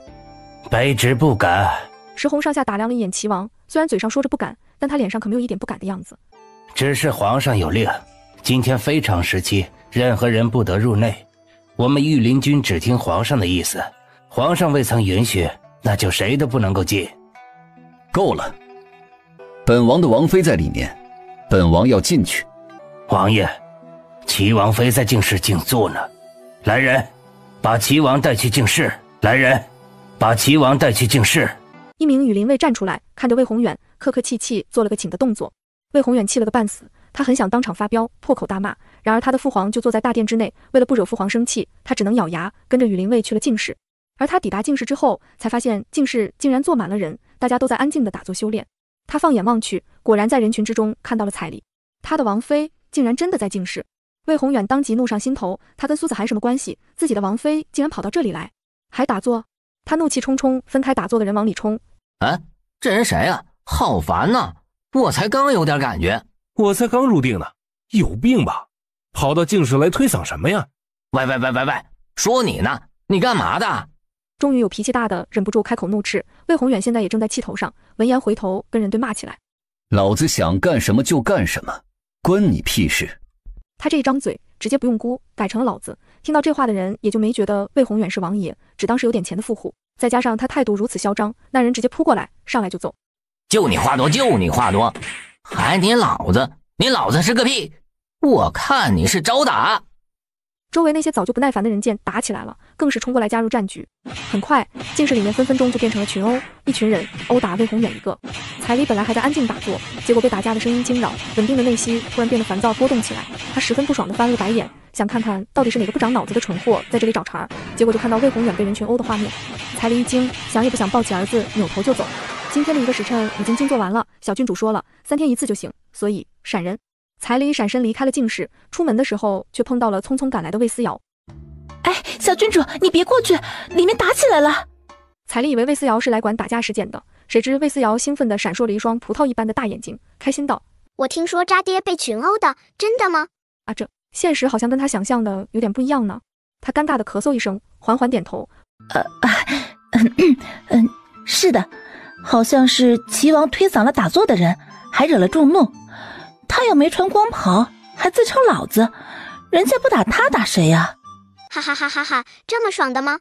艾玛还好，小胖鸟通知的及时，有热闹为什么不看？还是渣渣爹被围殴？艾玛，这种好戏8辈子见不到一回呢！大家慢点打，一定等我来再结束啊！王妃娘娘，本宗主还有事，先走了。魏思瑶心里急得不行，面上礼数却做得十分周到。小郡主，看热闹，可否带彩丽一个？你也想看？魏思瑶的眼睛更亮了，就像是发现了什么新大陆似的。他思索了一下，扯着彩丽跑到后窗，而后踩着自带的小凳子，偷偷摸摸打开一条缝隙，再递给彩丽一个凳子。诺，坐着看，瓜子和糖果，你选哪个？彩丽都看傻了，3岁半的丫头像变魔术一般拿出一大堆吃的，她甚至看到倒出来的茶水还冒着热气呢。乖乖，小宗主，看热闹，你是专业的。彩丽有些受宠若惊，只要了瓜子，而后跟魏思瑶2人一起坐下，扒着窗沿偷看某人被打。你们知道姑是谁吗？魏宏远被打得鼻青脸肿，主要有修为也没用，若是逼得大家一起拔刀的话，他就不是鼻青脸肿这么简单了。你是癞蛤蟆吗？打，狠狠的打！老子管你是谁，净室大家都做得好好的，你他妈就来捣乱了。八荒阁开山立宗第1天，皇上还在大殿坐着呢，你就跑来闹事儿。告诉你，老子这是在替皇上分忧，解决闹事的混账东西。打人的人义愤填膺，更给自己找了一大堆冠冕堂皇的理由。可怜魏宏远还想说，但已经被打得说不出一个字来了。人群里，王昌急得左看右看，别人不认识齐王，他是认识的。若是自己没看见还好说，现在这事儿就发生在自己面前，他要是装看不到，将来皇上责问下来，他可是吃不了兜着走。别打了，是齐王殿下。打？齐王？他们打的是王爷？一时间，竟是书弟安静下来。那些打人的人齐齐退后3步，恍若魏宏远是什么洪水猛兽一般。而此刻，也有人率先反应过来，扭头就往外走。余下的打人者也都反应过来，扭头纷纷往外走。哎呀，我想起家里灶上的火还没灭呢，我得回去灭火去。我老婆要生了，我得回家。余下所有人一个个的求生欲杠低，很快竟是就没人了，只余下王昌。王爷，齐王，您没事吧？魏宏远要崩溃了，脸上身上哪儿都疼，他只能颤抖着手道：告诉父王，本王委屈。人家是齐王，皇亲国戚，他一个小官，只能出去叫人。很快宫里的人便来了，七手八脚抬走了魏宏远。窗外，魏思瑶终于能放声大笑了。噗，活该，人家都在静坐，你去打扰，打你都是轻的。彩丽也看得挺乐呵，她突然发现看热闹也挺有意思的，比在家看折子戏好看多了。想到魏宏远挨打的样子，她便忍不住抿嘴偷笑。渣渣爹怕不是在静室看到彩丽了，所以才会勃然大怒，也不知道彩丽回去会不会挨打。魏思瑶的心声飘出来，彩丽竖起耳朵，完全听进了心里。看来齐王果然看到自己了，不行，他得赶紧回去准备一下。小郡主，我还有事，先走了。去吧，我们一家都搬到八荒阁住了，若是有什么事就传简讯来。说着，魏思瑶给了他一沓传讯符，看得彩丽眼眶微红。小郡主真是天大的好人，才3岁半，竟然还记挂着他呢。他开开心心的收下，行了礼，这才匆匆往回赶。鬼啊！演武台那边，众弟子们齐齐一惊，红绫等人抬头望着满天的漆黑，忍不住咬牙道：“是魔族！这好好的，怎么会有魔族啊？”景寒兄，快走！沾染上魔气，修为就全毁了。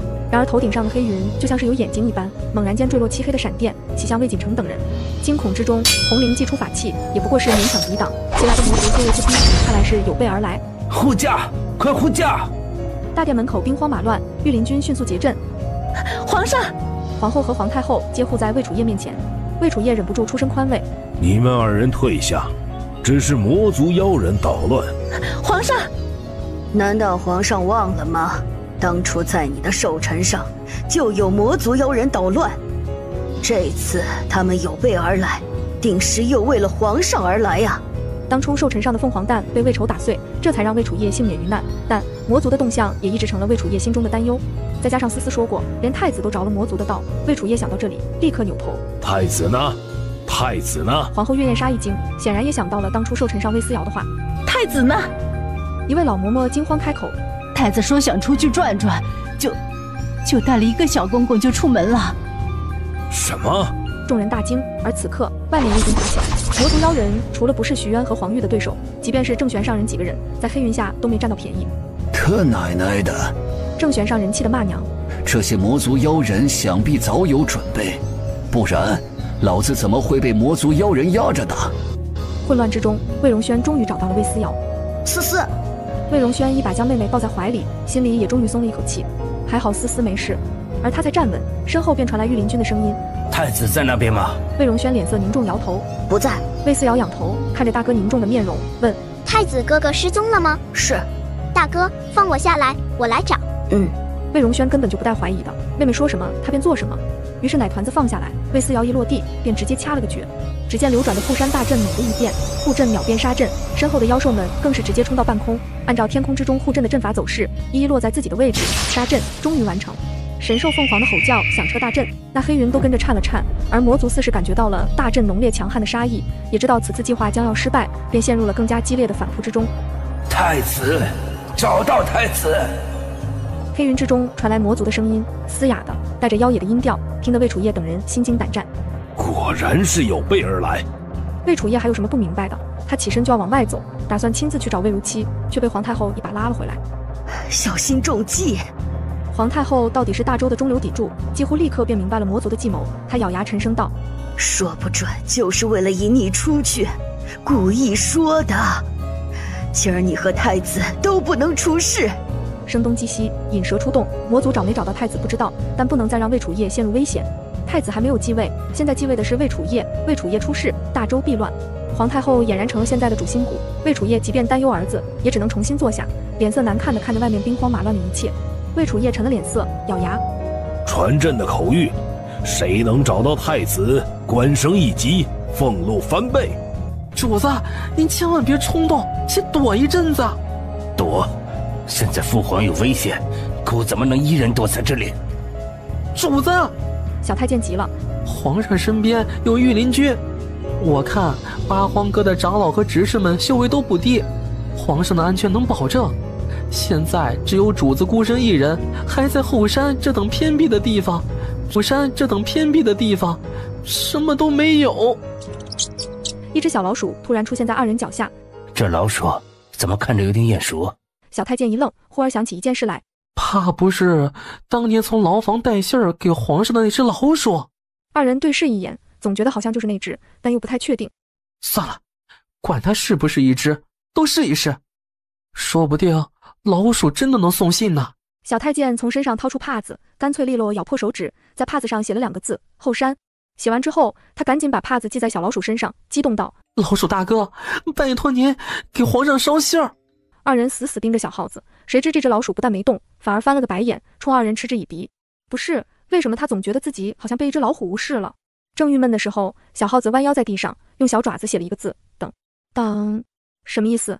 小太监看向魏如期，魏如期的眼睛闪了闪，没说话，只盯着小老鼠。那小老鼠又写下1行字，揪出幕后黑手。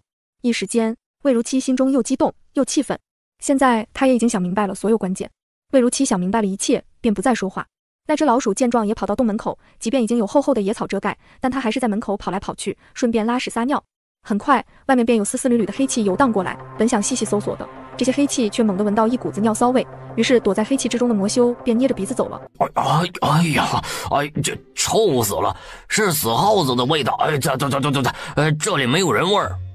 听到外面的声音，山洞里2个人皆是齐齐一哆嗦。原来魔修的鼻子这么灵。然这些魔族还来不及继续寻找，大阵变成杀阵，紧接着便是单方面的绞杀。这场突如其来的魔族袭击便被压制下去，八荒阁单方面大获全胜。而这一切也被大阵内所有人皆被这千变万化的大阵所震惊。这八荒阁好像是很强的样子啊。是啊，这大阵还能变成杀阵。怀纯子，你们的玄天宗能做到吗？怀纯子摇头，做不到啊。臣妾做不到呀。旁边正悬上人，他刚想说还好大家都没事，然一道惊呼已经响起：太子失踪了！太子失踪了！这消息如同炸弹一般在人群之中炸开，引得众人震惊不已。臣子们更是人心惶惶，匆匆朝着大殿奔去。皇上，当务之急是先找到太子啊！不论死活，总得先找到人再说。魏楚业哽咽了一声，闻言果然下令查找太子，诛杀魔族妖人。再然后，谁也没了继续留下来的心思。魏楚业直接下令回宫。思思，这段时间叨扰了。明明自己渣渣爹齐王是个蠢货，但他兄长魏如期倒是知书达理，温文尔雅。不打扰，大伯你在这里随意，只要不去前面的净室和演武堂，后面人少的地方你随便逛。哎，大伯人不错呀，当初娘为什么要嫁给渣渣爹呀？嫁给大伯也不错呀，而且大伯中魔气的时候还能帮大伯。不过虽然皇帝爷爷寿辰的时候大伯和皇爷爷躲过一劫，但怎么看事态还是没有改变，难道历史总会上演？不能吧。魏思瑶歪着脑袋打量魏如期，目光十分真诚，看得魏如期有些不好意思，主要奶娃娃太真诚了，倒显得自己有点虚伪了。不过历史总会上演是什么意思？难道他和父皇还是逃不过命运？魏如期想了一下，道：思思，你可有办法将这些恶人全部揪出来？说完了，魏如期又觉得有些不太对，这个侄子才3岁半，只是个孩子，他对着一个孩子胡说些什么？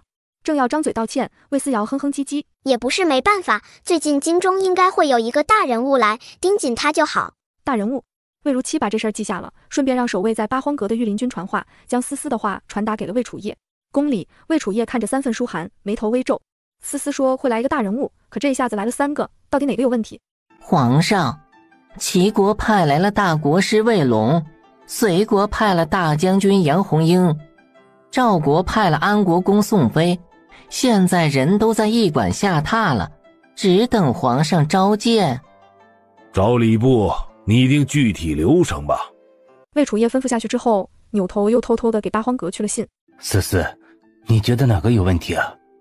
因为3岁半就不问了，不可能的，这位3岁半搞得跟300岁似的，不问他问谁？魏如期彻底躺平，也终于明白为什么父皇如此重视魏思瑶了。这是个孩子吗？不，这是大周的定海神针，看看再说。魏思瑶也不好说，万一事情跟以前不一样了呢？他的看到人才能下定论。而此时，都城门口的驿站里，一个女子的身影缓缓出现。大国师，卫龙点点头，捏着山羊胡沉声道：“这次回来，切不可暴露了身份。”大国师放心，奴知道该怎么做。放心吧，你想要的都能得到。卫龙的表情显然很开心，似是在谋划着什么十分容易的事情一般。姬妾就拜托大国师了，只要是大国师说的，这些人就会相信。我自会见机行事。老十二，你这前任王妃可真厉害，八荒阁一开就坐到咱们所有人的前面了。这还只是刚开山立宗，若是到时候八荒阁发展的越来越好，将来岂不是要跑到父皇的前头了啊？这话说的有些大逆不道，但说者无心，听者有意。魏宏远没说话，心中却对淑妃的话再一次做出了肯定的选择。母妃说的没错，八荒阁果然很重要。很快，酒过3巡，大家言谈也都随意起来。随国大将军杨红英率先站出来，行了个礼，扬声道：“我大隋女王给陛下带了一份礼物。”说着招了招手，一个盖着红布的东西被人抬了上来，众人都跟着望过来，面露好奇。当红布揭下来的时候，众人这才大惊：“这是什么啊？”大家忍不住议论纷纷。杨红英则是得意地看了看四周，故意道：“哼，我家皇上称赞大周人才济济，人杰地灵，不知道是否有人知道这里面是什么？如果能答上来，那这份礼物也算送对了人，不然岂不是浪费了这么好的东西？”杨红英态度傲慢，一双上挑的眉毛带着强横的攻击性，她斜着眼睛看人的时候，更能让人感觉到她的傲慢和挑衅。魏楚夜微微蹙眉，心情却越发不美妙。但他又不能直接把人抓起来毒打一顿，不然自己这英明神武的口碑就得划掉重写了。为了维护自己的面子，他不能发飙，但被一个小小的女将军蔑视，又让他十分的不痛快。他下意识道：“可有人认识此物吗？”然整个席面上鸦雀无声。哈哈哈，这么大的一个国家，竟然没一个人认识这玩意儿。下官还以为大周多厉害呢，也不过如此啊。魏思瑶挠了挠下巴，心道：“啊，就这破玩意儿，很不好认吗？”魏思瑶没戴镯子，冷不丁听到小丫头的心声，魏楚夜愣了一下，十分后悔忘记给小丫头片子戴镯子了。抬头看看，见杨红英还有那几个国家的来客好像都没什么反应，魏楚夜松了一口气，还好离得远听不到。看来没人认识这是什么东西呢，你们大周也不过如此了。住口！我们大周皇帝圣明，国泰民安，你身为大隋的大将军，说话要注意分寸。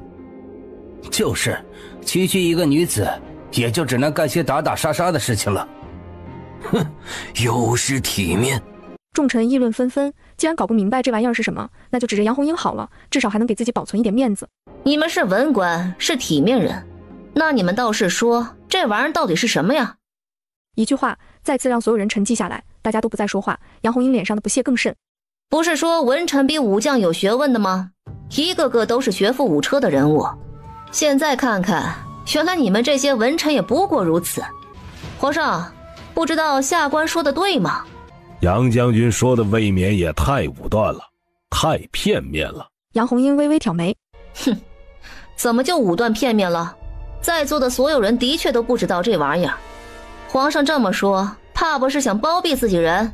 魏楚夜笑笑，这玩意儿在我们大周，就算是3岁的孩子都认得。我大周的臣子们又怎么会不认得呢？魏楚夜稳得很，说话的语气都不疾不徐的。要不是这些臣子们都知道自家皇帝什么尿性，怕不是真以为魏楚夜知道这是什么玩意儿了。哈哈哈，皇上，您就不要开玩笑了。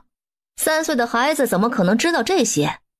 也就是大齐的大国师见多识广，还通神明，才会知道这玩意儿的来历。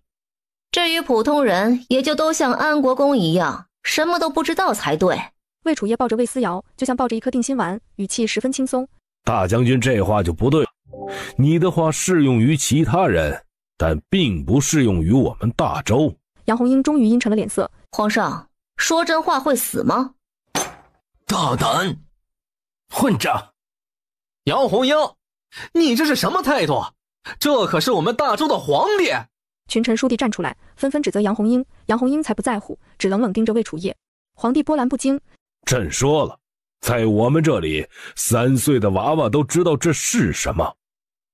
好，既然皇帝您不要脸面，那末将也就无所顾忌了。既然皇帝坚持说3岁的娃娃都知道，那就请皇上怀里的女娃娃站出来说说，这到底是什么吧。杨红樱的目光落在魏楚夜怀里的魏思瑶身上，毕竟在场所有人只有这个年纪最小。突然被点名的奶团子都愣了，谁知道啊，家人们，他就只是想安安静静的坐在一边吃个瓜，怎么就突然成了中心人物了？不是，皇帝爷爷，你怎么想的？3岁的娃娃都知道这句话，您老人家重复说了2遍，您老人家怕不是真的想把他魏思瑶推出来挡刀子吧？突然被点名的魏楚夜，突然发现有的时候能听见心声也不好，至少现在真的就挺尴尬的。思思小宝贝，快上去告诉这个阿姨，这是个什么东西？不是这么信人家的吗？真不怕他不知道，然后乱说一通？魏楚夜笑眯眯，只要他当不知道，那就永远都不会觉得尴尬，哈哈哈哈。奶娃娃十分无语，但还是一扭一扭的走到杨红樱面前。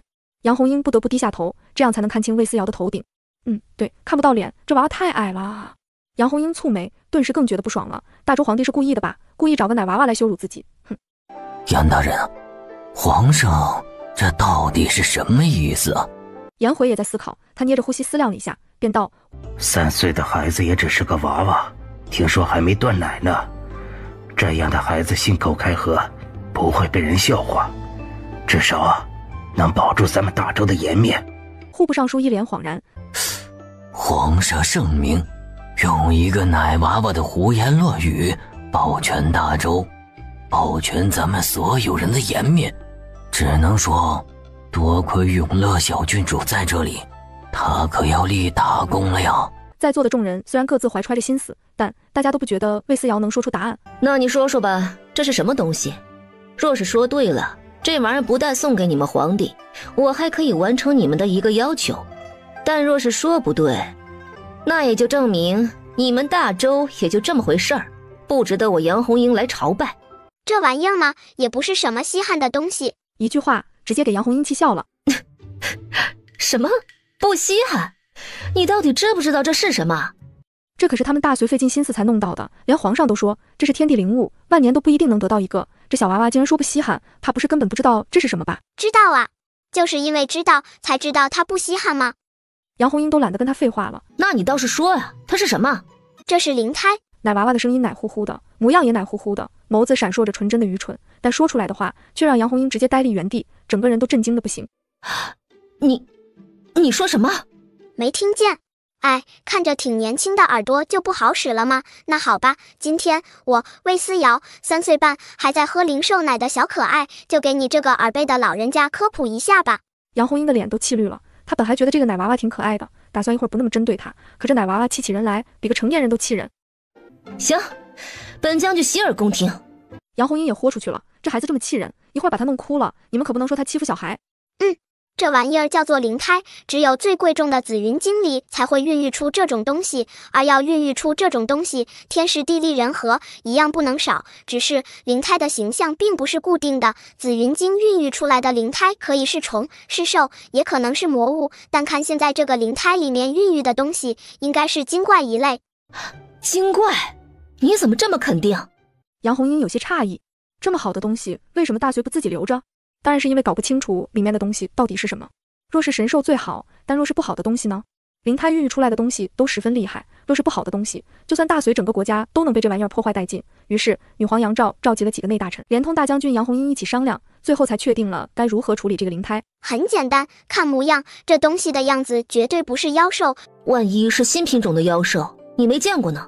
杨红樱故意抬杠，如果是妖兽，那么在灵胎形成之前必定吞噬过同款的妖兽，或者经常有同一只妖兽在此留下过踪迹。但见这里面的东西神情安详，又带着一股子精气，必定是精怪。精气？杨红樱都听懵了。你到底懂不懂？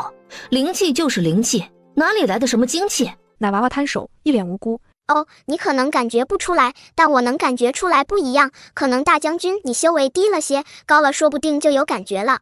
几句话说的杨红樱面红耳赤，整个人都不好了。这个奶娃娃身上一点灵气波动都没有，她不是个废物，现在竟然敢跑来说她修为低了些，到底谁修为低？那精怪又怎么说？她只能继续询问。精怪是需要吸收天敌精气才能生长的，你把它带回来之后，它便没有变过吧？一直都是这么大，对吧？杨红樱愣了，这一点她自己都没有察觉，因为拿回来之后，大家一直在意的就是想搞清楚里面到底是什么，有没有危险，谁都没有注意过它大没大。你说的就一定是真的吗？赤莲圣母执事和徐渊长老两位，请过来一下。听到没有自己的名字，黄玉遗憾地眯了眯眼睛。他递给2个人一人1瓶丹药，固体的，带上，以防万一。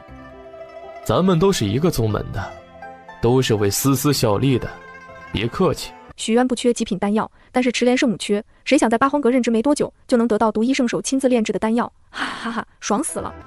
小宗主，小宗主有何吩咐？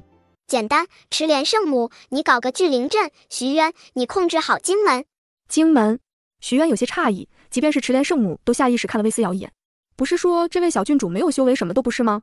可才3岁半，竟然知道阵法，还知道荆门。2人压下诧异，赤莲圣母快速布阵，一边布一边心里还疑惑，虽然她的法器是拂尘，平时也是攻击的主力，但小宗主怎么知道她还是布阵的好手呢？随着聚灵阵内聚集的灵气越来越多，众人也都发现了异样。变大了！天哪，真的变大嘞！不是吧？是不是动了一下，舒展了，所以感觉大了？肯定就是大了。思思小郡主说的那就是对的，绝对的，绝对的。周围的人瞬间议论纷纷，直到人群里有人发出一声尖叫：他是活的！众人一惊，连忙看向灵胎，只见漆黑的羽毛下面，倏地探出一双金色的眸子，能清晰地看到金色的树瞳在惨白的眼眶里猛地一转。操控聚灵阵的赤莲圣母感觉到了来自阵眼的震动，似乎有什么东西在那里挣扎着，嘶吼着，想要破阵而出。赤莲圣母顿时脸色煞白，正玄上人和青阳真人跟赤莲圣母关系好，当场察觉到赤莲圣母的异样，他们也跟着惊呼一声：小心！黄玉更是直接出声：赶紧施一粒丹药！赤莲圣母二话不说，直接服用了一粒黄玉给的丹药，果然感觉好多了。而此刻立在荆门的徐渊脸色也不好看，他的修为已经这里最高的了，就算是在昆仑宗也能排进前3，可现在他竟然觉得自己压不住里面的东西。而他也明白为什么魏思瑶要自己立在荆门了，荆门乃凶门，看来这灵胎是大凶，只有在这里才能压制那玩意儿。撤阵！一声令下，赤莲圣母立刻撤掉阵法，顿时觉得浑身轻松。只是等他反应过来的时候，人已经因为脱力跌坐在地了。而另一边，徐渊也是精疲力竭，但好在他还撑着一口气，没有跌倒。而此时，众人也能清晰地看到那双金色的眸子十分不甘心的缓缓地闭上了。至此，这只灵胎终于完全安静下来。这看清楚一切的杨红樱大惊失色，她脸上的傲慢消失不见，取而代之的是惊恐和后怕。魏楚夜的脸色瞬间也变得十分难看，还以为真的是什么宝贝呢，原来竟然是个祸害。大周皇帝陛下，我大隋也不知道里面竟然是如此凶险的东西，只知道是个灵胎，是件宝物，所以想着呈现给大周皇帝。末将承认方才是傲慢莽撞了些，但送礼却是真心实意，绝对没想送一个祸端来给大周啊！这玩意儿如此凶险，这礼物要还是不要？如果不要的话，显得他们大周好像没什么能力，区区一个灵胎都压制不住。要是收了的话，万一酿成祸端，那就是生灵涂炭，到时候倒霉的还是老百姓啊！啧，好东西，凶是凶了点，但也不是驯服不了吗？这玩意儿能驯服？怎么驯？赤莲圣母有些好奇了。魏楚夜兴奋的直搓手，还能说什么？只能说思思小宝贝，你真是朕的福星啊！既然是女皇的心意，那朕收下便是。只是请转告女皇，下次不要再送这些东西了。这玩意儿如此凶险，不管是对大周还是对大隋，都将造成生灵涂炭的浩劫。什么？大周皇帝竟然收下了？杨红樱自己都不相信自己的耳朵，这么个凶险的玩意儿，竟然真的收了。皇上圣明，为了赔罪，末将愿意献上3万紫云晶，以及大隋特产香云纱300匹。3万紫云晶，周围的人瞬间震惊，皆跟着议论纷纷。户部尚书下意识看向首辅大人，严大人，您怎么看？如此昂贵，只能证明这个灵胎很棘手，不是什么好东西。皇上糊涂啊，为何要收下这种祸端呢？大隋竟然不惜支付3万紫云晶，就为了把这个烫手山芋送出去，这玩意儿肯定不是什么好玩意儿。而且刚才里面的东西还睁眼了，那一双金色的眸子又凶又厉，明显满含着杀意，放出来定会祸患无穷啊！可这位女将军说，他们也不知道是什么东西啊。哼，他说你便信？李大人，你这么多年的学问是吃到肚子里去了？这人说的话明显不可信嘛，真的不知道是什么东西还要送过来？你会送一个不认识的东西给别人当礼物吗？怕不是一开始就存了侥幸的心思，送到咱们大周来试探一下到底有没有危险吧？不愧是首辅，几乎立刻就把杨红樱以及大隋女皇帝的心思分析得透彻，一时间户部尚书都没敢张嘴说话，只道：这可如何是好？要不要现在就跟皇上进言？不可。颜回悄无声息看着皇帝的脸色，此事切不可现在提。皇上既然已经同意，就不能出尔反尔，不然皇上威严何在？只能庆幸这玩意儿一时半会儿还苏醒不了，到时候再从长计议吧。户部尚书也没办法，只能看向上尉，等着皇帝发话。杨将军，朕说的没错吧？这玩意儿就算是3岁的小儿都知道。杨红樱心服口服，扭头看向魏思瑶，恭敬道：小郡主虽然只有3岁，但是博学多才，厉害，末将心服口服。魏思瑶哈哈一笑，也不谦虚，就点点头。还行，这玩意儿我还是知道的。说完了，便背着手慢悠悠往回走。此刻，皇后、皇太后也都冲魏思瑶笑盈盈的，皇太后更是直接出声：皇上，这3万紫云金应该有丝丝一份。奶娃娃当即眼睛一亮，大眼睛忽闪着，亮晶晶的看向皇太后慕玉容。太祖母，您真是好人，哈哈哈，思思爱死你了。听到奶娃娃心声，慕玉容眉开眼笑，心道真是没白疼这个小丫头，真是个好孩子。而这动静被魏楚夜听了去，他不免有些嫉妒，思思爱死的不应该是自己吗？应该是自己才对。他直接一挥手，那这3万紫云金便全部赏给八荒阁，由思思小宗主分配如何使用。言外之意，你就是全部独吞了，你皇帝爷也不会说什么。至于赏赐给八荒阁而不是魏思瑶，也是为了保护小丫头，省得遭人嫉妒。谢皇爷爷。魏思瑶乐开了花，哈哈哈，皇帝爷爷赛高。赛高什么意思？魏楚夜不明白，但想来应该是好话，就像是最好的之类的意思。魏楚夜开心的笑成了一朵花，就说嘛，他必须必是思思心中的最爱。皇帝心里美滋滋。不过那灵胎，皇帝爷爷也给我吧。魏思瑶拍拍自己的小胸脯，认真严肃道：摆在八荒阁镇塔。好，就依你。思思，这东西放在这里还是太危险了，不然送到许愿房间里算了。是啊，妹妹，宴会上我都看到他睁眼了，金色的眸子，好吓人的。奶娃娃笑嘻嘻：没事的，这不是什么凶险的东西，就是长得凶了点。那杨红樱将军为什么还要给那么多东西啊？给了那么多东西，不就证明这玩意儿绝对不是什么好东西吗？那是因为他不懂啊，嘿嘿，我可什么都没说哦，都是他自愿给的。对吗？都是杨红樱自己想象罢了，关他什么事啊？人家愿意给，总不好往外推吧？啊，这突然不知道该说什么才好了，只能说思思啊，你可真是个大聪明。魏思瑶转身出去了，余下小胖鸟和小狐狸围着灵胎转了好几圈，而后两小只对视一眼，紧接着你上鸟爪，我上狐狸爪爪，围殴灵胎。啥都不能做的灵胎，杂碎们，你们等老子出来的！打了半天见灵胎没反应，小胖鸟傲慢仰头，哼，就是个垃圾，不值一提。小九，咱们走。两小只一前一后，大摇大摆地走了出去。灵胎，这仇他记下了。另一边，魏如期听到魏思瑶说的宴会上的情况，不免为思思担忧。那玩意儿如此凶险，思思，还是交给徐渊那样的人保管好一些。魏思瑶大手一挥，放心，忽悠他的，这玩意儿没危险。啊，你忽悠大隋第一将军这事儿，父皇知道吗？会不会上升成为外交问题啊？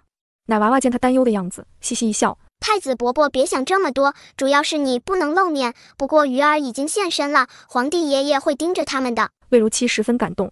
思思，多亏了你。我什么也没干吧？啊，差点说漏嘴了，读心什么的，大家都知道，就你不知道啊，思思小乖乖。魏如期一脸担忧地盯着魏思瑶，就怕将来这事儿万一被不长脑子的人戳穿了，可怎么办？啊，你说的是知道灵胎这件事？魏思瑶很会给自己找台阶下，而且这台阶找得还天衣无缝，魏如期只能拼命点头。啊，这坏了，该怎么解释这件事？魏思瑶摸了摸脑袋，小眉毛皱在一起，看得魏如期异常揪心，她忍不住主动给魏思瑶递梯子。是不是许愿告诉你的，还是黄玉？这2个人修为高，也见多识广，尤其是许渊，听说是西北昆仑宗的厉害人物，他的见识一定更多更厉害吧？啊，对。魏思瑶认真点头。八荒阁开山立宗那天，你去净室了吧？彩梨咬唇摇头，没有。看见了那他也不承认，只要涉及到苏子涵的事，魏宏远就会陷入暴怒。见他摇头，魏宏远冷笑一声：行了，不要骗姑了，姑看得清清楚楚，你不但自己去了，还带着这个丫头片子一起去了。他指着躲在彩梨身后的小丫头片子，简直越看越觉得晦气。不，没有。彩梨还想解释，魏宏远已经打断了他。行了，我不会生气。你多去八荒阁，多跟苏子涵走动，最好。最好。彩梨眼珠微动，这是什么意思？魏宏远一定是要对苏子涵不利吧？又有什么阴谋？见魏宏远皱着眉头不说话，彩梨咬了咬嘴唇，为了苏子涵，下意识发问：王爷想让彩梨做什么？魏宏远盯着彩梨，他在思索要不要告诉彩梨，但是想到最后他还是果断拒绝了。没什么，总之你打好关系就是，我可不想从别人嘴里听到我跟前妻不和的传闻。就因为这，彩梨想笑。齐王要是那种在乎名声的人的话，会跟苏子涵和离吗？这里面肯定有问题。我知道了，王爷放心，我一定日日去八荒阁见苏长老。苏长老，魏宏远十分不爽，但也不好表现出来，只冷漠地挥挥手，便把彩梨打发了。打发了彩梨，他命人叫来魏锦城，得知魏锦城已经报名八荒阁的入门比试，他十分开心。很好，明天父王陪你一起去。一起？魏锦城心中一惊，他觉得柳如云到时候也会去，也不知道会不会碰上，于是他小心翼翼道：父王公务繁忙，孩儿自己去便是。再繁忙也比不得你的入门考试，锦城，你一定要拔得头筹。是父王。唉，我们的皇帝真的是个好皇帝啊！唉，希望太子能早点找到。那天魔族偷袭，也不知道是不是被魔族……嘘，闭上你的嘴！天佑大周，太子绝对没事的。此刻，百姓们的议论声，大国师魏龙显然也听到了。魏龙微微蹙眉，这群废物！哼，就说过不能跟魔族那些人合作，那些人修炼都修得偏门，一个个看着很强大，但是脑子都不好使。他现在只祈祷太子魏如期是真的死了，不然上次的行动就只能算是失败了。他冷漠地看向四周，大周皇帝魏楚业有很多子嗣，但是能叫上名字来只有3个：燕王、晋王、齐王。想着他瞥了眼身侧的柳如云，柳如云压低声音淡淡道：大国师，我还是那句话，非要选一个的话，我选齐王，因为他更蠢，更容易操控。齐王？魏龙远远瞥了齐王一眼。魏宏远这个人呢，把愚蠢2个字都写在脸上了，真不知道这样的人是怎么在皇宫里长到这么大，还成功混到封王的。或许只是运气好，不过有一点柳如云说的没错，齐王更纯，也更好拿捏。想到这里，他微微一笑，低声道：放心，不过给你儿子的丹药，他是否吃了？谢大国师，拿到就吃下了。哼，那今天的比试稳了。魏龙对自己的丹药信心满满。长老，咱们玄天宗跟八荒阁已经是兄弟宗门了，是不是我也可以上擂台打上一场？怀纯子满头问号。咋的？你想跳槽？不是，长老，你说我要是能嫁给魏荣轩，八荒阁是不是得有一半是咱们的啦？怀纯子扭头打量着红玲，自然也明白红玲的想法了，他忽而就笑了。那你就去吧，不过不必一开始去，最后等他们选拔完了，你上去打个友谊赛，对手嘛，就选魏荣轩好了。师徒2人相视一笑，顿时间明白了彼此的意图。而另一边，徐文苑和岳楚楚也混在人堆里。今儿的比试南间没人了，他们的领队也让他们过来看，全当参观学习了。咦，怎么看不到那个人呢？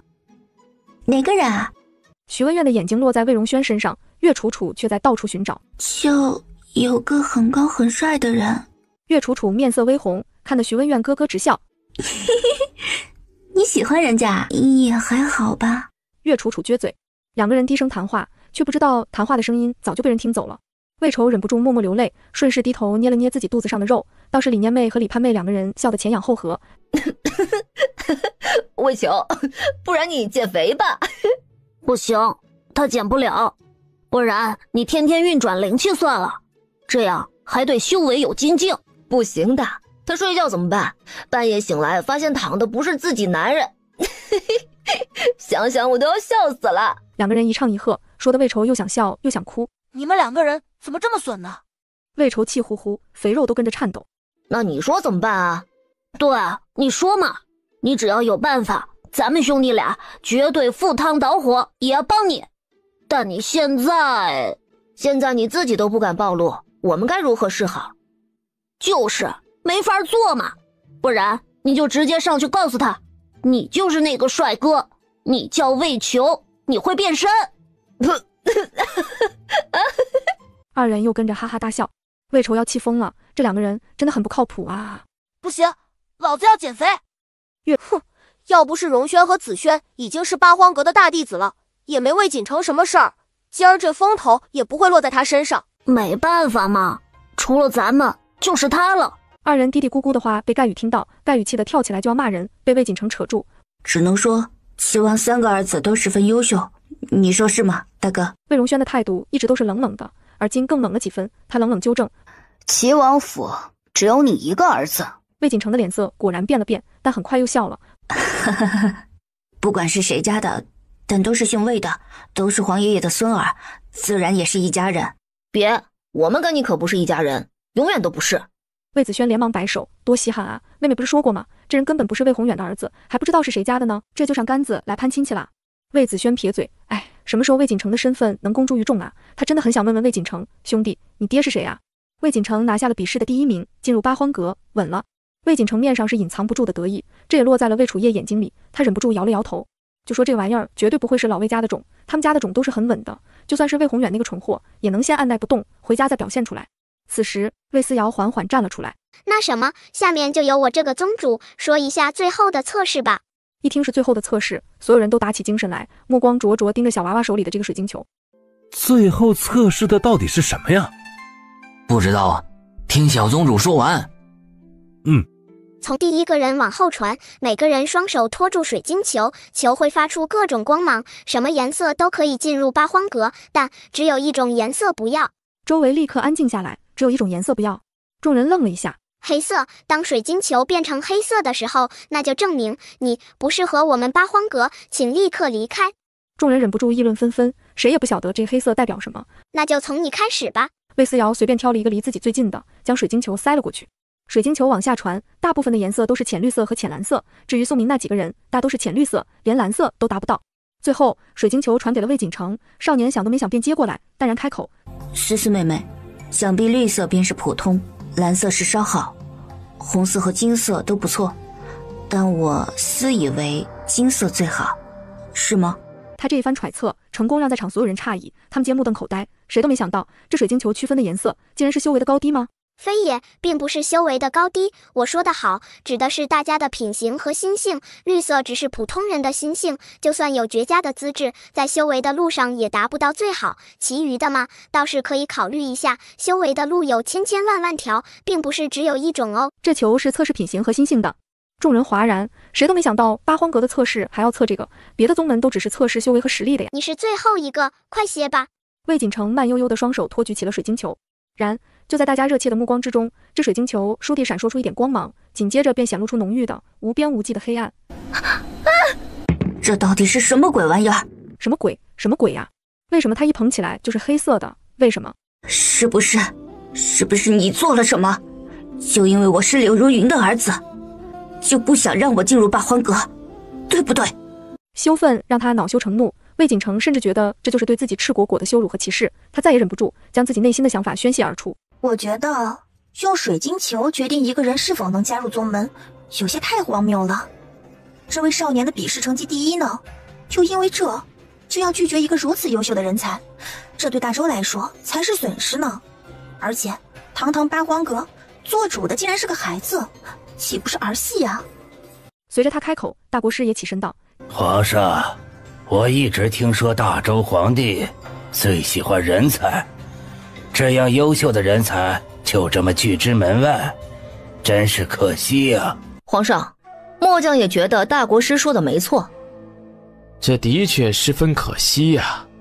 几个人纷纷附和，柳如云心中暗自得意，果然他早就应该离开魏宏远这个没用的东西了，他除了会打女人还会做什么？现在跟着大国师魏龙，不但不用卑微的伺候，自己站出来说的话还十分有分量，竟然能得到2国客人的赞同，而且一个是大将军，一个是国公爷呢。此刻大家齐齐看向魏楚夜，希望皇帝能出面说2句。魏楚夜沉默就是沉默，这可是他最宠爱的大孙女思思说的话，他为什么要否定？所以皇帝干脆不出声，主打一个看不懂你们这些人的眼神。搞不懂就是搞不懂。皇帝不发话，这事儿就显得有些尴尬了，好像柳如云的话都白说了。大国师看了看台下的人，思索了一下，不如这样吧，老夫再来一场测试，如何啊？众人闻言惊了一下，低头互相交头接耳。齐国的大国师是不是很厉害啊？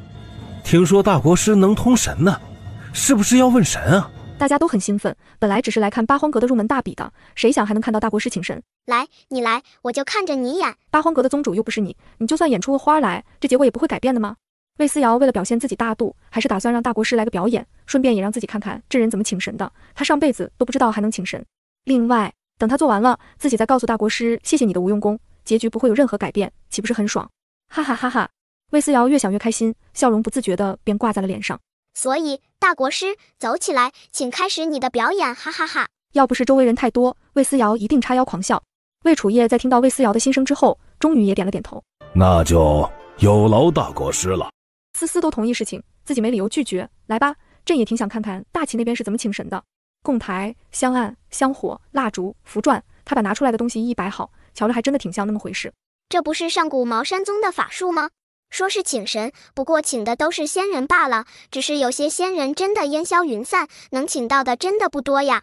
他把所有东西都准备好之后，又布下了一个阵。此阵法是禁锢神明的，以免他冲出去伤到别人。哦，众人点头，原来是这样啊。不过神明不是好的吗？还能伤人？众人有些不解，皇后和太后也皱起眉头，魏楚业便在一边低声科普。也就是说，招来的不一定是什么东西。我儿啊，什么都懂，还是皇上博学。当母亲的和当妻子的把魏楚业一个劲儿的夸，不过眼睛却看着魏思瑶，明显是在说，聪明博学的是人家思思，你只是中间传话的。魏思瑶，他疑惑抬头看向皇帝，心里嘀咕：皇帝爷爷连这个也知道，皇帝爷爷好厉害呀，一边处理政务，还有时间看乱七八糟的书。毕竟正统的教材上是不可能有这种东西的，魏楚业定是看了野书才知道的。咱们还是继续看吧。只见大国师缓缓抽出一把桃木剑，啪的一声拍在桌上。哎呦呦，原来是他呀！魏思瑶一双大眼睛亮晶晶，心里却美翻了天。雷狗狗好怕怕，屁都浑身掉渣渣。我天就上，哈哈！你天改比我吹喇叭，滴答滴答滴滴答。哈，这不是自己当年为了逗弄刚进宗门的小正太美少年特意雕刻的桃木剑吗？上面还有那小正太的名字呢，叫什么来着？魏思瑶歪头想着，却发现自己已经想不起来那个小正太的名字了。哎，没办法，当年宗门的美少年太多，的确想不起来叫什么了。算了，不管这些，看大国师能请出什么玩意儿来呀！好好奇哦。魏思瑶瞪大眼睛继续看，魏龙已经在抬头做法了。神来！大国师一声呵斥，众人便看到那柄桃木剑缓缓飘起，紧接着闪烁出淡淡的金光。于是魏龙更是继续念念有词，甚至开始脚踏七星步，手舞足蹈起来。神来！神来！神来！他说的越快，跳的也就越急，直到最后，众人只听到扑通一声，扭头望去，只见魏思瑶竟然直接躺在了魏楚业脚边。思思，小宗主，小宗主没有修为，这是守不住神明的威力，还是把他带走吧。这话明显就是说魏思瑶不行，承受不住，但是外面围观的老百姓都看得津津有味的，他们都没事，魏思瑶却晕倒了，岂不是证明魏思瑶特别弱？就这种人，竟然还是八荒阁的宗主。魏荣轩伸手探了探鼻息，蹙眉道：母亲，瞧着像是睡过去了。我看看。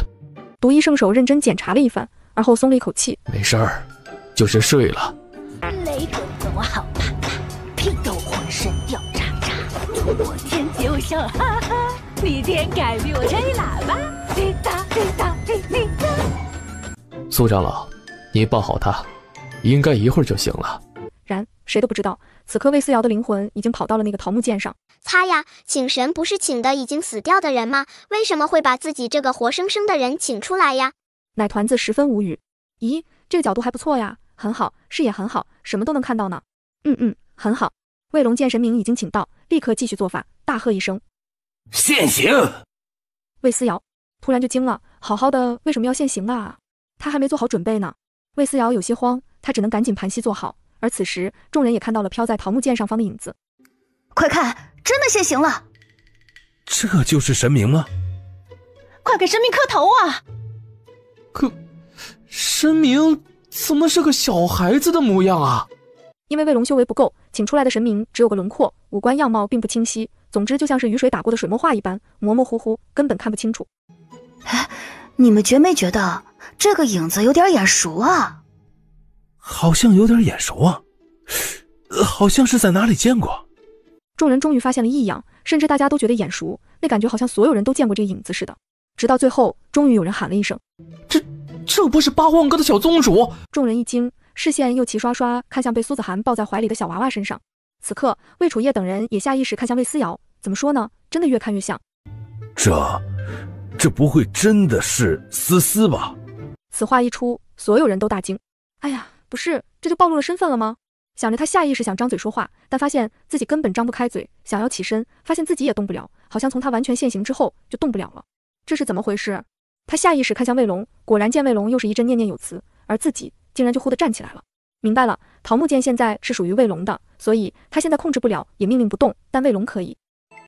连样貌都看不清，怎么能确定就是？大家不要胡乱揣测，惹恼了神明，神明是会降下天罚的。啊，这魏龙法力不行啊！以前茅山宗请来的东西，连胡须都能看得一清二楚呢。不过这样也好，至少马甲捂住了，没曝光，哈哈。感谢你的法力不济。这神明很厉害呀！是啊，比起小宗主拿着那什么水晶球瞎晃监测出来的准确多了。哎，那小宗主没有修为嘛，能拿个水晶球监测已经是极致了，这才是真正的神明啊，什么都瞒不过神明的眼睛的。哎，对，我们赶紧再给神明多磕几个头。随着磕头跪拜的人越来越多，越来越虔诚，魏思瑶也渐渐感觉到了一丝异样。信仰的力量凝聚，让他的身体竟然不再完全无法掌控了。魏思瑶很快拿回掌控权，魏龙立刻便察觉到了异样。他一连下了3道符转，终于感觉到控制权又回到了自己手里，这个小娃娃的身影又成了听话的木偶。魏思瑶好想骂人哦，这下完全不能动了，真是要了命了。思索的时候，魏思瑶已经飘到了魏锦城面前，而后迅速围着魏锦城转了3圈，嘴里振振有词，好像在说什么。哎，神明好像很开心呢。这么优秀的人，要我也开心啊。神明到底在说什么呀？好想知道啊！众人议论纷纷，而魏龙也适时开口：神明说，他看到了一个惊世奇才，这少年简直就是千年难得一遇，将来必有大造化。他还说，他想给这个少年磕头，将来甘愿为他驱策。一直不停转圈圈的魏思瑶只想吐槽：我没说，你瞎说啊！这还不算完，魏龙竟然操控着他起身，这是真的要给某个人磕头了啊！魏思瑶都要疯了，跪天跪地跪他娘，魏锦城算个屁，自己为什么要跪他？总之不跪就是不跪啊！奶团子的反抗情绪瞬间拉满，整个人都挣扎着不想给魏锦城跪下。作为操控者的魏龙显然也察觉到了阻塞，魏龙下意识望过去，也就是这一瞬的松懈，导致魏思瑶完全脱离了魏龙的掌控，别说跪下了，直接跳起来就对着魏锦城拳打脚踢，嘴里还骂着脏话：擦擦，你谁呀？你也配让我跪？休想！然他得骂街没一个人能听到，倒是他发疯一般殴打的身影让所有人看了清楚。这位神明，这是在打人？看出来了，拳打脚踢的。大国师不是说这神明瞧上魏景涵了，还要任由魏景涵驱策呢，怎么突然就开始拳打脚踢了？谁知道呢？因为有护阵挡着，影子落下来并没有对魏锦城造成任何伤害，但是侮辱还是很到位的。魏锦城的脸都绿了，此时的魏龙是真的疯掉了，因为他突然发现自己怎么都无法重新掌控，他只能大叫一声：大家小心，这玩意儿突然跑走了，小心别被伤到。大胆小小，敢在皇帝面前作乱，老夫这就送你走。说完又开始掐诀：风雷水火电，急急如律令，走。魏思瑶，特喵的，你请老娘来的，现在竟然还要赶他走，他还没玩够呢。想着他扭头瞅准柳如云所在的位置，猛地扑了过去，嗷，反正谁都看不到他的脸，看他直接揭开这女人的面纱。大国师救我！柳如云惊叫一声，而这道声音却成功引起了苏子涵的注意。几乎是那一刻，苏子涵便已经确定这个人绝对是柳如云。走！大国师也惊了，终于直接用佩剑割破了手指，以血为引，终于在马上要碰到柳如云的时候，成功送走了这个神明。当一切都安静下来的时候，魏龙一屁股坐在地上，这位德高望重的大国师脸色煞白，冷汗直流，确定终于把那玩意儿送走，这才长长的松了一口气。果然还是师傅说的对，请神容易送神难啊！魏龙颤巍巍起身，转身便又对上神明望过来的眸子，黑漆漆的满含着怒意，吓得魏龙惨叫一声又坐回去，心到特喵的，竟然还是没有送走吗？这什么玩意儿这么难搞？想着他下意识就要再次举起法器，然再定睛一看，这哪里是什么请来的神明，这不正是八荒阁的小宗主魏思瑶吗？奶娃娃嗖的跑过来，抬起小肉手狠狠抽了魏龙一耳光。啪的一声脆响传来的时候，所有人都懵了。大胆，竟敢殴打我们大国师！八荒阁，我们大齐是要跟你们讨个说法。气氛倏地紧张起来。淑妃在一边插话道：“就不该让这么小的孩子做宗主，这下怕不是要搞成国际矛盾了。”思思一定有她的道理。淑妃狠狠翻了个白眼，扭头看向某个小丫头片子，心想：行，本宫就等着看你能搞出什么理由来。你若是说不出个理由来，这事儿没完。就算是发动大齐30万将士，这事儿都没完。吆喝，这都威胁上了，当他魏思瑶怕这个的吗？什么国师，我呸！别以为我看不出来，你那什么神明根本就是受你操控的，你让他做什么，他便做什么，最后那玩意儿不受控制，你只能匆忙把人送走了，对不对？神什么？被操控的？大齐国师手下的徒弟们义愤填膺站出来，怒斥魏思瑶：放肆！你怎么敢如此侮辱我们大国师啊！黄口小儿胆大妄言，等着我们大齐兵临城下吧！几个弟子一个比一个嚣张。你们大国师刚请的是我，根本不是什么神明，难道这还不能证明吗？你，开什么玩笑？好像是啊，刚才那影子、身高、衣着都跟小宗主一样的。而且刚才大国师把神请来的时候，小宗主还真的晕厥过去了呢。对，送走之后便立刻醒了。大国师炸了，自己的能力被人如此质疑，那还了得？他气得跳起来怒道：小丫头片子，你竟然敢如此羞辱我！我请来的都是神明，怎么可能是活生生的人？而且你算是什么东西，都没有修为。那让徐渊和黄玉给你护法，再请一次，敢不敢？有2位出窍期的修士给你护法，想必这次能看清容貌了，你敢不敢来？魏龙犹豫起来，毕竟连他自己都有点动摇。看来你自己也觉得我说的是真的，不然为什么连你这个请神的大国师都不敢再来一回？你就是怕了？胡说八道！魏龙果然被激怒，他虽然怀疑，但内心深处还是觉得不可能。他请来的东西再弱，也不会是没有修为的小丫头片子。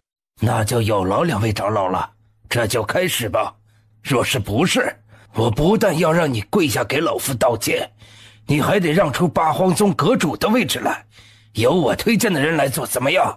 这下所有人都惊了，皇帝心道：不可若是真的输了，岂不是连大周的根基都要赔出去了？好，你若是输了，你就得留下来给我八荒阁干活，咱俩签订契约，你做我魏思瑶的奴隶，怎么样？他做魏思瑶的奴隶？魏龙逗笑了，这干巴丫头真的敢开口，竟然让自己做他一个奶娃娃的奴隶，真是笑死人了。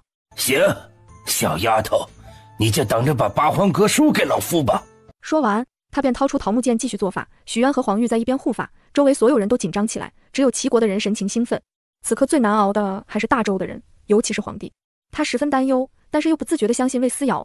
皇上，这个败家玩意儿，这是要把您的心血都搭进去啊！够了，闭嘴！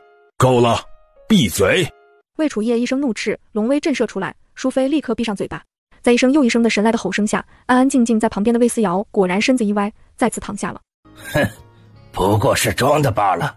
他的话还未说完，桃木剑上的神明终于现出清晰的原形。看到脸的那一瞬，众人皆是大惊失色，百姓们跪下，一边磕头一边喊着：小宗主保佑！小宗主保佑！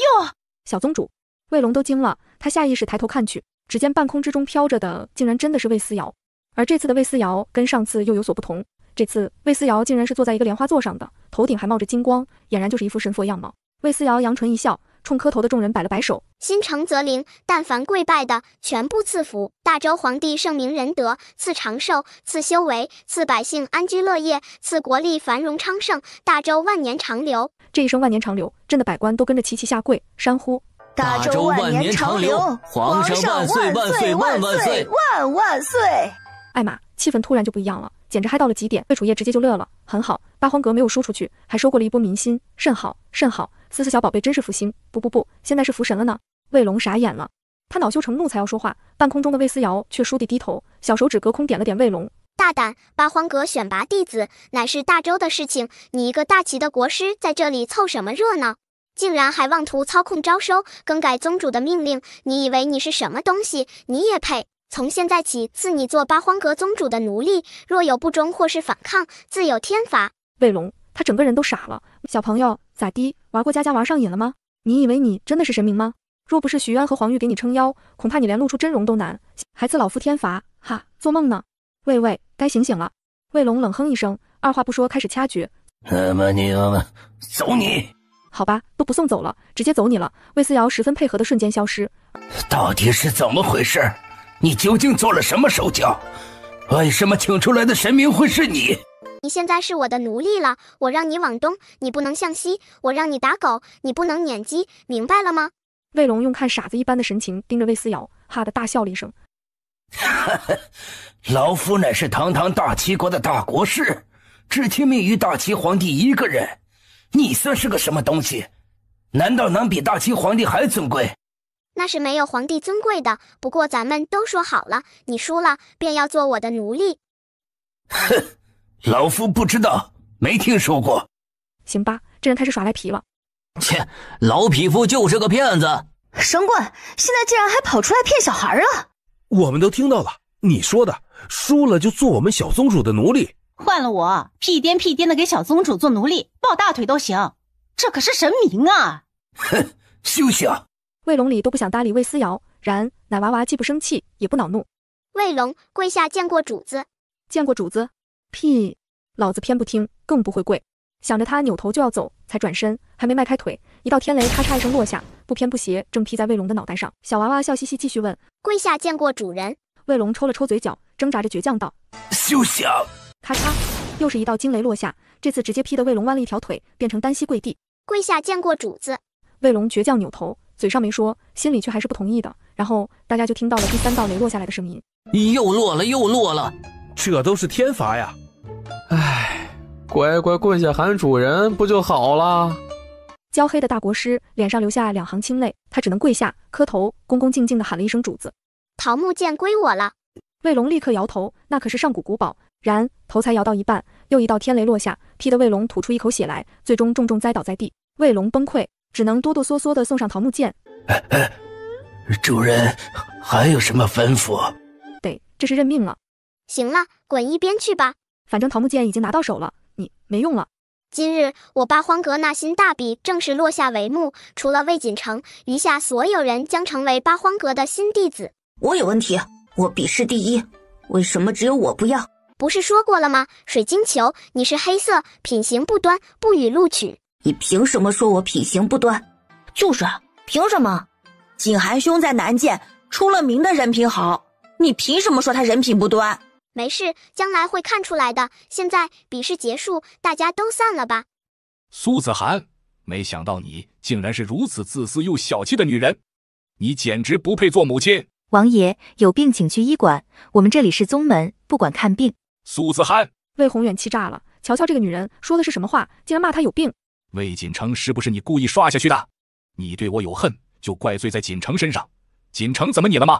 亏他曾经还喊过你母妃。呵，笑什么笑？别以为这样就能引起本王的注意。不过，你若是想回来，也不是不可以，但你得收敛你的脾气，还有让魏锦城进八荒阁，做八荒阁的弟子。魏宏远张口就来，根本就把他当成自己人了，出口那个狂啊！对此，苏子涵就一个反应，他笑眯眯掐了个诀，然后一头野猪突然冲进来，翻着獠牙的鼻子使劲一拱，直接把魏宏远先翻到自己的背上，再然后堂堂齐王殿下便骑着猪走了。御林军啊，这件事要不要奏报皇帝陛下啊？还是奏报吧。很快，魏楚业便收到了密报，密报上就一行字：奏报，齐王殿下骑着猪离开了八荒阁。所有人都看到了。神，这是什么闹心的奏报？老十二这个孩子能丢了不要了吗？太糟心了。魏龙虽然倒下了，但是柳如云还很强势，他借用魏龙的名头，成功把自己儿子送进了玄天宗。韩兄，玄天宗乃是中原第一宗，八荒阁跟玄天宗一比，屁都不如。你没选上也是好的，玄天宗更适合你。就八荒阁那个破地方，求我都不去。咱们去第一宗，将来学成归来，虐死他们。锦寒兄才是最棒的。对，最棒的。一群年轻人出来相送，魏锦城脸上带着得意的笑容，怎么看都十分满意。他跟大家一一告别，扭头离去。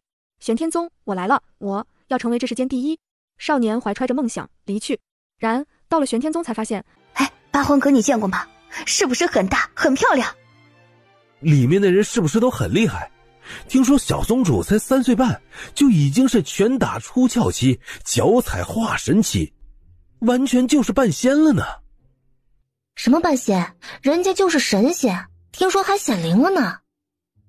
哇，我好想去八荒阁呀！喂，你为什么要来玄天宗啊？当然是首选八荒阁了。亏你还是大周人，得天独厚的优势都不要，非得来玄天宗，你是不是脑子有问题啊？脑子有问题的魏锦城，这他妈的说的都是人话吗？第一宗跟想象的不太一样，魏锦城有点崩溃。八荒阁建成之后，朝堂内的政局就要动荡了吧？魏思瑶揉着睡眼惺忪的眼睛，感觉到身边魏楚夜的身子微微收紧。哦呵，皇帝爷爷肯定看出来了，不然为什么兵部侍郎奏报的时候他这么紧张？啊，不是，思思，爷爷真的不是看出来什么了，爷爷只是听到什么了，求求你赶紧说啊！魏思瑶慢悠悠打了个哈欠，就想换个舒服的姿势继续睡，谁知皇帝却突然起身，他直接仰过去摔在龙椅上了。皇帝爷爷起来都不说一声的吗？真的是要晃死我了啊！没办法啊，思思，你可一定不要睡啊！皇上，继承大统之事不能再拖了，还请皇上选定太子人选。人群之中，魏子轩看了看四周，低声问身前的大哥：“这怎么看都感觉像是在逼宫啊！”嘘。魏荣轩瞥了弟弟一眼。自打太子魏如期出世，朝廷之中就有各种要求立太子的声音。魏楚夜冷笑，怪不得思思要把太子藏起来，不藏起来都不知道这些臣子们那都是什么心。魏楚夜不能发作，只能隐忍，他在思考该怎么办，因为现在拖不下去了。皇帝爷爷好像很为难的样子，没什么好为难的嘛，就一个拖字诀而已。魏楚夜竖起耳朵，想知道魏思瑶有什么好办法。不是还有人没发表意见吗？把那些没发表意见的挨个叫出来提问吗？多问问，多讨论一下，好几天就过去了。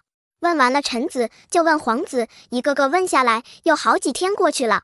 等大家都问完了，再商量一下谁更适合做太子，然后肯定就是争论不休，到最后人家自己打起来了，咱们坐收渔翁之利不就行了？哈，皇帝爷爷，我真的好困哦，直接躺下睡好像有点不太礼貌，拜托皇帝爷爷回来让我靠一靠。魏楚夜深吸了一口气，心道还好把镯子给魏思瑶套回去了，他心满意足的踱步回来坐下。你们当真不起来？这些人一脸的诚惶诚恐，嘴里说的话却让人很不爽。皇上一日不立新君，臣便一日不起。行吧，爱跪就跪着吧，跪着更能体现你们的爱国情操。魏楚夜也豁出去了，决定这些人不要脸，那他也不要脸，就把思思小宝贝的思路贯彻到底。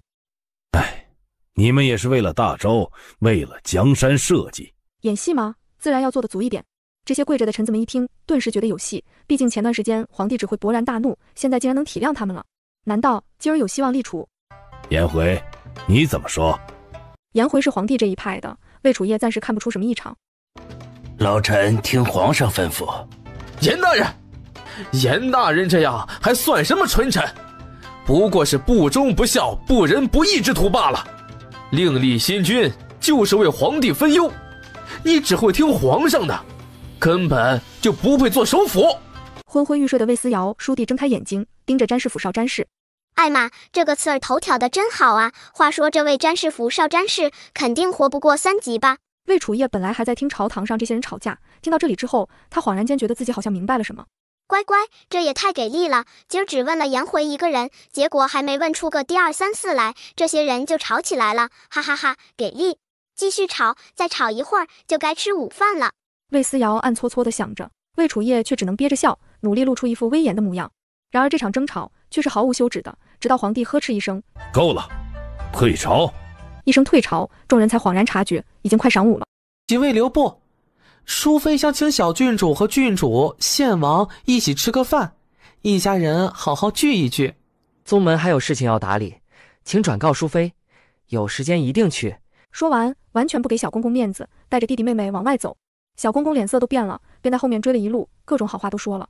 淑妃娘娘真的是很想念几位啊，这都好几年没跟郡王一起吃过饭了。淑妃娘娘每日想到几位就掉眼泪，真是思念成疾了呀。话说到这里，魏思瑶突然仰头问：“大哥，对不喜欢的人也能用思念成疾这个词儿吗？”能，不过这病一般是想多了气出来的。哦，这样子啊，原来不喜欢也能思念成疾呀。兄妹俩你说一句我说一句，刺儿的小公公脸色通红，他很想一走了之。作为淑妃娘娘宫里的人，除了太后和皇后那边，还真没什么人敢甩自己脸子。小公公在心里骂着，两条腿还在不停地迈步往前，嘴里劝：“郡王，小郡主年纪小，什么都不知道，您可不能乱解释啊。说到底，淑妃娘娘也是你们的亲奶奶，一家人聚一聚不为过吧？好比把亲人都逼到绝路上啊！啊，这话就不中听了。逼淑妃？我们怎么逼淑妃了？是逼她去死了吗？好像没有吧。不吃饭就逼上绝路了吗？皇帝爷爷不去淑妃娘娘那边吃饭，淑妃娘娘是不是就得死一回？小公公脸都绿了，盯着魏思瑶想骂又骂不出来，简直快气疯了。然魏荣轩突然脚步一顿，忽而道：一家人聚一聚也不是不可以，转告淑妃娘娘，叫上我娘，再叫上皇上，那我们就聚一聚。聚可以，但绝对不会单独跟你聚，他们一家人的情分在皇帝身上，可不在什么劳什子的淑妃身上。说完，魏荣轩带着弟弟妹妹扭头出了宫门，小公公没有牌子不能出去，只能气得在门里面跺脚。这个郡王真把自己当回事了！我呸！八荒阁有什么了不起的？骂完了，他才扭头回去，自然又是跟淑妃一通哭诉。什么？不来？还骂你？是啊，娘娘，这几个人根本没把娘娘放在眼里啊！淑妃气得咬牙：你这个蠢货，这点东西分不清楚。小宗主3个月的时候就能从灵丹妙药里面分辨出毒药来了，你，哎呀，你连3个月的娃娃都不如，笨蛋，笨死了！路过的魏思瑶：可皇玉长老，那什么，我得了一坛子好酒，送你尝尝。小娃娃笑眯眯抱着酒坛子出现，把皇玉感动坏了。思思来了，颜之夜，你看看人家。好吧，又是一顿骂。你不回神农宗也没关系吗？皇玉大手一挥：宗主说了，什么时候给他找一个新的独一圣手，再让我回去。哎，对了，思思，你不介意你再多加一个身份吧？哎，你想啊，别人一介绍你什么八荒阁宗主，然后后面还跟着一大串的身份，什么大周小宗主、独一圣手，这么一听还是不是挺牛逼的？不是，他怎么觉得黄玉好像突然改变思路了呢？不过黄玉的这个建议好像也不是不可以啊，哈哈哈！看着小娃娃成功被自己带歪，黄玉眯起眼睛，心里更开心了，哈哈哈哈！看来有戏。若是自己再加一把力气，这事儿是不是就成了？想着，他直接把自己压箱底的东西拿出来，递给了魏思瑶。思思，这是我们神农宗最机密的丹药秘籍，送你了。就算是我，也不能够完全参悟透这本秘籍啊。我们神农宗建宗上万年，也只不过能参悟半数，但你是有天赋的，我相信你一定能超过半数。小娃娃伸手把秘籍接过去，随手翻了一下，竟然是纸质的，多少年没见过了。这玩意儿也就在自己那个年代盛行，很多东西都记录在纸上，造成书本。现在的修士大都是用玉简记录，好处就是不易损毁，纸张做的书本真的是太容易损毁了。翻到最后，魏思瑶嘀咕着：哼，一手破字。黄玉一怔：你说什么？哦，没事，过几天还给你。你现在也是我们八荒阁的人了，我不会亏待你的。说完，他晃了晃手里的秘籍。放心。这是啥意思啊？黄玉彻底懵了。放心啥？是让他放心这本书借出去不会被损毁，还是放心独一圣手的名头？哎，小六啊，你以后出门可别说是我的徒弟呀，你师尊我什么都完完整整的教你了，怎么到你这里就给我整错这么多？你瞅瞅，海青藤和海心藤能是一个东西吗？虽然读起来差不多，但是属性却差之万里。你用这玩意儿炼碧水丹，效果还发挥不出1/10。魏思瑶一边念叨，一边批改，手里的笔就没停下过。然而越是写，他便越发察觉这本秘籍好像活过来似的，似乎还有了呼吸。他愣了一下，低头看看自己藏在怀里的小桃木剑，也跟着缓缓散发出淡淡的光芒。兔崽子，在书上留了什么呀？魏思瑶把桃木剑拿出来，跟书摆在一起，很快一道光芒缓缓从书上凝聚而出，化作一个英武帅气的青年。那影子一看到魏思瑶，便扑通一声跪下，嚎哭：师尊，师尊，小六以为再也见不到师尊了。不是，你怎么把自己搞成这个样子？怎么说呢？自己这个六弟子痴迷丹药，也很注意自己的形象，但谁想到1万年之后，这小子会在自己面前哭得像个孙子。师尊，你且小心老妖，他对师尊……话还未说完，桃木剑上便猛地升腾出一个兽手团，那兽手猛地张开嘴，撕咬着小六的影像，而后一切都消失不见了。当小六消失不见，兽手也跟着缩回桃木剑，而后一切都归于平静了。魏思瑶懵了，小六这是把意识留在了这本秘籍上，这本秘籍看来是小六故意写错的，但又不能错得离谱，毕竟还是要传承下去，为了能让他看到的。所以小六替换了一些无关紧要的材料，让药效大打折扣，而这世上能发现其中不对的，也就只有他这个师尊。魏思瑶感慨，小六用心良苦。至于让自己小心的老妖，就是他雕刻桃木剑动弄的那个小正太，因为入门最晚，年纪也最小，大家一直叫他老幺老幺的。对了，老幺到底叫什么来着？魏思瑶陷入了沉思。因为年纪最小，自己也最疼他，时不时亲亲抱抱举高高。好吧，他绝对不承认自己只是觉得他可爱想逗弄他。因为疼他，自己还亲自雕刻了桃木剑逗他玩。思索的时候，魏思瑶感觉到手边涌起一道冰冷的气息，低头看看，那个兽首不知道又什么时候出现，虎视眈眈地盯着自己。魏思瑶抽了抽嘴角，话说老妖啊，你的一切能力都是师尊我教的，你在我面前班门弄斧，你觉得有意思吗？他直接掐了个诀，随手一抽，却惊讶地发现兽首根本抽不出来。好吧，只能说老妖你是个厉害的，这都青出于蓝而胜于蓝了。问题来了，如果不能弄走这个兽首，他要怎么吸收桃木剑里自己的修为啊？于是他十分认真地盯着这个兽首，一字一句问：你是公的还是母的？兽首十分厌恶地瞪了他一眼。魏思瑶无所谓地耸了耸肩膀，你要是公的，我就给你找个老婆；你要是母的，我就给你找个老公。你要是不说清楚，你说你要是变成同性恋，可不能怨我。怎么说呢？总之这个兽首迅速就消失了。魏思瑶啧了一声，跑得这么快，还想让他给我生一堆小兽首玩呢？我这里什么灵兽都不缺，就缺这样奇幻的玩意儿。小桃木剑彻底没动静了，真的怎么翻开那本秘籍，这把桃木剑都没反应了。魏思瑶算是明白了，为什么自己吸收桃木剑里的力量吸收不回来了，原来还有一道封印在这里，这个兽首就是，而且特喵的还是专门针对自己的。老妖啊，你可真是个孽畜，师尊对你这么好，你弄这么个玩意儿防着我，这种手段其他弟子是弄不出来的，只有老妖这孩子，自己还锻炼了他很久的心性呢，确定最后调教好了，品行不错了，才教授他修行法门的，谁想最后还是教歪了，竟然在他的东西上下封印，让自己连法力都搞不回来。哎，算了，反正这辈子躺平也可以。主子，我想下山一趟。卫龙低着头，他怕魏思瑶不肯让自己走，但谁知这娃娃小手一挥，直接去吧。啊，这么容易？那自己为什么还要纠结害怕这么久？这清单上写的好吃的，记得一样带3份回来。好吃的？哼，孩子就是贪吃，竟然还要3份。当接过单子，卫龙傻了。家人们，谁家的购物清单卷起来比他胳膊还粗？而京城之中很快也有了新的动向，因为詹师府少詹氏真的如魏思瑶所说，没有活过3级。前一晚人还好好的，早晨起来人就嘎了。这件事在京城引起轩然大波，再加上现在正处于百官要求皇帝立储的节骨眼上，顿时也让局势更加紧张。国不可一日无储君呐！一日不立储君，少詹氏这类事情就还会发生。皇上，九龙夺嫡切不可再发生啊！最初的时候，魏楚夜还打着一个拖字诀，谁想这就给人破了。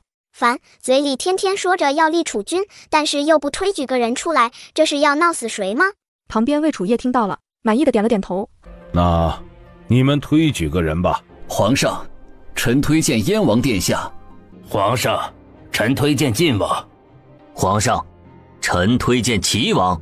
很快，3个派别分化而出，魏楚夜都气笑了，自己还没死呢，这就已经开始站队了。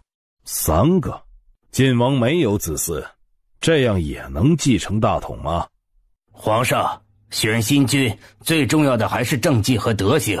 晋王到现在以来得到的都是百姓的认可，朝臣的支持，足以见得晋王的人品。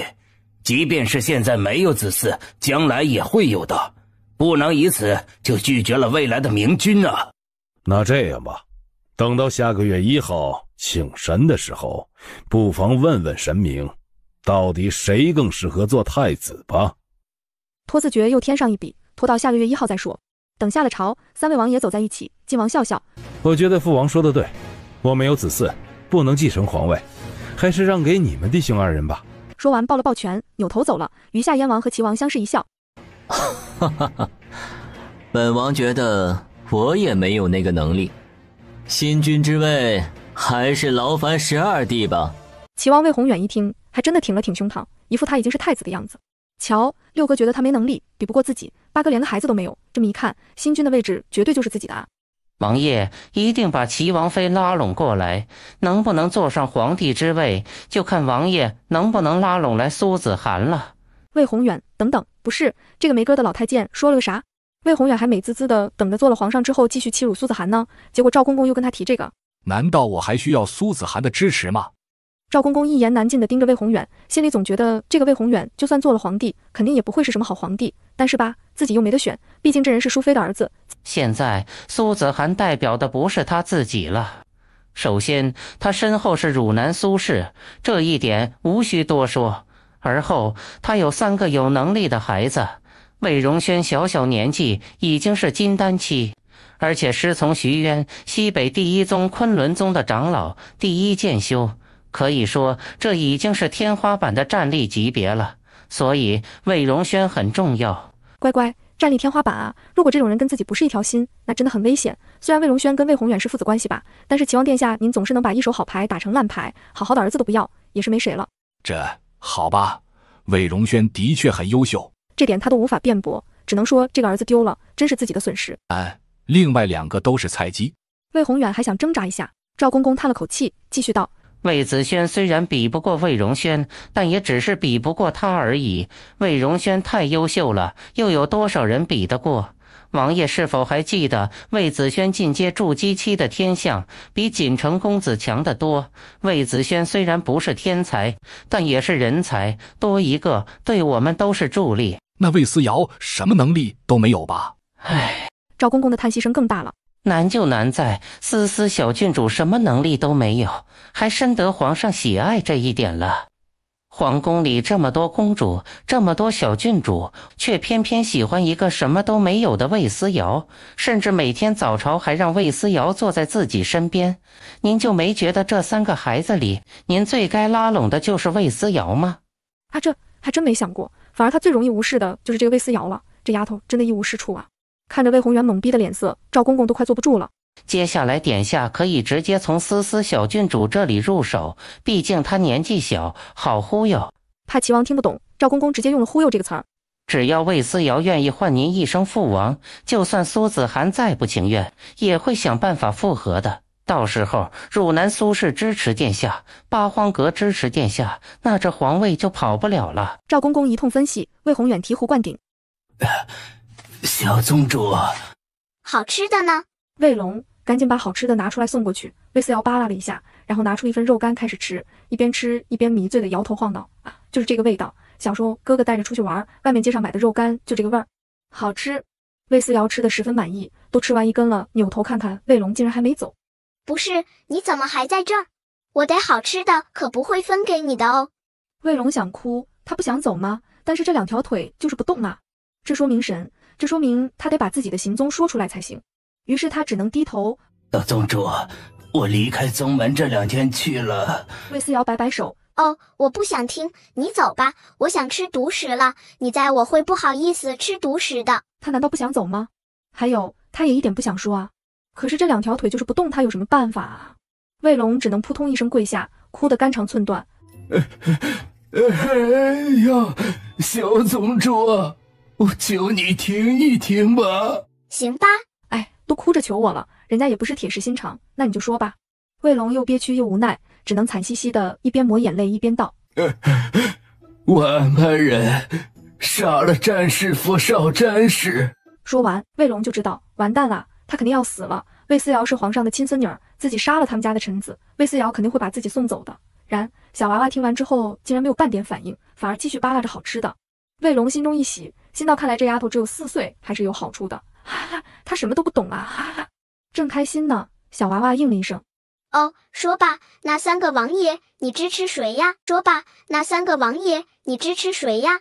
魏龙嘴角的笑容逐渐消失。不是，为什么魏思瑶连这种事情都知道？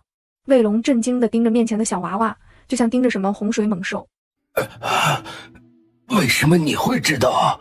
小娃娃笑而不语，显得十分高深莫测，这让魏龙直接熬不住了。难道詹师傅少詹氏的死这小娃娃也知道？但他为什么不阻止自己？还是说这孩子还有什么其他目的？你是我的奴隶，当契约成立的那一刻起，我就知道你所有的一切。那你为什么不阻止我？阻止你？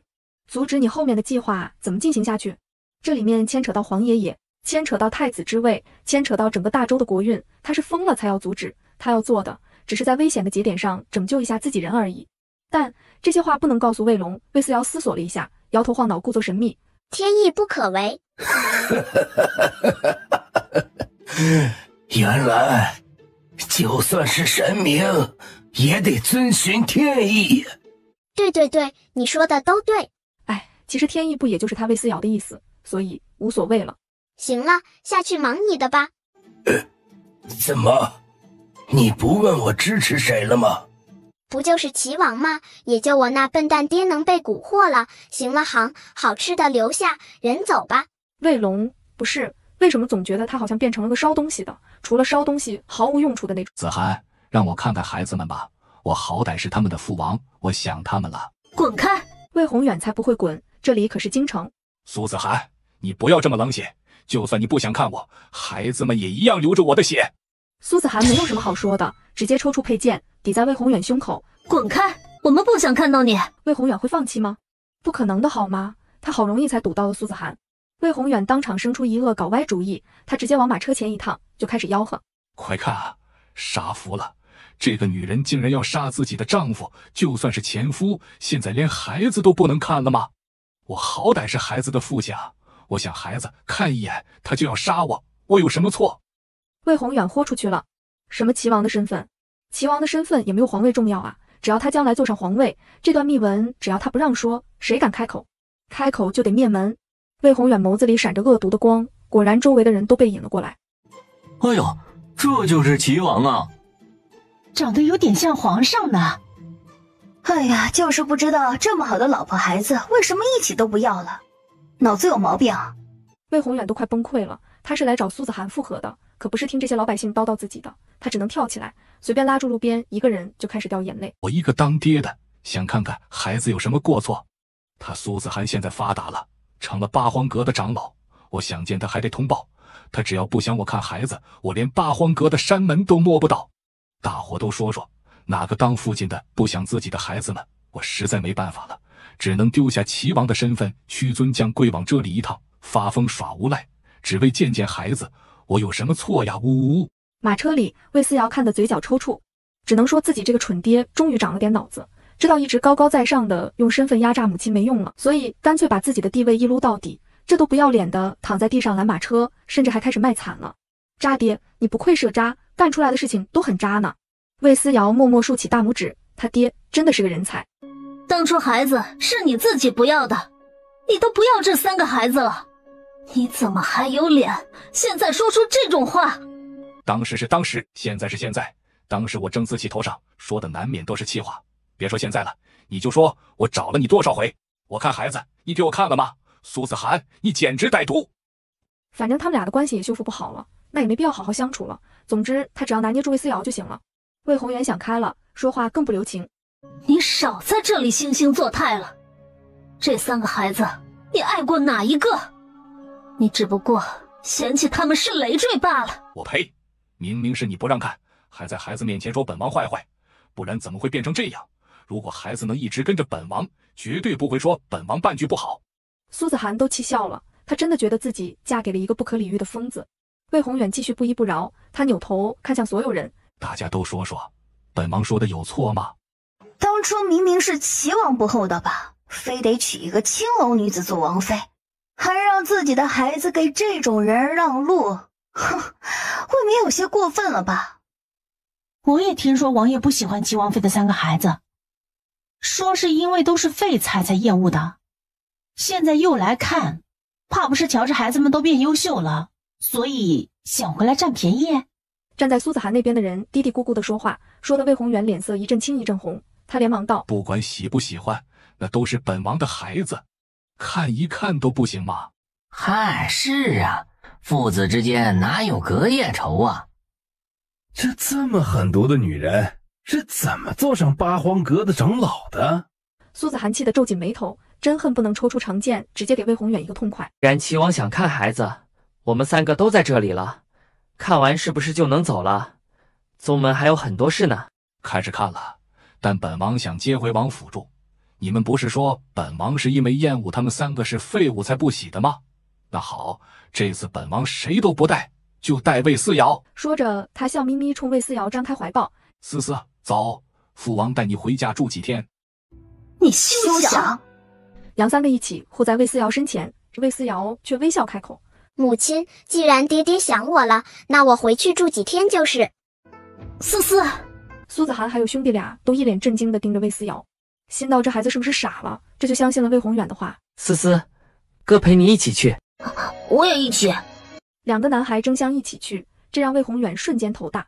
他的目的是魏思瑶，因为他年纪小，好忽悠，可不能带上这2个东西。你们去做什么？怎么，妹妹去得，我们去不得？齐王还说什么想孩子了？到底是真想还是假想？只一句话就把魏宏远的面具戳破。他打着想孩子的口号，却只带一个走，另外2个大的不带，是什么意思？魏宏远慌乱地想着到底要怎么开口解释，然而魏思瑶已经替他开口了。父王说不定只是一次只能养一个，因为父王穷了呢。啊，这么好笑的笑话，真的一辈子都没听过了。堂堂王爷竟然穷了！大家刚想哄堂大笑，只见魏宏远激动地抱起魏思瑶。对，思思说的对，父王穷了，只能一次带一个，你们俩下次哈，下次。说完扭头就跑。苏子涵急得在后面喊：思思，母亲，3天后来接我。也不知道你们妹妹到底怎么想的，还是说当初和离的时候，思思还太小，根本不知道她自己的父亲有多恶心。魏子轩不知道该说什么，倒是魏荣轩低声道：母亲，思思不是那种蠢笨的孩子，想必她有什么目的。我们不如就先在京城住下，反正八荒阁内有徐渊舅舅在。苏子涵一听也跟着点头，于是几个人便住回了公主府。魏思瑶进了齐王府，就左看看右看看，父王的家也太小了。可不是小吗？真没有你的八荒阁大。父王府里的下人也不好看，丑，不比你们八荒阁招收弟子还要先挑一下长相。魏思瑶抱着茶杯撇嘴，父王府里的水都不好喝。魏宏远快疯了，和离的时候这小丫头片子还不会说话，除了觉得她废物一点之外没觉得怎样，现在4岁多了，会说话了，一张嘴就让人恨不得捏死她。魏宏远气得直瞪眼，耐心他有，但不多。他笑眯眯地看向魏思瑶，用自以为最和蔼的口气道：思思啊，你喜不喜欢父王啊？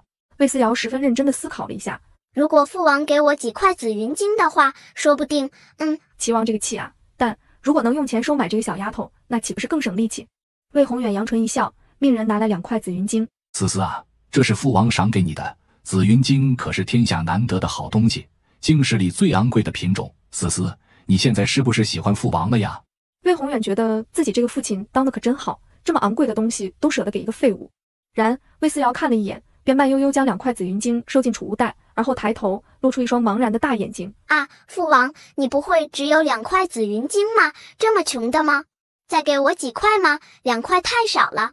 魏宏远这个气哦，2块还少啊？他的齐王府总共也就几10块紫云金，想到能让思思支持自己，就代表苏子涵支持自己，就代表八荒阁支持自己。他一咬牙，扭头吩咐：把本王库房里所有的紫云金都拿来。咦，父王还有库房吗？小娃娃嘻嘻一笑，忽而眨眨眼睛道：父王带思思去参观一下父王的库房好不好？小孩子哪里能有什么坏心思？小孩子的心灵都是纯净美好的。魏思瑶拼命眨眼，努力让自己看起来单纯又无知，脸上的笑容更是纯粹又美好，看得人心灵震动。好不好啊，父王？小娃娃笑嘻嘻，魏宏远顿时被这个天真无邪的笑容晃倒了。哎呀，思思这个孩子好可爱，好单纯，好哦。魏宏远竟然想都没想就点头了。行，父王带你去参观库房，参观完了，思思是不是就更喜欢父王了呀？只要带我去参观父王的库房，思思绝对就更喜欢父王了。嘿嘿嘿，没人听到魏思瑶内心的笑声。哇，是不是很多宝贝，很厉害？哈哈，也就还行吧。魏思瑶顿时有些兴致缺缺，怎么说呢？齐王这里的东西，他竟然没几个瞧得上的，非要说的话，全都是些基础物资吧，极品的玩意儿基本挑不出来几个。你看上什么拿什么，你是父王的女儿，父王的也就是你的。魏宏远已经沉浸在自己美好的幻想之中了，甚至都没在意魏思瑶那一句还行吧。小娃娃仰头看了看魏宏远，只觉得自己能摊上这么个爹也是奇了，不过还好，身为女儿，自己和哥哥们都没遗传到齐王的智商，那就真的坏了。不过既然魏宏远都说了可以让自己随便拿，那如果自己只站在这里不动，是不是还有点扫兴？想着他便乖巧的点了点头，对魏宏远甜甜一笑。好的，父王。既然父王都开口让他随便拿了，那他就拿好了。虽然自己瞧不上，但是宗门还有一群新人要养呢。总之通通都带走。然后魏宏远学会了一个新词儿，扫荡。魏思瑶真的不负众望，有什么拿什么，甚至连很多法器的支架都没放过。他所过之处犹如蝗虫过境，要不是这库房的墙拿不走，估计魏思瑶能把墙都给拆下来带走。不过一盏茶的功夫，魏宏远的库房干净到连一片纸屑都没有，这哪里是来参观库房，打扫都没你清扫的干净啊。看到最后，魏宏远都傻了，目瞪口呆地盯着魏思瑶，就像看着什么恐怖的怪物。他伸出手指，哆哆嗦嗦地指着空空荡荡的库房，下意识开口：就一个都没留，就一个都没留。行吧，库房太干净，都给整出回声来了。魏宏远惊讶地看着回声，心道：原来老子的库房这么大，这么空旷的吗？父王不是说随便思思拿吗？难道父王反悔了？魏思瑶比4岁的孩子还像个孩子，这个天真，这个烂漫，这个不假思索。魏宏远打碎了牙齿和血烟，真的是无语了。不是，那你也不能一件都不给父王留吧？魏思瑶低下头，委委屈屈地捏着自己的衣角，眼睛红彤彤地哼唧着。看来父王也不怎么喜欢思思嘛，拿点东西就这样。他可真的是冤枉，这可不是一点东西，这是王府的全部财产了啊！乖。魏宏远嘴角抽搐，正想大发雷霆，魏思瑶又道：本来已经有一点点喜欢父王了，现在不喜欢了。那可不行，不喜欢可不行啊！魏宏远连连开口：哈哈，拿，随便拿，父王的就是你的，这点东西算什么？都没有思思喜欢重要。心都在滴血了，但是只要拿下魏思瑶，就能拿下皇位，值得了。库房这点东西，比起大周的江山，算个屁！这么点小小的付出，就能拿下皇位，那才叫值。思思还想要什么？父王当初说王府的财产分给母亲你3/4，父王留1/4。其实我想了想，王府的宅院还没有分给我母亲呢。父王，你说是吗？哈哈大笑的魏宏远，笑声戛然而止了呢。他一脸不可思议地看向魏思瑶。不是，父皇不是还给了你们一间宅子吗？这还不行吗？还要打他房子的主意吗？魏思瑶十分认真地解释。皇爷爷给的，是皇爷爷给的，跟父王有什么关系？皇爷爷给的宅子，又不是父王你得东西。父王，你说思思说的对不对啊？魏宏远还能说什么？他只能微笑着夸赞一句：思思说的好对哦。个屁哦！魏宏远的脑袋飞速旋转起来，他发誓，他这辈子都没有这么努力的用过脑子。不过呢？魏宏远猛地想到一点，直接点头。不过王府的规格都是定好的，就算是父王也没有办法减少王府的大小。这件事，就算皇上也没办法呢。那好吧。呼，魏宏远松了一口气，心道：还好，还好，终于糊弄过去了。谁想下一秒，魏思瑶便道：那父王就随随便便给我2、3间铺子好了，就当是3/4的王府了。父王，思思对父王是不是极好的，只要了父王2、3间铺子呢？啊，这闺女她不想要了，谁爱要谁带走行不行？魏宏远快哭了，但思思都这么为自己着想了，想必已经有点喜欢上自己这个父亲了吧。他只能点点头，然后让管家拿来了3间铺子的房契，直接给了魏思瑶。魏思瑶满意一笑，把房契收好，扭头就往屋子里走。父皇，晚上吃什么啊？我饿了，我想吃海里的白鲜鱼，山里的碧神菇，如果有玄天参熬的7彩赤乌鸡汤，那就更好了。魏宏远的笑容快维持不下去了，就这些食材，连他都吃不上啊，这都是灵物啊。再说碧神菇，知道为什么叫碧神菇吗？那玩意儿避着修士和人类走，能找到已经是不容易了，还有什么玄天参熬的7彩赤乌鸡汤？你父王，我到现在还没见过7彩赤乌鸡长什么样子呢。魏宏远心里这个嫉妒啊，忍不住道：思思啊，这些玩意儿你都吃过吗？吃过啊，皇帝爷爷给我尝过的，很好吃的。皇帝爷爷说他这辈子也就只吃过这一回，不过皇帝爷爷还想着思思呢，连夜把我叫进宫门吃的。皇帝爷爷是爷爷都对我这么好，父王你是我的生父，一定会对我更好吧。说完，他仰头睁着一双无辜大眼睛，眨巴眨巴盯着魏宏远，盯得齐王脑袋上这个汗啊止不住的往下流啊。魏宏远一咬牙，行，父王看看有什么好东西，这鸡弄给你吃。哦，那我们一起吃吗？和王妃娘娘一起。魏思瑶嘴角的笑容越来越大，现在齐王府里的除了魏宏远都是自己人。小郡主，我听说新月公主回府住了，不然今晚我把您送回去睡。魏思瑶一摆手，不必，我那个渣渣爹有求于我，不会对我怎样。彩梨点头，瞧啊，他就知道小郡主什么都清楚明白着呢。对了，这个给你。魏思瑶掏出2个铺子的房契，这是齐王给我的，现在给你，将来也算是你安身立命之本。他可真是个大聪明，3个铺子给出去俩，还给自己留了一个。看着手里的房契，彩梨感动的不行。魏思瑶拿来的房契简直就是救命的东西，有了这些进项，自己也算是有了大后方，不用只看齐王脸色过日子。谢谢小郡主，您只有4岁，但却已经十分心细，又懂得体谅人了。小郡主的好，彩梨一定记一辈子。彩梨说着就要给魏思瑶磕头，魏思瑶想阻止来着，但可惜自己胳膊短腿也短，手明明伸出去了，却碰不到，只能眼睁睁地看着彩礼给自己磕了3个响头。啊，那什么，你想没想过离开齐王？离开齐王？什么意思？彩梨惊讶地看向魏思瑶，然却一不小心听到了魏思瑶的心声。渣渣爹马上就要跌下神坛了，彩梨要是能离开，那就太好了，至少不用遭罪。跌下神坛是什么意思？彩梨脸色微白，难道齐王要出事？我想，但不行，现在齐王无论如何都不会让我的孩子走的。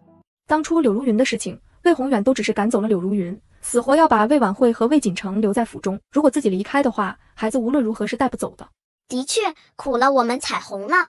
我不怕，我能忍，顶多受些皮肉之苦，怎么都比满春堂好多了。现在彩虹也已经1岁了，最难的那段时间已经过去了。那行，明天你就去跟我那渣爹说，你要在八荒阁住几日，想办法先离开王府。我知道了。第二天一早，魏宏远又准备了一大堆好吃的，甚至淑妃知道魏思瑶回来住了，还特地从宫里送很多珍馐美味过来。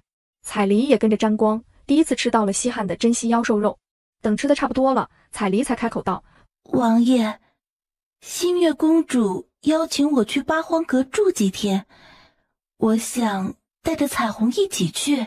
魏宏远根本没有怀疑，毕竟是他让彩梨跟苏子涵多亲近的，现在一听连孩子也带走，那就更好了。去吧，多住几天。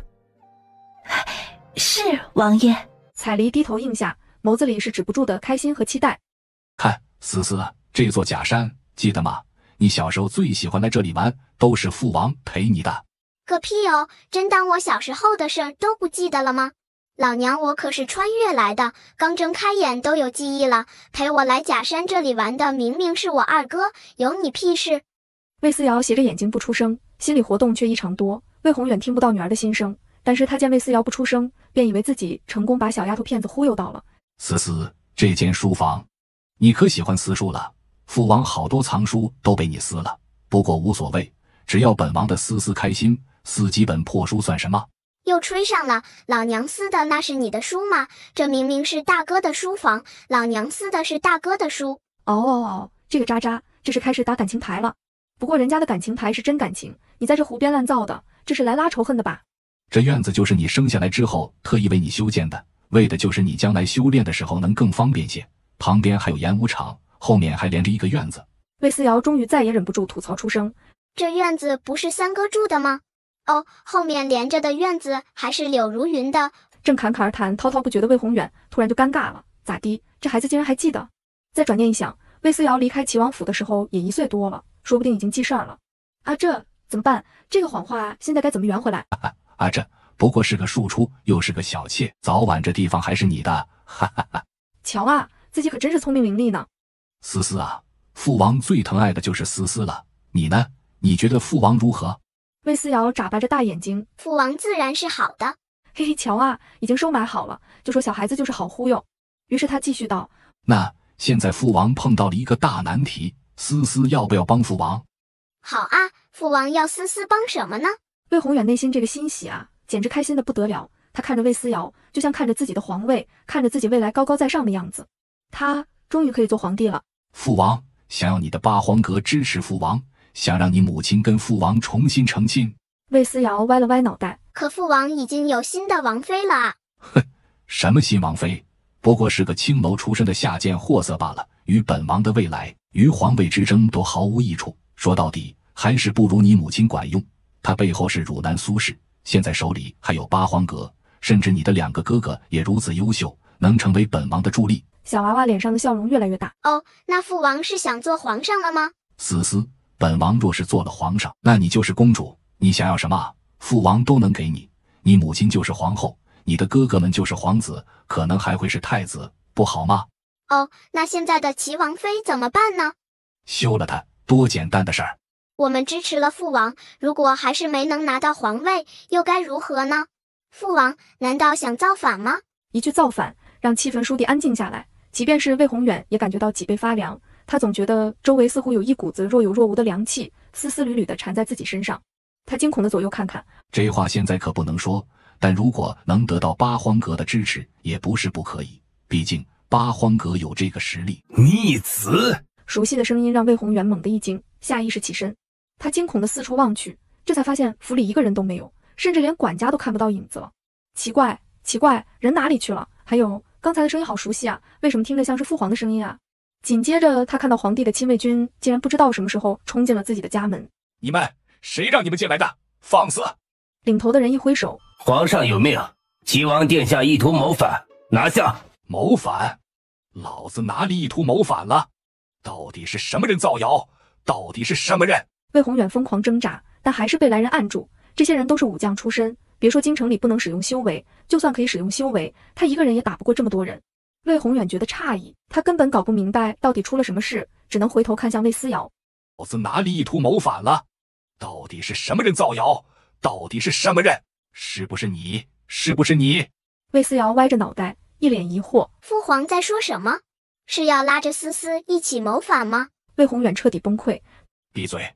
本王没有说过谋反，没有！他尖叫着被押出王府，却看见外面一个硕大的幕布横亘天空。刚才在里面发生的一切已经被所有人看到了，包括京城的百姓。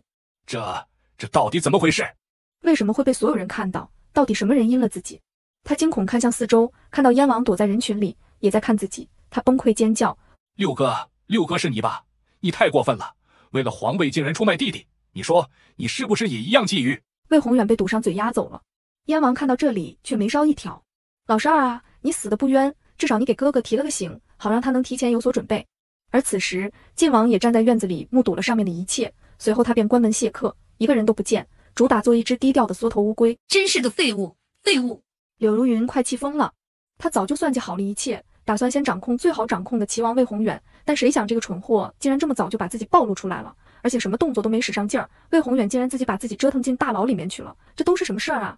柳如云想到自己的儿子，只能说还好魏锦成在玄天宗，不在府中，不然岂不是要一锅端了？不过自己的女儿呢？魏婉慧呢？来人，去牢房看看，里面是不是有个叫魏婉慧的丫头？吩咐完，他便找到了魏龙。提起魏龙，柳如云还挺生气，明明是来搞破坏的，扭头魏龙竟然成了魏思瑶的奴隶。不是，你好歹也是大齐的大国师，你到底怎么想的？柳如云憋着气，本来没想问，但现在他再也忍不住了。大国师，现在都到了这种非常时刻，你难道还要陪着那个小丫头演戏吗？面对柳如云的质问，大国师只想迎风流泪。是他想陪着魏思瑶演戏吗？不是天道，非得逼着自己给魏思瑶当奴隶。而且他现在做的一切，魏思瑶都知道。这丫头虽然嘴上说着啥都不会做，但是扭头就把自己亲爹送进了大牢。啊，这小娃娃的心思竟然比天道还要难以捉摸。这孩子真的只有4岁吗？魏龙抽了抽嘴角，真的有嘴说不出。但现在这种时候，总不能什么都不做，而且他还是带着秘密任务来的，又不是真的来大周做客的。既然齐王废了，那我们就转而支持别的王爷。不行，我的女儿还在大牢里，而且魏锦成只有跟着魏宏远，才能最顺利的继承皇位，将来问鼎皇权。那你想怎么办？魏龙盯着柳如云，这女人是上面塞给自己的，说是了解大周的局势，可以帮上忙。而且现在自己成了魏思瑶的人，很多事情不能做，那就干脆让柳如云来吧。简单，起兵造反。魏龙盯着他，就像盯着一个神经病。你知道八荒阁距离京城有多近吗？他觉得柳如云有病。造反？现在的时局是能造反成功的时候吗？人家造反，天时地利人和总要占一个，他们有什么？天时？人家魏楚业现在呼声很高，大周百姓更是奉他为明君。太子虽然失踪，但是太子也十分有人气。再说没有太子，还有燕王和晋王，有齐王什么事儿？再说地利，齐王现在下了大牢，这不是地利，这是迫不得已啊。人和更没有，除了淑妃和南雨后支持齐王，再没人了。苏子涵更是跟魏宏远有很大的隔阂，这要打起来，苏子涵肯定是帮着皇帝的。这都不是问题。柳如云冷笑着拿出一个小荷包，大人给我的，只要有这个，大罗神仙来了都没用。这一局我们稳赢。魏龙彻底沉默，他没想到上面的人竟然能给柳如云一个这么大的杀气，这好强大的力量啊！魏龙彻底闭上嘴，见他不再说话，柳如云再也忍不住哈哈大笑。大国师，你一定要助我一臂之力。魏龙啊，他要不要告诉柳如云，他已经临阵叛变，直接成了魏思瑶的人了？算了，还是不要说了吧，反正他已经觉得魏宏远没啥屁用了，这颗棋子丢了就丢了，说不定还能借着这次机会给燕王或者是晋王投个投名状，那岂不是就可以借机成为新帝的近臣，继而成功拿下大周？魏龙越想越开心，嘴角的笑容怎么都压不住。他已经忘记他的一切都被魏思瑶注视着。朕真没想到，朕的儿子竟然还想着谋反。怎么，太子只是失踪了，并不是找不到，这就这么着急上位了吗？还有你们这些人，天天逼着朕立太子，立太子。老12原本就是个玩世不恭的玩性子，怎么现在突然会想做皇帝了？定是你们给了他希望，都是你们这些臣子的错。皇帝勃然大怒，这段时间一直被朝臣们压着脑袋逼着立太子，魏楚业也受了一肚子的气，现在好了，终于借着这个由头全都骂出来了，心情那叫一个爽。然而魏宏远被抓，还是会有人保他的。南越侯更是站出来道：皇上，这里面一定有误会，为什么今儿是齐王出事儿，而且还让所有人都知道？这一定是阴谋，一定是有人针对齐王的阴谋。齐王一定是无辜的呀。当舅舅的自然是站在齐王这一边，不过这又给了魏楚业骂人的理由。他若是无辜的，那就是燕王和晋王为了争夺皇位，连自己的兄弟都能下死手。这就是你们这些做臣子想看到的吗？总之，不管未来怎样，现在先骂个狗血淋头再说。合着不管是齐王有罪没罪，他们都得挨骂。众大臣没一个敢出声的。以前在早朝上恨不能吵个昏天暗地的，甚至各自为了自己支持的王爷站队，不在早朝上喷一车口水，那都对不起自己的忠心。现在好了，一个个安安静静的，屁都不敢放一个。南越侯此时也挺郁闷，他现在十分确定皇帝很生气，生气到谁出头就骂谁。行吧，那现在就不要说话好了。大家都不出声，外面刘内监走进来，低声道：皇上，淑妃在外面跪着，说是来请罪的。魏楚业冷笑一声，让他跪着。此时淑妃跪在御书房外面，心里咒骂着魏思瑶，都是这个畜生，都是这个畜生，当初若是没生下这个畜生就好了。不过好在魏锦成不在王府，至少还能给他儿子留下一抹骨血。呸呸呸，这都说的什么话？思思，你快救救你父王，你父王都是被冤枉的，当时只有你在场，你快说，你快告诉皇上啊！淑妃虽然心里恨，但是魏楚业却是最喜欢魏思瑶的，淑妃没有办法，她只能把全部希望寄托在魏思瑶身上。然4岁的孩子面色沉静，尤其漆黑的眸子深不见底。淑妃对上这双眼，忽而深深地瑟缩了一下。奇怪，一个4岁的孩子，为什么眼神能深邃到恍若是已经修炼了几百年，看见世间沧桑的修士？淑妃心里咯噔一声，忽而听到耳边响起异样的声音：冤枉？那可真不是冤枉吧？你们不是早就密谋好了吗？你、齐王还有张公公。冷冷的声音响起，却直接戳破了淑妃心中最大的秘密。她一惊，下意识惊慌失色地看向四周，然而什么都没有。这里除了她，皇上和魏思瑶，再没有别人。然而什么人都没有，却能准确地将一切说出来，这让淑妃更加毛骨悚然。以前也听到过这种声音，但她一直没多想。现在想来，是不是一直有什么玩意儿跟在自己身边，注意着自己的一切？该死，原来早就有人注意自己了。是晋王的人，还是燕王的人？淑妃的内心活动十分精彩，可脸上的惊恐却怎么都止不住。魏楚业盯着淑妃脸上的表情，心情一点一点地沉寂下去了。最初自己心里还有着那几10年的夫妻感情，那现在自己的心里真的干干净净的，一点留恋都没有了。哪里有什么真心啊？现在有的只有对皇位的偏执罢了。皇上！淑妃哆哆嗦嗦地出声，惊恐抬头。来人，送淑妃娘娘回宫。冷冷的声音却让淑妃扑通一声跌坐在了地上，久久不曾出声。完了，都完了。现在看来，儿子恐怕是翻身无望了。魏思瑶摇头叹息，扭头对上远处张公公冰冷的目光。张公公一惊，下意识避开了小娃娃的视线，心底里却涌出满满的震惊和恐惧。怎么回事？刚魏思瑶是真的注意到自己了，还是不经意抬头不小心撞到的？他无比震惊，心脏更是抑制不住扑通扑通狂跳的厉害。如果他能注意到自己，那齐王的事情是不是就不算意外？一想到这一切可能都是魏思瑶主导的，赵公公便忍不住浑身发毛。一个4岁的孩子就能有如此心机，长大了还得了？不可能的，连皇帝都没有注意到自己，别人怎么可能注意到？而且还是个没有修为的小丫头片子，只有4岁而已。对，不可能，肯定是自己想多了。想着，张公公扭头离去。他很快来到了淑妃的寝宫。到底是谁？到底是谁害本宫的儿子？混账！混账！娘娘息怒啊，别气坏了身子。张公公一进门，便将店里的工人赶走，赶紧劝慰。玉芝，怎么办？该怎么办呢？本宫宁愿坐牢的是本宫啊！淑妃这个时候连张公公都不叫了，喊着张公公的名字玉芝。娘娘，为今之计是赶紧见齐王一面，有些说辞还得当面交给殿下呀。见齐王？齐王是以谋逆的罪名被抓住的，想见一面难如登天。就算是淑妃，也不可能网开一面，因为一切都得皇上发话。淑妃知道其中困难重重，但为了救儿子，不得不冥思苦想。玉芝，你化妆成送饭的进去，我找我哥哥，想办法给你通融一些时间。是，娘娘。张玉芝扭头匆匆离开。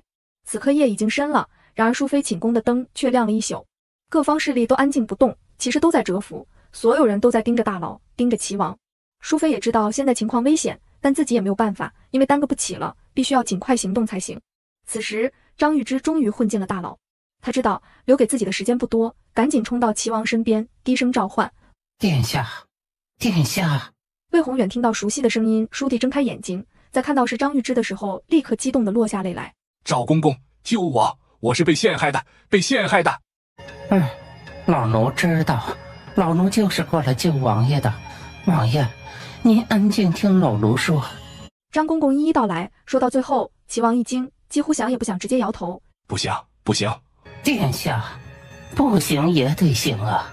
到现在皇上还没有提审王爷，怎么看都是凶多吉少了呀！王爷，娘娘可还等着王爷您回去呢。想到淑妃，魏宏远忍不住老泪纵横。他怎么也想不到事情会变成这样。起初他对皇位是毫不感兴趣的，都是母妃给他灌输了太多，不然也不至于这样。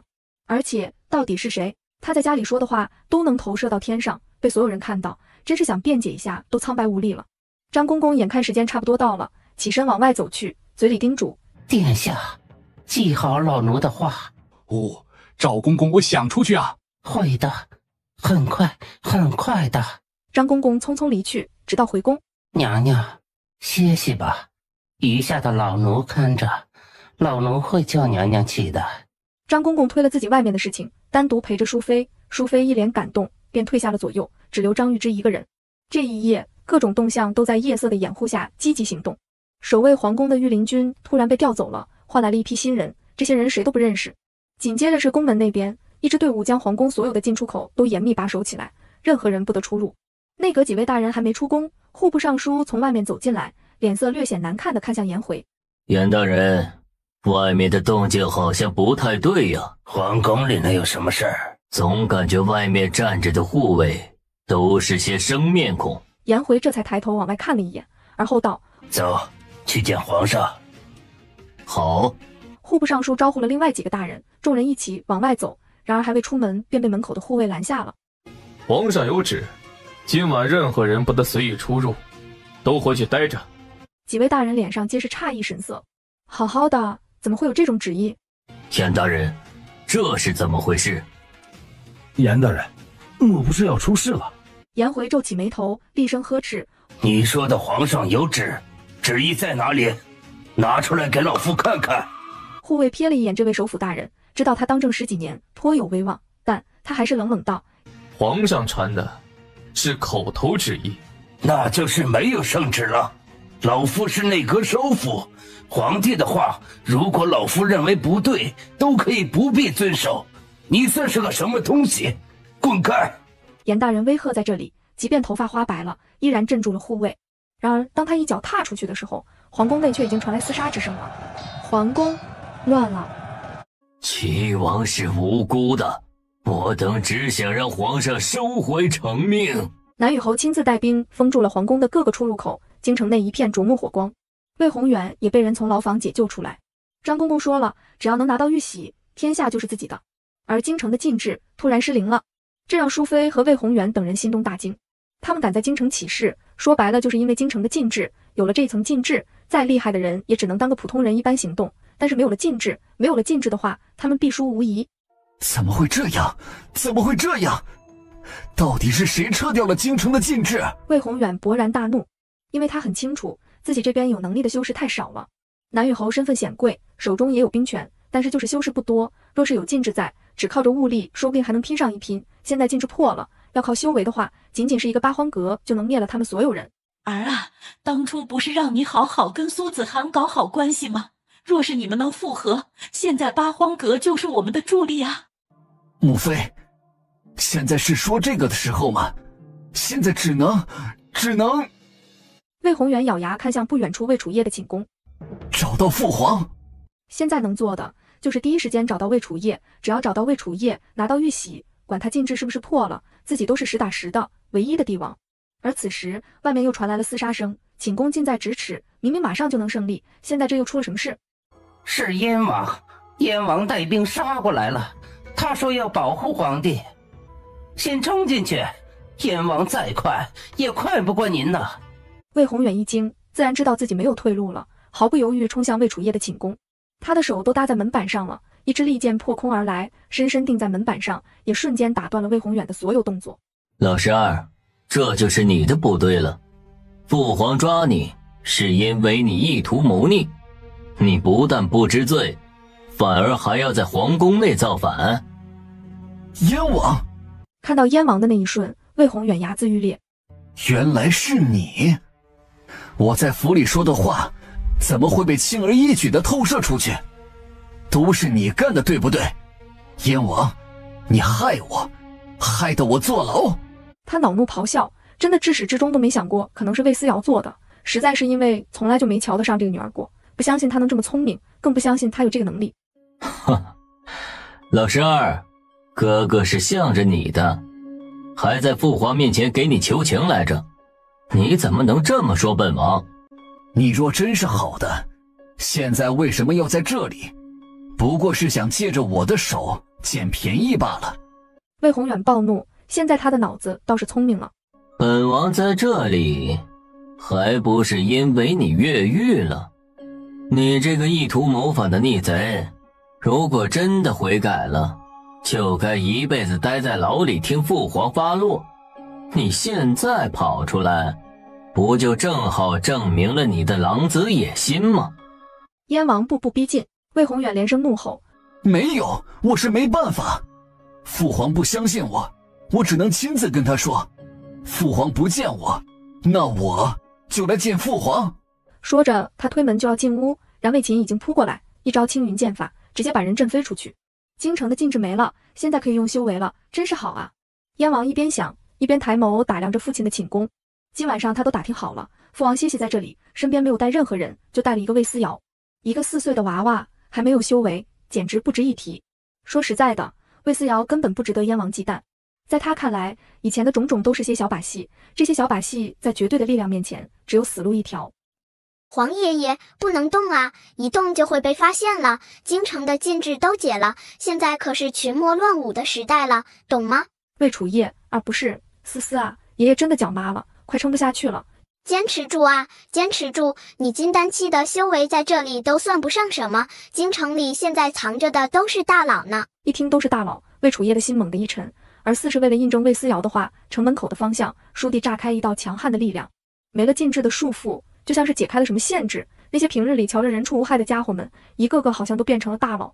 燕王觉得自己要加快速度了，他能感觉到身后传来的越来越强大的力量。他二话不说，一把按住了魏宏远。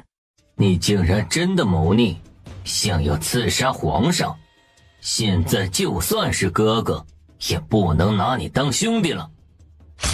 说完，竟然真的一剑刺下去，在众人的惊呼声中，魏宏远吐出一口血来，直勾勾地盯着燕王。六哥，你说过你不在乎王位的，骗子！魏宏远现在一脸的悔恨，直到这一刻，就算是猪脑子，他也已经明白了。你觉得你能坐上皇位吗？还有八哥呢。燕王真的以为就靠着救驾有功这一条就能当上皇帝吗？简直痴心妄想。最后关头，魏宏远还觉得燕王不可能得偿所愿，然燕王却笑得十分得意，他甚至一脸意味深长地盯着魏宏远，冷冷开口：老八，他怕是等不到了。神什么意思？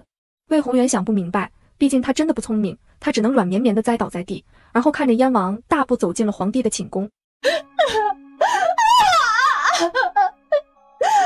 我的儿子！燕王没有去管淑妃的嚎哭，只是狞笑着踏进寝宫，然后准确无误拿着刀立在魏楚夜的床前。龙床被床帐层层叠叠的围住，看不见也听不到里面的动静。然而燕王已经狞笑着举起了手里满是血的长剑。父皇，孩儿救驾来迟，皇上已经遭遇不测。说着，长剑猛地刺进床帐，一下、两下、三下。燕王扬声道：皇上驾崩，传诏，燕王继位。老八，现在已经没有老八什么事儿了，一切都已经了解了，只要皇帝死了，这一诏还不是他想怎样改就怎样改的。燕王放声大笑，而此时那道硕大的气息已经猛然间来到了身后。燕王一惊，他下意识避让，而后眼睁睁地看着整座寝宫都碎掉了，他赶紧往外冲，终于在最后一刻逃出一劫。魏楚夜大惊失色，又是魔族妖人，他想做什么？魏楚夜忍不住喃喃。魏思瑶淡淡开口：皇爷爷，坏人的目的自古都是搞破坏而已。搞破坏？他一愣，然后看到那个黑色的影子竟然开始无差别的绞杀一切。看着已经席卷皇宫的魔气，远在客栈的柳如云满脸兴奋。他想也不想，徒手打开了手里的荷包，然后一个小小的影子徐徐飞到半空，紧接着骤然冲向皇宫。这小小的影子一出现，整个杀戮一般的都市都倏地沉寂下来，即便是肆虐的魔气都安静下来。只见那影子外面的光芒逐渐消散，取而代之的是一个熟悉的身影，是魏锦城。他怎么在这里？他跟魔族是一伙的。魏楚夜大惊。哦，差不多吧，反正他爹是魔族那边的。魏楚夜，这不仅仅是绿帽子吧，这就是个祸害啊！魏楚夜气得浑身发抖。以前只知道魏锦城不是魏宏远的儿子，他一直隐而不发，也是照顾儿子的面子。又来这手，上次青云大比假装我大哥，现在又假装过来救驾，太没新意了吧？魏楚夜一愣，顿时也兴致缺缺。就这样，果然很没新意啊！又来这手。不过这人可不是魏锦城，魏锦城在玄天宗可不是想出来就出来的。再说这么危险的事情，柳如云肯定不会牺牲自己儿子的安危。听到了柳如云这个名字，魏楚夜微微蹙眉。皇爷爷，你待在这里别动，我让我家小老鼠保护你。说着，他从口袋里掏出一只小耗子，塞进了魏楚夜手里。魏楚夜对上小老鼠那一对绿豆眼都茫然了。老鼠，思思，你是认真的？那你去做什么？外面太危险了。哦，我去抓个人，顺便我好像也发现了点熟悉的老物件。说完，魏思瑶叔弟就从魏楚夜面前消失了。魏楚夜一惊，四下寻找，果然根本找不到魏思瑶。乖乖，这丫头肯定是有修为的吧？魏思瑶手里拿着那把小桃木剑，里面的兽首在被魏思瑶调戏过之后就没露过头。不过这一次，他好像也感觉到了什么，尽管没有完全现形，但是一双眼睛却在桃木剑上张开，细细地打量着四周。怎么，你也能感觉出来？那双眼睛看了他一眼，继续保持沉默。老妖不会把我余下那几样东西都搜集到了吧？不过你可以直接告诉他，就算他拿到了也没用，我的东西就是我的，没人能吸收我的修为。没办法，他修的道跟别人都不一样，尽管这个世界有的是修仙之人，但自己的修行之道没有任何一个人能复制。兽首依旧沉默不语，桃木剑忽而迅速转动起来，剑尖指向2楼的一个房间。看来要找的东西就在这里了。魏思瑶都不用自己出手，只是放出了九尾狐。这小家伙纵身一跃，直接变成一只硕大的雪白狐狸。你是什么东西？柳如云震惊的声音从楼上响起，魏思瑶根本看都没看，管都没管。此时魏锦城就要打到那团黑气的时候，皇宫上方倏地出现几道光芒，徐渊提着剑出现在天空，身边是颍川3大宗门的青阳真人等人，而另一个方向则是刚刚赶到的黄玉。那黑色的一团见这些人突然出现，也不管魏锦城了，几乎是扭头就跑。而魏思瑶早就布下了天罗地网，又怎么可能让好容易等到的魔族妖人跑掉？他二话不说，猛地掐出一道法诀，早就布好的阵法瞬间催动。有黄玉和徐渊帮忙，几乎是很快便平息了皇宫内的纷争，所有人全部抓起来。然而这个魏锦城是假的，事情暴露之后，他几乎是立刻便在所有人面前消失了。假的？青阳真人一惊，这到底是什么妖法，竟然做得跟本尊一模一样？哎呀，而且还能使出厉害的招法。不管他，先把这些作乱谋反的人全部抓起来。树杈上某只护卫魏楚夜的小老鼠也跟着叉腰站起，开口：哎呀妈呀，一直不敢开口说话，可憋死我了。魏楚夜，好吧，是他低估这只老鼠凶了，好多妖兽修炼到最后还不会说话，这只老鼠竟然会说话。只能说思思留给自己的很可能是八荒阁里最厉害的妖兽，不过也不知道思思那边怎么样了。魏楚夜有些担心的扭头望去，只见客栈的方向突然绽放出一片妖艳又诡异的紫黑色光芒。那是什么？皇宫方向，众人都无比震惊，连徐渊和黄玉也搞不清楚那是什么。这气息并不像是魔气呀。青阳真人一脸凝重，但也不像是什么好的气息啊。池莲圣母脸色也有些难看。不管是什么，但他真的很强大。郑玄上人摸了下微微发抖的大腿。是的，这气息让他们所有人都害怕，即便是徐渊和黄玉的脸色都很难看，恍若如临大敌一般。这到底是什么东西？众人都忍不住瑟瑟发抖起来，而也就是一瞬，那道紫黑色的光芒倏地消失不见，整个世界又恢复如初了，好像刚才的一切都只是幻觉而已。远处的客栈门口，魏思瑶手里多了一个小小的荷包。呵，怪不得连桃木剑都感觉不到，竟然还做了能隔绝气息的法器。魏思瑶颇为感兴趣地盯着手里的小荷包，这小荷包是法器，而且还是顶级法器，能掩藏住自己的气息，必定不是凡品。耳边传来细微的响动，魏思瑶猛地回头望去，却什么都看不到，似乎周围没有一个人。但刚才他的确地感觉到有一个人在死死地盯着自己。魔族妖人还真是够狡猾的。魏思瑶没搭理这些宵小，既然躲躲藏藏的，那必定是不敢出来的。他伸手打开荷包，探进去，刺耳的声音猛地从荷包内发出，紧接着炸开一道刺目的光芒，那光芒比阳光还要刺目耀眼，而后一个女子的影子猛然间变大，犹如巨人一般出现在京城。哎，那是什么？这道光芒里站着一个比房屋还高，恍若巨人一般的女子。那女子极美。正当所有人都愣愣瞧着这女子的容貌的时候，一声叹息悠悠响起，紧接着响起来的是一个飘忽不定的声音。啊，师尊。魏思瑶猛地睁开眼睛，刺目的光芒以及小山高的女子都消失不见，夜色还是那个夜色，京城还是那个京城。他下意识低头看了一眼，自己的手指还插在荷包里，他竟然维持着这个姿势睡着了。思思！身后传来焦急的呼喊，扭头看去，见大哥和二哥急匆匆奔过来。你没事吧？刚那个女人是什么？女人？什么女人？魏思瑶什么都没看到，刚才她的状态就像是睡着了，眼睛一闭，什么都不知道了。没事，黄爷爷没事吧？魏子轩摇头，没事，而且这些作乱的臣子也都拿下了。黄爷爷担心你的安危，派了兵马出来找你，我们快回去吧。哦，把他带回去送给黄爷爷。魏子轩满脸的惊讶，这不是柳如云吗？说着，他看向魏荣轩，一副我演的可以吧？还挺像的，是不是啊？他也参与其中了，还有齐国带过来的人，一个都不能走，全部扣下。柳如云是跟魏龙一起来的，魏龙也不是什么好鸟，不过魏龙现在是自己的奴隶了，想干坏事也干不了。但这并不耽搁把魏龙一起下大牢。皇上，这到底怎么回事？到底是什么人，竟然敢谋反？几个人皆是愤怒和震惊。只颜回从头至尾都很安静，他先给魏楚夜行了个礼，才道：幸好皇上您没事。几个人一怔，齐齐给魏楚夜行礼。明明京城的禁制都没了，他们甚至看到八荒阁的修士们御剑入宫的壮观场面，现在竟然连一块石头都没碎。难道昨晚上那都是梦？见不少人还在懵逼，魏楚夜冷冷开口：昨晚有人谋反，两拨人马先后杀进宫来，八荒阁宗门上下护驾有功，朕甚是欣慰。众人低头不语，魏楚夜看着这一群玩意儿，气不打一处来，忍不住又狂骂了这群官员一个时辰。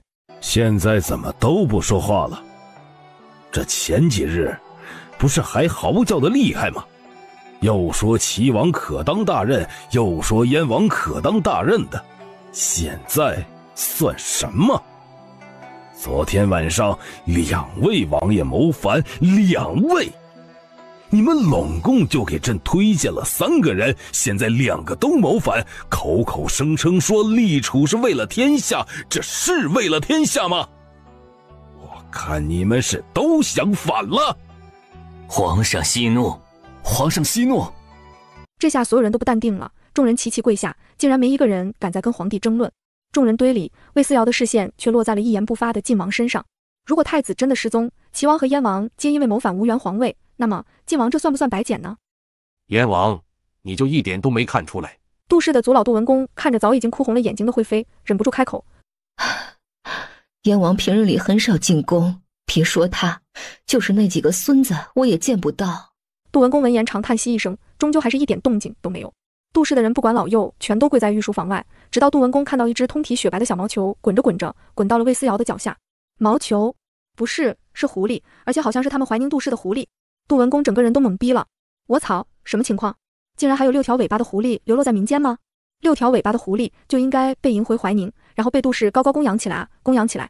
杜文公瞬间两眼放光，此刻也顾不得还跪在这里了，直接看向小狐狸的主人。怎么是豆大点的孩子？杜文公努力用最慈祥的语气开口：小娃娃，你家大人呢？惠妃往这里瞥了一眼，见祖老对着魏思瑶问你家大人了，顿时吓得冷汗直流。可惜他离着杜文公有些远，而且在御书房外，他真的不敢张嘴啊。你这只小狐狸，能给老夫看看吗？魏思瑶瞥了眼狐狸，又看了眼杜文公。你拿什么换？杜文公一阵尴尬，思索了半天，掏出一个不倒翁放在地上。不感兴趣。什么孩子啊，竟然对不倒翁不感兴趣？你等等。杜文公疯狂地掏储物袋，很快他又掏出来一个球。没意思。行，再掏。掏了半天，又掏出来一个风筝。杜文公脸上终于露出笑容。小孩子对会飞的东西最感兴趣。你能拿点好东西出来吗？这谁家孩子怎么这么难伺候？祖老有些不太开心，但他真的挺稀罕那只狐狸。思索到最后，干脆一咬牙一跺脚，拿出了一个罗盘来。而后他果然看到小娃娃的眼睛亮了亮。还行，这丫头还算会掩饰猪，一眼就能看出来这是好东西。杜文公洋洋得意起来。丫头，这可是难得的宝贝，只要有它在，什么阵法都手到擒来，而且等级越高，能催动的阵法也就越强。魏思瑶终于流下了口水。好东西。见着娃娃终于感兴趣了，杜文公也十分有成就感。你若是能催动这玩意儿，老夫就把它送你了。祖老，怀宁杜氏的人都要疯了，这种宝贝送一孩子。祖老你怎么想的？杜文公笃定这孩子无法催动，瞧瞧自己都站在这里这么半天了，都没感觉到灵气波动，而且才4岁，一定什么都不是，什么都不会的。哎呀，逗孩子玩嘛。来，小姑娘，爷爷说的都是真的。魏思瑶接过罗盘，嘴角一扬，终于笑了。既然说的是真的，那就不能反悔。魏思瑶笑眯眯地把玩着罗盘。祖老，他是……后面的话还未说完，魏思瑶已经动手了。只见他只是轻轻地点了一下罗盘，那罗盘倏地飘起在半空，猛然占丈大，一时间约莫有雨伞那么大，并在半空中缓缓转动。杜文公，不是，这丫头不是没有修为吗？杜文公这才后知后觉看向惠妃。你刚才想说啥？惠妃的脸都绿了，现在才知道问一问，是不是有些晚了？他是八荒阁的宗主。沉默是今晚的康桥。就突然觉得自己好蠢啊，看人家4岁就想逗一逗人家，哪想到这哪里是孩子，这就是个隐藏的高手。完了，那自己的罗盘岂不是要不回来了？正思索着，只见魏思瑶迅速掐诀，而后竟然开始摆阵，他的动作行云流水，看得杜文公眼花缭乱。最后一个收拾，只见守护着整个京城的禁制忽而震动了一下，紧接着透明的光幕上忽而闪过一道淡淡的金光。这是……杜文公自己都懵逼了，这禁制竟然变成护阵了。杜文公沉浸在硕大的震惊之中，毕竟他是亲眼见到一个娃娃催动了自家的法宝，而且还给京城套了个护阵。更可气的是，这个阵明显比他们怀宁杜氏的护阵还好要。明明都是同一个法器造出来的阵，为什么差距就这么大呢？杜文公这会儿已经把那只6条尾巴的狐狸忘记了，一把抓住魏思瑶的手。小丫头啊，不是小宗主，老夫是否可比拜托你一件事？什么事？你能否帮我们怀宁杜氏加固一下护阵？魏思瑶歪着脑袋思索了一下，而后摇摇头。不行哦。为何啊？老夫都把罗盘借你玩了。不，老爷爷，你搞错了，不是你把罗盘借给我玩了，而是这个罗盘现在是我的了。杜文公，突然想挠头了，是怎么个情况？那我可比给你钱。杜文公也破防了，宝贝都不是自己的了啊！但杜氏的护阵更重要。我不缺钱。那你缺什么？祖老也来劲了，死活都要达成目的。魏思瑶认真思索了一下，非要说缺什么的话，认真思索了一下，好像自己真的什么都不缺。他低头扒拉着自己的储物袋，9曲神笔、7星算盘、翻云印、混天尺，这些宝贝还都只是抓周的时候人家给的，已经是很久以前的宝贝了呢。魏思瑶不以为意，然而杜文公看的眼睛都直了。好东西啊，全都是好东西啊，不管哪一个都不比自己的罗盘差啊。瞅瞅这个7星算盘，绝佳的杀气啊，真是看得他口水直流啊。直到这一刻，杜文公才无比确定，这娃娃一定就是八荒阁的宗主，毕竟只有宗主才佩戴这么多宝贝出门啊。于是杜文公谄媚一笑，要是让我们怀宁杜氏帮忙，也不是不可以。这么多宝贝，以后是不是也能借我们用一用了？帮忙啊！魏思瑶思索到最后，也没什么需要帮忙的啊。这下尴尬了，人家什么都用不着怎么办啊？哎，不过阵法这边宗门好像没有人教啊。不过怀宁杜氏还得用法器弄护阵，想必阵法并不精通吧？那就阵法。杜文公一拍大腿，把自己都拍麻了，没办法，用的力气有点大。啊？魏思瑶还挺懵逼，什么玩意儿？我去你们宗门教阵法，从今天起，我就是八荒阁的宗学了。魏思瑶表示怀疑。你们怀宁杜氏精通阵法？杜文公点头。精通。知道我们为什么能抓到那么多妖兽饲养吗？知道为什么我们的九尾狐能拥有引以为傲的6只尾巴吗？魏思瑶一脸茫然地抱了抱怀里的小雪球。6只尾巴很骄傲吗？杜氏所有人这不知道为什么，以前明明总是挂在嘴上引以为傲的东西，今儿突然就有些说不出口了。算了，无视吧。这些多是靠阵法达成的，我们杜氏的阵法在整个中原都是数1数2。这样啊？魏思瑶认真思索了一下。那就先给你3个月试用期好了。试用期？哈，开玩笑，老夫这么厉害的人会需要试用期吗？保证你会留下老夫的，绝对。等我先去找黄爷爷问一问哈。说完，魏思瑶扭头往御书房走去，守在门口的刘内监还热情地拉着他的手。小宗主，注意脚下。杜文公这才后知后觉道：他在皇帝面前很有分量嘛。一家人整整齐齐跪在御书房外，现在心情更加忐忑了。正当一家人胡思乱想的时候，刘内监已经一路小跑走过来。祖老，皇上有请。皇上真的找老夫？是，这边请。刘内监脸上笑盈盈的，让人看不出喜怒。杜文公心里没底，只能跟着走进去，连带着怀宁杜氏的人都跟着七上八下。好一会儿之后，杜文公才出来，不过并未看自己的家人亲眷，而是扭头走出了皇宫。所有人，不是，老爷子这是干嘛去了？正当所有人纳闷的时候，刘内监带着皇上的旨意下来了。就一点没弄清楚到底怎么回事之前，任何人不得私自离京。至于左老杜文公，直接下狱，直到查明怀宁到底是否跟燕王有牵扯。下狱。娘娘，您不是说那是皇上最爱的小孙女吗？是啊，为何还是这种结局啊？几个人埋怨着，然而惠妃也不知道该怎么解释。有人要见娘娘。淑妃一愣，又惊又喜道：是不是皇上？是皇上来看本宫了吧？皇上最宠爱的就是本宫了，皇上一定是来接本宫的。他欣喜万分，手舞足蹈，还不忘记仔仔细细整理自己的仪容仪表。旁边牢房里，燕王往这边瞥了一眼，无奈地摇了摇头。父皇会来？不可能的。淑妃跟着狱卒来到了空寂无人的审讯室，一到地方却看到了一个小小的影子。你！淑妃大惊，整个人都瑟缩了一下，她下意识看向四周。皇上呢？皇上为什么没来？魏思瑶觉得淑妃有些可笑，忍不住问：皇爷爷为什么要来？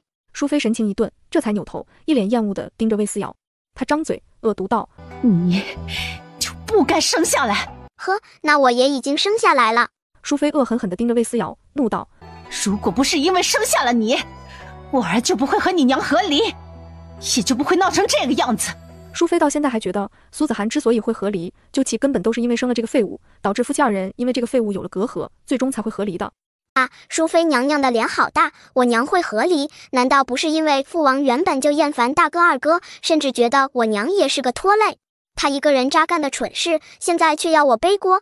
休想，这锅我可不背！你！淑妃气得浑身哆嗦，指着魏思瑶破口大骂：你看看你说的话，像是个5岁的孩子说出来的话吗？魏思瑶在一边笑盈地开口：不，我这是在以一个成年人的视角在跟你这个蠢货讲道理而已。淑妃暴怒：你说谁是蠢货？你这个废物，明明自己什么能力都没有，现在竟然还说我是蠢货，你算是个什么东西？我告诉你，我可是淑妃，你只是个小小的郡主罢了，摆清楚你的位置。摆清楚位置？魏思瑶挑眉，总觉得现在摆不清楚位置的不是自己，而是淑妃。于是他再也忍不住好心开口：那什么，娘娘，我好心的提醒你一句，你现在的位置已经不是淑妃了，而是阶下囚。瞧，人家就是这么好心，这种时候了还不忘记来提醒一下淑妃，她现在到底是什么位置。淑妃果然崩溃尖叫，看着魏思瑶又气又无可奈何，偏这小丫头还非得跟她杠，在一边笑吟开口：哦，说不定过不了几天就不是阶下囚了。皇上是不是舍不得我？他是不是让你来带我回宫的？我就说嘛，皇上是最宠爱我的，皇上最喜欢我跳的舞了，皇上还喜欢我泡的茶，皇上离不开我的。魏思瑶不耐烦地打断了他：绿帽子给皇爷爷戴了这么多年，你哪有脸说什么离不开的？绿帽子！淑妃几乎是当场咆哮出声：你说什么绿帽子？哪里有什么绿帽子啊？你竟然敢污蔑本宫！看本宫上皇上那里告你一状，就算你是八荒阁的宗主又怎么样？污蔑本宫，就是污蔑圣上，你必定满门抄斩。阿哲，魏思瑶挠了挠头，我满门是不是也包括你？闭嘴！淑妃当场就要发疯，魏思瑶也不怕她，直接放出小胖鸟，神兽凤凰倏地变大，牢牢将她护在身后，冲淑妃露出尖嘴獠牙。淑妃吓得连连后退，嘴里还在尖叫：“小畜生，你给我过来！畜生，先是你凤凰，现在又来污蔑我！”魏思瑶慢悠悠从神兽凤凰身后探出一张小脸蛋，笑嘻嘻道：“娘娘，那你觉得为什么皇爷爷到现在都不肯来看你吗？还有一个很重要的问题，娘娘觉得你在牢狱之中见过张公公了吗？”张公公，淑妃的动作终于完全停顿下来，她有些不可思议地垂下头去，细细思索着迄今为止发生的一切，而后脸色变得越来越难看。我不知道你说什么，我不知道你说什么。魏思瑶才不管他听没听到，又知道不知道，他今儿就是来揭穿一切真相的。好在张玉芝是个真正的太监，不然的话，连父王到底是不是皇爷爷的亲儿子都是个问题呢。张玉芝是个太监，自然不会跟淑妃搞出什么来。魏楚夜的确是被绿了，但好在这绿帽子颜色不那么深。张玉芝是淑妃还只是小小的良人的时候的慰藉，那时候皇帝许久不曾来一次，张玉芝就是宫里唯一鲜活美丽的存在。张玉芝的确也很争气，跟淑妃交好之后，便也教了淑妃很多手段，比如怎么勾引皇帝，比如怎么打压别的嫔妃，再比如怎么争宠。不过皇帝魏楚夜也的确很能忍，发现了之后还一直隐而不发。毕竟这件事情闹大了，丢的是自己的人不说，连魏宏远的身份也会受到大家质疑。就在皇上为了魏宏远的脸面而压下这件事隐而不发的时候，魏宏远却在积极的联系人打算造反，这也伤了魏楚夜的心。他的好心成了驴肝肺，有些人真的不值得对他们太好。不，齐王是亲生的，是亲生的。淑妃已经有些癫狂了，显然她十分清楚自己到底做过什么事。她现在好像终于明白了一切似的，猛地抬头问：“皇上都知道了，你说呢？”淑妃终于崩溃大哭：“我不信，皇上若是都知道了，一定不会放过我。”黑暗之中响起魏思瑶一声悠悠的叹息。怎么说呢？只能说这些人都不了解皇爷爷啊！你也把皇爷爷想得太坏了！淑妃崩溃大叫：“难道不是吗？自古武亲帝王家，皇帝哪有什么感情？我付出的一切换来了终将只是失望而已。我只能换个人，我换个人托付我的感情，又有什么不对？”哦，你很棒，你没有不对。听出来魏思瑶的话是反话，淑妃又开始咆妻：“皇上还能有3妻4妾呢？那皇爷爷至少都给人家名分了啊，不然你什么时候也给张公公个名分？”一句话终于堵死了淑妃的嘴，她抱着脑袋蹲在地上，呜呜哭泣。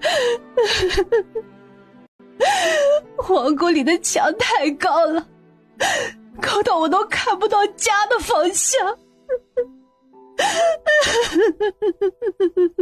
对此，魏思瑶没再多说什么。见魏思瑶不出声，淑妃这才道：“你也觉得我很可怜，对不对？思思，你去求求皇上，求求皇上放了齐王吧。一切的过错都是本宫一个人的错，本宫愿意承担一切。本宫只是个妃子，然而齐王却是皇上的骨血呀，思思。”见无法替自己求情，淑妃只能替魏宏远求情，那可是他唯一的儿子啊。魏思瑶用一种看傻子的目光看着他：“你觉得皇爷爷会放过我爹吗？”苍天啊，这可是谋反，就算是自己亲儿子也不行啊。那要是轻飘飘的就带过了，是不是大家都可以随便谋反了？那可是谋反啊！淑妃终于扑通一声坐在地上，呜呜的哭不停。既然如此，还有魏景涵跟魏婉慧，思思，那都是你的兄弟姐妹，你把他们带进八皇阁，也算是保住你父皇的血脉了呀。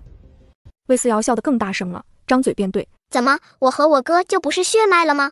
而且还有更搞笑的，魏锦成根本不是父王的儿子啊！哎，淑妃啊，淑妃，你给皇爷爷戴绿帽子，柳如云给你儿子戴绿帽子，这也算是报应吧？”听到心声的淑妃，突然间整个人都不好了。这声音她不止一次听到过，但从未想过这是魏思瑶的心声。她目瞪口呆地盯着魏思瑶，忽而想起燕王那句话：皇上有那么多子孙，为什么一个都瞧不上，只宠爱魏思瑶一个？这哪里是心声，这全都是机密啊！等等，魏锦成不是齐王的儿子。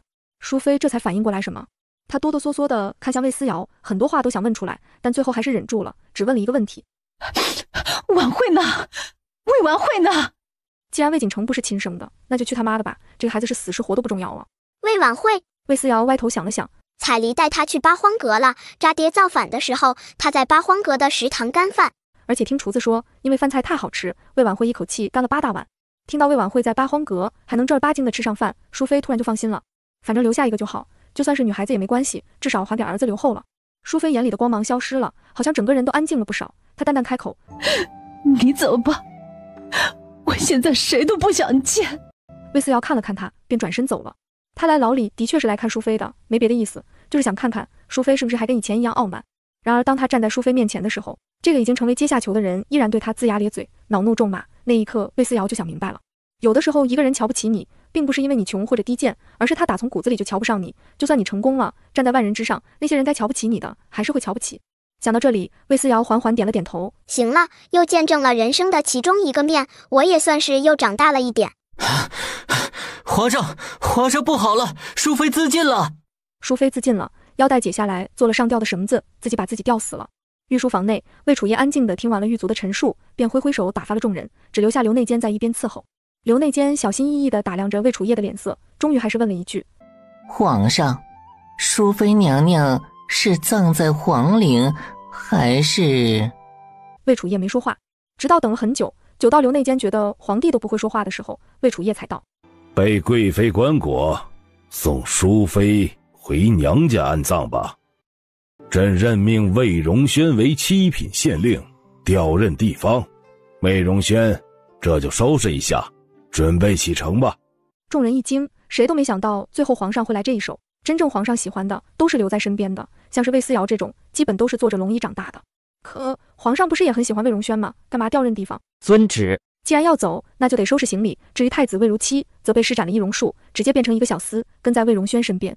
委屈太子了，还要扮成我的小厮。魏如期哈哈一笑，明显并不在意。哈哈哈，这有什么？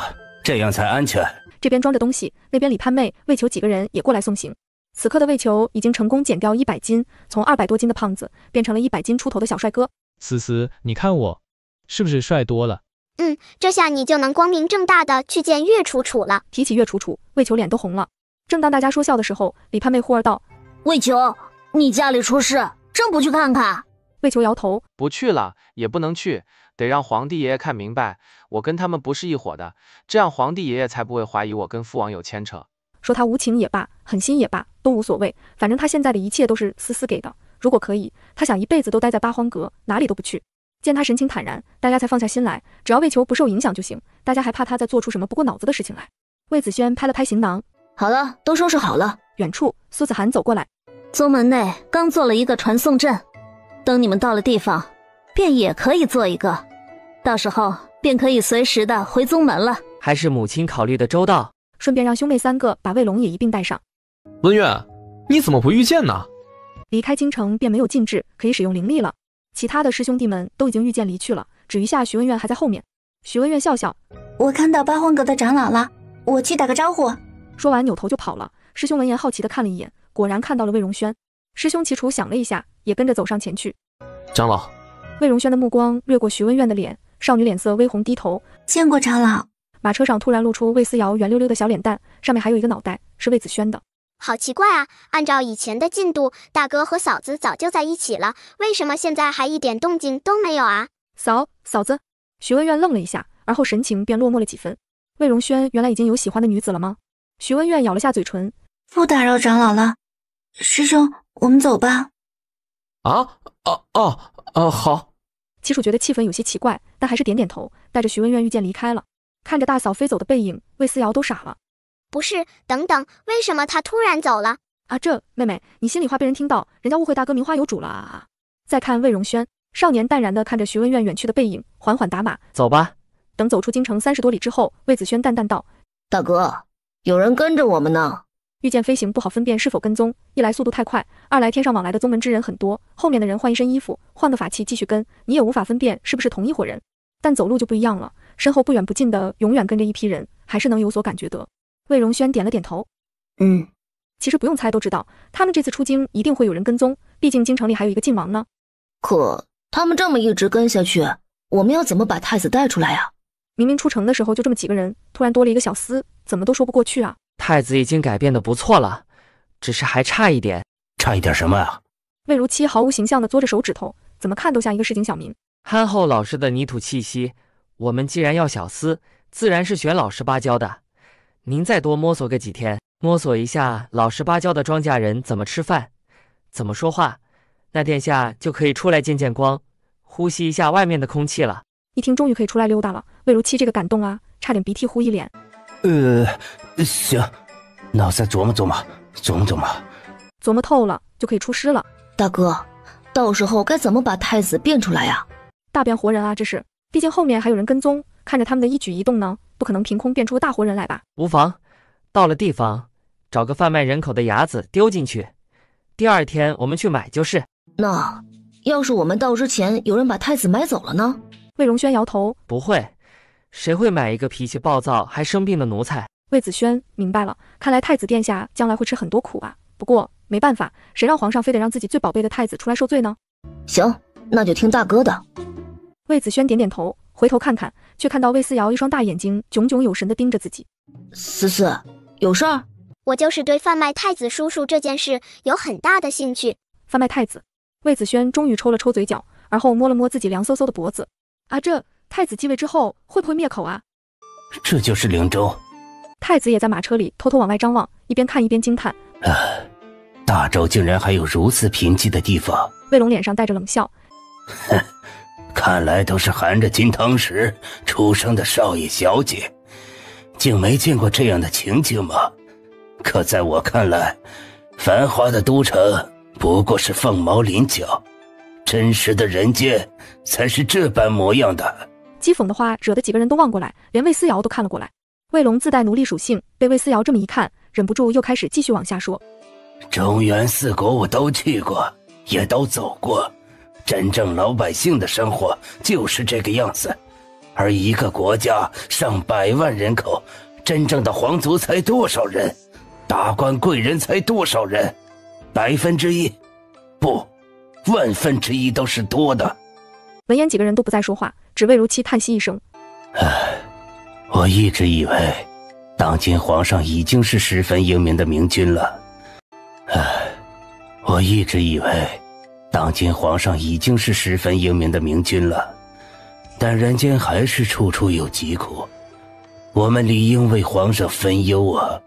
魏龙看向魏如期，此刻的魏如期做了易容。魏龙并不知道这个人是谁，但也知道这个人身份特殊，不是他能知晓的，于是他便当不知道，也不去过问。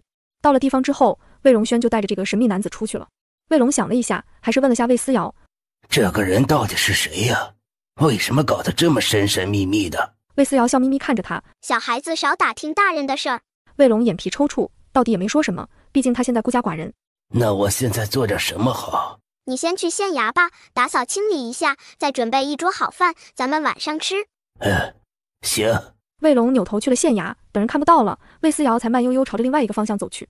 他要去看贩卖太子，走起。哈哈，魏思瑶笑眯眯往前走，却不知道自己的心声都被魏子轩听到了。他这个二哥被大哥委以重任，那就是保护好妹妹，自然要一直跟在魏思瑶身边。不过他也挺好奇的，贩卖太子的戏码。大人，您看啊，他被打之后的反应最强，这种的买回去助兴最好了。几个人面前站着一个大腹便便的中年男人，这个人似乎很喜欢看别人被虐待的样子，看到魏如期被打，脏乎乎的身上布满血痕，便忍不住眉开眼笑。这个不错。他才开口，魏子轩便赶紧上前：这个我们买了。你们……人牙子和这个胖男人都扭头望过来，见只是两个孩子的时候，那个胖男人突然对这对兄妹来了兴趣。小伙子，皮肤又白又嫩，这要是一皮鞭抽上去，留下的鞭痕绝对很好看，哈哈哈哈哈！你有病吧？我们是买家。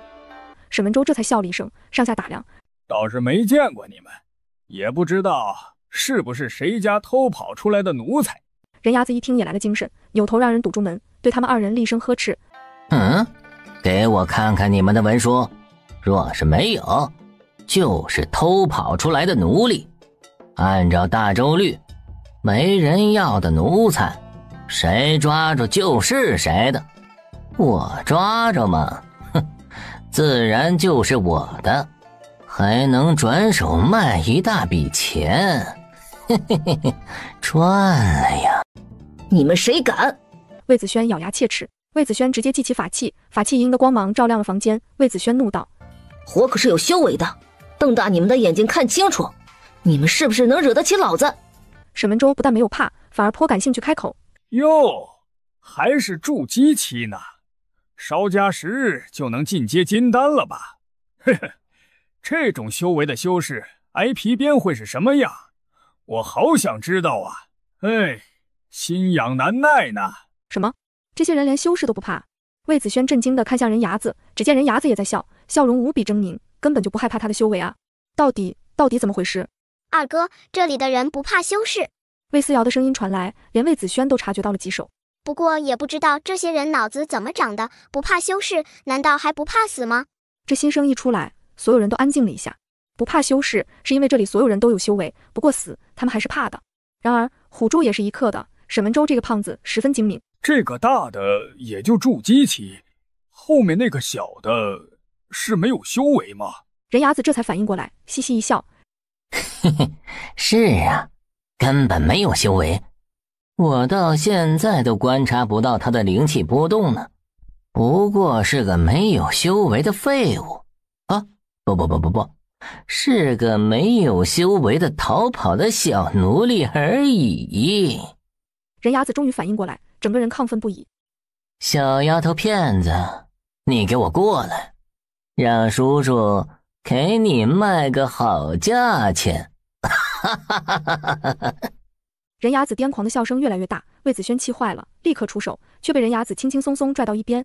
没了魏子轩的保护，魏思瑶整个人暴露在所有人的面前，人牙子无比兴奋，他恨不能立刻把锁链锁到这个小丫头白皙的脖子上，到时候若是能留下猩红的伤口，那一定也是十分好看，十分养眼的。魏思瑶冲人牙子微微一笑，慢悠悠掏出一只雪白的小毛球。哟，你这孩子还怪可爱的，再给我个小宠物啊！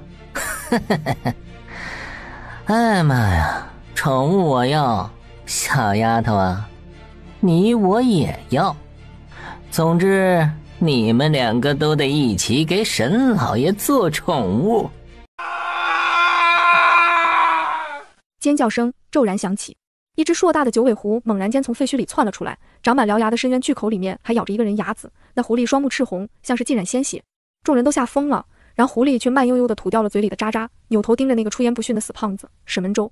沈文周吓疯了，赶紧叫嚷：“还不滚过来救我！花钱养你们吃屎的吗？”紧接着一阵罡风刮过，魏思瑶眼睁睁看着几个人突然出现，而后抬起胖的要死的沈文周，又突然消失了。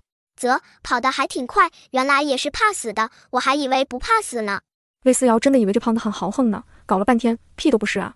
魏子轩看了看四周，又看了看同样目瞪口呆的魏如期，忍不住开口：“那这人还买吗？”“买什么买？”魏思瑶嗤之以鼻，吓得魏如期都哆嗦了。不是，那我怎么办？不买，那是要把他留在这里啊。思思小宝贝，他可是太子啊。魏思瑶耸了耸肩膀：“老板都死了，还买什么？二哥，听说过白捡这个词儿吗？”“啊，这白捡啊，这个主意挺好的哈。”魏子轩心里在想，也不知道黄爷爷要是知道自己的太子拿出来卖，竟然分文都没卖上，不知道会是什么心情。然而很快，沈文周又带着官府的人回来了，扬言要把魏思瑶这一行人全都抓起来。告诉你，这灵州还没有人敢触我沈文周的眉头。今儿你们既然有胆子闹事，找我的不痛快，那你们就得承担后果。承担后果？魏思瑶眨了眨眼睛，一脸不解。承担什么后果？从你脑袋上踩过去的后果吗？小丫头片子，等我收拾了你，一定剥了你的皮，挂在我的屋里做人皮灯笼。魏思瑶呵的一声就笑了。有本事你就来啊！哼，你别嚣张，只要站在大周的土地上，就得遵循王法，这就是国家的禁制，懂吗？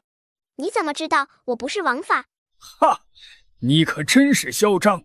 黄口小儿不过5、6岁就胆敢妄言王法，大人，赶紧把他抓起来！看到现在的情况，魏子轩和魏如期都皱起了眉头。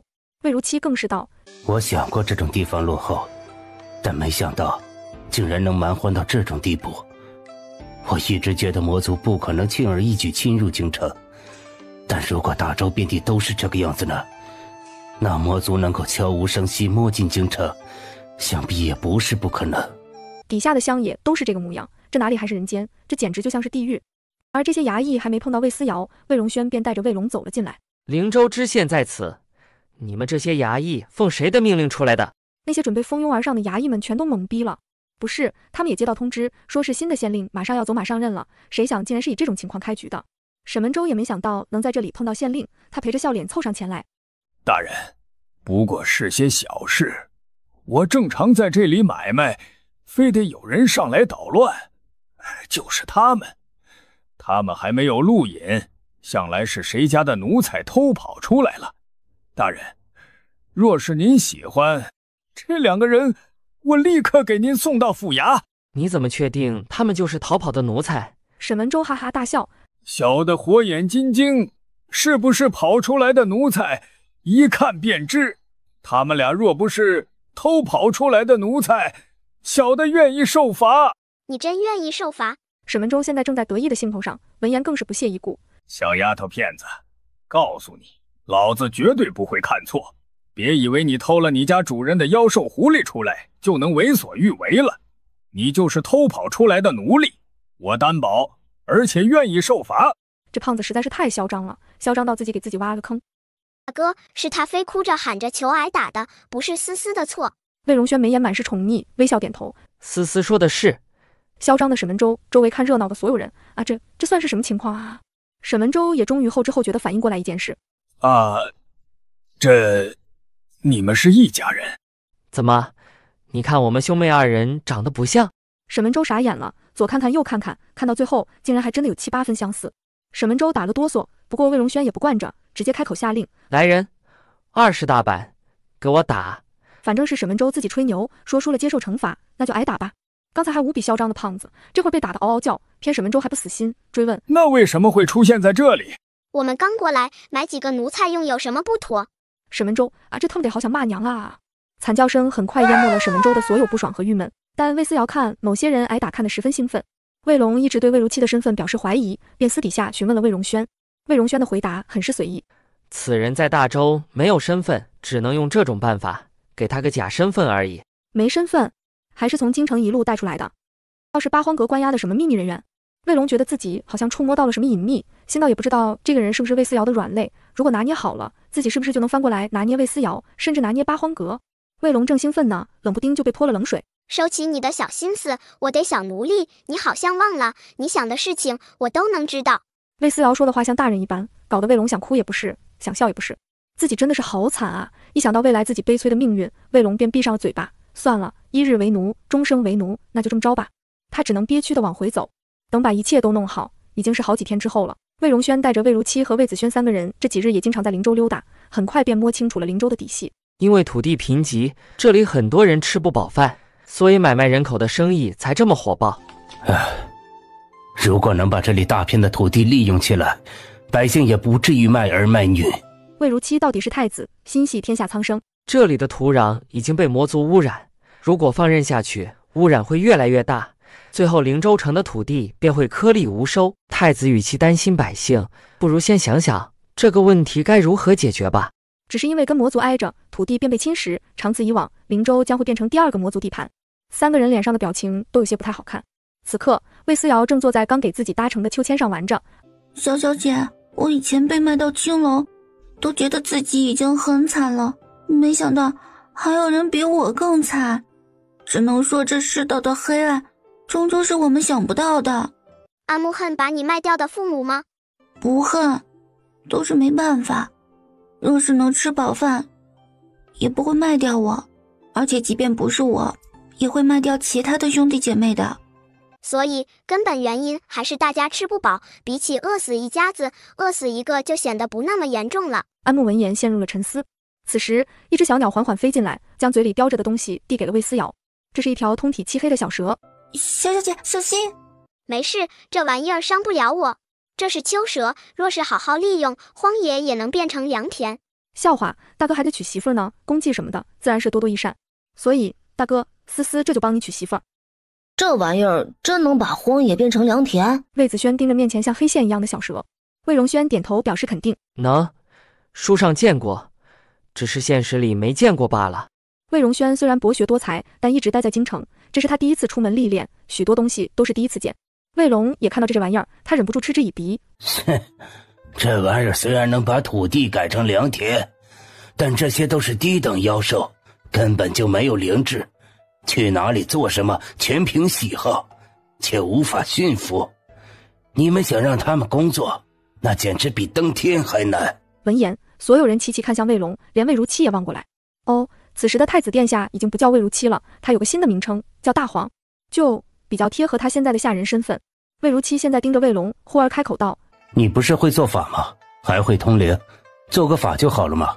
哎，不是，你只是个奴才，哪里有你说话的份儿？卫龙觉得很不爽，他堂堂一个国师，现在做魏思瑶的奴才也就算了，凭什么一个买来的下等人还能对自己指手画脚了？现在人手不足，大家集思广益。另外他是穷苦出身，应该能给我们不少好意见。卫龙只能无奈道：“哎，那需要太多东西了，催动阵法的灵石，还得要人，总之很多事情。”魏如期道：“没事儿，咱们上书朝廷，给皇上要。”旁边魏思瑶都用一种看傻子的目光看着这位太子叔叔，这位不会真觉得开口要，皇上就会给吧？这次我们开口要，那下次别的地方也会开口要。国库的银子是用于非常时期赈灾的，如果现在用完了，将来一旦有灾情，皇上拿不出银子，那就要民变了。魏如期闭上嘴，魏荣轩一开口，他便想到了这一点，深知跟皇上要那是不可能的，那就只能咱们自己搞了。这怎么搞啊？这里穷得叮当响，看看这里的百姓，一个个饿得皮包骨头，指望他们拿钱，那是不可能的。魏龙有些不爽，此刻大家又陷入了沉思，倒是魏思瑶晃了一下小脑袋，淡然开口：“那就从有钱人的口袋里要吗？”有钱人？那个跑掉的沈文州。再想想人鸭子市场上往来穿梭的有钱人，总感觉这个贫瘠的地方，有钱人好像还不少啊。可该怎么要啊？魏思瑶嘻嘻一笑：“简单。”几个人皆望过来，想看看他有什么好主意。小娃娃拍拍自己胸膛：“我神仙总会有信徒送钱的，不是吗？”苍天，自己神仙的名头在京城都传遍了，每天来八荒阁的人多到数不清，捐钱的，过来帮忙洒扫的，总之出钱出力的人都有，多好啊！闻言众人也跟着眼睛一亮，觉得这个主意不错。好，那说干就干。神仙显灵了。灵州这地方神仙都得绕路走，有神仙会来。走，出去看看就知道了。几个人说笑着走出去，本来还晕晕乎乎的，结果一出去，人直接酒醒了。只见夜空之中真的飘着一个金色的人影。这真是仙人？这孩子怎么像知县的那个妹妹啊？你不知道吗？曾经大齐的国师做法请神明，结果请出了咱知府的妹妹，好像还能替信徒完成愿望呢。大家就奉她为神明，还造了像的。活人造像，那不是咒着人家死吗？那小郡主也没死啊，她活得好好的，说不定是真的神明呢。不过是骗小孩子的话，我才不信呢。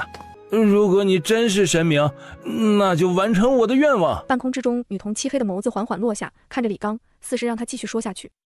我一直没有儿子，你只要能让我有儿子，我就信你，还给你香火钱怎么样？魏思瑶，呵呵，等的就是你得香火钱呢。而后半空之中的身形微微点了点头，便在所有人震惊的目光之中倏地消失不见了。我老婆怀孕了！这胎一定是儿子，一定是！看着欣喜若狂的人，魏子轩和魏如期看向魏思瑶：“思思啊，你用了什么办法能让她怀儿子的？”魏思瑶挑眉：“简单，用她的财运换儿子。她不是死活要儿子吗？从她儿子生下来那一刻起，他们李家就会一路凋零，直到身无分文。”突然觉得李刚好惨。这就是命，命里没有的东西，非得要的话，就得用自己的未来补偿，不是生命，就是财运。几句话说的二人齐齐闭嘴。总之，他们是不会用自己的荣华富贵来换一个儿子的。女儿也很香啊，而且有钱才能躺平吗？神明保佑我们来年吃饱饭。神明保佑，神明保佑，保佑我们一家6口能活到明年。神明保佑地里的收成。灵州还有很多人吃不饱饭，不过很快大家就能吃饱了。捐来的钱会用来操控秋蛇，秋蛇会让土地变成良田，在改造荒野之前，先把百姓手里的地改造一下，到时候大家就能吃饱饭了。想着，魏思瑶舒舒服服地伸了个懒腰，突然开始有些期待了。功德箱里的钱攒了多少了？众人终于开始期待功德箱里的钱，里面已经满了，有金银、也有不少零食，青金石最多，偶尔有几个碧玺晶，应该够一回的了。那我们直接开始吧。魏子轩扭头就要走，却被魏如期叫回来。哎，着什么急啊？灵州这么大，要先从哪里开始，总得有个说法吧？灵州很大，而他们这些钱只够做一次法事的，那么从哪里开始就成了问题。几个人面面相觑的时候，魏荣轩淡然开口：那就放出话去，神明将从信徒之中随机选取一块土地赐福。魏龙，你去办这件事。魏龙默默扭头看向了魏如期，这个叫大黄的为什么可以一动不动？我还有其他吩咐。魏龙，行吧，咱堂堂国师现在都沦为跑腿得了。哎，魏龙叹了口气，任命出去放话。改变土地的评级还是第一步，第二步就是吸引宗门过来建立办事处。毕竟真的有什么事情的话，光靠朝廷派来的这些人是搞不定的，最终还是要靠宗门和世家一起联手应对外敌，才有可能保住一方太平。而现在看看，这里的宗门办事处目前只有一个，那就是天宝山的。若不是门上挂着天宝山的牌子，谁都想不到这破地方竟然会是宗门的办事处，真的破烂到比叫花子都不住的地步。这里已经完全衰败了，就剩下墙没倒，其余的全没了。魏子轩打量着这破房子，怎么都想不到高高在上的宗门也会荒芜到这般地步。我给宗门传讯。于是很快，魏思瑶就发出3份传讯符。不然我们还是推脱了吧。是啊，灵州这破地方真的没有去的必要。宗主，可是这传讯符是八荒阁的宗主发来的，他说他已经在灵州了，而且还建立了八荒阁的办事处。啊，这八荒阁吗？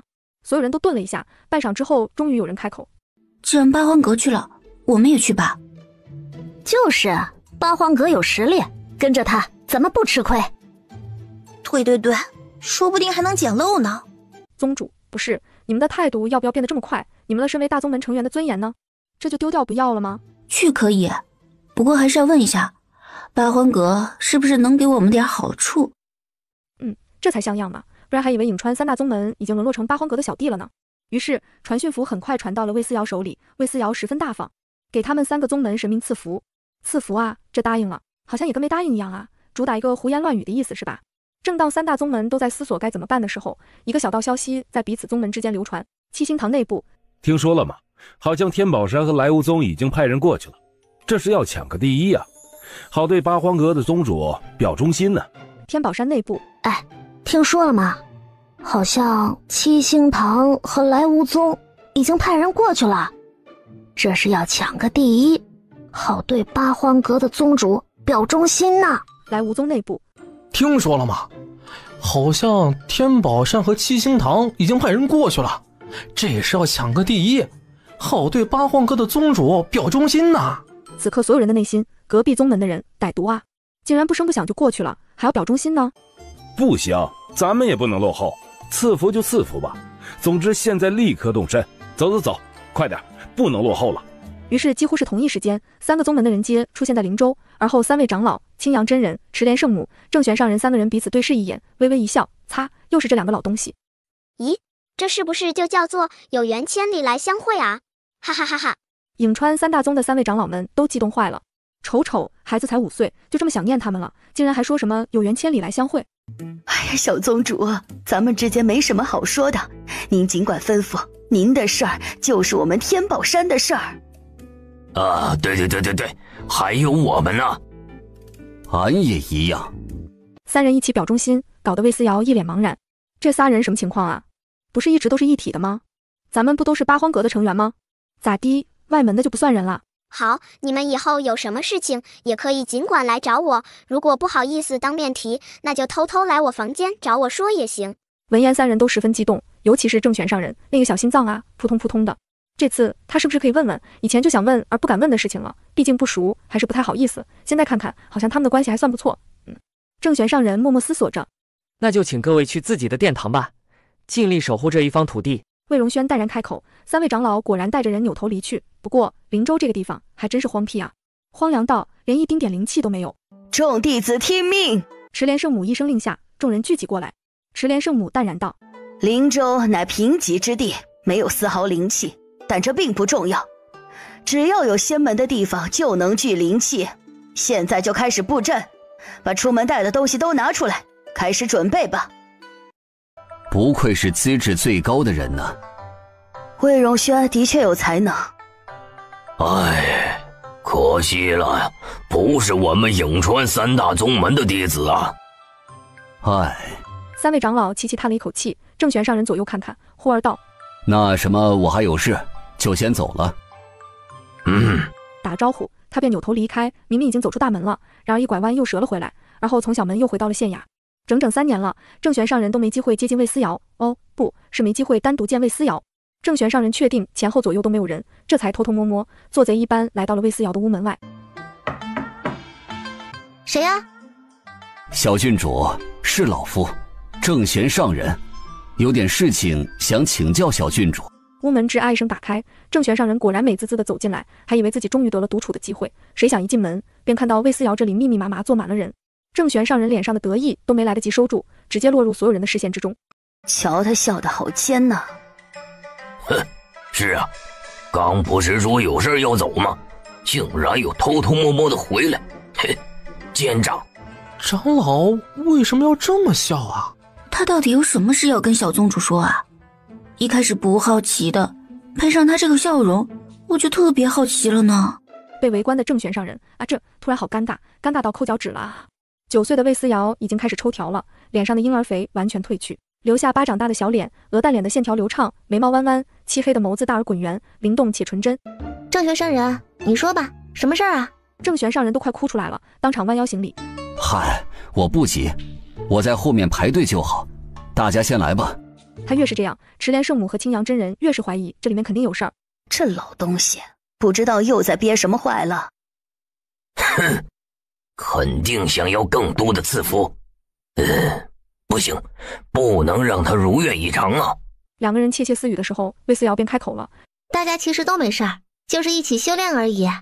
我这里正要有多余的聚灵珠，郑玄上人如果有事儿，但说无妨。”郑玄上人面上十分淡定，内心已经无脸娇羞了。这事儿什么能但说无妨啊？尤其这里还有这么多人啊，真是崩溃死了。他只能默默开口：“没事儿，我一起修炼。这事儿还是单独跟小宗主说吧。”行吧。郑玄上人快崩溃了，这下怎么问得出口啊？他真的好想知道渔网丝袜到底是什么玩意儿啊？怎么办？他觉得自己快要有心魔了啊！瞧瞧，这是谁呀？啊，这不是卫龙吗？哼，怎么给仙门当了这么多年的狗，这是越做越上瘾了吗？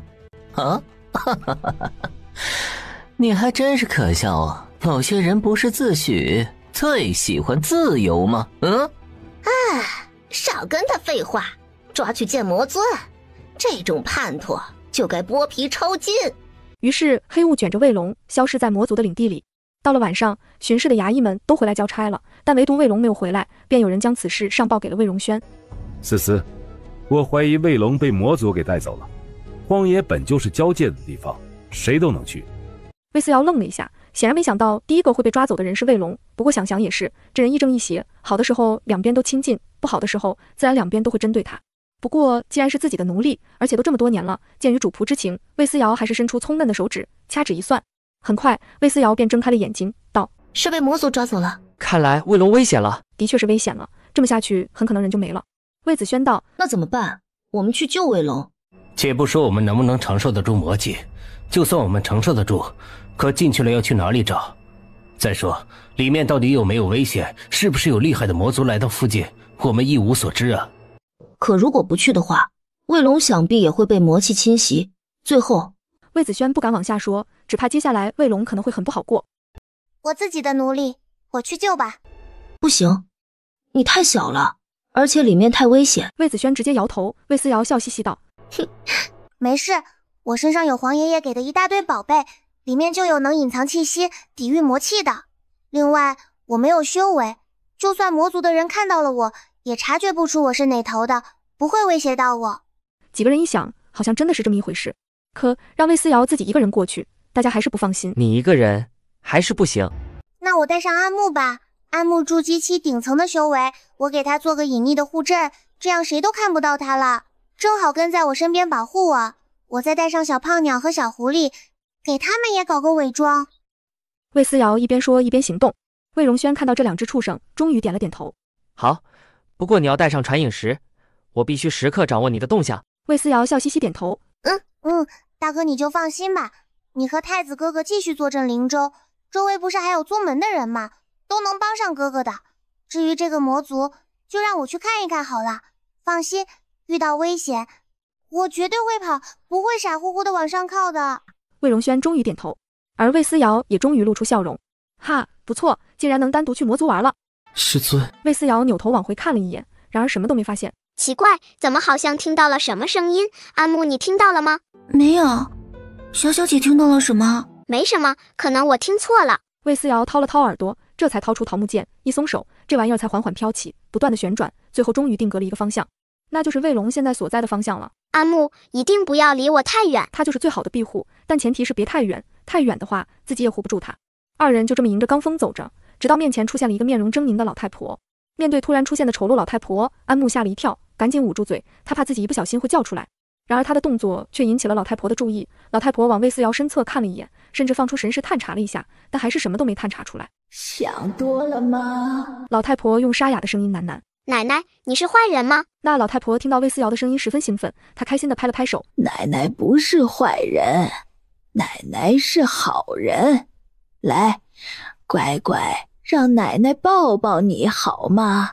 这人是不是有什么大病？这也太假了吧！老太婆笑容突然就僵硬了，她下意识扭头左右看看，却什么都看不到。而后她好像明白了什么似的，恶狠狠地朝着魏思瑶身边望去。这把安木吓了一跳，还以为自己被发现了，但她还是一动都不敢动，咬牙不发出一丁点声音，也不挪动一下。老太婆又仔仔细细审视了很久，终于确定一件事，这小娃娃身后可能跟着一个鬼。想着这玩意儿对自己毫无威胁，老太婆便继续哄魏思瑶。来，奶奶抱抱。妈妈说了，不能跟陌生人说话。说着她还煞有其事地退后2步，搞得老太婆嘴角抽搐。我们都聊了这么久了，怎么算陌生人呢？可我还不知道你叫什么名字，多大年龄，家住哪里呢？这小娃娃怎么这么多事？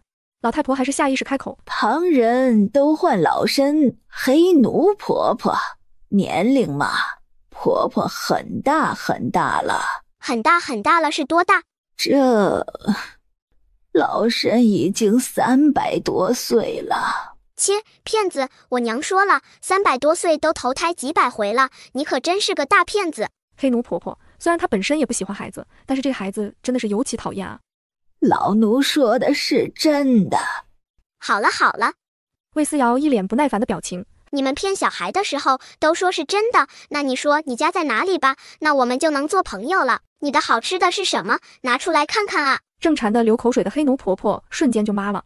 她的好吃的，娘哎，她的好吃的还真没人家的好吃。怎么，你得好吃的不如我的？那干嘛要去你那里啊？又没有好吃的。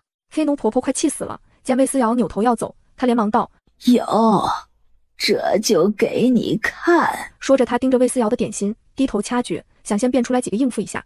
但人家的是千层糕，她变出来的像一坨漆黑的屎；人家是桃花酥，她变出来像一块漆黑的烂石头。总之，魏思瑶的点心各种颜色各种造型，她的统一都是一坨漆黑。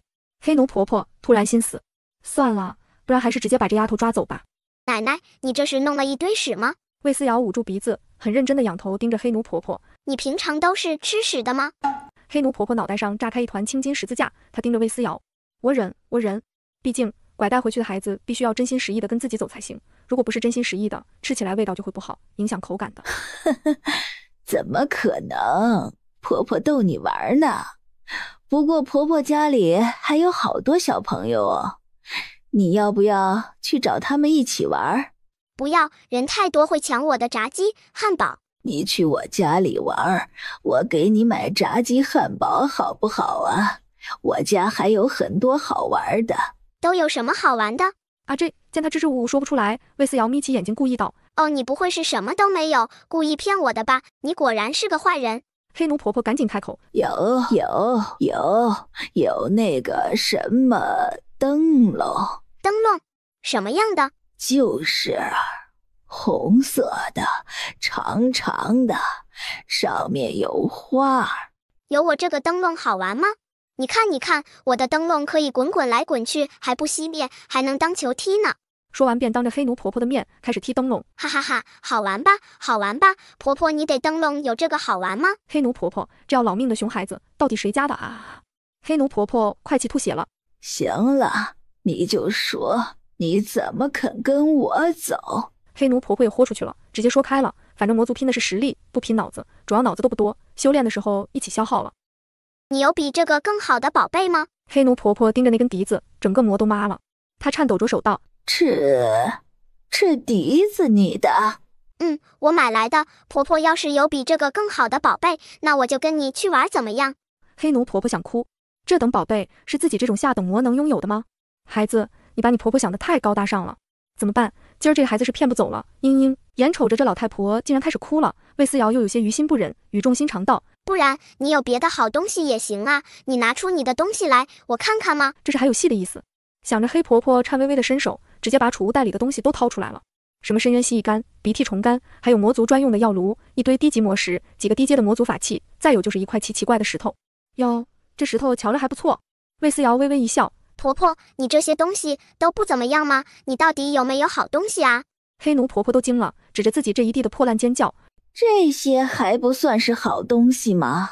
这可是老身攒了好久才攒出来的，是老身全部的家底儿了。那也不怎么样吗？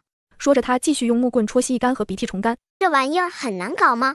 不然你搞一个看看。好吗？搞就搞，不过你是不是得付给我一些报酬啊？不能白给你干活啊！你真能弄。黑奴婆婆有些欣喜。其实这深渊蜥蜴并不难杀，而是难找。深渊蜥蜴，顾名思义，这玩意儿只在深渊有，而那种地方，他这种低等魔族根本进不去，修为不到，进去也很容易死在里面。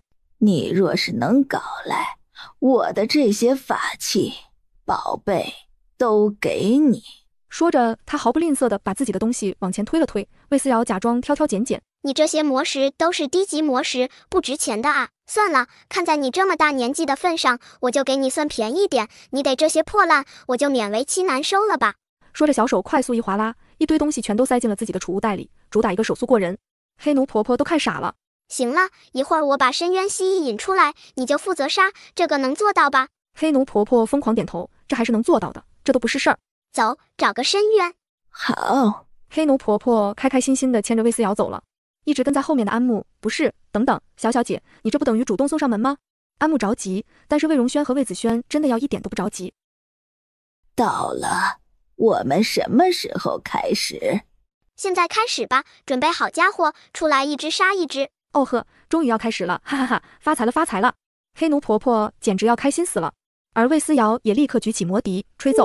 那恍若砂纸擦过玻璃的声音，顿时让开开心心的黑奴婆婆直接崩溃。乖乖，就这音色，你还敢用它吸引深渊蜥蜴？做梦呢！我说丫头，你确定深渊蜥蜴会被你引出来？不是直接被吓跑吧？奶奶，你靠谱点行吗？这特么不靠谱的到底是谁啊？正嘀咕的时候，身后突然传来哒哒哒的声音。黑奴婆婆一惊，扭头便看到什么东西嗖的一声从深渊下面窜出来，直接跳起来数十米高。我去，就这都能把深渊蜥蜴搞出来，什么鬼啊？黑奴婆婆一脸诧异，紧接着哗啦啦蹦出来一大群，如山如海。上啊上，我可打不过他们，婆婆你加油。说完，魏思瑶挥了挥小肉手，在黑奴婆婆以及魏荣轩等人的注视下，带着安慕嗖的一声消失得无影无踪。小小姐，你为什么不跑？安慕十分担心，现在这个老妖婆被这些畜生牵制住，正是离开的最佳时机啊！小小姐为什么不跑？魏思瑶不以为然，自己一个人探索这里还是不行，毕竟人生地不熟的。不过找几个当地人帮自己，不就简单了吗？安慕，所以您是打算让这些魔族为你所用吗？可他们真的会乖乖听话吗？外面现在打得热火朝天，而他们这里吃吃喝喝，别提多悠哉了。娃娃，咱能带着婆婆一起走吗？不是，一只两只还能打得过？你这招来这么多，这是捅了深渊蜥蜴老窝了吗？打不过还他妈跑不掉。黑奴婆婆爆发出一声惨叫，好在她知道在线摇人，立刻给自己的闺蜜好友发了传讯符。很快，两道影子嗖嗖嗖的冲过来，一起加入了战斗。黑奴婆婆已经在崩溃的边缘了，她大喊：大家加把劲儿，全收了，咱们就发财了。到时候换更好的装备，买更好的魔石，我们就能晋升了。旁边两个影子忙着打深渊蜥蜴，谁都顾不上他。直到过了很久，久到魏思瑶都睡醒一觉了，外面才平息下来。老黑子，你到底怎么搞到的这么多深渊蜥蜴啊？旁边那个穿戴妖娆但却长着一张苍老的脸的红婆子也道：是啊，姐姐太厉害了，我的妈呀，我做梦都不敢做这样的梦，姐简直不可思议。虽然累，但是开心啊，收获满满啊。黑奴婆婆一拍脑袋，这才记起来自己忘记了什么。对了，那个小丫头片子。什么小丫头片子？我刚寻了个丫头，终于答应跟我走的，让这深渊蜥蜴一打岔，人哪儿去了？换做我啊，早就跑了。只有没脑子的傻子才不会跑。话还未落音，黑奴婆婆啊了一声，指着石头后面睡得昏天暗地的人道：找到了。竟然真的没跑。独眼和红婆子也都觉得不可思议，两个人一起围过来，低头看去，果然看到一个9岁左右的娃娃正睡的人事不知。红婆婆都无语了，收回前言。对，收回，除了傻子，还有睡得不省人事的人不会跑。不过这丫头也是稀奇，这么惨烈的打斗，她竟然还能睡得着。是不是真的很蠢啊？也就没脑子的能睡得着。黑奴婆婆翻了个大大的白眼。你们不是想知道深渊蜥蜴怎么搞到的吗？就是这丫头引出来的，脑子有问题。哼，我看你们脑子才有问题。独眼一惊，深渊蜥蜴她弄上来的。红婆婆也十分诧异。我的妈呀，这丫头就是招财童子啊！快叫醒！三个人齐齐推了推魏思瑶，小姑娘打了个哈欠，睁开眼睛看看，在看到面前3张人不人鬼不鬼的丑脸之后，吓了一个高跳起来，左右看看，发现自己在魔界的时候，才拍了拍小胸脯。哎呀妈呀，吓死我了，我以为看见鬼了。三个人，小娃娃，你不礼貌哦。丫头，你能引深渊蜥蜴？能啊，你们杀的这些都是我引出来的。那你能不能再多弄一些，再多来点儿？三个人的目光皆十分兴奋。可以是可以，不过我还有事在身。你有什么事，我们帮你做。对，我们帮你，然后你帮我们引深渊蜥蜴，很公平，对不对？魏思瑶眨了眨眼，心道瞧啊，自己啥都没说，人家就上杆子的过来帮忙了。这行吧，不过你们已经得到了很多深渊蜥蜴了，余下的得等你们帮完我之后再给你们引，怎么样？行。三个人点点头同意了，甚至黑奴婆婆都忘记自己的初衷是把魏思瑶骗回去了，现在人没骗回去，倒把自己搭进去，成了给魏思瑶干活的。我先吃点饭，吃完了我们就开始。你这炸鸡汉堡看起来很好吃耶，很贵吧？不贵不贵，最近闲鱼有很多的省钱神券，汉堡炸鸡9块9就能买全套，真的特别省。吃喝玩乐，我先推荐闲鱼，闲鱼真的太神奇了。不错，不过你有什么事要做啊？哦，那什么，我的奴隶走丢了，也好像可能大概是被抓走的。前几天你们有没有看到魔气卷着一个人飞走了啊？这话一问出来，三个人齐齐都闭上了嘴巴，甚至都笑不出来了。黑奴婆婆更是无比诧异。那个人是你的奴隶？哦，这么说你们是见过了，那就好办了。魏思瑶笑眯眯，而黑奴婆婆却瞬间捂住了嘴，心道完了，这下忽悠不住了，只能实话实说了。哦，是，就前几日李莫城的魔尊抓了一个活人，原来是你的奴隶呀。我们打不过魔尊呐，不然我们替你重新抓个人，你换个奴隶怎么样？黑奴婆婆和红婆婆分别赞赏地看了一眼独眼，心道还得是老头子你有办法。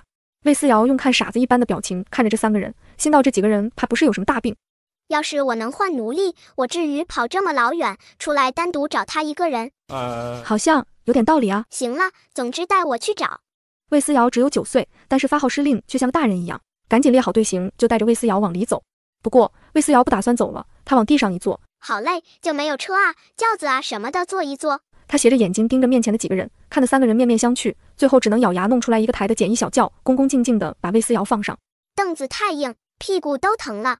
三个魔一阵无语，只能又给铺上一层软垫子。魏思瑶又道：缺个遮挡。不是，孩子，咱们魔族基本都看不到太阳的。看见头顶的魔气挺不爽的，挡一挡，不然我没法好好睡觉。这他妈到底是谁家的孩子？这怎么这么多毛病？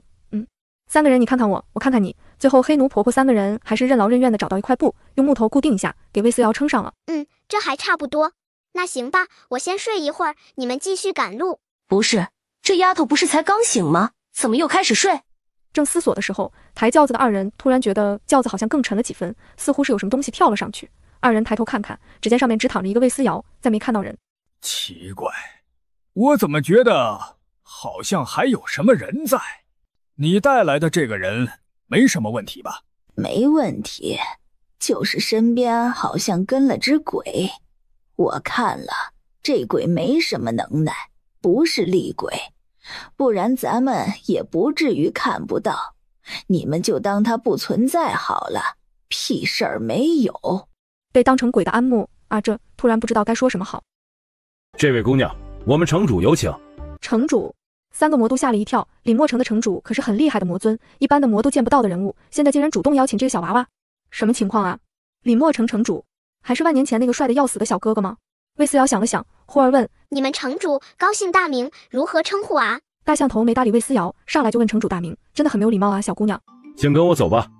是，好的。黑奴婆婆3个人喜上眉梢，能见到城主，那可不是一般的殊荣，只能说，就算比他们厉害的多的魔族，都不一定能见到城主呢。魏思瑶挠挠头，这人还是不是以前那个城主啊？见过城主，见过明幽城主。魏思瑶挑眉，明幽。此时，主位的城主也缓缓开口了。刚城门口的镜子倒映出绝美人影，本城主好奇，是不是又有什么新的大魔尊出现，所以才把你们请来。魏思瑶总觉得这个人好像不是明幽，如果能把他的面具弄下来，看他脸就好了。城主大人，可以看看你的真容吗？大胆！象哥已经直接抽剑了，哪里来的野丫头，简直太放肆，竟然口出狂言，想要看城主真容。黑奴婆婆3个人被魏思瑶吓了一跳，孩子，知道你才9岁，但是规矩知不知道啊？你要懂规矩啊！黑奴婆婆压低了声音，颤颤巍巍道：丫头，婆婆现在也保不住你了，惹了李莫城城主，你今天死定了。不行就不行呗，不至于杀人吧？象哥气得就要跳起来把人带走，最后到底还是李莫城城主抬手制止，他语气愉悦，并没有一丝丝被冒犯的怒意。不妨，杀人倒是不至于，不过想看我的真容，就得在这里住上7天。如果7天之后你还能活着，我就给你看我的真容。城主，象哥一惊，连忙抬头。明幽城主已经上万年没有摘下过面具了，现在竟然因为一个小丫头片子就要摘下面具给他看，他算什么东西啊？象哥心里十分不爽，怒意也都写在了脸上。他扭头狠狠瞪了魏思瑶一眼。小丫头耸耸肩膀，你眼睛疼吗？好想掐死这丫头片子啊！魏思瑶无视了暴怒的象哥，扭头看向城主。虽然说要留下来才能看到城主的真容，但留不留下，选择权还是在我手上的吧？城主大人沉思了一下，点头。对，在于你。是城主大人善良又大度，那请允许小魔我替自己算一卦，如果卦象合适，我就留下住7天，可以吗？算卦。正当象哥疑惑，这小丫头突然把桃木剑往半空中一扔，而后转了3圈，竟然生生停在了半空，不再动了。魏思瑶平静地收了桃木剑，点点头。那我就在这里住7天。桃木剑本来就是用来寻找卫龙的，现在桃木剑一动不动，那就说明卫龙就在城主的府邸之中，既然能光明正大的住进来，那就再好不过了。魏思瑶笑眯眯，而他也注意到城主似乎盯着自己手里的桃木剑，若有所思。这个不过是捡来的玩具，好像是正道的东西，我用这个，城主不会生气吧？不会。多谢城主。男人点点头，摆摆手道：7天之后，你若是愿意留下，那便做本城主的幕僚；如果不愿意，本城主也不拦你去处。去，带几位客人去休息。是。天黑以后不得在府邸走动，若是出了什么事情，概不负责。黑奴婆婆3人闻言一惊，下意识道：那个大人，关于城主府的传闻，难道是真的？象哥冷笑：你觉得呢？说完，他便不再说话，扭头带着几个人离开。黑奴婆婆，城主府的传闻是什么啊？他以前来的时候也没听到过什么传闻啊，怎么这就有传闻了？什么传闻啊？黑奴婆婆往外面看了看，确定周围没人，这才把人领进来，关紧门窗。3个魔齐刷刷坐好，一个比一个严肃，一个比一个紧张，独眼甚至还在不断地擦着脑袋上的汗。不是，到底什么情况啊？你们可是魔啊，还这么害怕？黑奴婆婆深吸了一口气，平复了一下心情，才道：丫头啊，你身边跟了个鬼吧？啊，这个啊，你说是就是吧？你果然知道。不过，你身边跟着的这个鬼应该不是恶鬼，是好鬼，所以你什么反应都没有，还能吃能喝，面色红润。的确是好鬼，照顾他伺候他的那种哦。不过城主府里的鬼就不一样了。城主府闹鬼？你们可是魔族，这可是在魔界闹鬼，不会分分钟变成你们的粮食、修为和法力吗？对，闹鬼，好像从万年前就开始闹鬼了。那个时候，这10几个下人看到府邸中有鬼影游荡，最后就慢慢变成杀人、吃人。现在经历了千万年的时间，这鬼都修炼成了最厉害的鬼。虽然城主有试着对抗，但是这鬼法力太强，两边暂时达成了共识。白天的时候厉鬼不出来，晚上的时间，整座城主府就是他的后花园。黑奴婆婆越说越紧张，最后打个哆嗦，轻轻捂住嘴巴。这一刻，3个魔族吓得浑身颤抖，竟然没有一个人敢再说话。魏思瑶，就这，是不是太小儿科了？说出来鬼都不信好吗？3个瑟瑟发抖的魔族感觉到智商受到了1万点伤害。黑奴婆婆更是拍案而起：小丫头，你身边这只鬼欺魔太甚啊！魏思瑶都懵了，什么鬼啊？安木一直好好的跟在自己身边啊，怎么就欺负魔了？安木更懵逼，他自己都不知道自己干了些什么，除了一直跟在魏思瑶身边之外，他好像什么都没有做啊。诧异的时候，黑奴婆婆又开口了：算了，反正你身边这只鬼最后都只能成为炮灰。对，一定会很快就被城主府的厉鬼给干掉的。小小姐，我陪你去吧。不，你留在这里，不然我还得分心照顾你。既然住在屋子里不会出事，那这里应该就是安全的，放心在这里待着。说完，他已经走出房间了。魏思瑶走了很久，走进一个牢房，黑色的水淹没了大半牢房，一个人泡在水里，2只手被吊在墙壁上，披头散发，不省人事，正是魏龙。魏思瑶远远盯着，打开牢房的钥匙就挂在水路尽头的墙壁上，他想拿到钥匙就必须趟水。他一边看一边分析，而吊在墙壁上下半身泡在水里的人也终于悠悠转醒，他昏昏沉沉地眯起眼睛望过来，直到看到魏思瑶之后，这才惊道：小郡主，你怎么在这里？快走，这里很危险。危险不危险的，都得把你带走再说。魏思瑶算计着自己和钥匙之间的距离，开口。魏龙猛地摇头：你快走，我离不开这里的。而且抓我来的是魔族很尊贵的人，他修为很高，你不是他的对手的。放心，说了能救你就能救。这水里有东西会限制修为，不行的，你无法碰到钥匙，更别提救我。你还是先走。话还未说完，魏思瑶从储物袋里慢慢掏出一根长长的竹竿，一头对到钥匙孔洞上，微微一抬，钥匙便顺着竹竿滑过来，还沾水，真的屁事都没有，简单的很。魏龙啊，这瞬间就尴尬了呢。你还有什么想说的？不过你要打开门的话也得趟水吧。魏思瑶用一种看傻子的表情看着魏龙，而后小右手一挥，那把钥匙便慢悠悠地飞了起来，自己飞进锁眼里面，轻轻旋转，而后门锁应声而开，咔嗒。魏龙眯了眯眼睛，他看向魏思瑶，忽而问：你到底是有修为的还是没有修为的？魏思瑶也笑：你看我像有修为的还是没有修为的？我看你像有修为的。来，用你的修为打开我手腕上的锁吧，那我们就能一起离开这里了。话说到这里，魏思瑶突然停下了手里的一切动作，眸子眨巴着，安静地看着缩在墙上的人，而后他微微摇头：抱歉，我不能，因为我要救的人从来都不是你。小郡主亲自来到这里，不就是来救我的吗？还是说……魏龙眸子里明显闪过一丝丝失望。还是说，小郡主从来没把我放在眼里过？也对，我不过是小郡主的奴隶，在外人面前，我是人人羡慕高高在上的大国师，可在小郡主眼里，又算得了什么？魏龙自嘲一笑，身色上竟然多了几分自暴自弃的卑微，一副被魏思瑶抛弃的可怜样子，看得魏思瑶眼皮抽搐。不是，大哥，你根本就不是魏龙，在这里装什么主仆情深呢？有这功夫，能不能先告诉我，我的小奴隶到底在哪里？水牢里，舒地变得十分的安静。果然，安静过后，那人突然开始低低地笑了起来。笑得这么难听，竟然还笑得没完没了的。笑声突然便戛然而止了，他猛地仰头望过来，咆哮：你这个小孩真的好烦！我现在开始讨厌你了，我要杀了你，杀了你！奶奶个腿的，竟然说他笑得难听。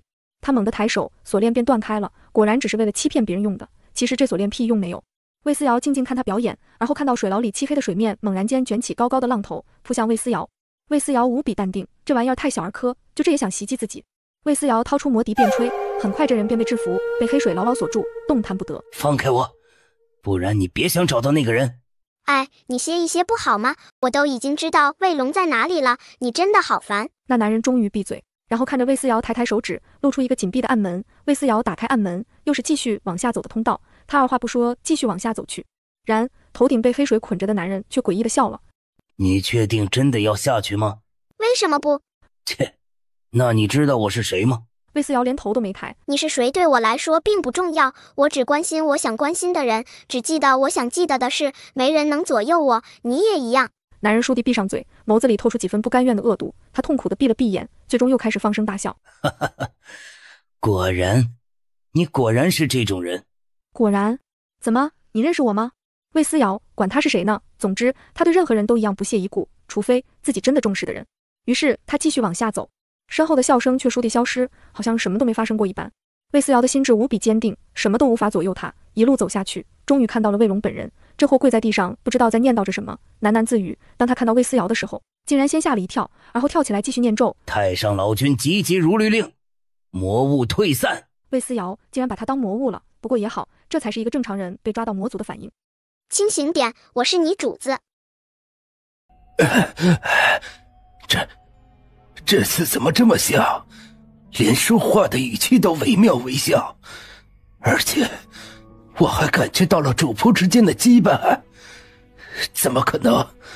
魔尊的实力已经提升到这个程度了吗？魏龙崩溃大哭，魏思瑶叹了口气：不是我不想完成你的霸业，真的是不得已被魏思瑶强迫做了奴隶。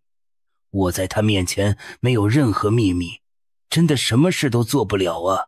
魏思瑶上去直接把人敲晕，然后布了一个阵把他包裹起来，而后勾勾手指，一丝灵气从阵内飘出，系在他葱嫩的手指上。他就这么拽着阵法中的魏龙，就像拽着一个气球，无比轻便，还是打晕了带走比较方便。然这才转身，魏思瑶发现回去的路没了，取而代之的是周围的一切都猛地发生了变化，俨然成了一个墓室。墓室的正中央摆着一个黑色的大棺材，里面躺着一个人，脸上戴着城主的鬼面具。城主。魏思瑶走上前去，摘下了这个人脸上的面具，面具下面露出一张绝美的面容，带着魔族特有的魅惑。虽然双目紧闭，但是眼尾2条红晕已经将这张脸勾勒得活色生香了。明幽，他就知道上面的人果然不是城主，真正的城主果然已经死了。这名字才喊出口，死去的人倏地睁开眼睛，露出一双没有眼白的金色树瞳。好，明幽猛地跳起来，朝自己攻打过来。魏思瑶跳起来便回击，猛然发现自己好像打不过。明幽也是上古魔尊，实力强横，不过他现在死掉了，这身体应该是别人在操控，所以明幽的实力发挥出来不过30%。但魏思瑶也挺可怜，自己的修为只拿回来2份，充其量不过是2/7的修为回来了，再加上他现在还是小孩子，这2/7的修为也不能全力使出，所以他们两个半吊子打成一团的时候，魏思瑶才感觉到不行，自己要输，这可如何是好？魏思瑶一脑门的汗，以为自己天下无敌，谁想这里还蹲着一位上古时期的老朋友。不，其实他一直都是天下无敌的，但是现在不是受限制了吗？师尊，需要帮忙吗？黑暗之中传来悠悠的声音，魏思瑶不怒反笑：你终于肯出来见我了吗？那声音不再说话，只重复一句：师尊，需要帮忙吗？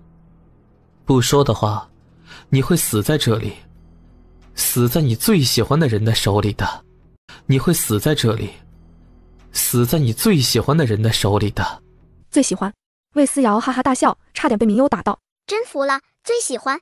他可不是我最喜欢的人，我喜欢的人多了，你大师兄、二师姐、3、4、5、6、7这几个长得都好看，我都喜欢，还有他们的徒儿们，也有几个机灵又聪明的，把你师尊我伺候的舒服，又懂事又体贴，我也喜欢，还有周围几个宗门的首席，长得皮光水滑的，我也喜欢，还有进化成人形的那几个妖兽，尤其那个狐狸精和玉兔精，真是妖娆死了，想想师尊就流口水。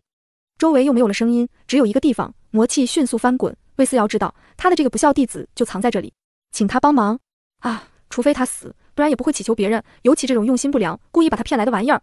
眼看着自己马上就要死在明幽的铁拳下，魏思瑶干脆一咬牙，直接拿出那把桃木剑挡在明幽面前。不知道是不是感受到了威胁，桃木剑上瑟缩的兽手猛然间窜出来，张开大嘴朝着明幽扑了过去。明幽被兽手震得退后一步，魏思瑶终于找到机会，借机冲上去，取出几根银针，直接戳进了明幽的脑袋里。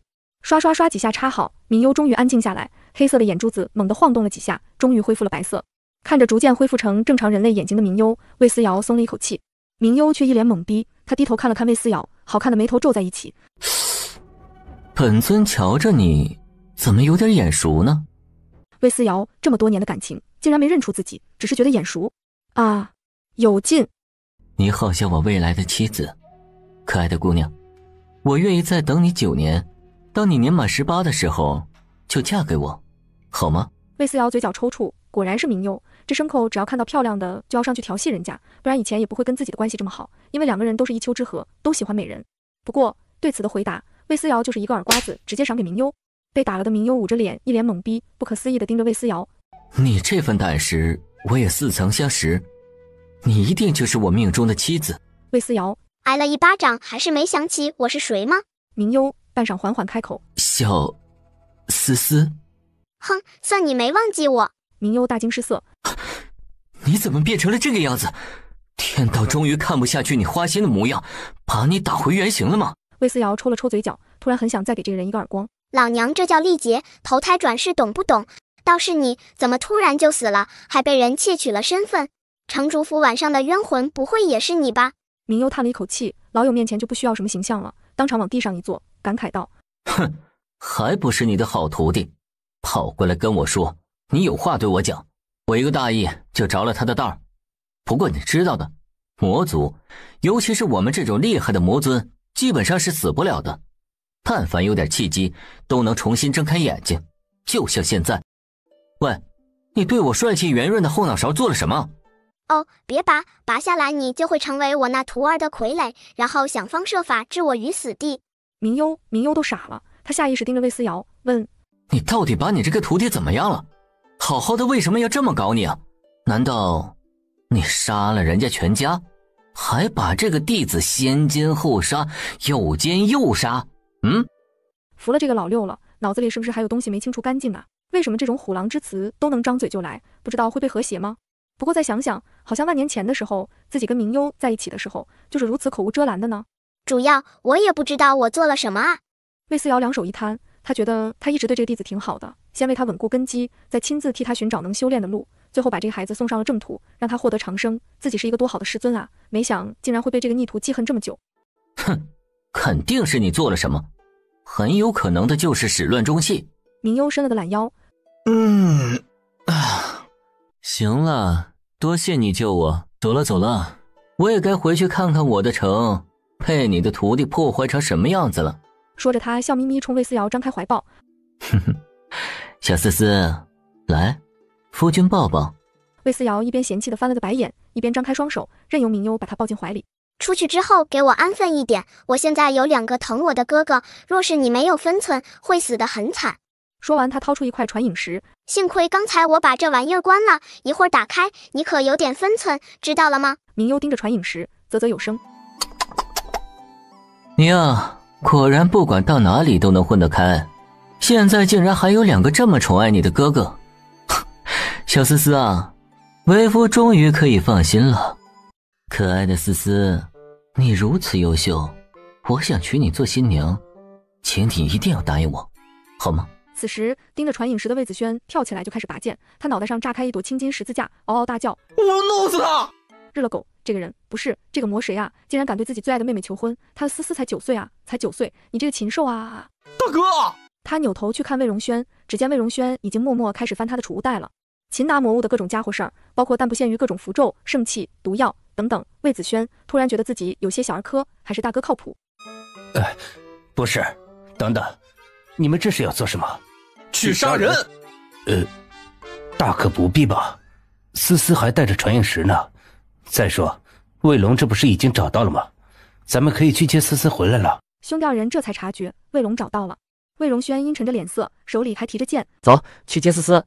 好。行了，别演了，我要带着这家伙走了，余下的事情你自己慢慢搞吧。明优看到传影石掐断了，这才笑眯眯道：哼，就当跟你2个哥哥打招呼了。对了，你的修为好像失去了不少啊。你也失去了不少，赶紧把你自己的身体好好恢复一下吧。咦，这是什么？他蹲在魏龙身边，盯着他袖子里露出的一点隐隐发光的东西，而后拿出来。明优也望过来，这不是你以前最喜欢的凤簪吗？这上面的气息好熟悉啊，这不是你的修为吗？说着，明优单手一勾，簪子到了他的手里，他试着吸收了一下，却发现根本吸收不了。只有本人能吸收啊，真是遗憾呐。这么多年没见，还是一如既往的蠢啊。明优，等等，他听到了什么？他诧异地看着魏思瑶，小朋友翻了白眼。你是不是傻？你是魔族，就算能吸收，下场也只能是个死，懂？妈呀，蠢死了！苍天，怪不得这货会被我徒弟直接秒了，智商不在线，谁都没办法。明优就像是发现了什么有趣的事情，一双眼睛闪闪发光的盯着魏思瑶，而后他突然抓住她的衣袖，撒娇：“思思，带我去你那里玩，好不好嘛？”向哥走上前去行礼：“城主。”明优把凤簪还给魏思瑶，在向哥看来，这就是城主在给某些人定情信物。向哥的眼睛都看直了，明优又道：“还不过来见过城主夫人？”向哥，什么鬼？他出现幻觉了？魏思瑶嘴角抽搐，好吗？这是直接过了明路了，以后这城主府他算是可以随意进出了。我要跟夫人一起回娘家，可能会多住一段时间。向哥，城主府就交给你了，按照我指定的法律和规矩来就行了。明优一通指点，然后就丢下所有人，跟魏思瑶出城了。思思啊，你人缘不错呀，这么多人都来迎接你。此刻所有人突然有点绷不住了。说好的魔族都是大恶人，杀人不眨眼，抓住小孩就会剥皮拆骨挖心挖肺呢？这货怎么一点都不作恶，反而还有点好事，怎么回事啊？而且他好像对小宗主挺好的呢，这是什么情况？魏荣轩身后的人开始交头接耳。什么鬼？不清楚啊。这魔族感觉不到修为，好像很厉害，但看着好像没什么威胁的样子。青阳真人大喊一声：“大家不要被魔族妖人欺骗了，这些人最擅长欺骗别人了。来，我们一起合力杀了这个魔修，捍卫正统。”他这么一说话，真的是一呼百应，大家也都跟着举手表示干他。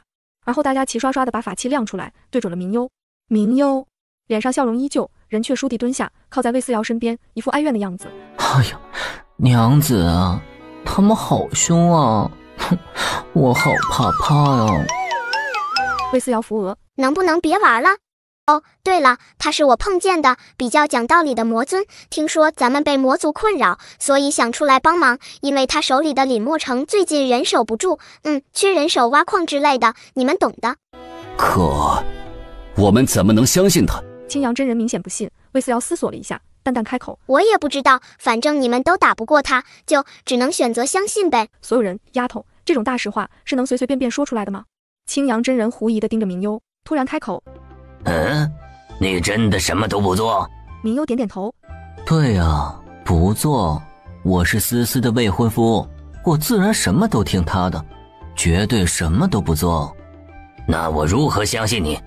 明优笑笑：“放心，你们周围但凡死一个人，都算我的。”这么狂，这么嚣张？你能护得了我们所有人？能。明优点头：“至少魔族是不敢近身的，但如果你们是被同门害死的，那我就没办法了。或者你们被妖兽吃掉，自己摔死、呛死、渴死，那都跟我无关。所以我们先说好啊，只要没有魔气，就别来找我，我可不做冤大头。”魏荣轩想了一下，将长剑收起来，只对明优点了点下巴：“你以后跟在我身边，我亲自监督你。”好的，大哥。魏荣轩脑袋上的青金十字架再一次炸开，他冷漠道：“叫我魏大人。”明优不以为意，反正他脸皮厚，只要让他跟着魏思瑶玩耍，怎么都行。魔族袭击了！徒儿们，这就是实战，拿出你们的胆识来，把师尊教你们的全部拿出来，也让这些魔族宵小看看，什么叫做正道修士。魏荣轩和魏如期一起发展灵州的这几年，灵州城的修士也有近1000人了。这些新弟子像被打了鸡血，看到奇形怪状的魔物也不再害怕，举起法器集体冲向魔物。魏荣轩身为知府，自然要冲在最前头。正当他蹙眉思索的时候，明优笑眯眯道：“大哥，交给我就行啊，我一定能保护好思思的。”魏荣轩竟然真的头也不回的就走了。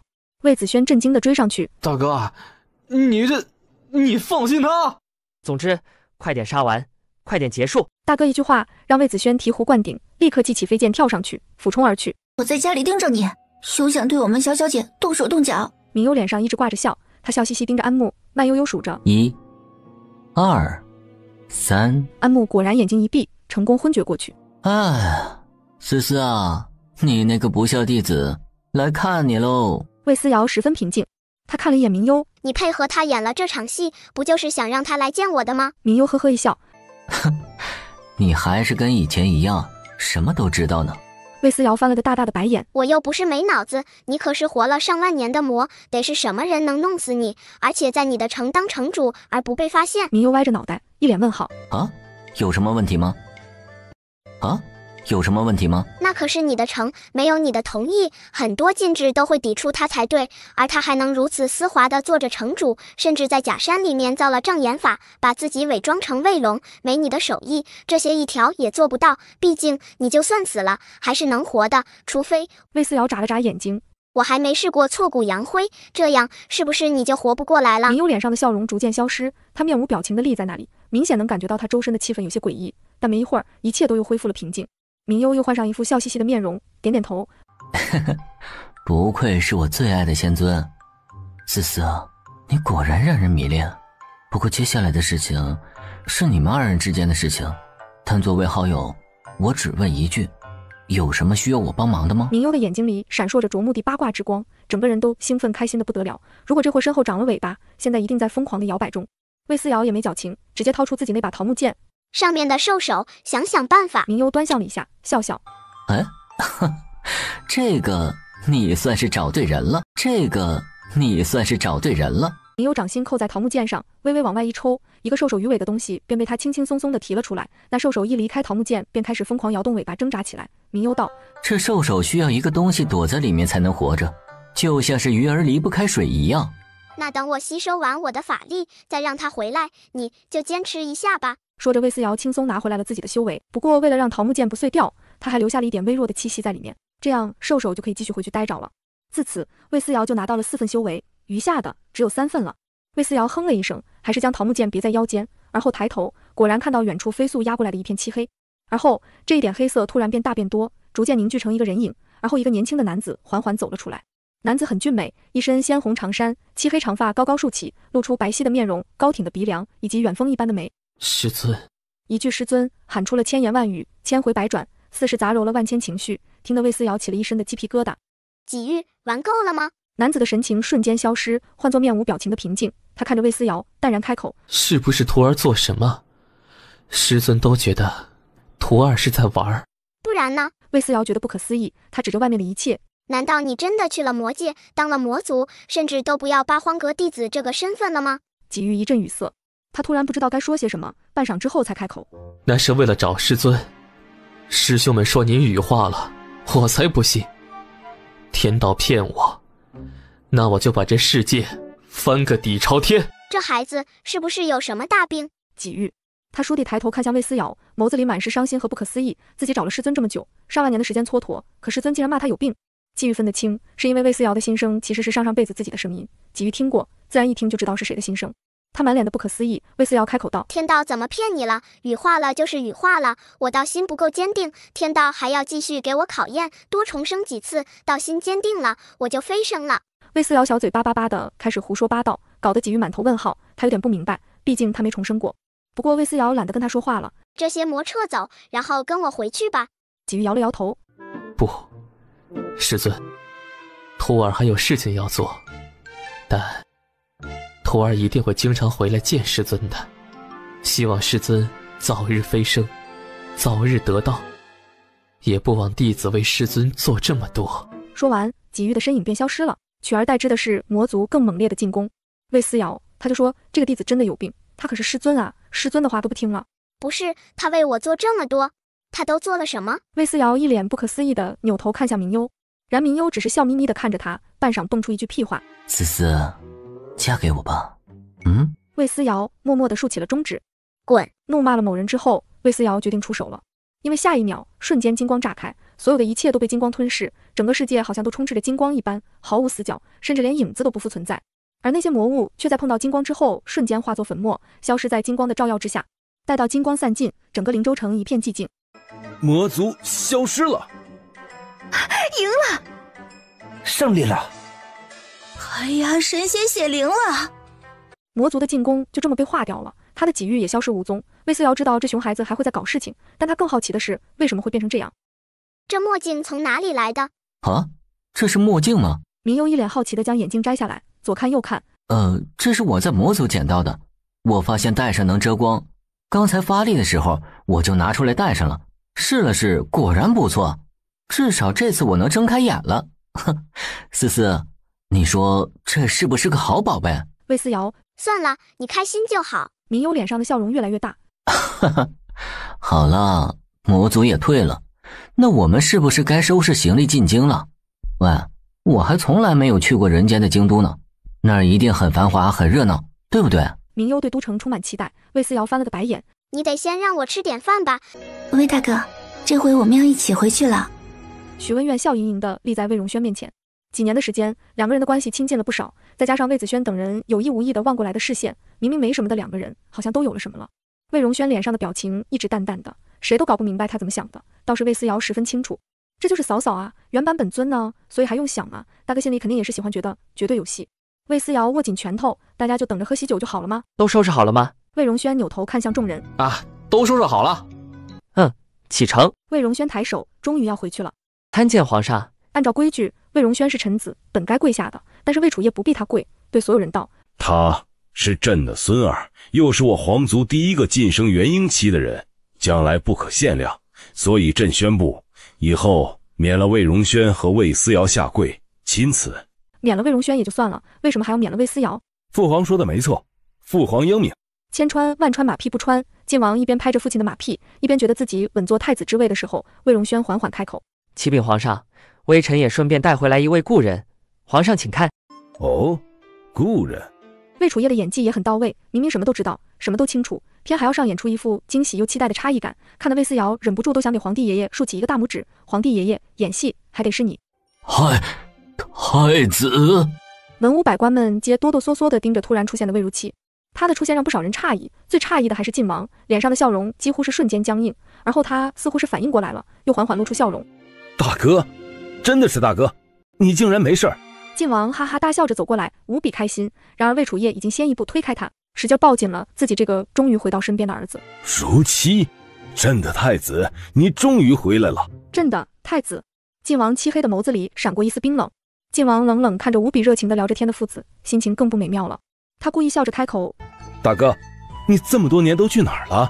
父皇好担心你啊，你也不捎个信回来，真是的。魏如期笑眯眯的不说话，这让晋王心情更不爽了。怎么了？有什么不好说的吗？魏楚业淡淡开口：如期刚刚回来，让他先休息休息。这话让晋王只能尴尬的笑笑。父皇说的是，儿子也是挂念大哥。魏楚业点点头，直接拉着魏如期往回走。走吧，你母亲也很想你，还有皇祖母，你都得见一见。说着直接把人带走了。余下的人你看看我，我看看你，都不知道怎么办了，只留内奸匆匆跑回来道：哎呦，皇上要歇了，那什么，魏大人，小松鼠，皇上有请。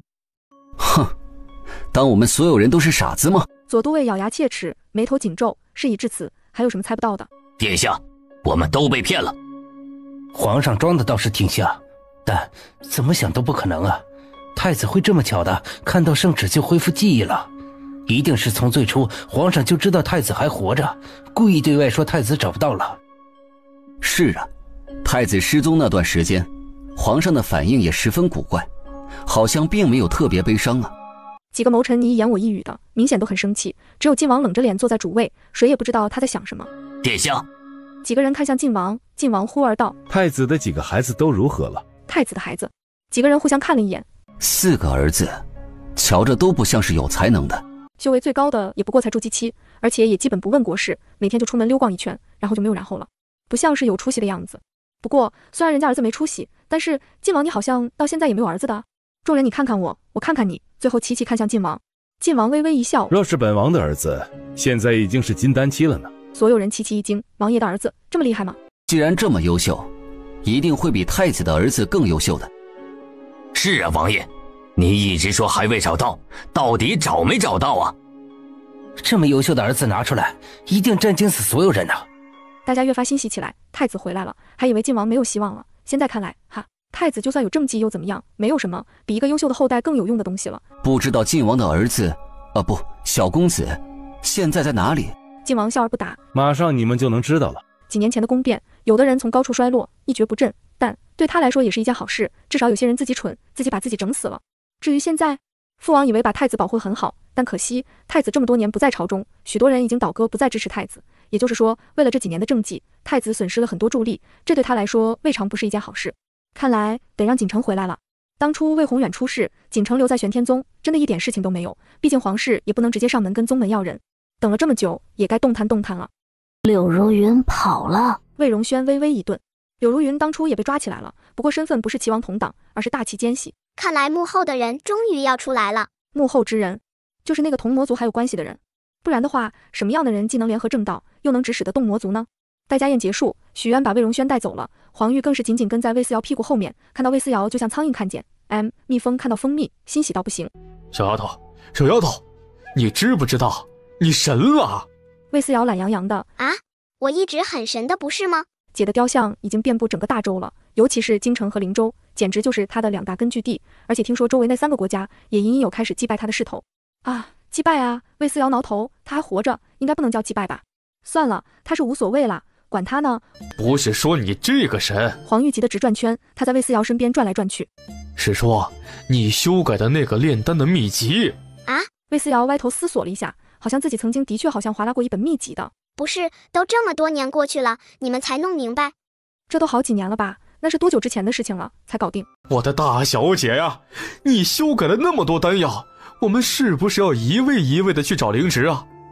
就你海里的那什么玩意儿，我找了整整1年才找到，找到之后还要炼丹，炼完丹之后还要找一大堆人过来试药，试药完毕之后还要记录数据，根据每个人的自身情况，再结合吃完丹药之后的反应，才能判断你修改的这玩意儿到底有没有用嘛。那整整一本秘籍，只用了几年的时间就全部验证完毕，这还得得益于我们神农宗人口众多，不然还真不一定能搞得完呢。你们神农宗？魏思瑶终于察觉到了异样。什么叫你们神农宗？你们神农宗全员出动了。哼，何止是全员出动啊！黄玉笑得十分得意，恨不能把鼻子戳到天上去。知道吗？你修改的秘籍还惊动了我们神农宗的宗主。魏思瑶脑袋都大了。不是吧，你竟然不是宗主，你不是独一圣手吗？黄玉，独一圣手跟神农宗宗主有半毛钱的关系吗？嘿，并不是。不过能继承独一圣手的都是医毒天才，但能当上宗主的不但修为高，还得会管理宗门，最主要的是口碑得好。魏思瑶点头，明白了，这3样你只沾了1样。不是，这天还能聊下去吗？小丫头片子这张小嘴自打能说话之后，真的是越来越能叭叭叭了。先不管这些没用的东西了，就你这秘籍改得太好了，引起了我们宗主的关注，我们一致决定，你就是下一任的独一圣手了。你看什么时候有时间，我们办个寿名庆典。不是，你们认真的吗？他无比诧异地盯着黄玉，黄玉点头如捣蒜。神农宗上下全部通过，你就是未来的独一圣手，而且还不用你回神农宗，只要你修改的这根秘籍归我们神农宗所有就行。另外，你每年都得给我们带2到3个弟子，余下的时间你爱去哪里就去哪里，爱在哪里就在哪里，哪怕你是八荒阁的宗主那都没问题。反正独一圣手只是个称号，我们宗主说了，为了将丹药发扬光大，研制出更好更见效的丹药，格局就要打开，不能只局限在小小的神农宗，要走出去。魏思瑶嘴角抽得更厉害了，这话怎么听着这么耳熟，完全就像是念书的时候上政治课嘛。走出去，走进他们八荒阁了吗？魏思瑶表示，哦，你让我再想想。说完，人一溜烟就没了。小腾腾，你若是生石头的气，我帮你踩它。紧接着，高大帅气的魏球就开始跺脚，看得魏思瑶直摇头。传说中的妻管严终于修炼成功了，就是不知道什么时候能吃上魏球的喜酒。正想着，这个以前的小胖子，现在的大帅哥忽而也看到了魏思瑶，他笑着跟魏思瑶招手，然后带着岳楚楚走上前去。楚楚，这是我妹，也是八荒阁的宗主。岳楚楚自然是见过魏思瑶的，见过宗主。魏思瑶笑眯眯，没事没事，你们继续哈。艾玛，年轻真好啊，看看人家小2口，这叫一个甜蜜，哈哈，你们继续甜蜜蜜哈，一定请我喝喜酒。魏思瑶的心声顿时流露出来，搞得岳楚楚瞬间脸红，想说话又说不出来，因为这毕竟是心声，人家没有亲口说出来。不过魏球倒是心情不错，还想着什么时候求婚好呢。思思竟然全替他说出来了，瞧着岳楚楚好像也没有不高兴，而且还害羞了。那自己接下来求婚什么的，岂不是稳了？思思，你真好。魏球从身上掏了掏，主要他的法器宝贝什么都不如魏思瑶的好，便干脆直接塞给他3块紫云晶。诺，给你了，我们先走了。说完，带着岳楚楚扭头走了。魏思瑶摇头叹息，看来这3块紫云晶很快又要送出去了，毕竟吧，堂哥成亲还能不随礼吗？想着他扭头，又看到徐媛媛跟在大哥身后。好吧，大家都有情人终成眷属了。正想着，魏子轩突然站在他身边，泪眼汪汪地盯着魏思瑶。思思，你说二哥会不会打一辈子的光棍啊？人家都成双结对的，为什么就他到现在还没听到思思说什么二嫂的话？是不是根本就没什么二嫂啊？魏子轩崩溃到不行。魏思瑶，哥，不会的，你会有老婆的，一定会。魏子轩这才松了一口气，只是这口气还没松到底，魏思瑶的心声便响起来了。不是，二哥，就你这身份，这样貌，这才华，还怕找不到老婆？哎，慢慢找嘛，上千岁的寿命，还怕找不到媳妇？魏子轩合着妹妹也不知道自己老婆是谁啊？那他岂不是要单身好久？皇上，魔族突然袭击幽冥16州，李将军战死。李元真战死，这让所有人大吃一惊。这个被魏思瑶救下来的大将军，自打上次离开京城之后，最近几年便鲜少回京，几乎以边关为家了。谁想他竟然会战死幽冥16州？请皇上增援。原来魔族同时对中原4国都发动了进攻，大周进攻的是幽冥16州，而余下3国进攻的也是彼此经常有摩擦的地方。这次魔族像是有组织的大规模进攻，而且4国同时发动进攻，这还是头一次。朝堂之上，众人议论纷纷，主战主和的都有。不能打呀，不是还有宗门吗？宗门本来就不听朝廷的话，整日自以为是，这种时候自然是要让宗门的人前去应对啊。要打，这天下是大家的，一荣共荣，一损共损。只是依靠宗门，我们坐享其成吗？还是等到宗门扛不住了，我们再出来迎接，那就什么都晚了。对，要一起来，大家一起出力。不能打，国家现在还很虚弱，还有很多人都吃不上饭，真要打起来，受伤的还是百姓。我主张议和，看看魔族到底要什么，他们最多不过是要些法器，要材料，顶多再要些人口。至于要人口做什么，这人没说，但大家都心知肚明。魔族的很多修炼法门都是用活人来祭，他们要人不过是杀了用来提升自己的修为罢了。一时间众人争论不休，朝堂上一团乱。魏楚业气得出声呵斥：够了，成何体统！够了，成何体统！众人这才完全安静下来。魏楚业终是叹了一口气，先看向晋王。晋王，你怎么说？父王，如今4国都传出战事，想必此次魔族一定是卯足了劲，打算一举攻下中原。这种时候谁都不能退缩，只能齐头并进。臣主张战。魏楚业缓缓点头，他扭头看向魏如期。那太子呢？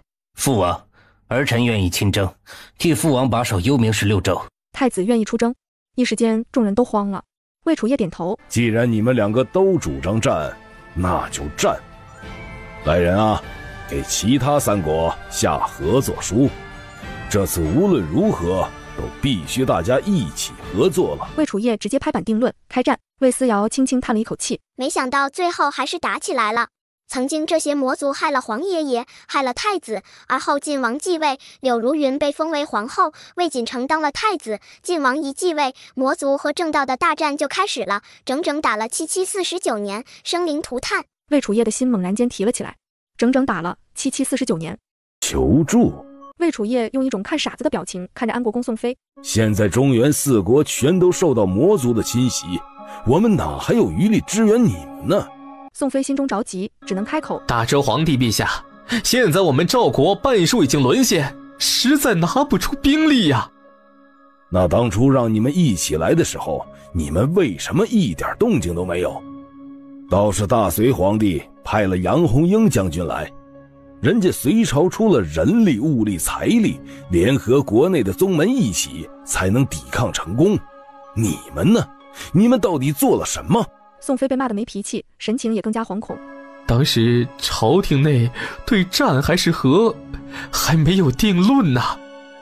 等你们有定论的时候，人家都已经攻进来300余里了。宋飞彻底闭嘴，心情也变得十分沮丧。他也明白这种时候大家的情况都很紧张，毕竟魔族大举进攻，而且呈现包围之势，4国都遭到了侵袭，谁都没能幸免啊。你们现在还能拿出什么来？赶紧说！魏楚业气得拍桌子，若不是一荣俱荣，一损俱损，谁又会想着去帮你们这些棒槌？宋飞只能连忙把自己的底线都说了，魏楚业又让他赶紧联系赵国境内的宗门，务必一起抵抗，不然大家都得完蛋。宋飞只能赶紧去办，一切都在争分夺秒，紧张的进行。看着大家都如此忙碌，魏思瑶决定带上明幽一起去八荒阁后山寻找自己的第5份法器，毕竟也没人陪自己了。魔族和正道打仗，唯一清闲的就是这个魔族了。啊，你要带我去后山玩？明幽十分开心。哎妈，最近真是闲得慌，你再不找我玩，哼，我都要长毛了。魏思瑶眯着眼睛瞪他，摆摆手，走吧。话说魔族大举进攻，你不回去指挥真的好吗？明幽乐呵呵，怎么？你很想我对人间发动进攻啊？魏思瑶也笑了，你可是上古魔尊，人家会不叫你？思思，你在怀疑什么？魏思瑶忽而停下，笑眯眯看着。少来，你肯定知道些什么，不然你为什么一定要跟我来？明幽笑笑，继续往前开道，嘴里道：思思啊，有些事情还是不知道的好，不知道的话可以活得开心一点儿。魏思瑶深吸了一口气，这个老六果然有阴谋。可我记得你说过，你对这些都不感兴趣，你唯一感兴趣的就是人间的美人，但这样下去，你以后可能都再也见不到美人了。魔族的生物很奇怪，他们跟正道是死对头，又瞧不上普通的人类，但他们又离不开人类。人类是魔族修炼必不可少的工具，同样还有很多魔族像明幽这样喜欢人间的东西，比如人间的美女、人间的建筑、人间的衣着风俗，并乔丽把自己打扮得像个人，偏心里又瞧不上人类。明幽的脚步顿了顿，笑嘻嘻道：本尊心里已经有一个天下第一美人了，就是思思你啊，所以啊，别的美人已经入不了本尊的眼睛了。至于魔界的进攻，爱谁去谁去吧，我呢只想跟你在一起，开开心心的，这样不好吗？没有战争，没有不好的事情，每天都快快乐乐的，的确很开心，但不好。不好？为什么不好？明幽表情是笑盈盈的，但是声音却有些冷，这让周围的空气都跟着冰冷了许多，甚至还流动起一丝丝阴冷的风。为什么不好呢？思思，你都活了2世了，还想再继续下去吗？3世、4世、5世，天道为什么不让你飞升呢？为什么呢？魏思瑶平静地盯着明幽，他错了，他活了不是2世，而是3世，也正是上一世，让他明白了所谓的3000世界，人跟人也是不同的，世界跟世界一样也是不同的。天道为什么不让他飞升呢？以前魏思瑶也很想知道，明明他的修为已经顶天了，为什么不让自己飞升？不过现在无所谓了，魏思瑶不想知道了。明幽，几日跟你说过什么吗？啊，没什么，不过他有一样东西在我这里。哦，是我的修为吗？明幽有些不可思议。你怎么会知道？简单啊，水牢里我得到了我的一份修为，卫龙又亲自送来了我的一份修为，现在你身上有也不奇怪，而且这八荒阁我待了那么久，以前桃木剑根本没动静，为什么你来了之后它就动了呢？所以肯定是明幽身上有他的修为，很好猜吗？思思，你变了。以前的魏思瑶是有情绪的，是会发怒的，只要有人敢骗他，他就会拿出师尊的威严来，一个个的惩罚。现在竟然能跟自己这么平静的说话。魏思瑶倒是笑了，你们有阴谋，但我目前还没感觉到你们是害我，所以我想看看你们要做什么。魔族攻城不是你们策划的，但你们利用了魔族，毕竟我已经算过了，这场浩劫势必会来。上一次这场浩劫持续了整整7749年，这一次就短一些吧。明幽的眉头皱了起来。思思，到底还有什么是你不知道的？若是这样的话，那还有什么好玩的？魏思瑶笑了。有啊，你们到底要做什么？我还是不知道的。而且还有一件事，那就是鲫鱼是不是也经历了别的世界？不然他为什么现在变化这么大，变得自己都不认识这个人了？魏思瑶若有所思。好了，把我的东西给我吧。拿到这个，他的修为就回来5份了，留在外面的就只剩下2份了。明幽笑了笑。亲爱的思思，你去找吧，你要的东西啊，就在这座山里。如果遇到危险自己搞不定了，就叫我的名字哦。说完，明幽瞬间消失无踪了，余下魏思瑶孤零零一个人立在荒郊野外。这个贱人啊！说走就走了，现在岂不是要我自己使用修为开路了吗？啧，要你何用啊？魏思瑶只能招招手，叫来了小老鼠、九尾狐和小胖鸟。魏思瑶缓缓行走，直到踏出一步之后，他猛然间发现周围的树木全都不见了，取而代之的是一个高耸入云的宗门，正是万年前自己所在的八荒阁。师尊，您回来了。来，乖徒儿，给师尊抱抱。季玉的小脸蛋果然一红，害羞的退后几步，结结巴巴开口：男女授受不亲。哎呦，我是师尊了。魏思瑶继续伸手，借机他看到了自己的双手，这是一双大人的手，身体也变大了。哦，也许是幻觉，就是不知道面前的这个季玉是真的还是假的。所以还是抱一抱吧，好徒儿。说着，他走上前去，不由分说地抱住了小小的季玉。怀里的小东西挣扎了一下，和以前一样，先是僵硬了3秒，而后嗷嗷叫着退开了。小家伙脸蛋通红道：“师尊。”魏思瑶呵呵笑笑，这幻觉不错，入手的触感就像真的一样。魏思瑶心满意足，扭头一步一步踏上台阶，他能感觉到跟在身后的脚步一步一步的也跟着自己走了上来。他忍不住微笑点头。然而他还未站稳，便看到自己的大弟子带着八荒阁的人匆匆赶了出来。出来迎接自己的吗？不，好像不是，好像是来杀人的，因为他们所有人都拿着长剑，目光冰冷凶悍，好像是要集体面对什么强敌一般。魏思瑶想着回头看去，果然看到小小的季玉在登上台阶之后不断的长大，最后变成年轻男子的模样。季玉，大弟子闻陈恼羞成怒，师尊对你这么好，你为什么要做出这种事情？魏思瑶深吸了一口气，他觉得自己可能知道八荒阁到底是怎么没有的了，怕不是被季玉这小子弄没的。而且现在大家都看不到自己，那不妨他来好好看看这个热闹吧。你们不懂。季玉淡然开口，他缓缓张开双臂，漆黑的斗篷张开一片漆黑，他的身后是不断逼过来的魔族大军，其中领头的竟然是明幽。魏思瑶，不是，合着他还拿这个人做好朋友呢，结果人家扭头就灭了自己满门。季玉带着魔族杀进宗门，一时间生灵涂炭，不留活口。师尊可恨我？季玉的声音从他身后传来，魏思瑶笑笑，哼，恨与不恨又如何？恨与不恨又如何？背后许久没有声音，过了好一会儿才换来一声叹息。唉，师尊还是跟以前一样无情啊。若是后悔做我弟子了，就不要到处跟人说你是八荒阁出来的。不后悔，弟子从来不后悔。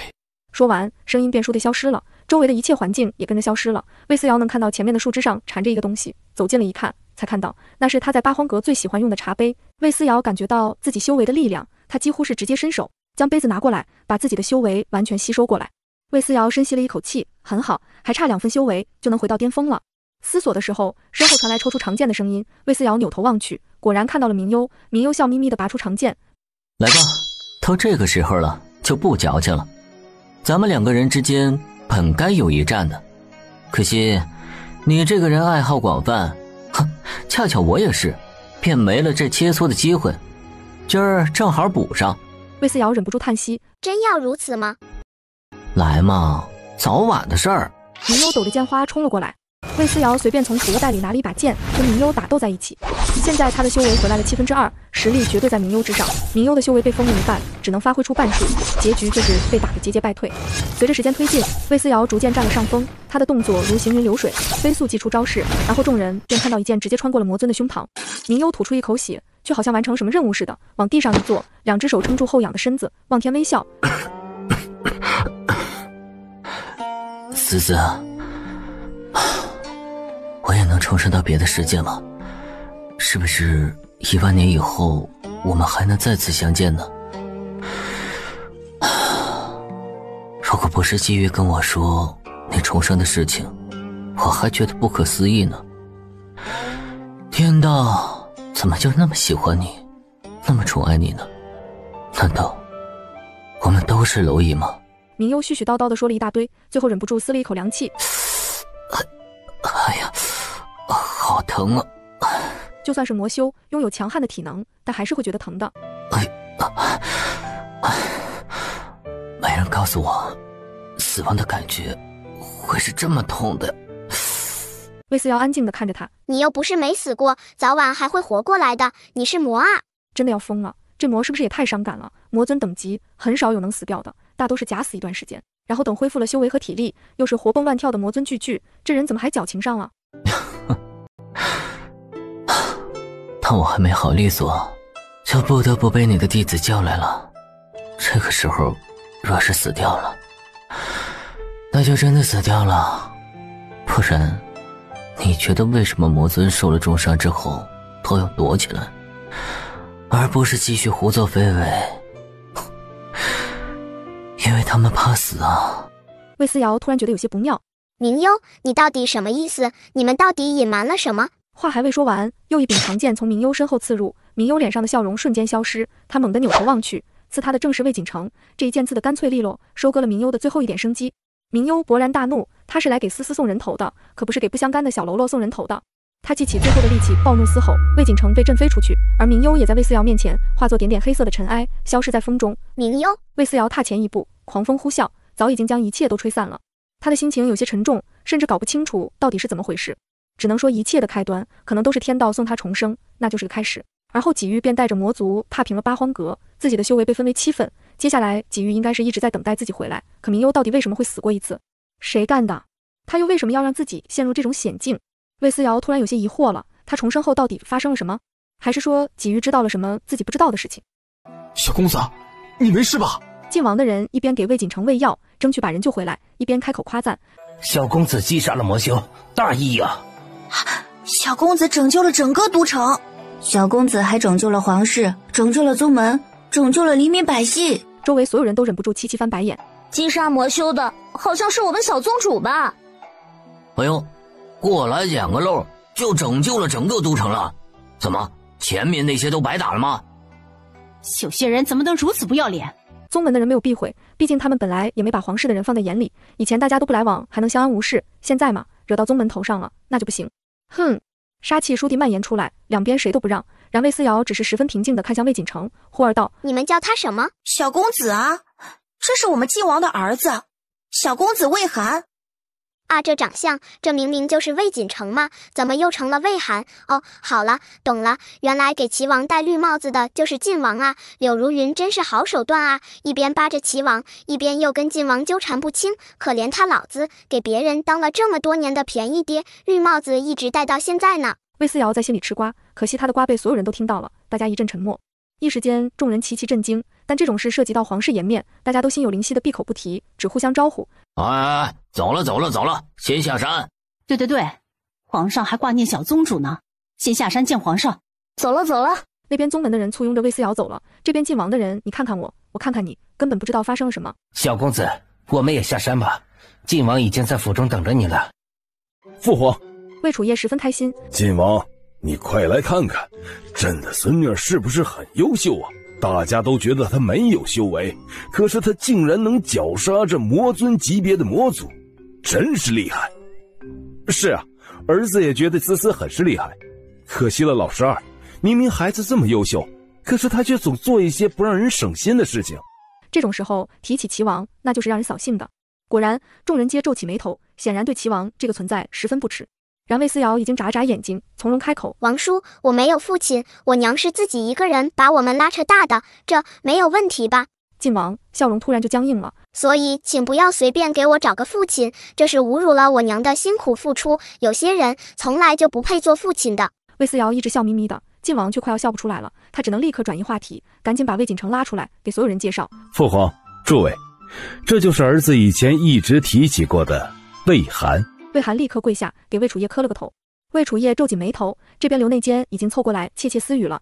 在山上的时候，魏思瑶的心声大家已经都听到了，这人其实是魏锦城。魏楚夜的眼睛快速的在魏锦城和晋王身上来回移动，忍不住点头。老八，像你能不像吗？就是亲生的啊。晋王笑笑，像他母亲更多一些，像柳如云。魏楚夜不动声色的左右看看，他生母呢，怎么不见人呢？晋王一脸尴尬，回父皇，那个女子不愿意让人觉得贪图本王的富贵，所以不肯来。那怎么能行？魏楚夜一脸的生气，不能让人总觉得咱们皇室没有人情味儿。去吧，把那个女人带来，朕还要给她封号，这是替你生了个继承人，你晋王的名号也算是后继有人了。晋王连连称是，而后又道：父皇，魏寒也帮忙对战魔族的事情了，刚才那魔族的最后一剑就是他刺的。真是敢胡说八道啊！你们给了最后一剑，明明那魔族已经被小宗主杀了，你们只不过是对着尸体刺了一剑罢了，现在倒开始邀上弓了。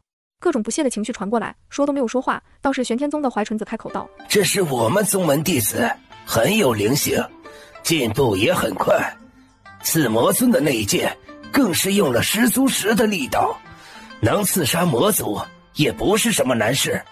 哎呦喂，这是把功劳全都给你们自己了是吧？哎呦喂，玄天宗不是天下第一宗吗？应该是实力最强的吧？怎么现在变成了嘴最强的了？有看不惯的人，该出口的出口，直接开队。哼，是谁在胡说八道？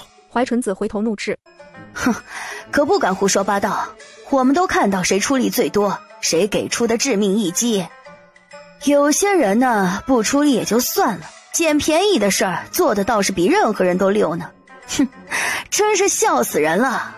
你说什么？怀纯子怒斥一声，然而周围的人根本不给他面子，怀纯子便道：我这个弟子十分有能力，如果真像你们说的这样，他连魔族近身都碰不到，他既然过去了，还自出一剑，就能证明他的不俗。不然你们怎么都不在，就他自己过去了。就是，我看啊，皇帝应该好好的封赏魏寒。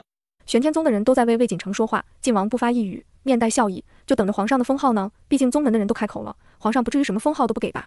他面露得意，然魏楚业却皱了皱眉头。这件事在意什么意思？那就是没有以后了。晋王忍不住皱了皱眉头，然而皇帝却不打算再说此事了，因为心里憋着气，黄玉干脆直接站出来道：皇上，我神农宗宗主已经下令，将独一圣手的名头传给八荒阁小宗主魏思瑶，明日将准备传名盛典，想借用皇宫场地举办，不知道可以不可以？什么？这下所有人都惊了。独一圣手要传给魏思瑶了？他才11岁吧，这么快就能接黄玉的衣钵了？还是独一圣手？怀纯子先笑了。嘿嘿嘿，你这话是不是有些太可笑了？他何德何能？还是说你们神农宗已经没落到只能找一个小孩子来继承衣钵了？黄玉冷然开口：不可笑，而且都是真的。你们现在吃的进阶版的丹药都是小宗主改良过的方子，药这方面他是这世上最强，毒嘛，如果你们想试一试他的毒的话，我们神农宗自然也不会反对。所有人开什么国际玩笑呢？试一试毒，怕不是觉得自己现在活得太长，想去死一死啊？还是算了吧，搞不了。尽管现在魔族的侵袭还没有结束，但魏初夜还是大手一挥，站准了，明天一定好好的给思思操办一场盛大的活动，也让所有人都看看自己的孙女到底是多么优秀的人。王爷，魏宏远回头看了他一眼，浑浊的眸子没有什么表情。他现在已经不是什么王爷了，只是个普通人，没有奴仆，没有家世，谁都不搭理他，只有彩梨经常给他送吃的。魏宏远一点反应都没有，接过食盒往胳膊上一挎，继续盯着皇宫的方向。这时魏锦城在晋王的簇拥下缓步走出了皇宫。魏宏远开心坏了，下意识冲上去一把抓住魏锦城。锦城，我是父王啊，我是父王。父王？魏锦城重新打量着魏宏远，魏锦城觉得可笑，冷漠开口：哼，我的父王可不是个废物。周围传来痴痴的笑声，晋王更是站在一边冷眼旁观的看热闹，毕竟他也想知道魏锦城在齐王身边养了这么多年，到底心里是不是还有这位父王。然而此话一出，魏宏远叔弟脸色通红，他觉得十分尴尬，尴尬到好像被人当众剥光了衣裳。他连忙道：不是的，只是出了意外，我的修为还能回来的。魏锦城猛地扯回衣袖，他蹙眉盯着雪白的衣衫上沾染的2个漆黑的手印，心情有些微妙的不爽。滚！一声怒斥让魏宏远彻底惊呆，他下意识开口：你认不出我来了？我是你父王。我父王是晋王。魏锦城冷漠地盯着魏宏远，眼底满是厌恶与不屑。晋王？魏宏远懵了，看向晋王，晋王冷笑着盯着他，眸子里满是讥讽。怎么可能？我才是我。魏锦城直接把他推到一边，冷冷开口：我没有一个只会殴打我娘的父王。说完，他扭头离去，并狠狠握紧了拳头。众人徐徐离去，只余下魏宏远一脸崩溃地看着这些人离开的方向，他的眼睛还坠着魏锦城，下意识伸手想喊住他。彩梨走过来道：王爷，他叫魏寒，是晋王流落在外的儿子，不是你的魏锦城了。什么？魏宏远满脸震惊，他觉得不可思议，这一切听起来就像天方夜谭。晋王的儿子？那个晋王不是什么好东西，当初的逼宫就是他的恶毒诡计。不行，我得去告诉锦城，不能认贼作父，那个人不是什么好人。魏宏远爬起来，跌跌撞撞追了过去。余下彩梨面无表情地盯着魏宏远的背影，只觉得这种蠢人到底怎么活到现在的。不过彩梨也不打算管了，随便吧，反正他也算报答过齐王的恩情了。师弟一直跟本宗主提起过你，说你3个月就能在一堆丹药里面分辨出毒药。起初我还不信，一个3个月的孩子能懂什么？直到后来看到你更改过的丹药秘籍，那一刻我便全都信了。丫头，你的确是十分厉害的。陈楚拿出代表独一圣手的一个八卦盘的时候，魏思瑶的眼睛眯了眯。这玩意儿好熟悉，这不是他上辈子推演的时候经常用的八卦盘吗？现在竟然在神农宗手里，而且竟然在他的独一圣手授予仪式上拿出来给自己了。他一阵诧异，下意识抬头看向陈楚，这人看着没有任何问题啊。宗主，你这八卦盘是哪里来的？陈楚笑眯眯，你是头一个问这个问题的人。这八卦盘乃是上古时期创建神农宗的仙人留下来的。仙人？创建神农宗的人？魏思瑶在脑袋里飞速旋转，自己宗门的人谁最擅长炼丹来着？并不是，那个人是创建宗门的师姐的师傅，我们称之为太师尊。好吧，弟子的弟子，那他就不晓得了，他的交友范围只限于弟子，余下更小的一辈他就完全不知道了。好吧，感谢太师尊，至少把他的东西给传下来了，现在又回到自己手里，只能说真是巧了，哈哈哈哈。魏思瑶笑眯眯地接过八卦盘，然而他的手指才碰到八卦盘，那八卦盘便倏地闪烁出灼目的光芒，刺得所有人都睁不开眼睛。而后一道熟悉的灵气波动自八卦盘上流淌到魏思瑶身上，自此他的修为已经回来了6/7，还差最后1分了。陈楚的表情十分惊讶，他微张着嘴巴，目瞪口呆地看着魏思瑶。我怎么了？话才张口，他便也察觉到了不对，他的声音已经不是孩童的声音了。我怎么了？话才张口，他便也察觉到了不对，他的声音已经不是孩童的声音了。魏思瑶心中一惊，周围的人也是一阵震惊，他们修炼了这么长的时间，都没见过这种情况啊！一个孩子吸纳了神农宗的宝贝八卦盘，而后便突然变大了。这，众人惊的话都说不出来，但还是有人察觉到了异样。哎呦，这不就是曾经跟魔尊打斗在一起的那个仙子吗？晋王见状，更是直接起身，怒斥：何方妖孽，竟然敢在皇宫作乱！拿下！慢着，什么妖孽？不要胡说八道！都是有修为的人，是不是妖孽察觉不出来吗？两个人这还是头一次，就这么对上了。大哥，请你不要拿父王的安危开玩笑。晋王直接把高度上升到了皇帝那里，那这问题就严重了，不少老臣都有些动摇。倒是魏楚业摆摆手表示，这是朕的孙女。皇上，还是弄清楚比较好。魏楚业呵地笑了，这里有神宗门的宗主，昆仑宗第一剑修，还有玄天宗的长老，八荒阁的苏子涵，各个仙门的人也都聚集于此。怎么，这些人还分辨不出真假吗？而后魏楚业又道，其实思思的情况朕早就知道了，早在他出生之前的那个晚上，朕就做梦，梦到天道对朕说，将为大周赐下一位仙人，守护我大周万事平安，还说这个孩子只要有机缘，便会立刻成长，恢复原本仙人之姿。那现在看来，天道说的都没错。魏楚业一通忽悠，把所有人都忽悠晕了，连魏思瑶都有些晕乎。啊，皇帝爷爷还做过这种梦，怪不得这么喜欢自己啊。不过皇帝爷爷，你很有眼光哦。呵呵。魏思瑶心情不错，更多的是觉得皇帝爷爷真好。魏楚业听到他的心声，心里也高兴，而离得近的宫人们也都一脸诧异。怪不得他们能听到小郡主的心声呢，搞了半天人家是仙人，是神仙啊，比一般的修士可厉害多了，这可是仙人啊。但还是有人心情不爽，玄天宗的人一直都是中原第一宗，一直被人追捧，现在魏思瑶成了仙人，便取代了他们的位置，成为宗门里的 No.1， 享受所有人的瞩目和崇拜。怀纯子忍不住冷哼一声，哼，什么仙子，我怎么从未听说过有这样一位飞升的仙人？宗门有人飞升都是有记录的，很多还有影像，玄天宗真的从未见过这样长相的仙子。不会是假的吧？忽悠人的。晋王也是不信的，若是信了，今儿这风头不就注定被魏思瑶抢走了吗？他开口正好说话，神农宗的宗主却已经在他之前开口。小宗主，八卦盘虽然给你了，但将来还是要继续传承下去的，希望小宗主不要私藏。魏思瑶突然尴尬，可真不是自己私藏，而是全都吸收掉了。不过看他试试能不能再凝聚回来吧。想着魏思瑶摊开掌心，果然又重新凝聚出来一个八卦盘。陈楚看得一阵欣喜，再也忍不住又多看了魏思瑶2眼。陈楚心情十分美妙，更是直接坦言，以后八荒阁的丹药我们神农宗全包了，不要钱。以后八荒阁的丹药我们神农宗全包了，不要钱。所有人都惊了，乖乖，这可是神农宗啊，丹药很贵很稀缺的，这都不要钱白给了，而且还不用排队，想吃就能吃到。加入八荒阁可真好啊，真是各种羡慕嫉妒恨啊！继新任独一圣手魏思瑶，黄玉十分欢愉的深深的吸了一口气。苍天哪！老子终于可以想干什么就干什么了，哈哈哈！完美。思思，以后有什么搞不定的，尽管来找我。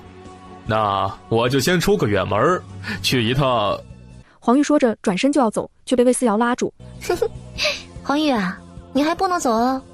你想想，现在到处都是魔修，你一个单修真的不怕死吗？黄玉啊，这个问题好像有点严重啊！你说好好的，为什么突然就闹起魔修来了？这不是妥妥有病吗？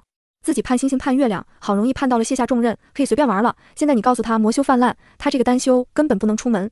黄玉真的好崩溃啊！魏思瑶拍了拍黄玉的肩膀，没事，等灭了魔族，有的是机会让你出去祸害，啊不是，让你出去潇洒。现在宗门待着，当务之急是多做丹药嘛。好吧。黄玉委委屈屈，只能先答应下来。小宗主，这卦象……怕什么？有我在，今晚都打起12分精神，好好注意一切。是，小宗主。众人齐齐散去，但这一宿谁都不敢合眼。待到午夜时分，一道黑暗书地从南方涌过来，几乎是眨眼之间就席卷了一切。它跟都城的护阵狠狠碰撞在一起，发出巨大声响，书地让整个京城都地动山摇了。滴血，滴血！魔族攻城了，今晚的护阵注定挡不住了。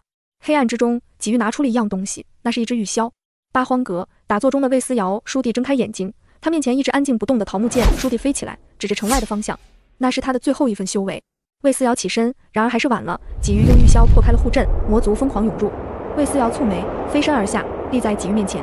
你这个徒弟就是这么回报师尊的恩情的？纪玉笑笑，师尊，你知道你死后究竟发生了什么吗？魏思瑶蹙眉，发生什么都不重要。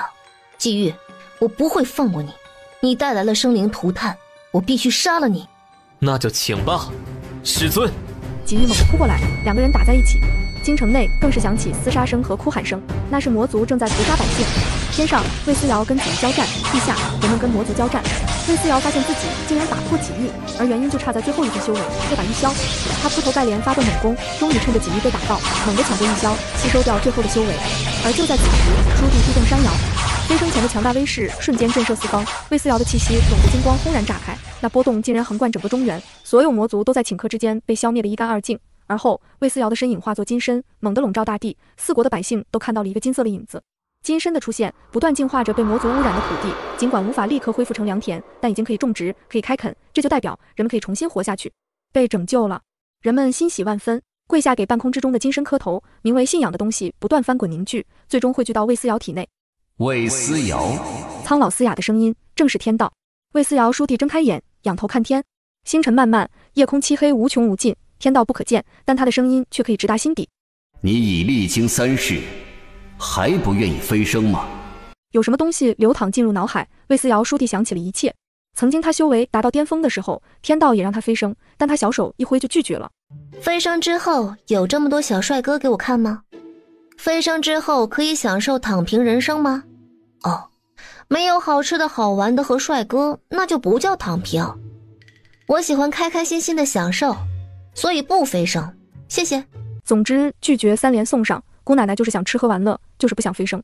她不想飞升，天道只能把她送去投胎，不是想享受吗？那就送你去享受，享受的日子过久了，过够了，就会回来飞升的。人世间尔虞我诈，生灵涂炭，并不全是帅哥美女，吃吃喝喝的日常。这样，你也不愿意飞升？魏思瑶摇头，不飞升。你先看看这个吧。一道影像传来，是他第一世死后，宗门被魔族屠杀的场景，为首的便是纪玉。杀了纪玉，跟我飞升。魏思瑶笑了，哼，我的徒儿我了解，我不听你叨叨。说着，他扭头喊了一声：“纪玉，滚过来说清楚。”黑暗之中，男子缓缓走过来，他也看到了天道传来的影像，开口道：“师尊，你不肯飞升，天道便给八荒阁降下战争，天书上的内容改变，上面的八荒阁万年繁荣，也变成了被魔族进攻，无一幸免。我为了拯救宗门，自愿堕落魔道，亲自带人进攻了八荒阁，幸而救下几位师兄，余下的实在无能为力。”原来几欲入魔，一来是守护魏思瑶的修为，二来就宗门师兄，三来就是等着魏思瑶回来。不飞升的人，灵魂还留在这世上，早晚会回来的。只是不知为何，天道总要逼着师尊飞升。若您拒绝，便又会是生灵涂炭。若是注定必定有此劫难，那便让弟子来吧。至少我是您的弟子，多少能尽些微薄之力。魏思瑶笑了。所以天道，你为什么非得逼着我飞升？天道沉默了，几欲却开口了。因为师尊身上有一部分天道气息，他怕不是想要收回去。天道的气息？哈？那是什么气息？香的、臭的？魏思瑶低头闻了闻，而几欲也蹙起眉头，想必这天道的气息就是这被人读心的能力了吧？魏思瑶，赶紧飞升！就不，哼，有本事你改了我的命运啊！反正我修的是逍遥道，只要自己开心，天道又算得了什么？天道毫无办法，弄死了魏思瑶，他的那气息也就没了。若是这么容易就能拿回来，他搞这么多破事儿干嘛？你就不怕中原四国生灵涂炭？没事，我的修为都回来了，这里我来守护，就不劳烦你了。魏思瑶接过玉箫，拿回修为，全盛时期的实力瞬间爆发，连天道都被逼退。3年的战乱一朝停下，一切都恢复如初。天道见魏思瑶依旧不肯飞升，只能叹了口气。我的东西对你来说并不是什么好东西。没事，我不觉得有什么麻烦的。你自己是不麻烦，但你的心声会被所有人听到，你没有秘密的。哈？什么玩意儿？魏思瑶都懵了，然天道已经离开，余下他自己内心天人交战。心声能被听到？那我看帅哥心里流口水的时候，他们也知道。不少各种龌龊的想法都被人听到了吧？天道你回来，给我把你的气息拿走啊！魏思瑶内心要崩溃了，可面上还是无比淡定。几欲和明幽都太自我了，早点告诉他，让他来处理多好，明幽也不会白白赔上了性命。不过好在骨灰还在，复活他不是问题。于是日子重新恢复正常。师尊，下次天道再来，我定会提前找师尊的，绝对不会像现在这样鲁莽。记下就好。你做得很不错，回去好好犒劳你的属下吧。几欲还有些不舍，但也不得不离去。他选择了做魔族，便不再是师尊门下的弟子。几欲依依不舍离去，然魏思瑶却名声大噪。他收获了中原4国所有百姓的信仰，他就是新的神明。魏楚业也收获了大齐的土地和赵国一半的土地，成了中原最大最繁华的国家。晋王想要借着魔族声势造反，但可惜魔族的人是几欲的，变相等于是魏思瑶的，所以他失败了。晋王、魏锦城、柳如云全部下大牢，一切等魏楚业进阶之后再处置。魏楚业飞升之后，便让位给了太子魏如期。魏如期一上任，便定了魏仇和岳楚楚的婚事。大周繁荣昌盛，魏仇的婚礼也进行得热热闹闹。许文苑跟魏荣轩的关系越发亲近，不过许文苑决定还是先好好修炼，因为他得配得上魏荣轩才可以。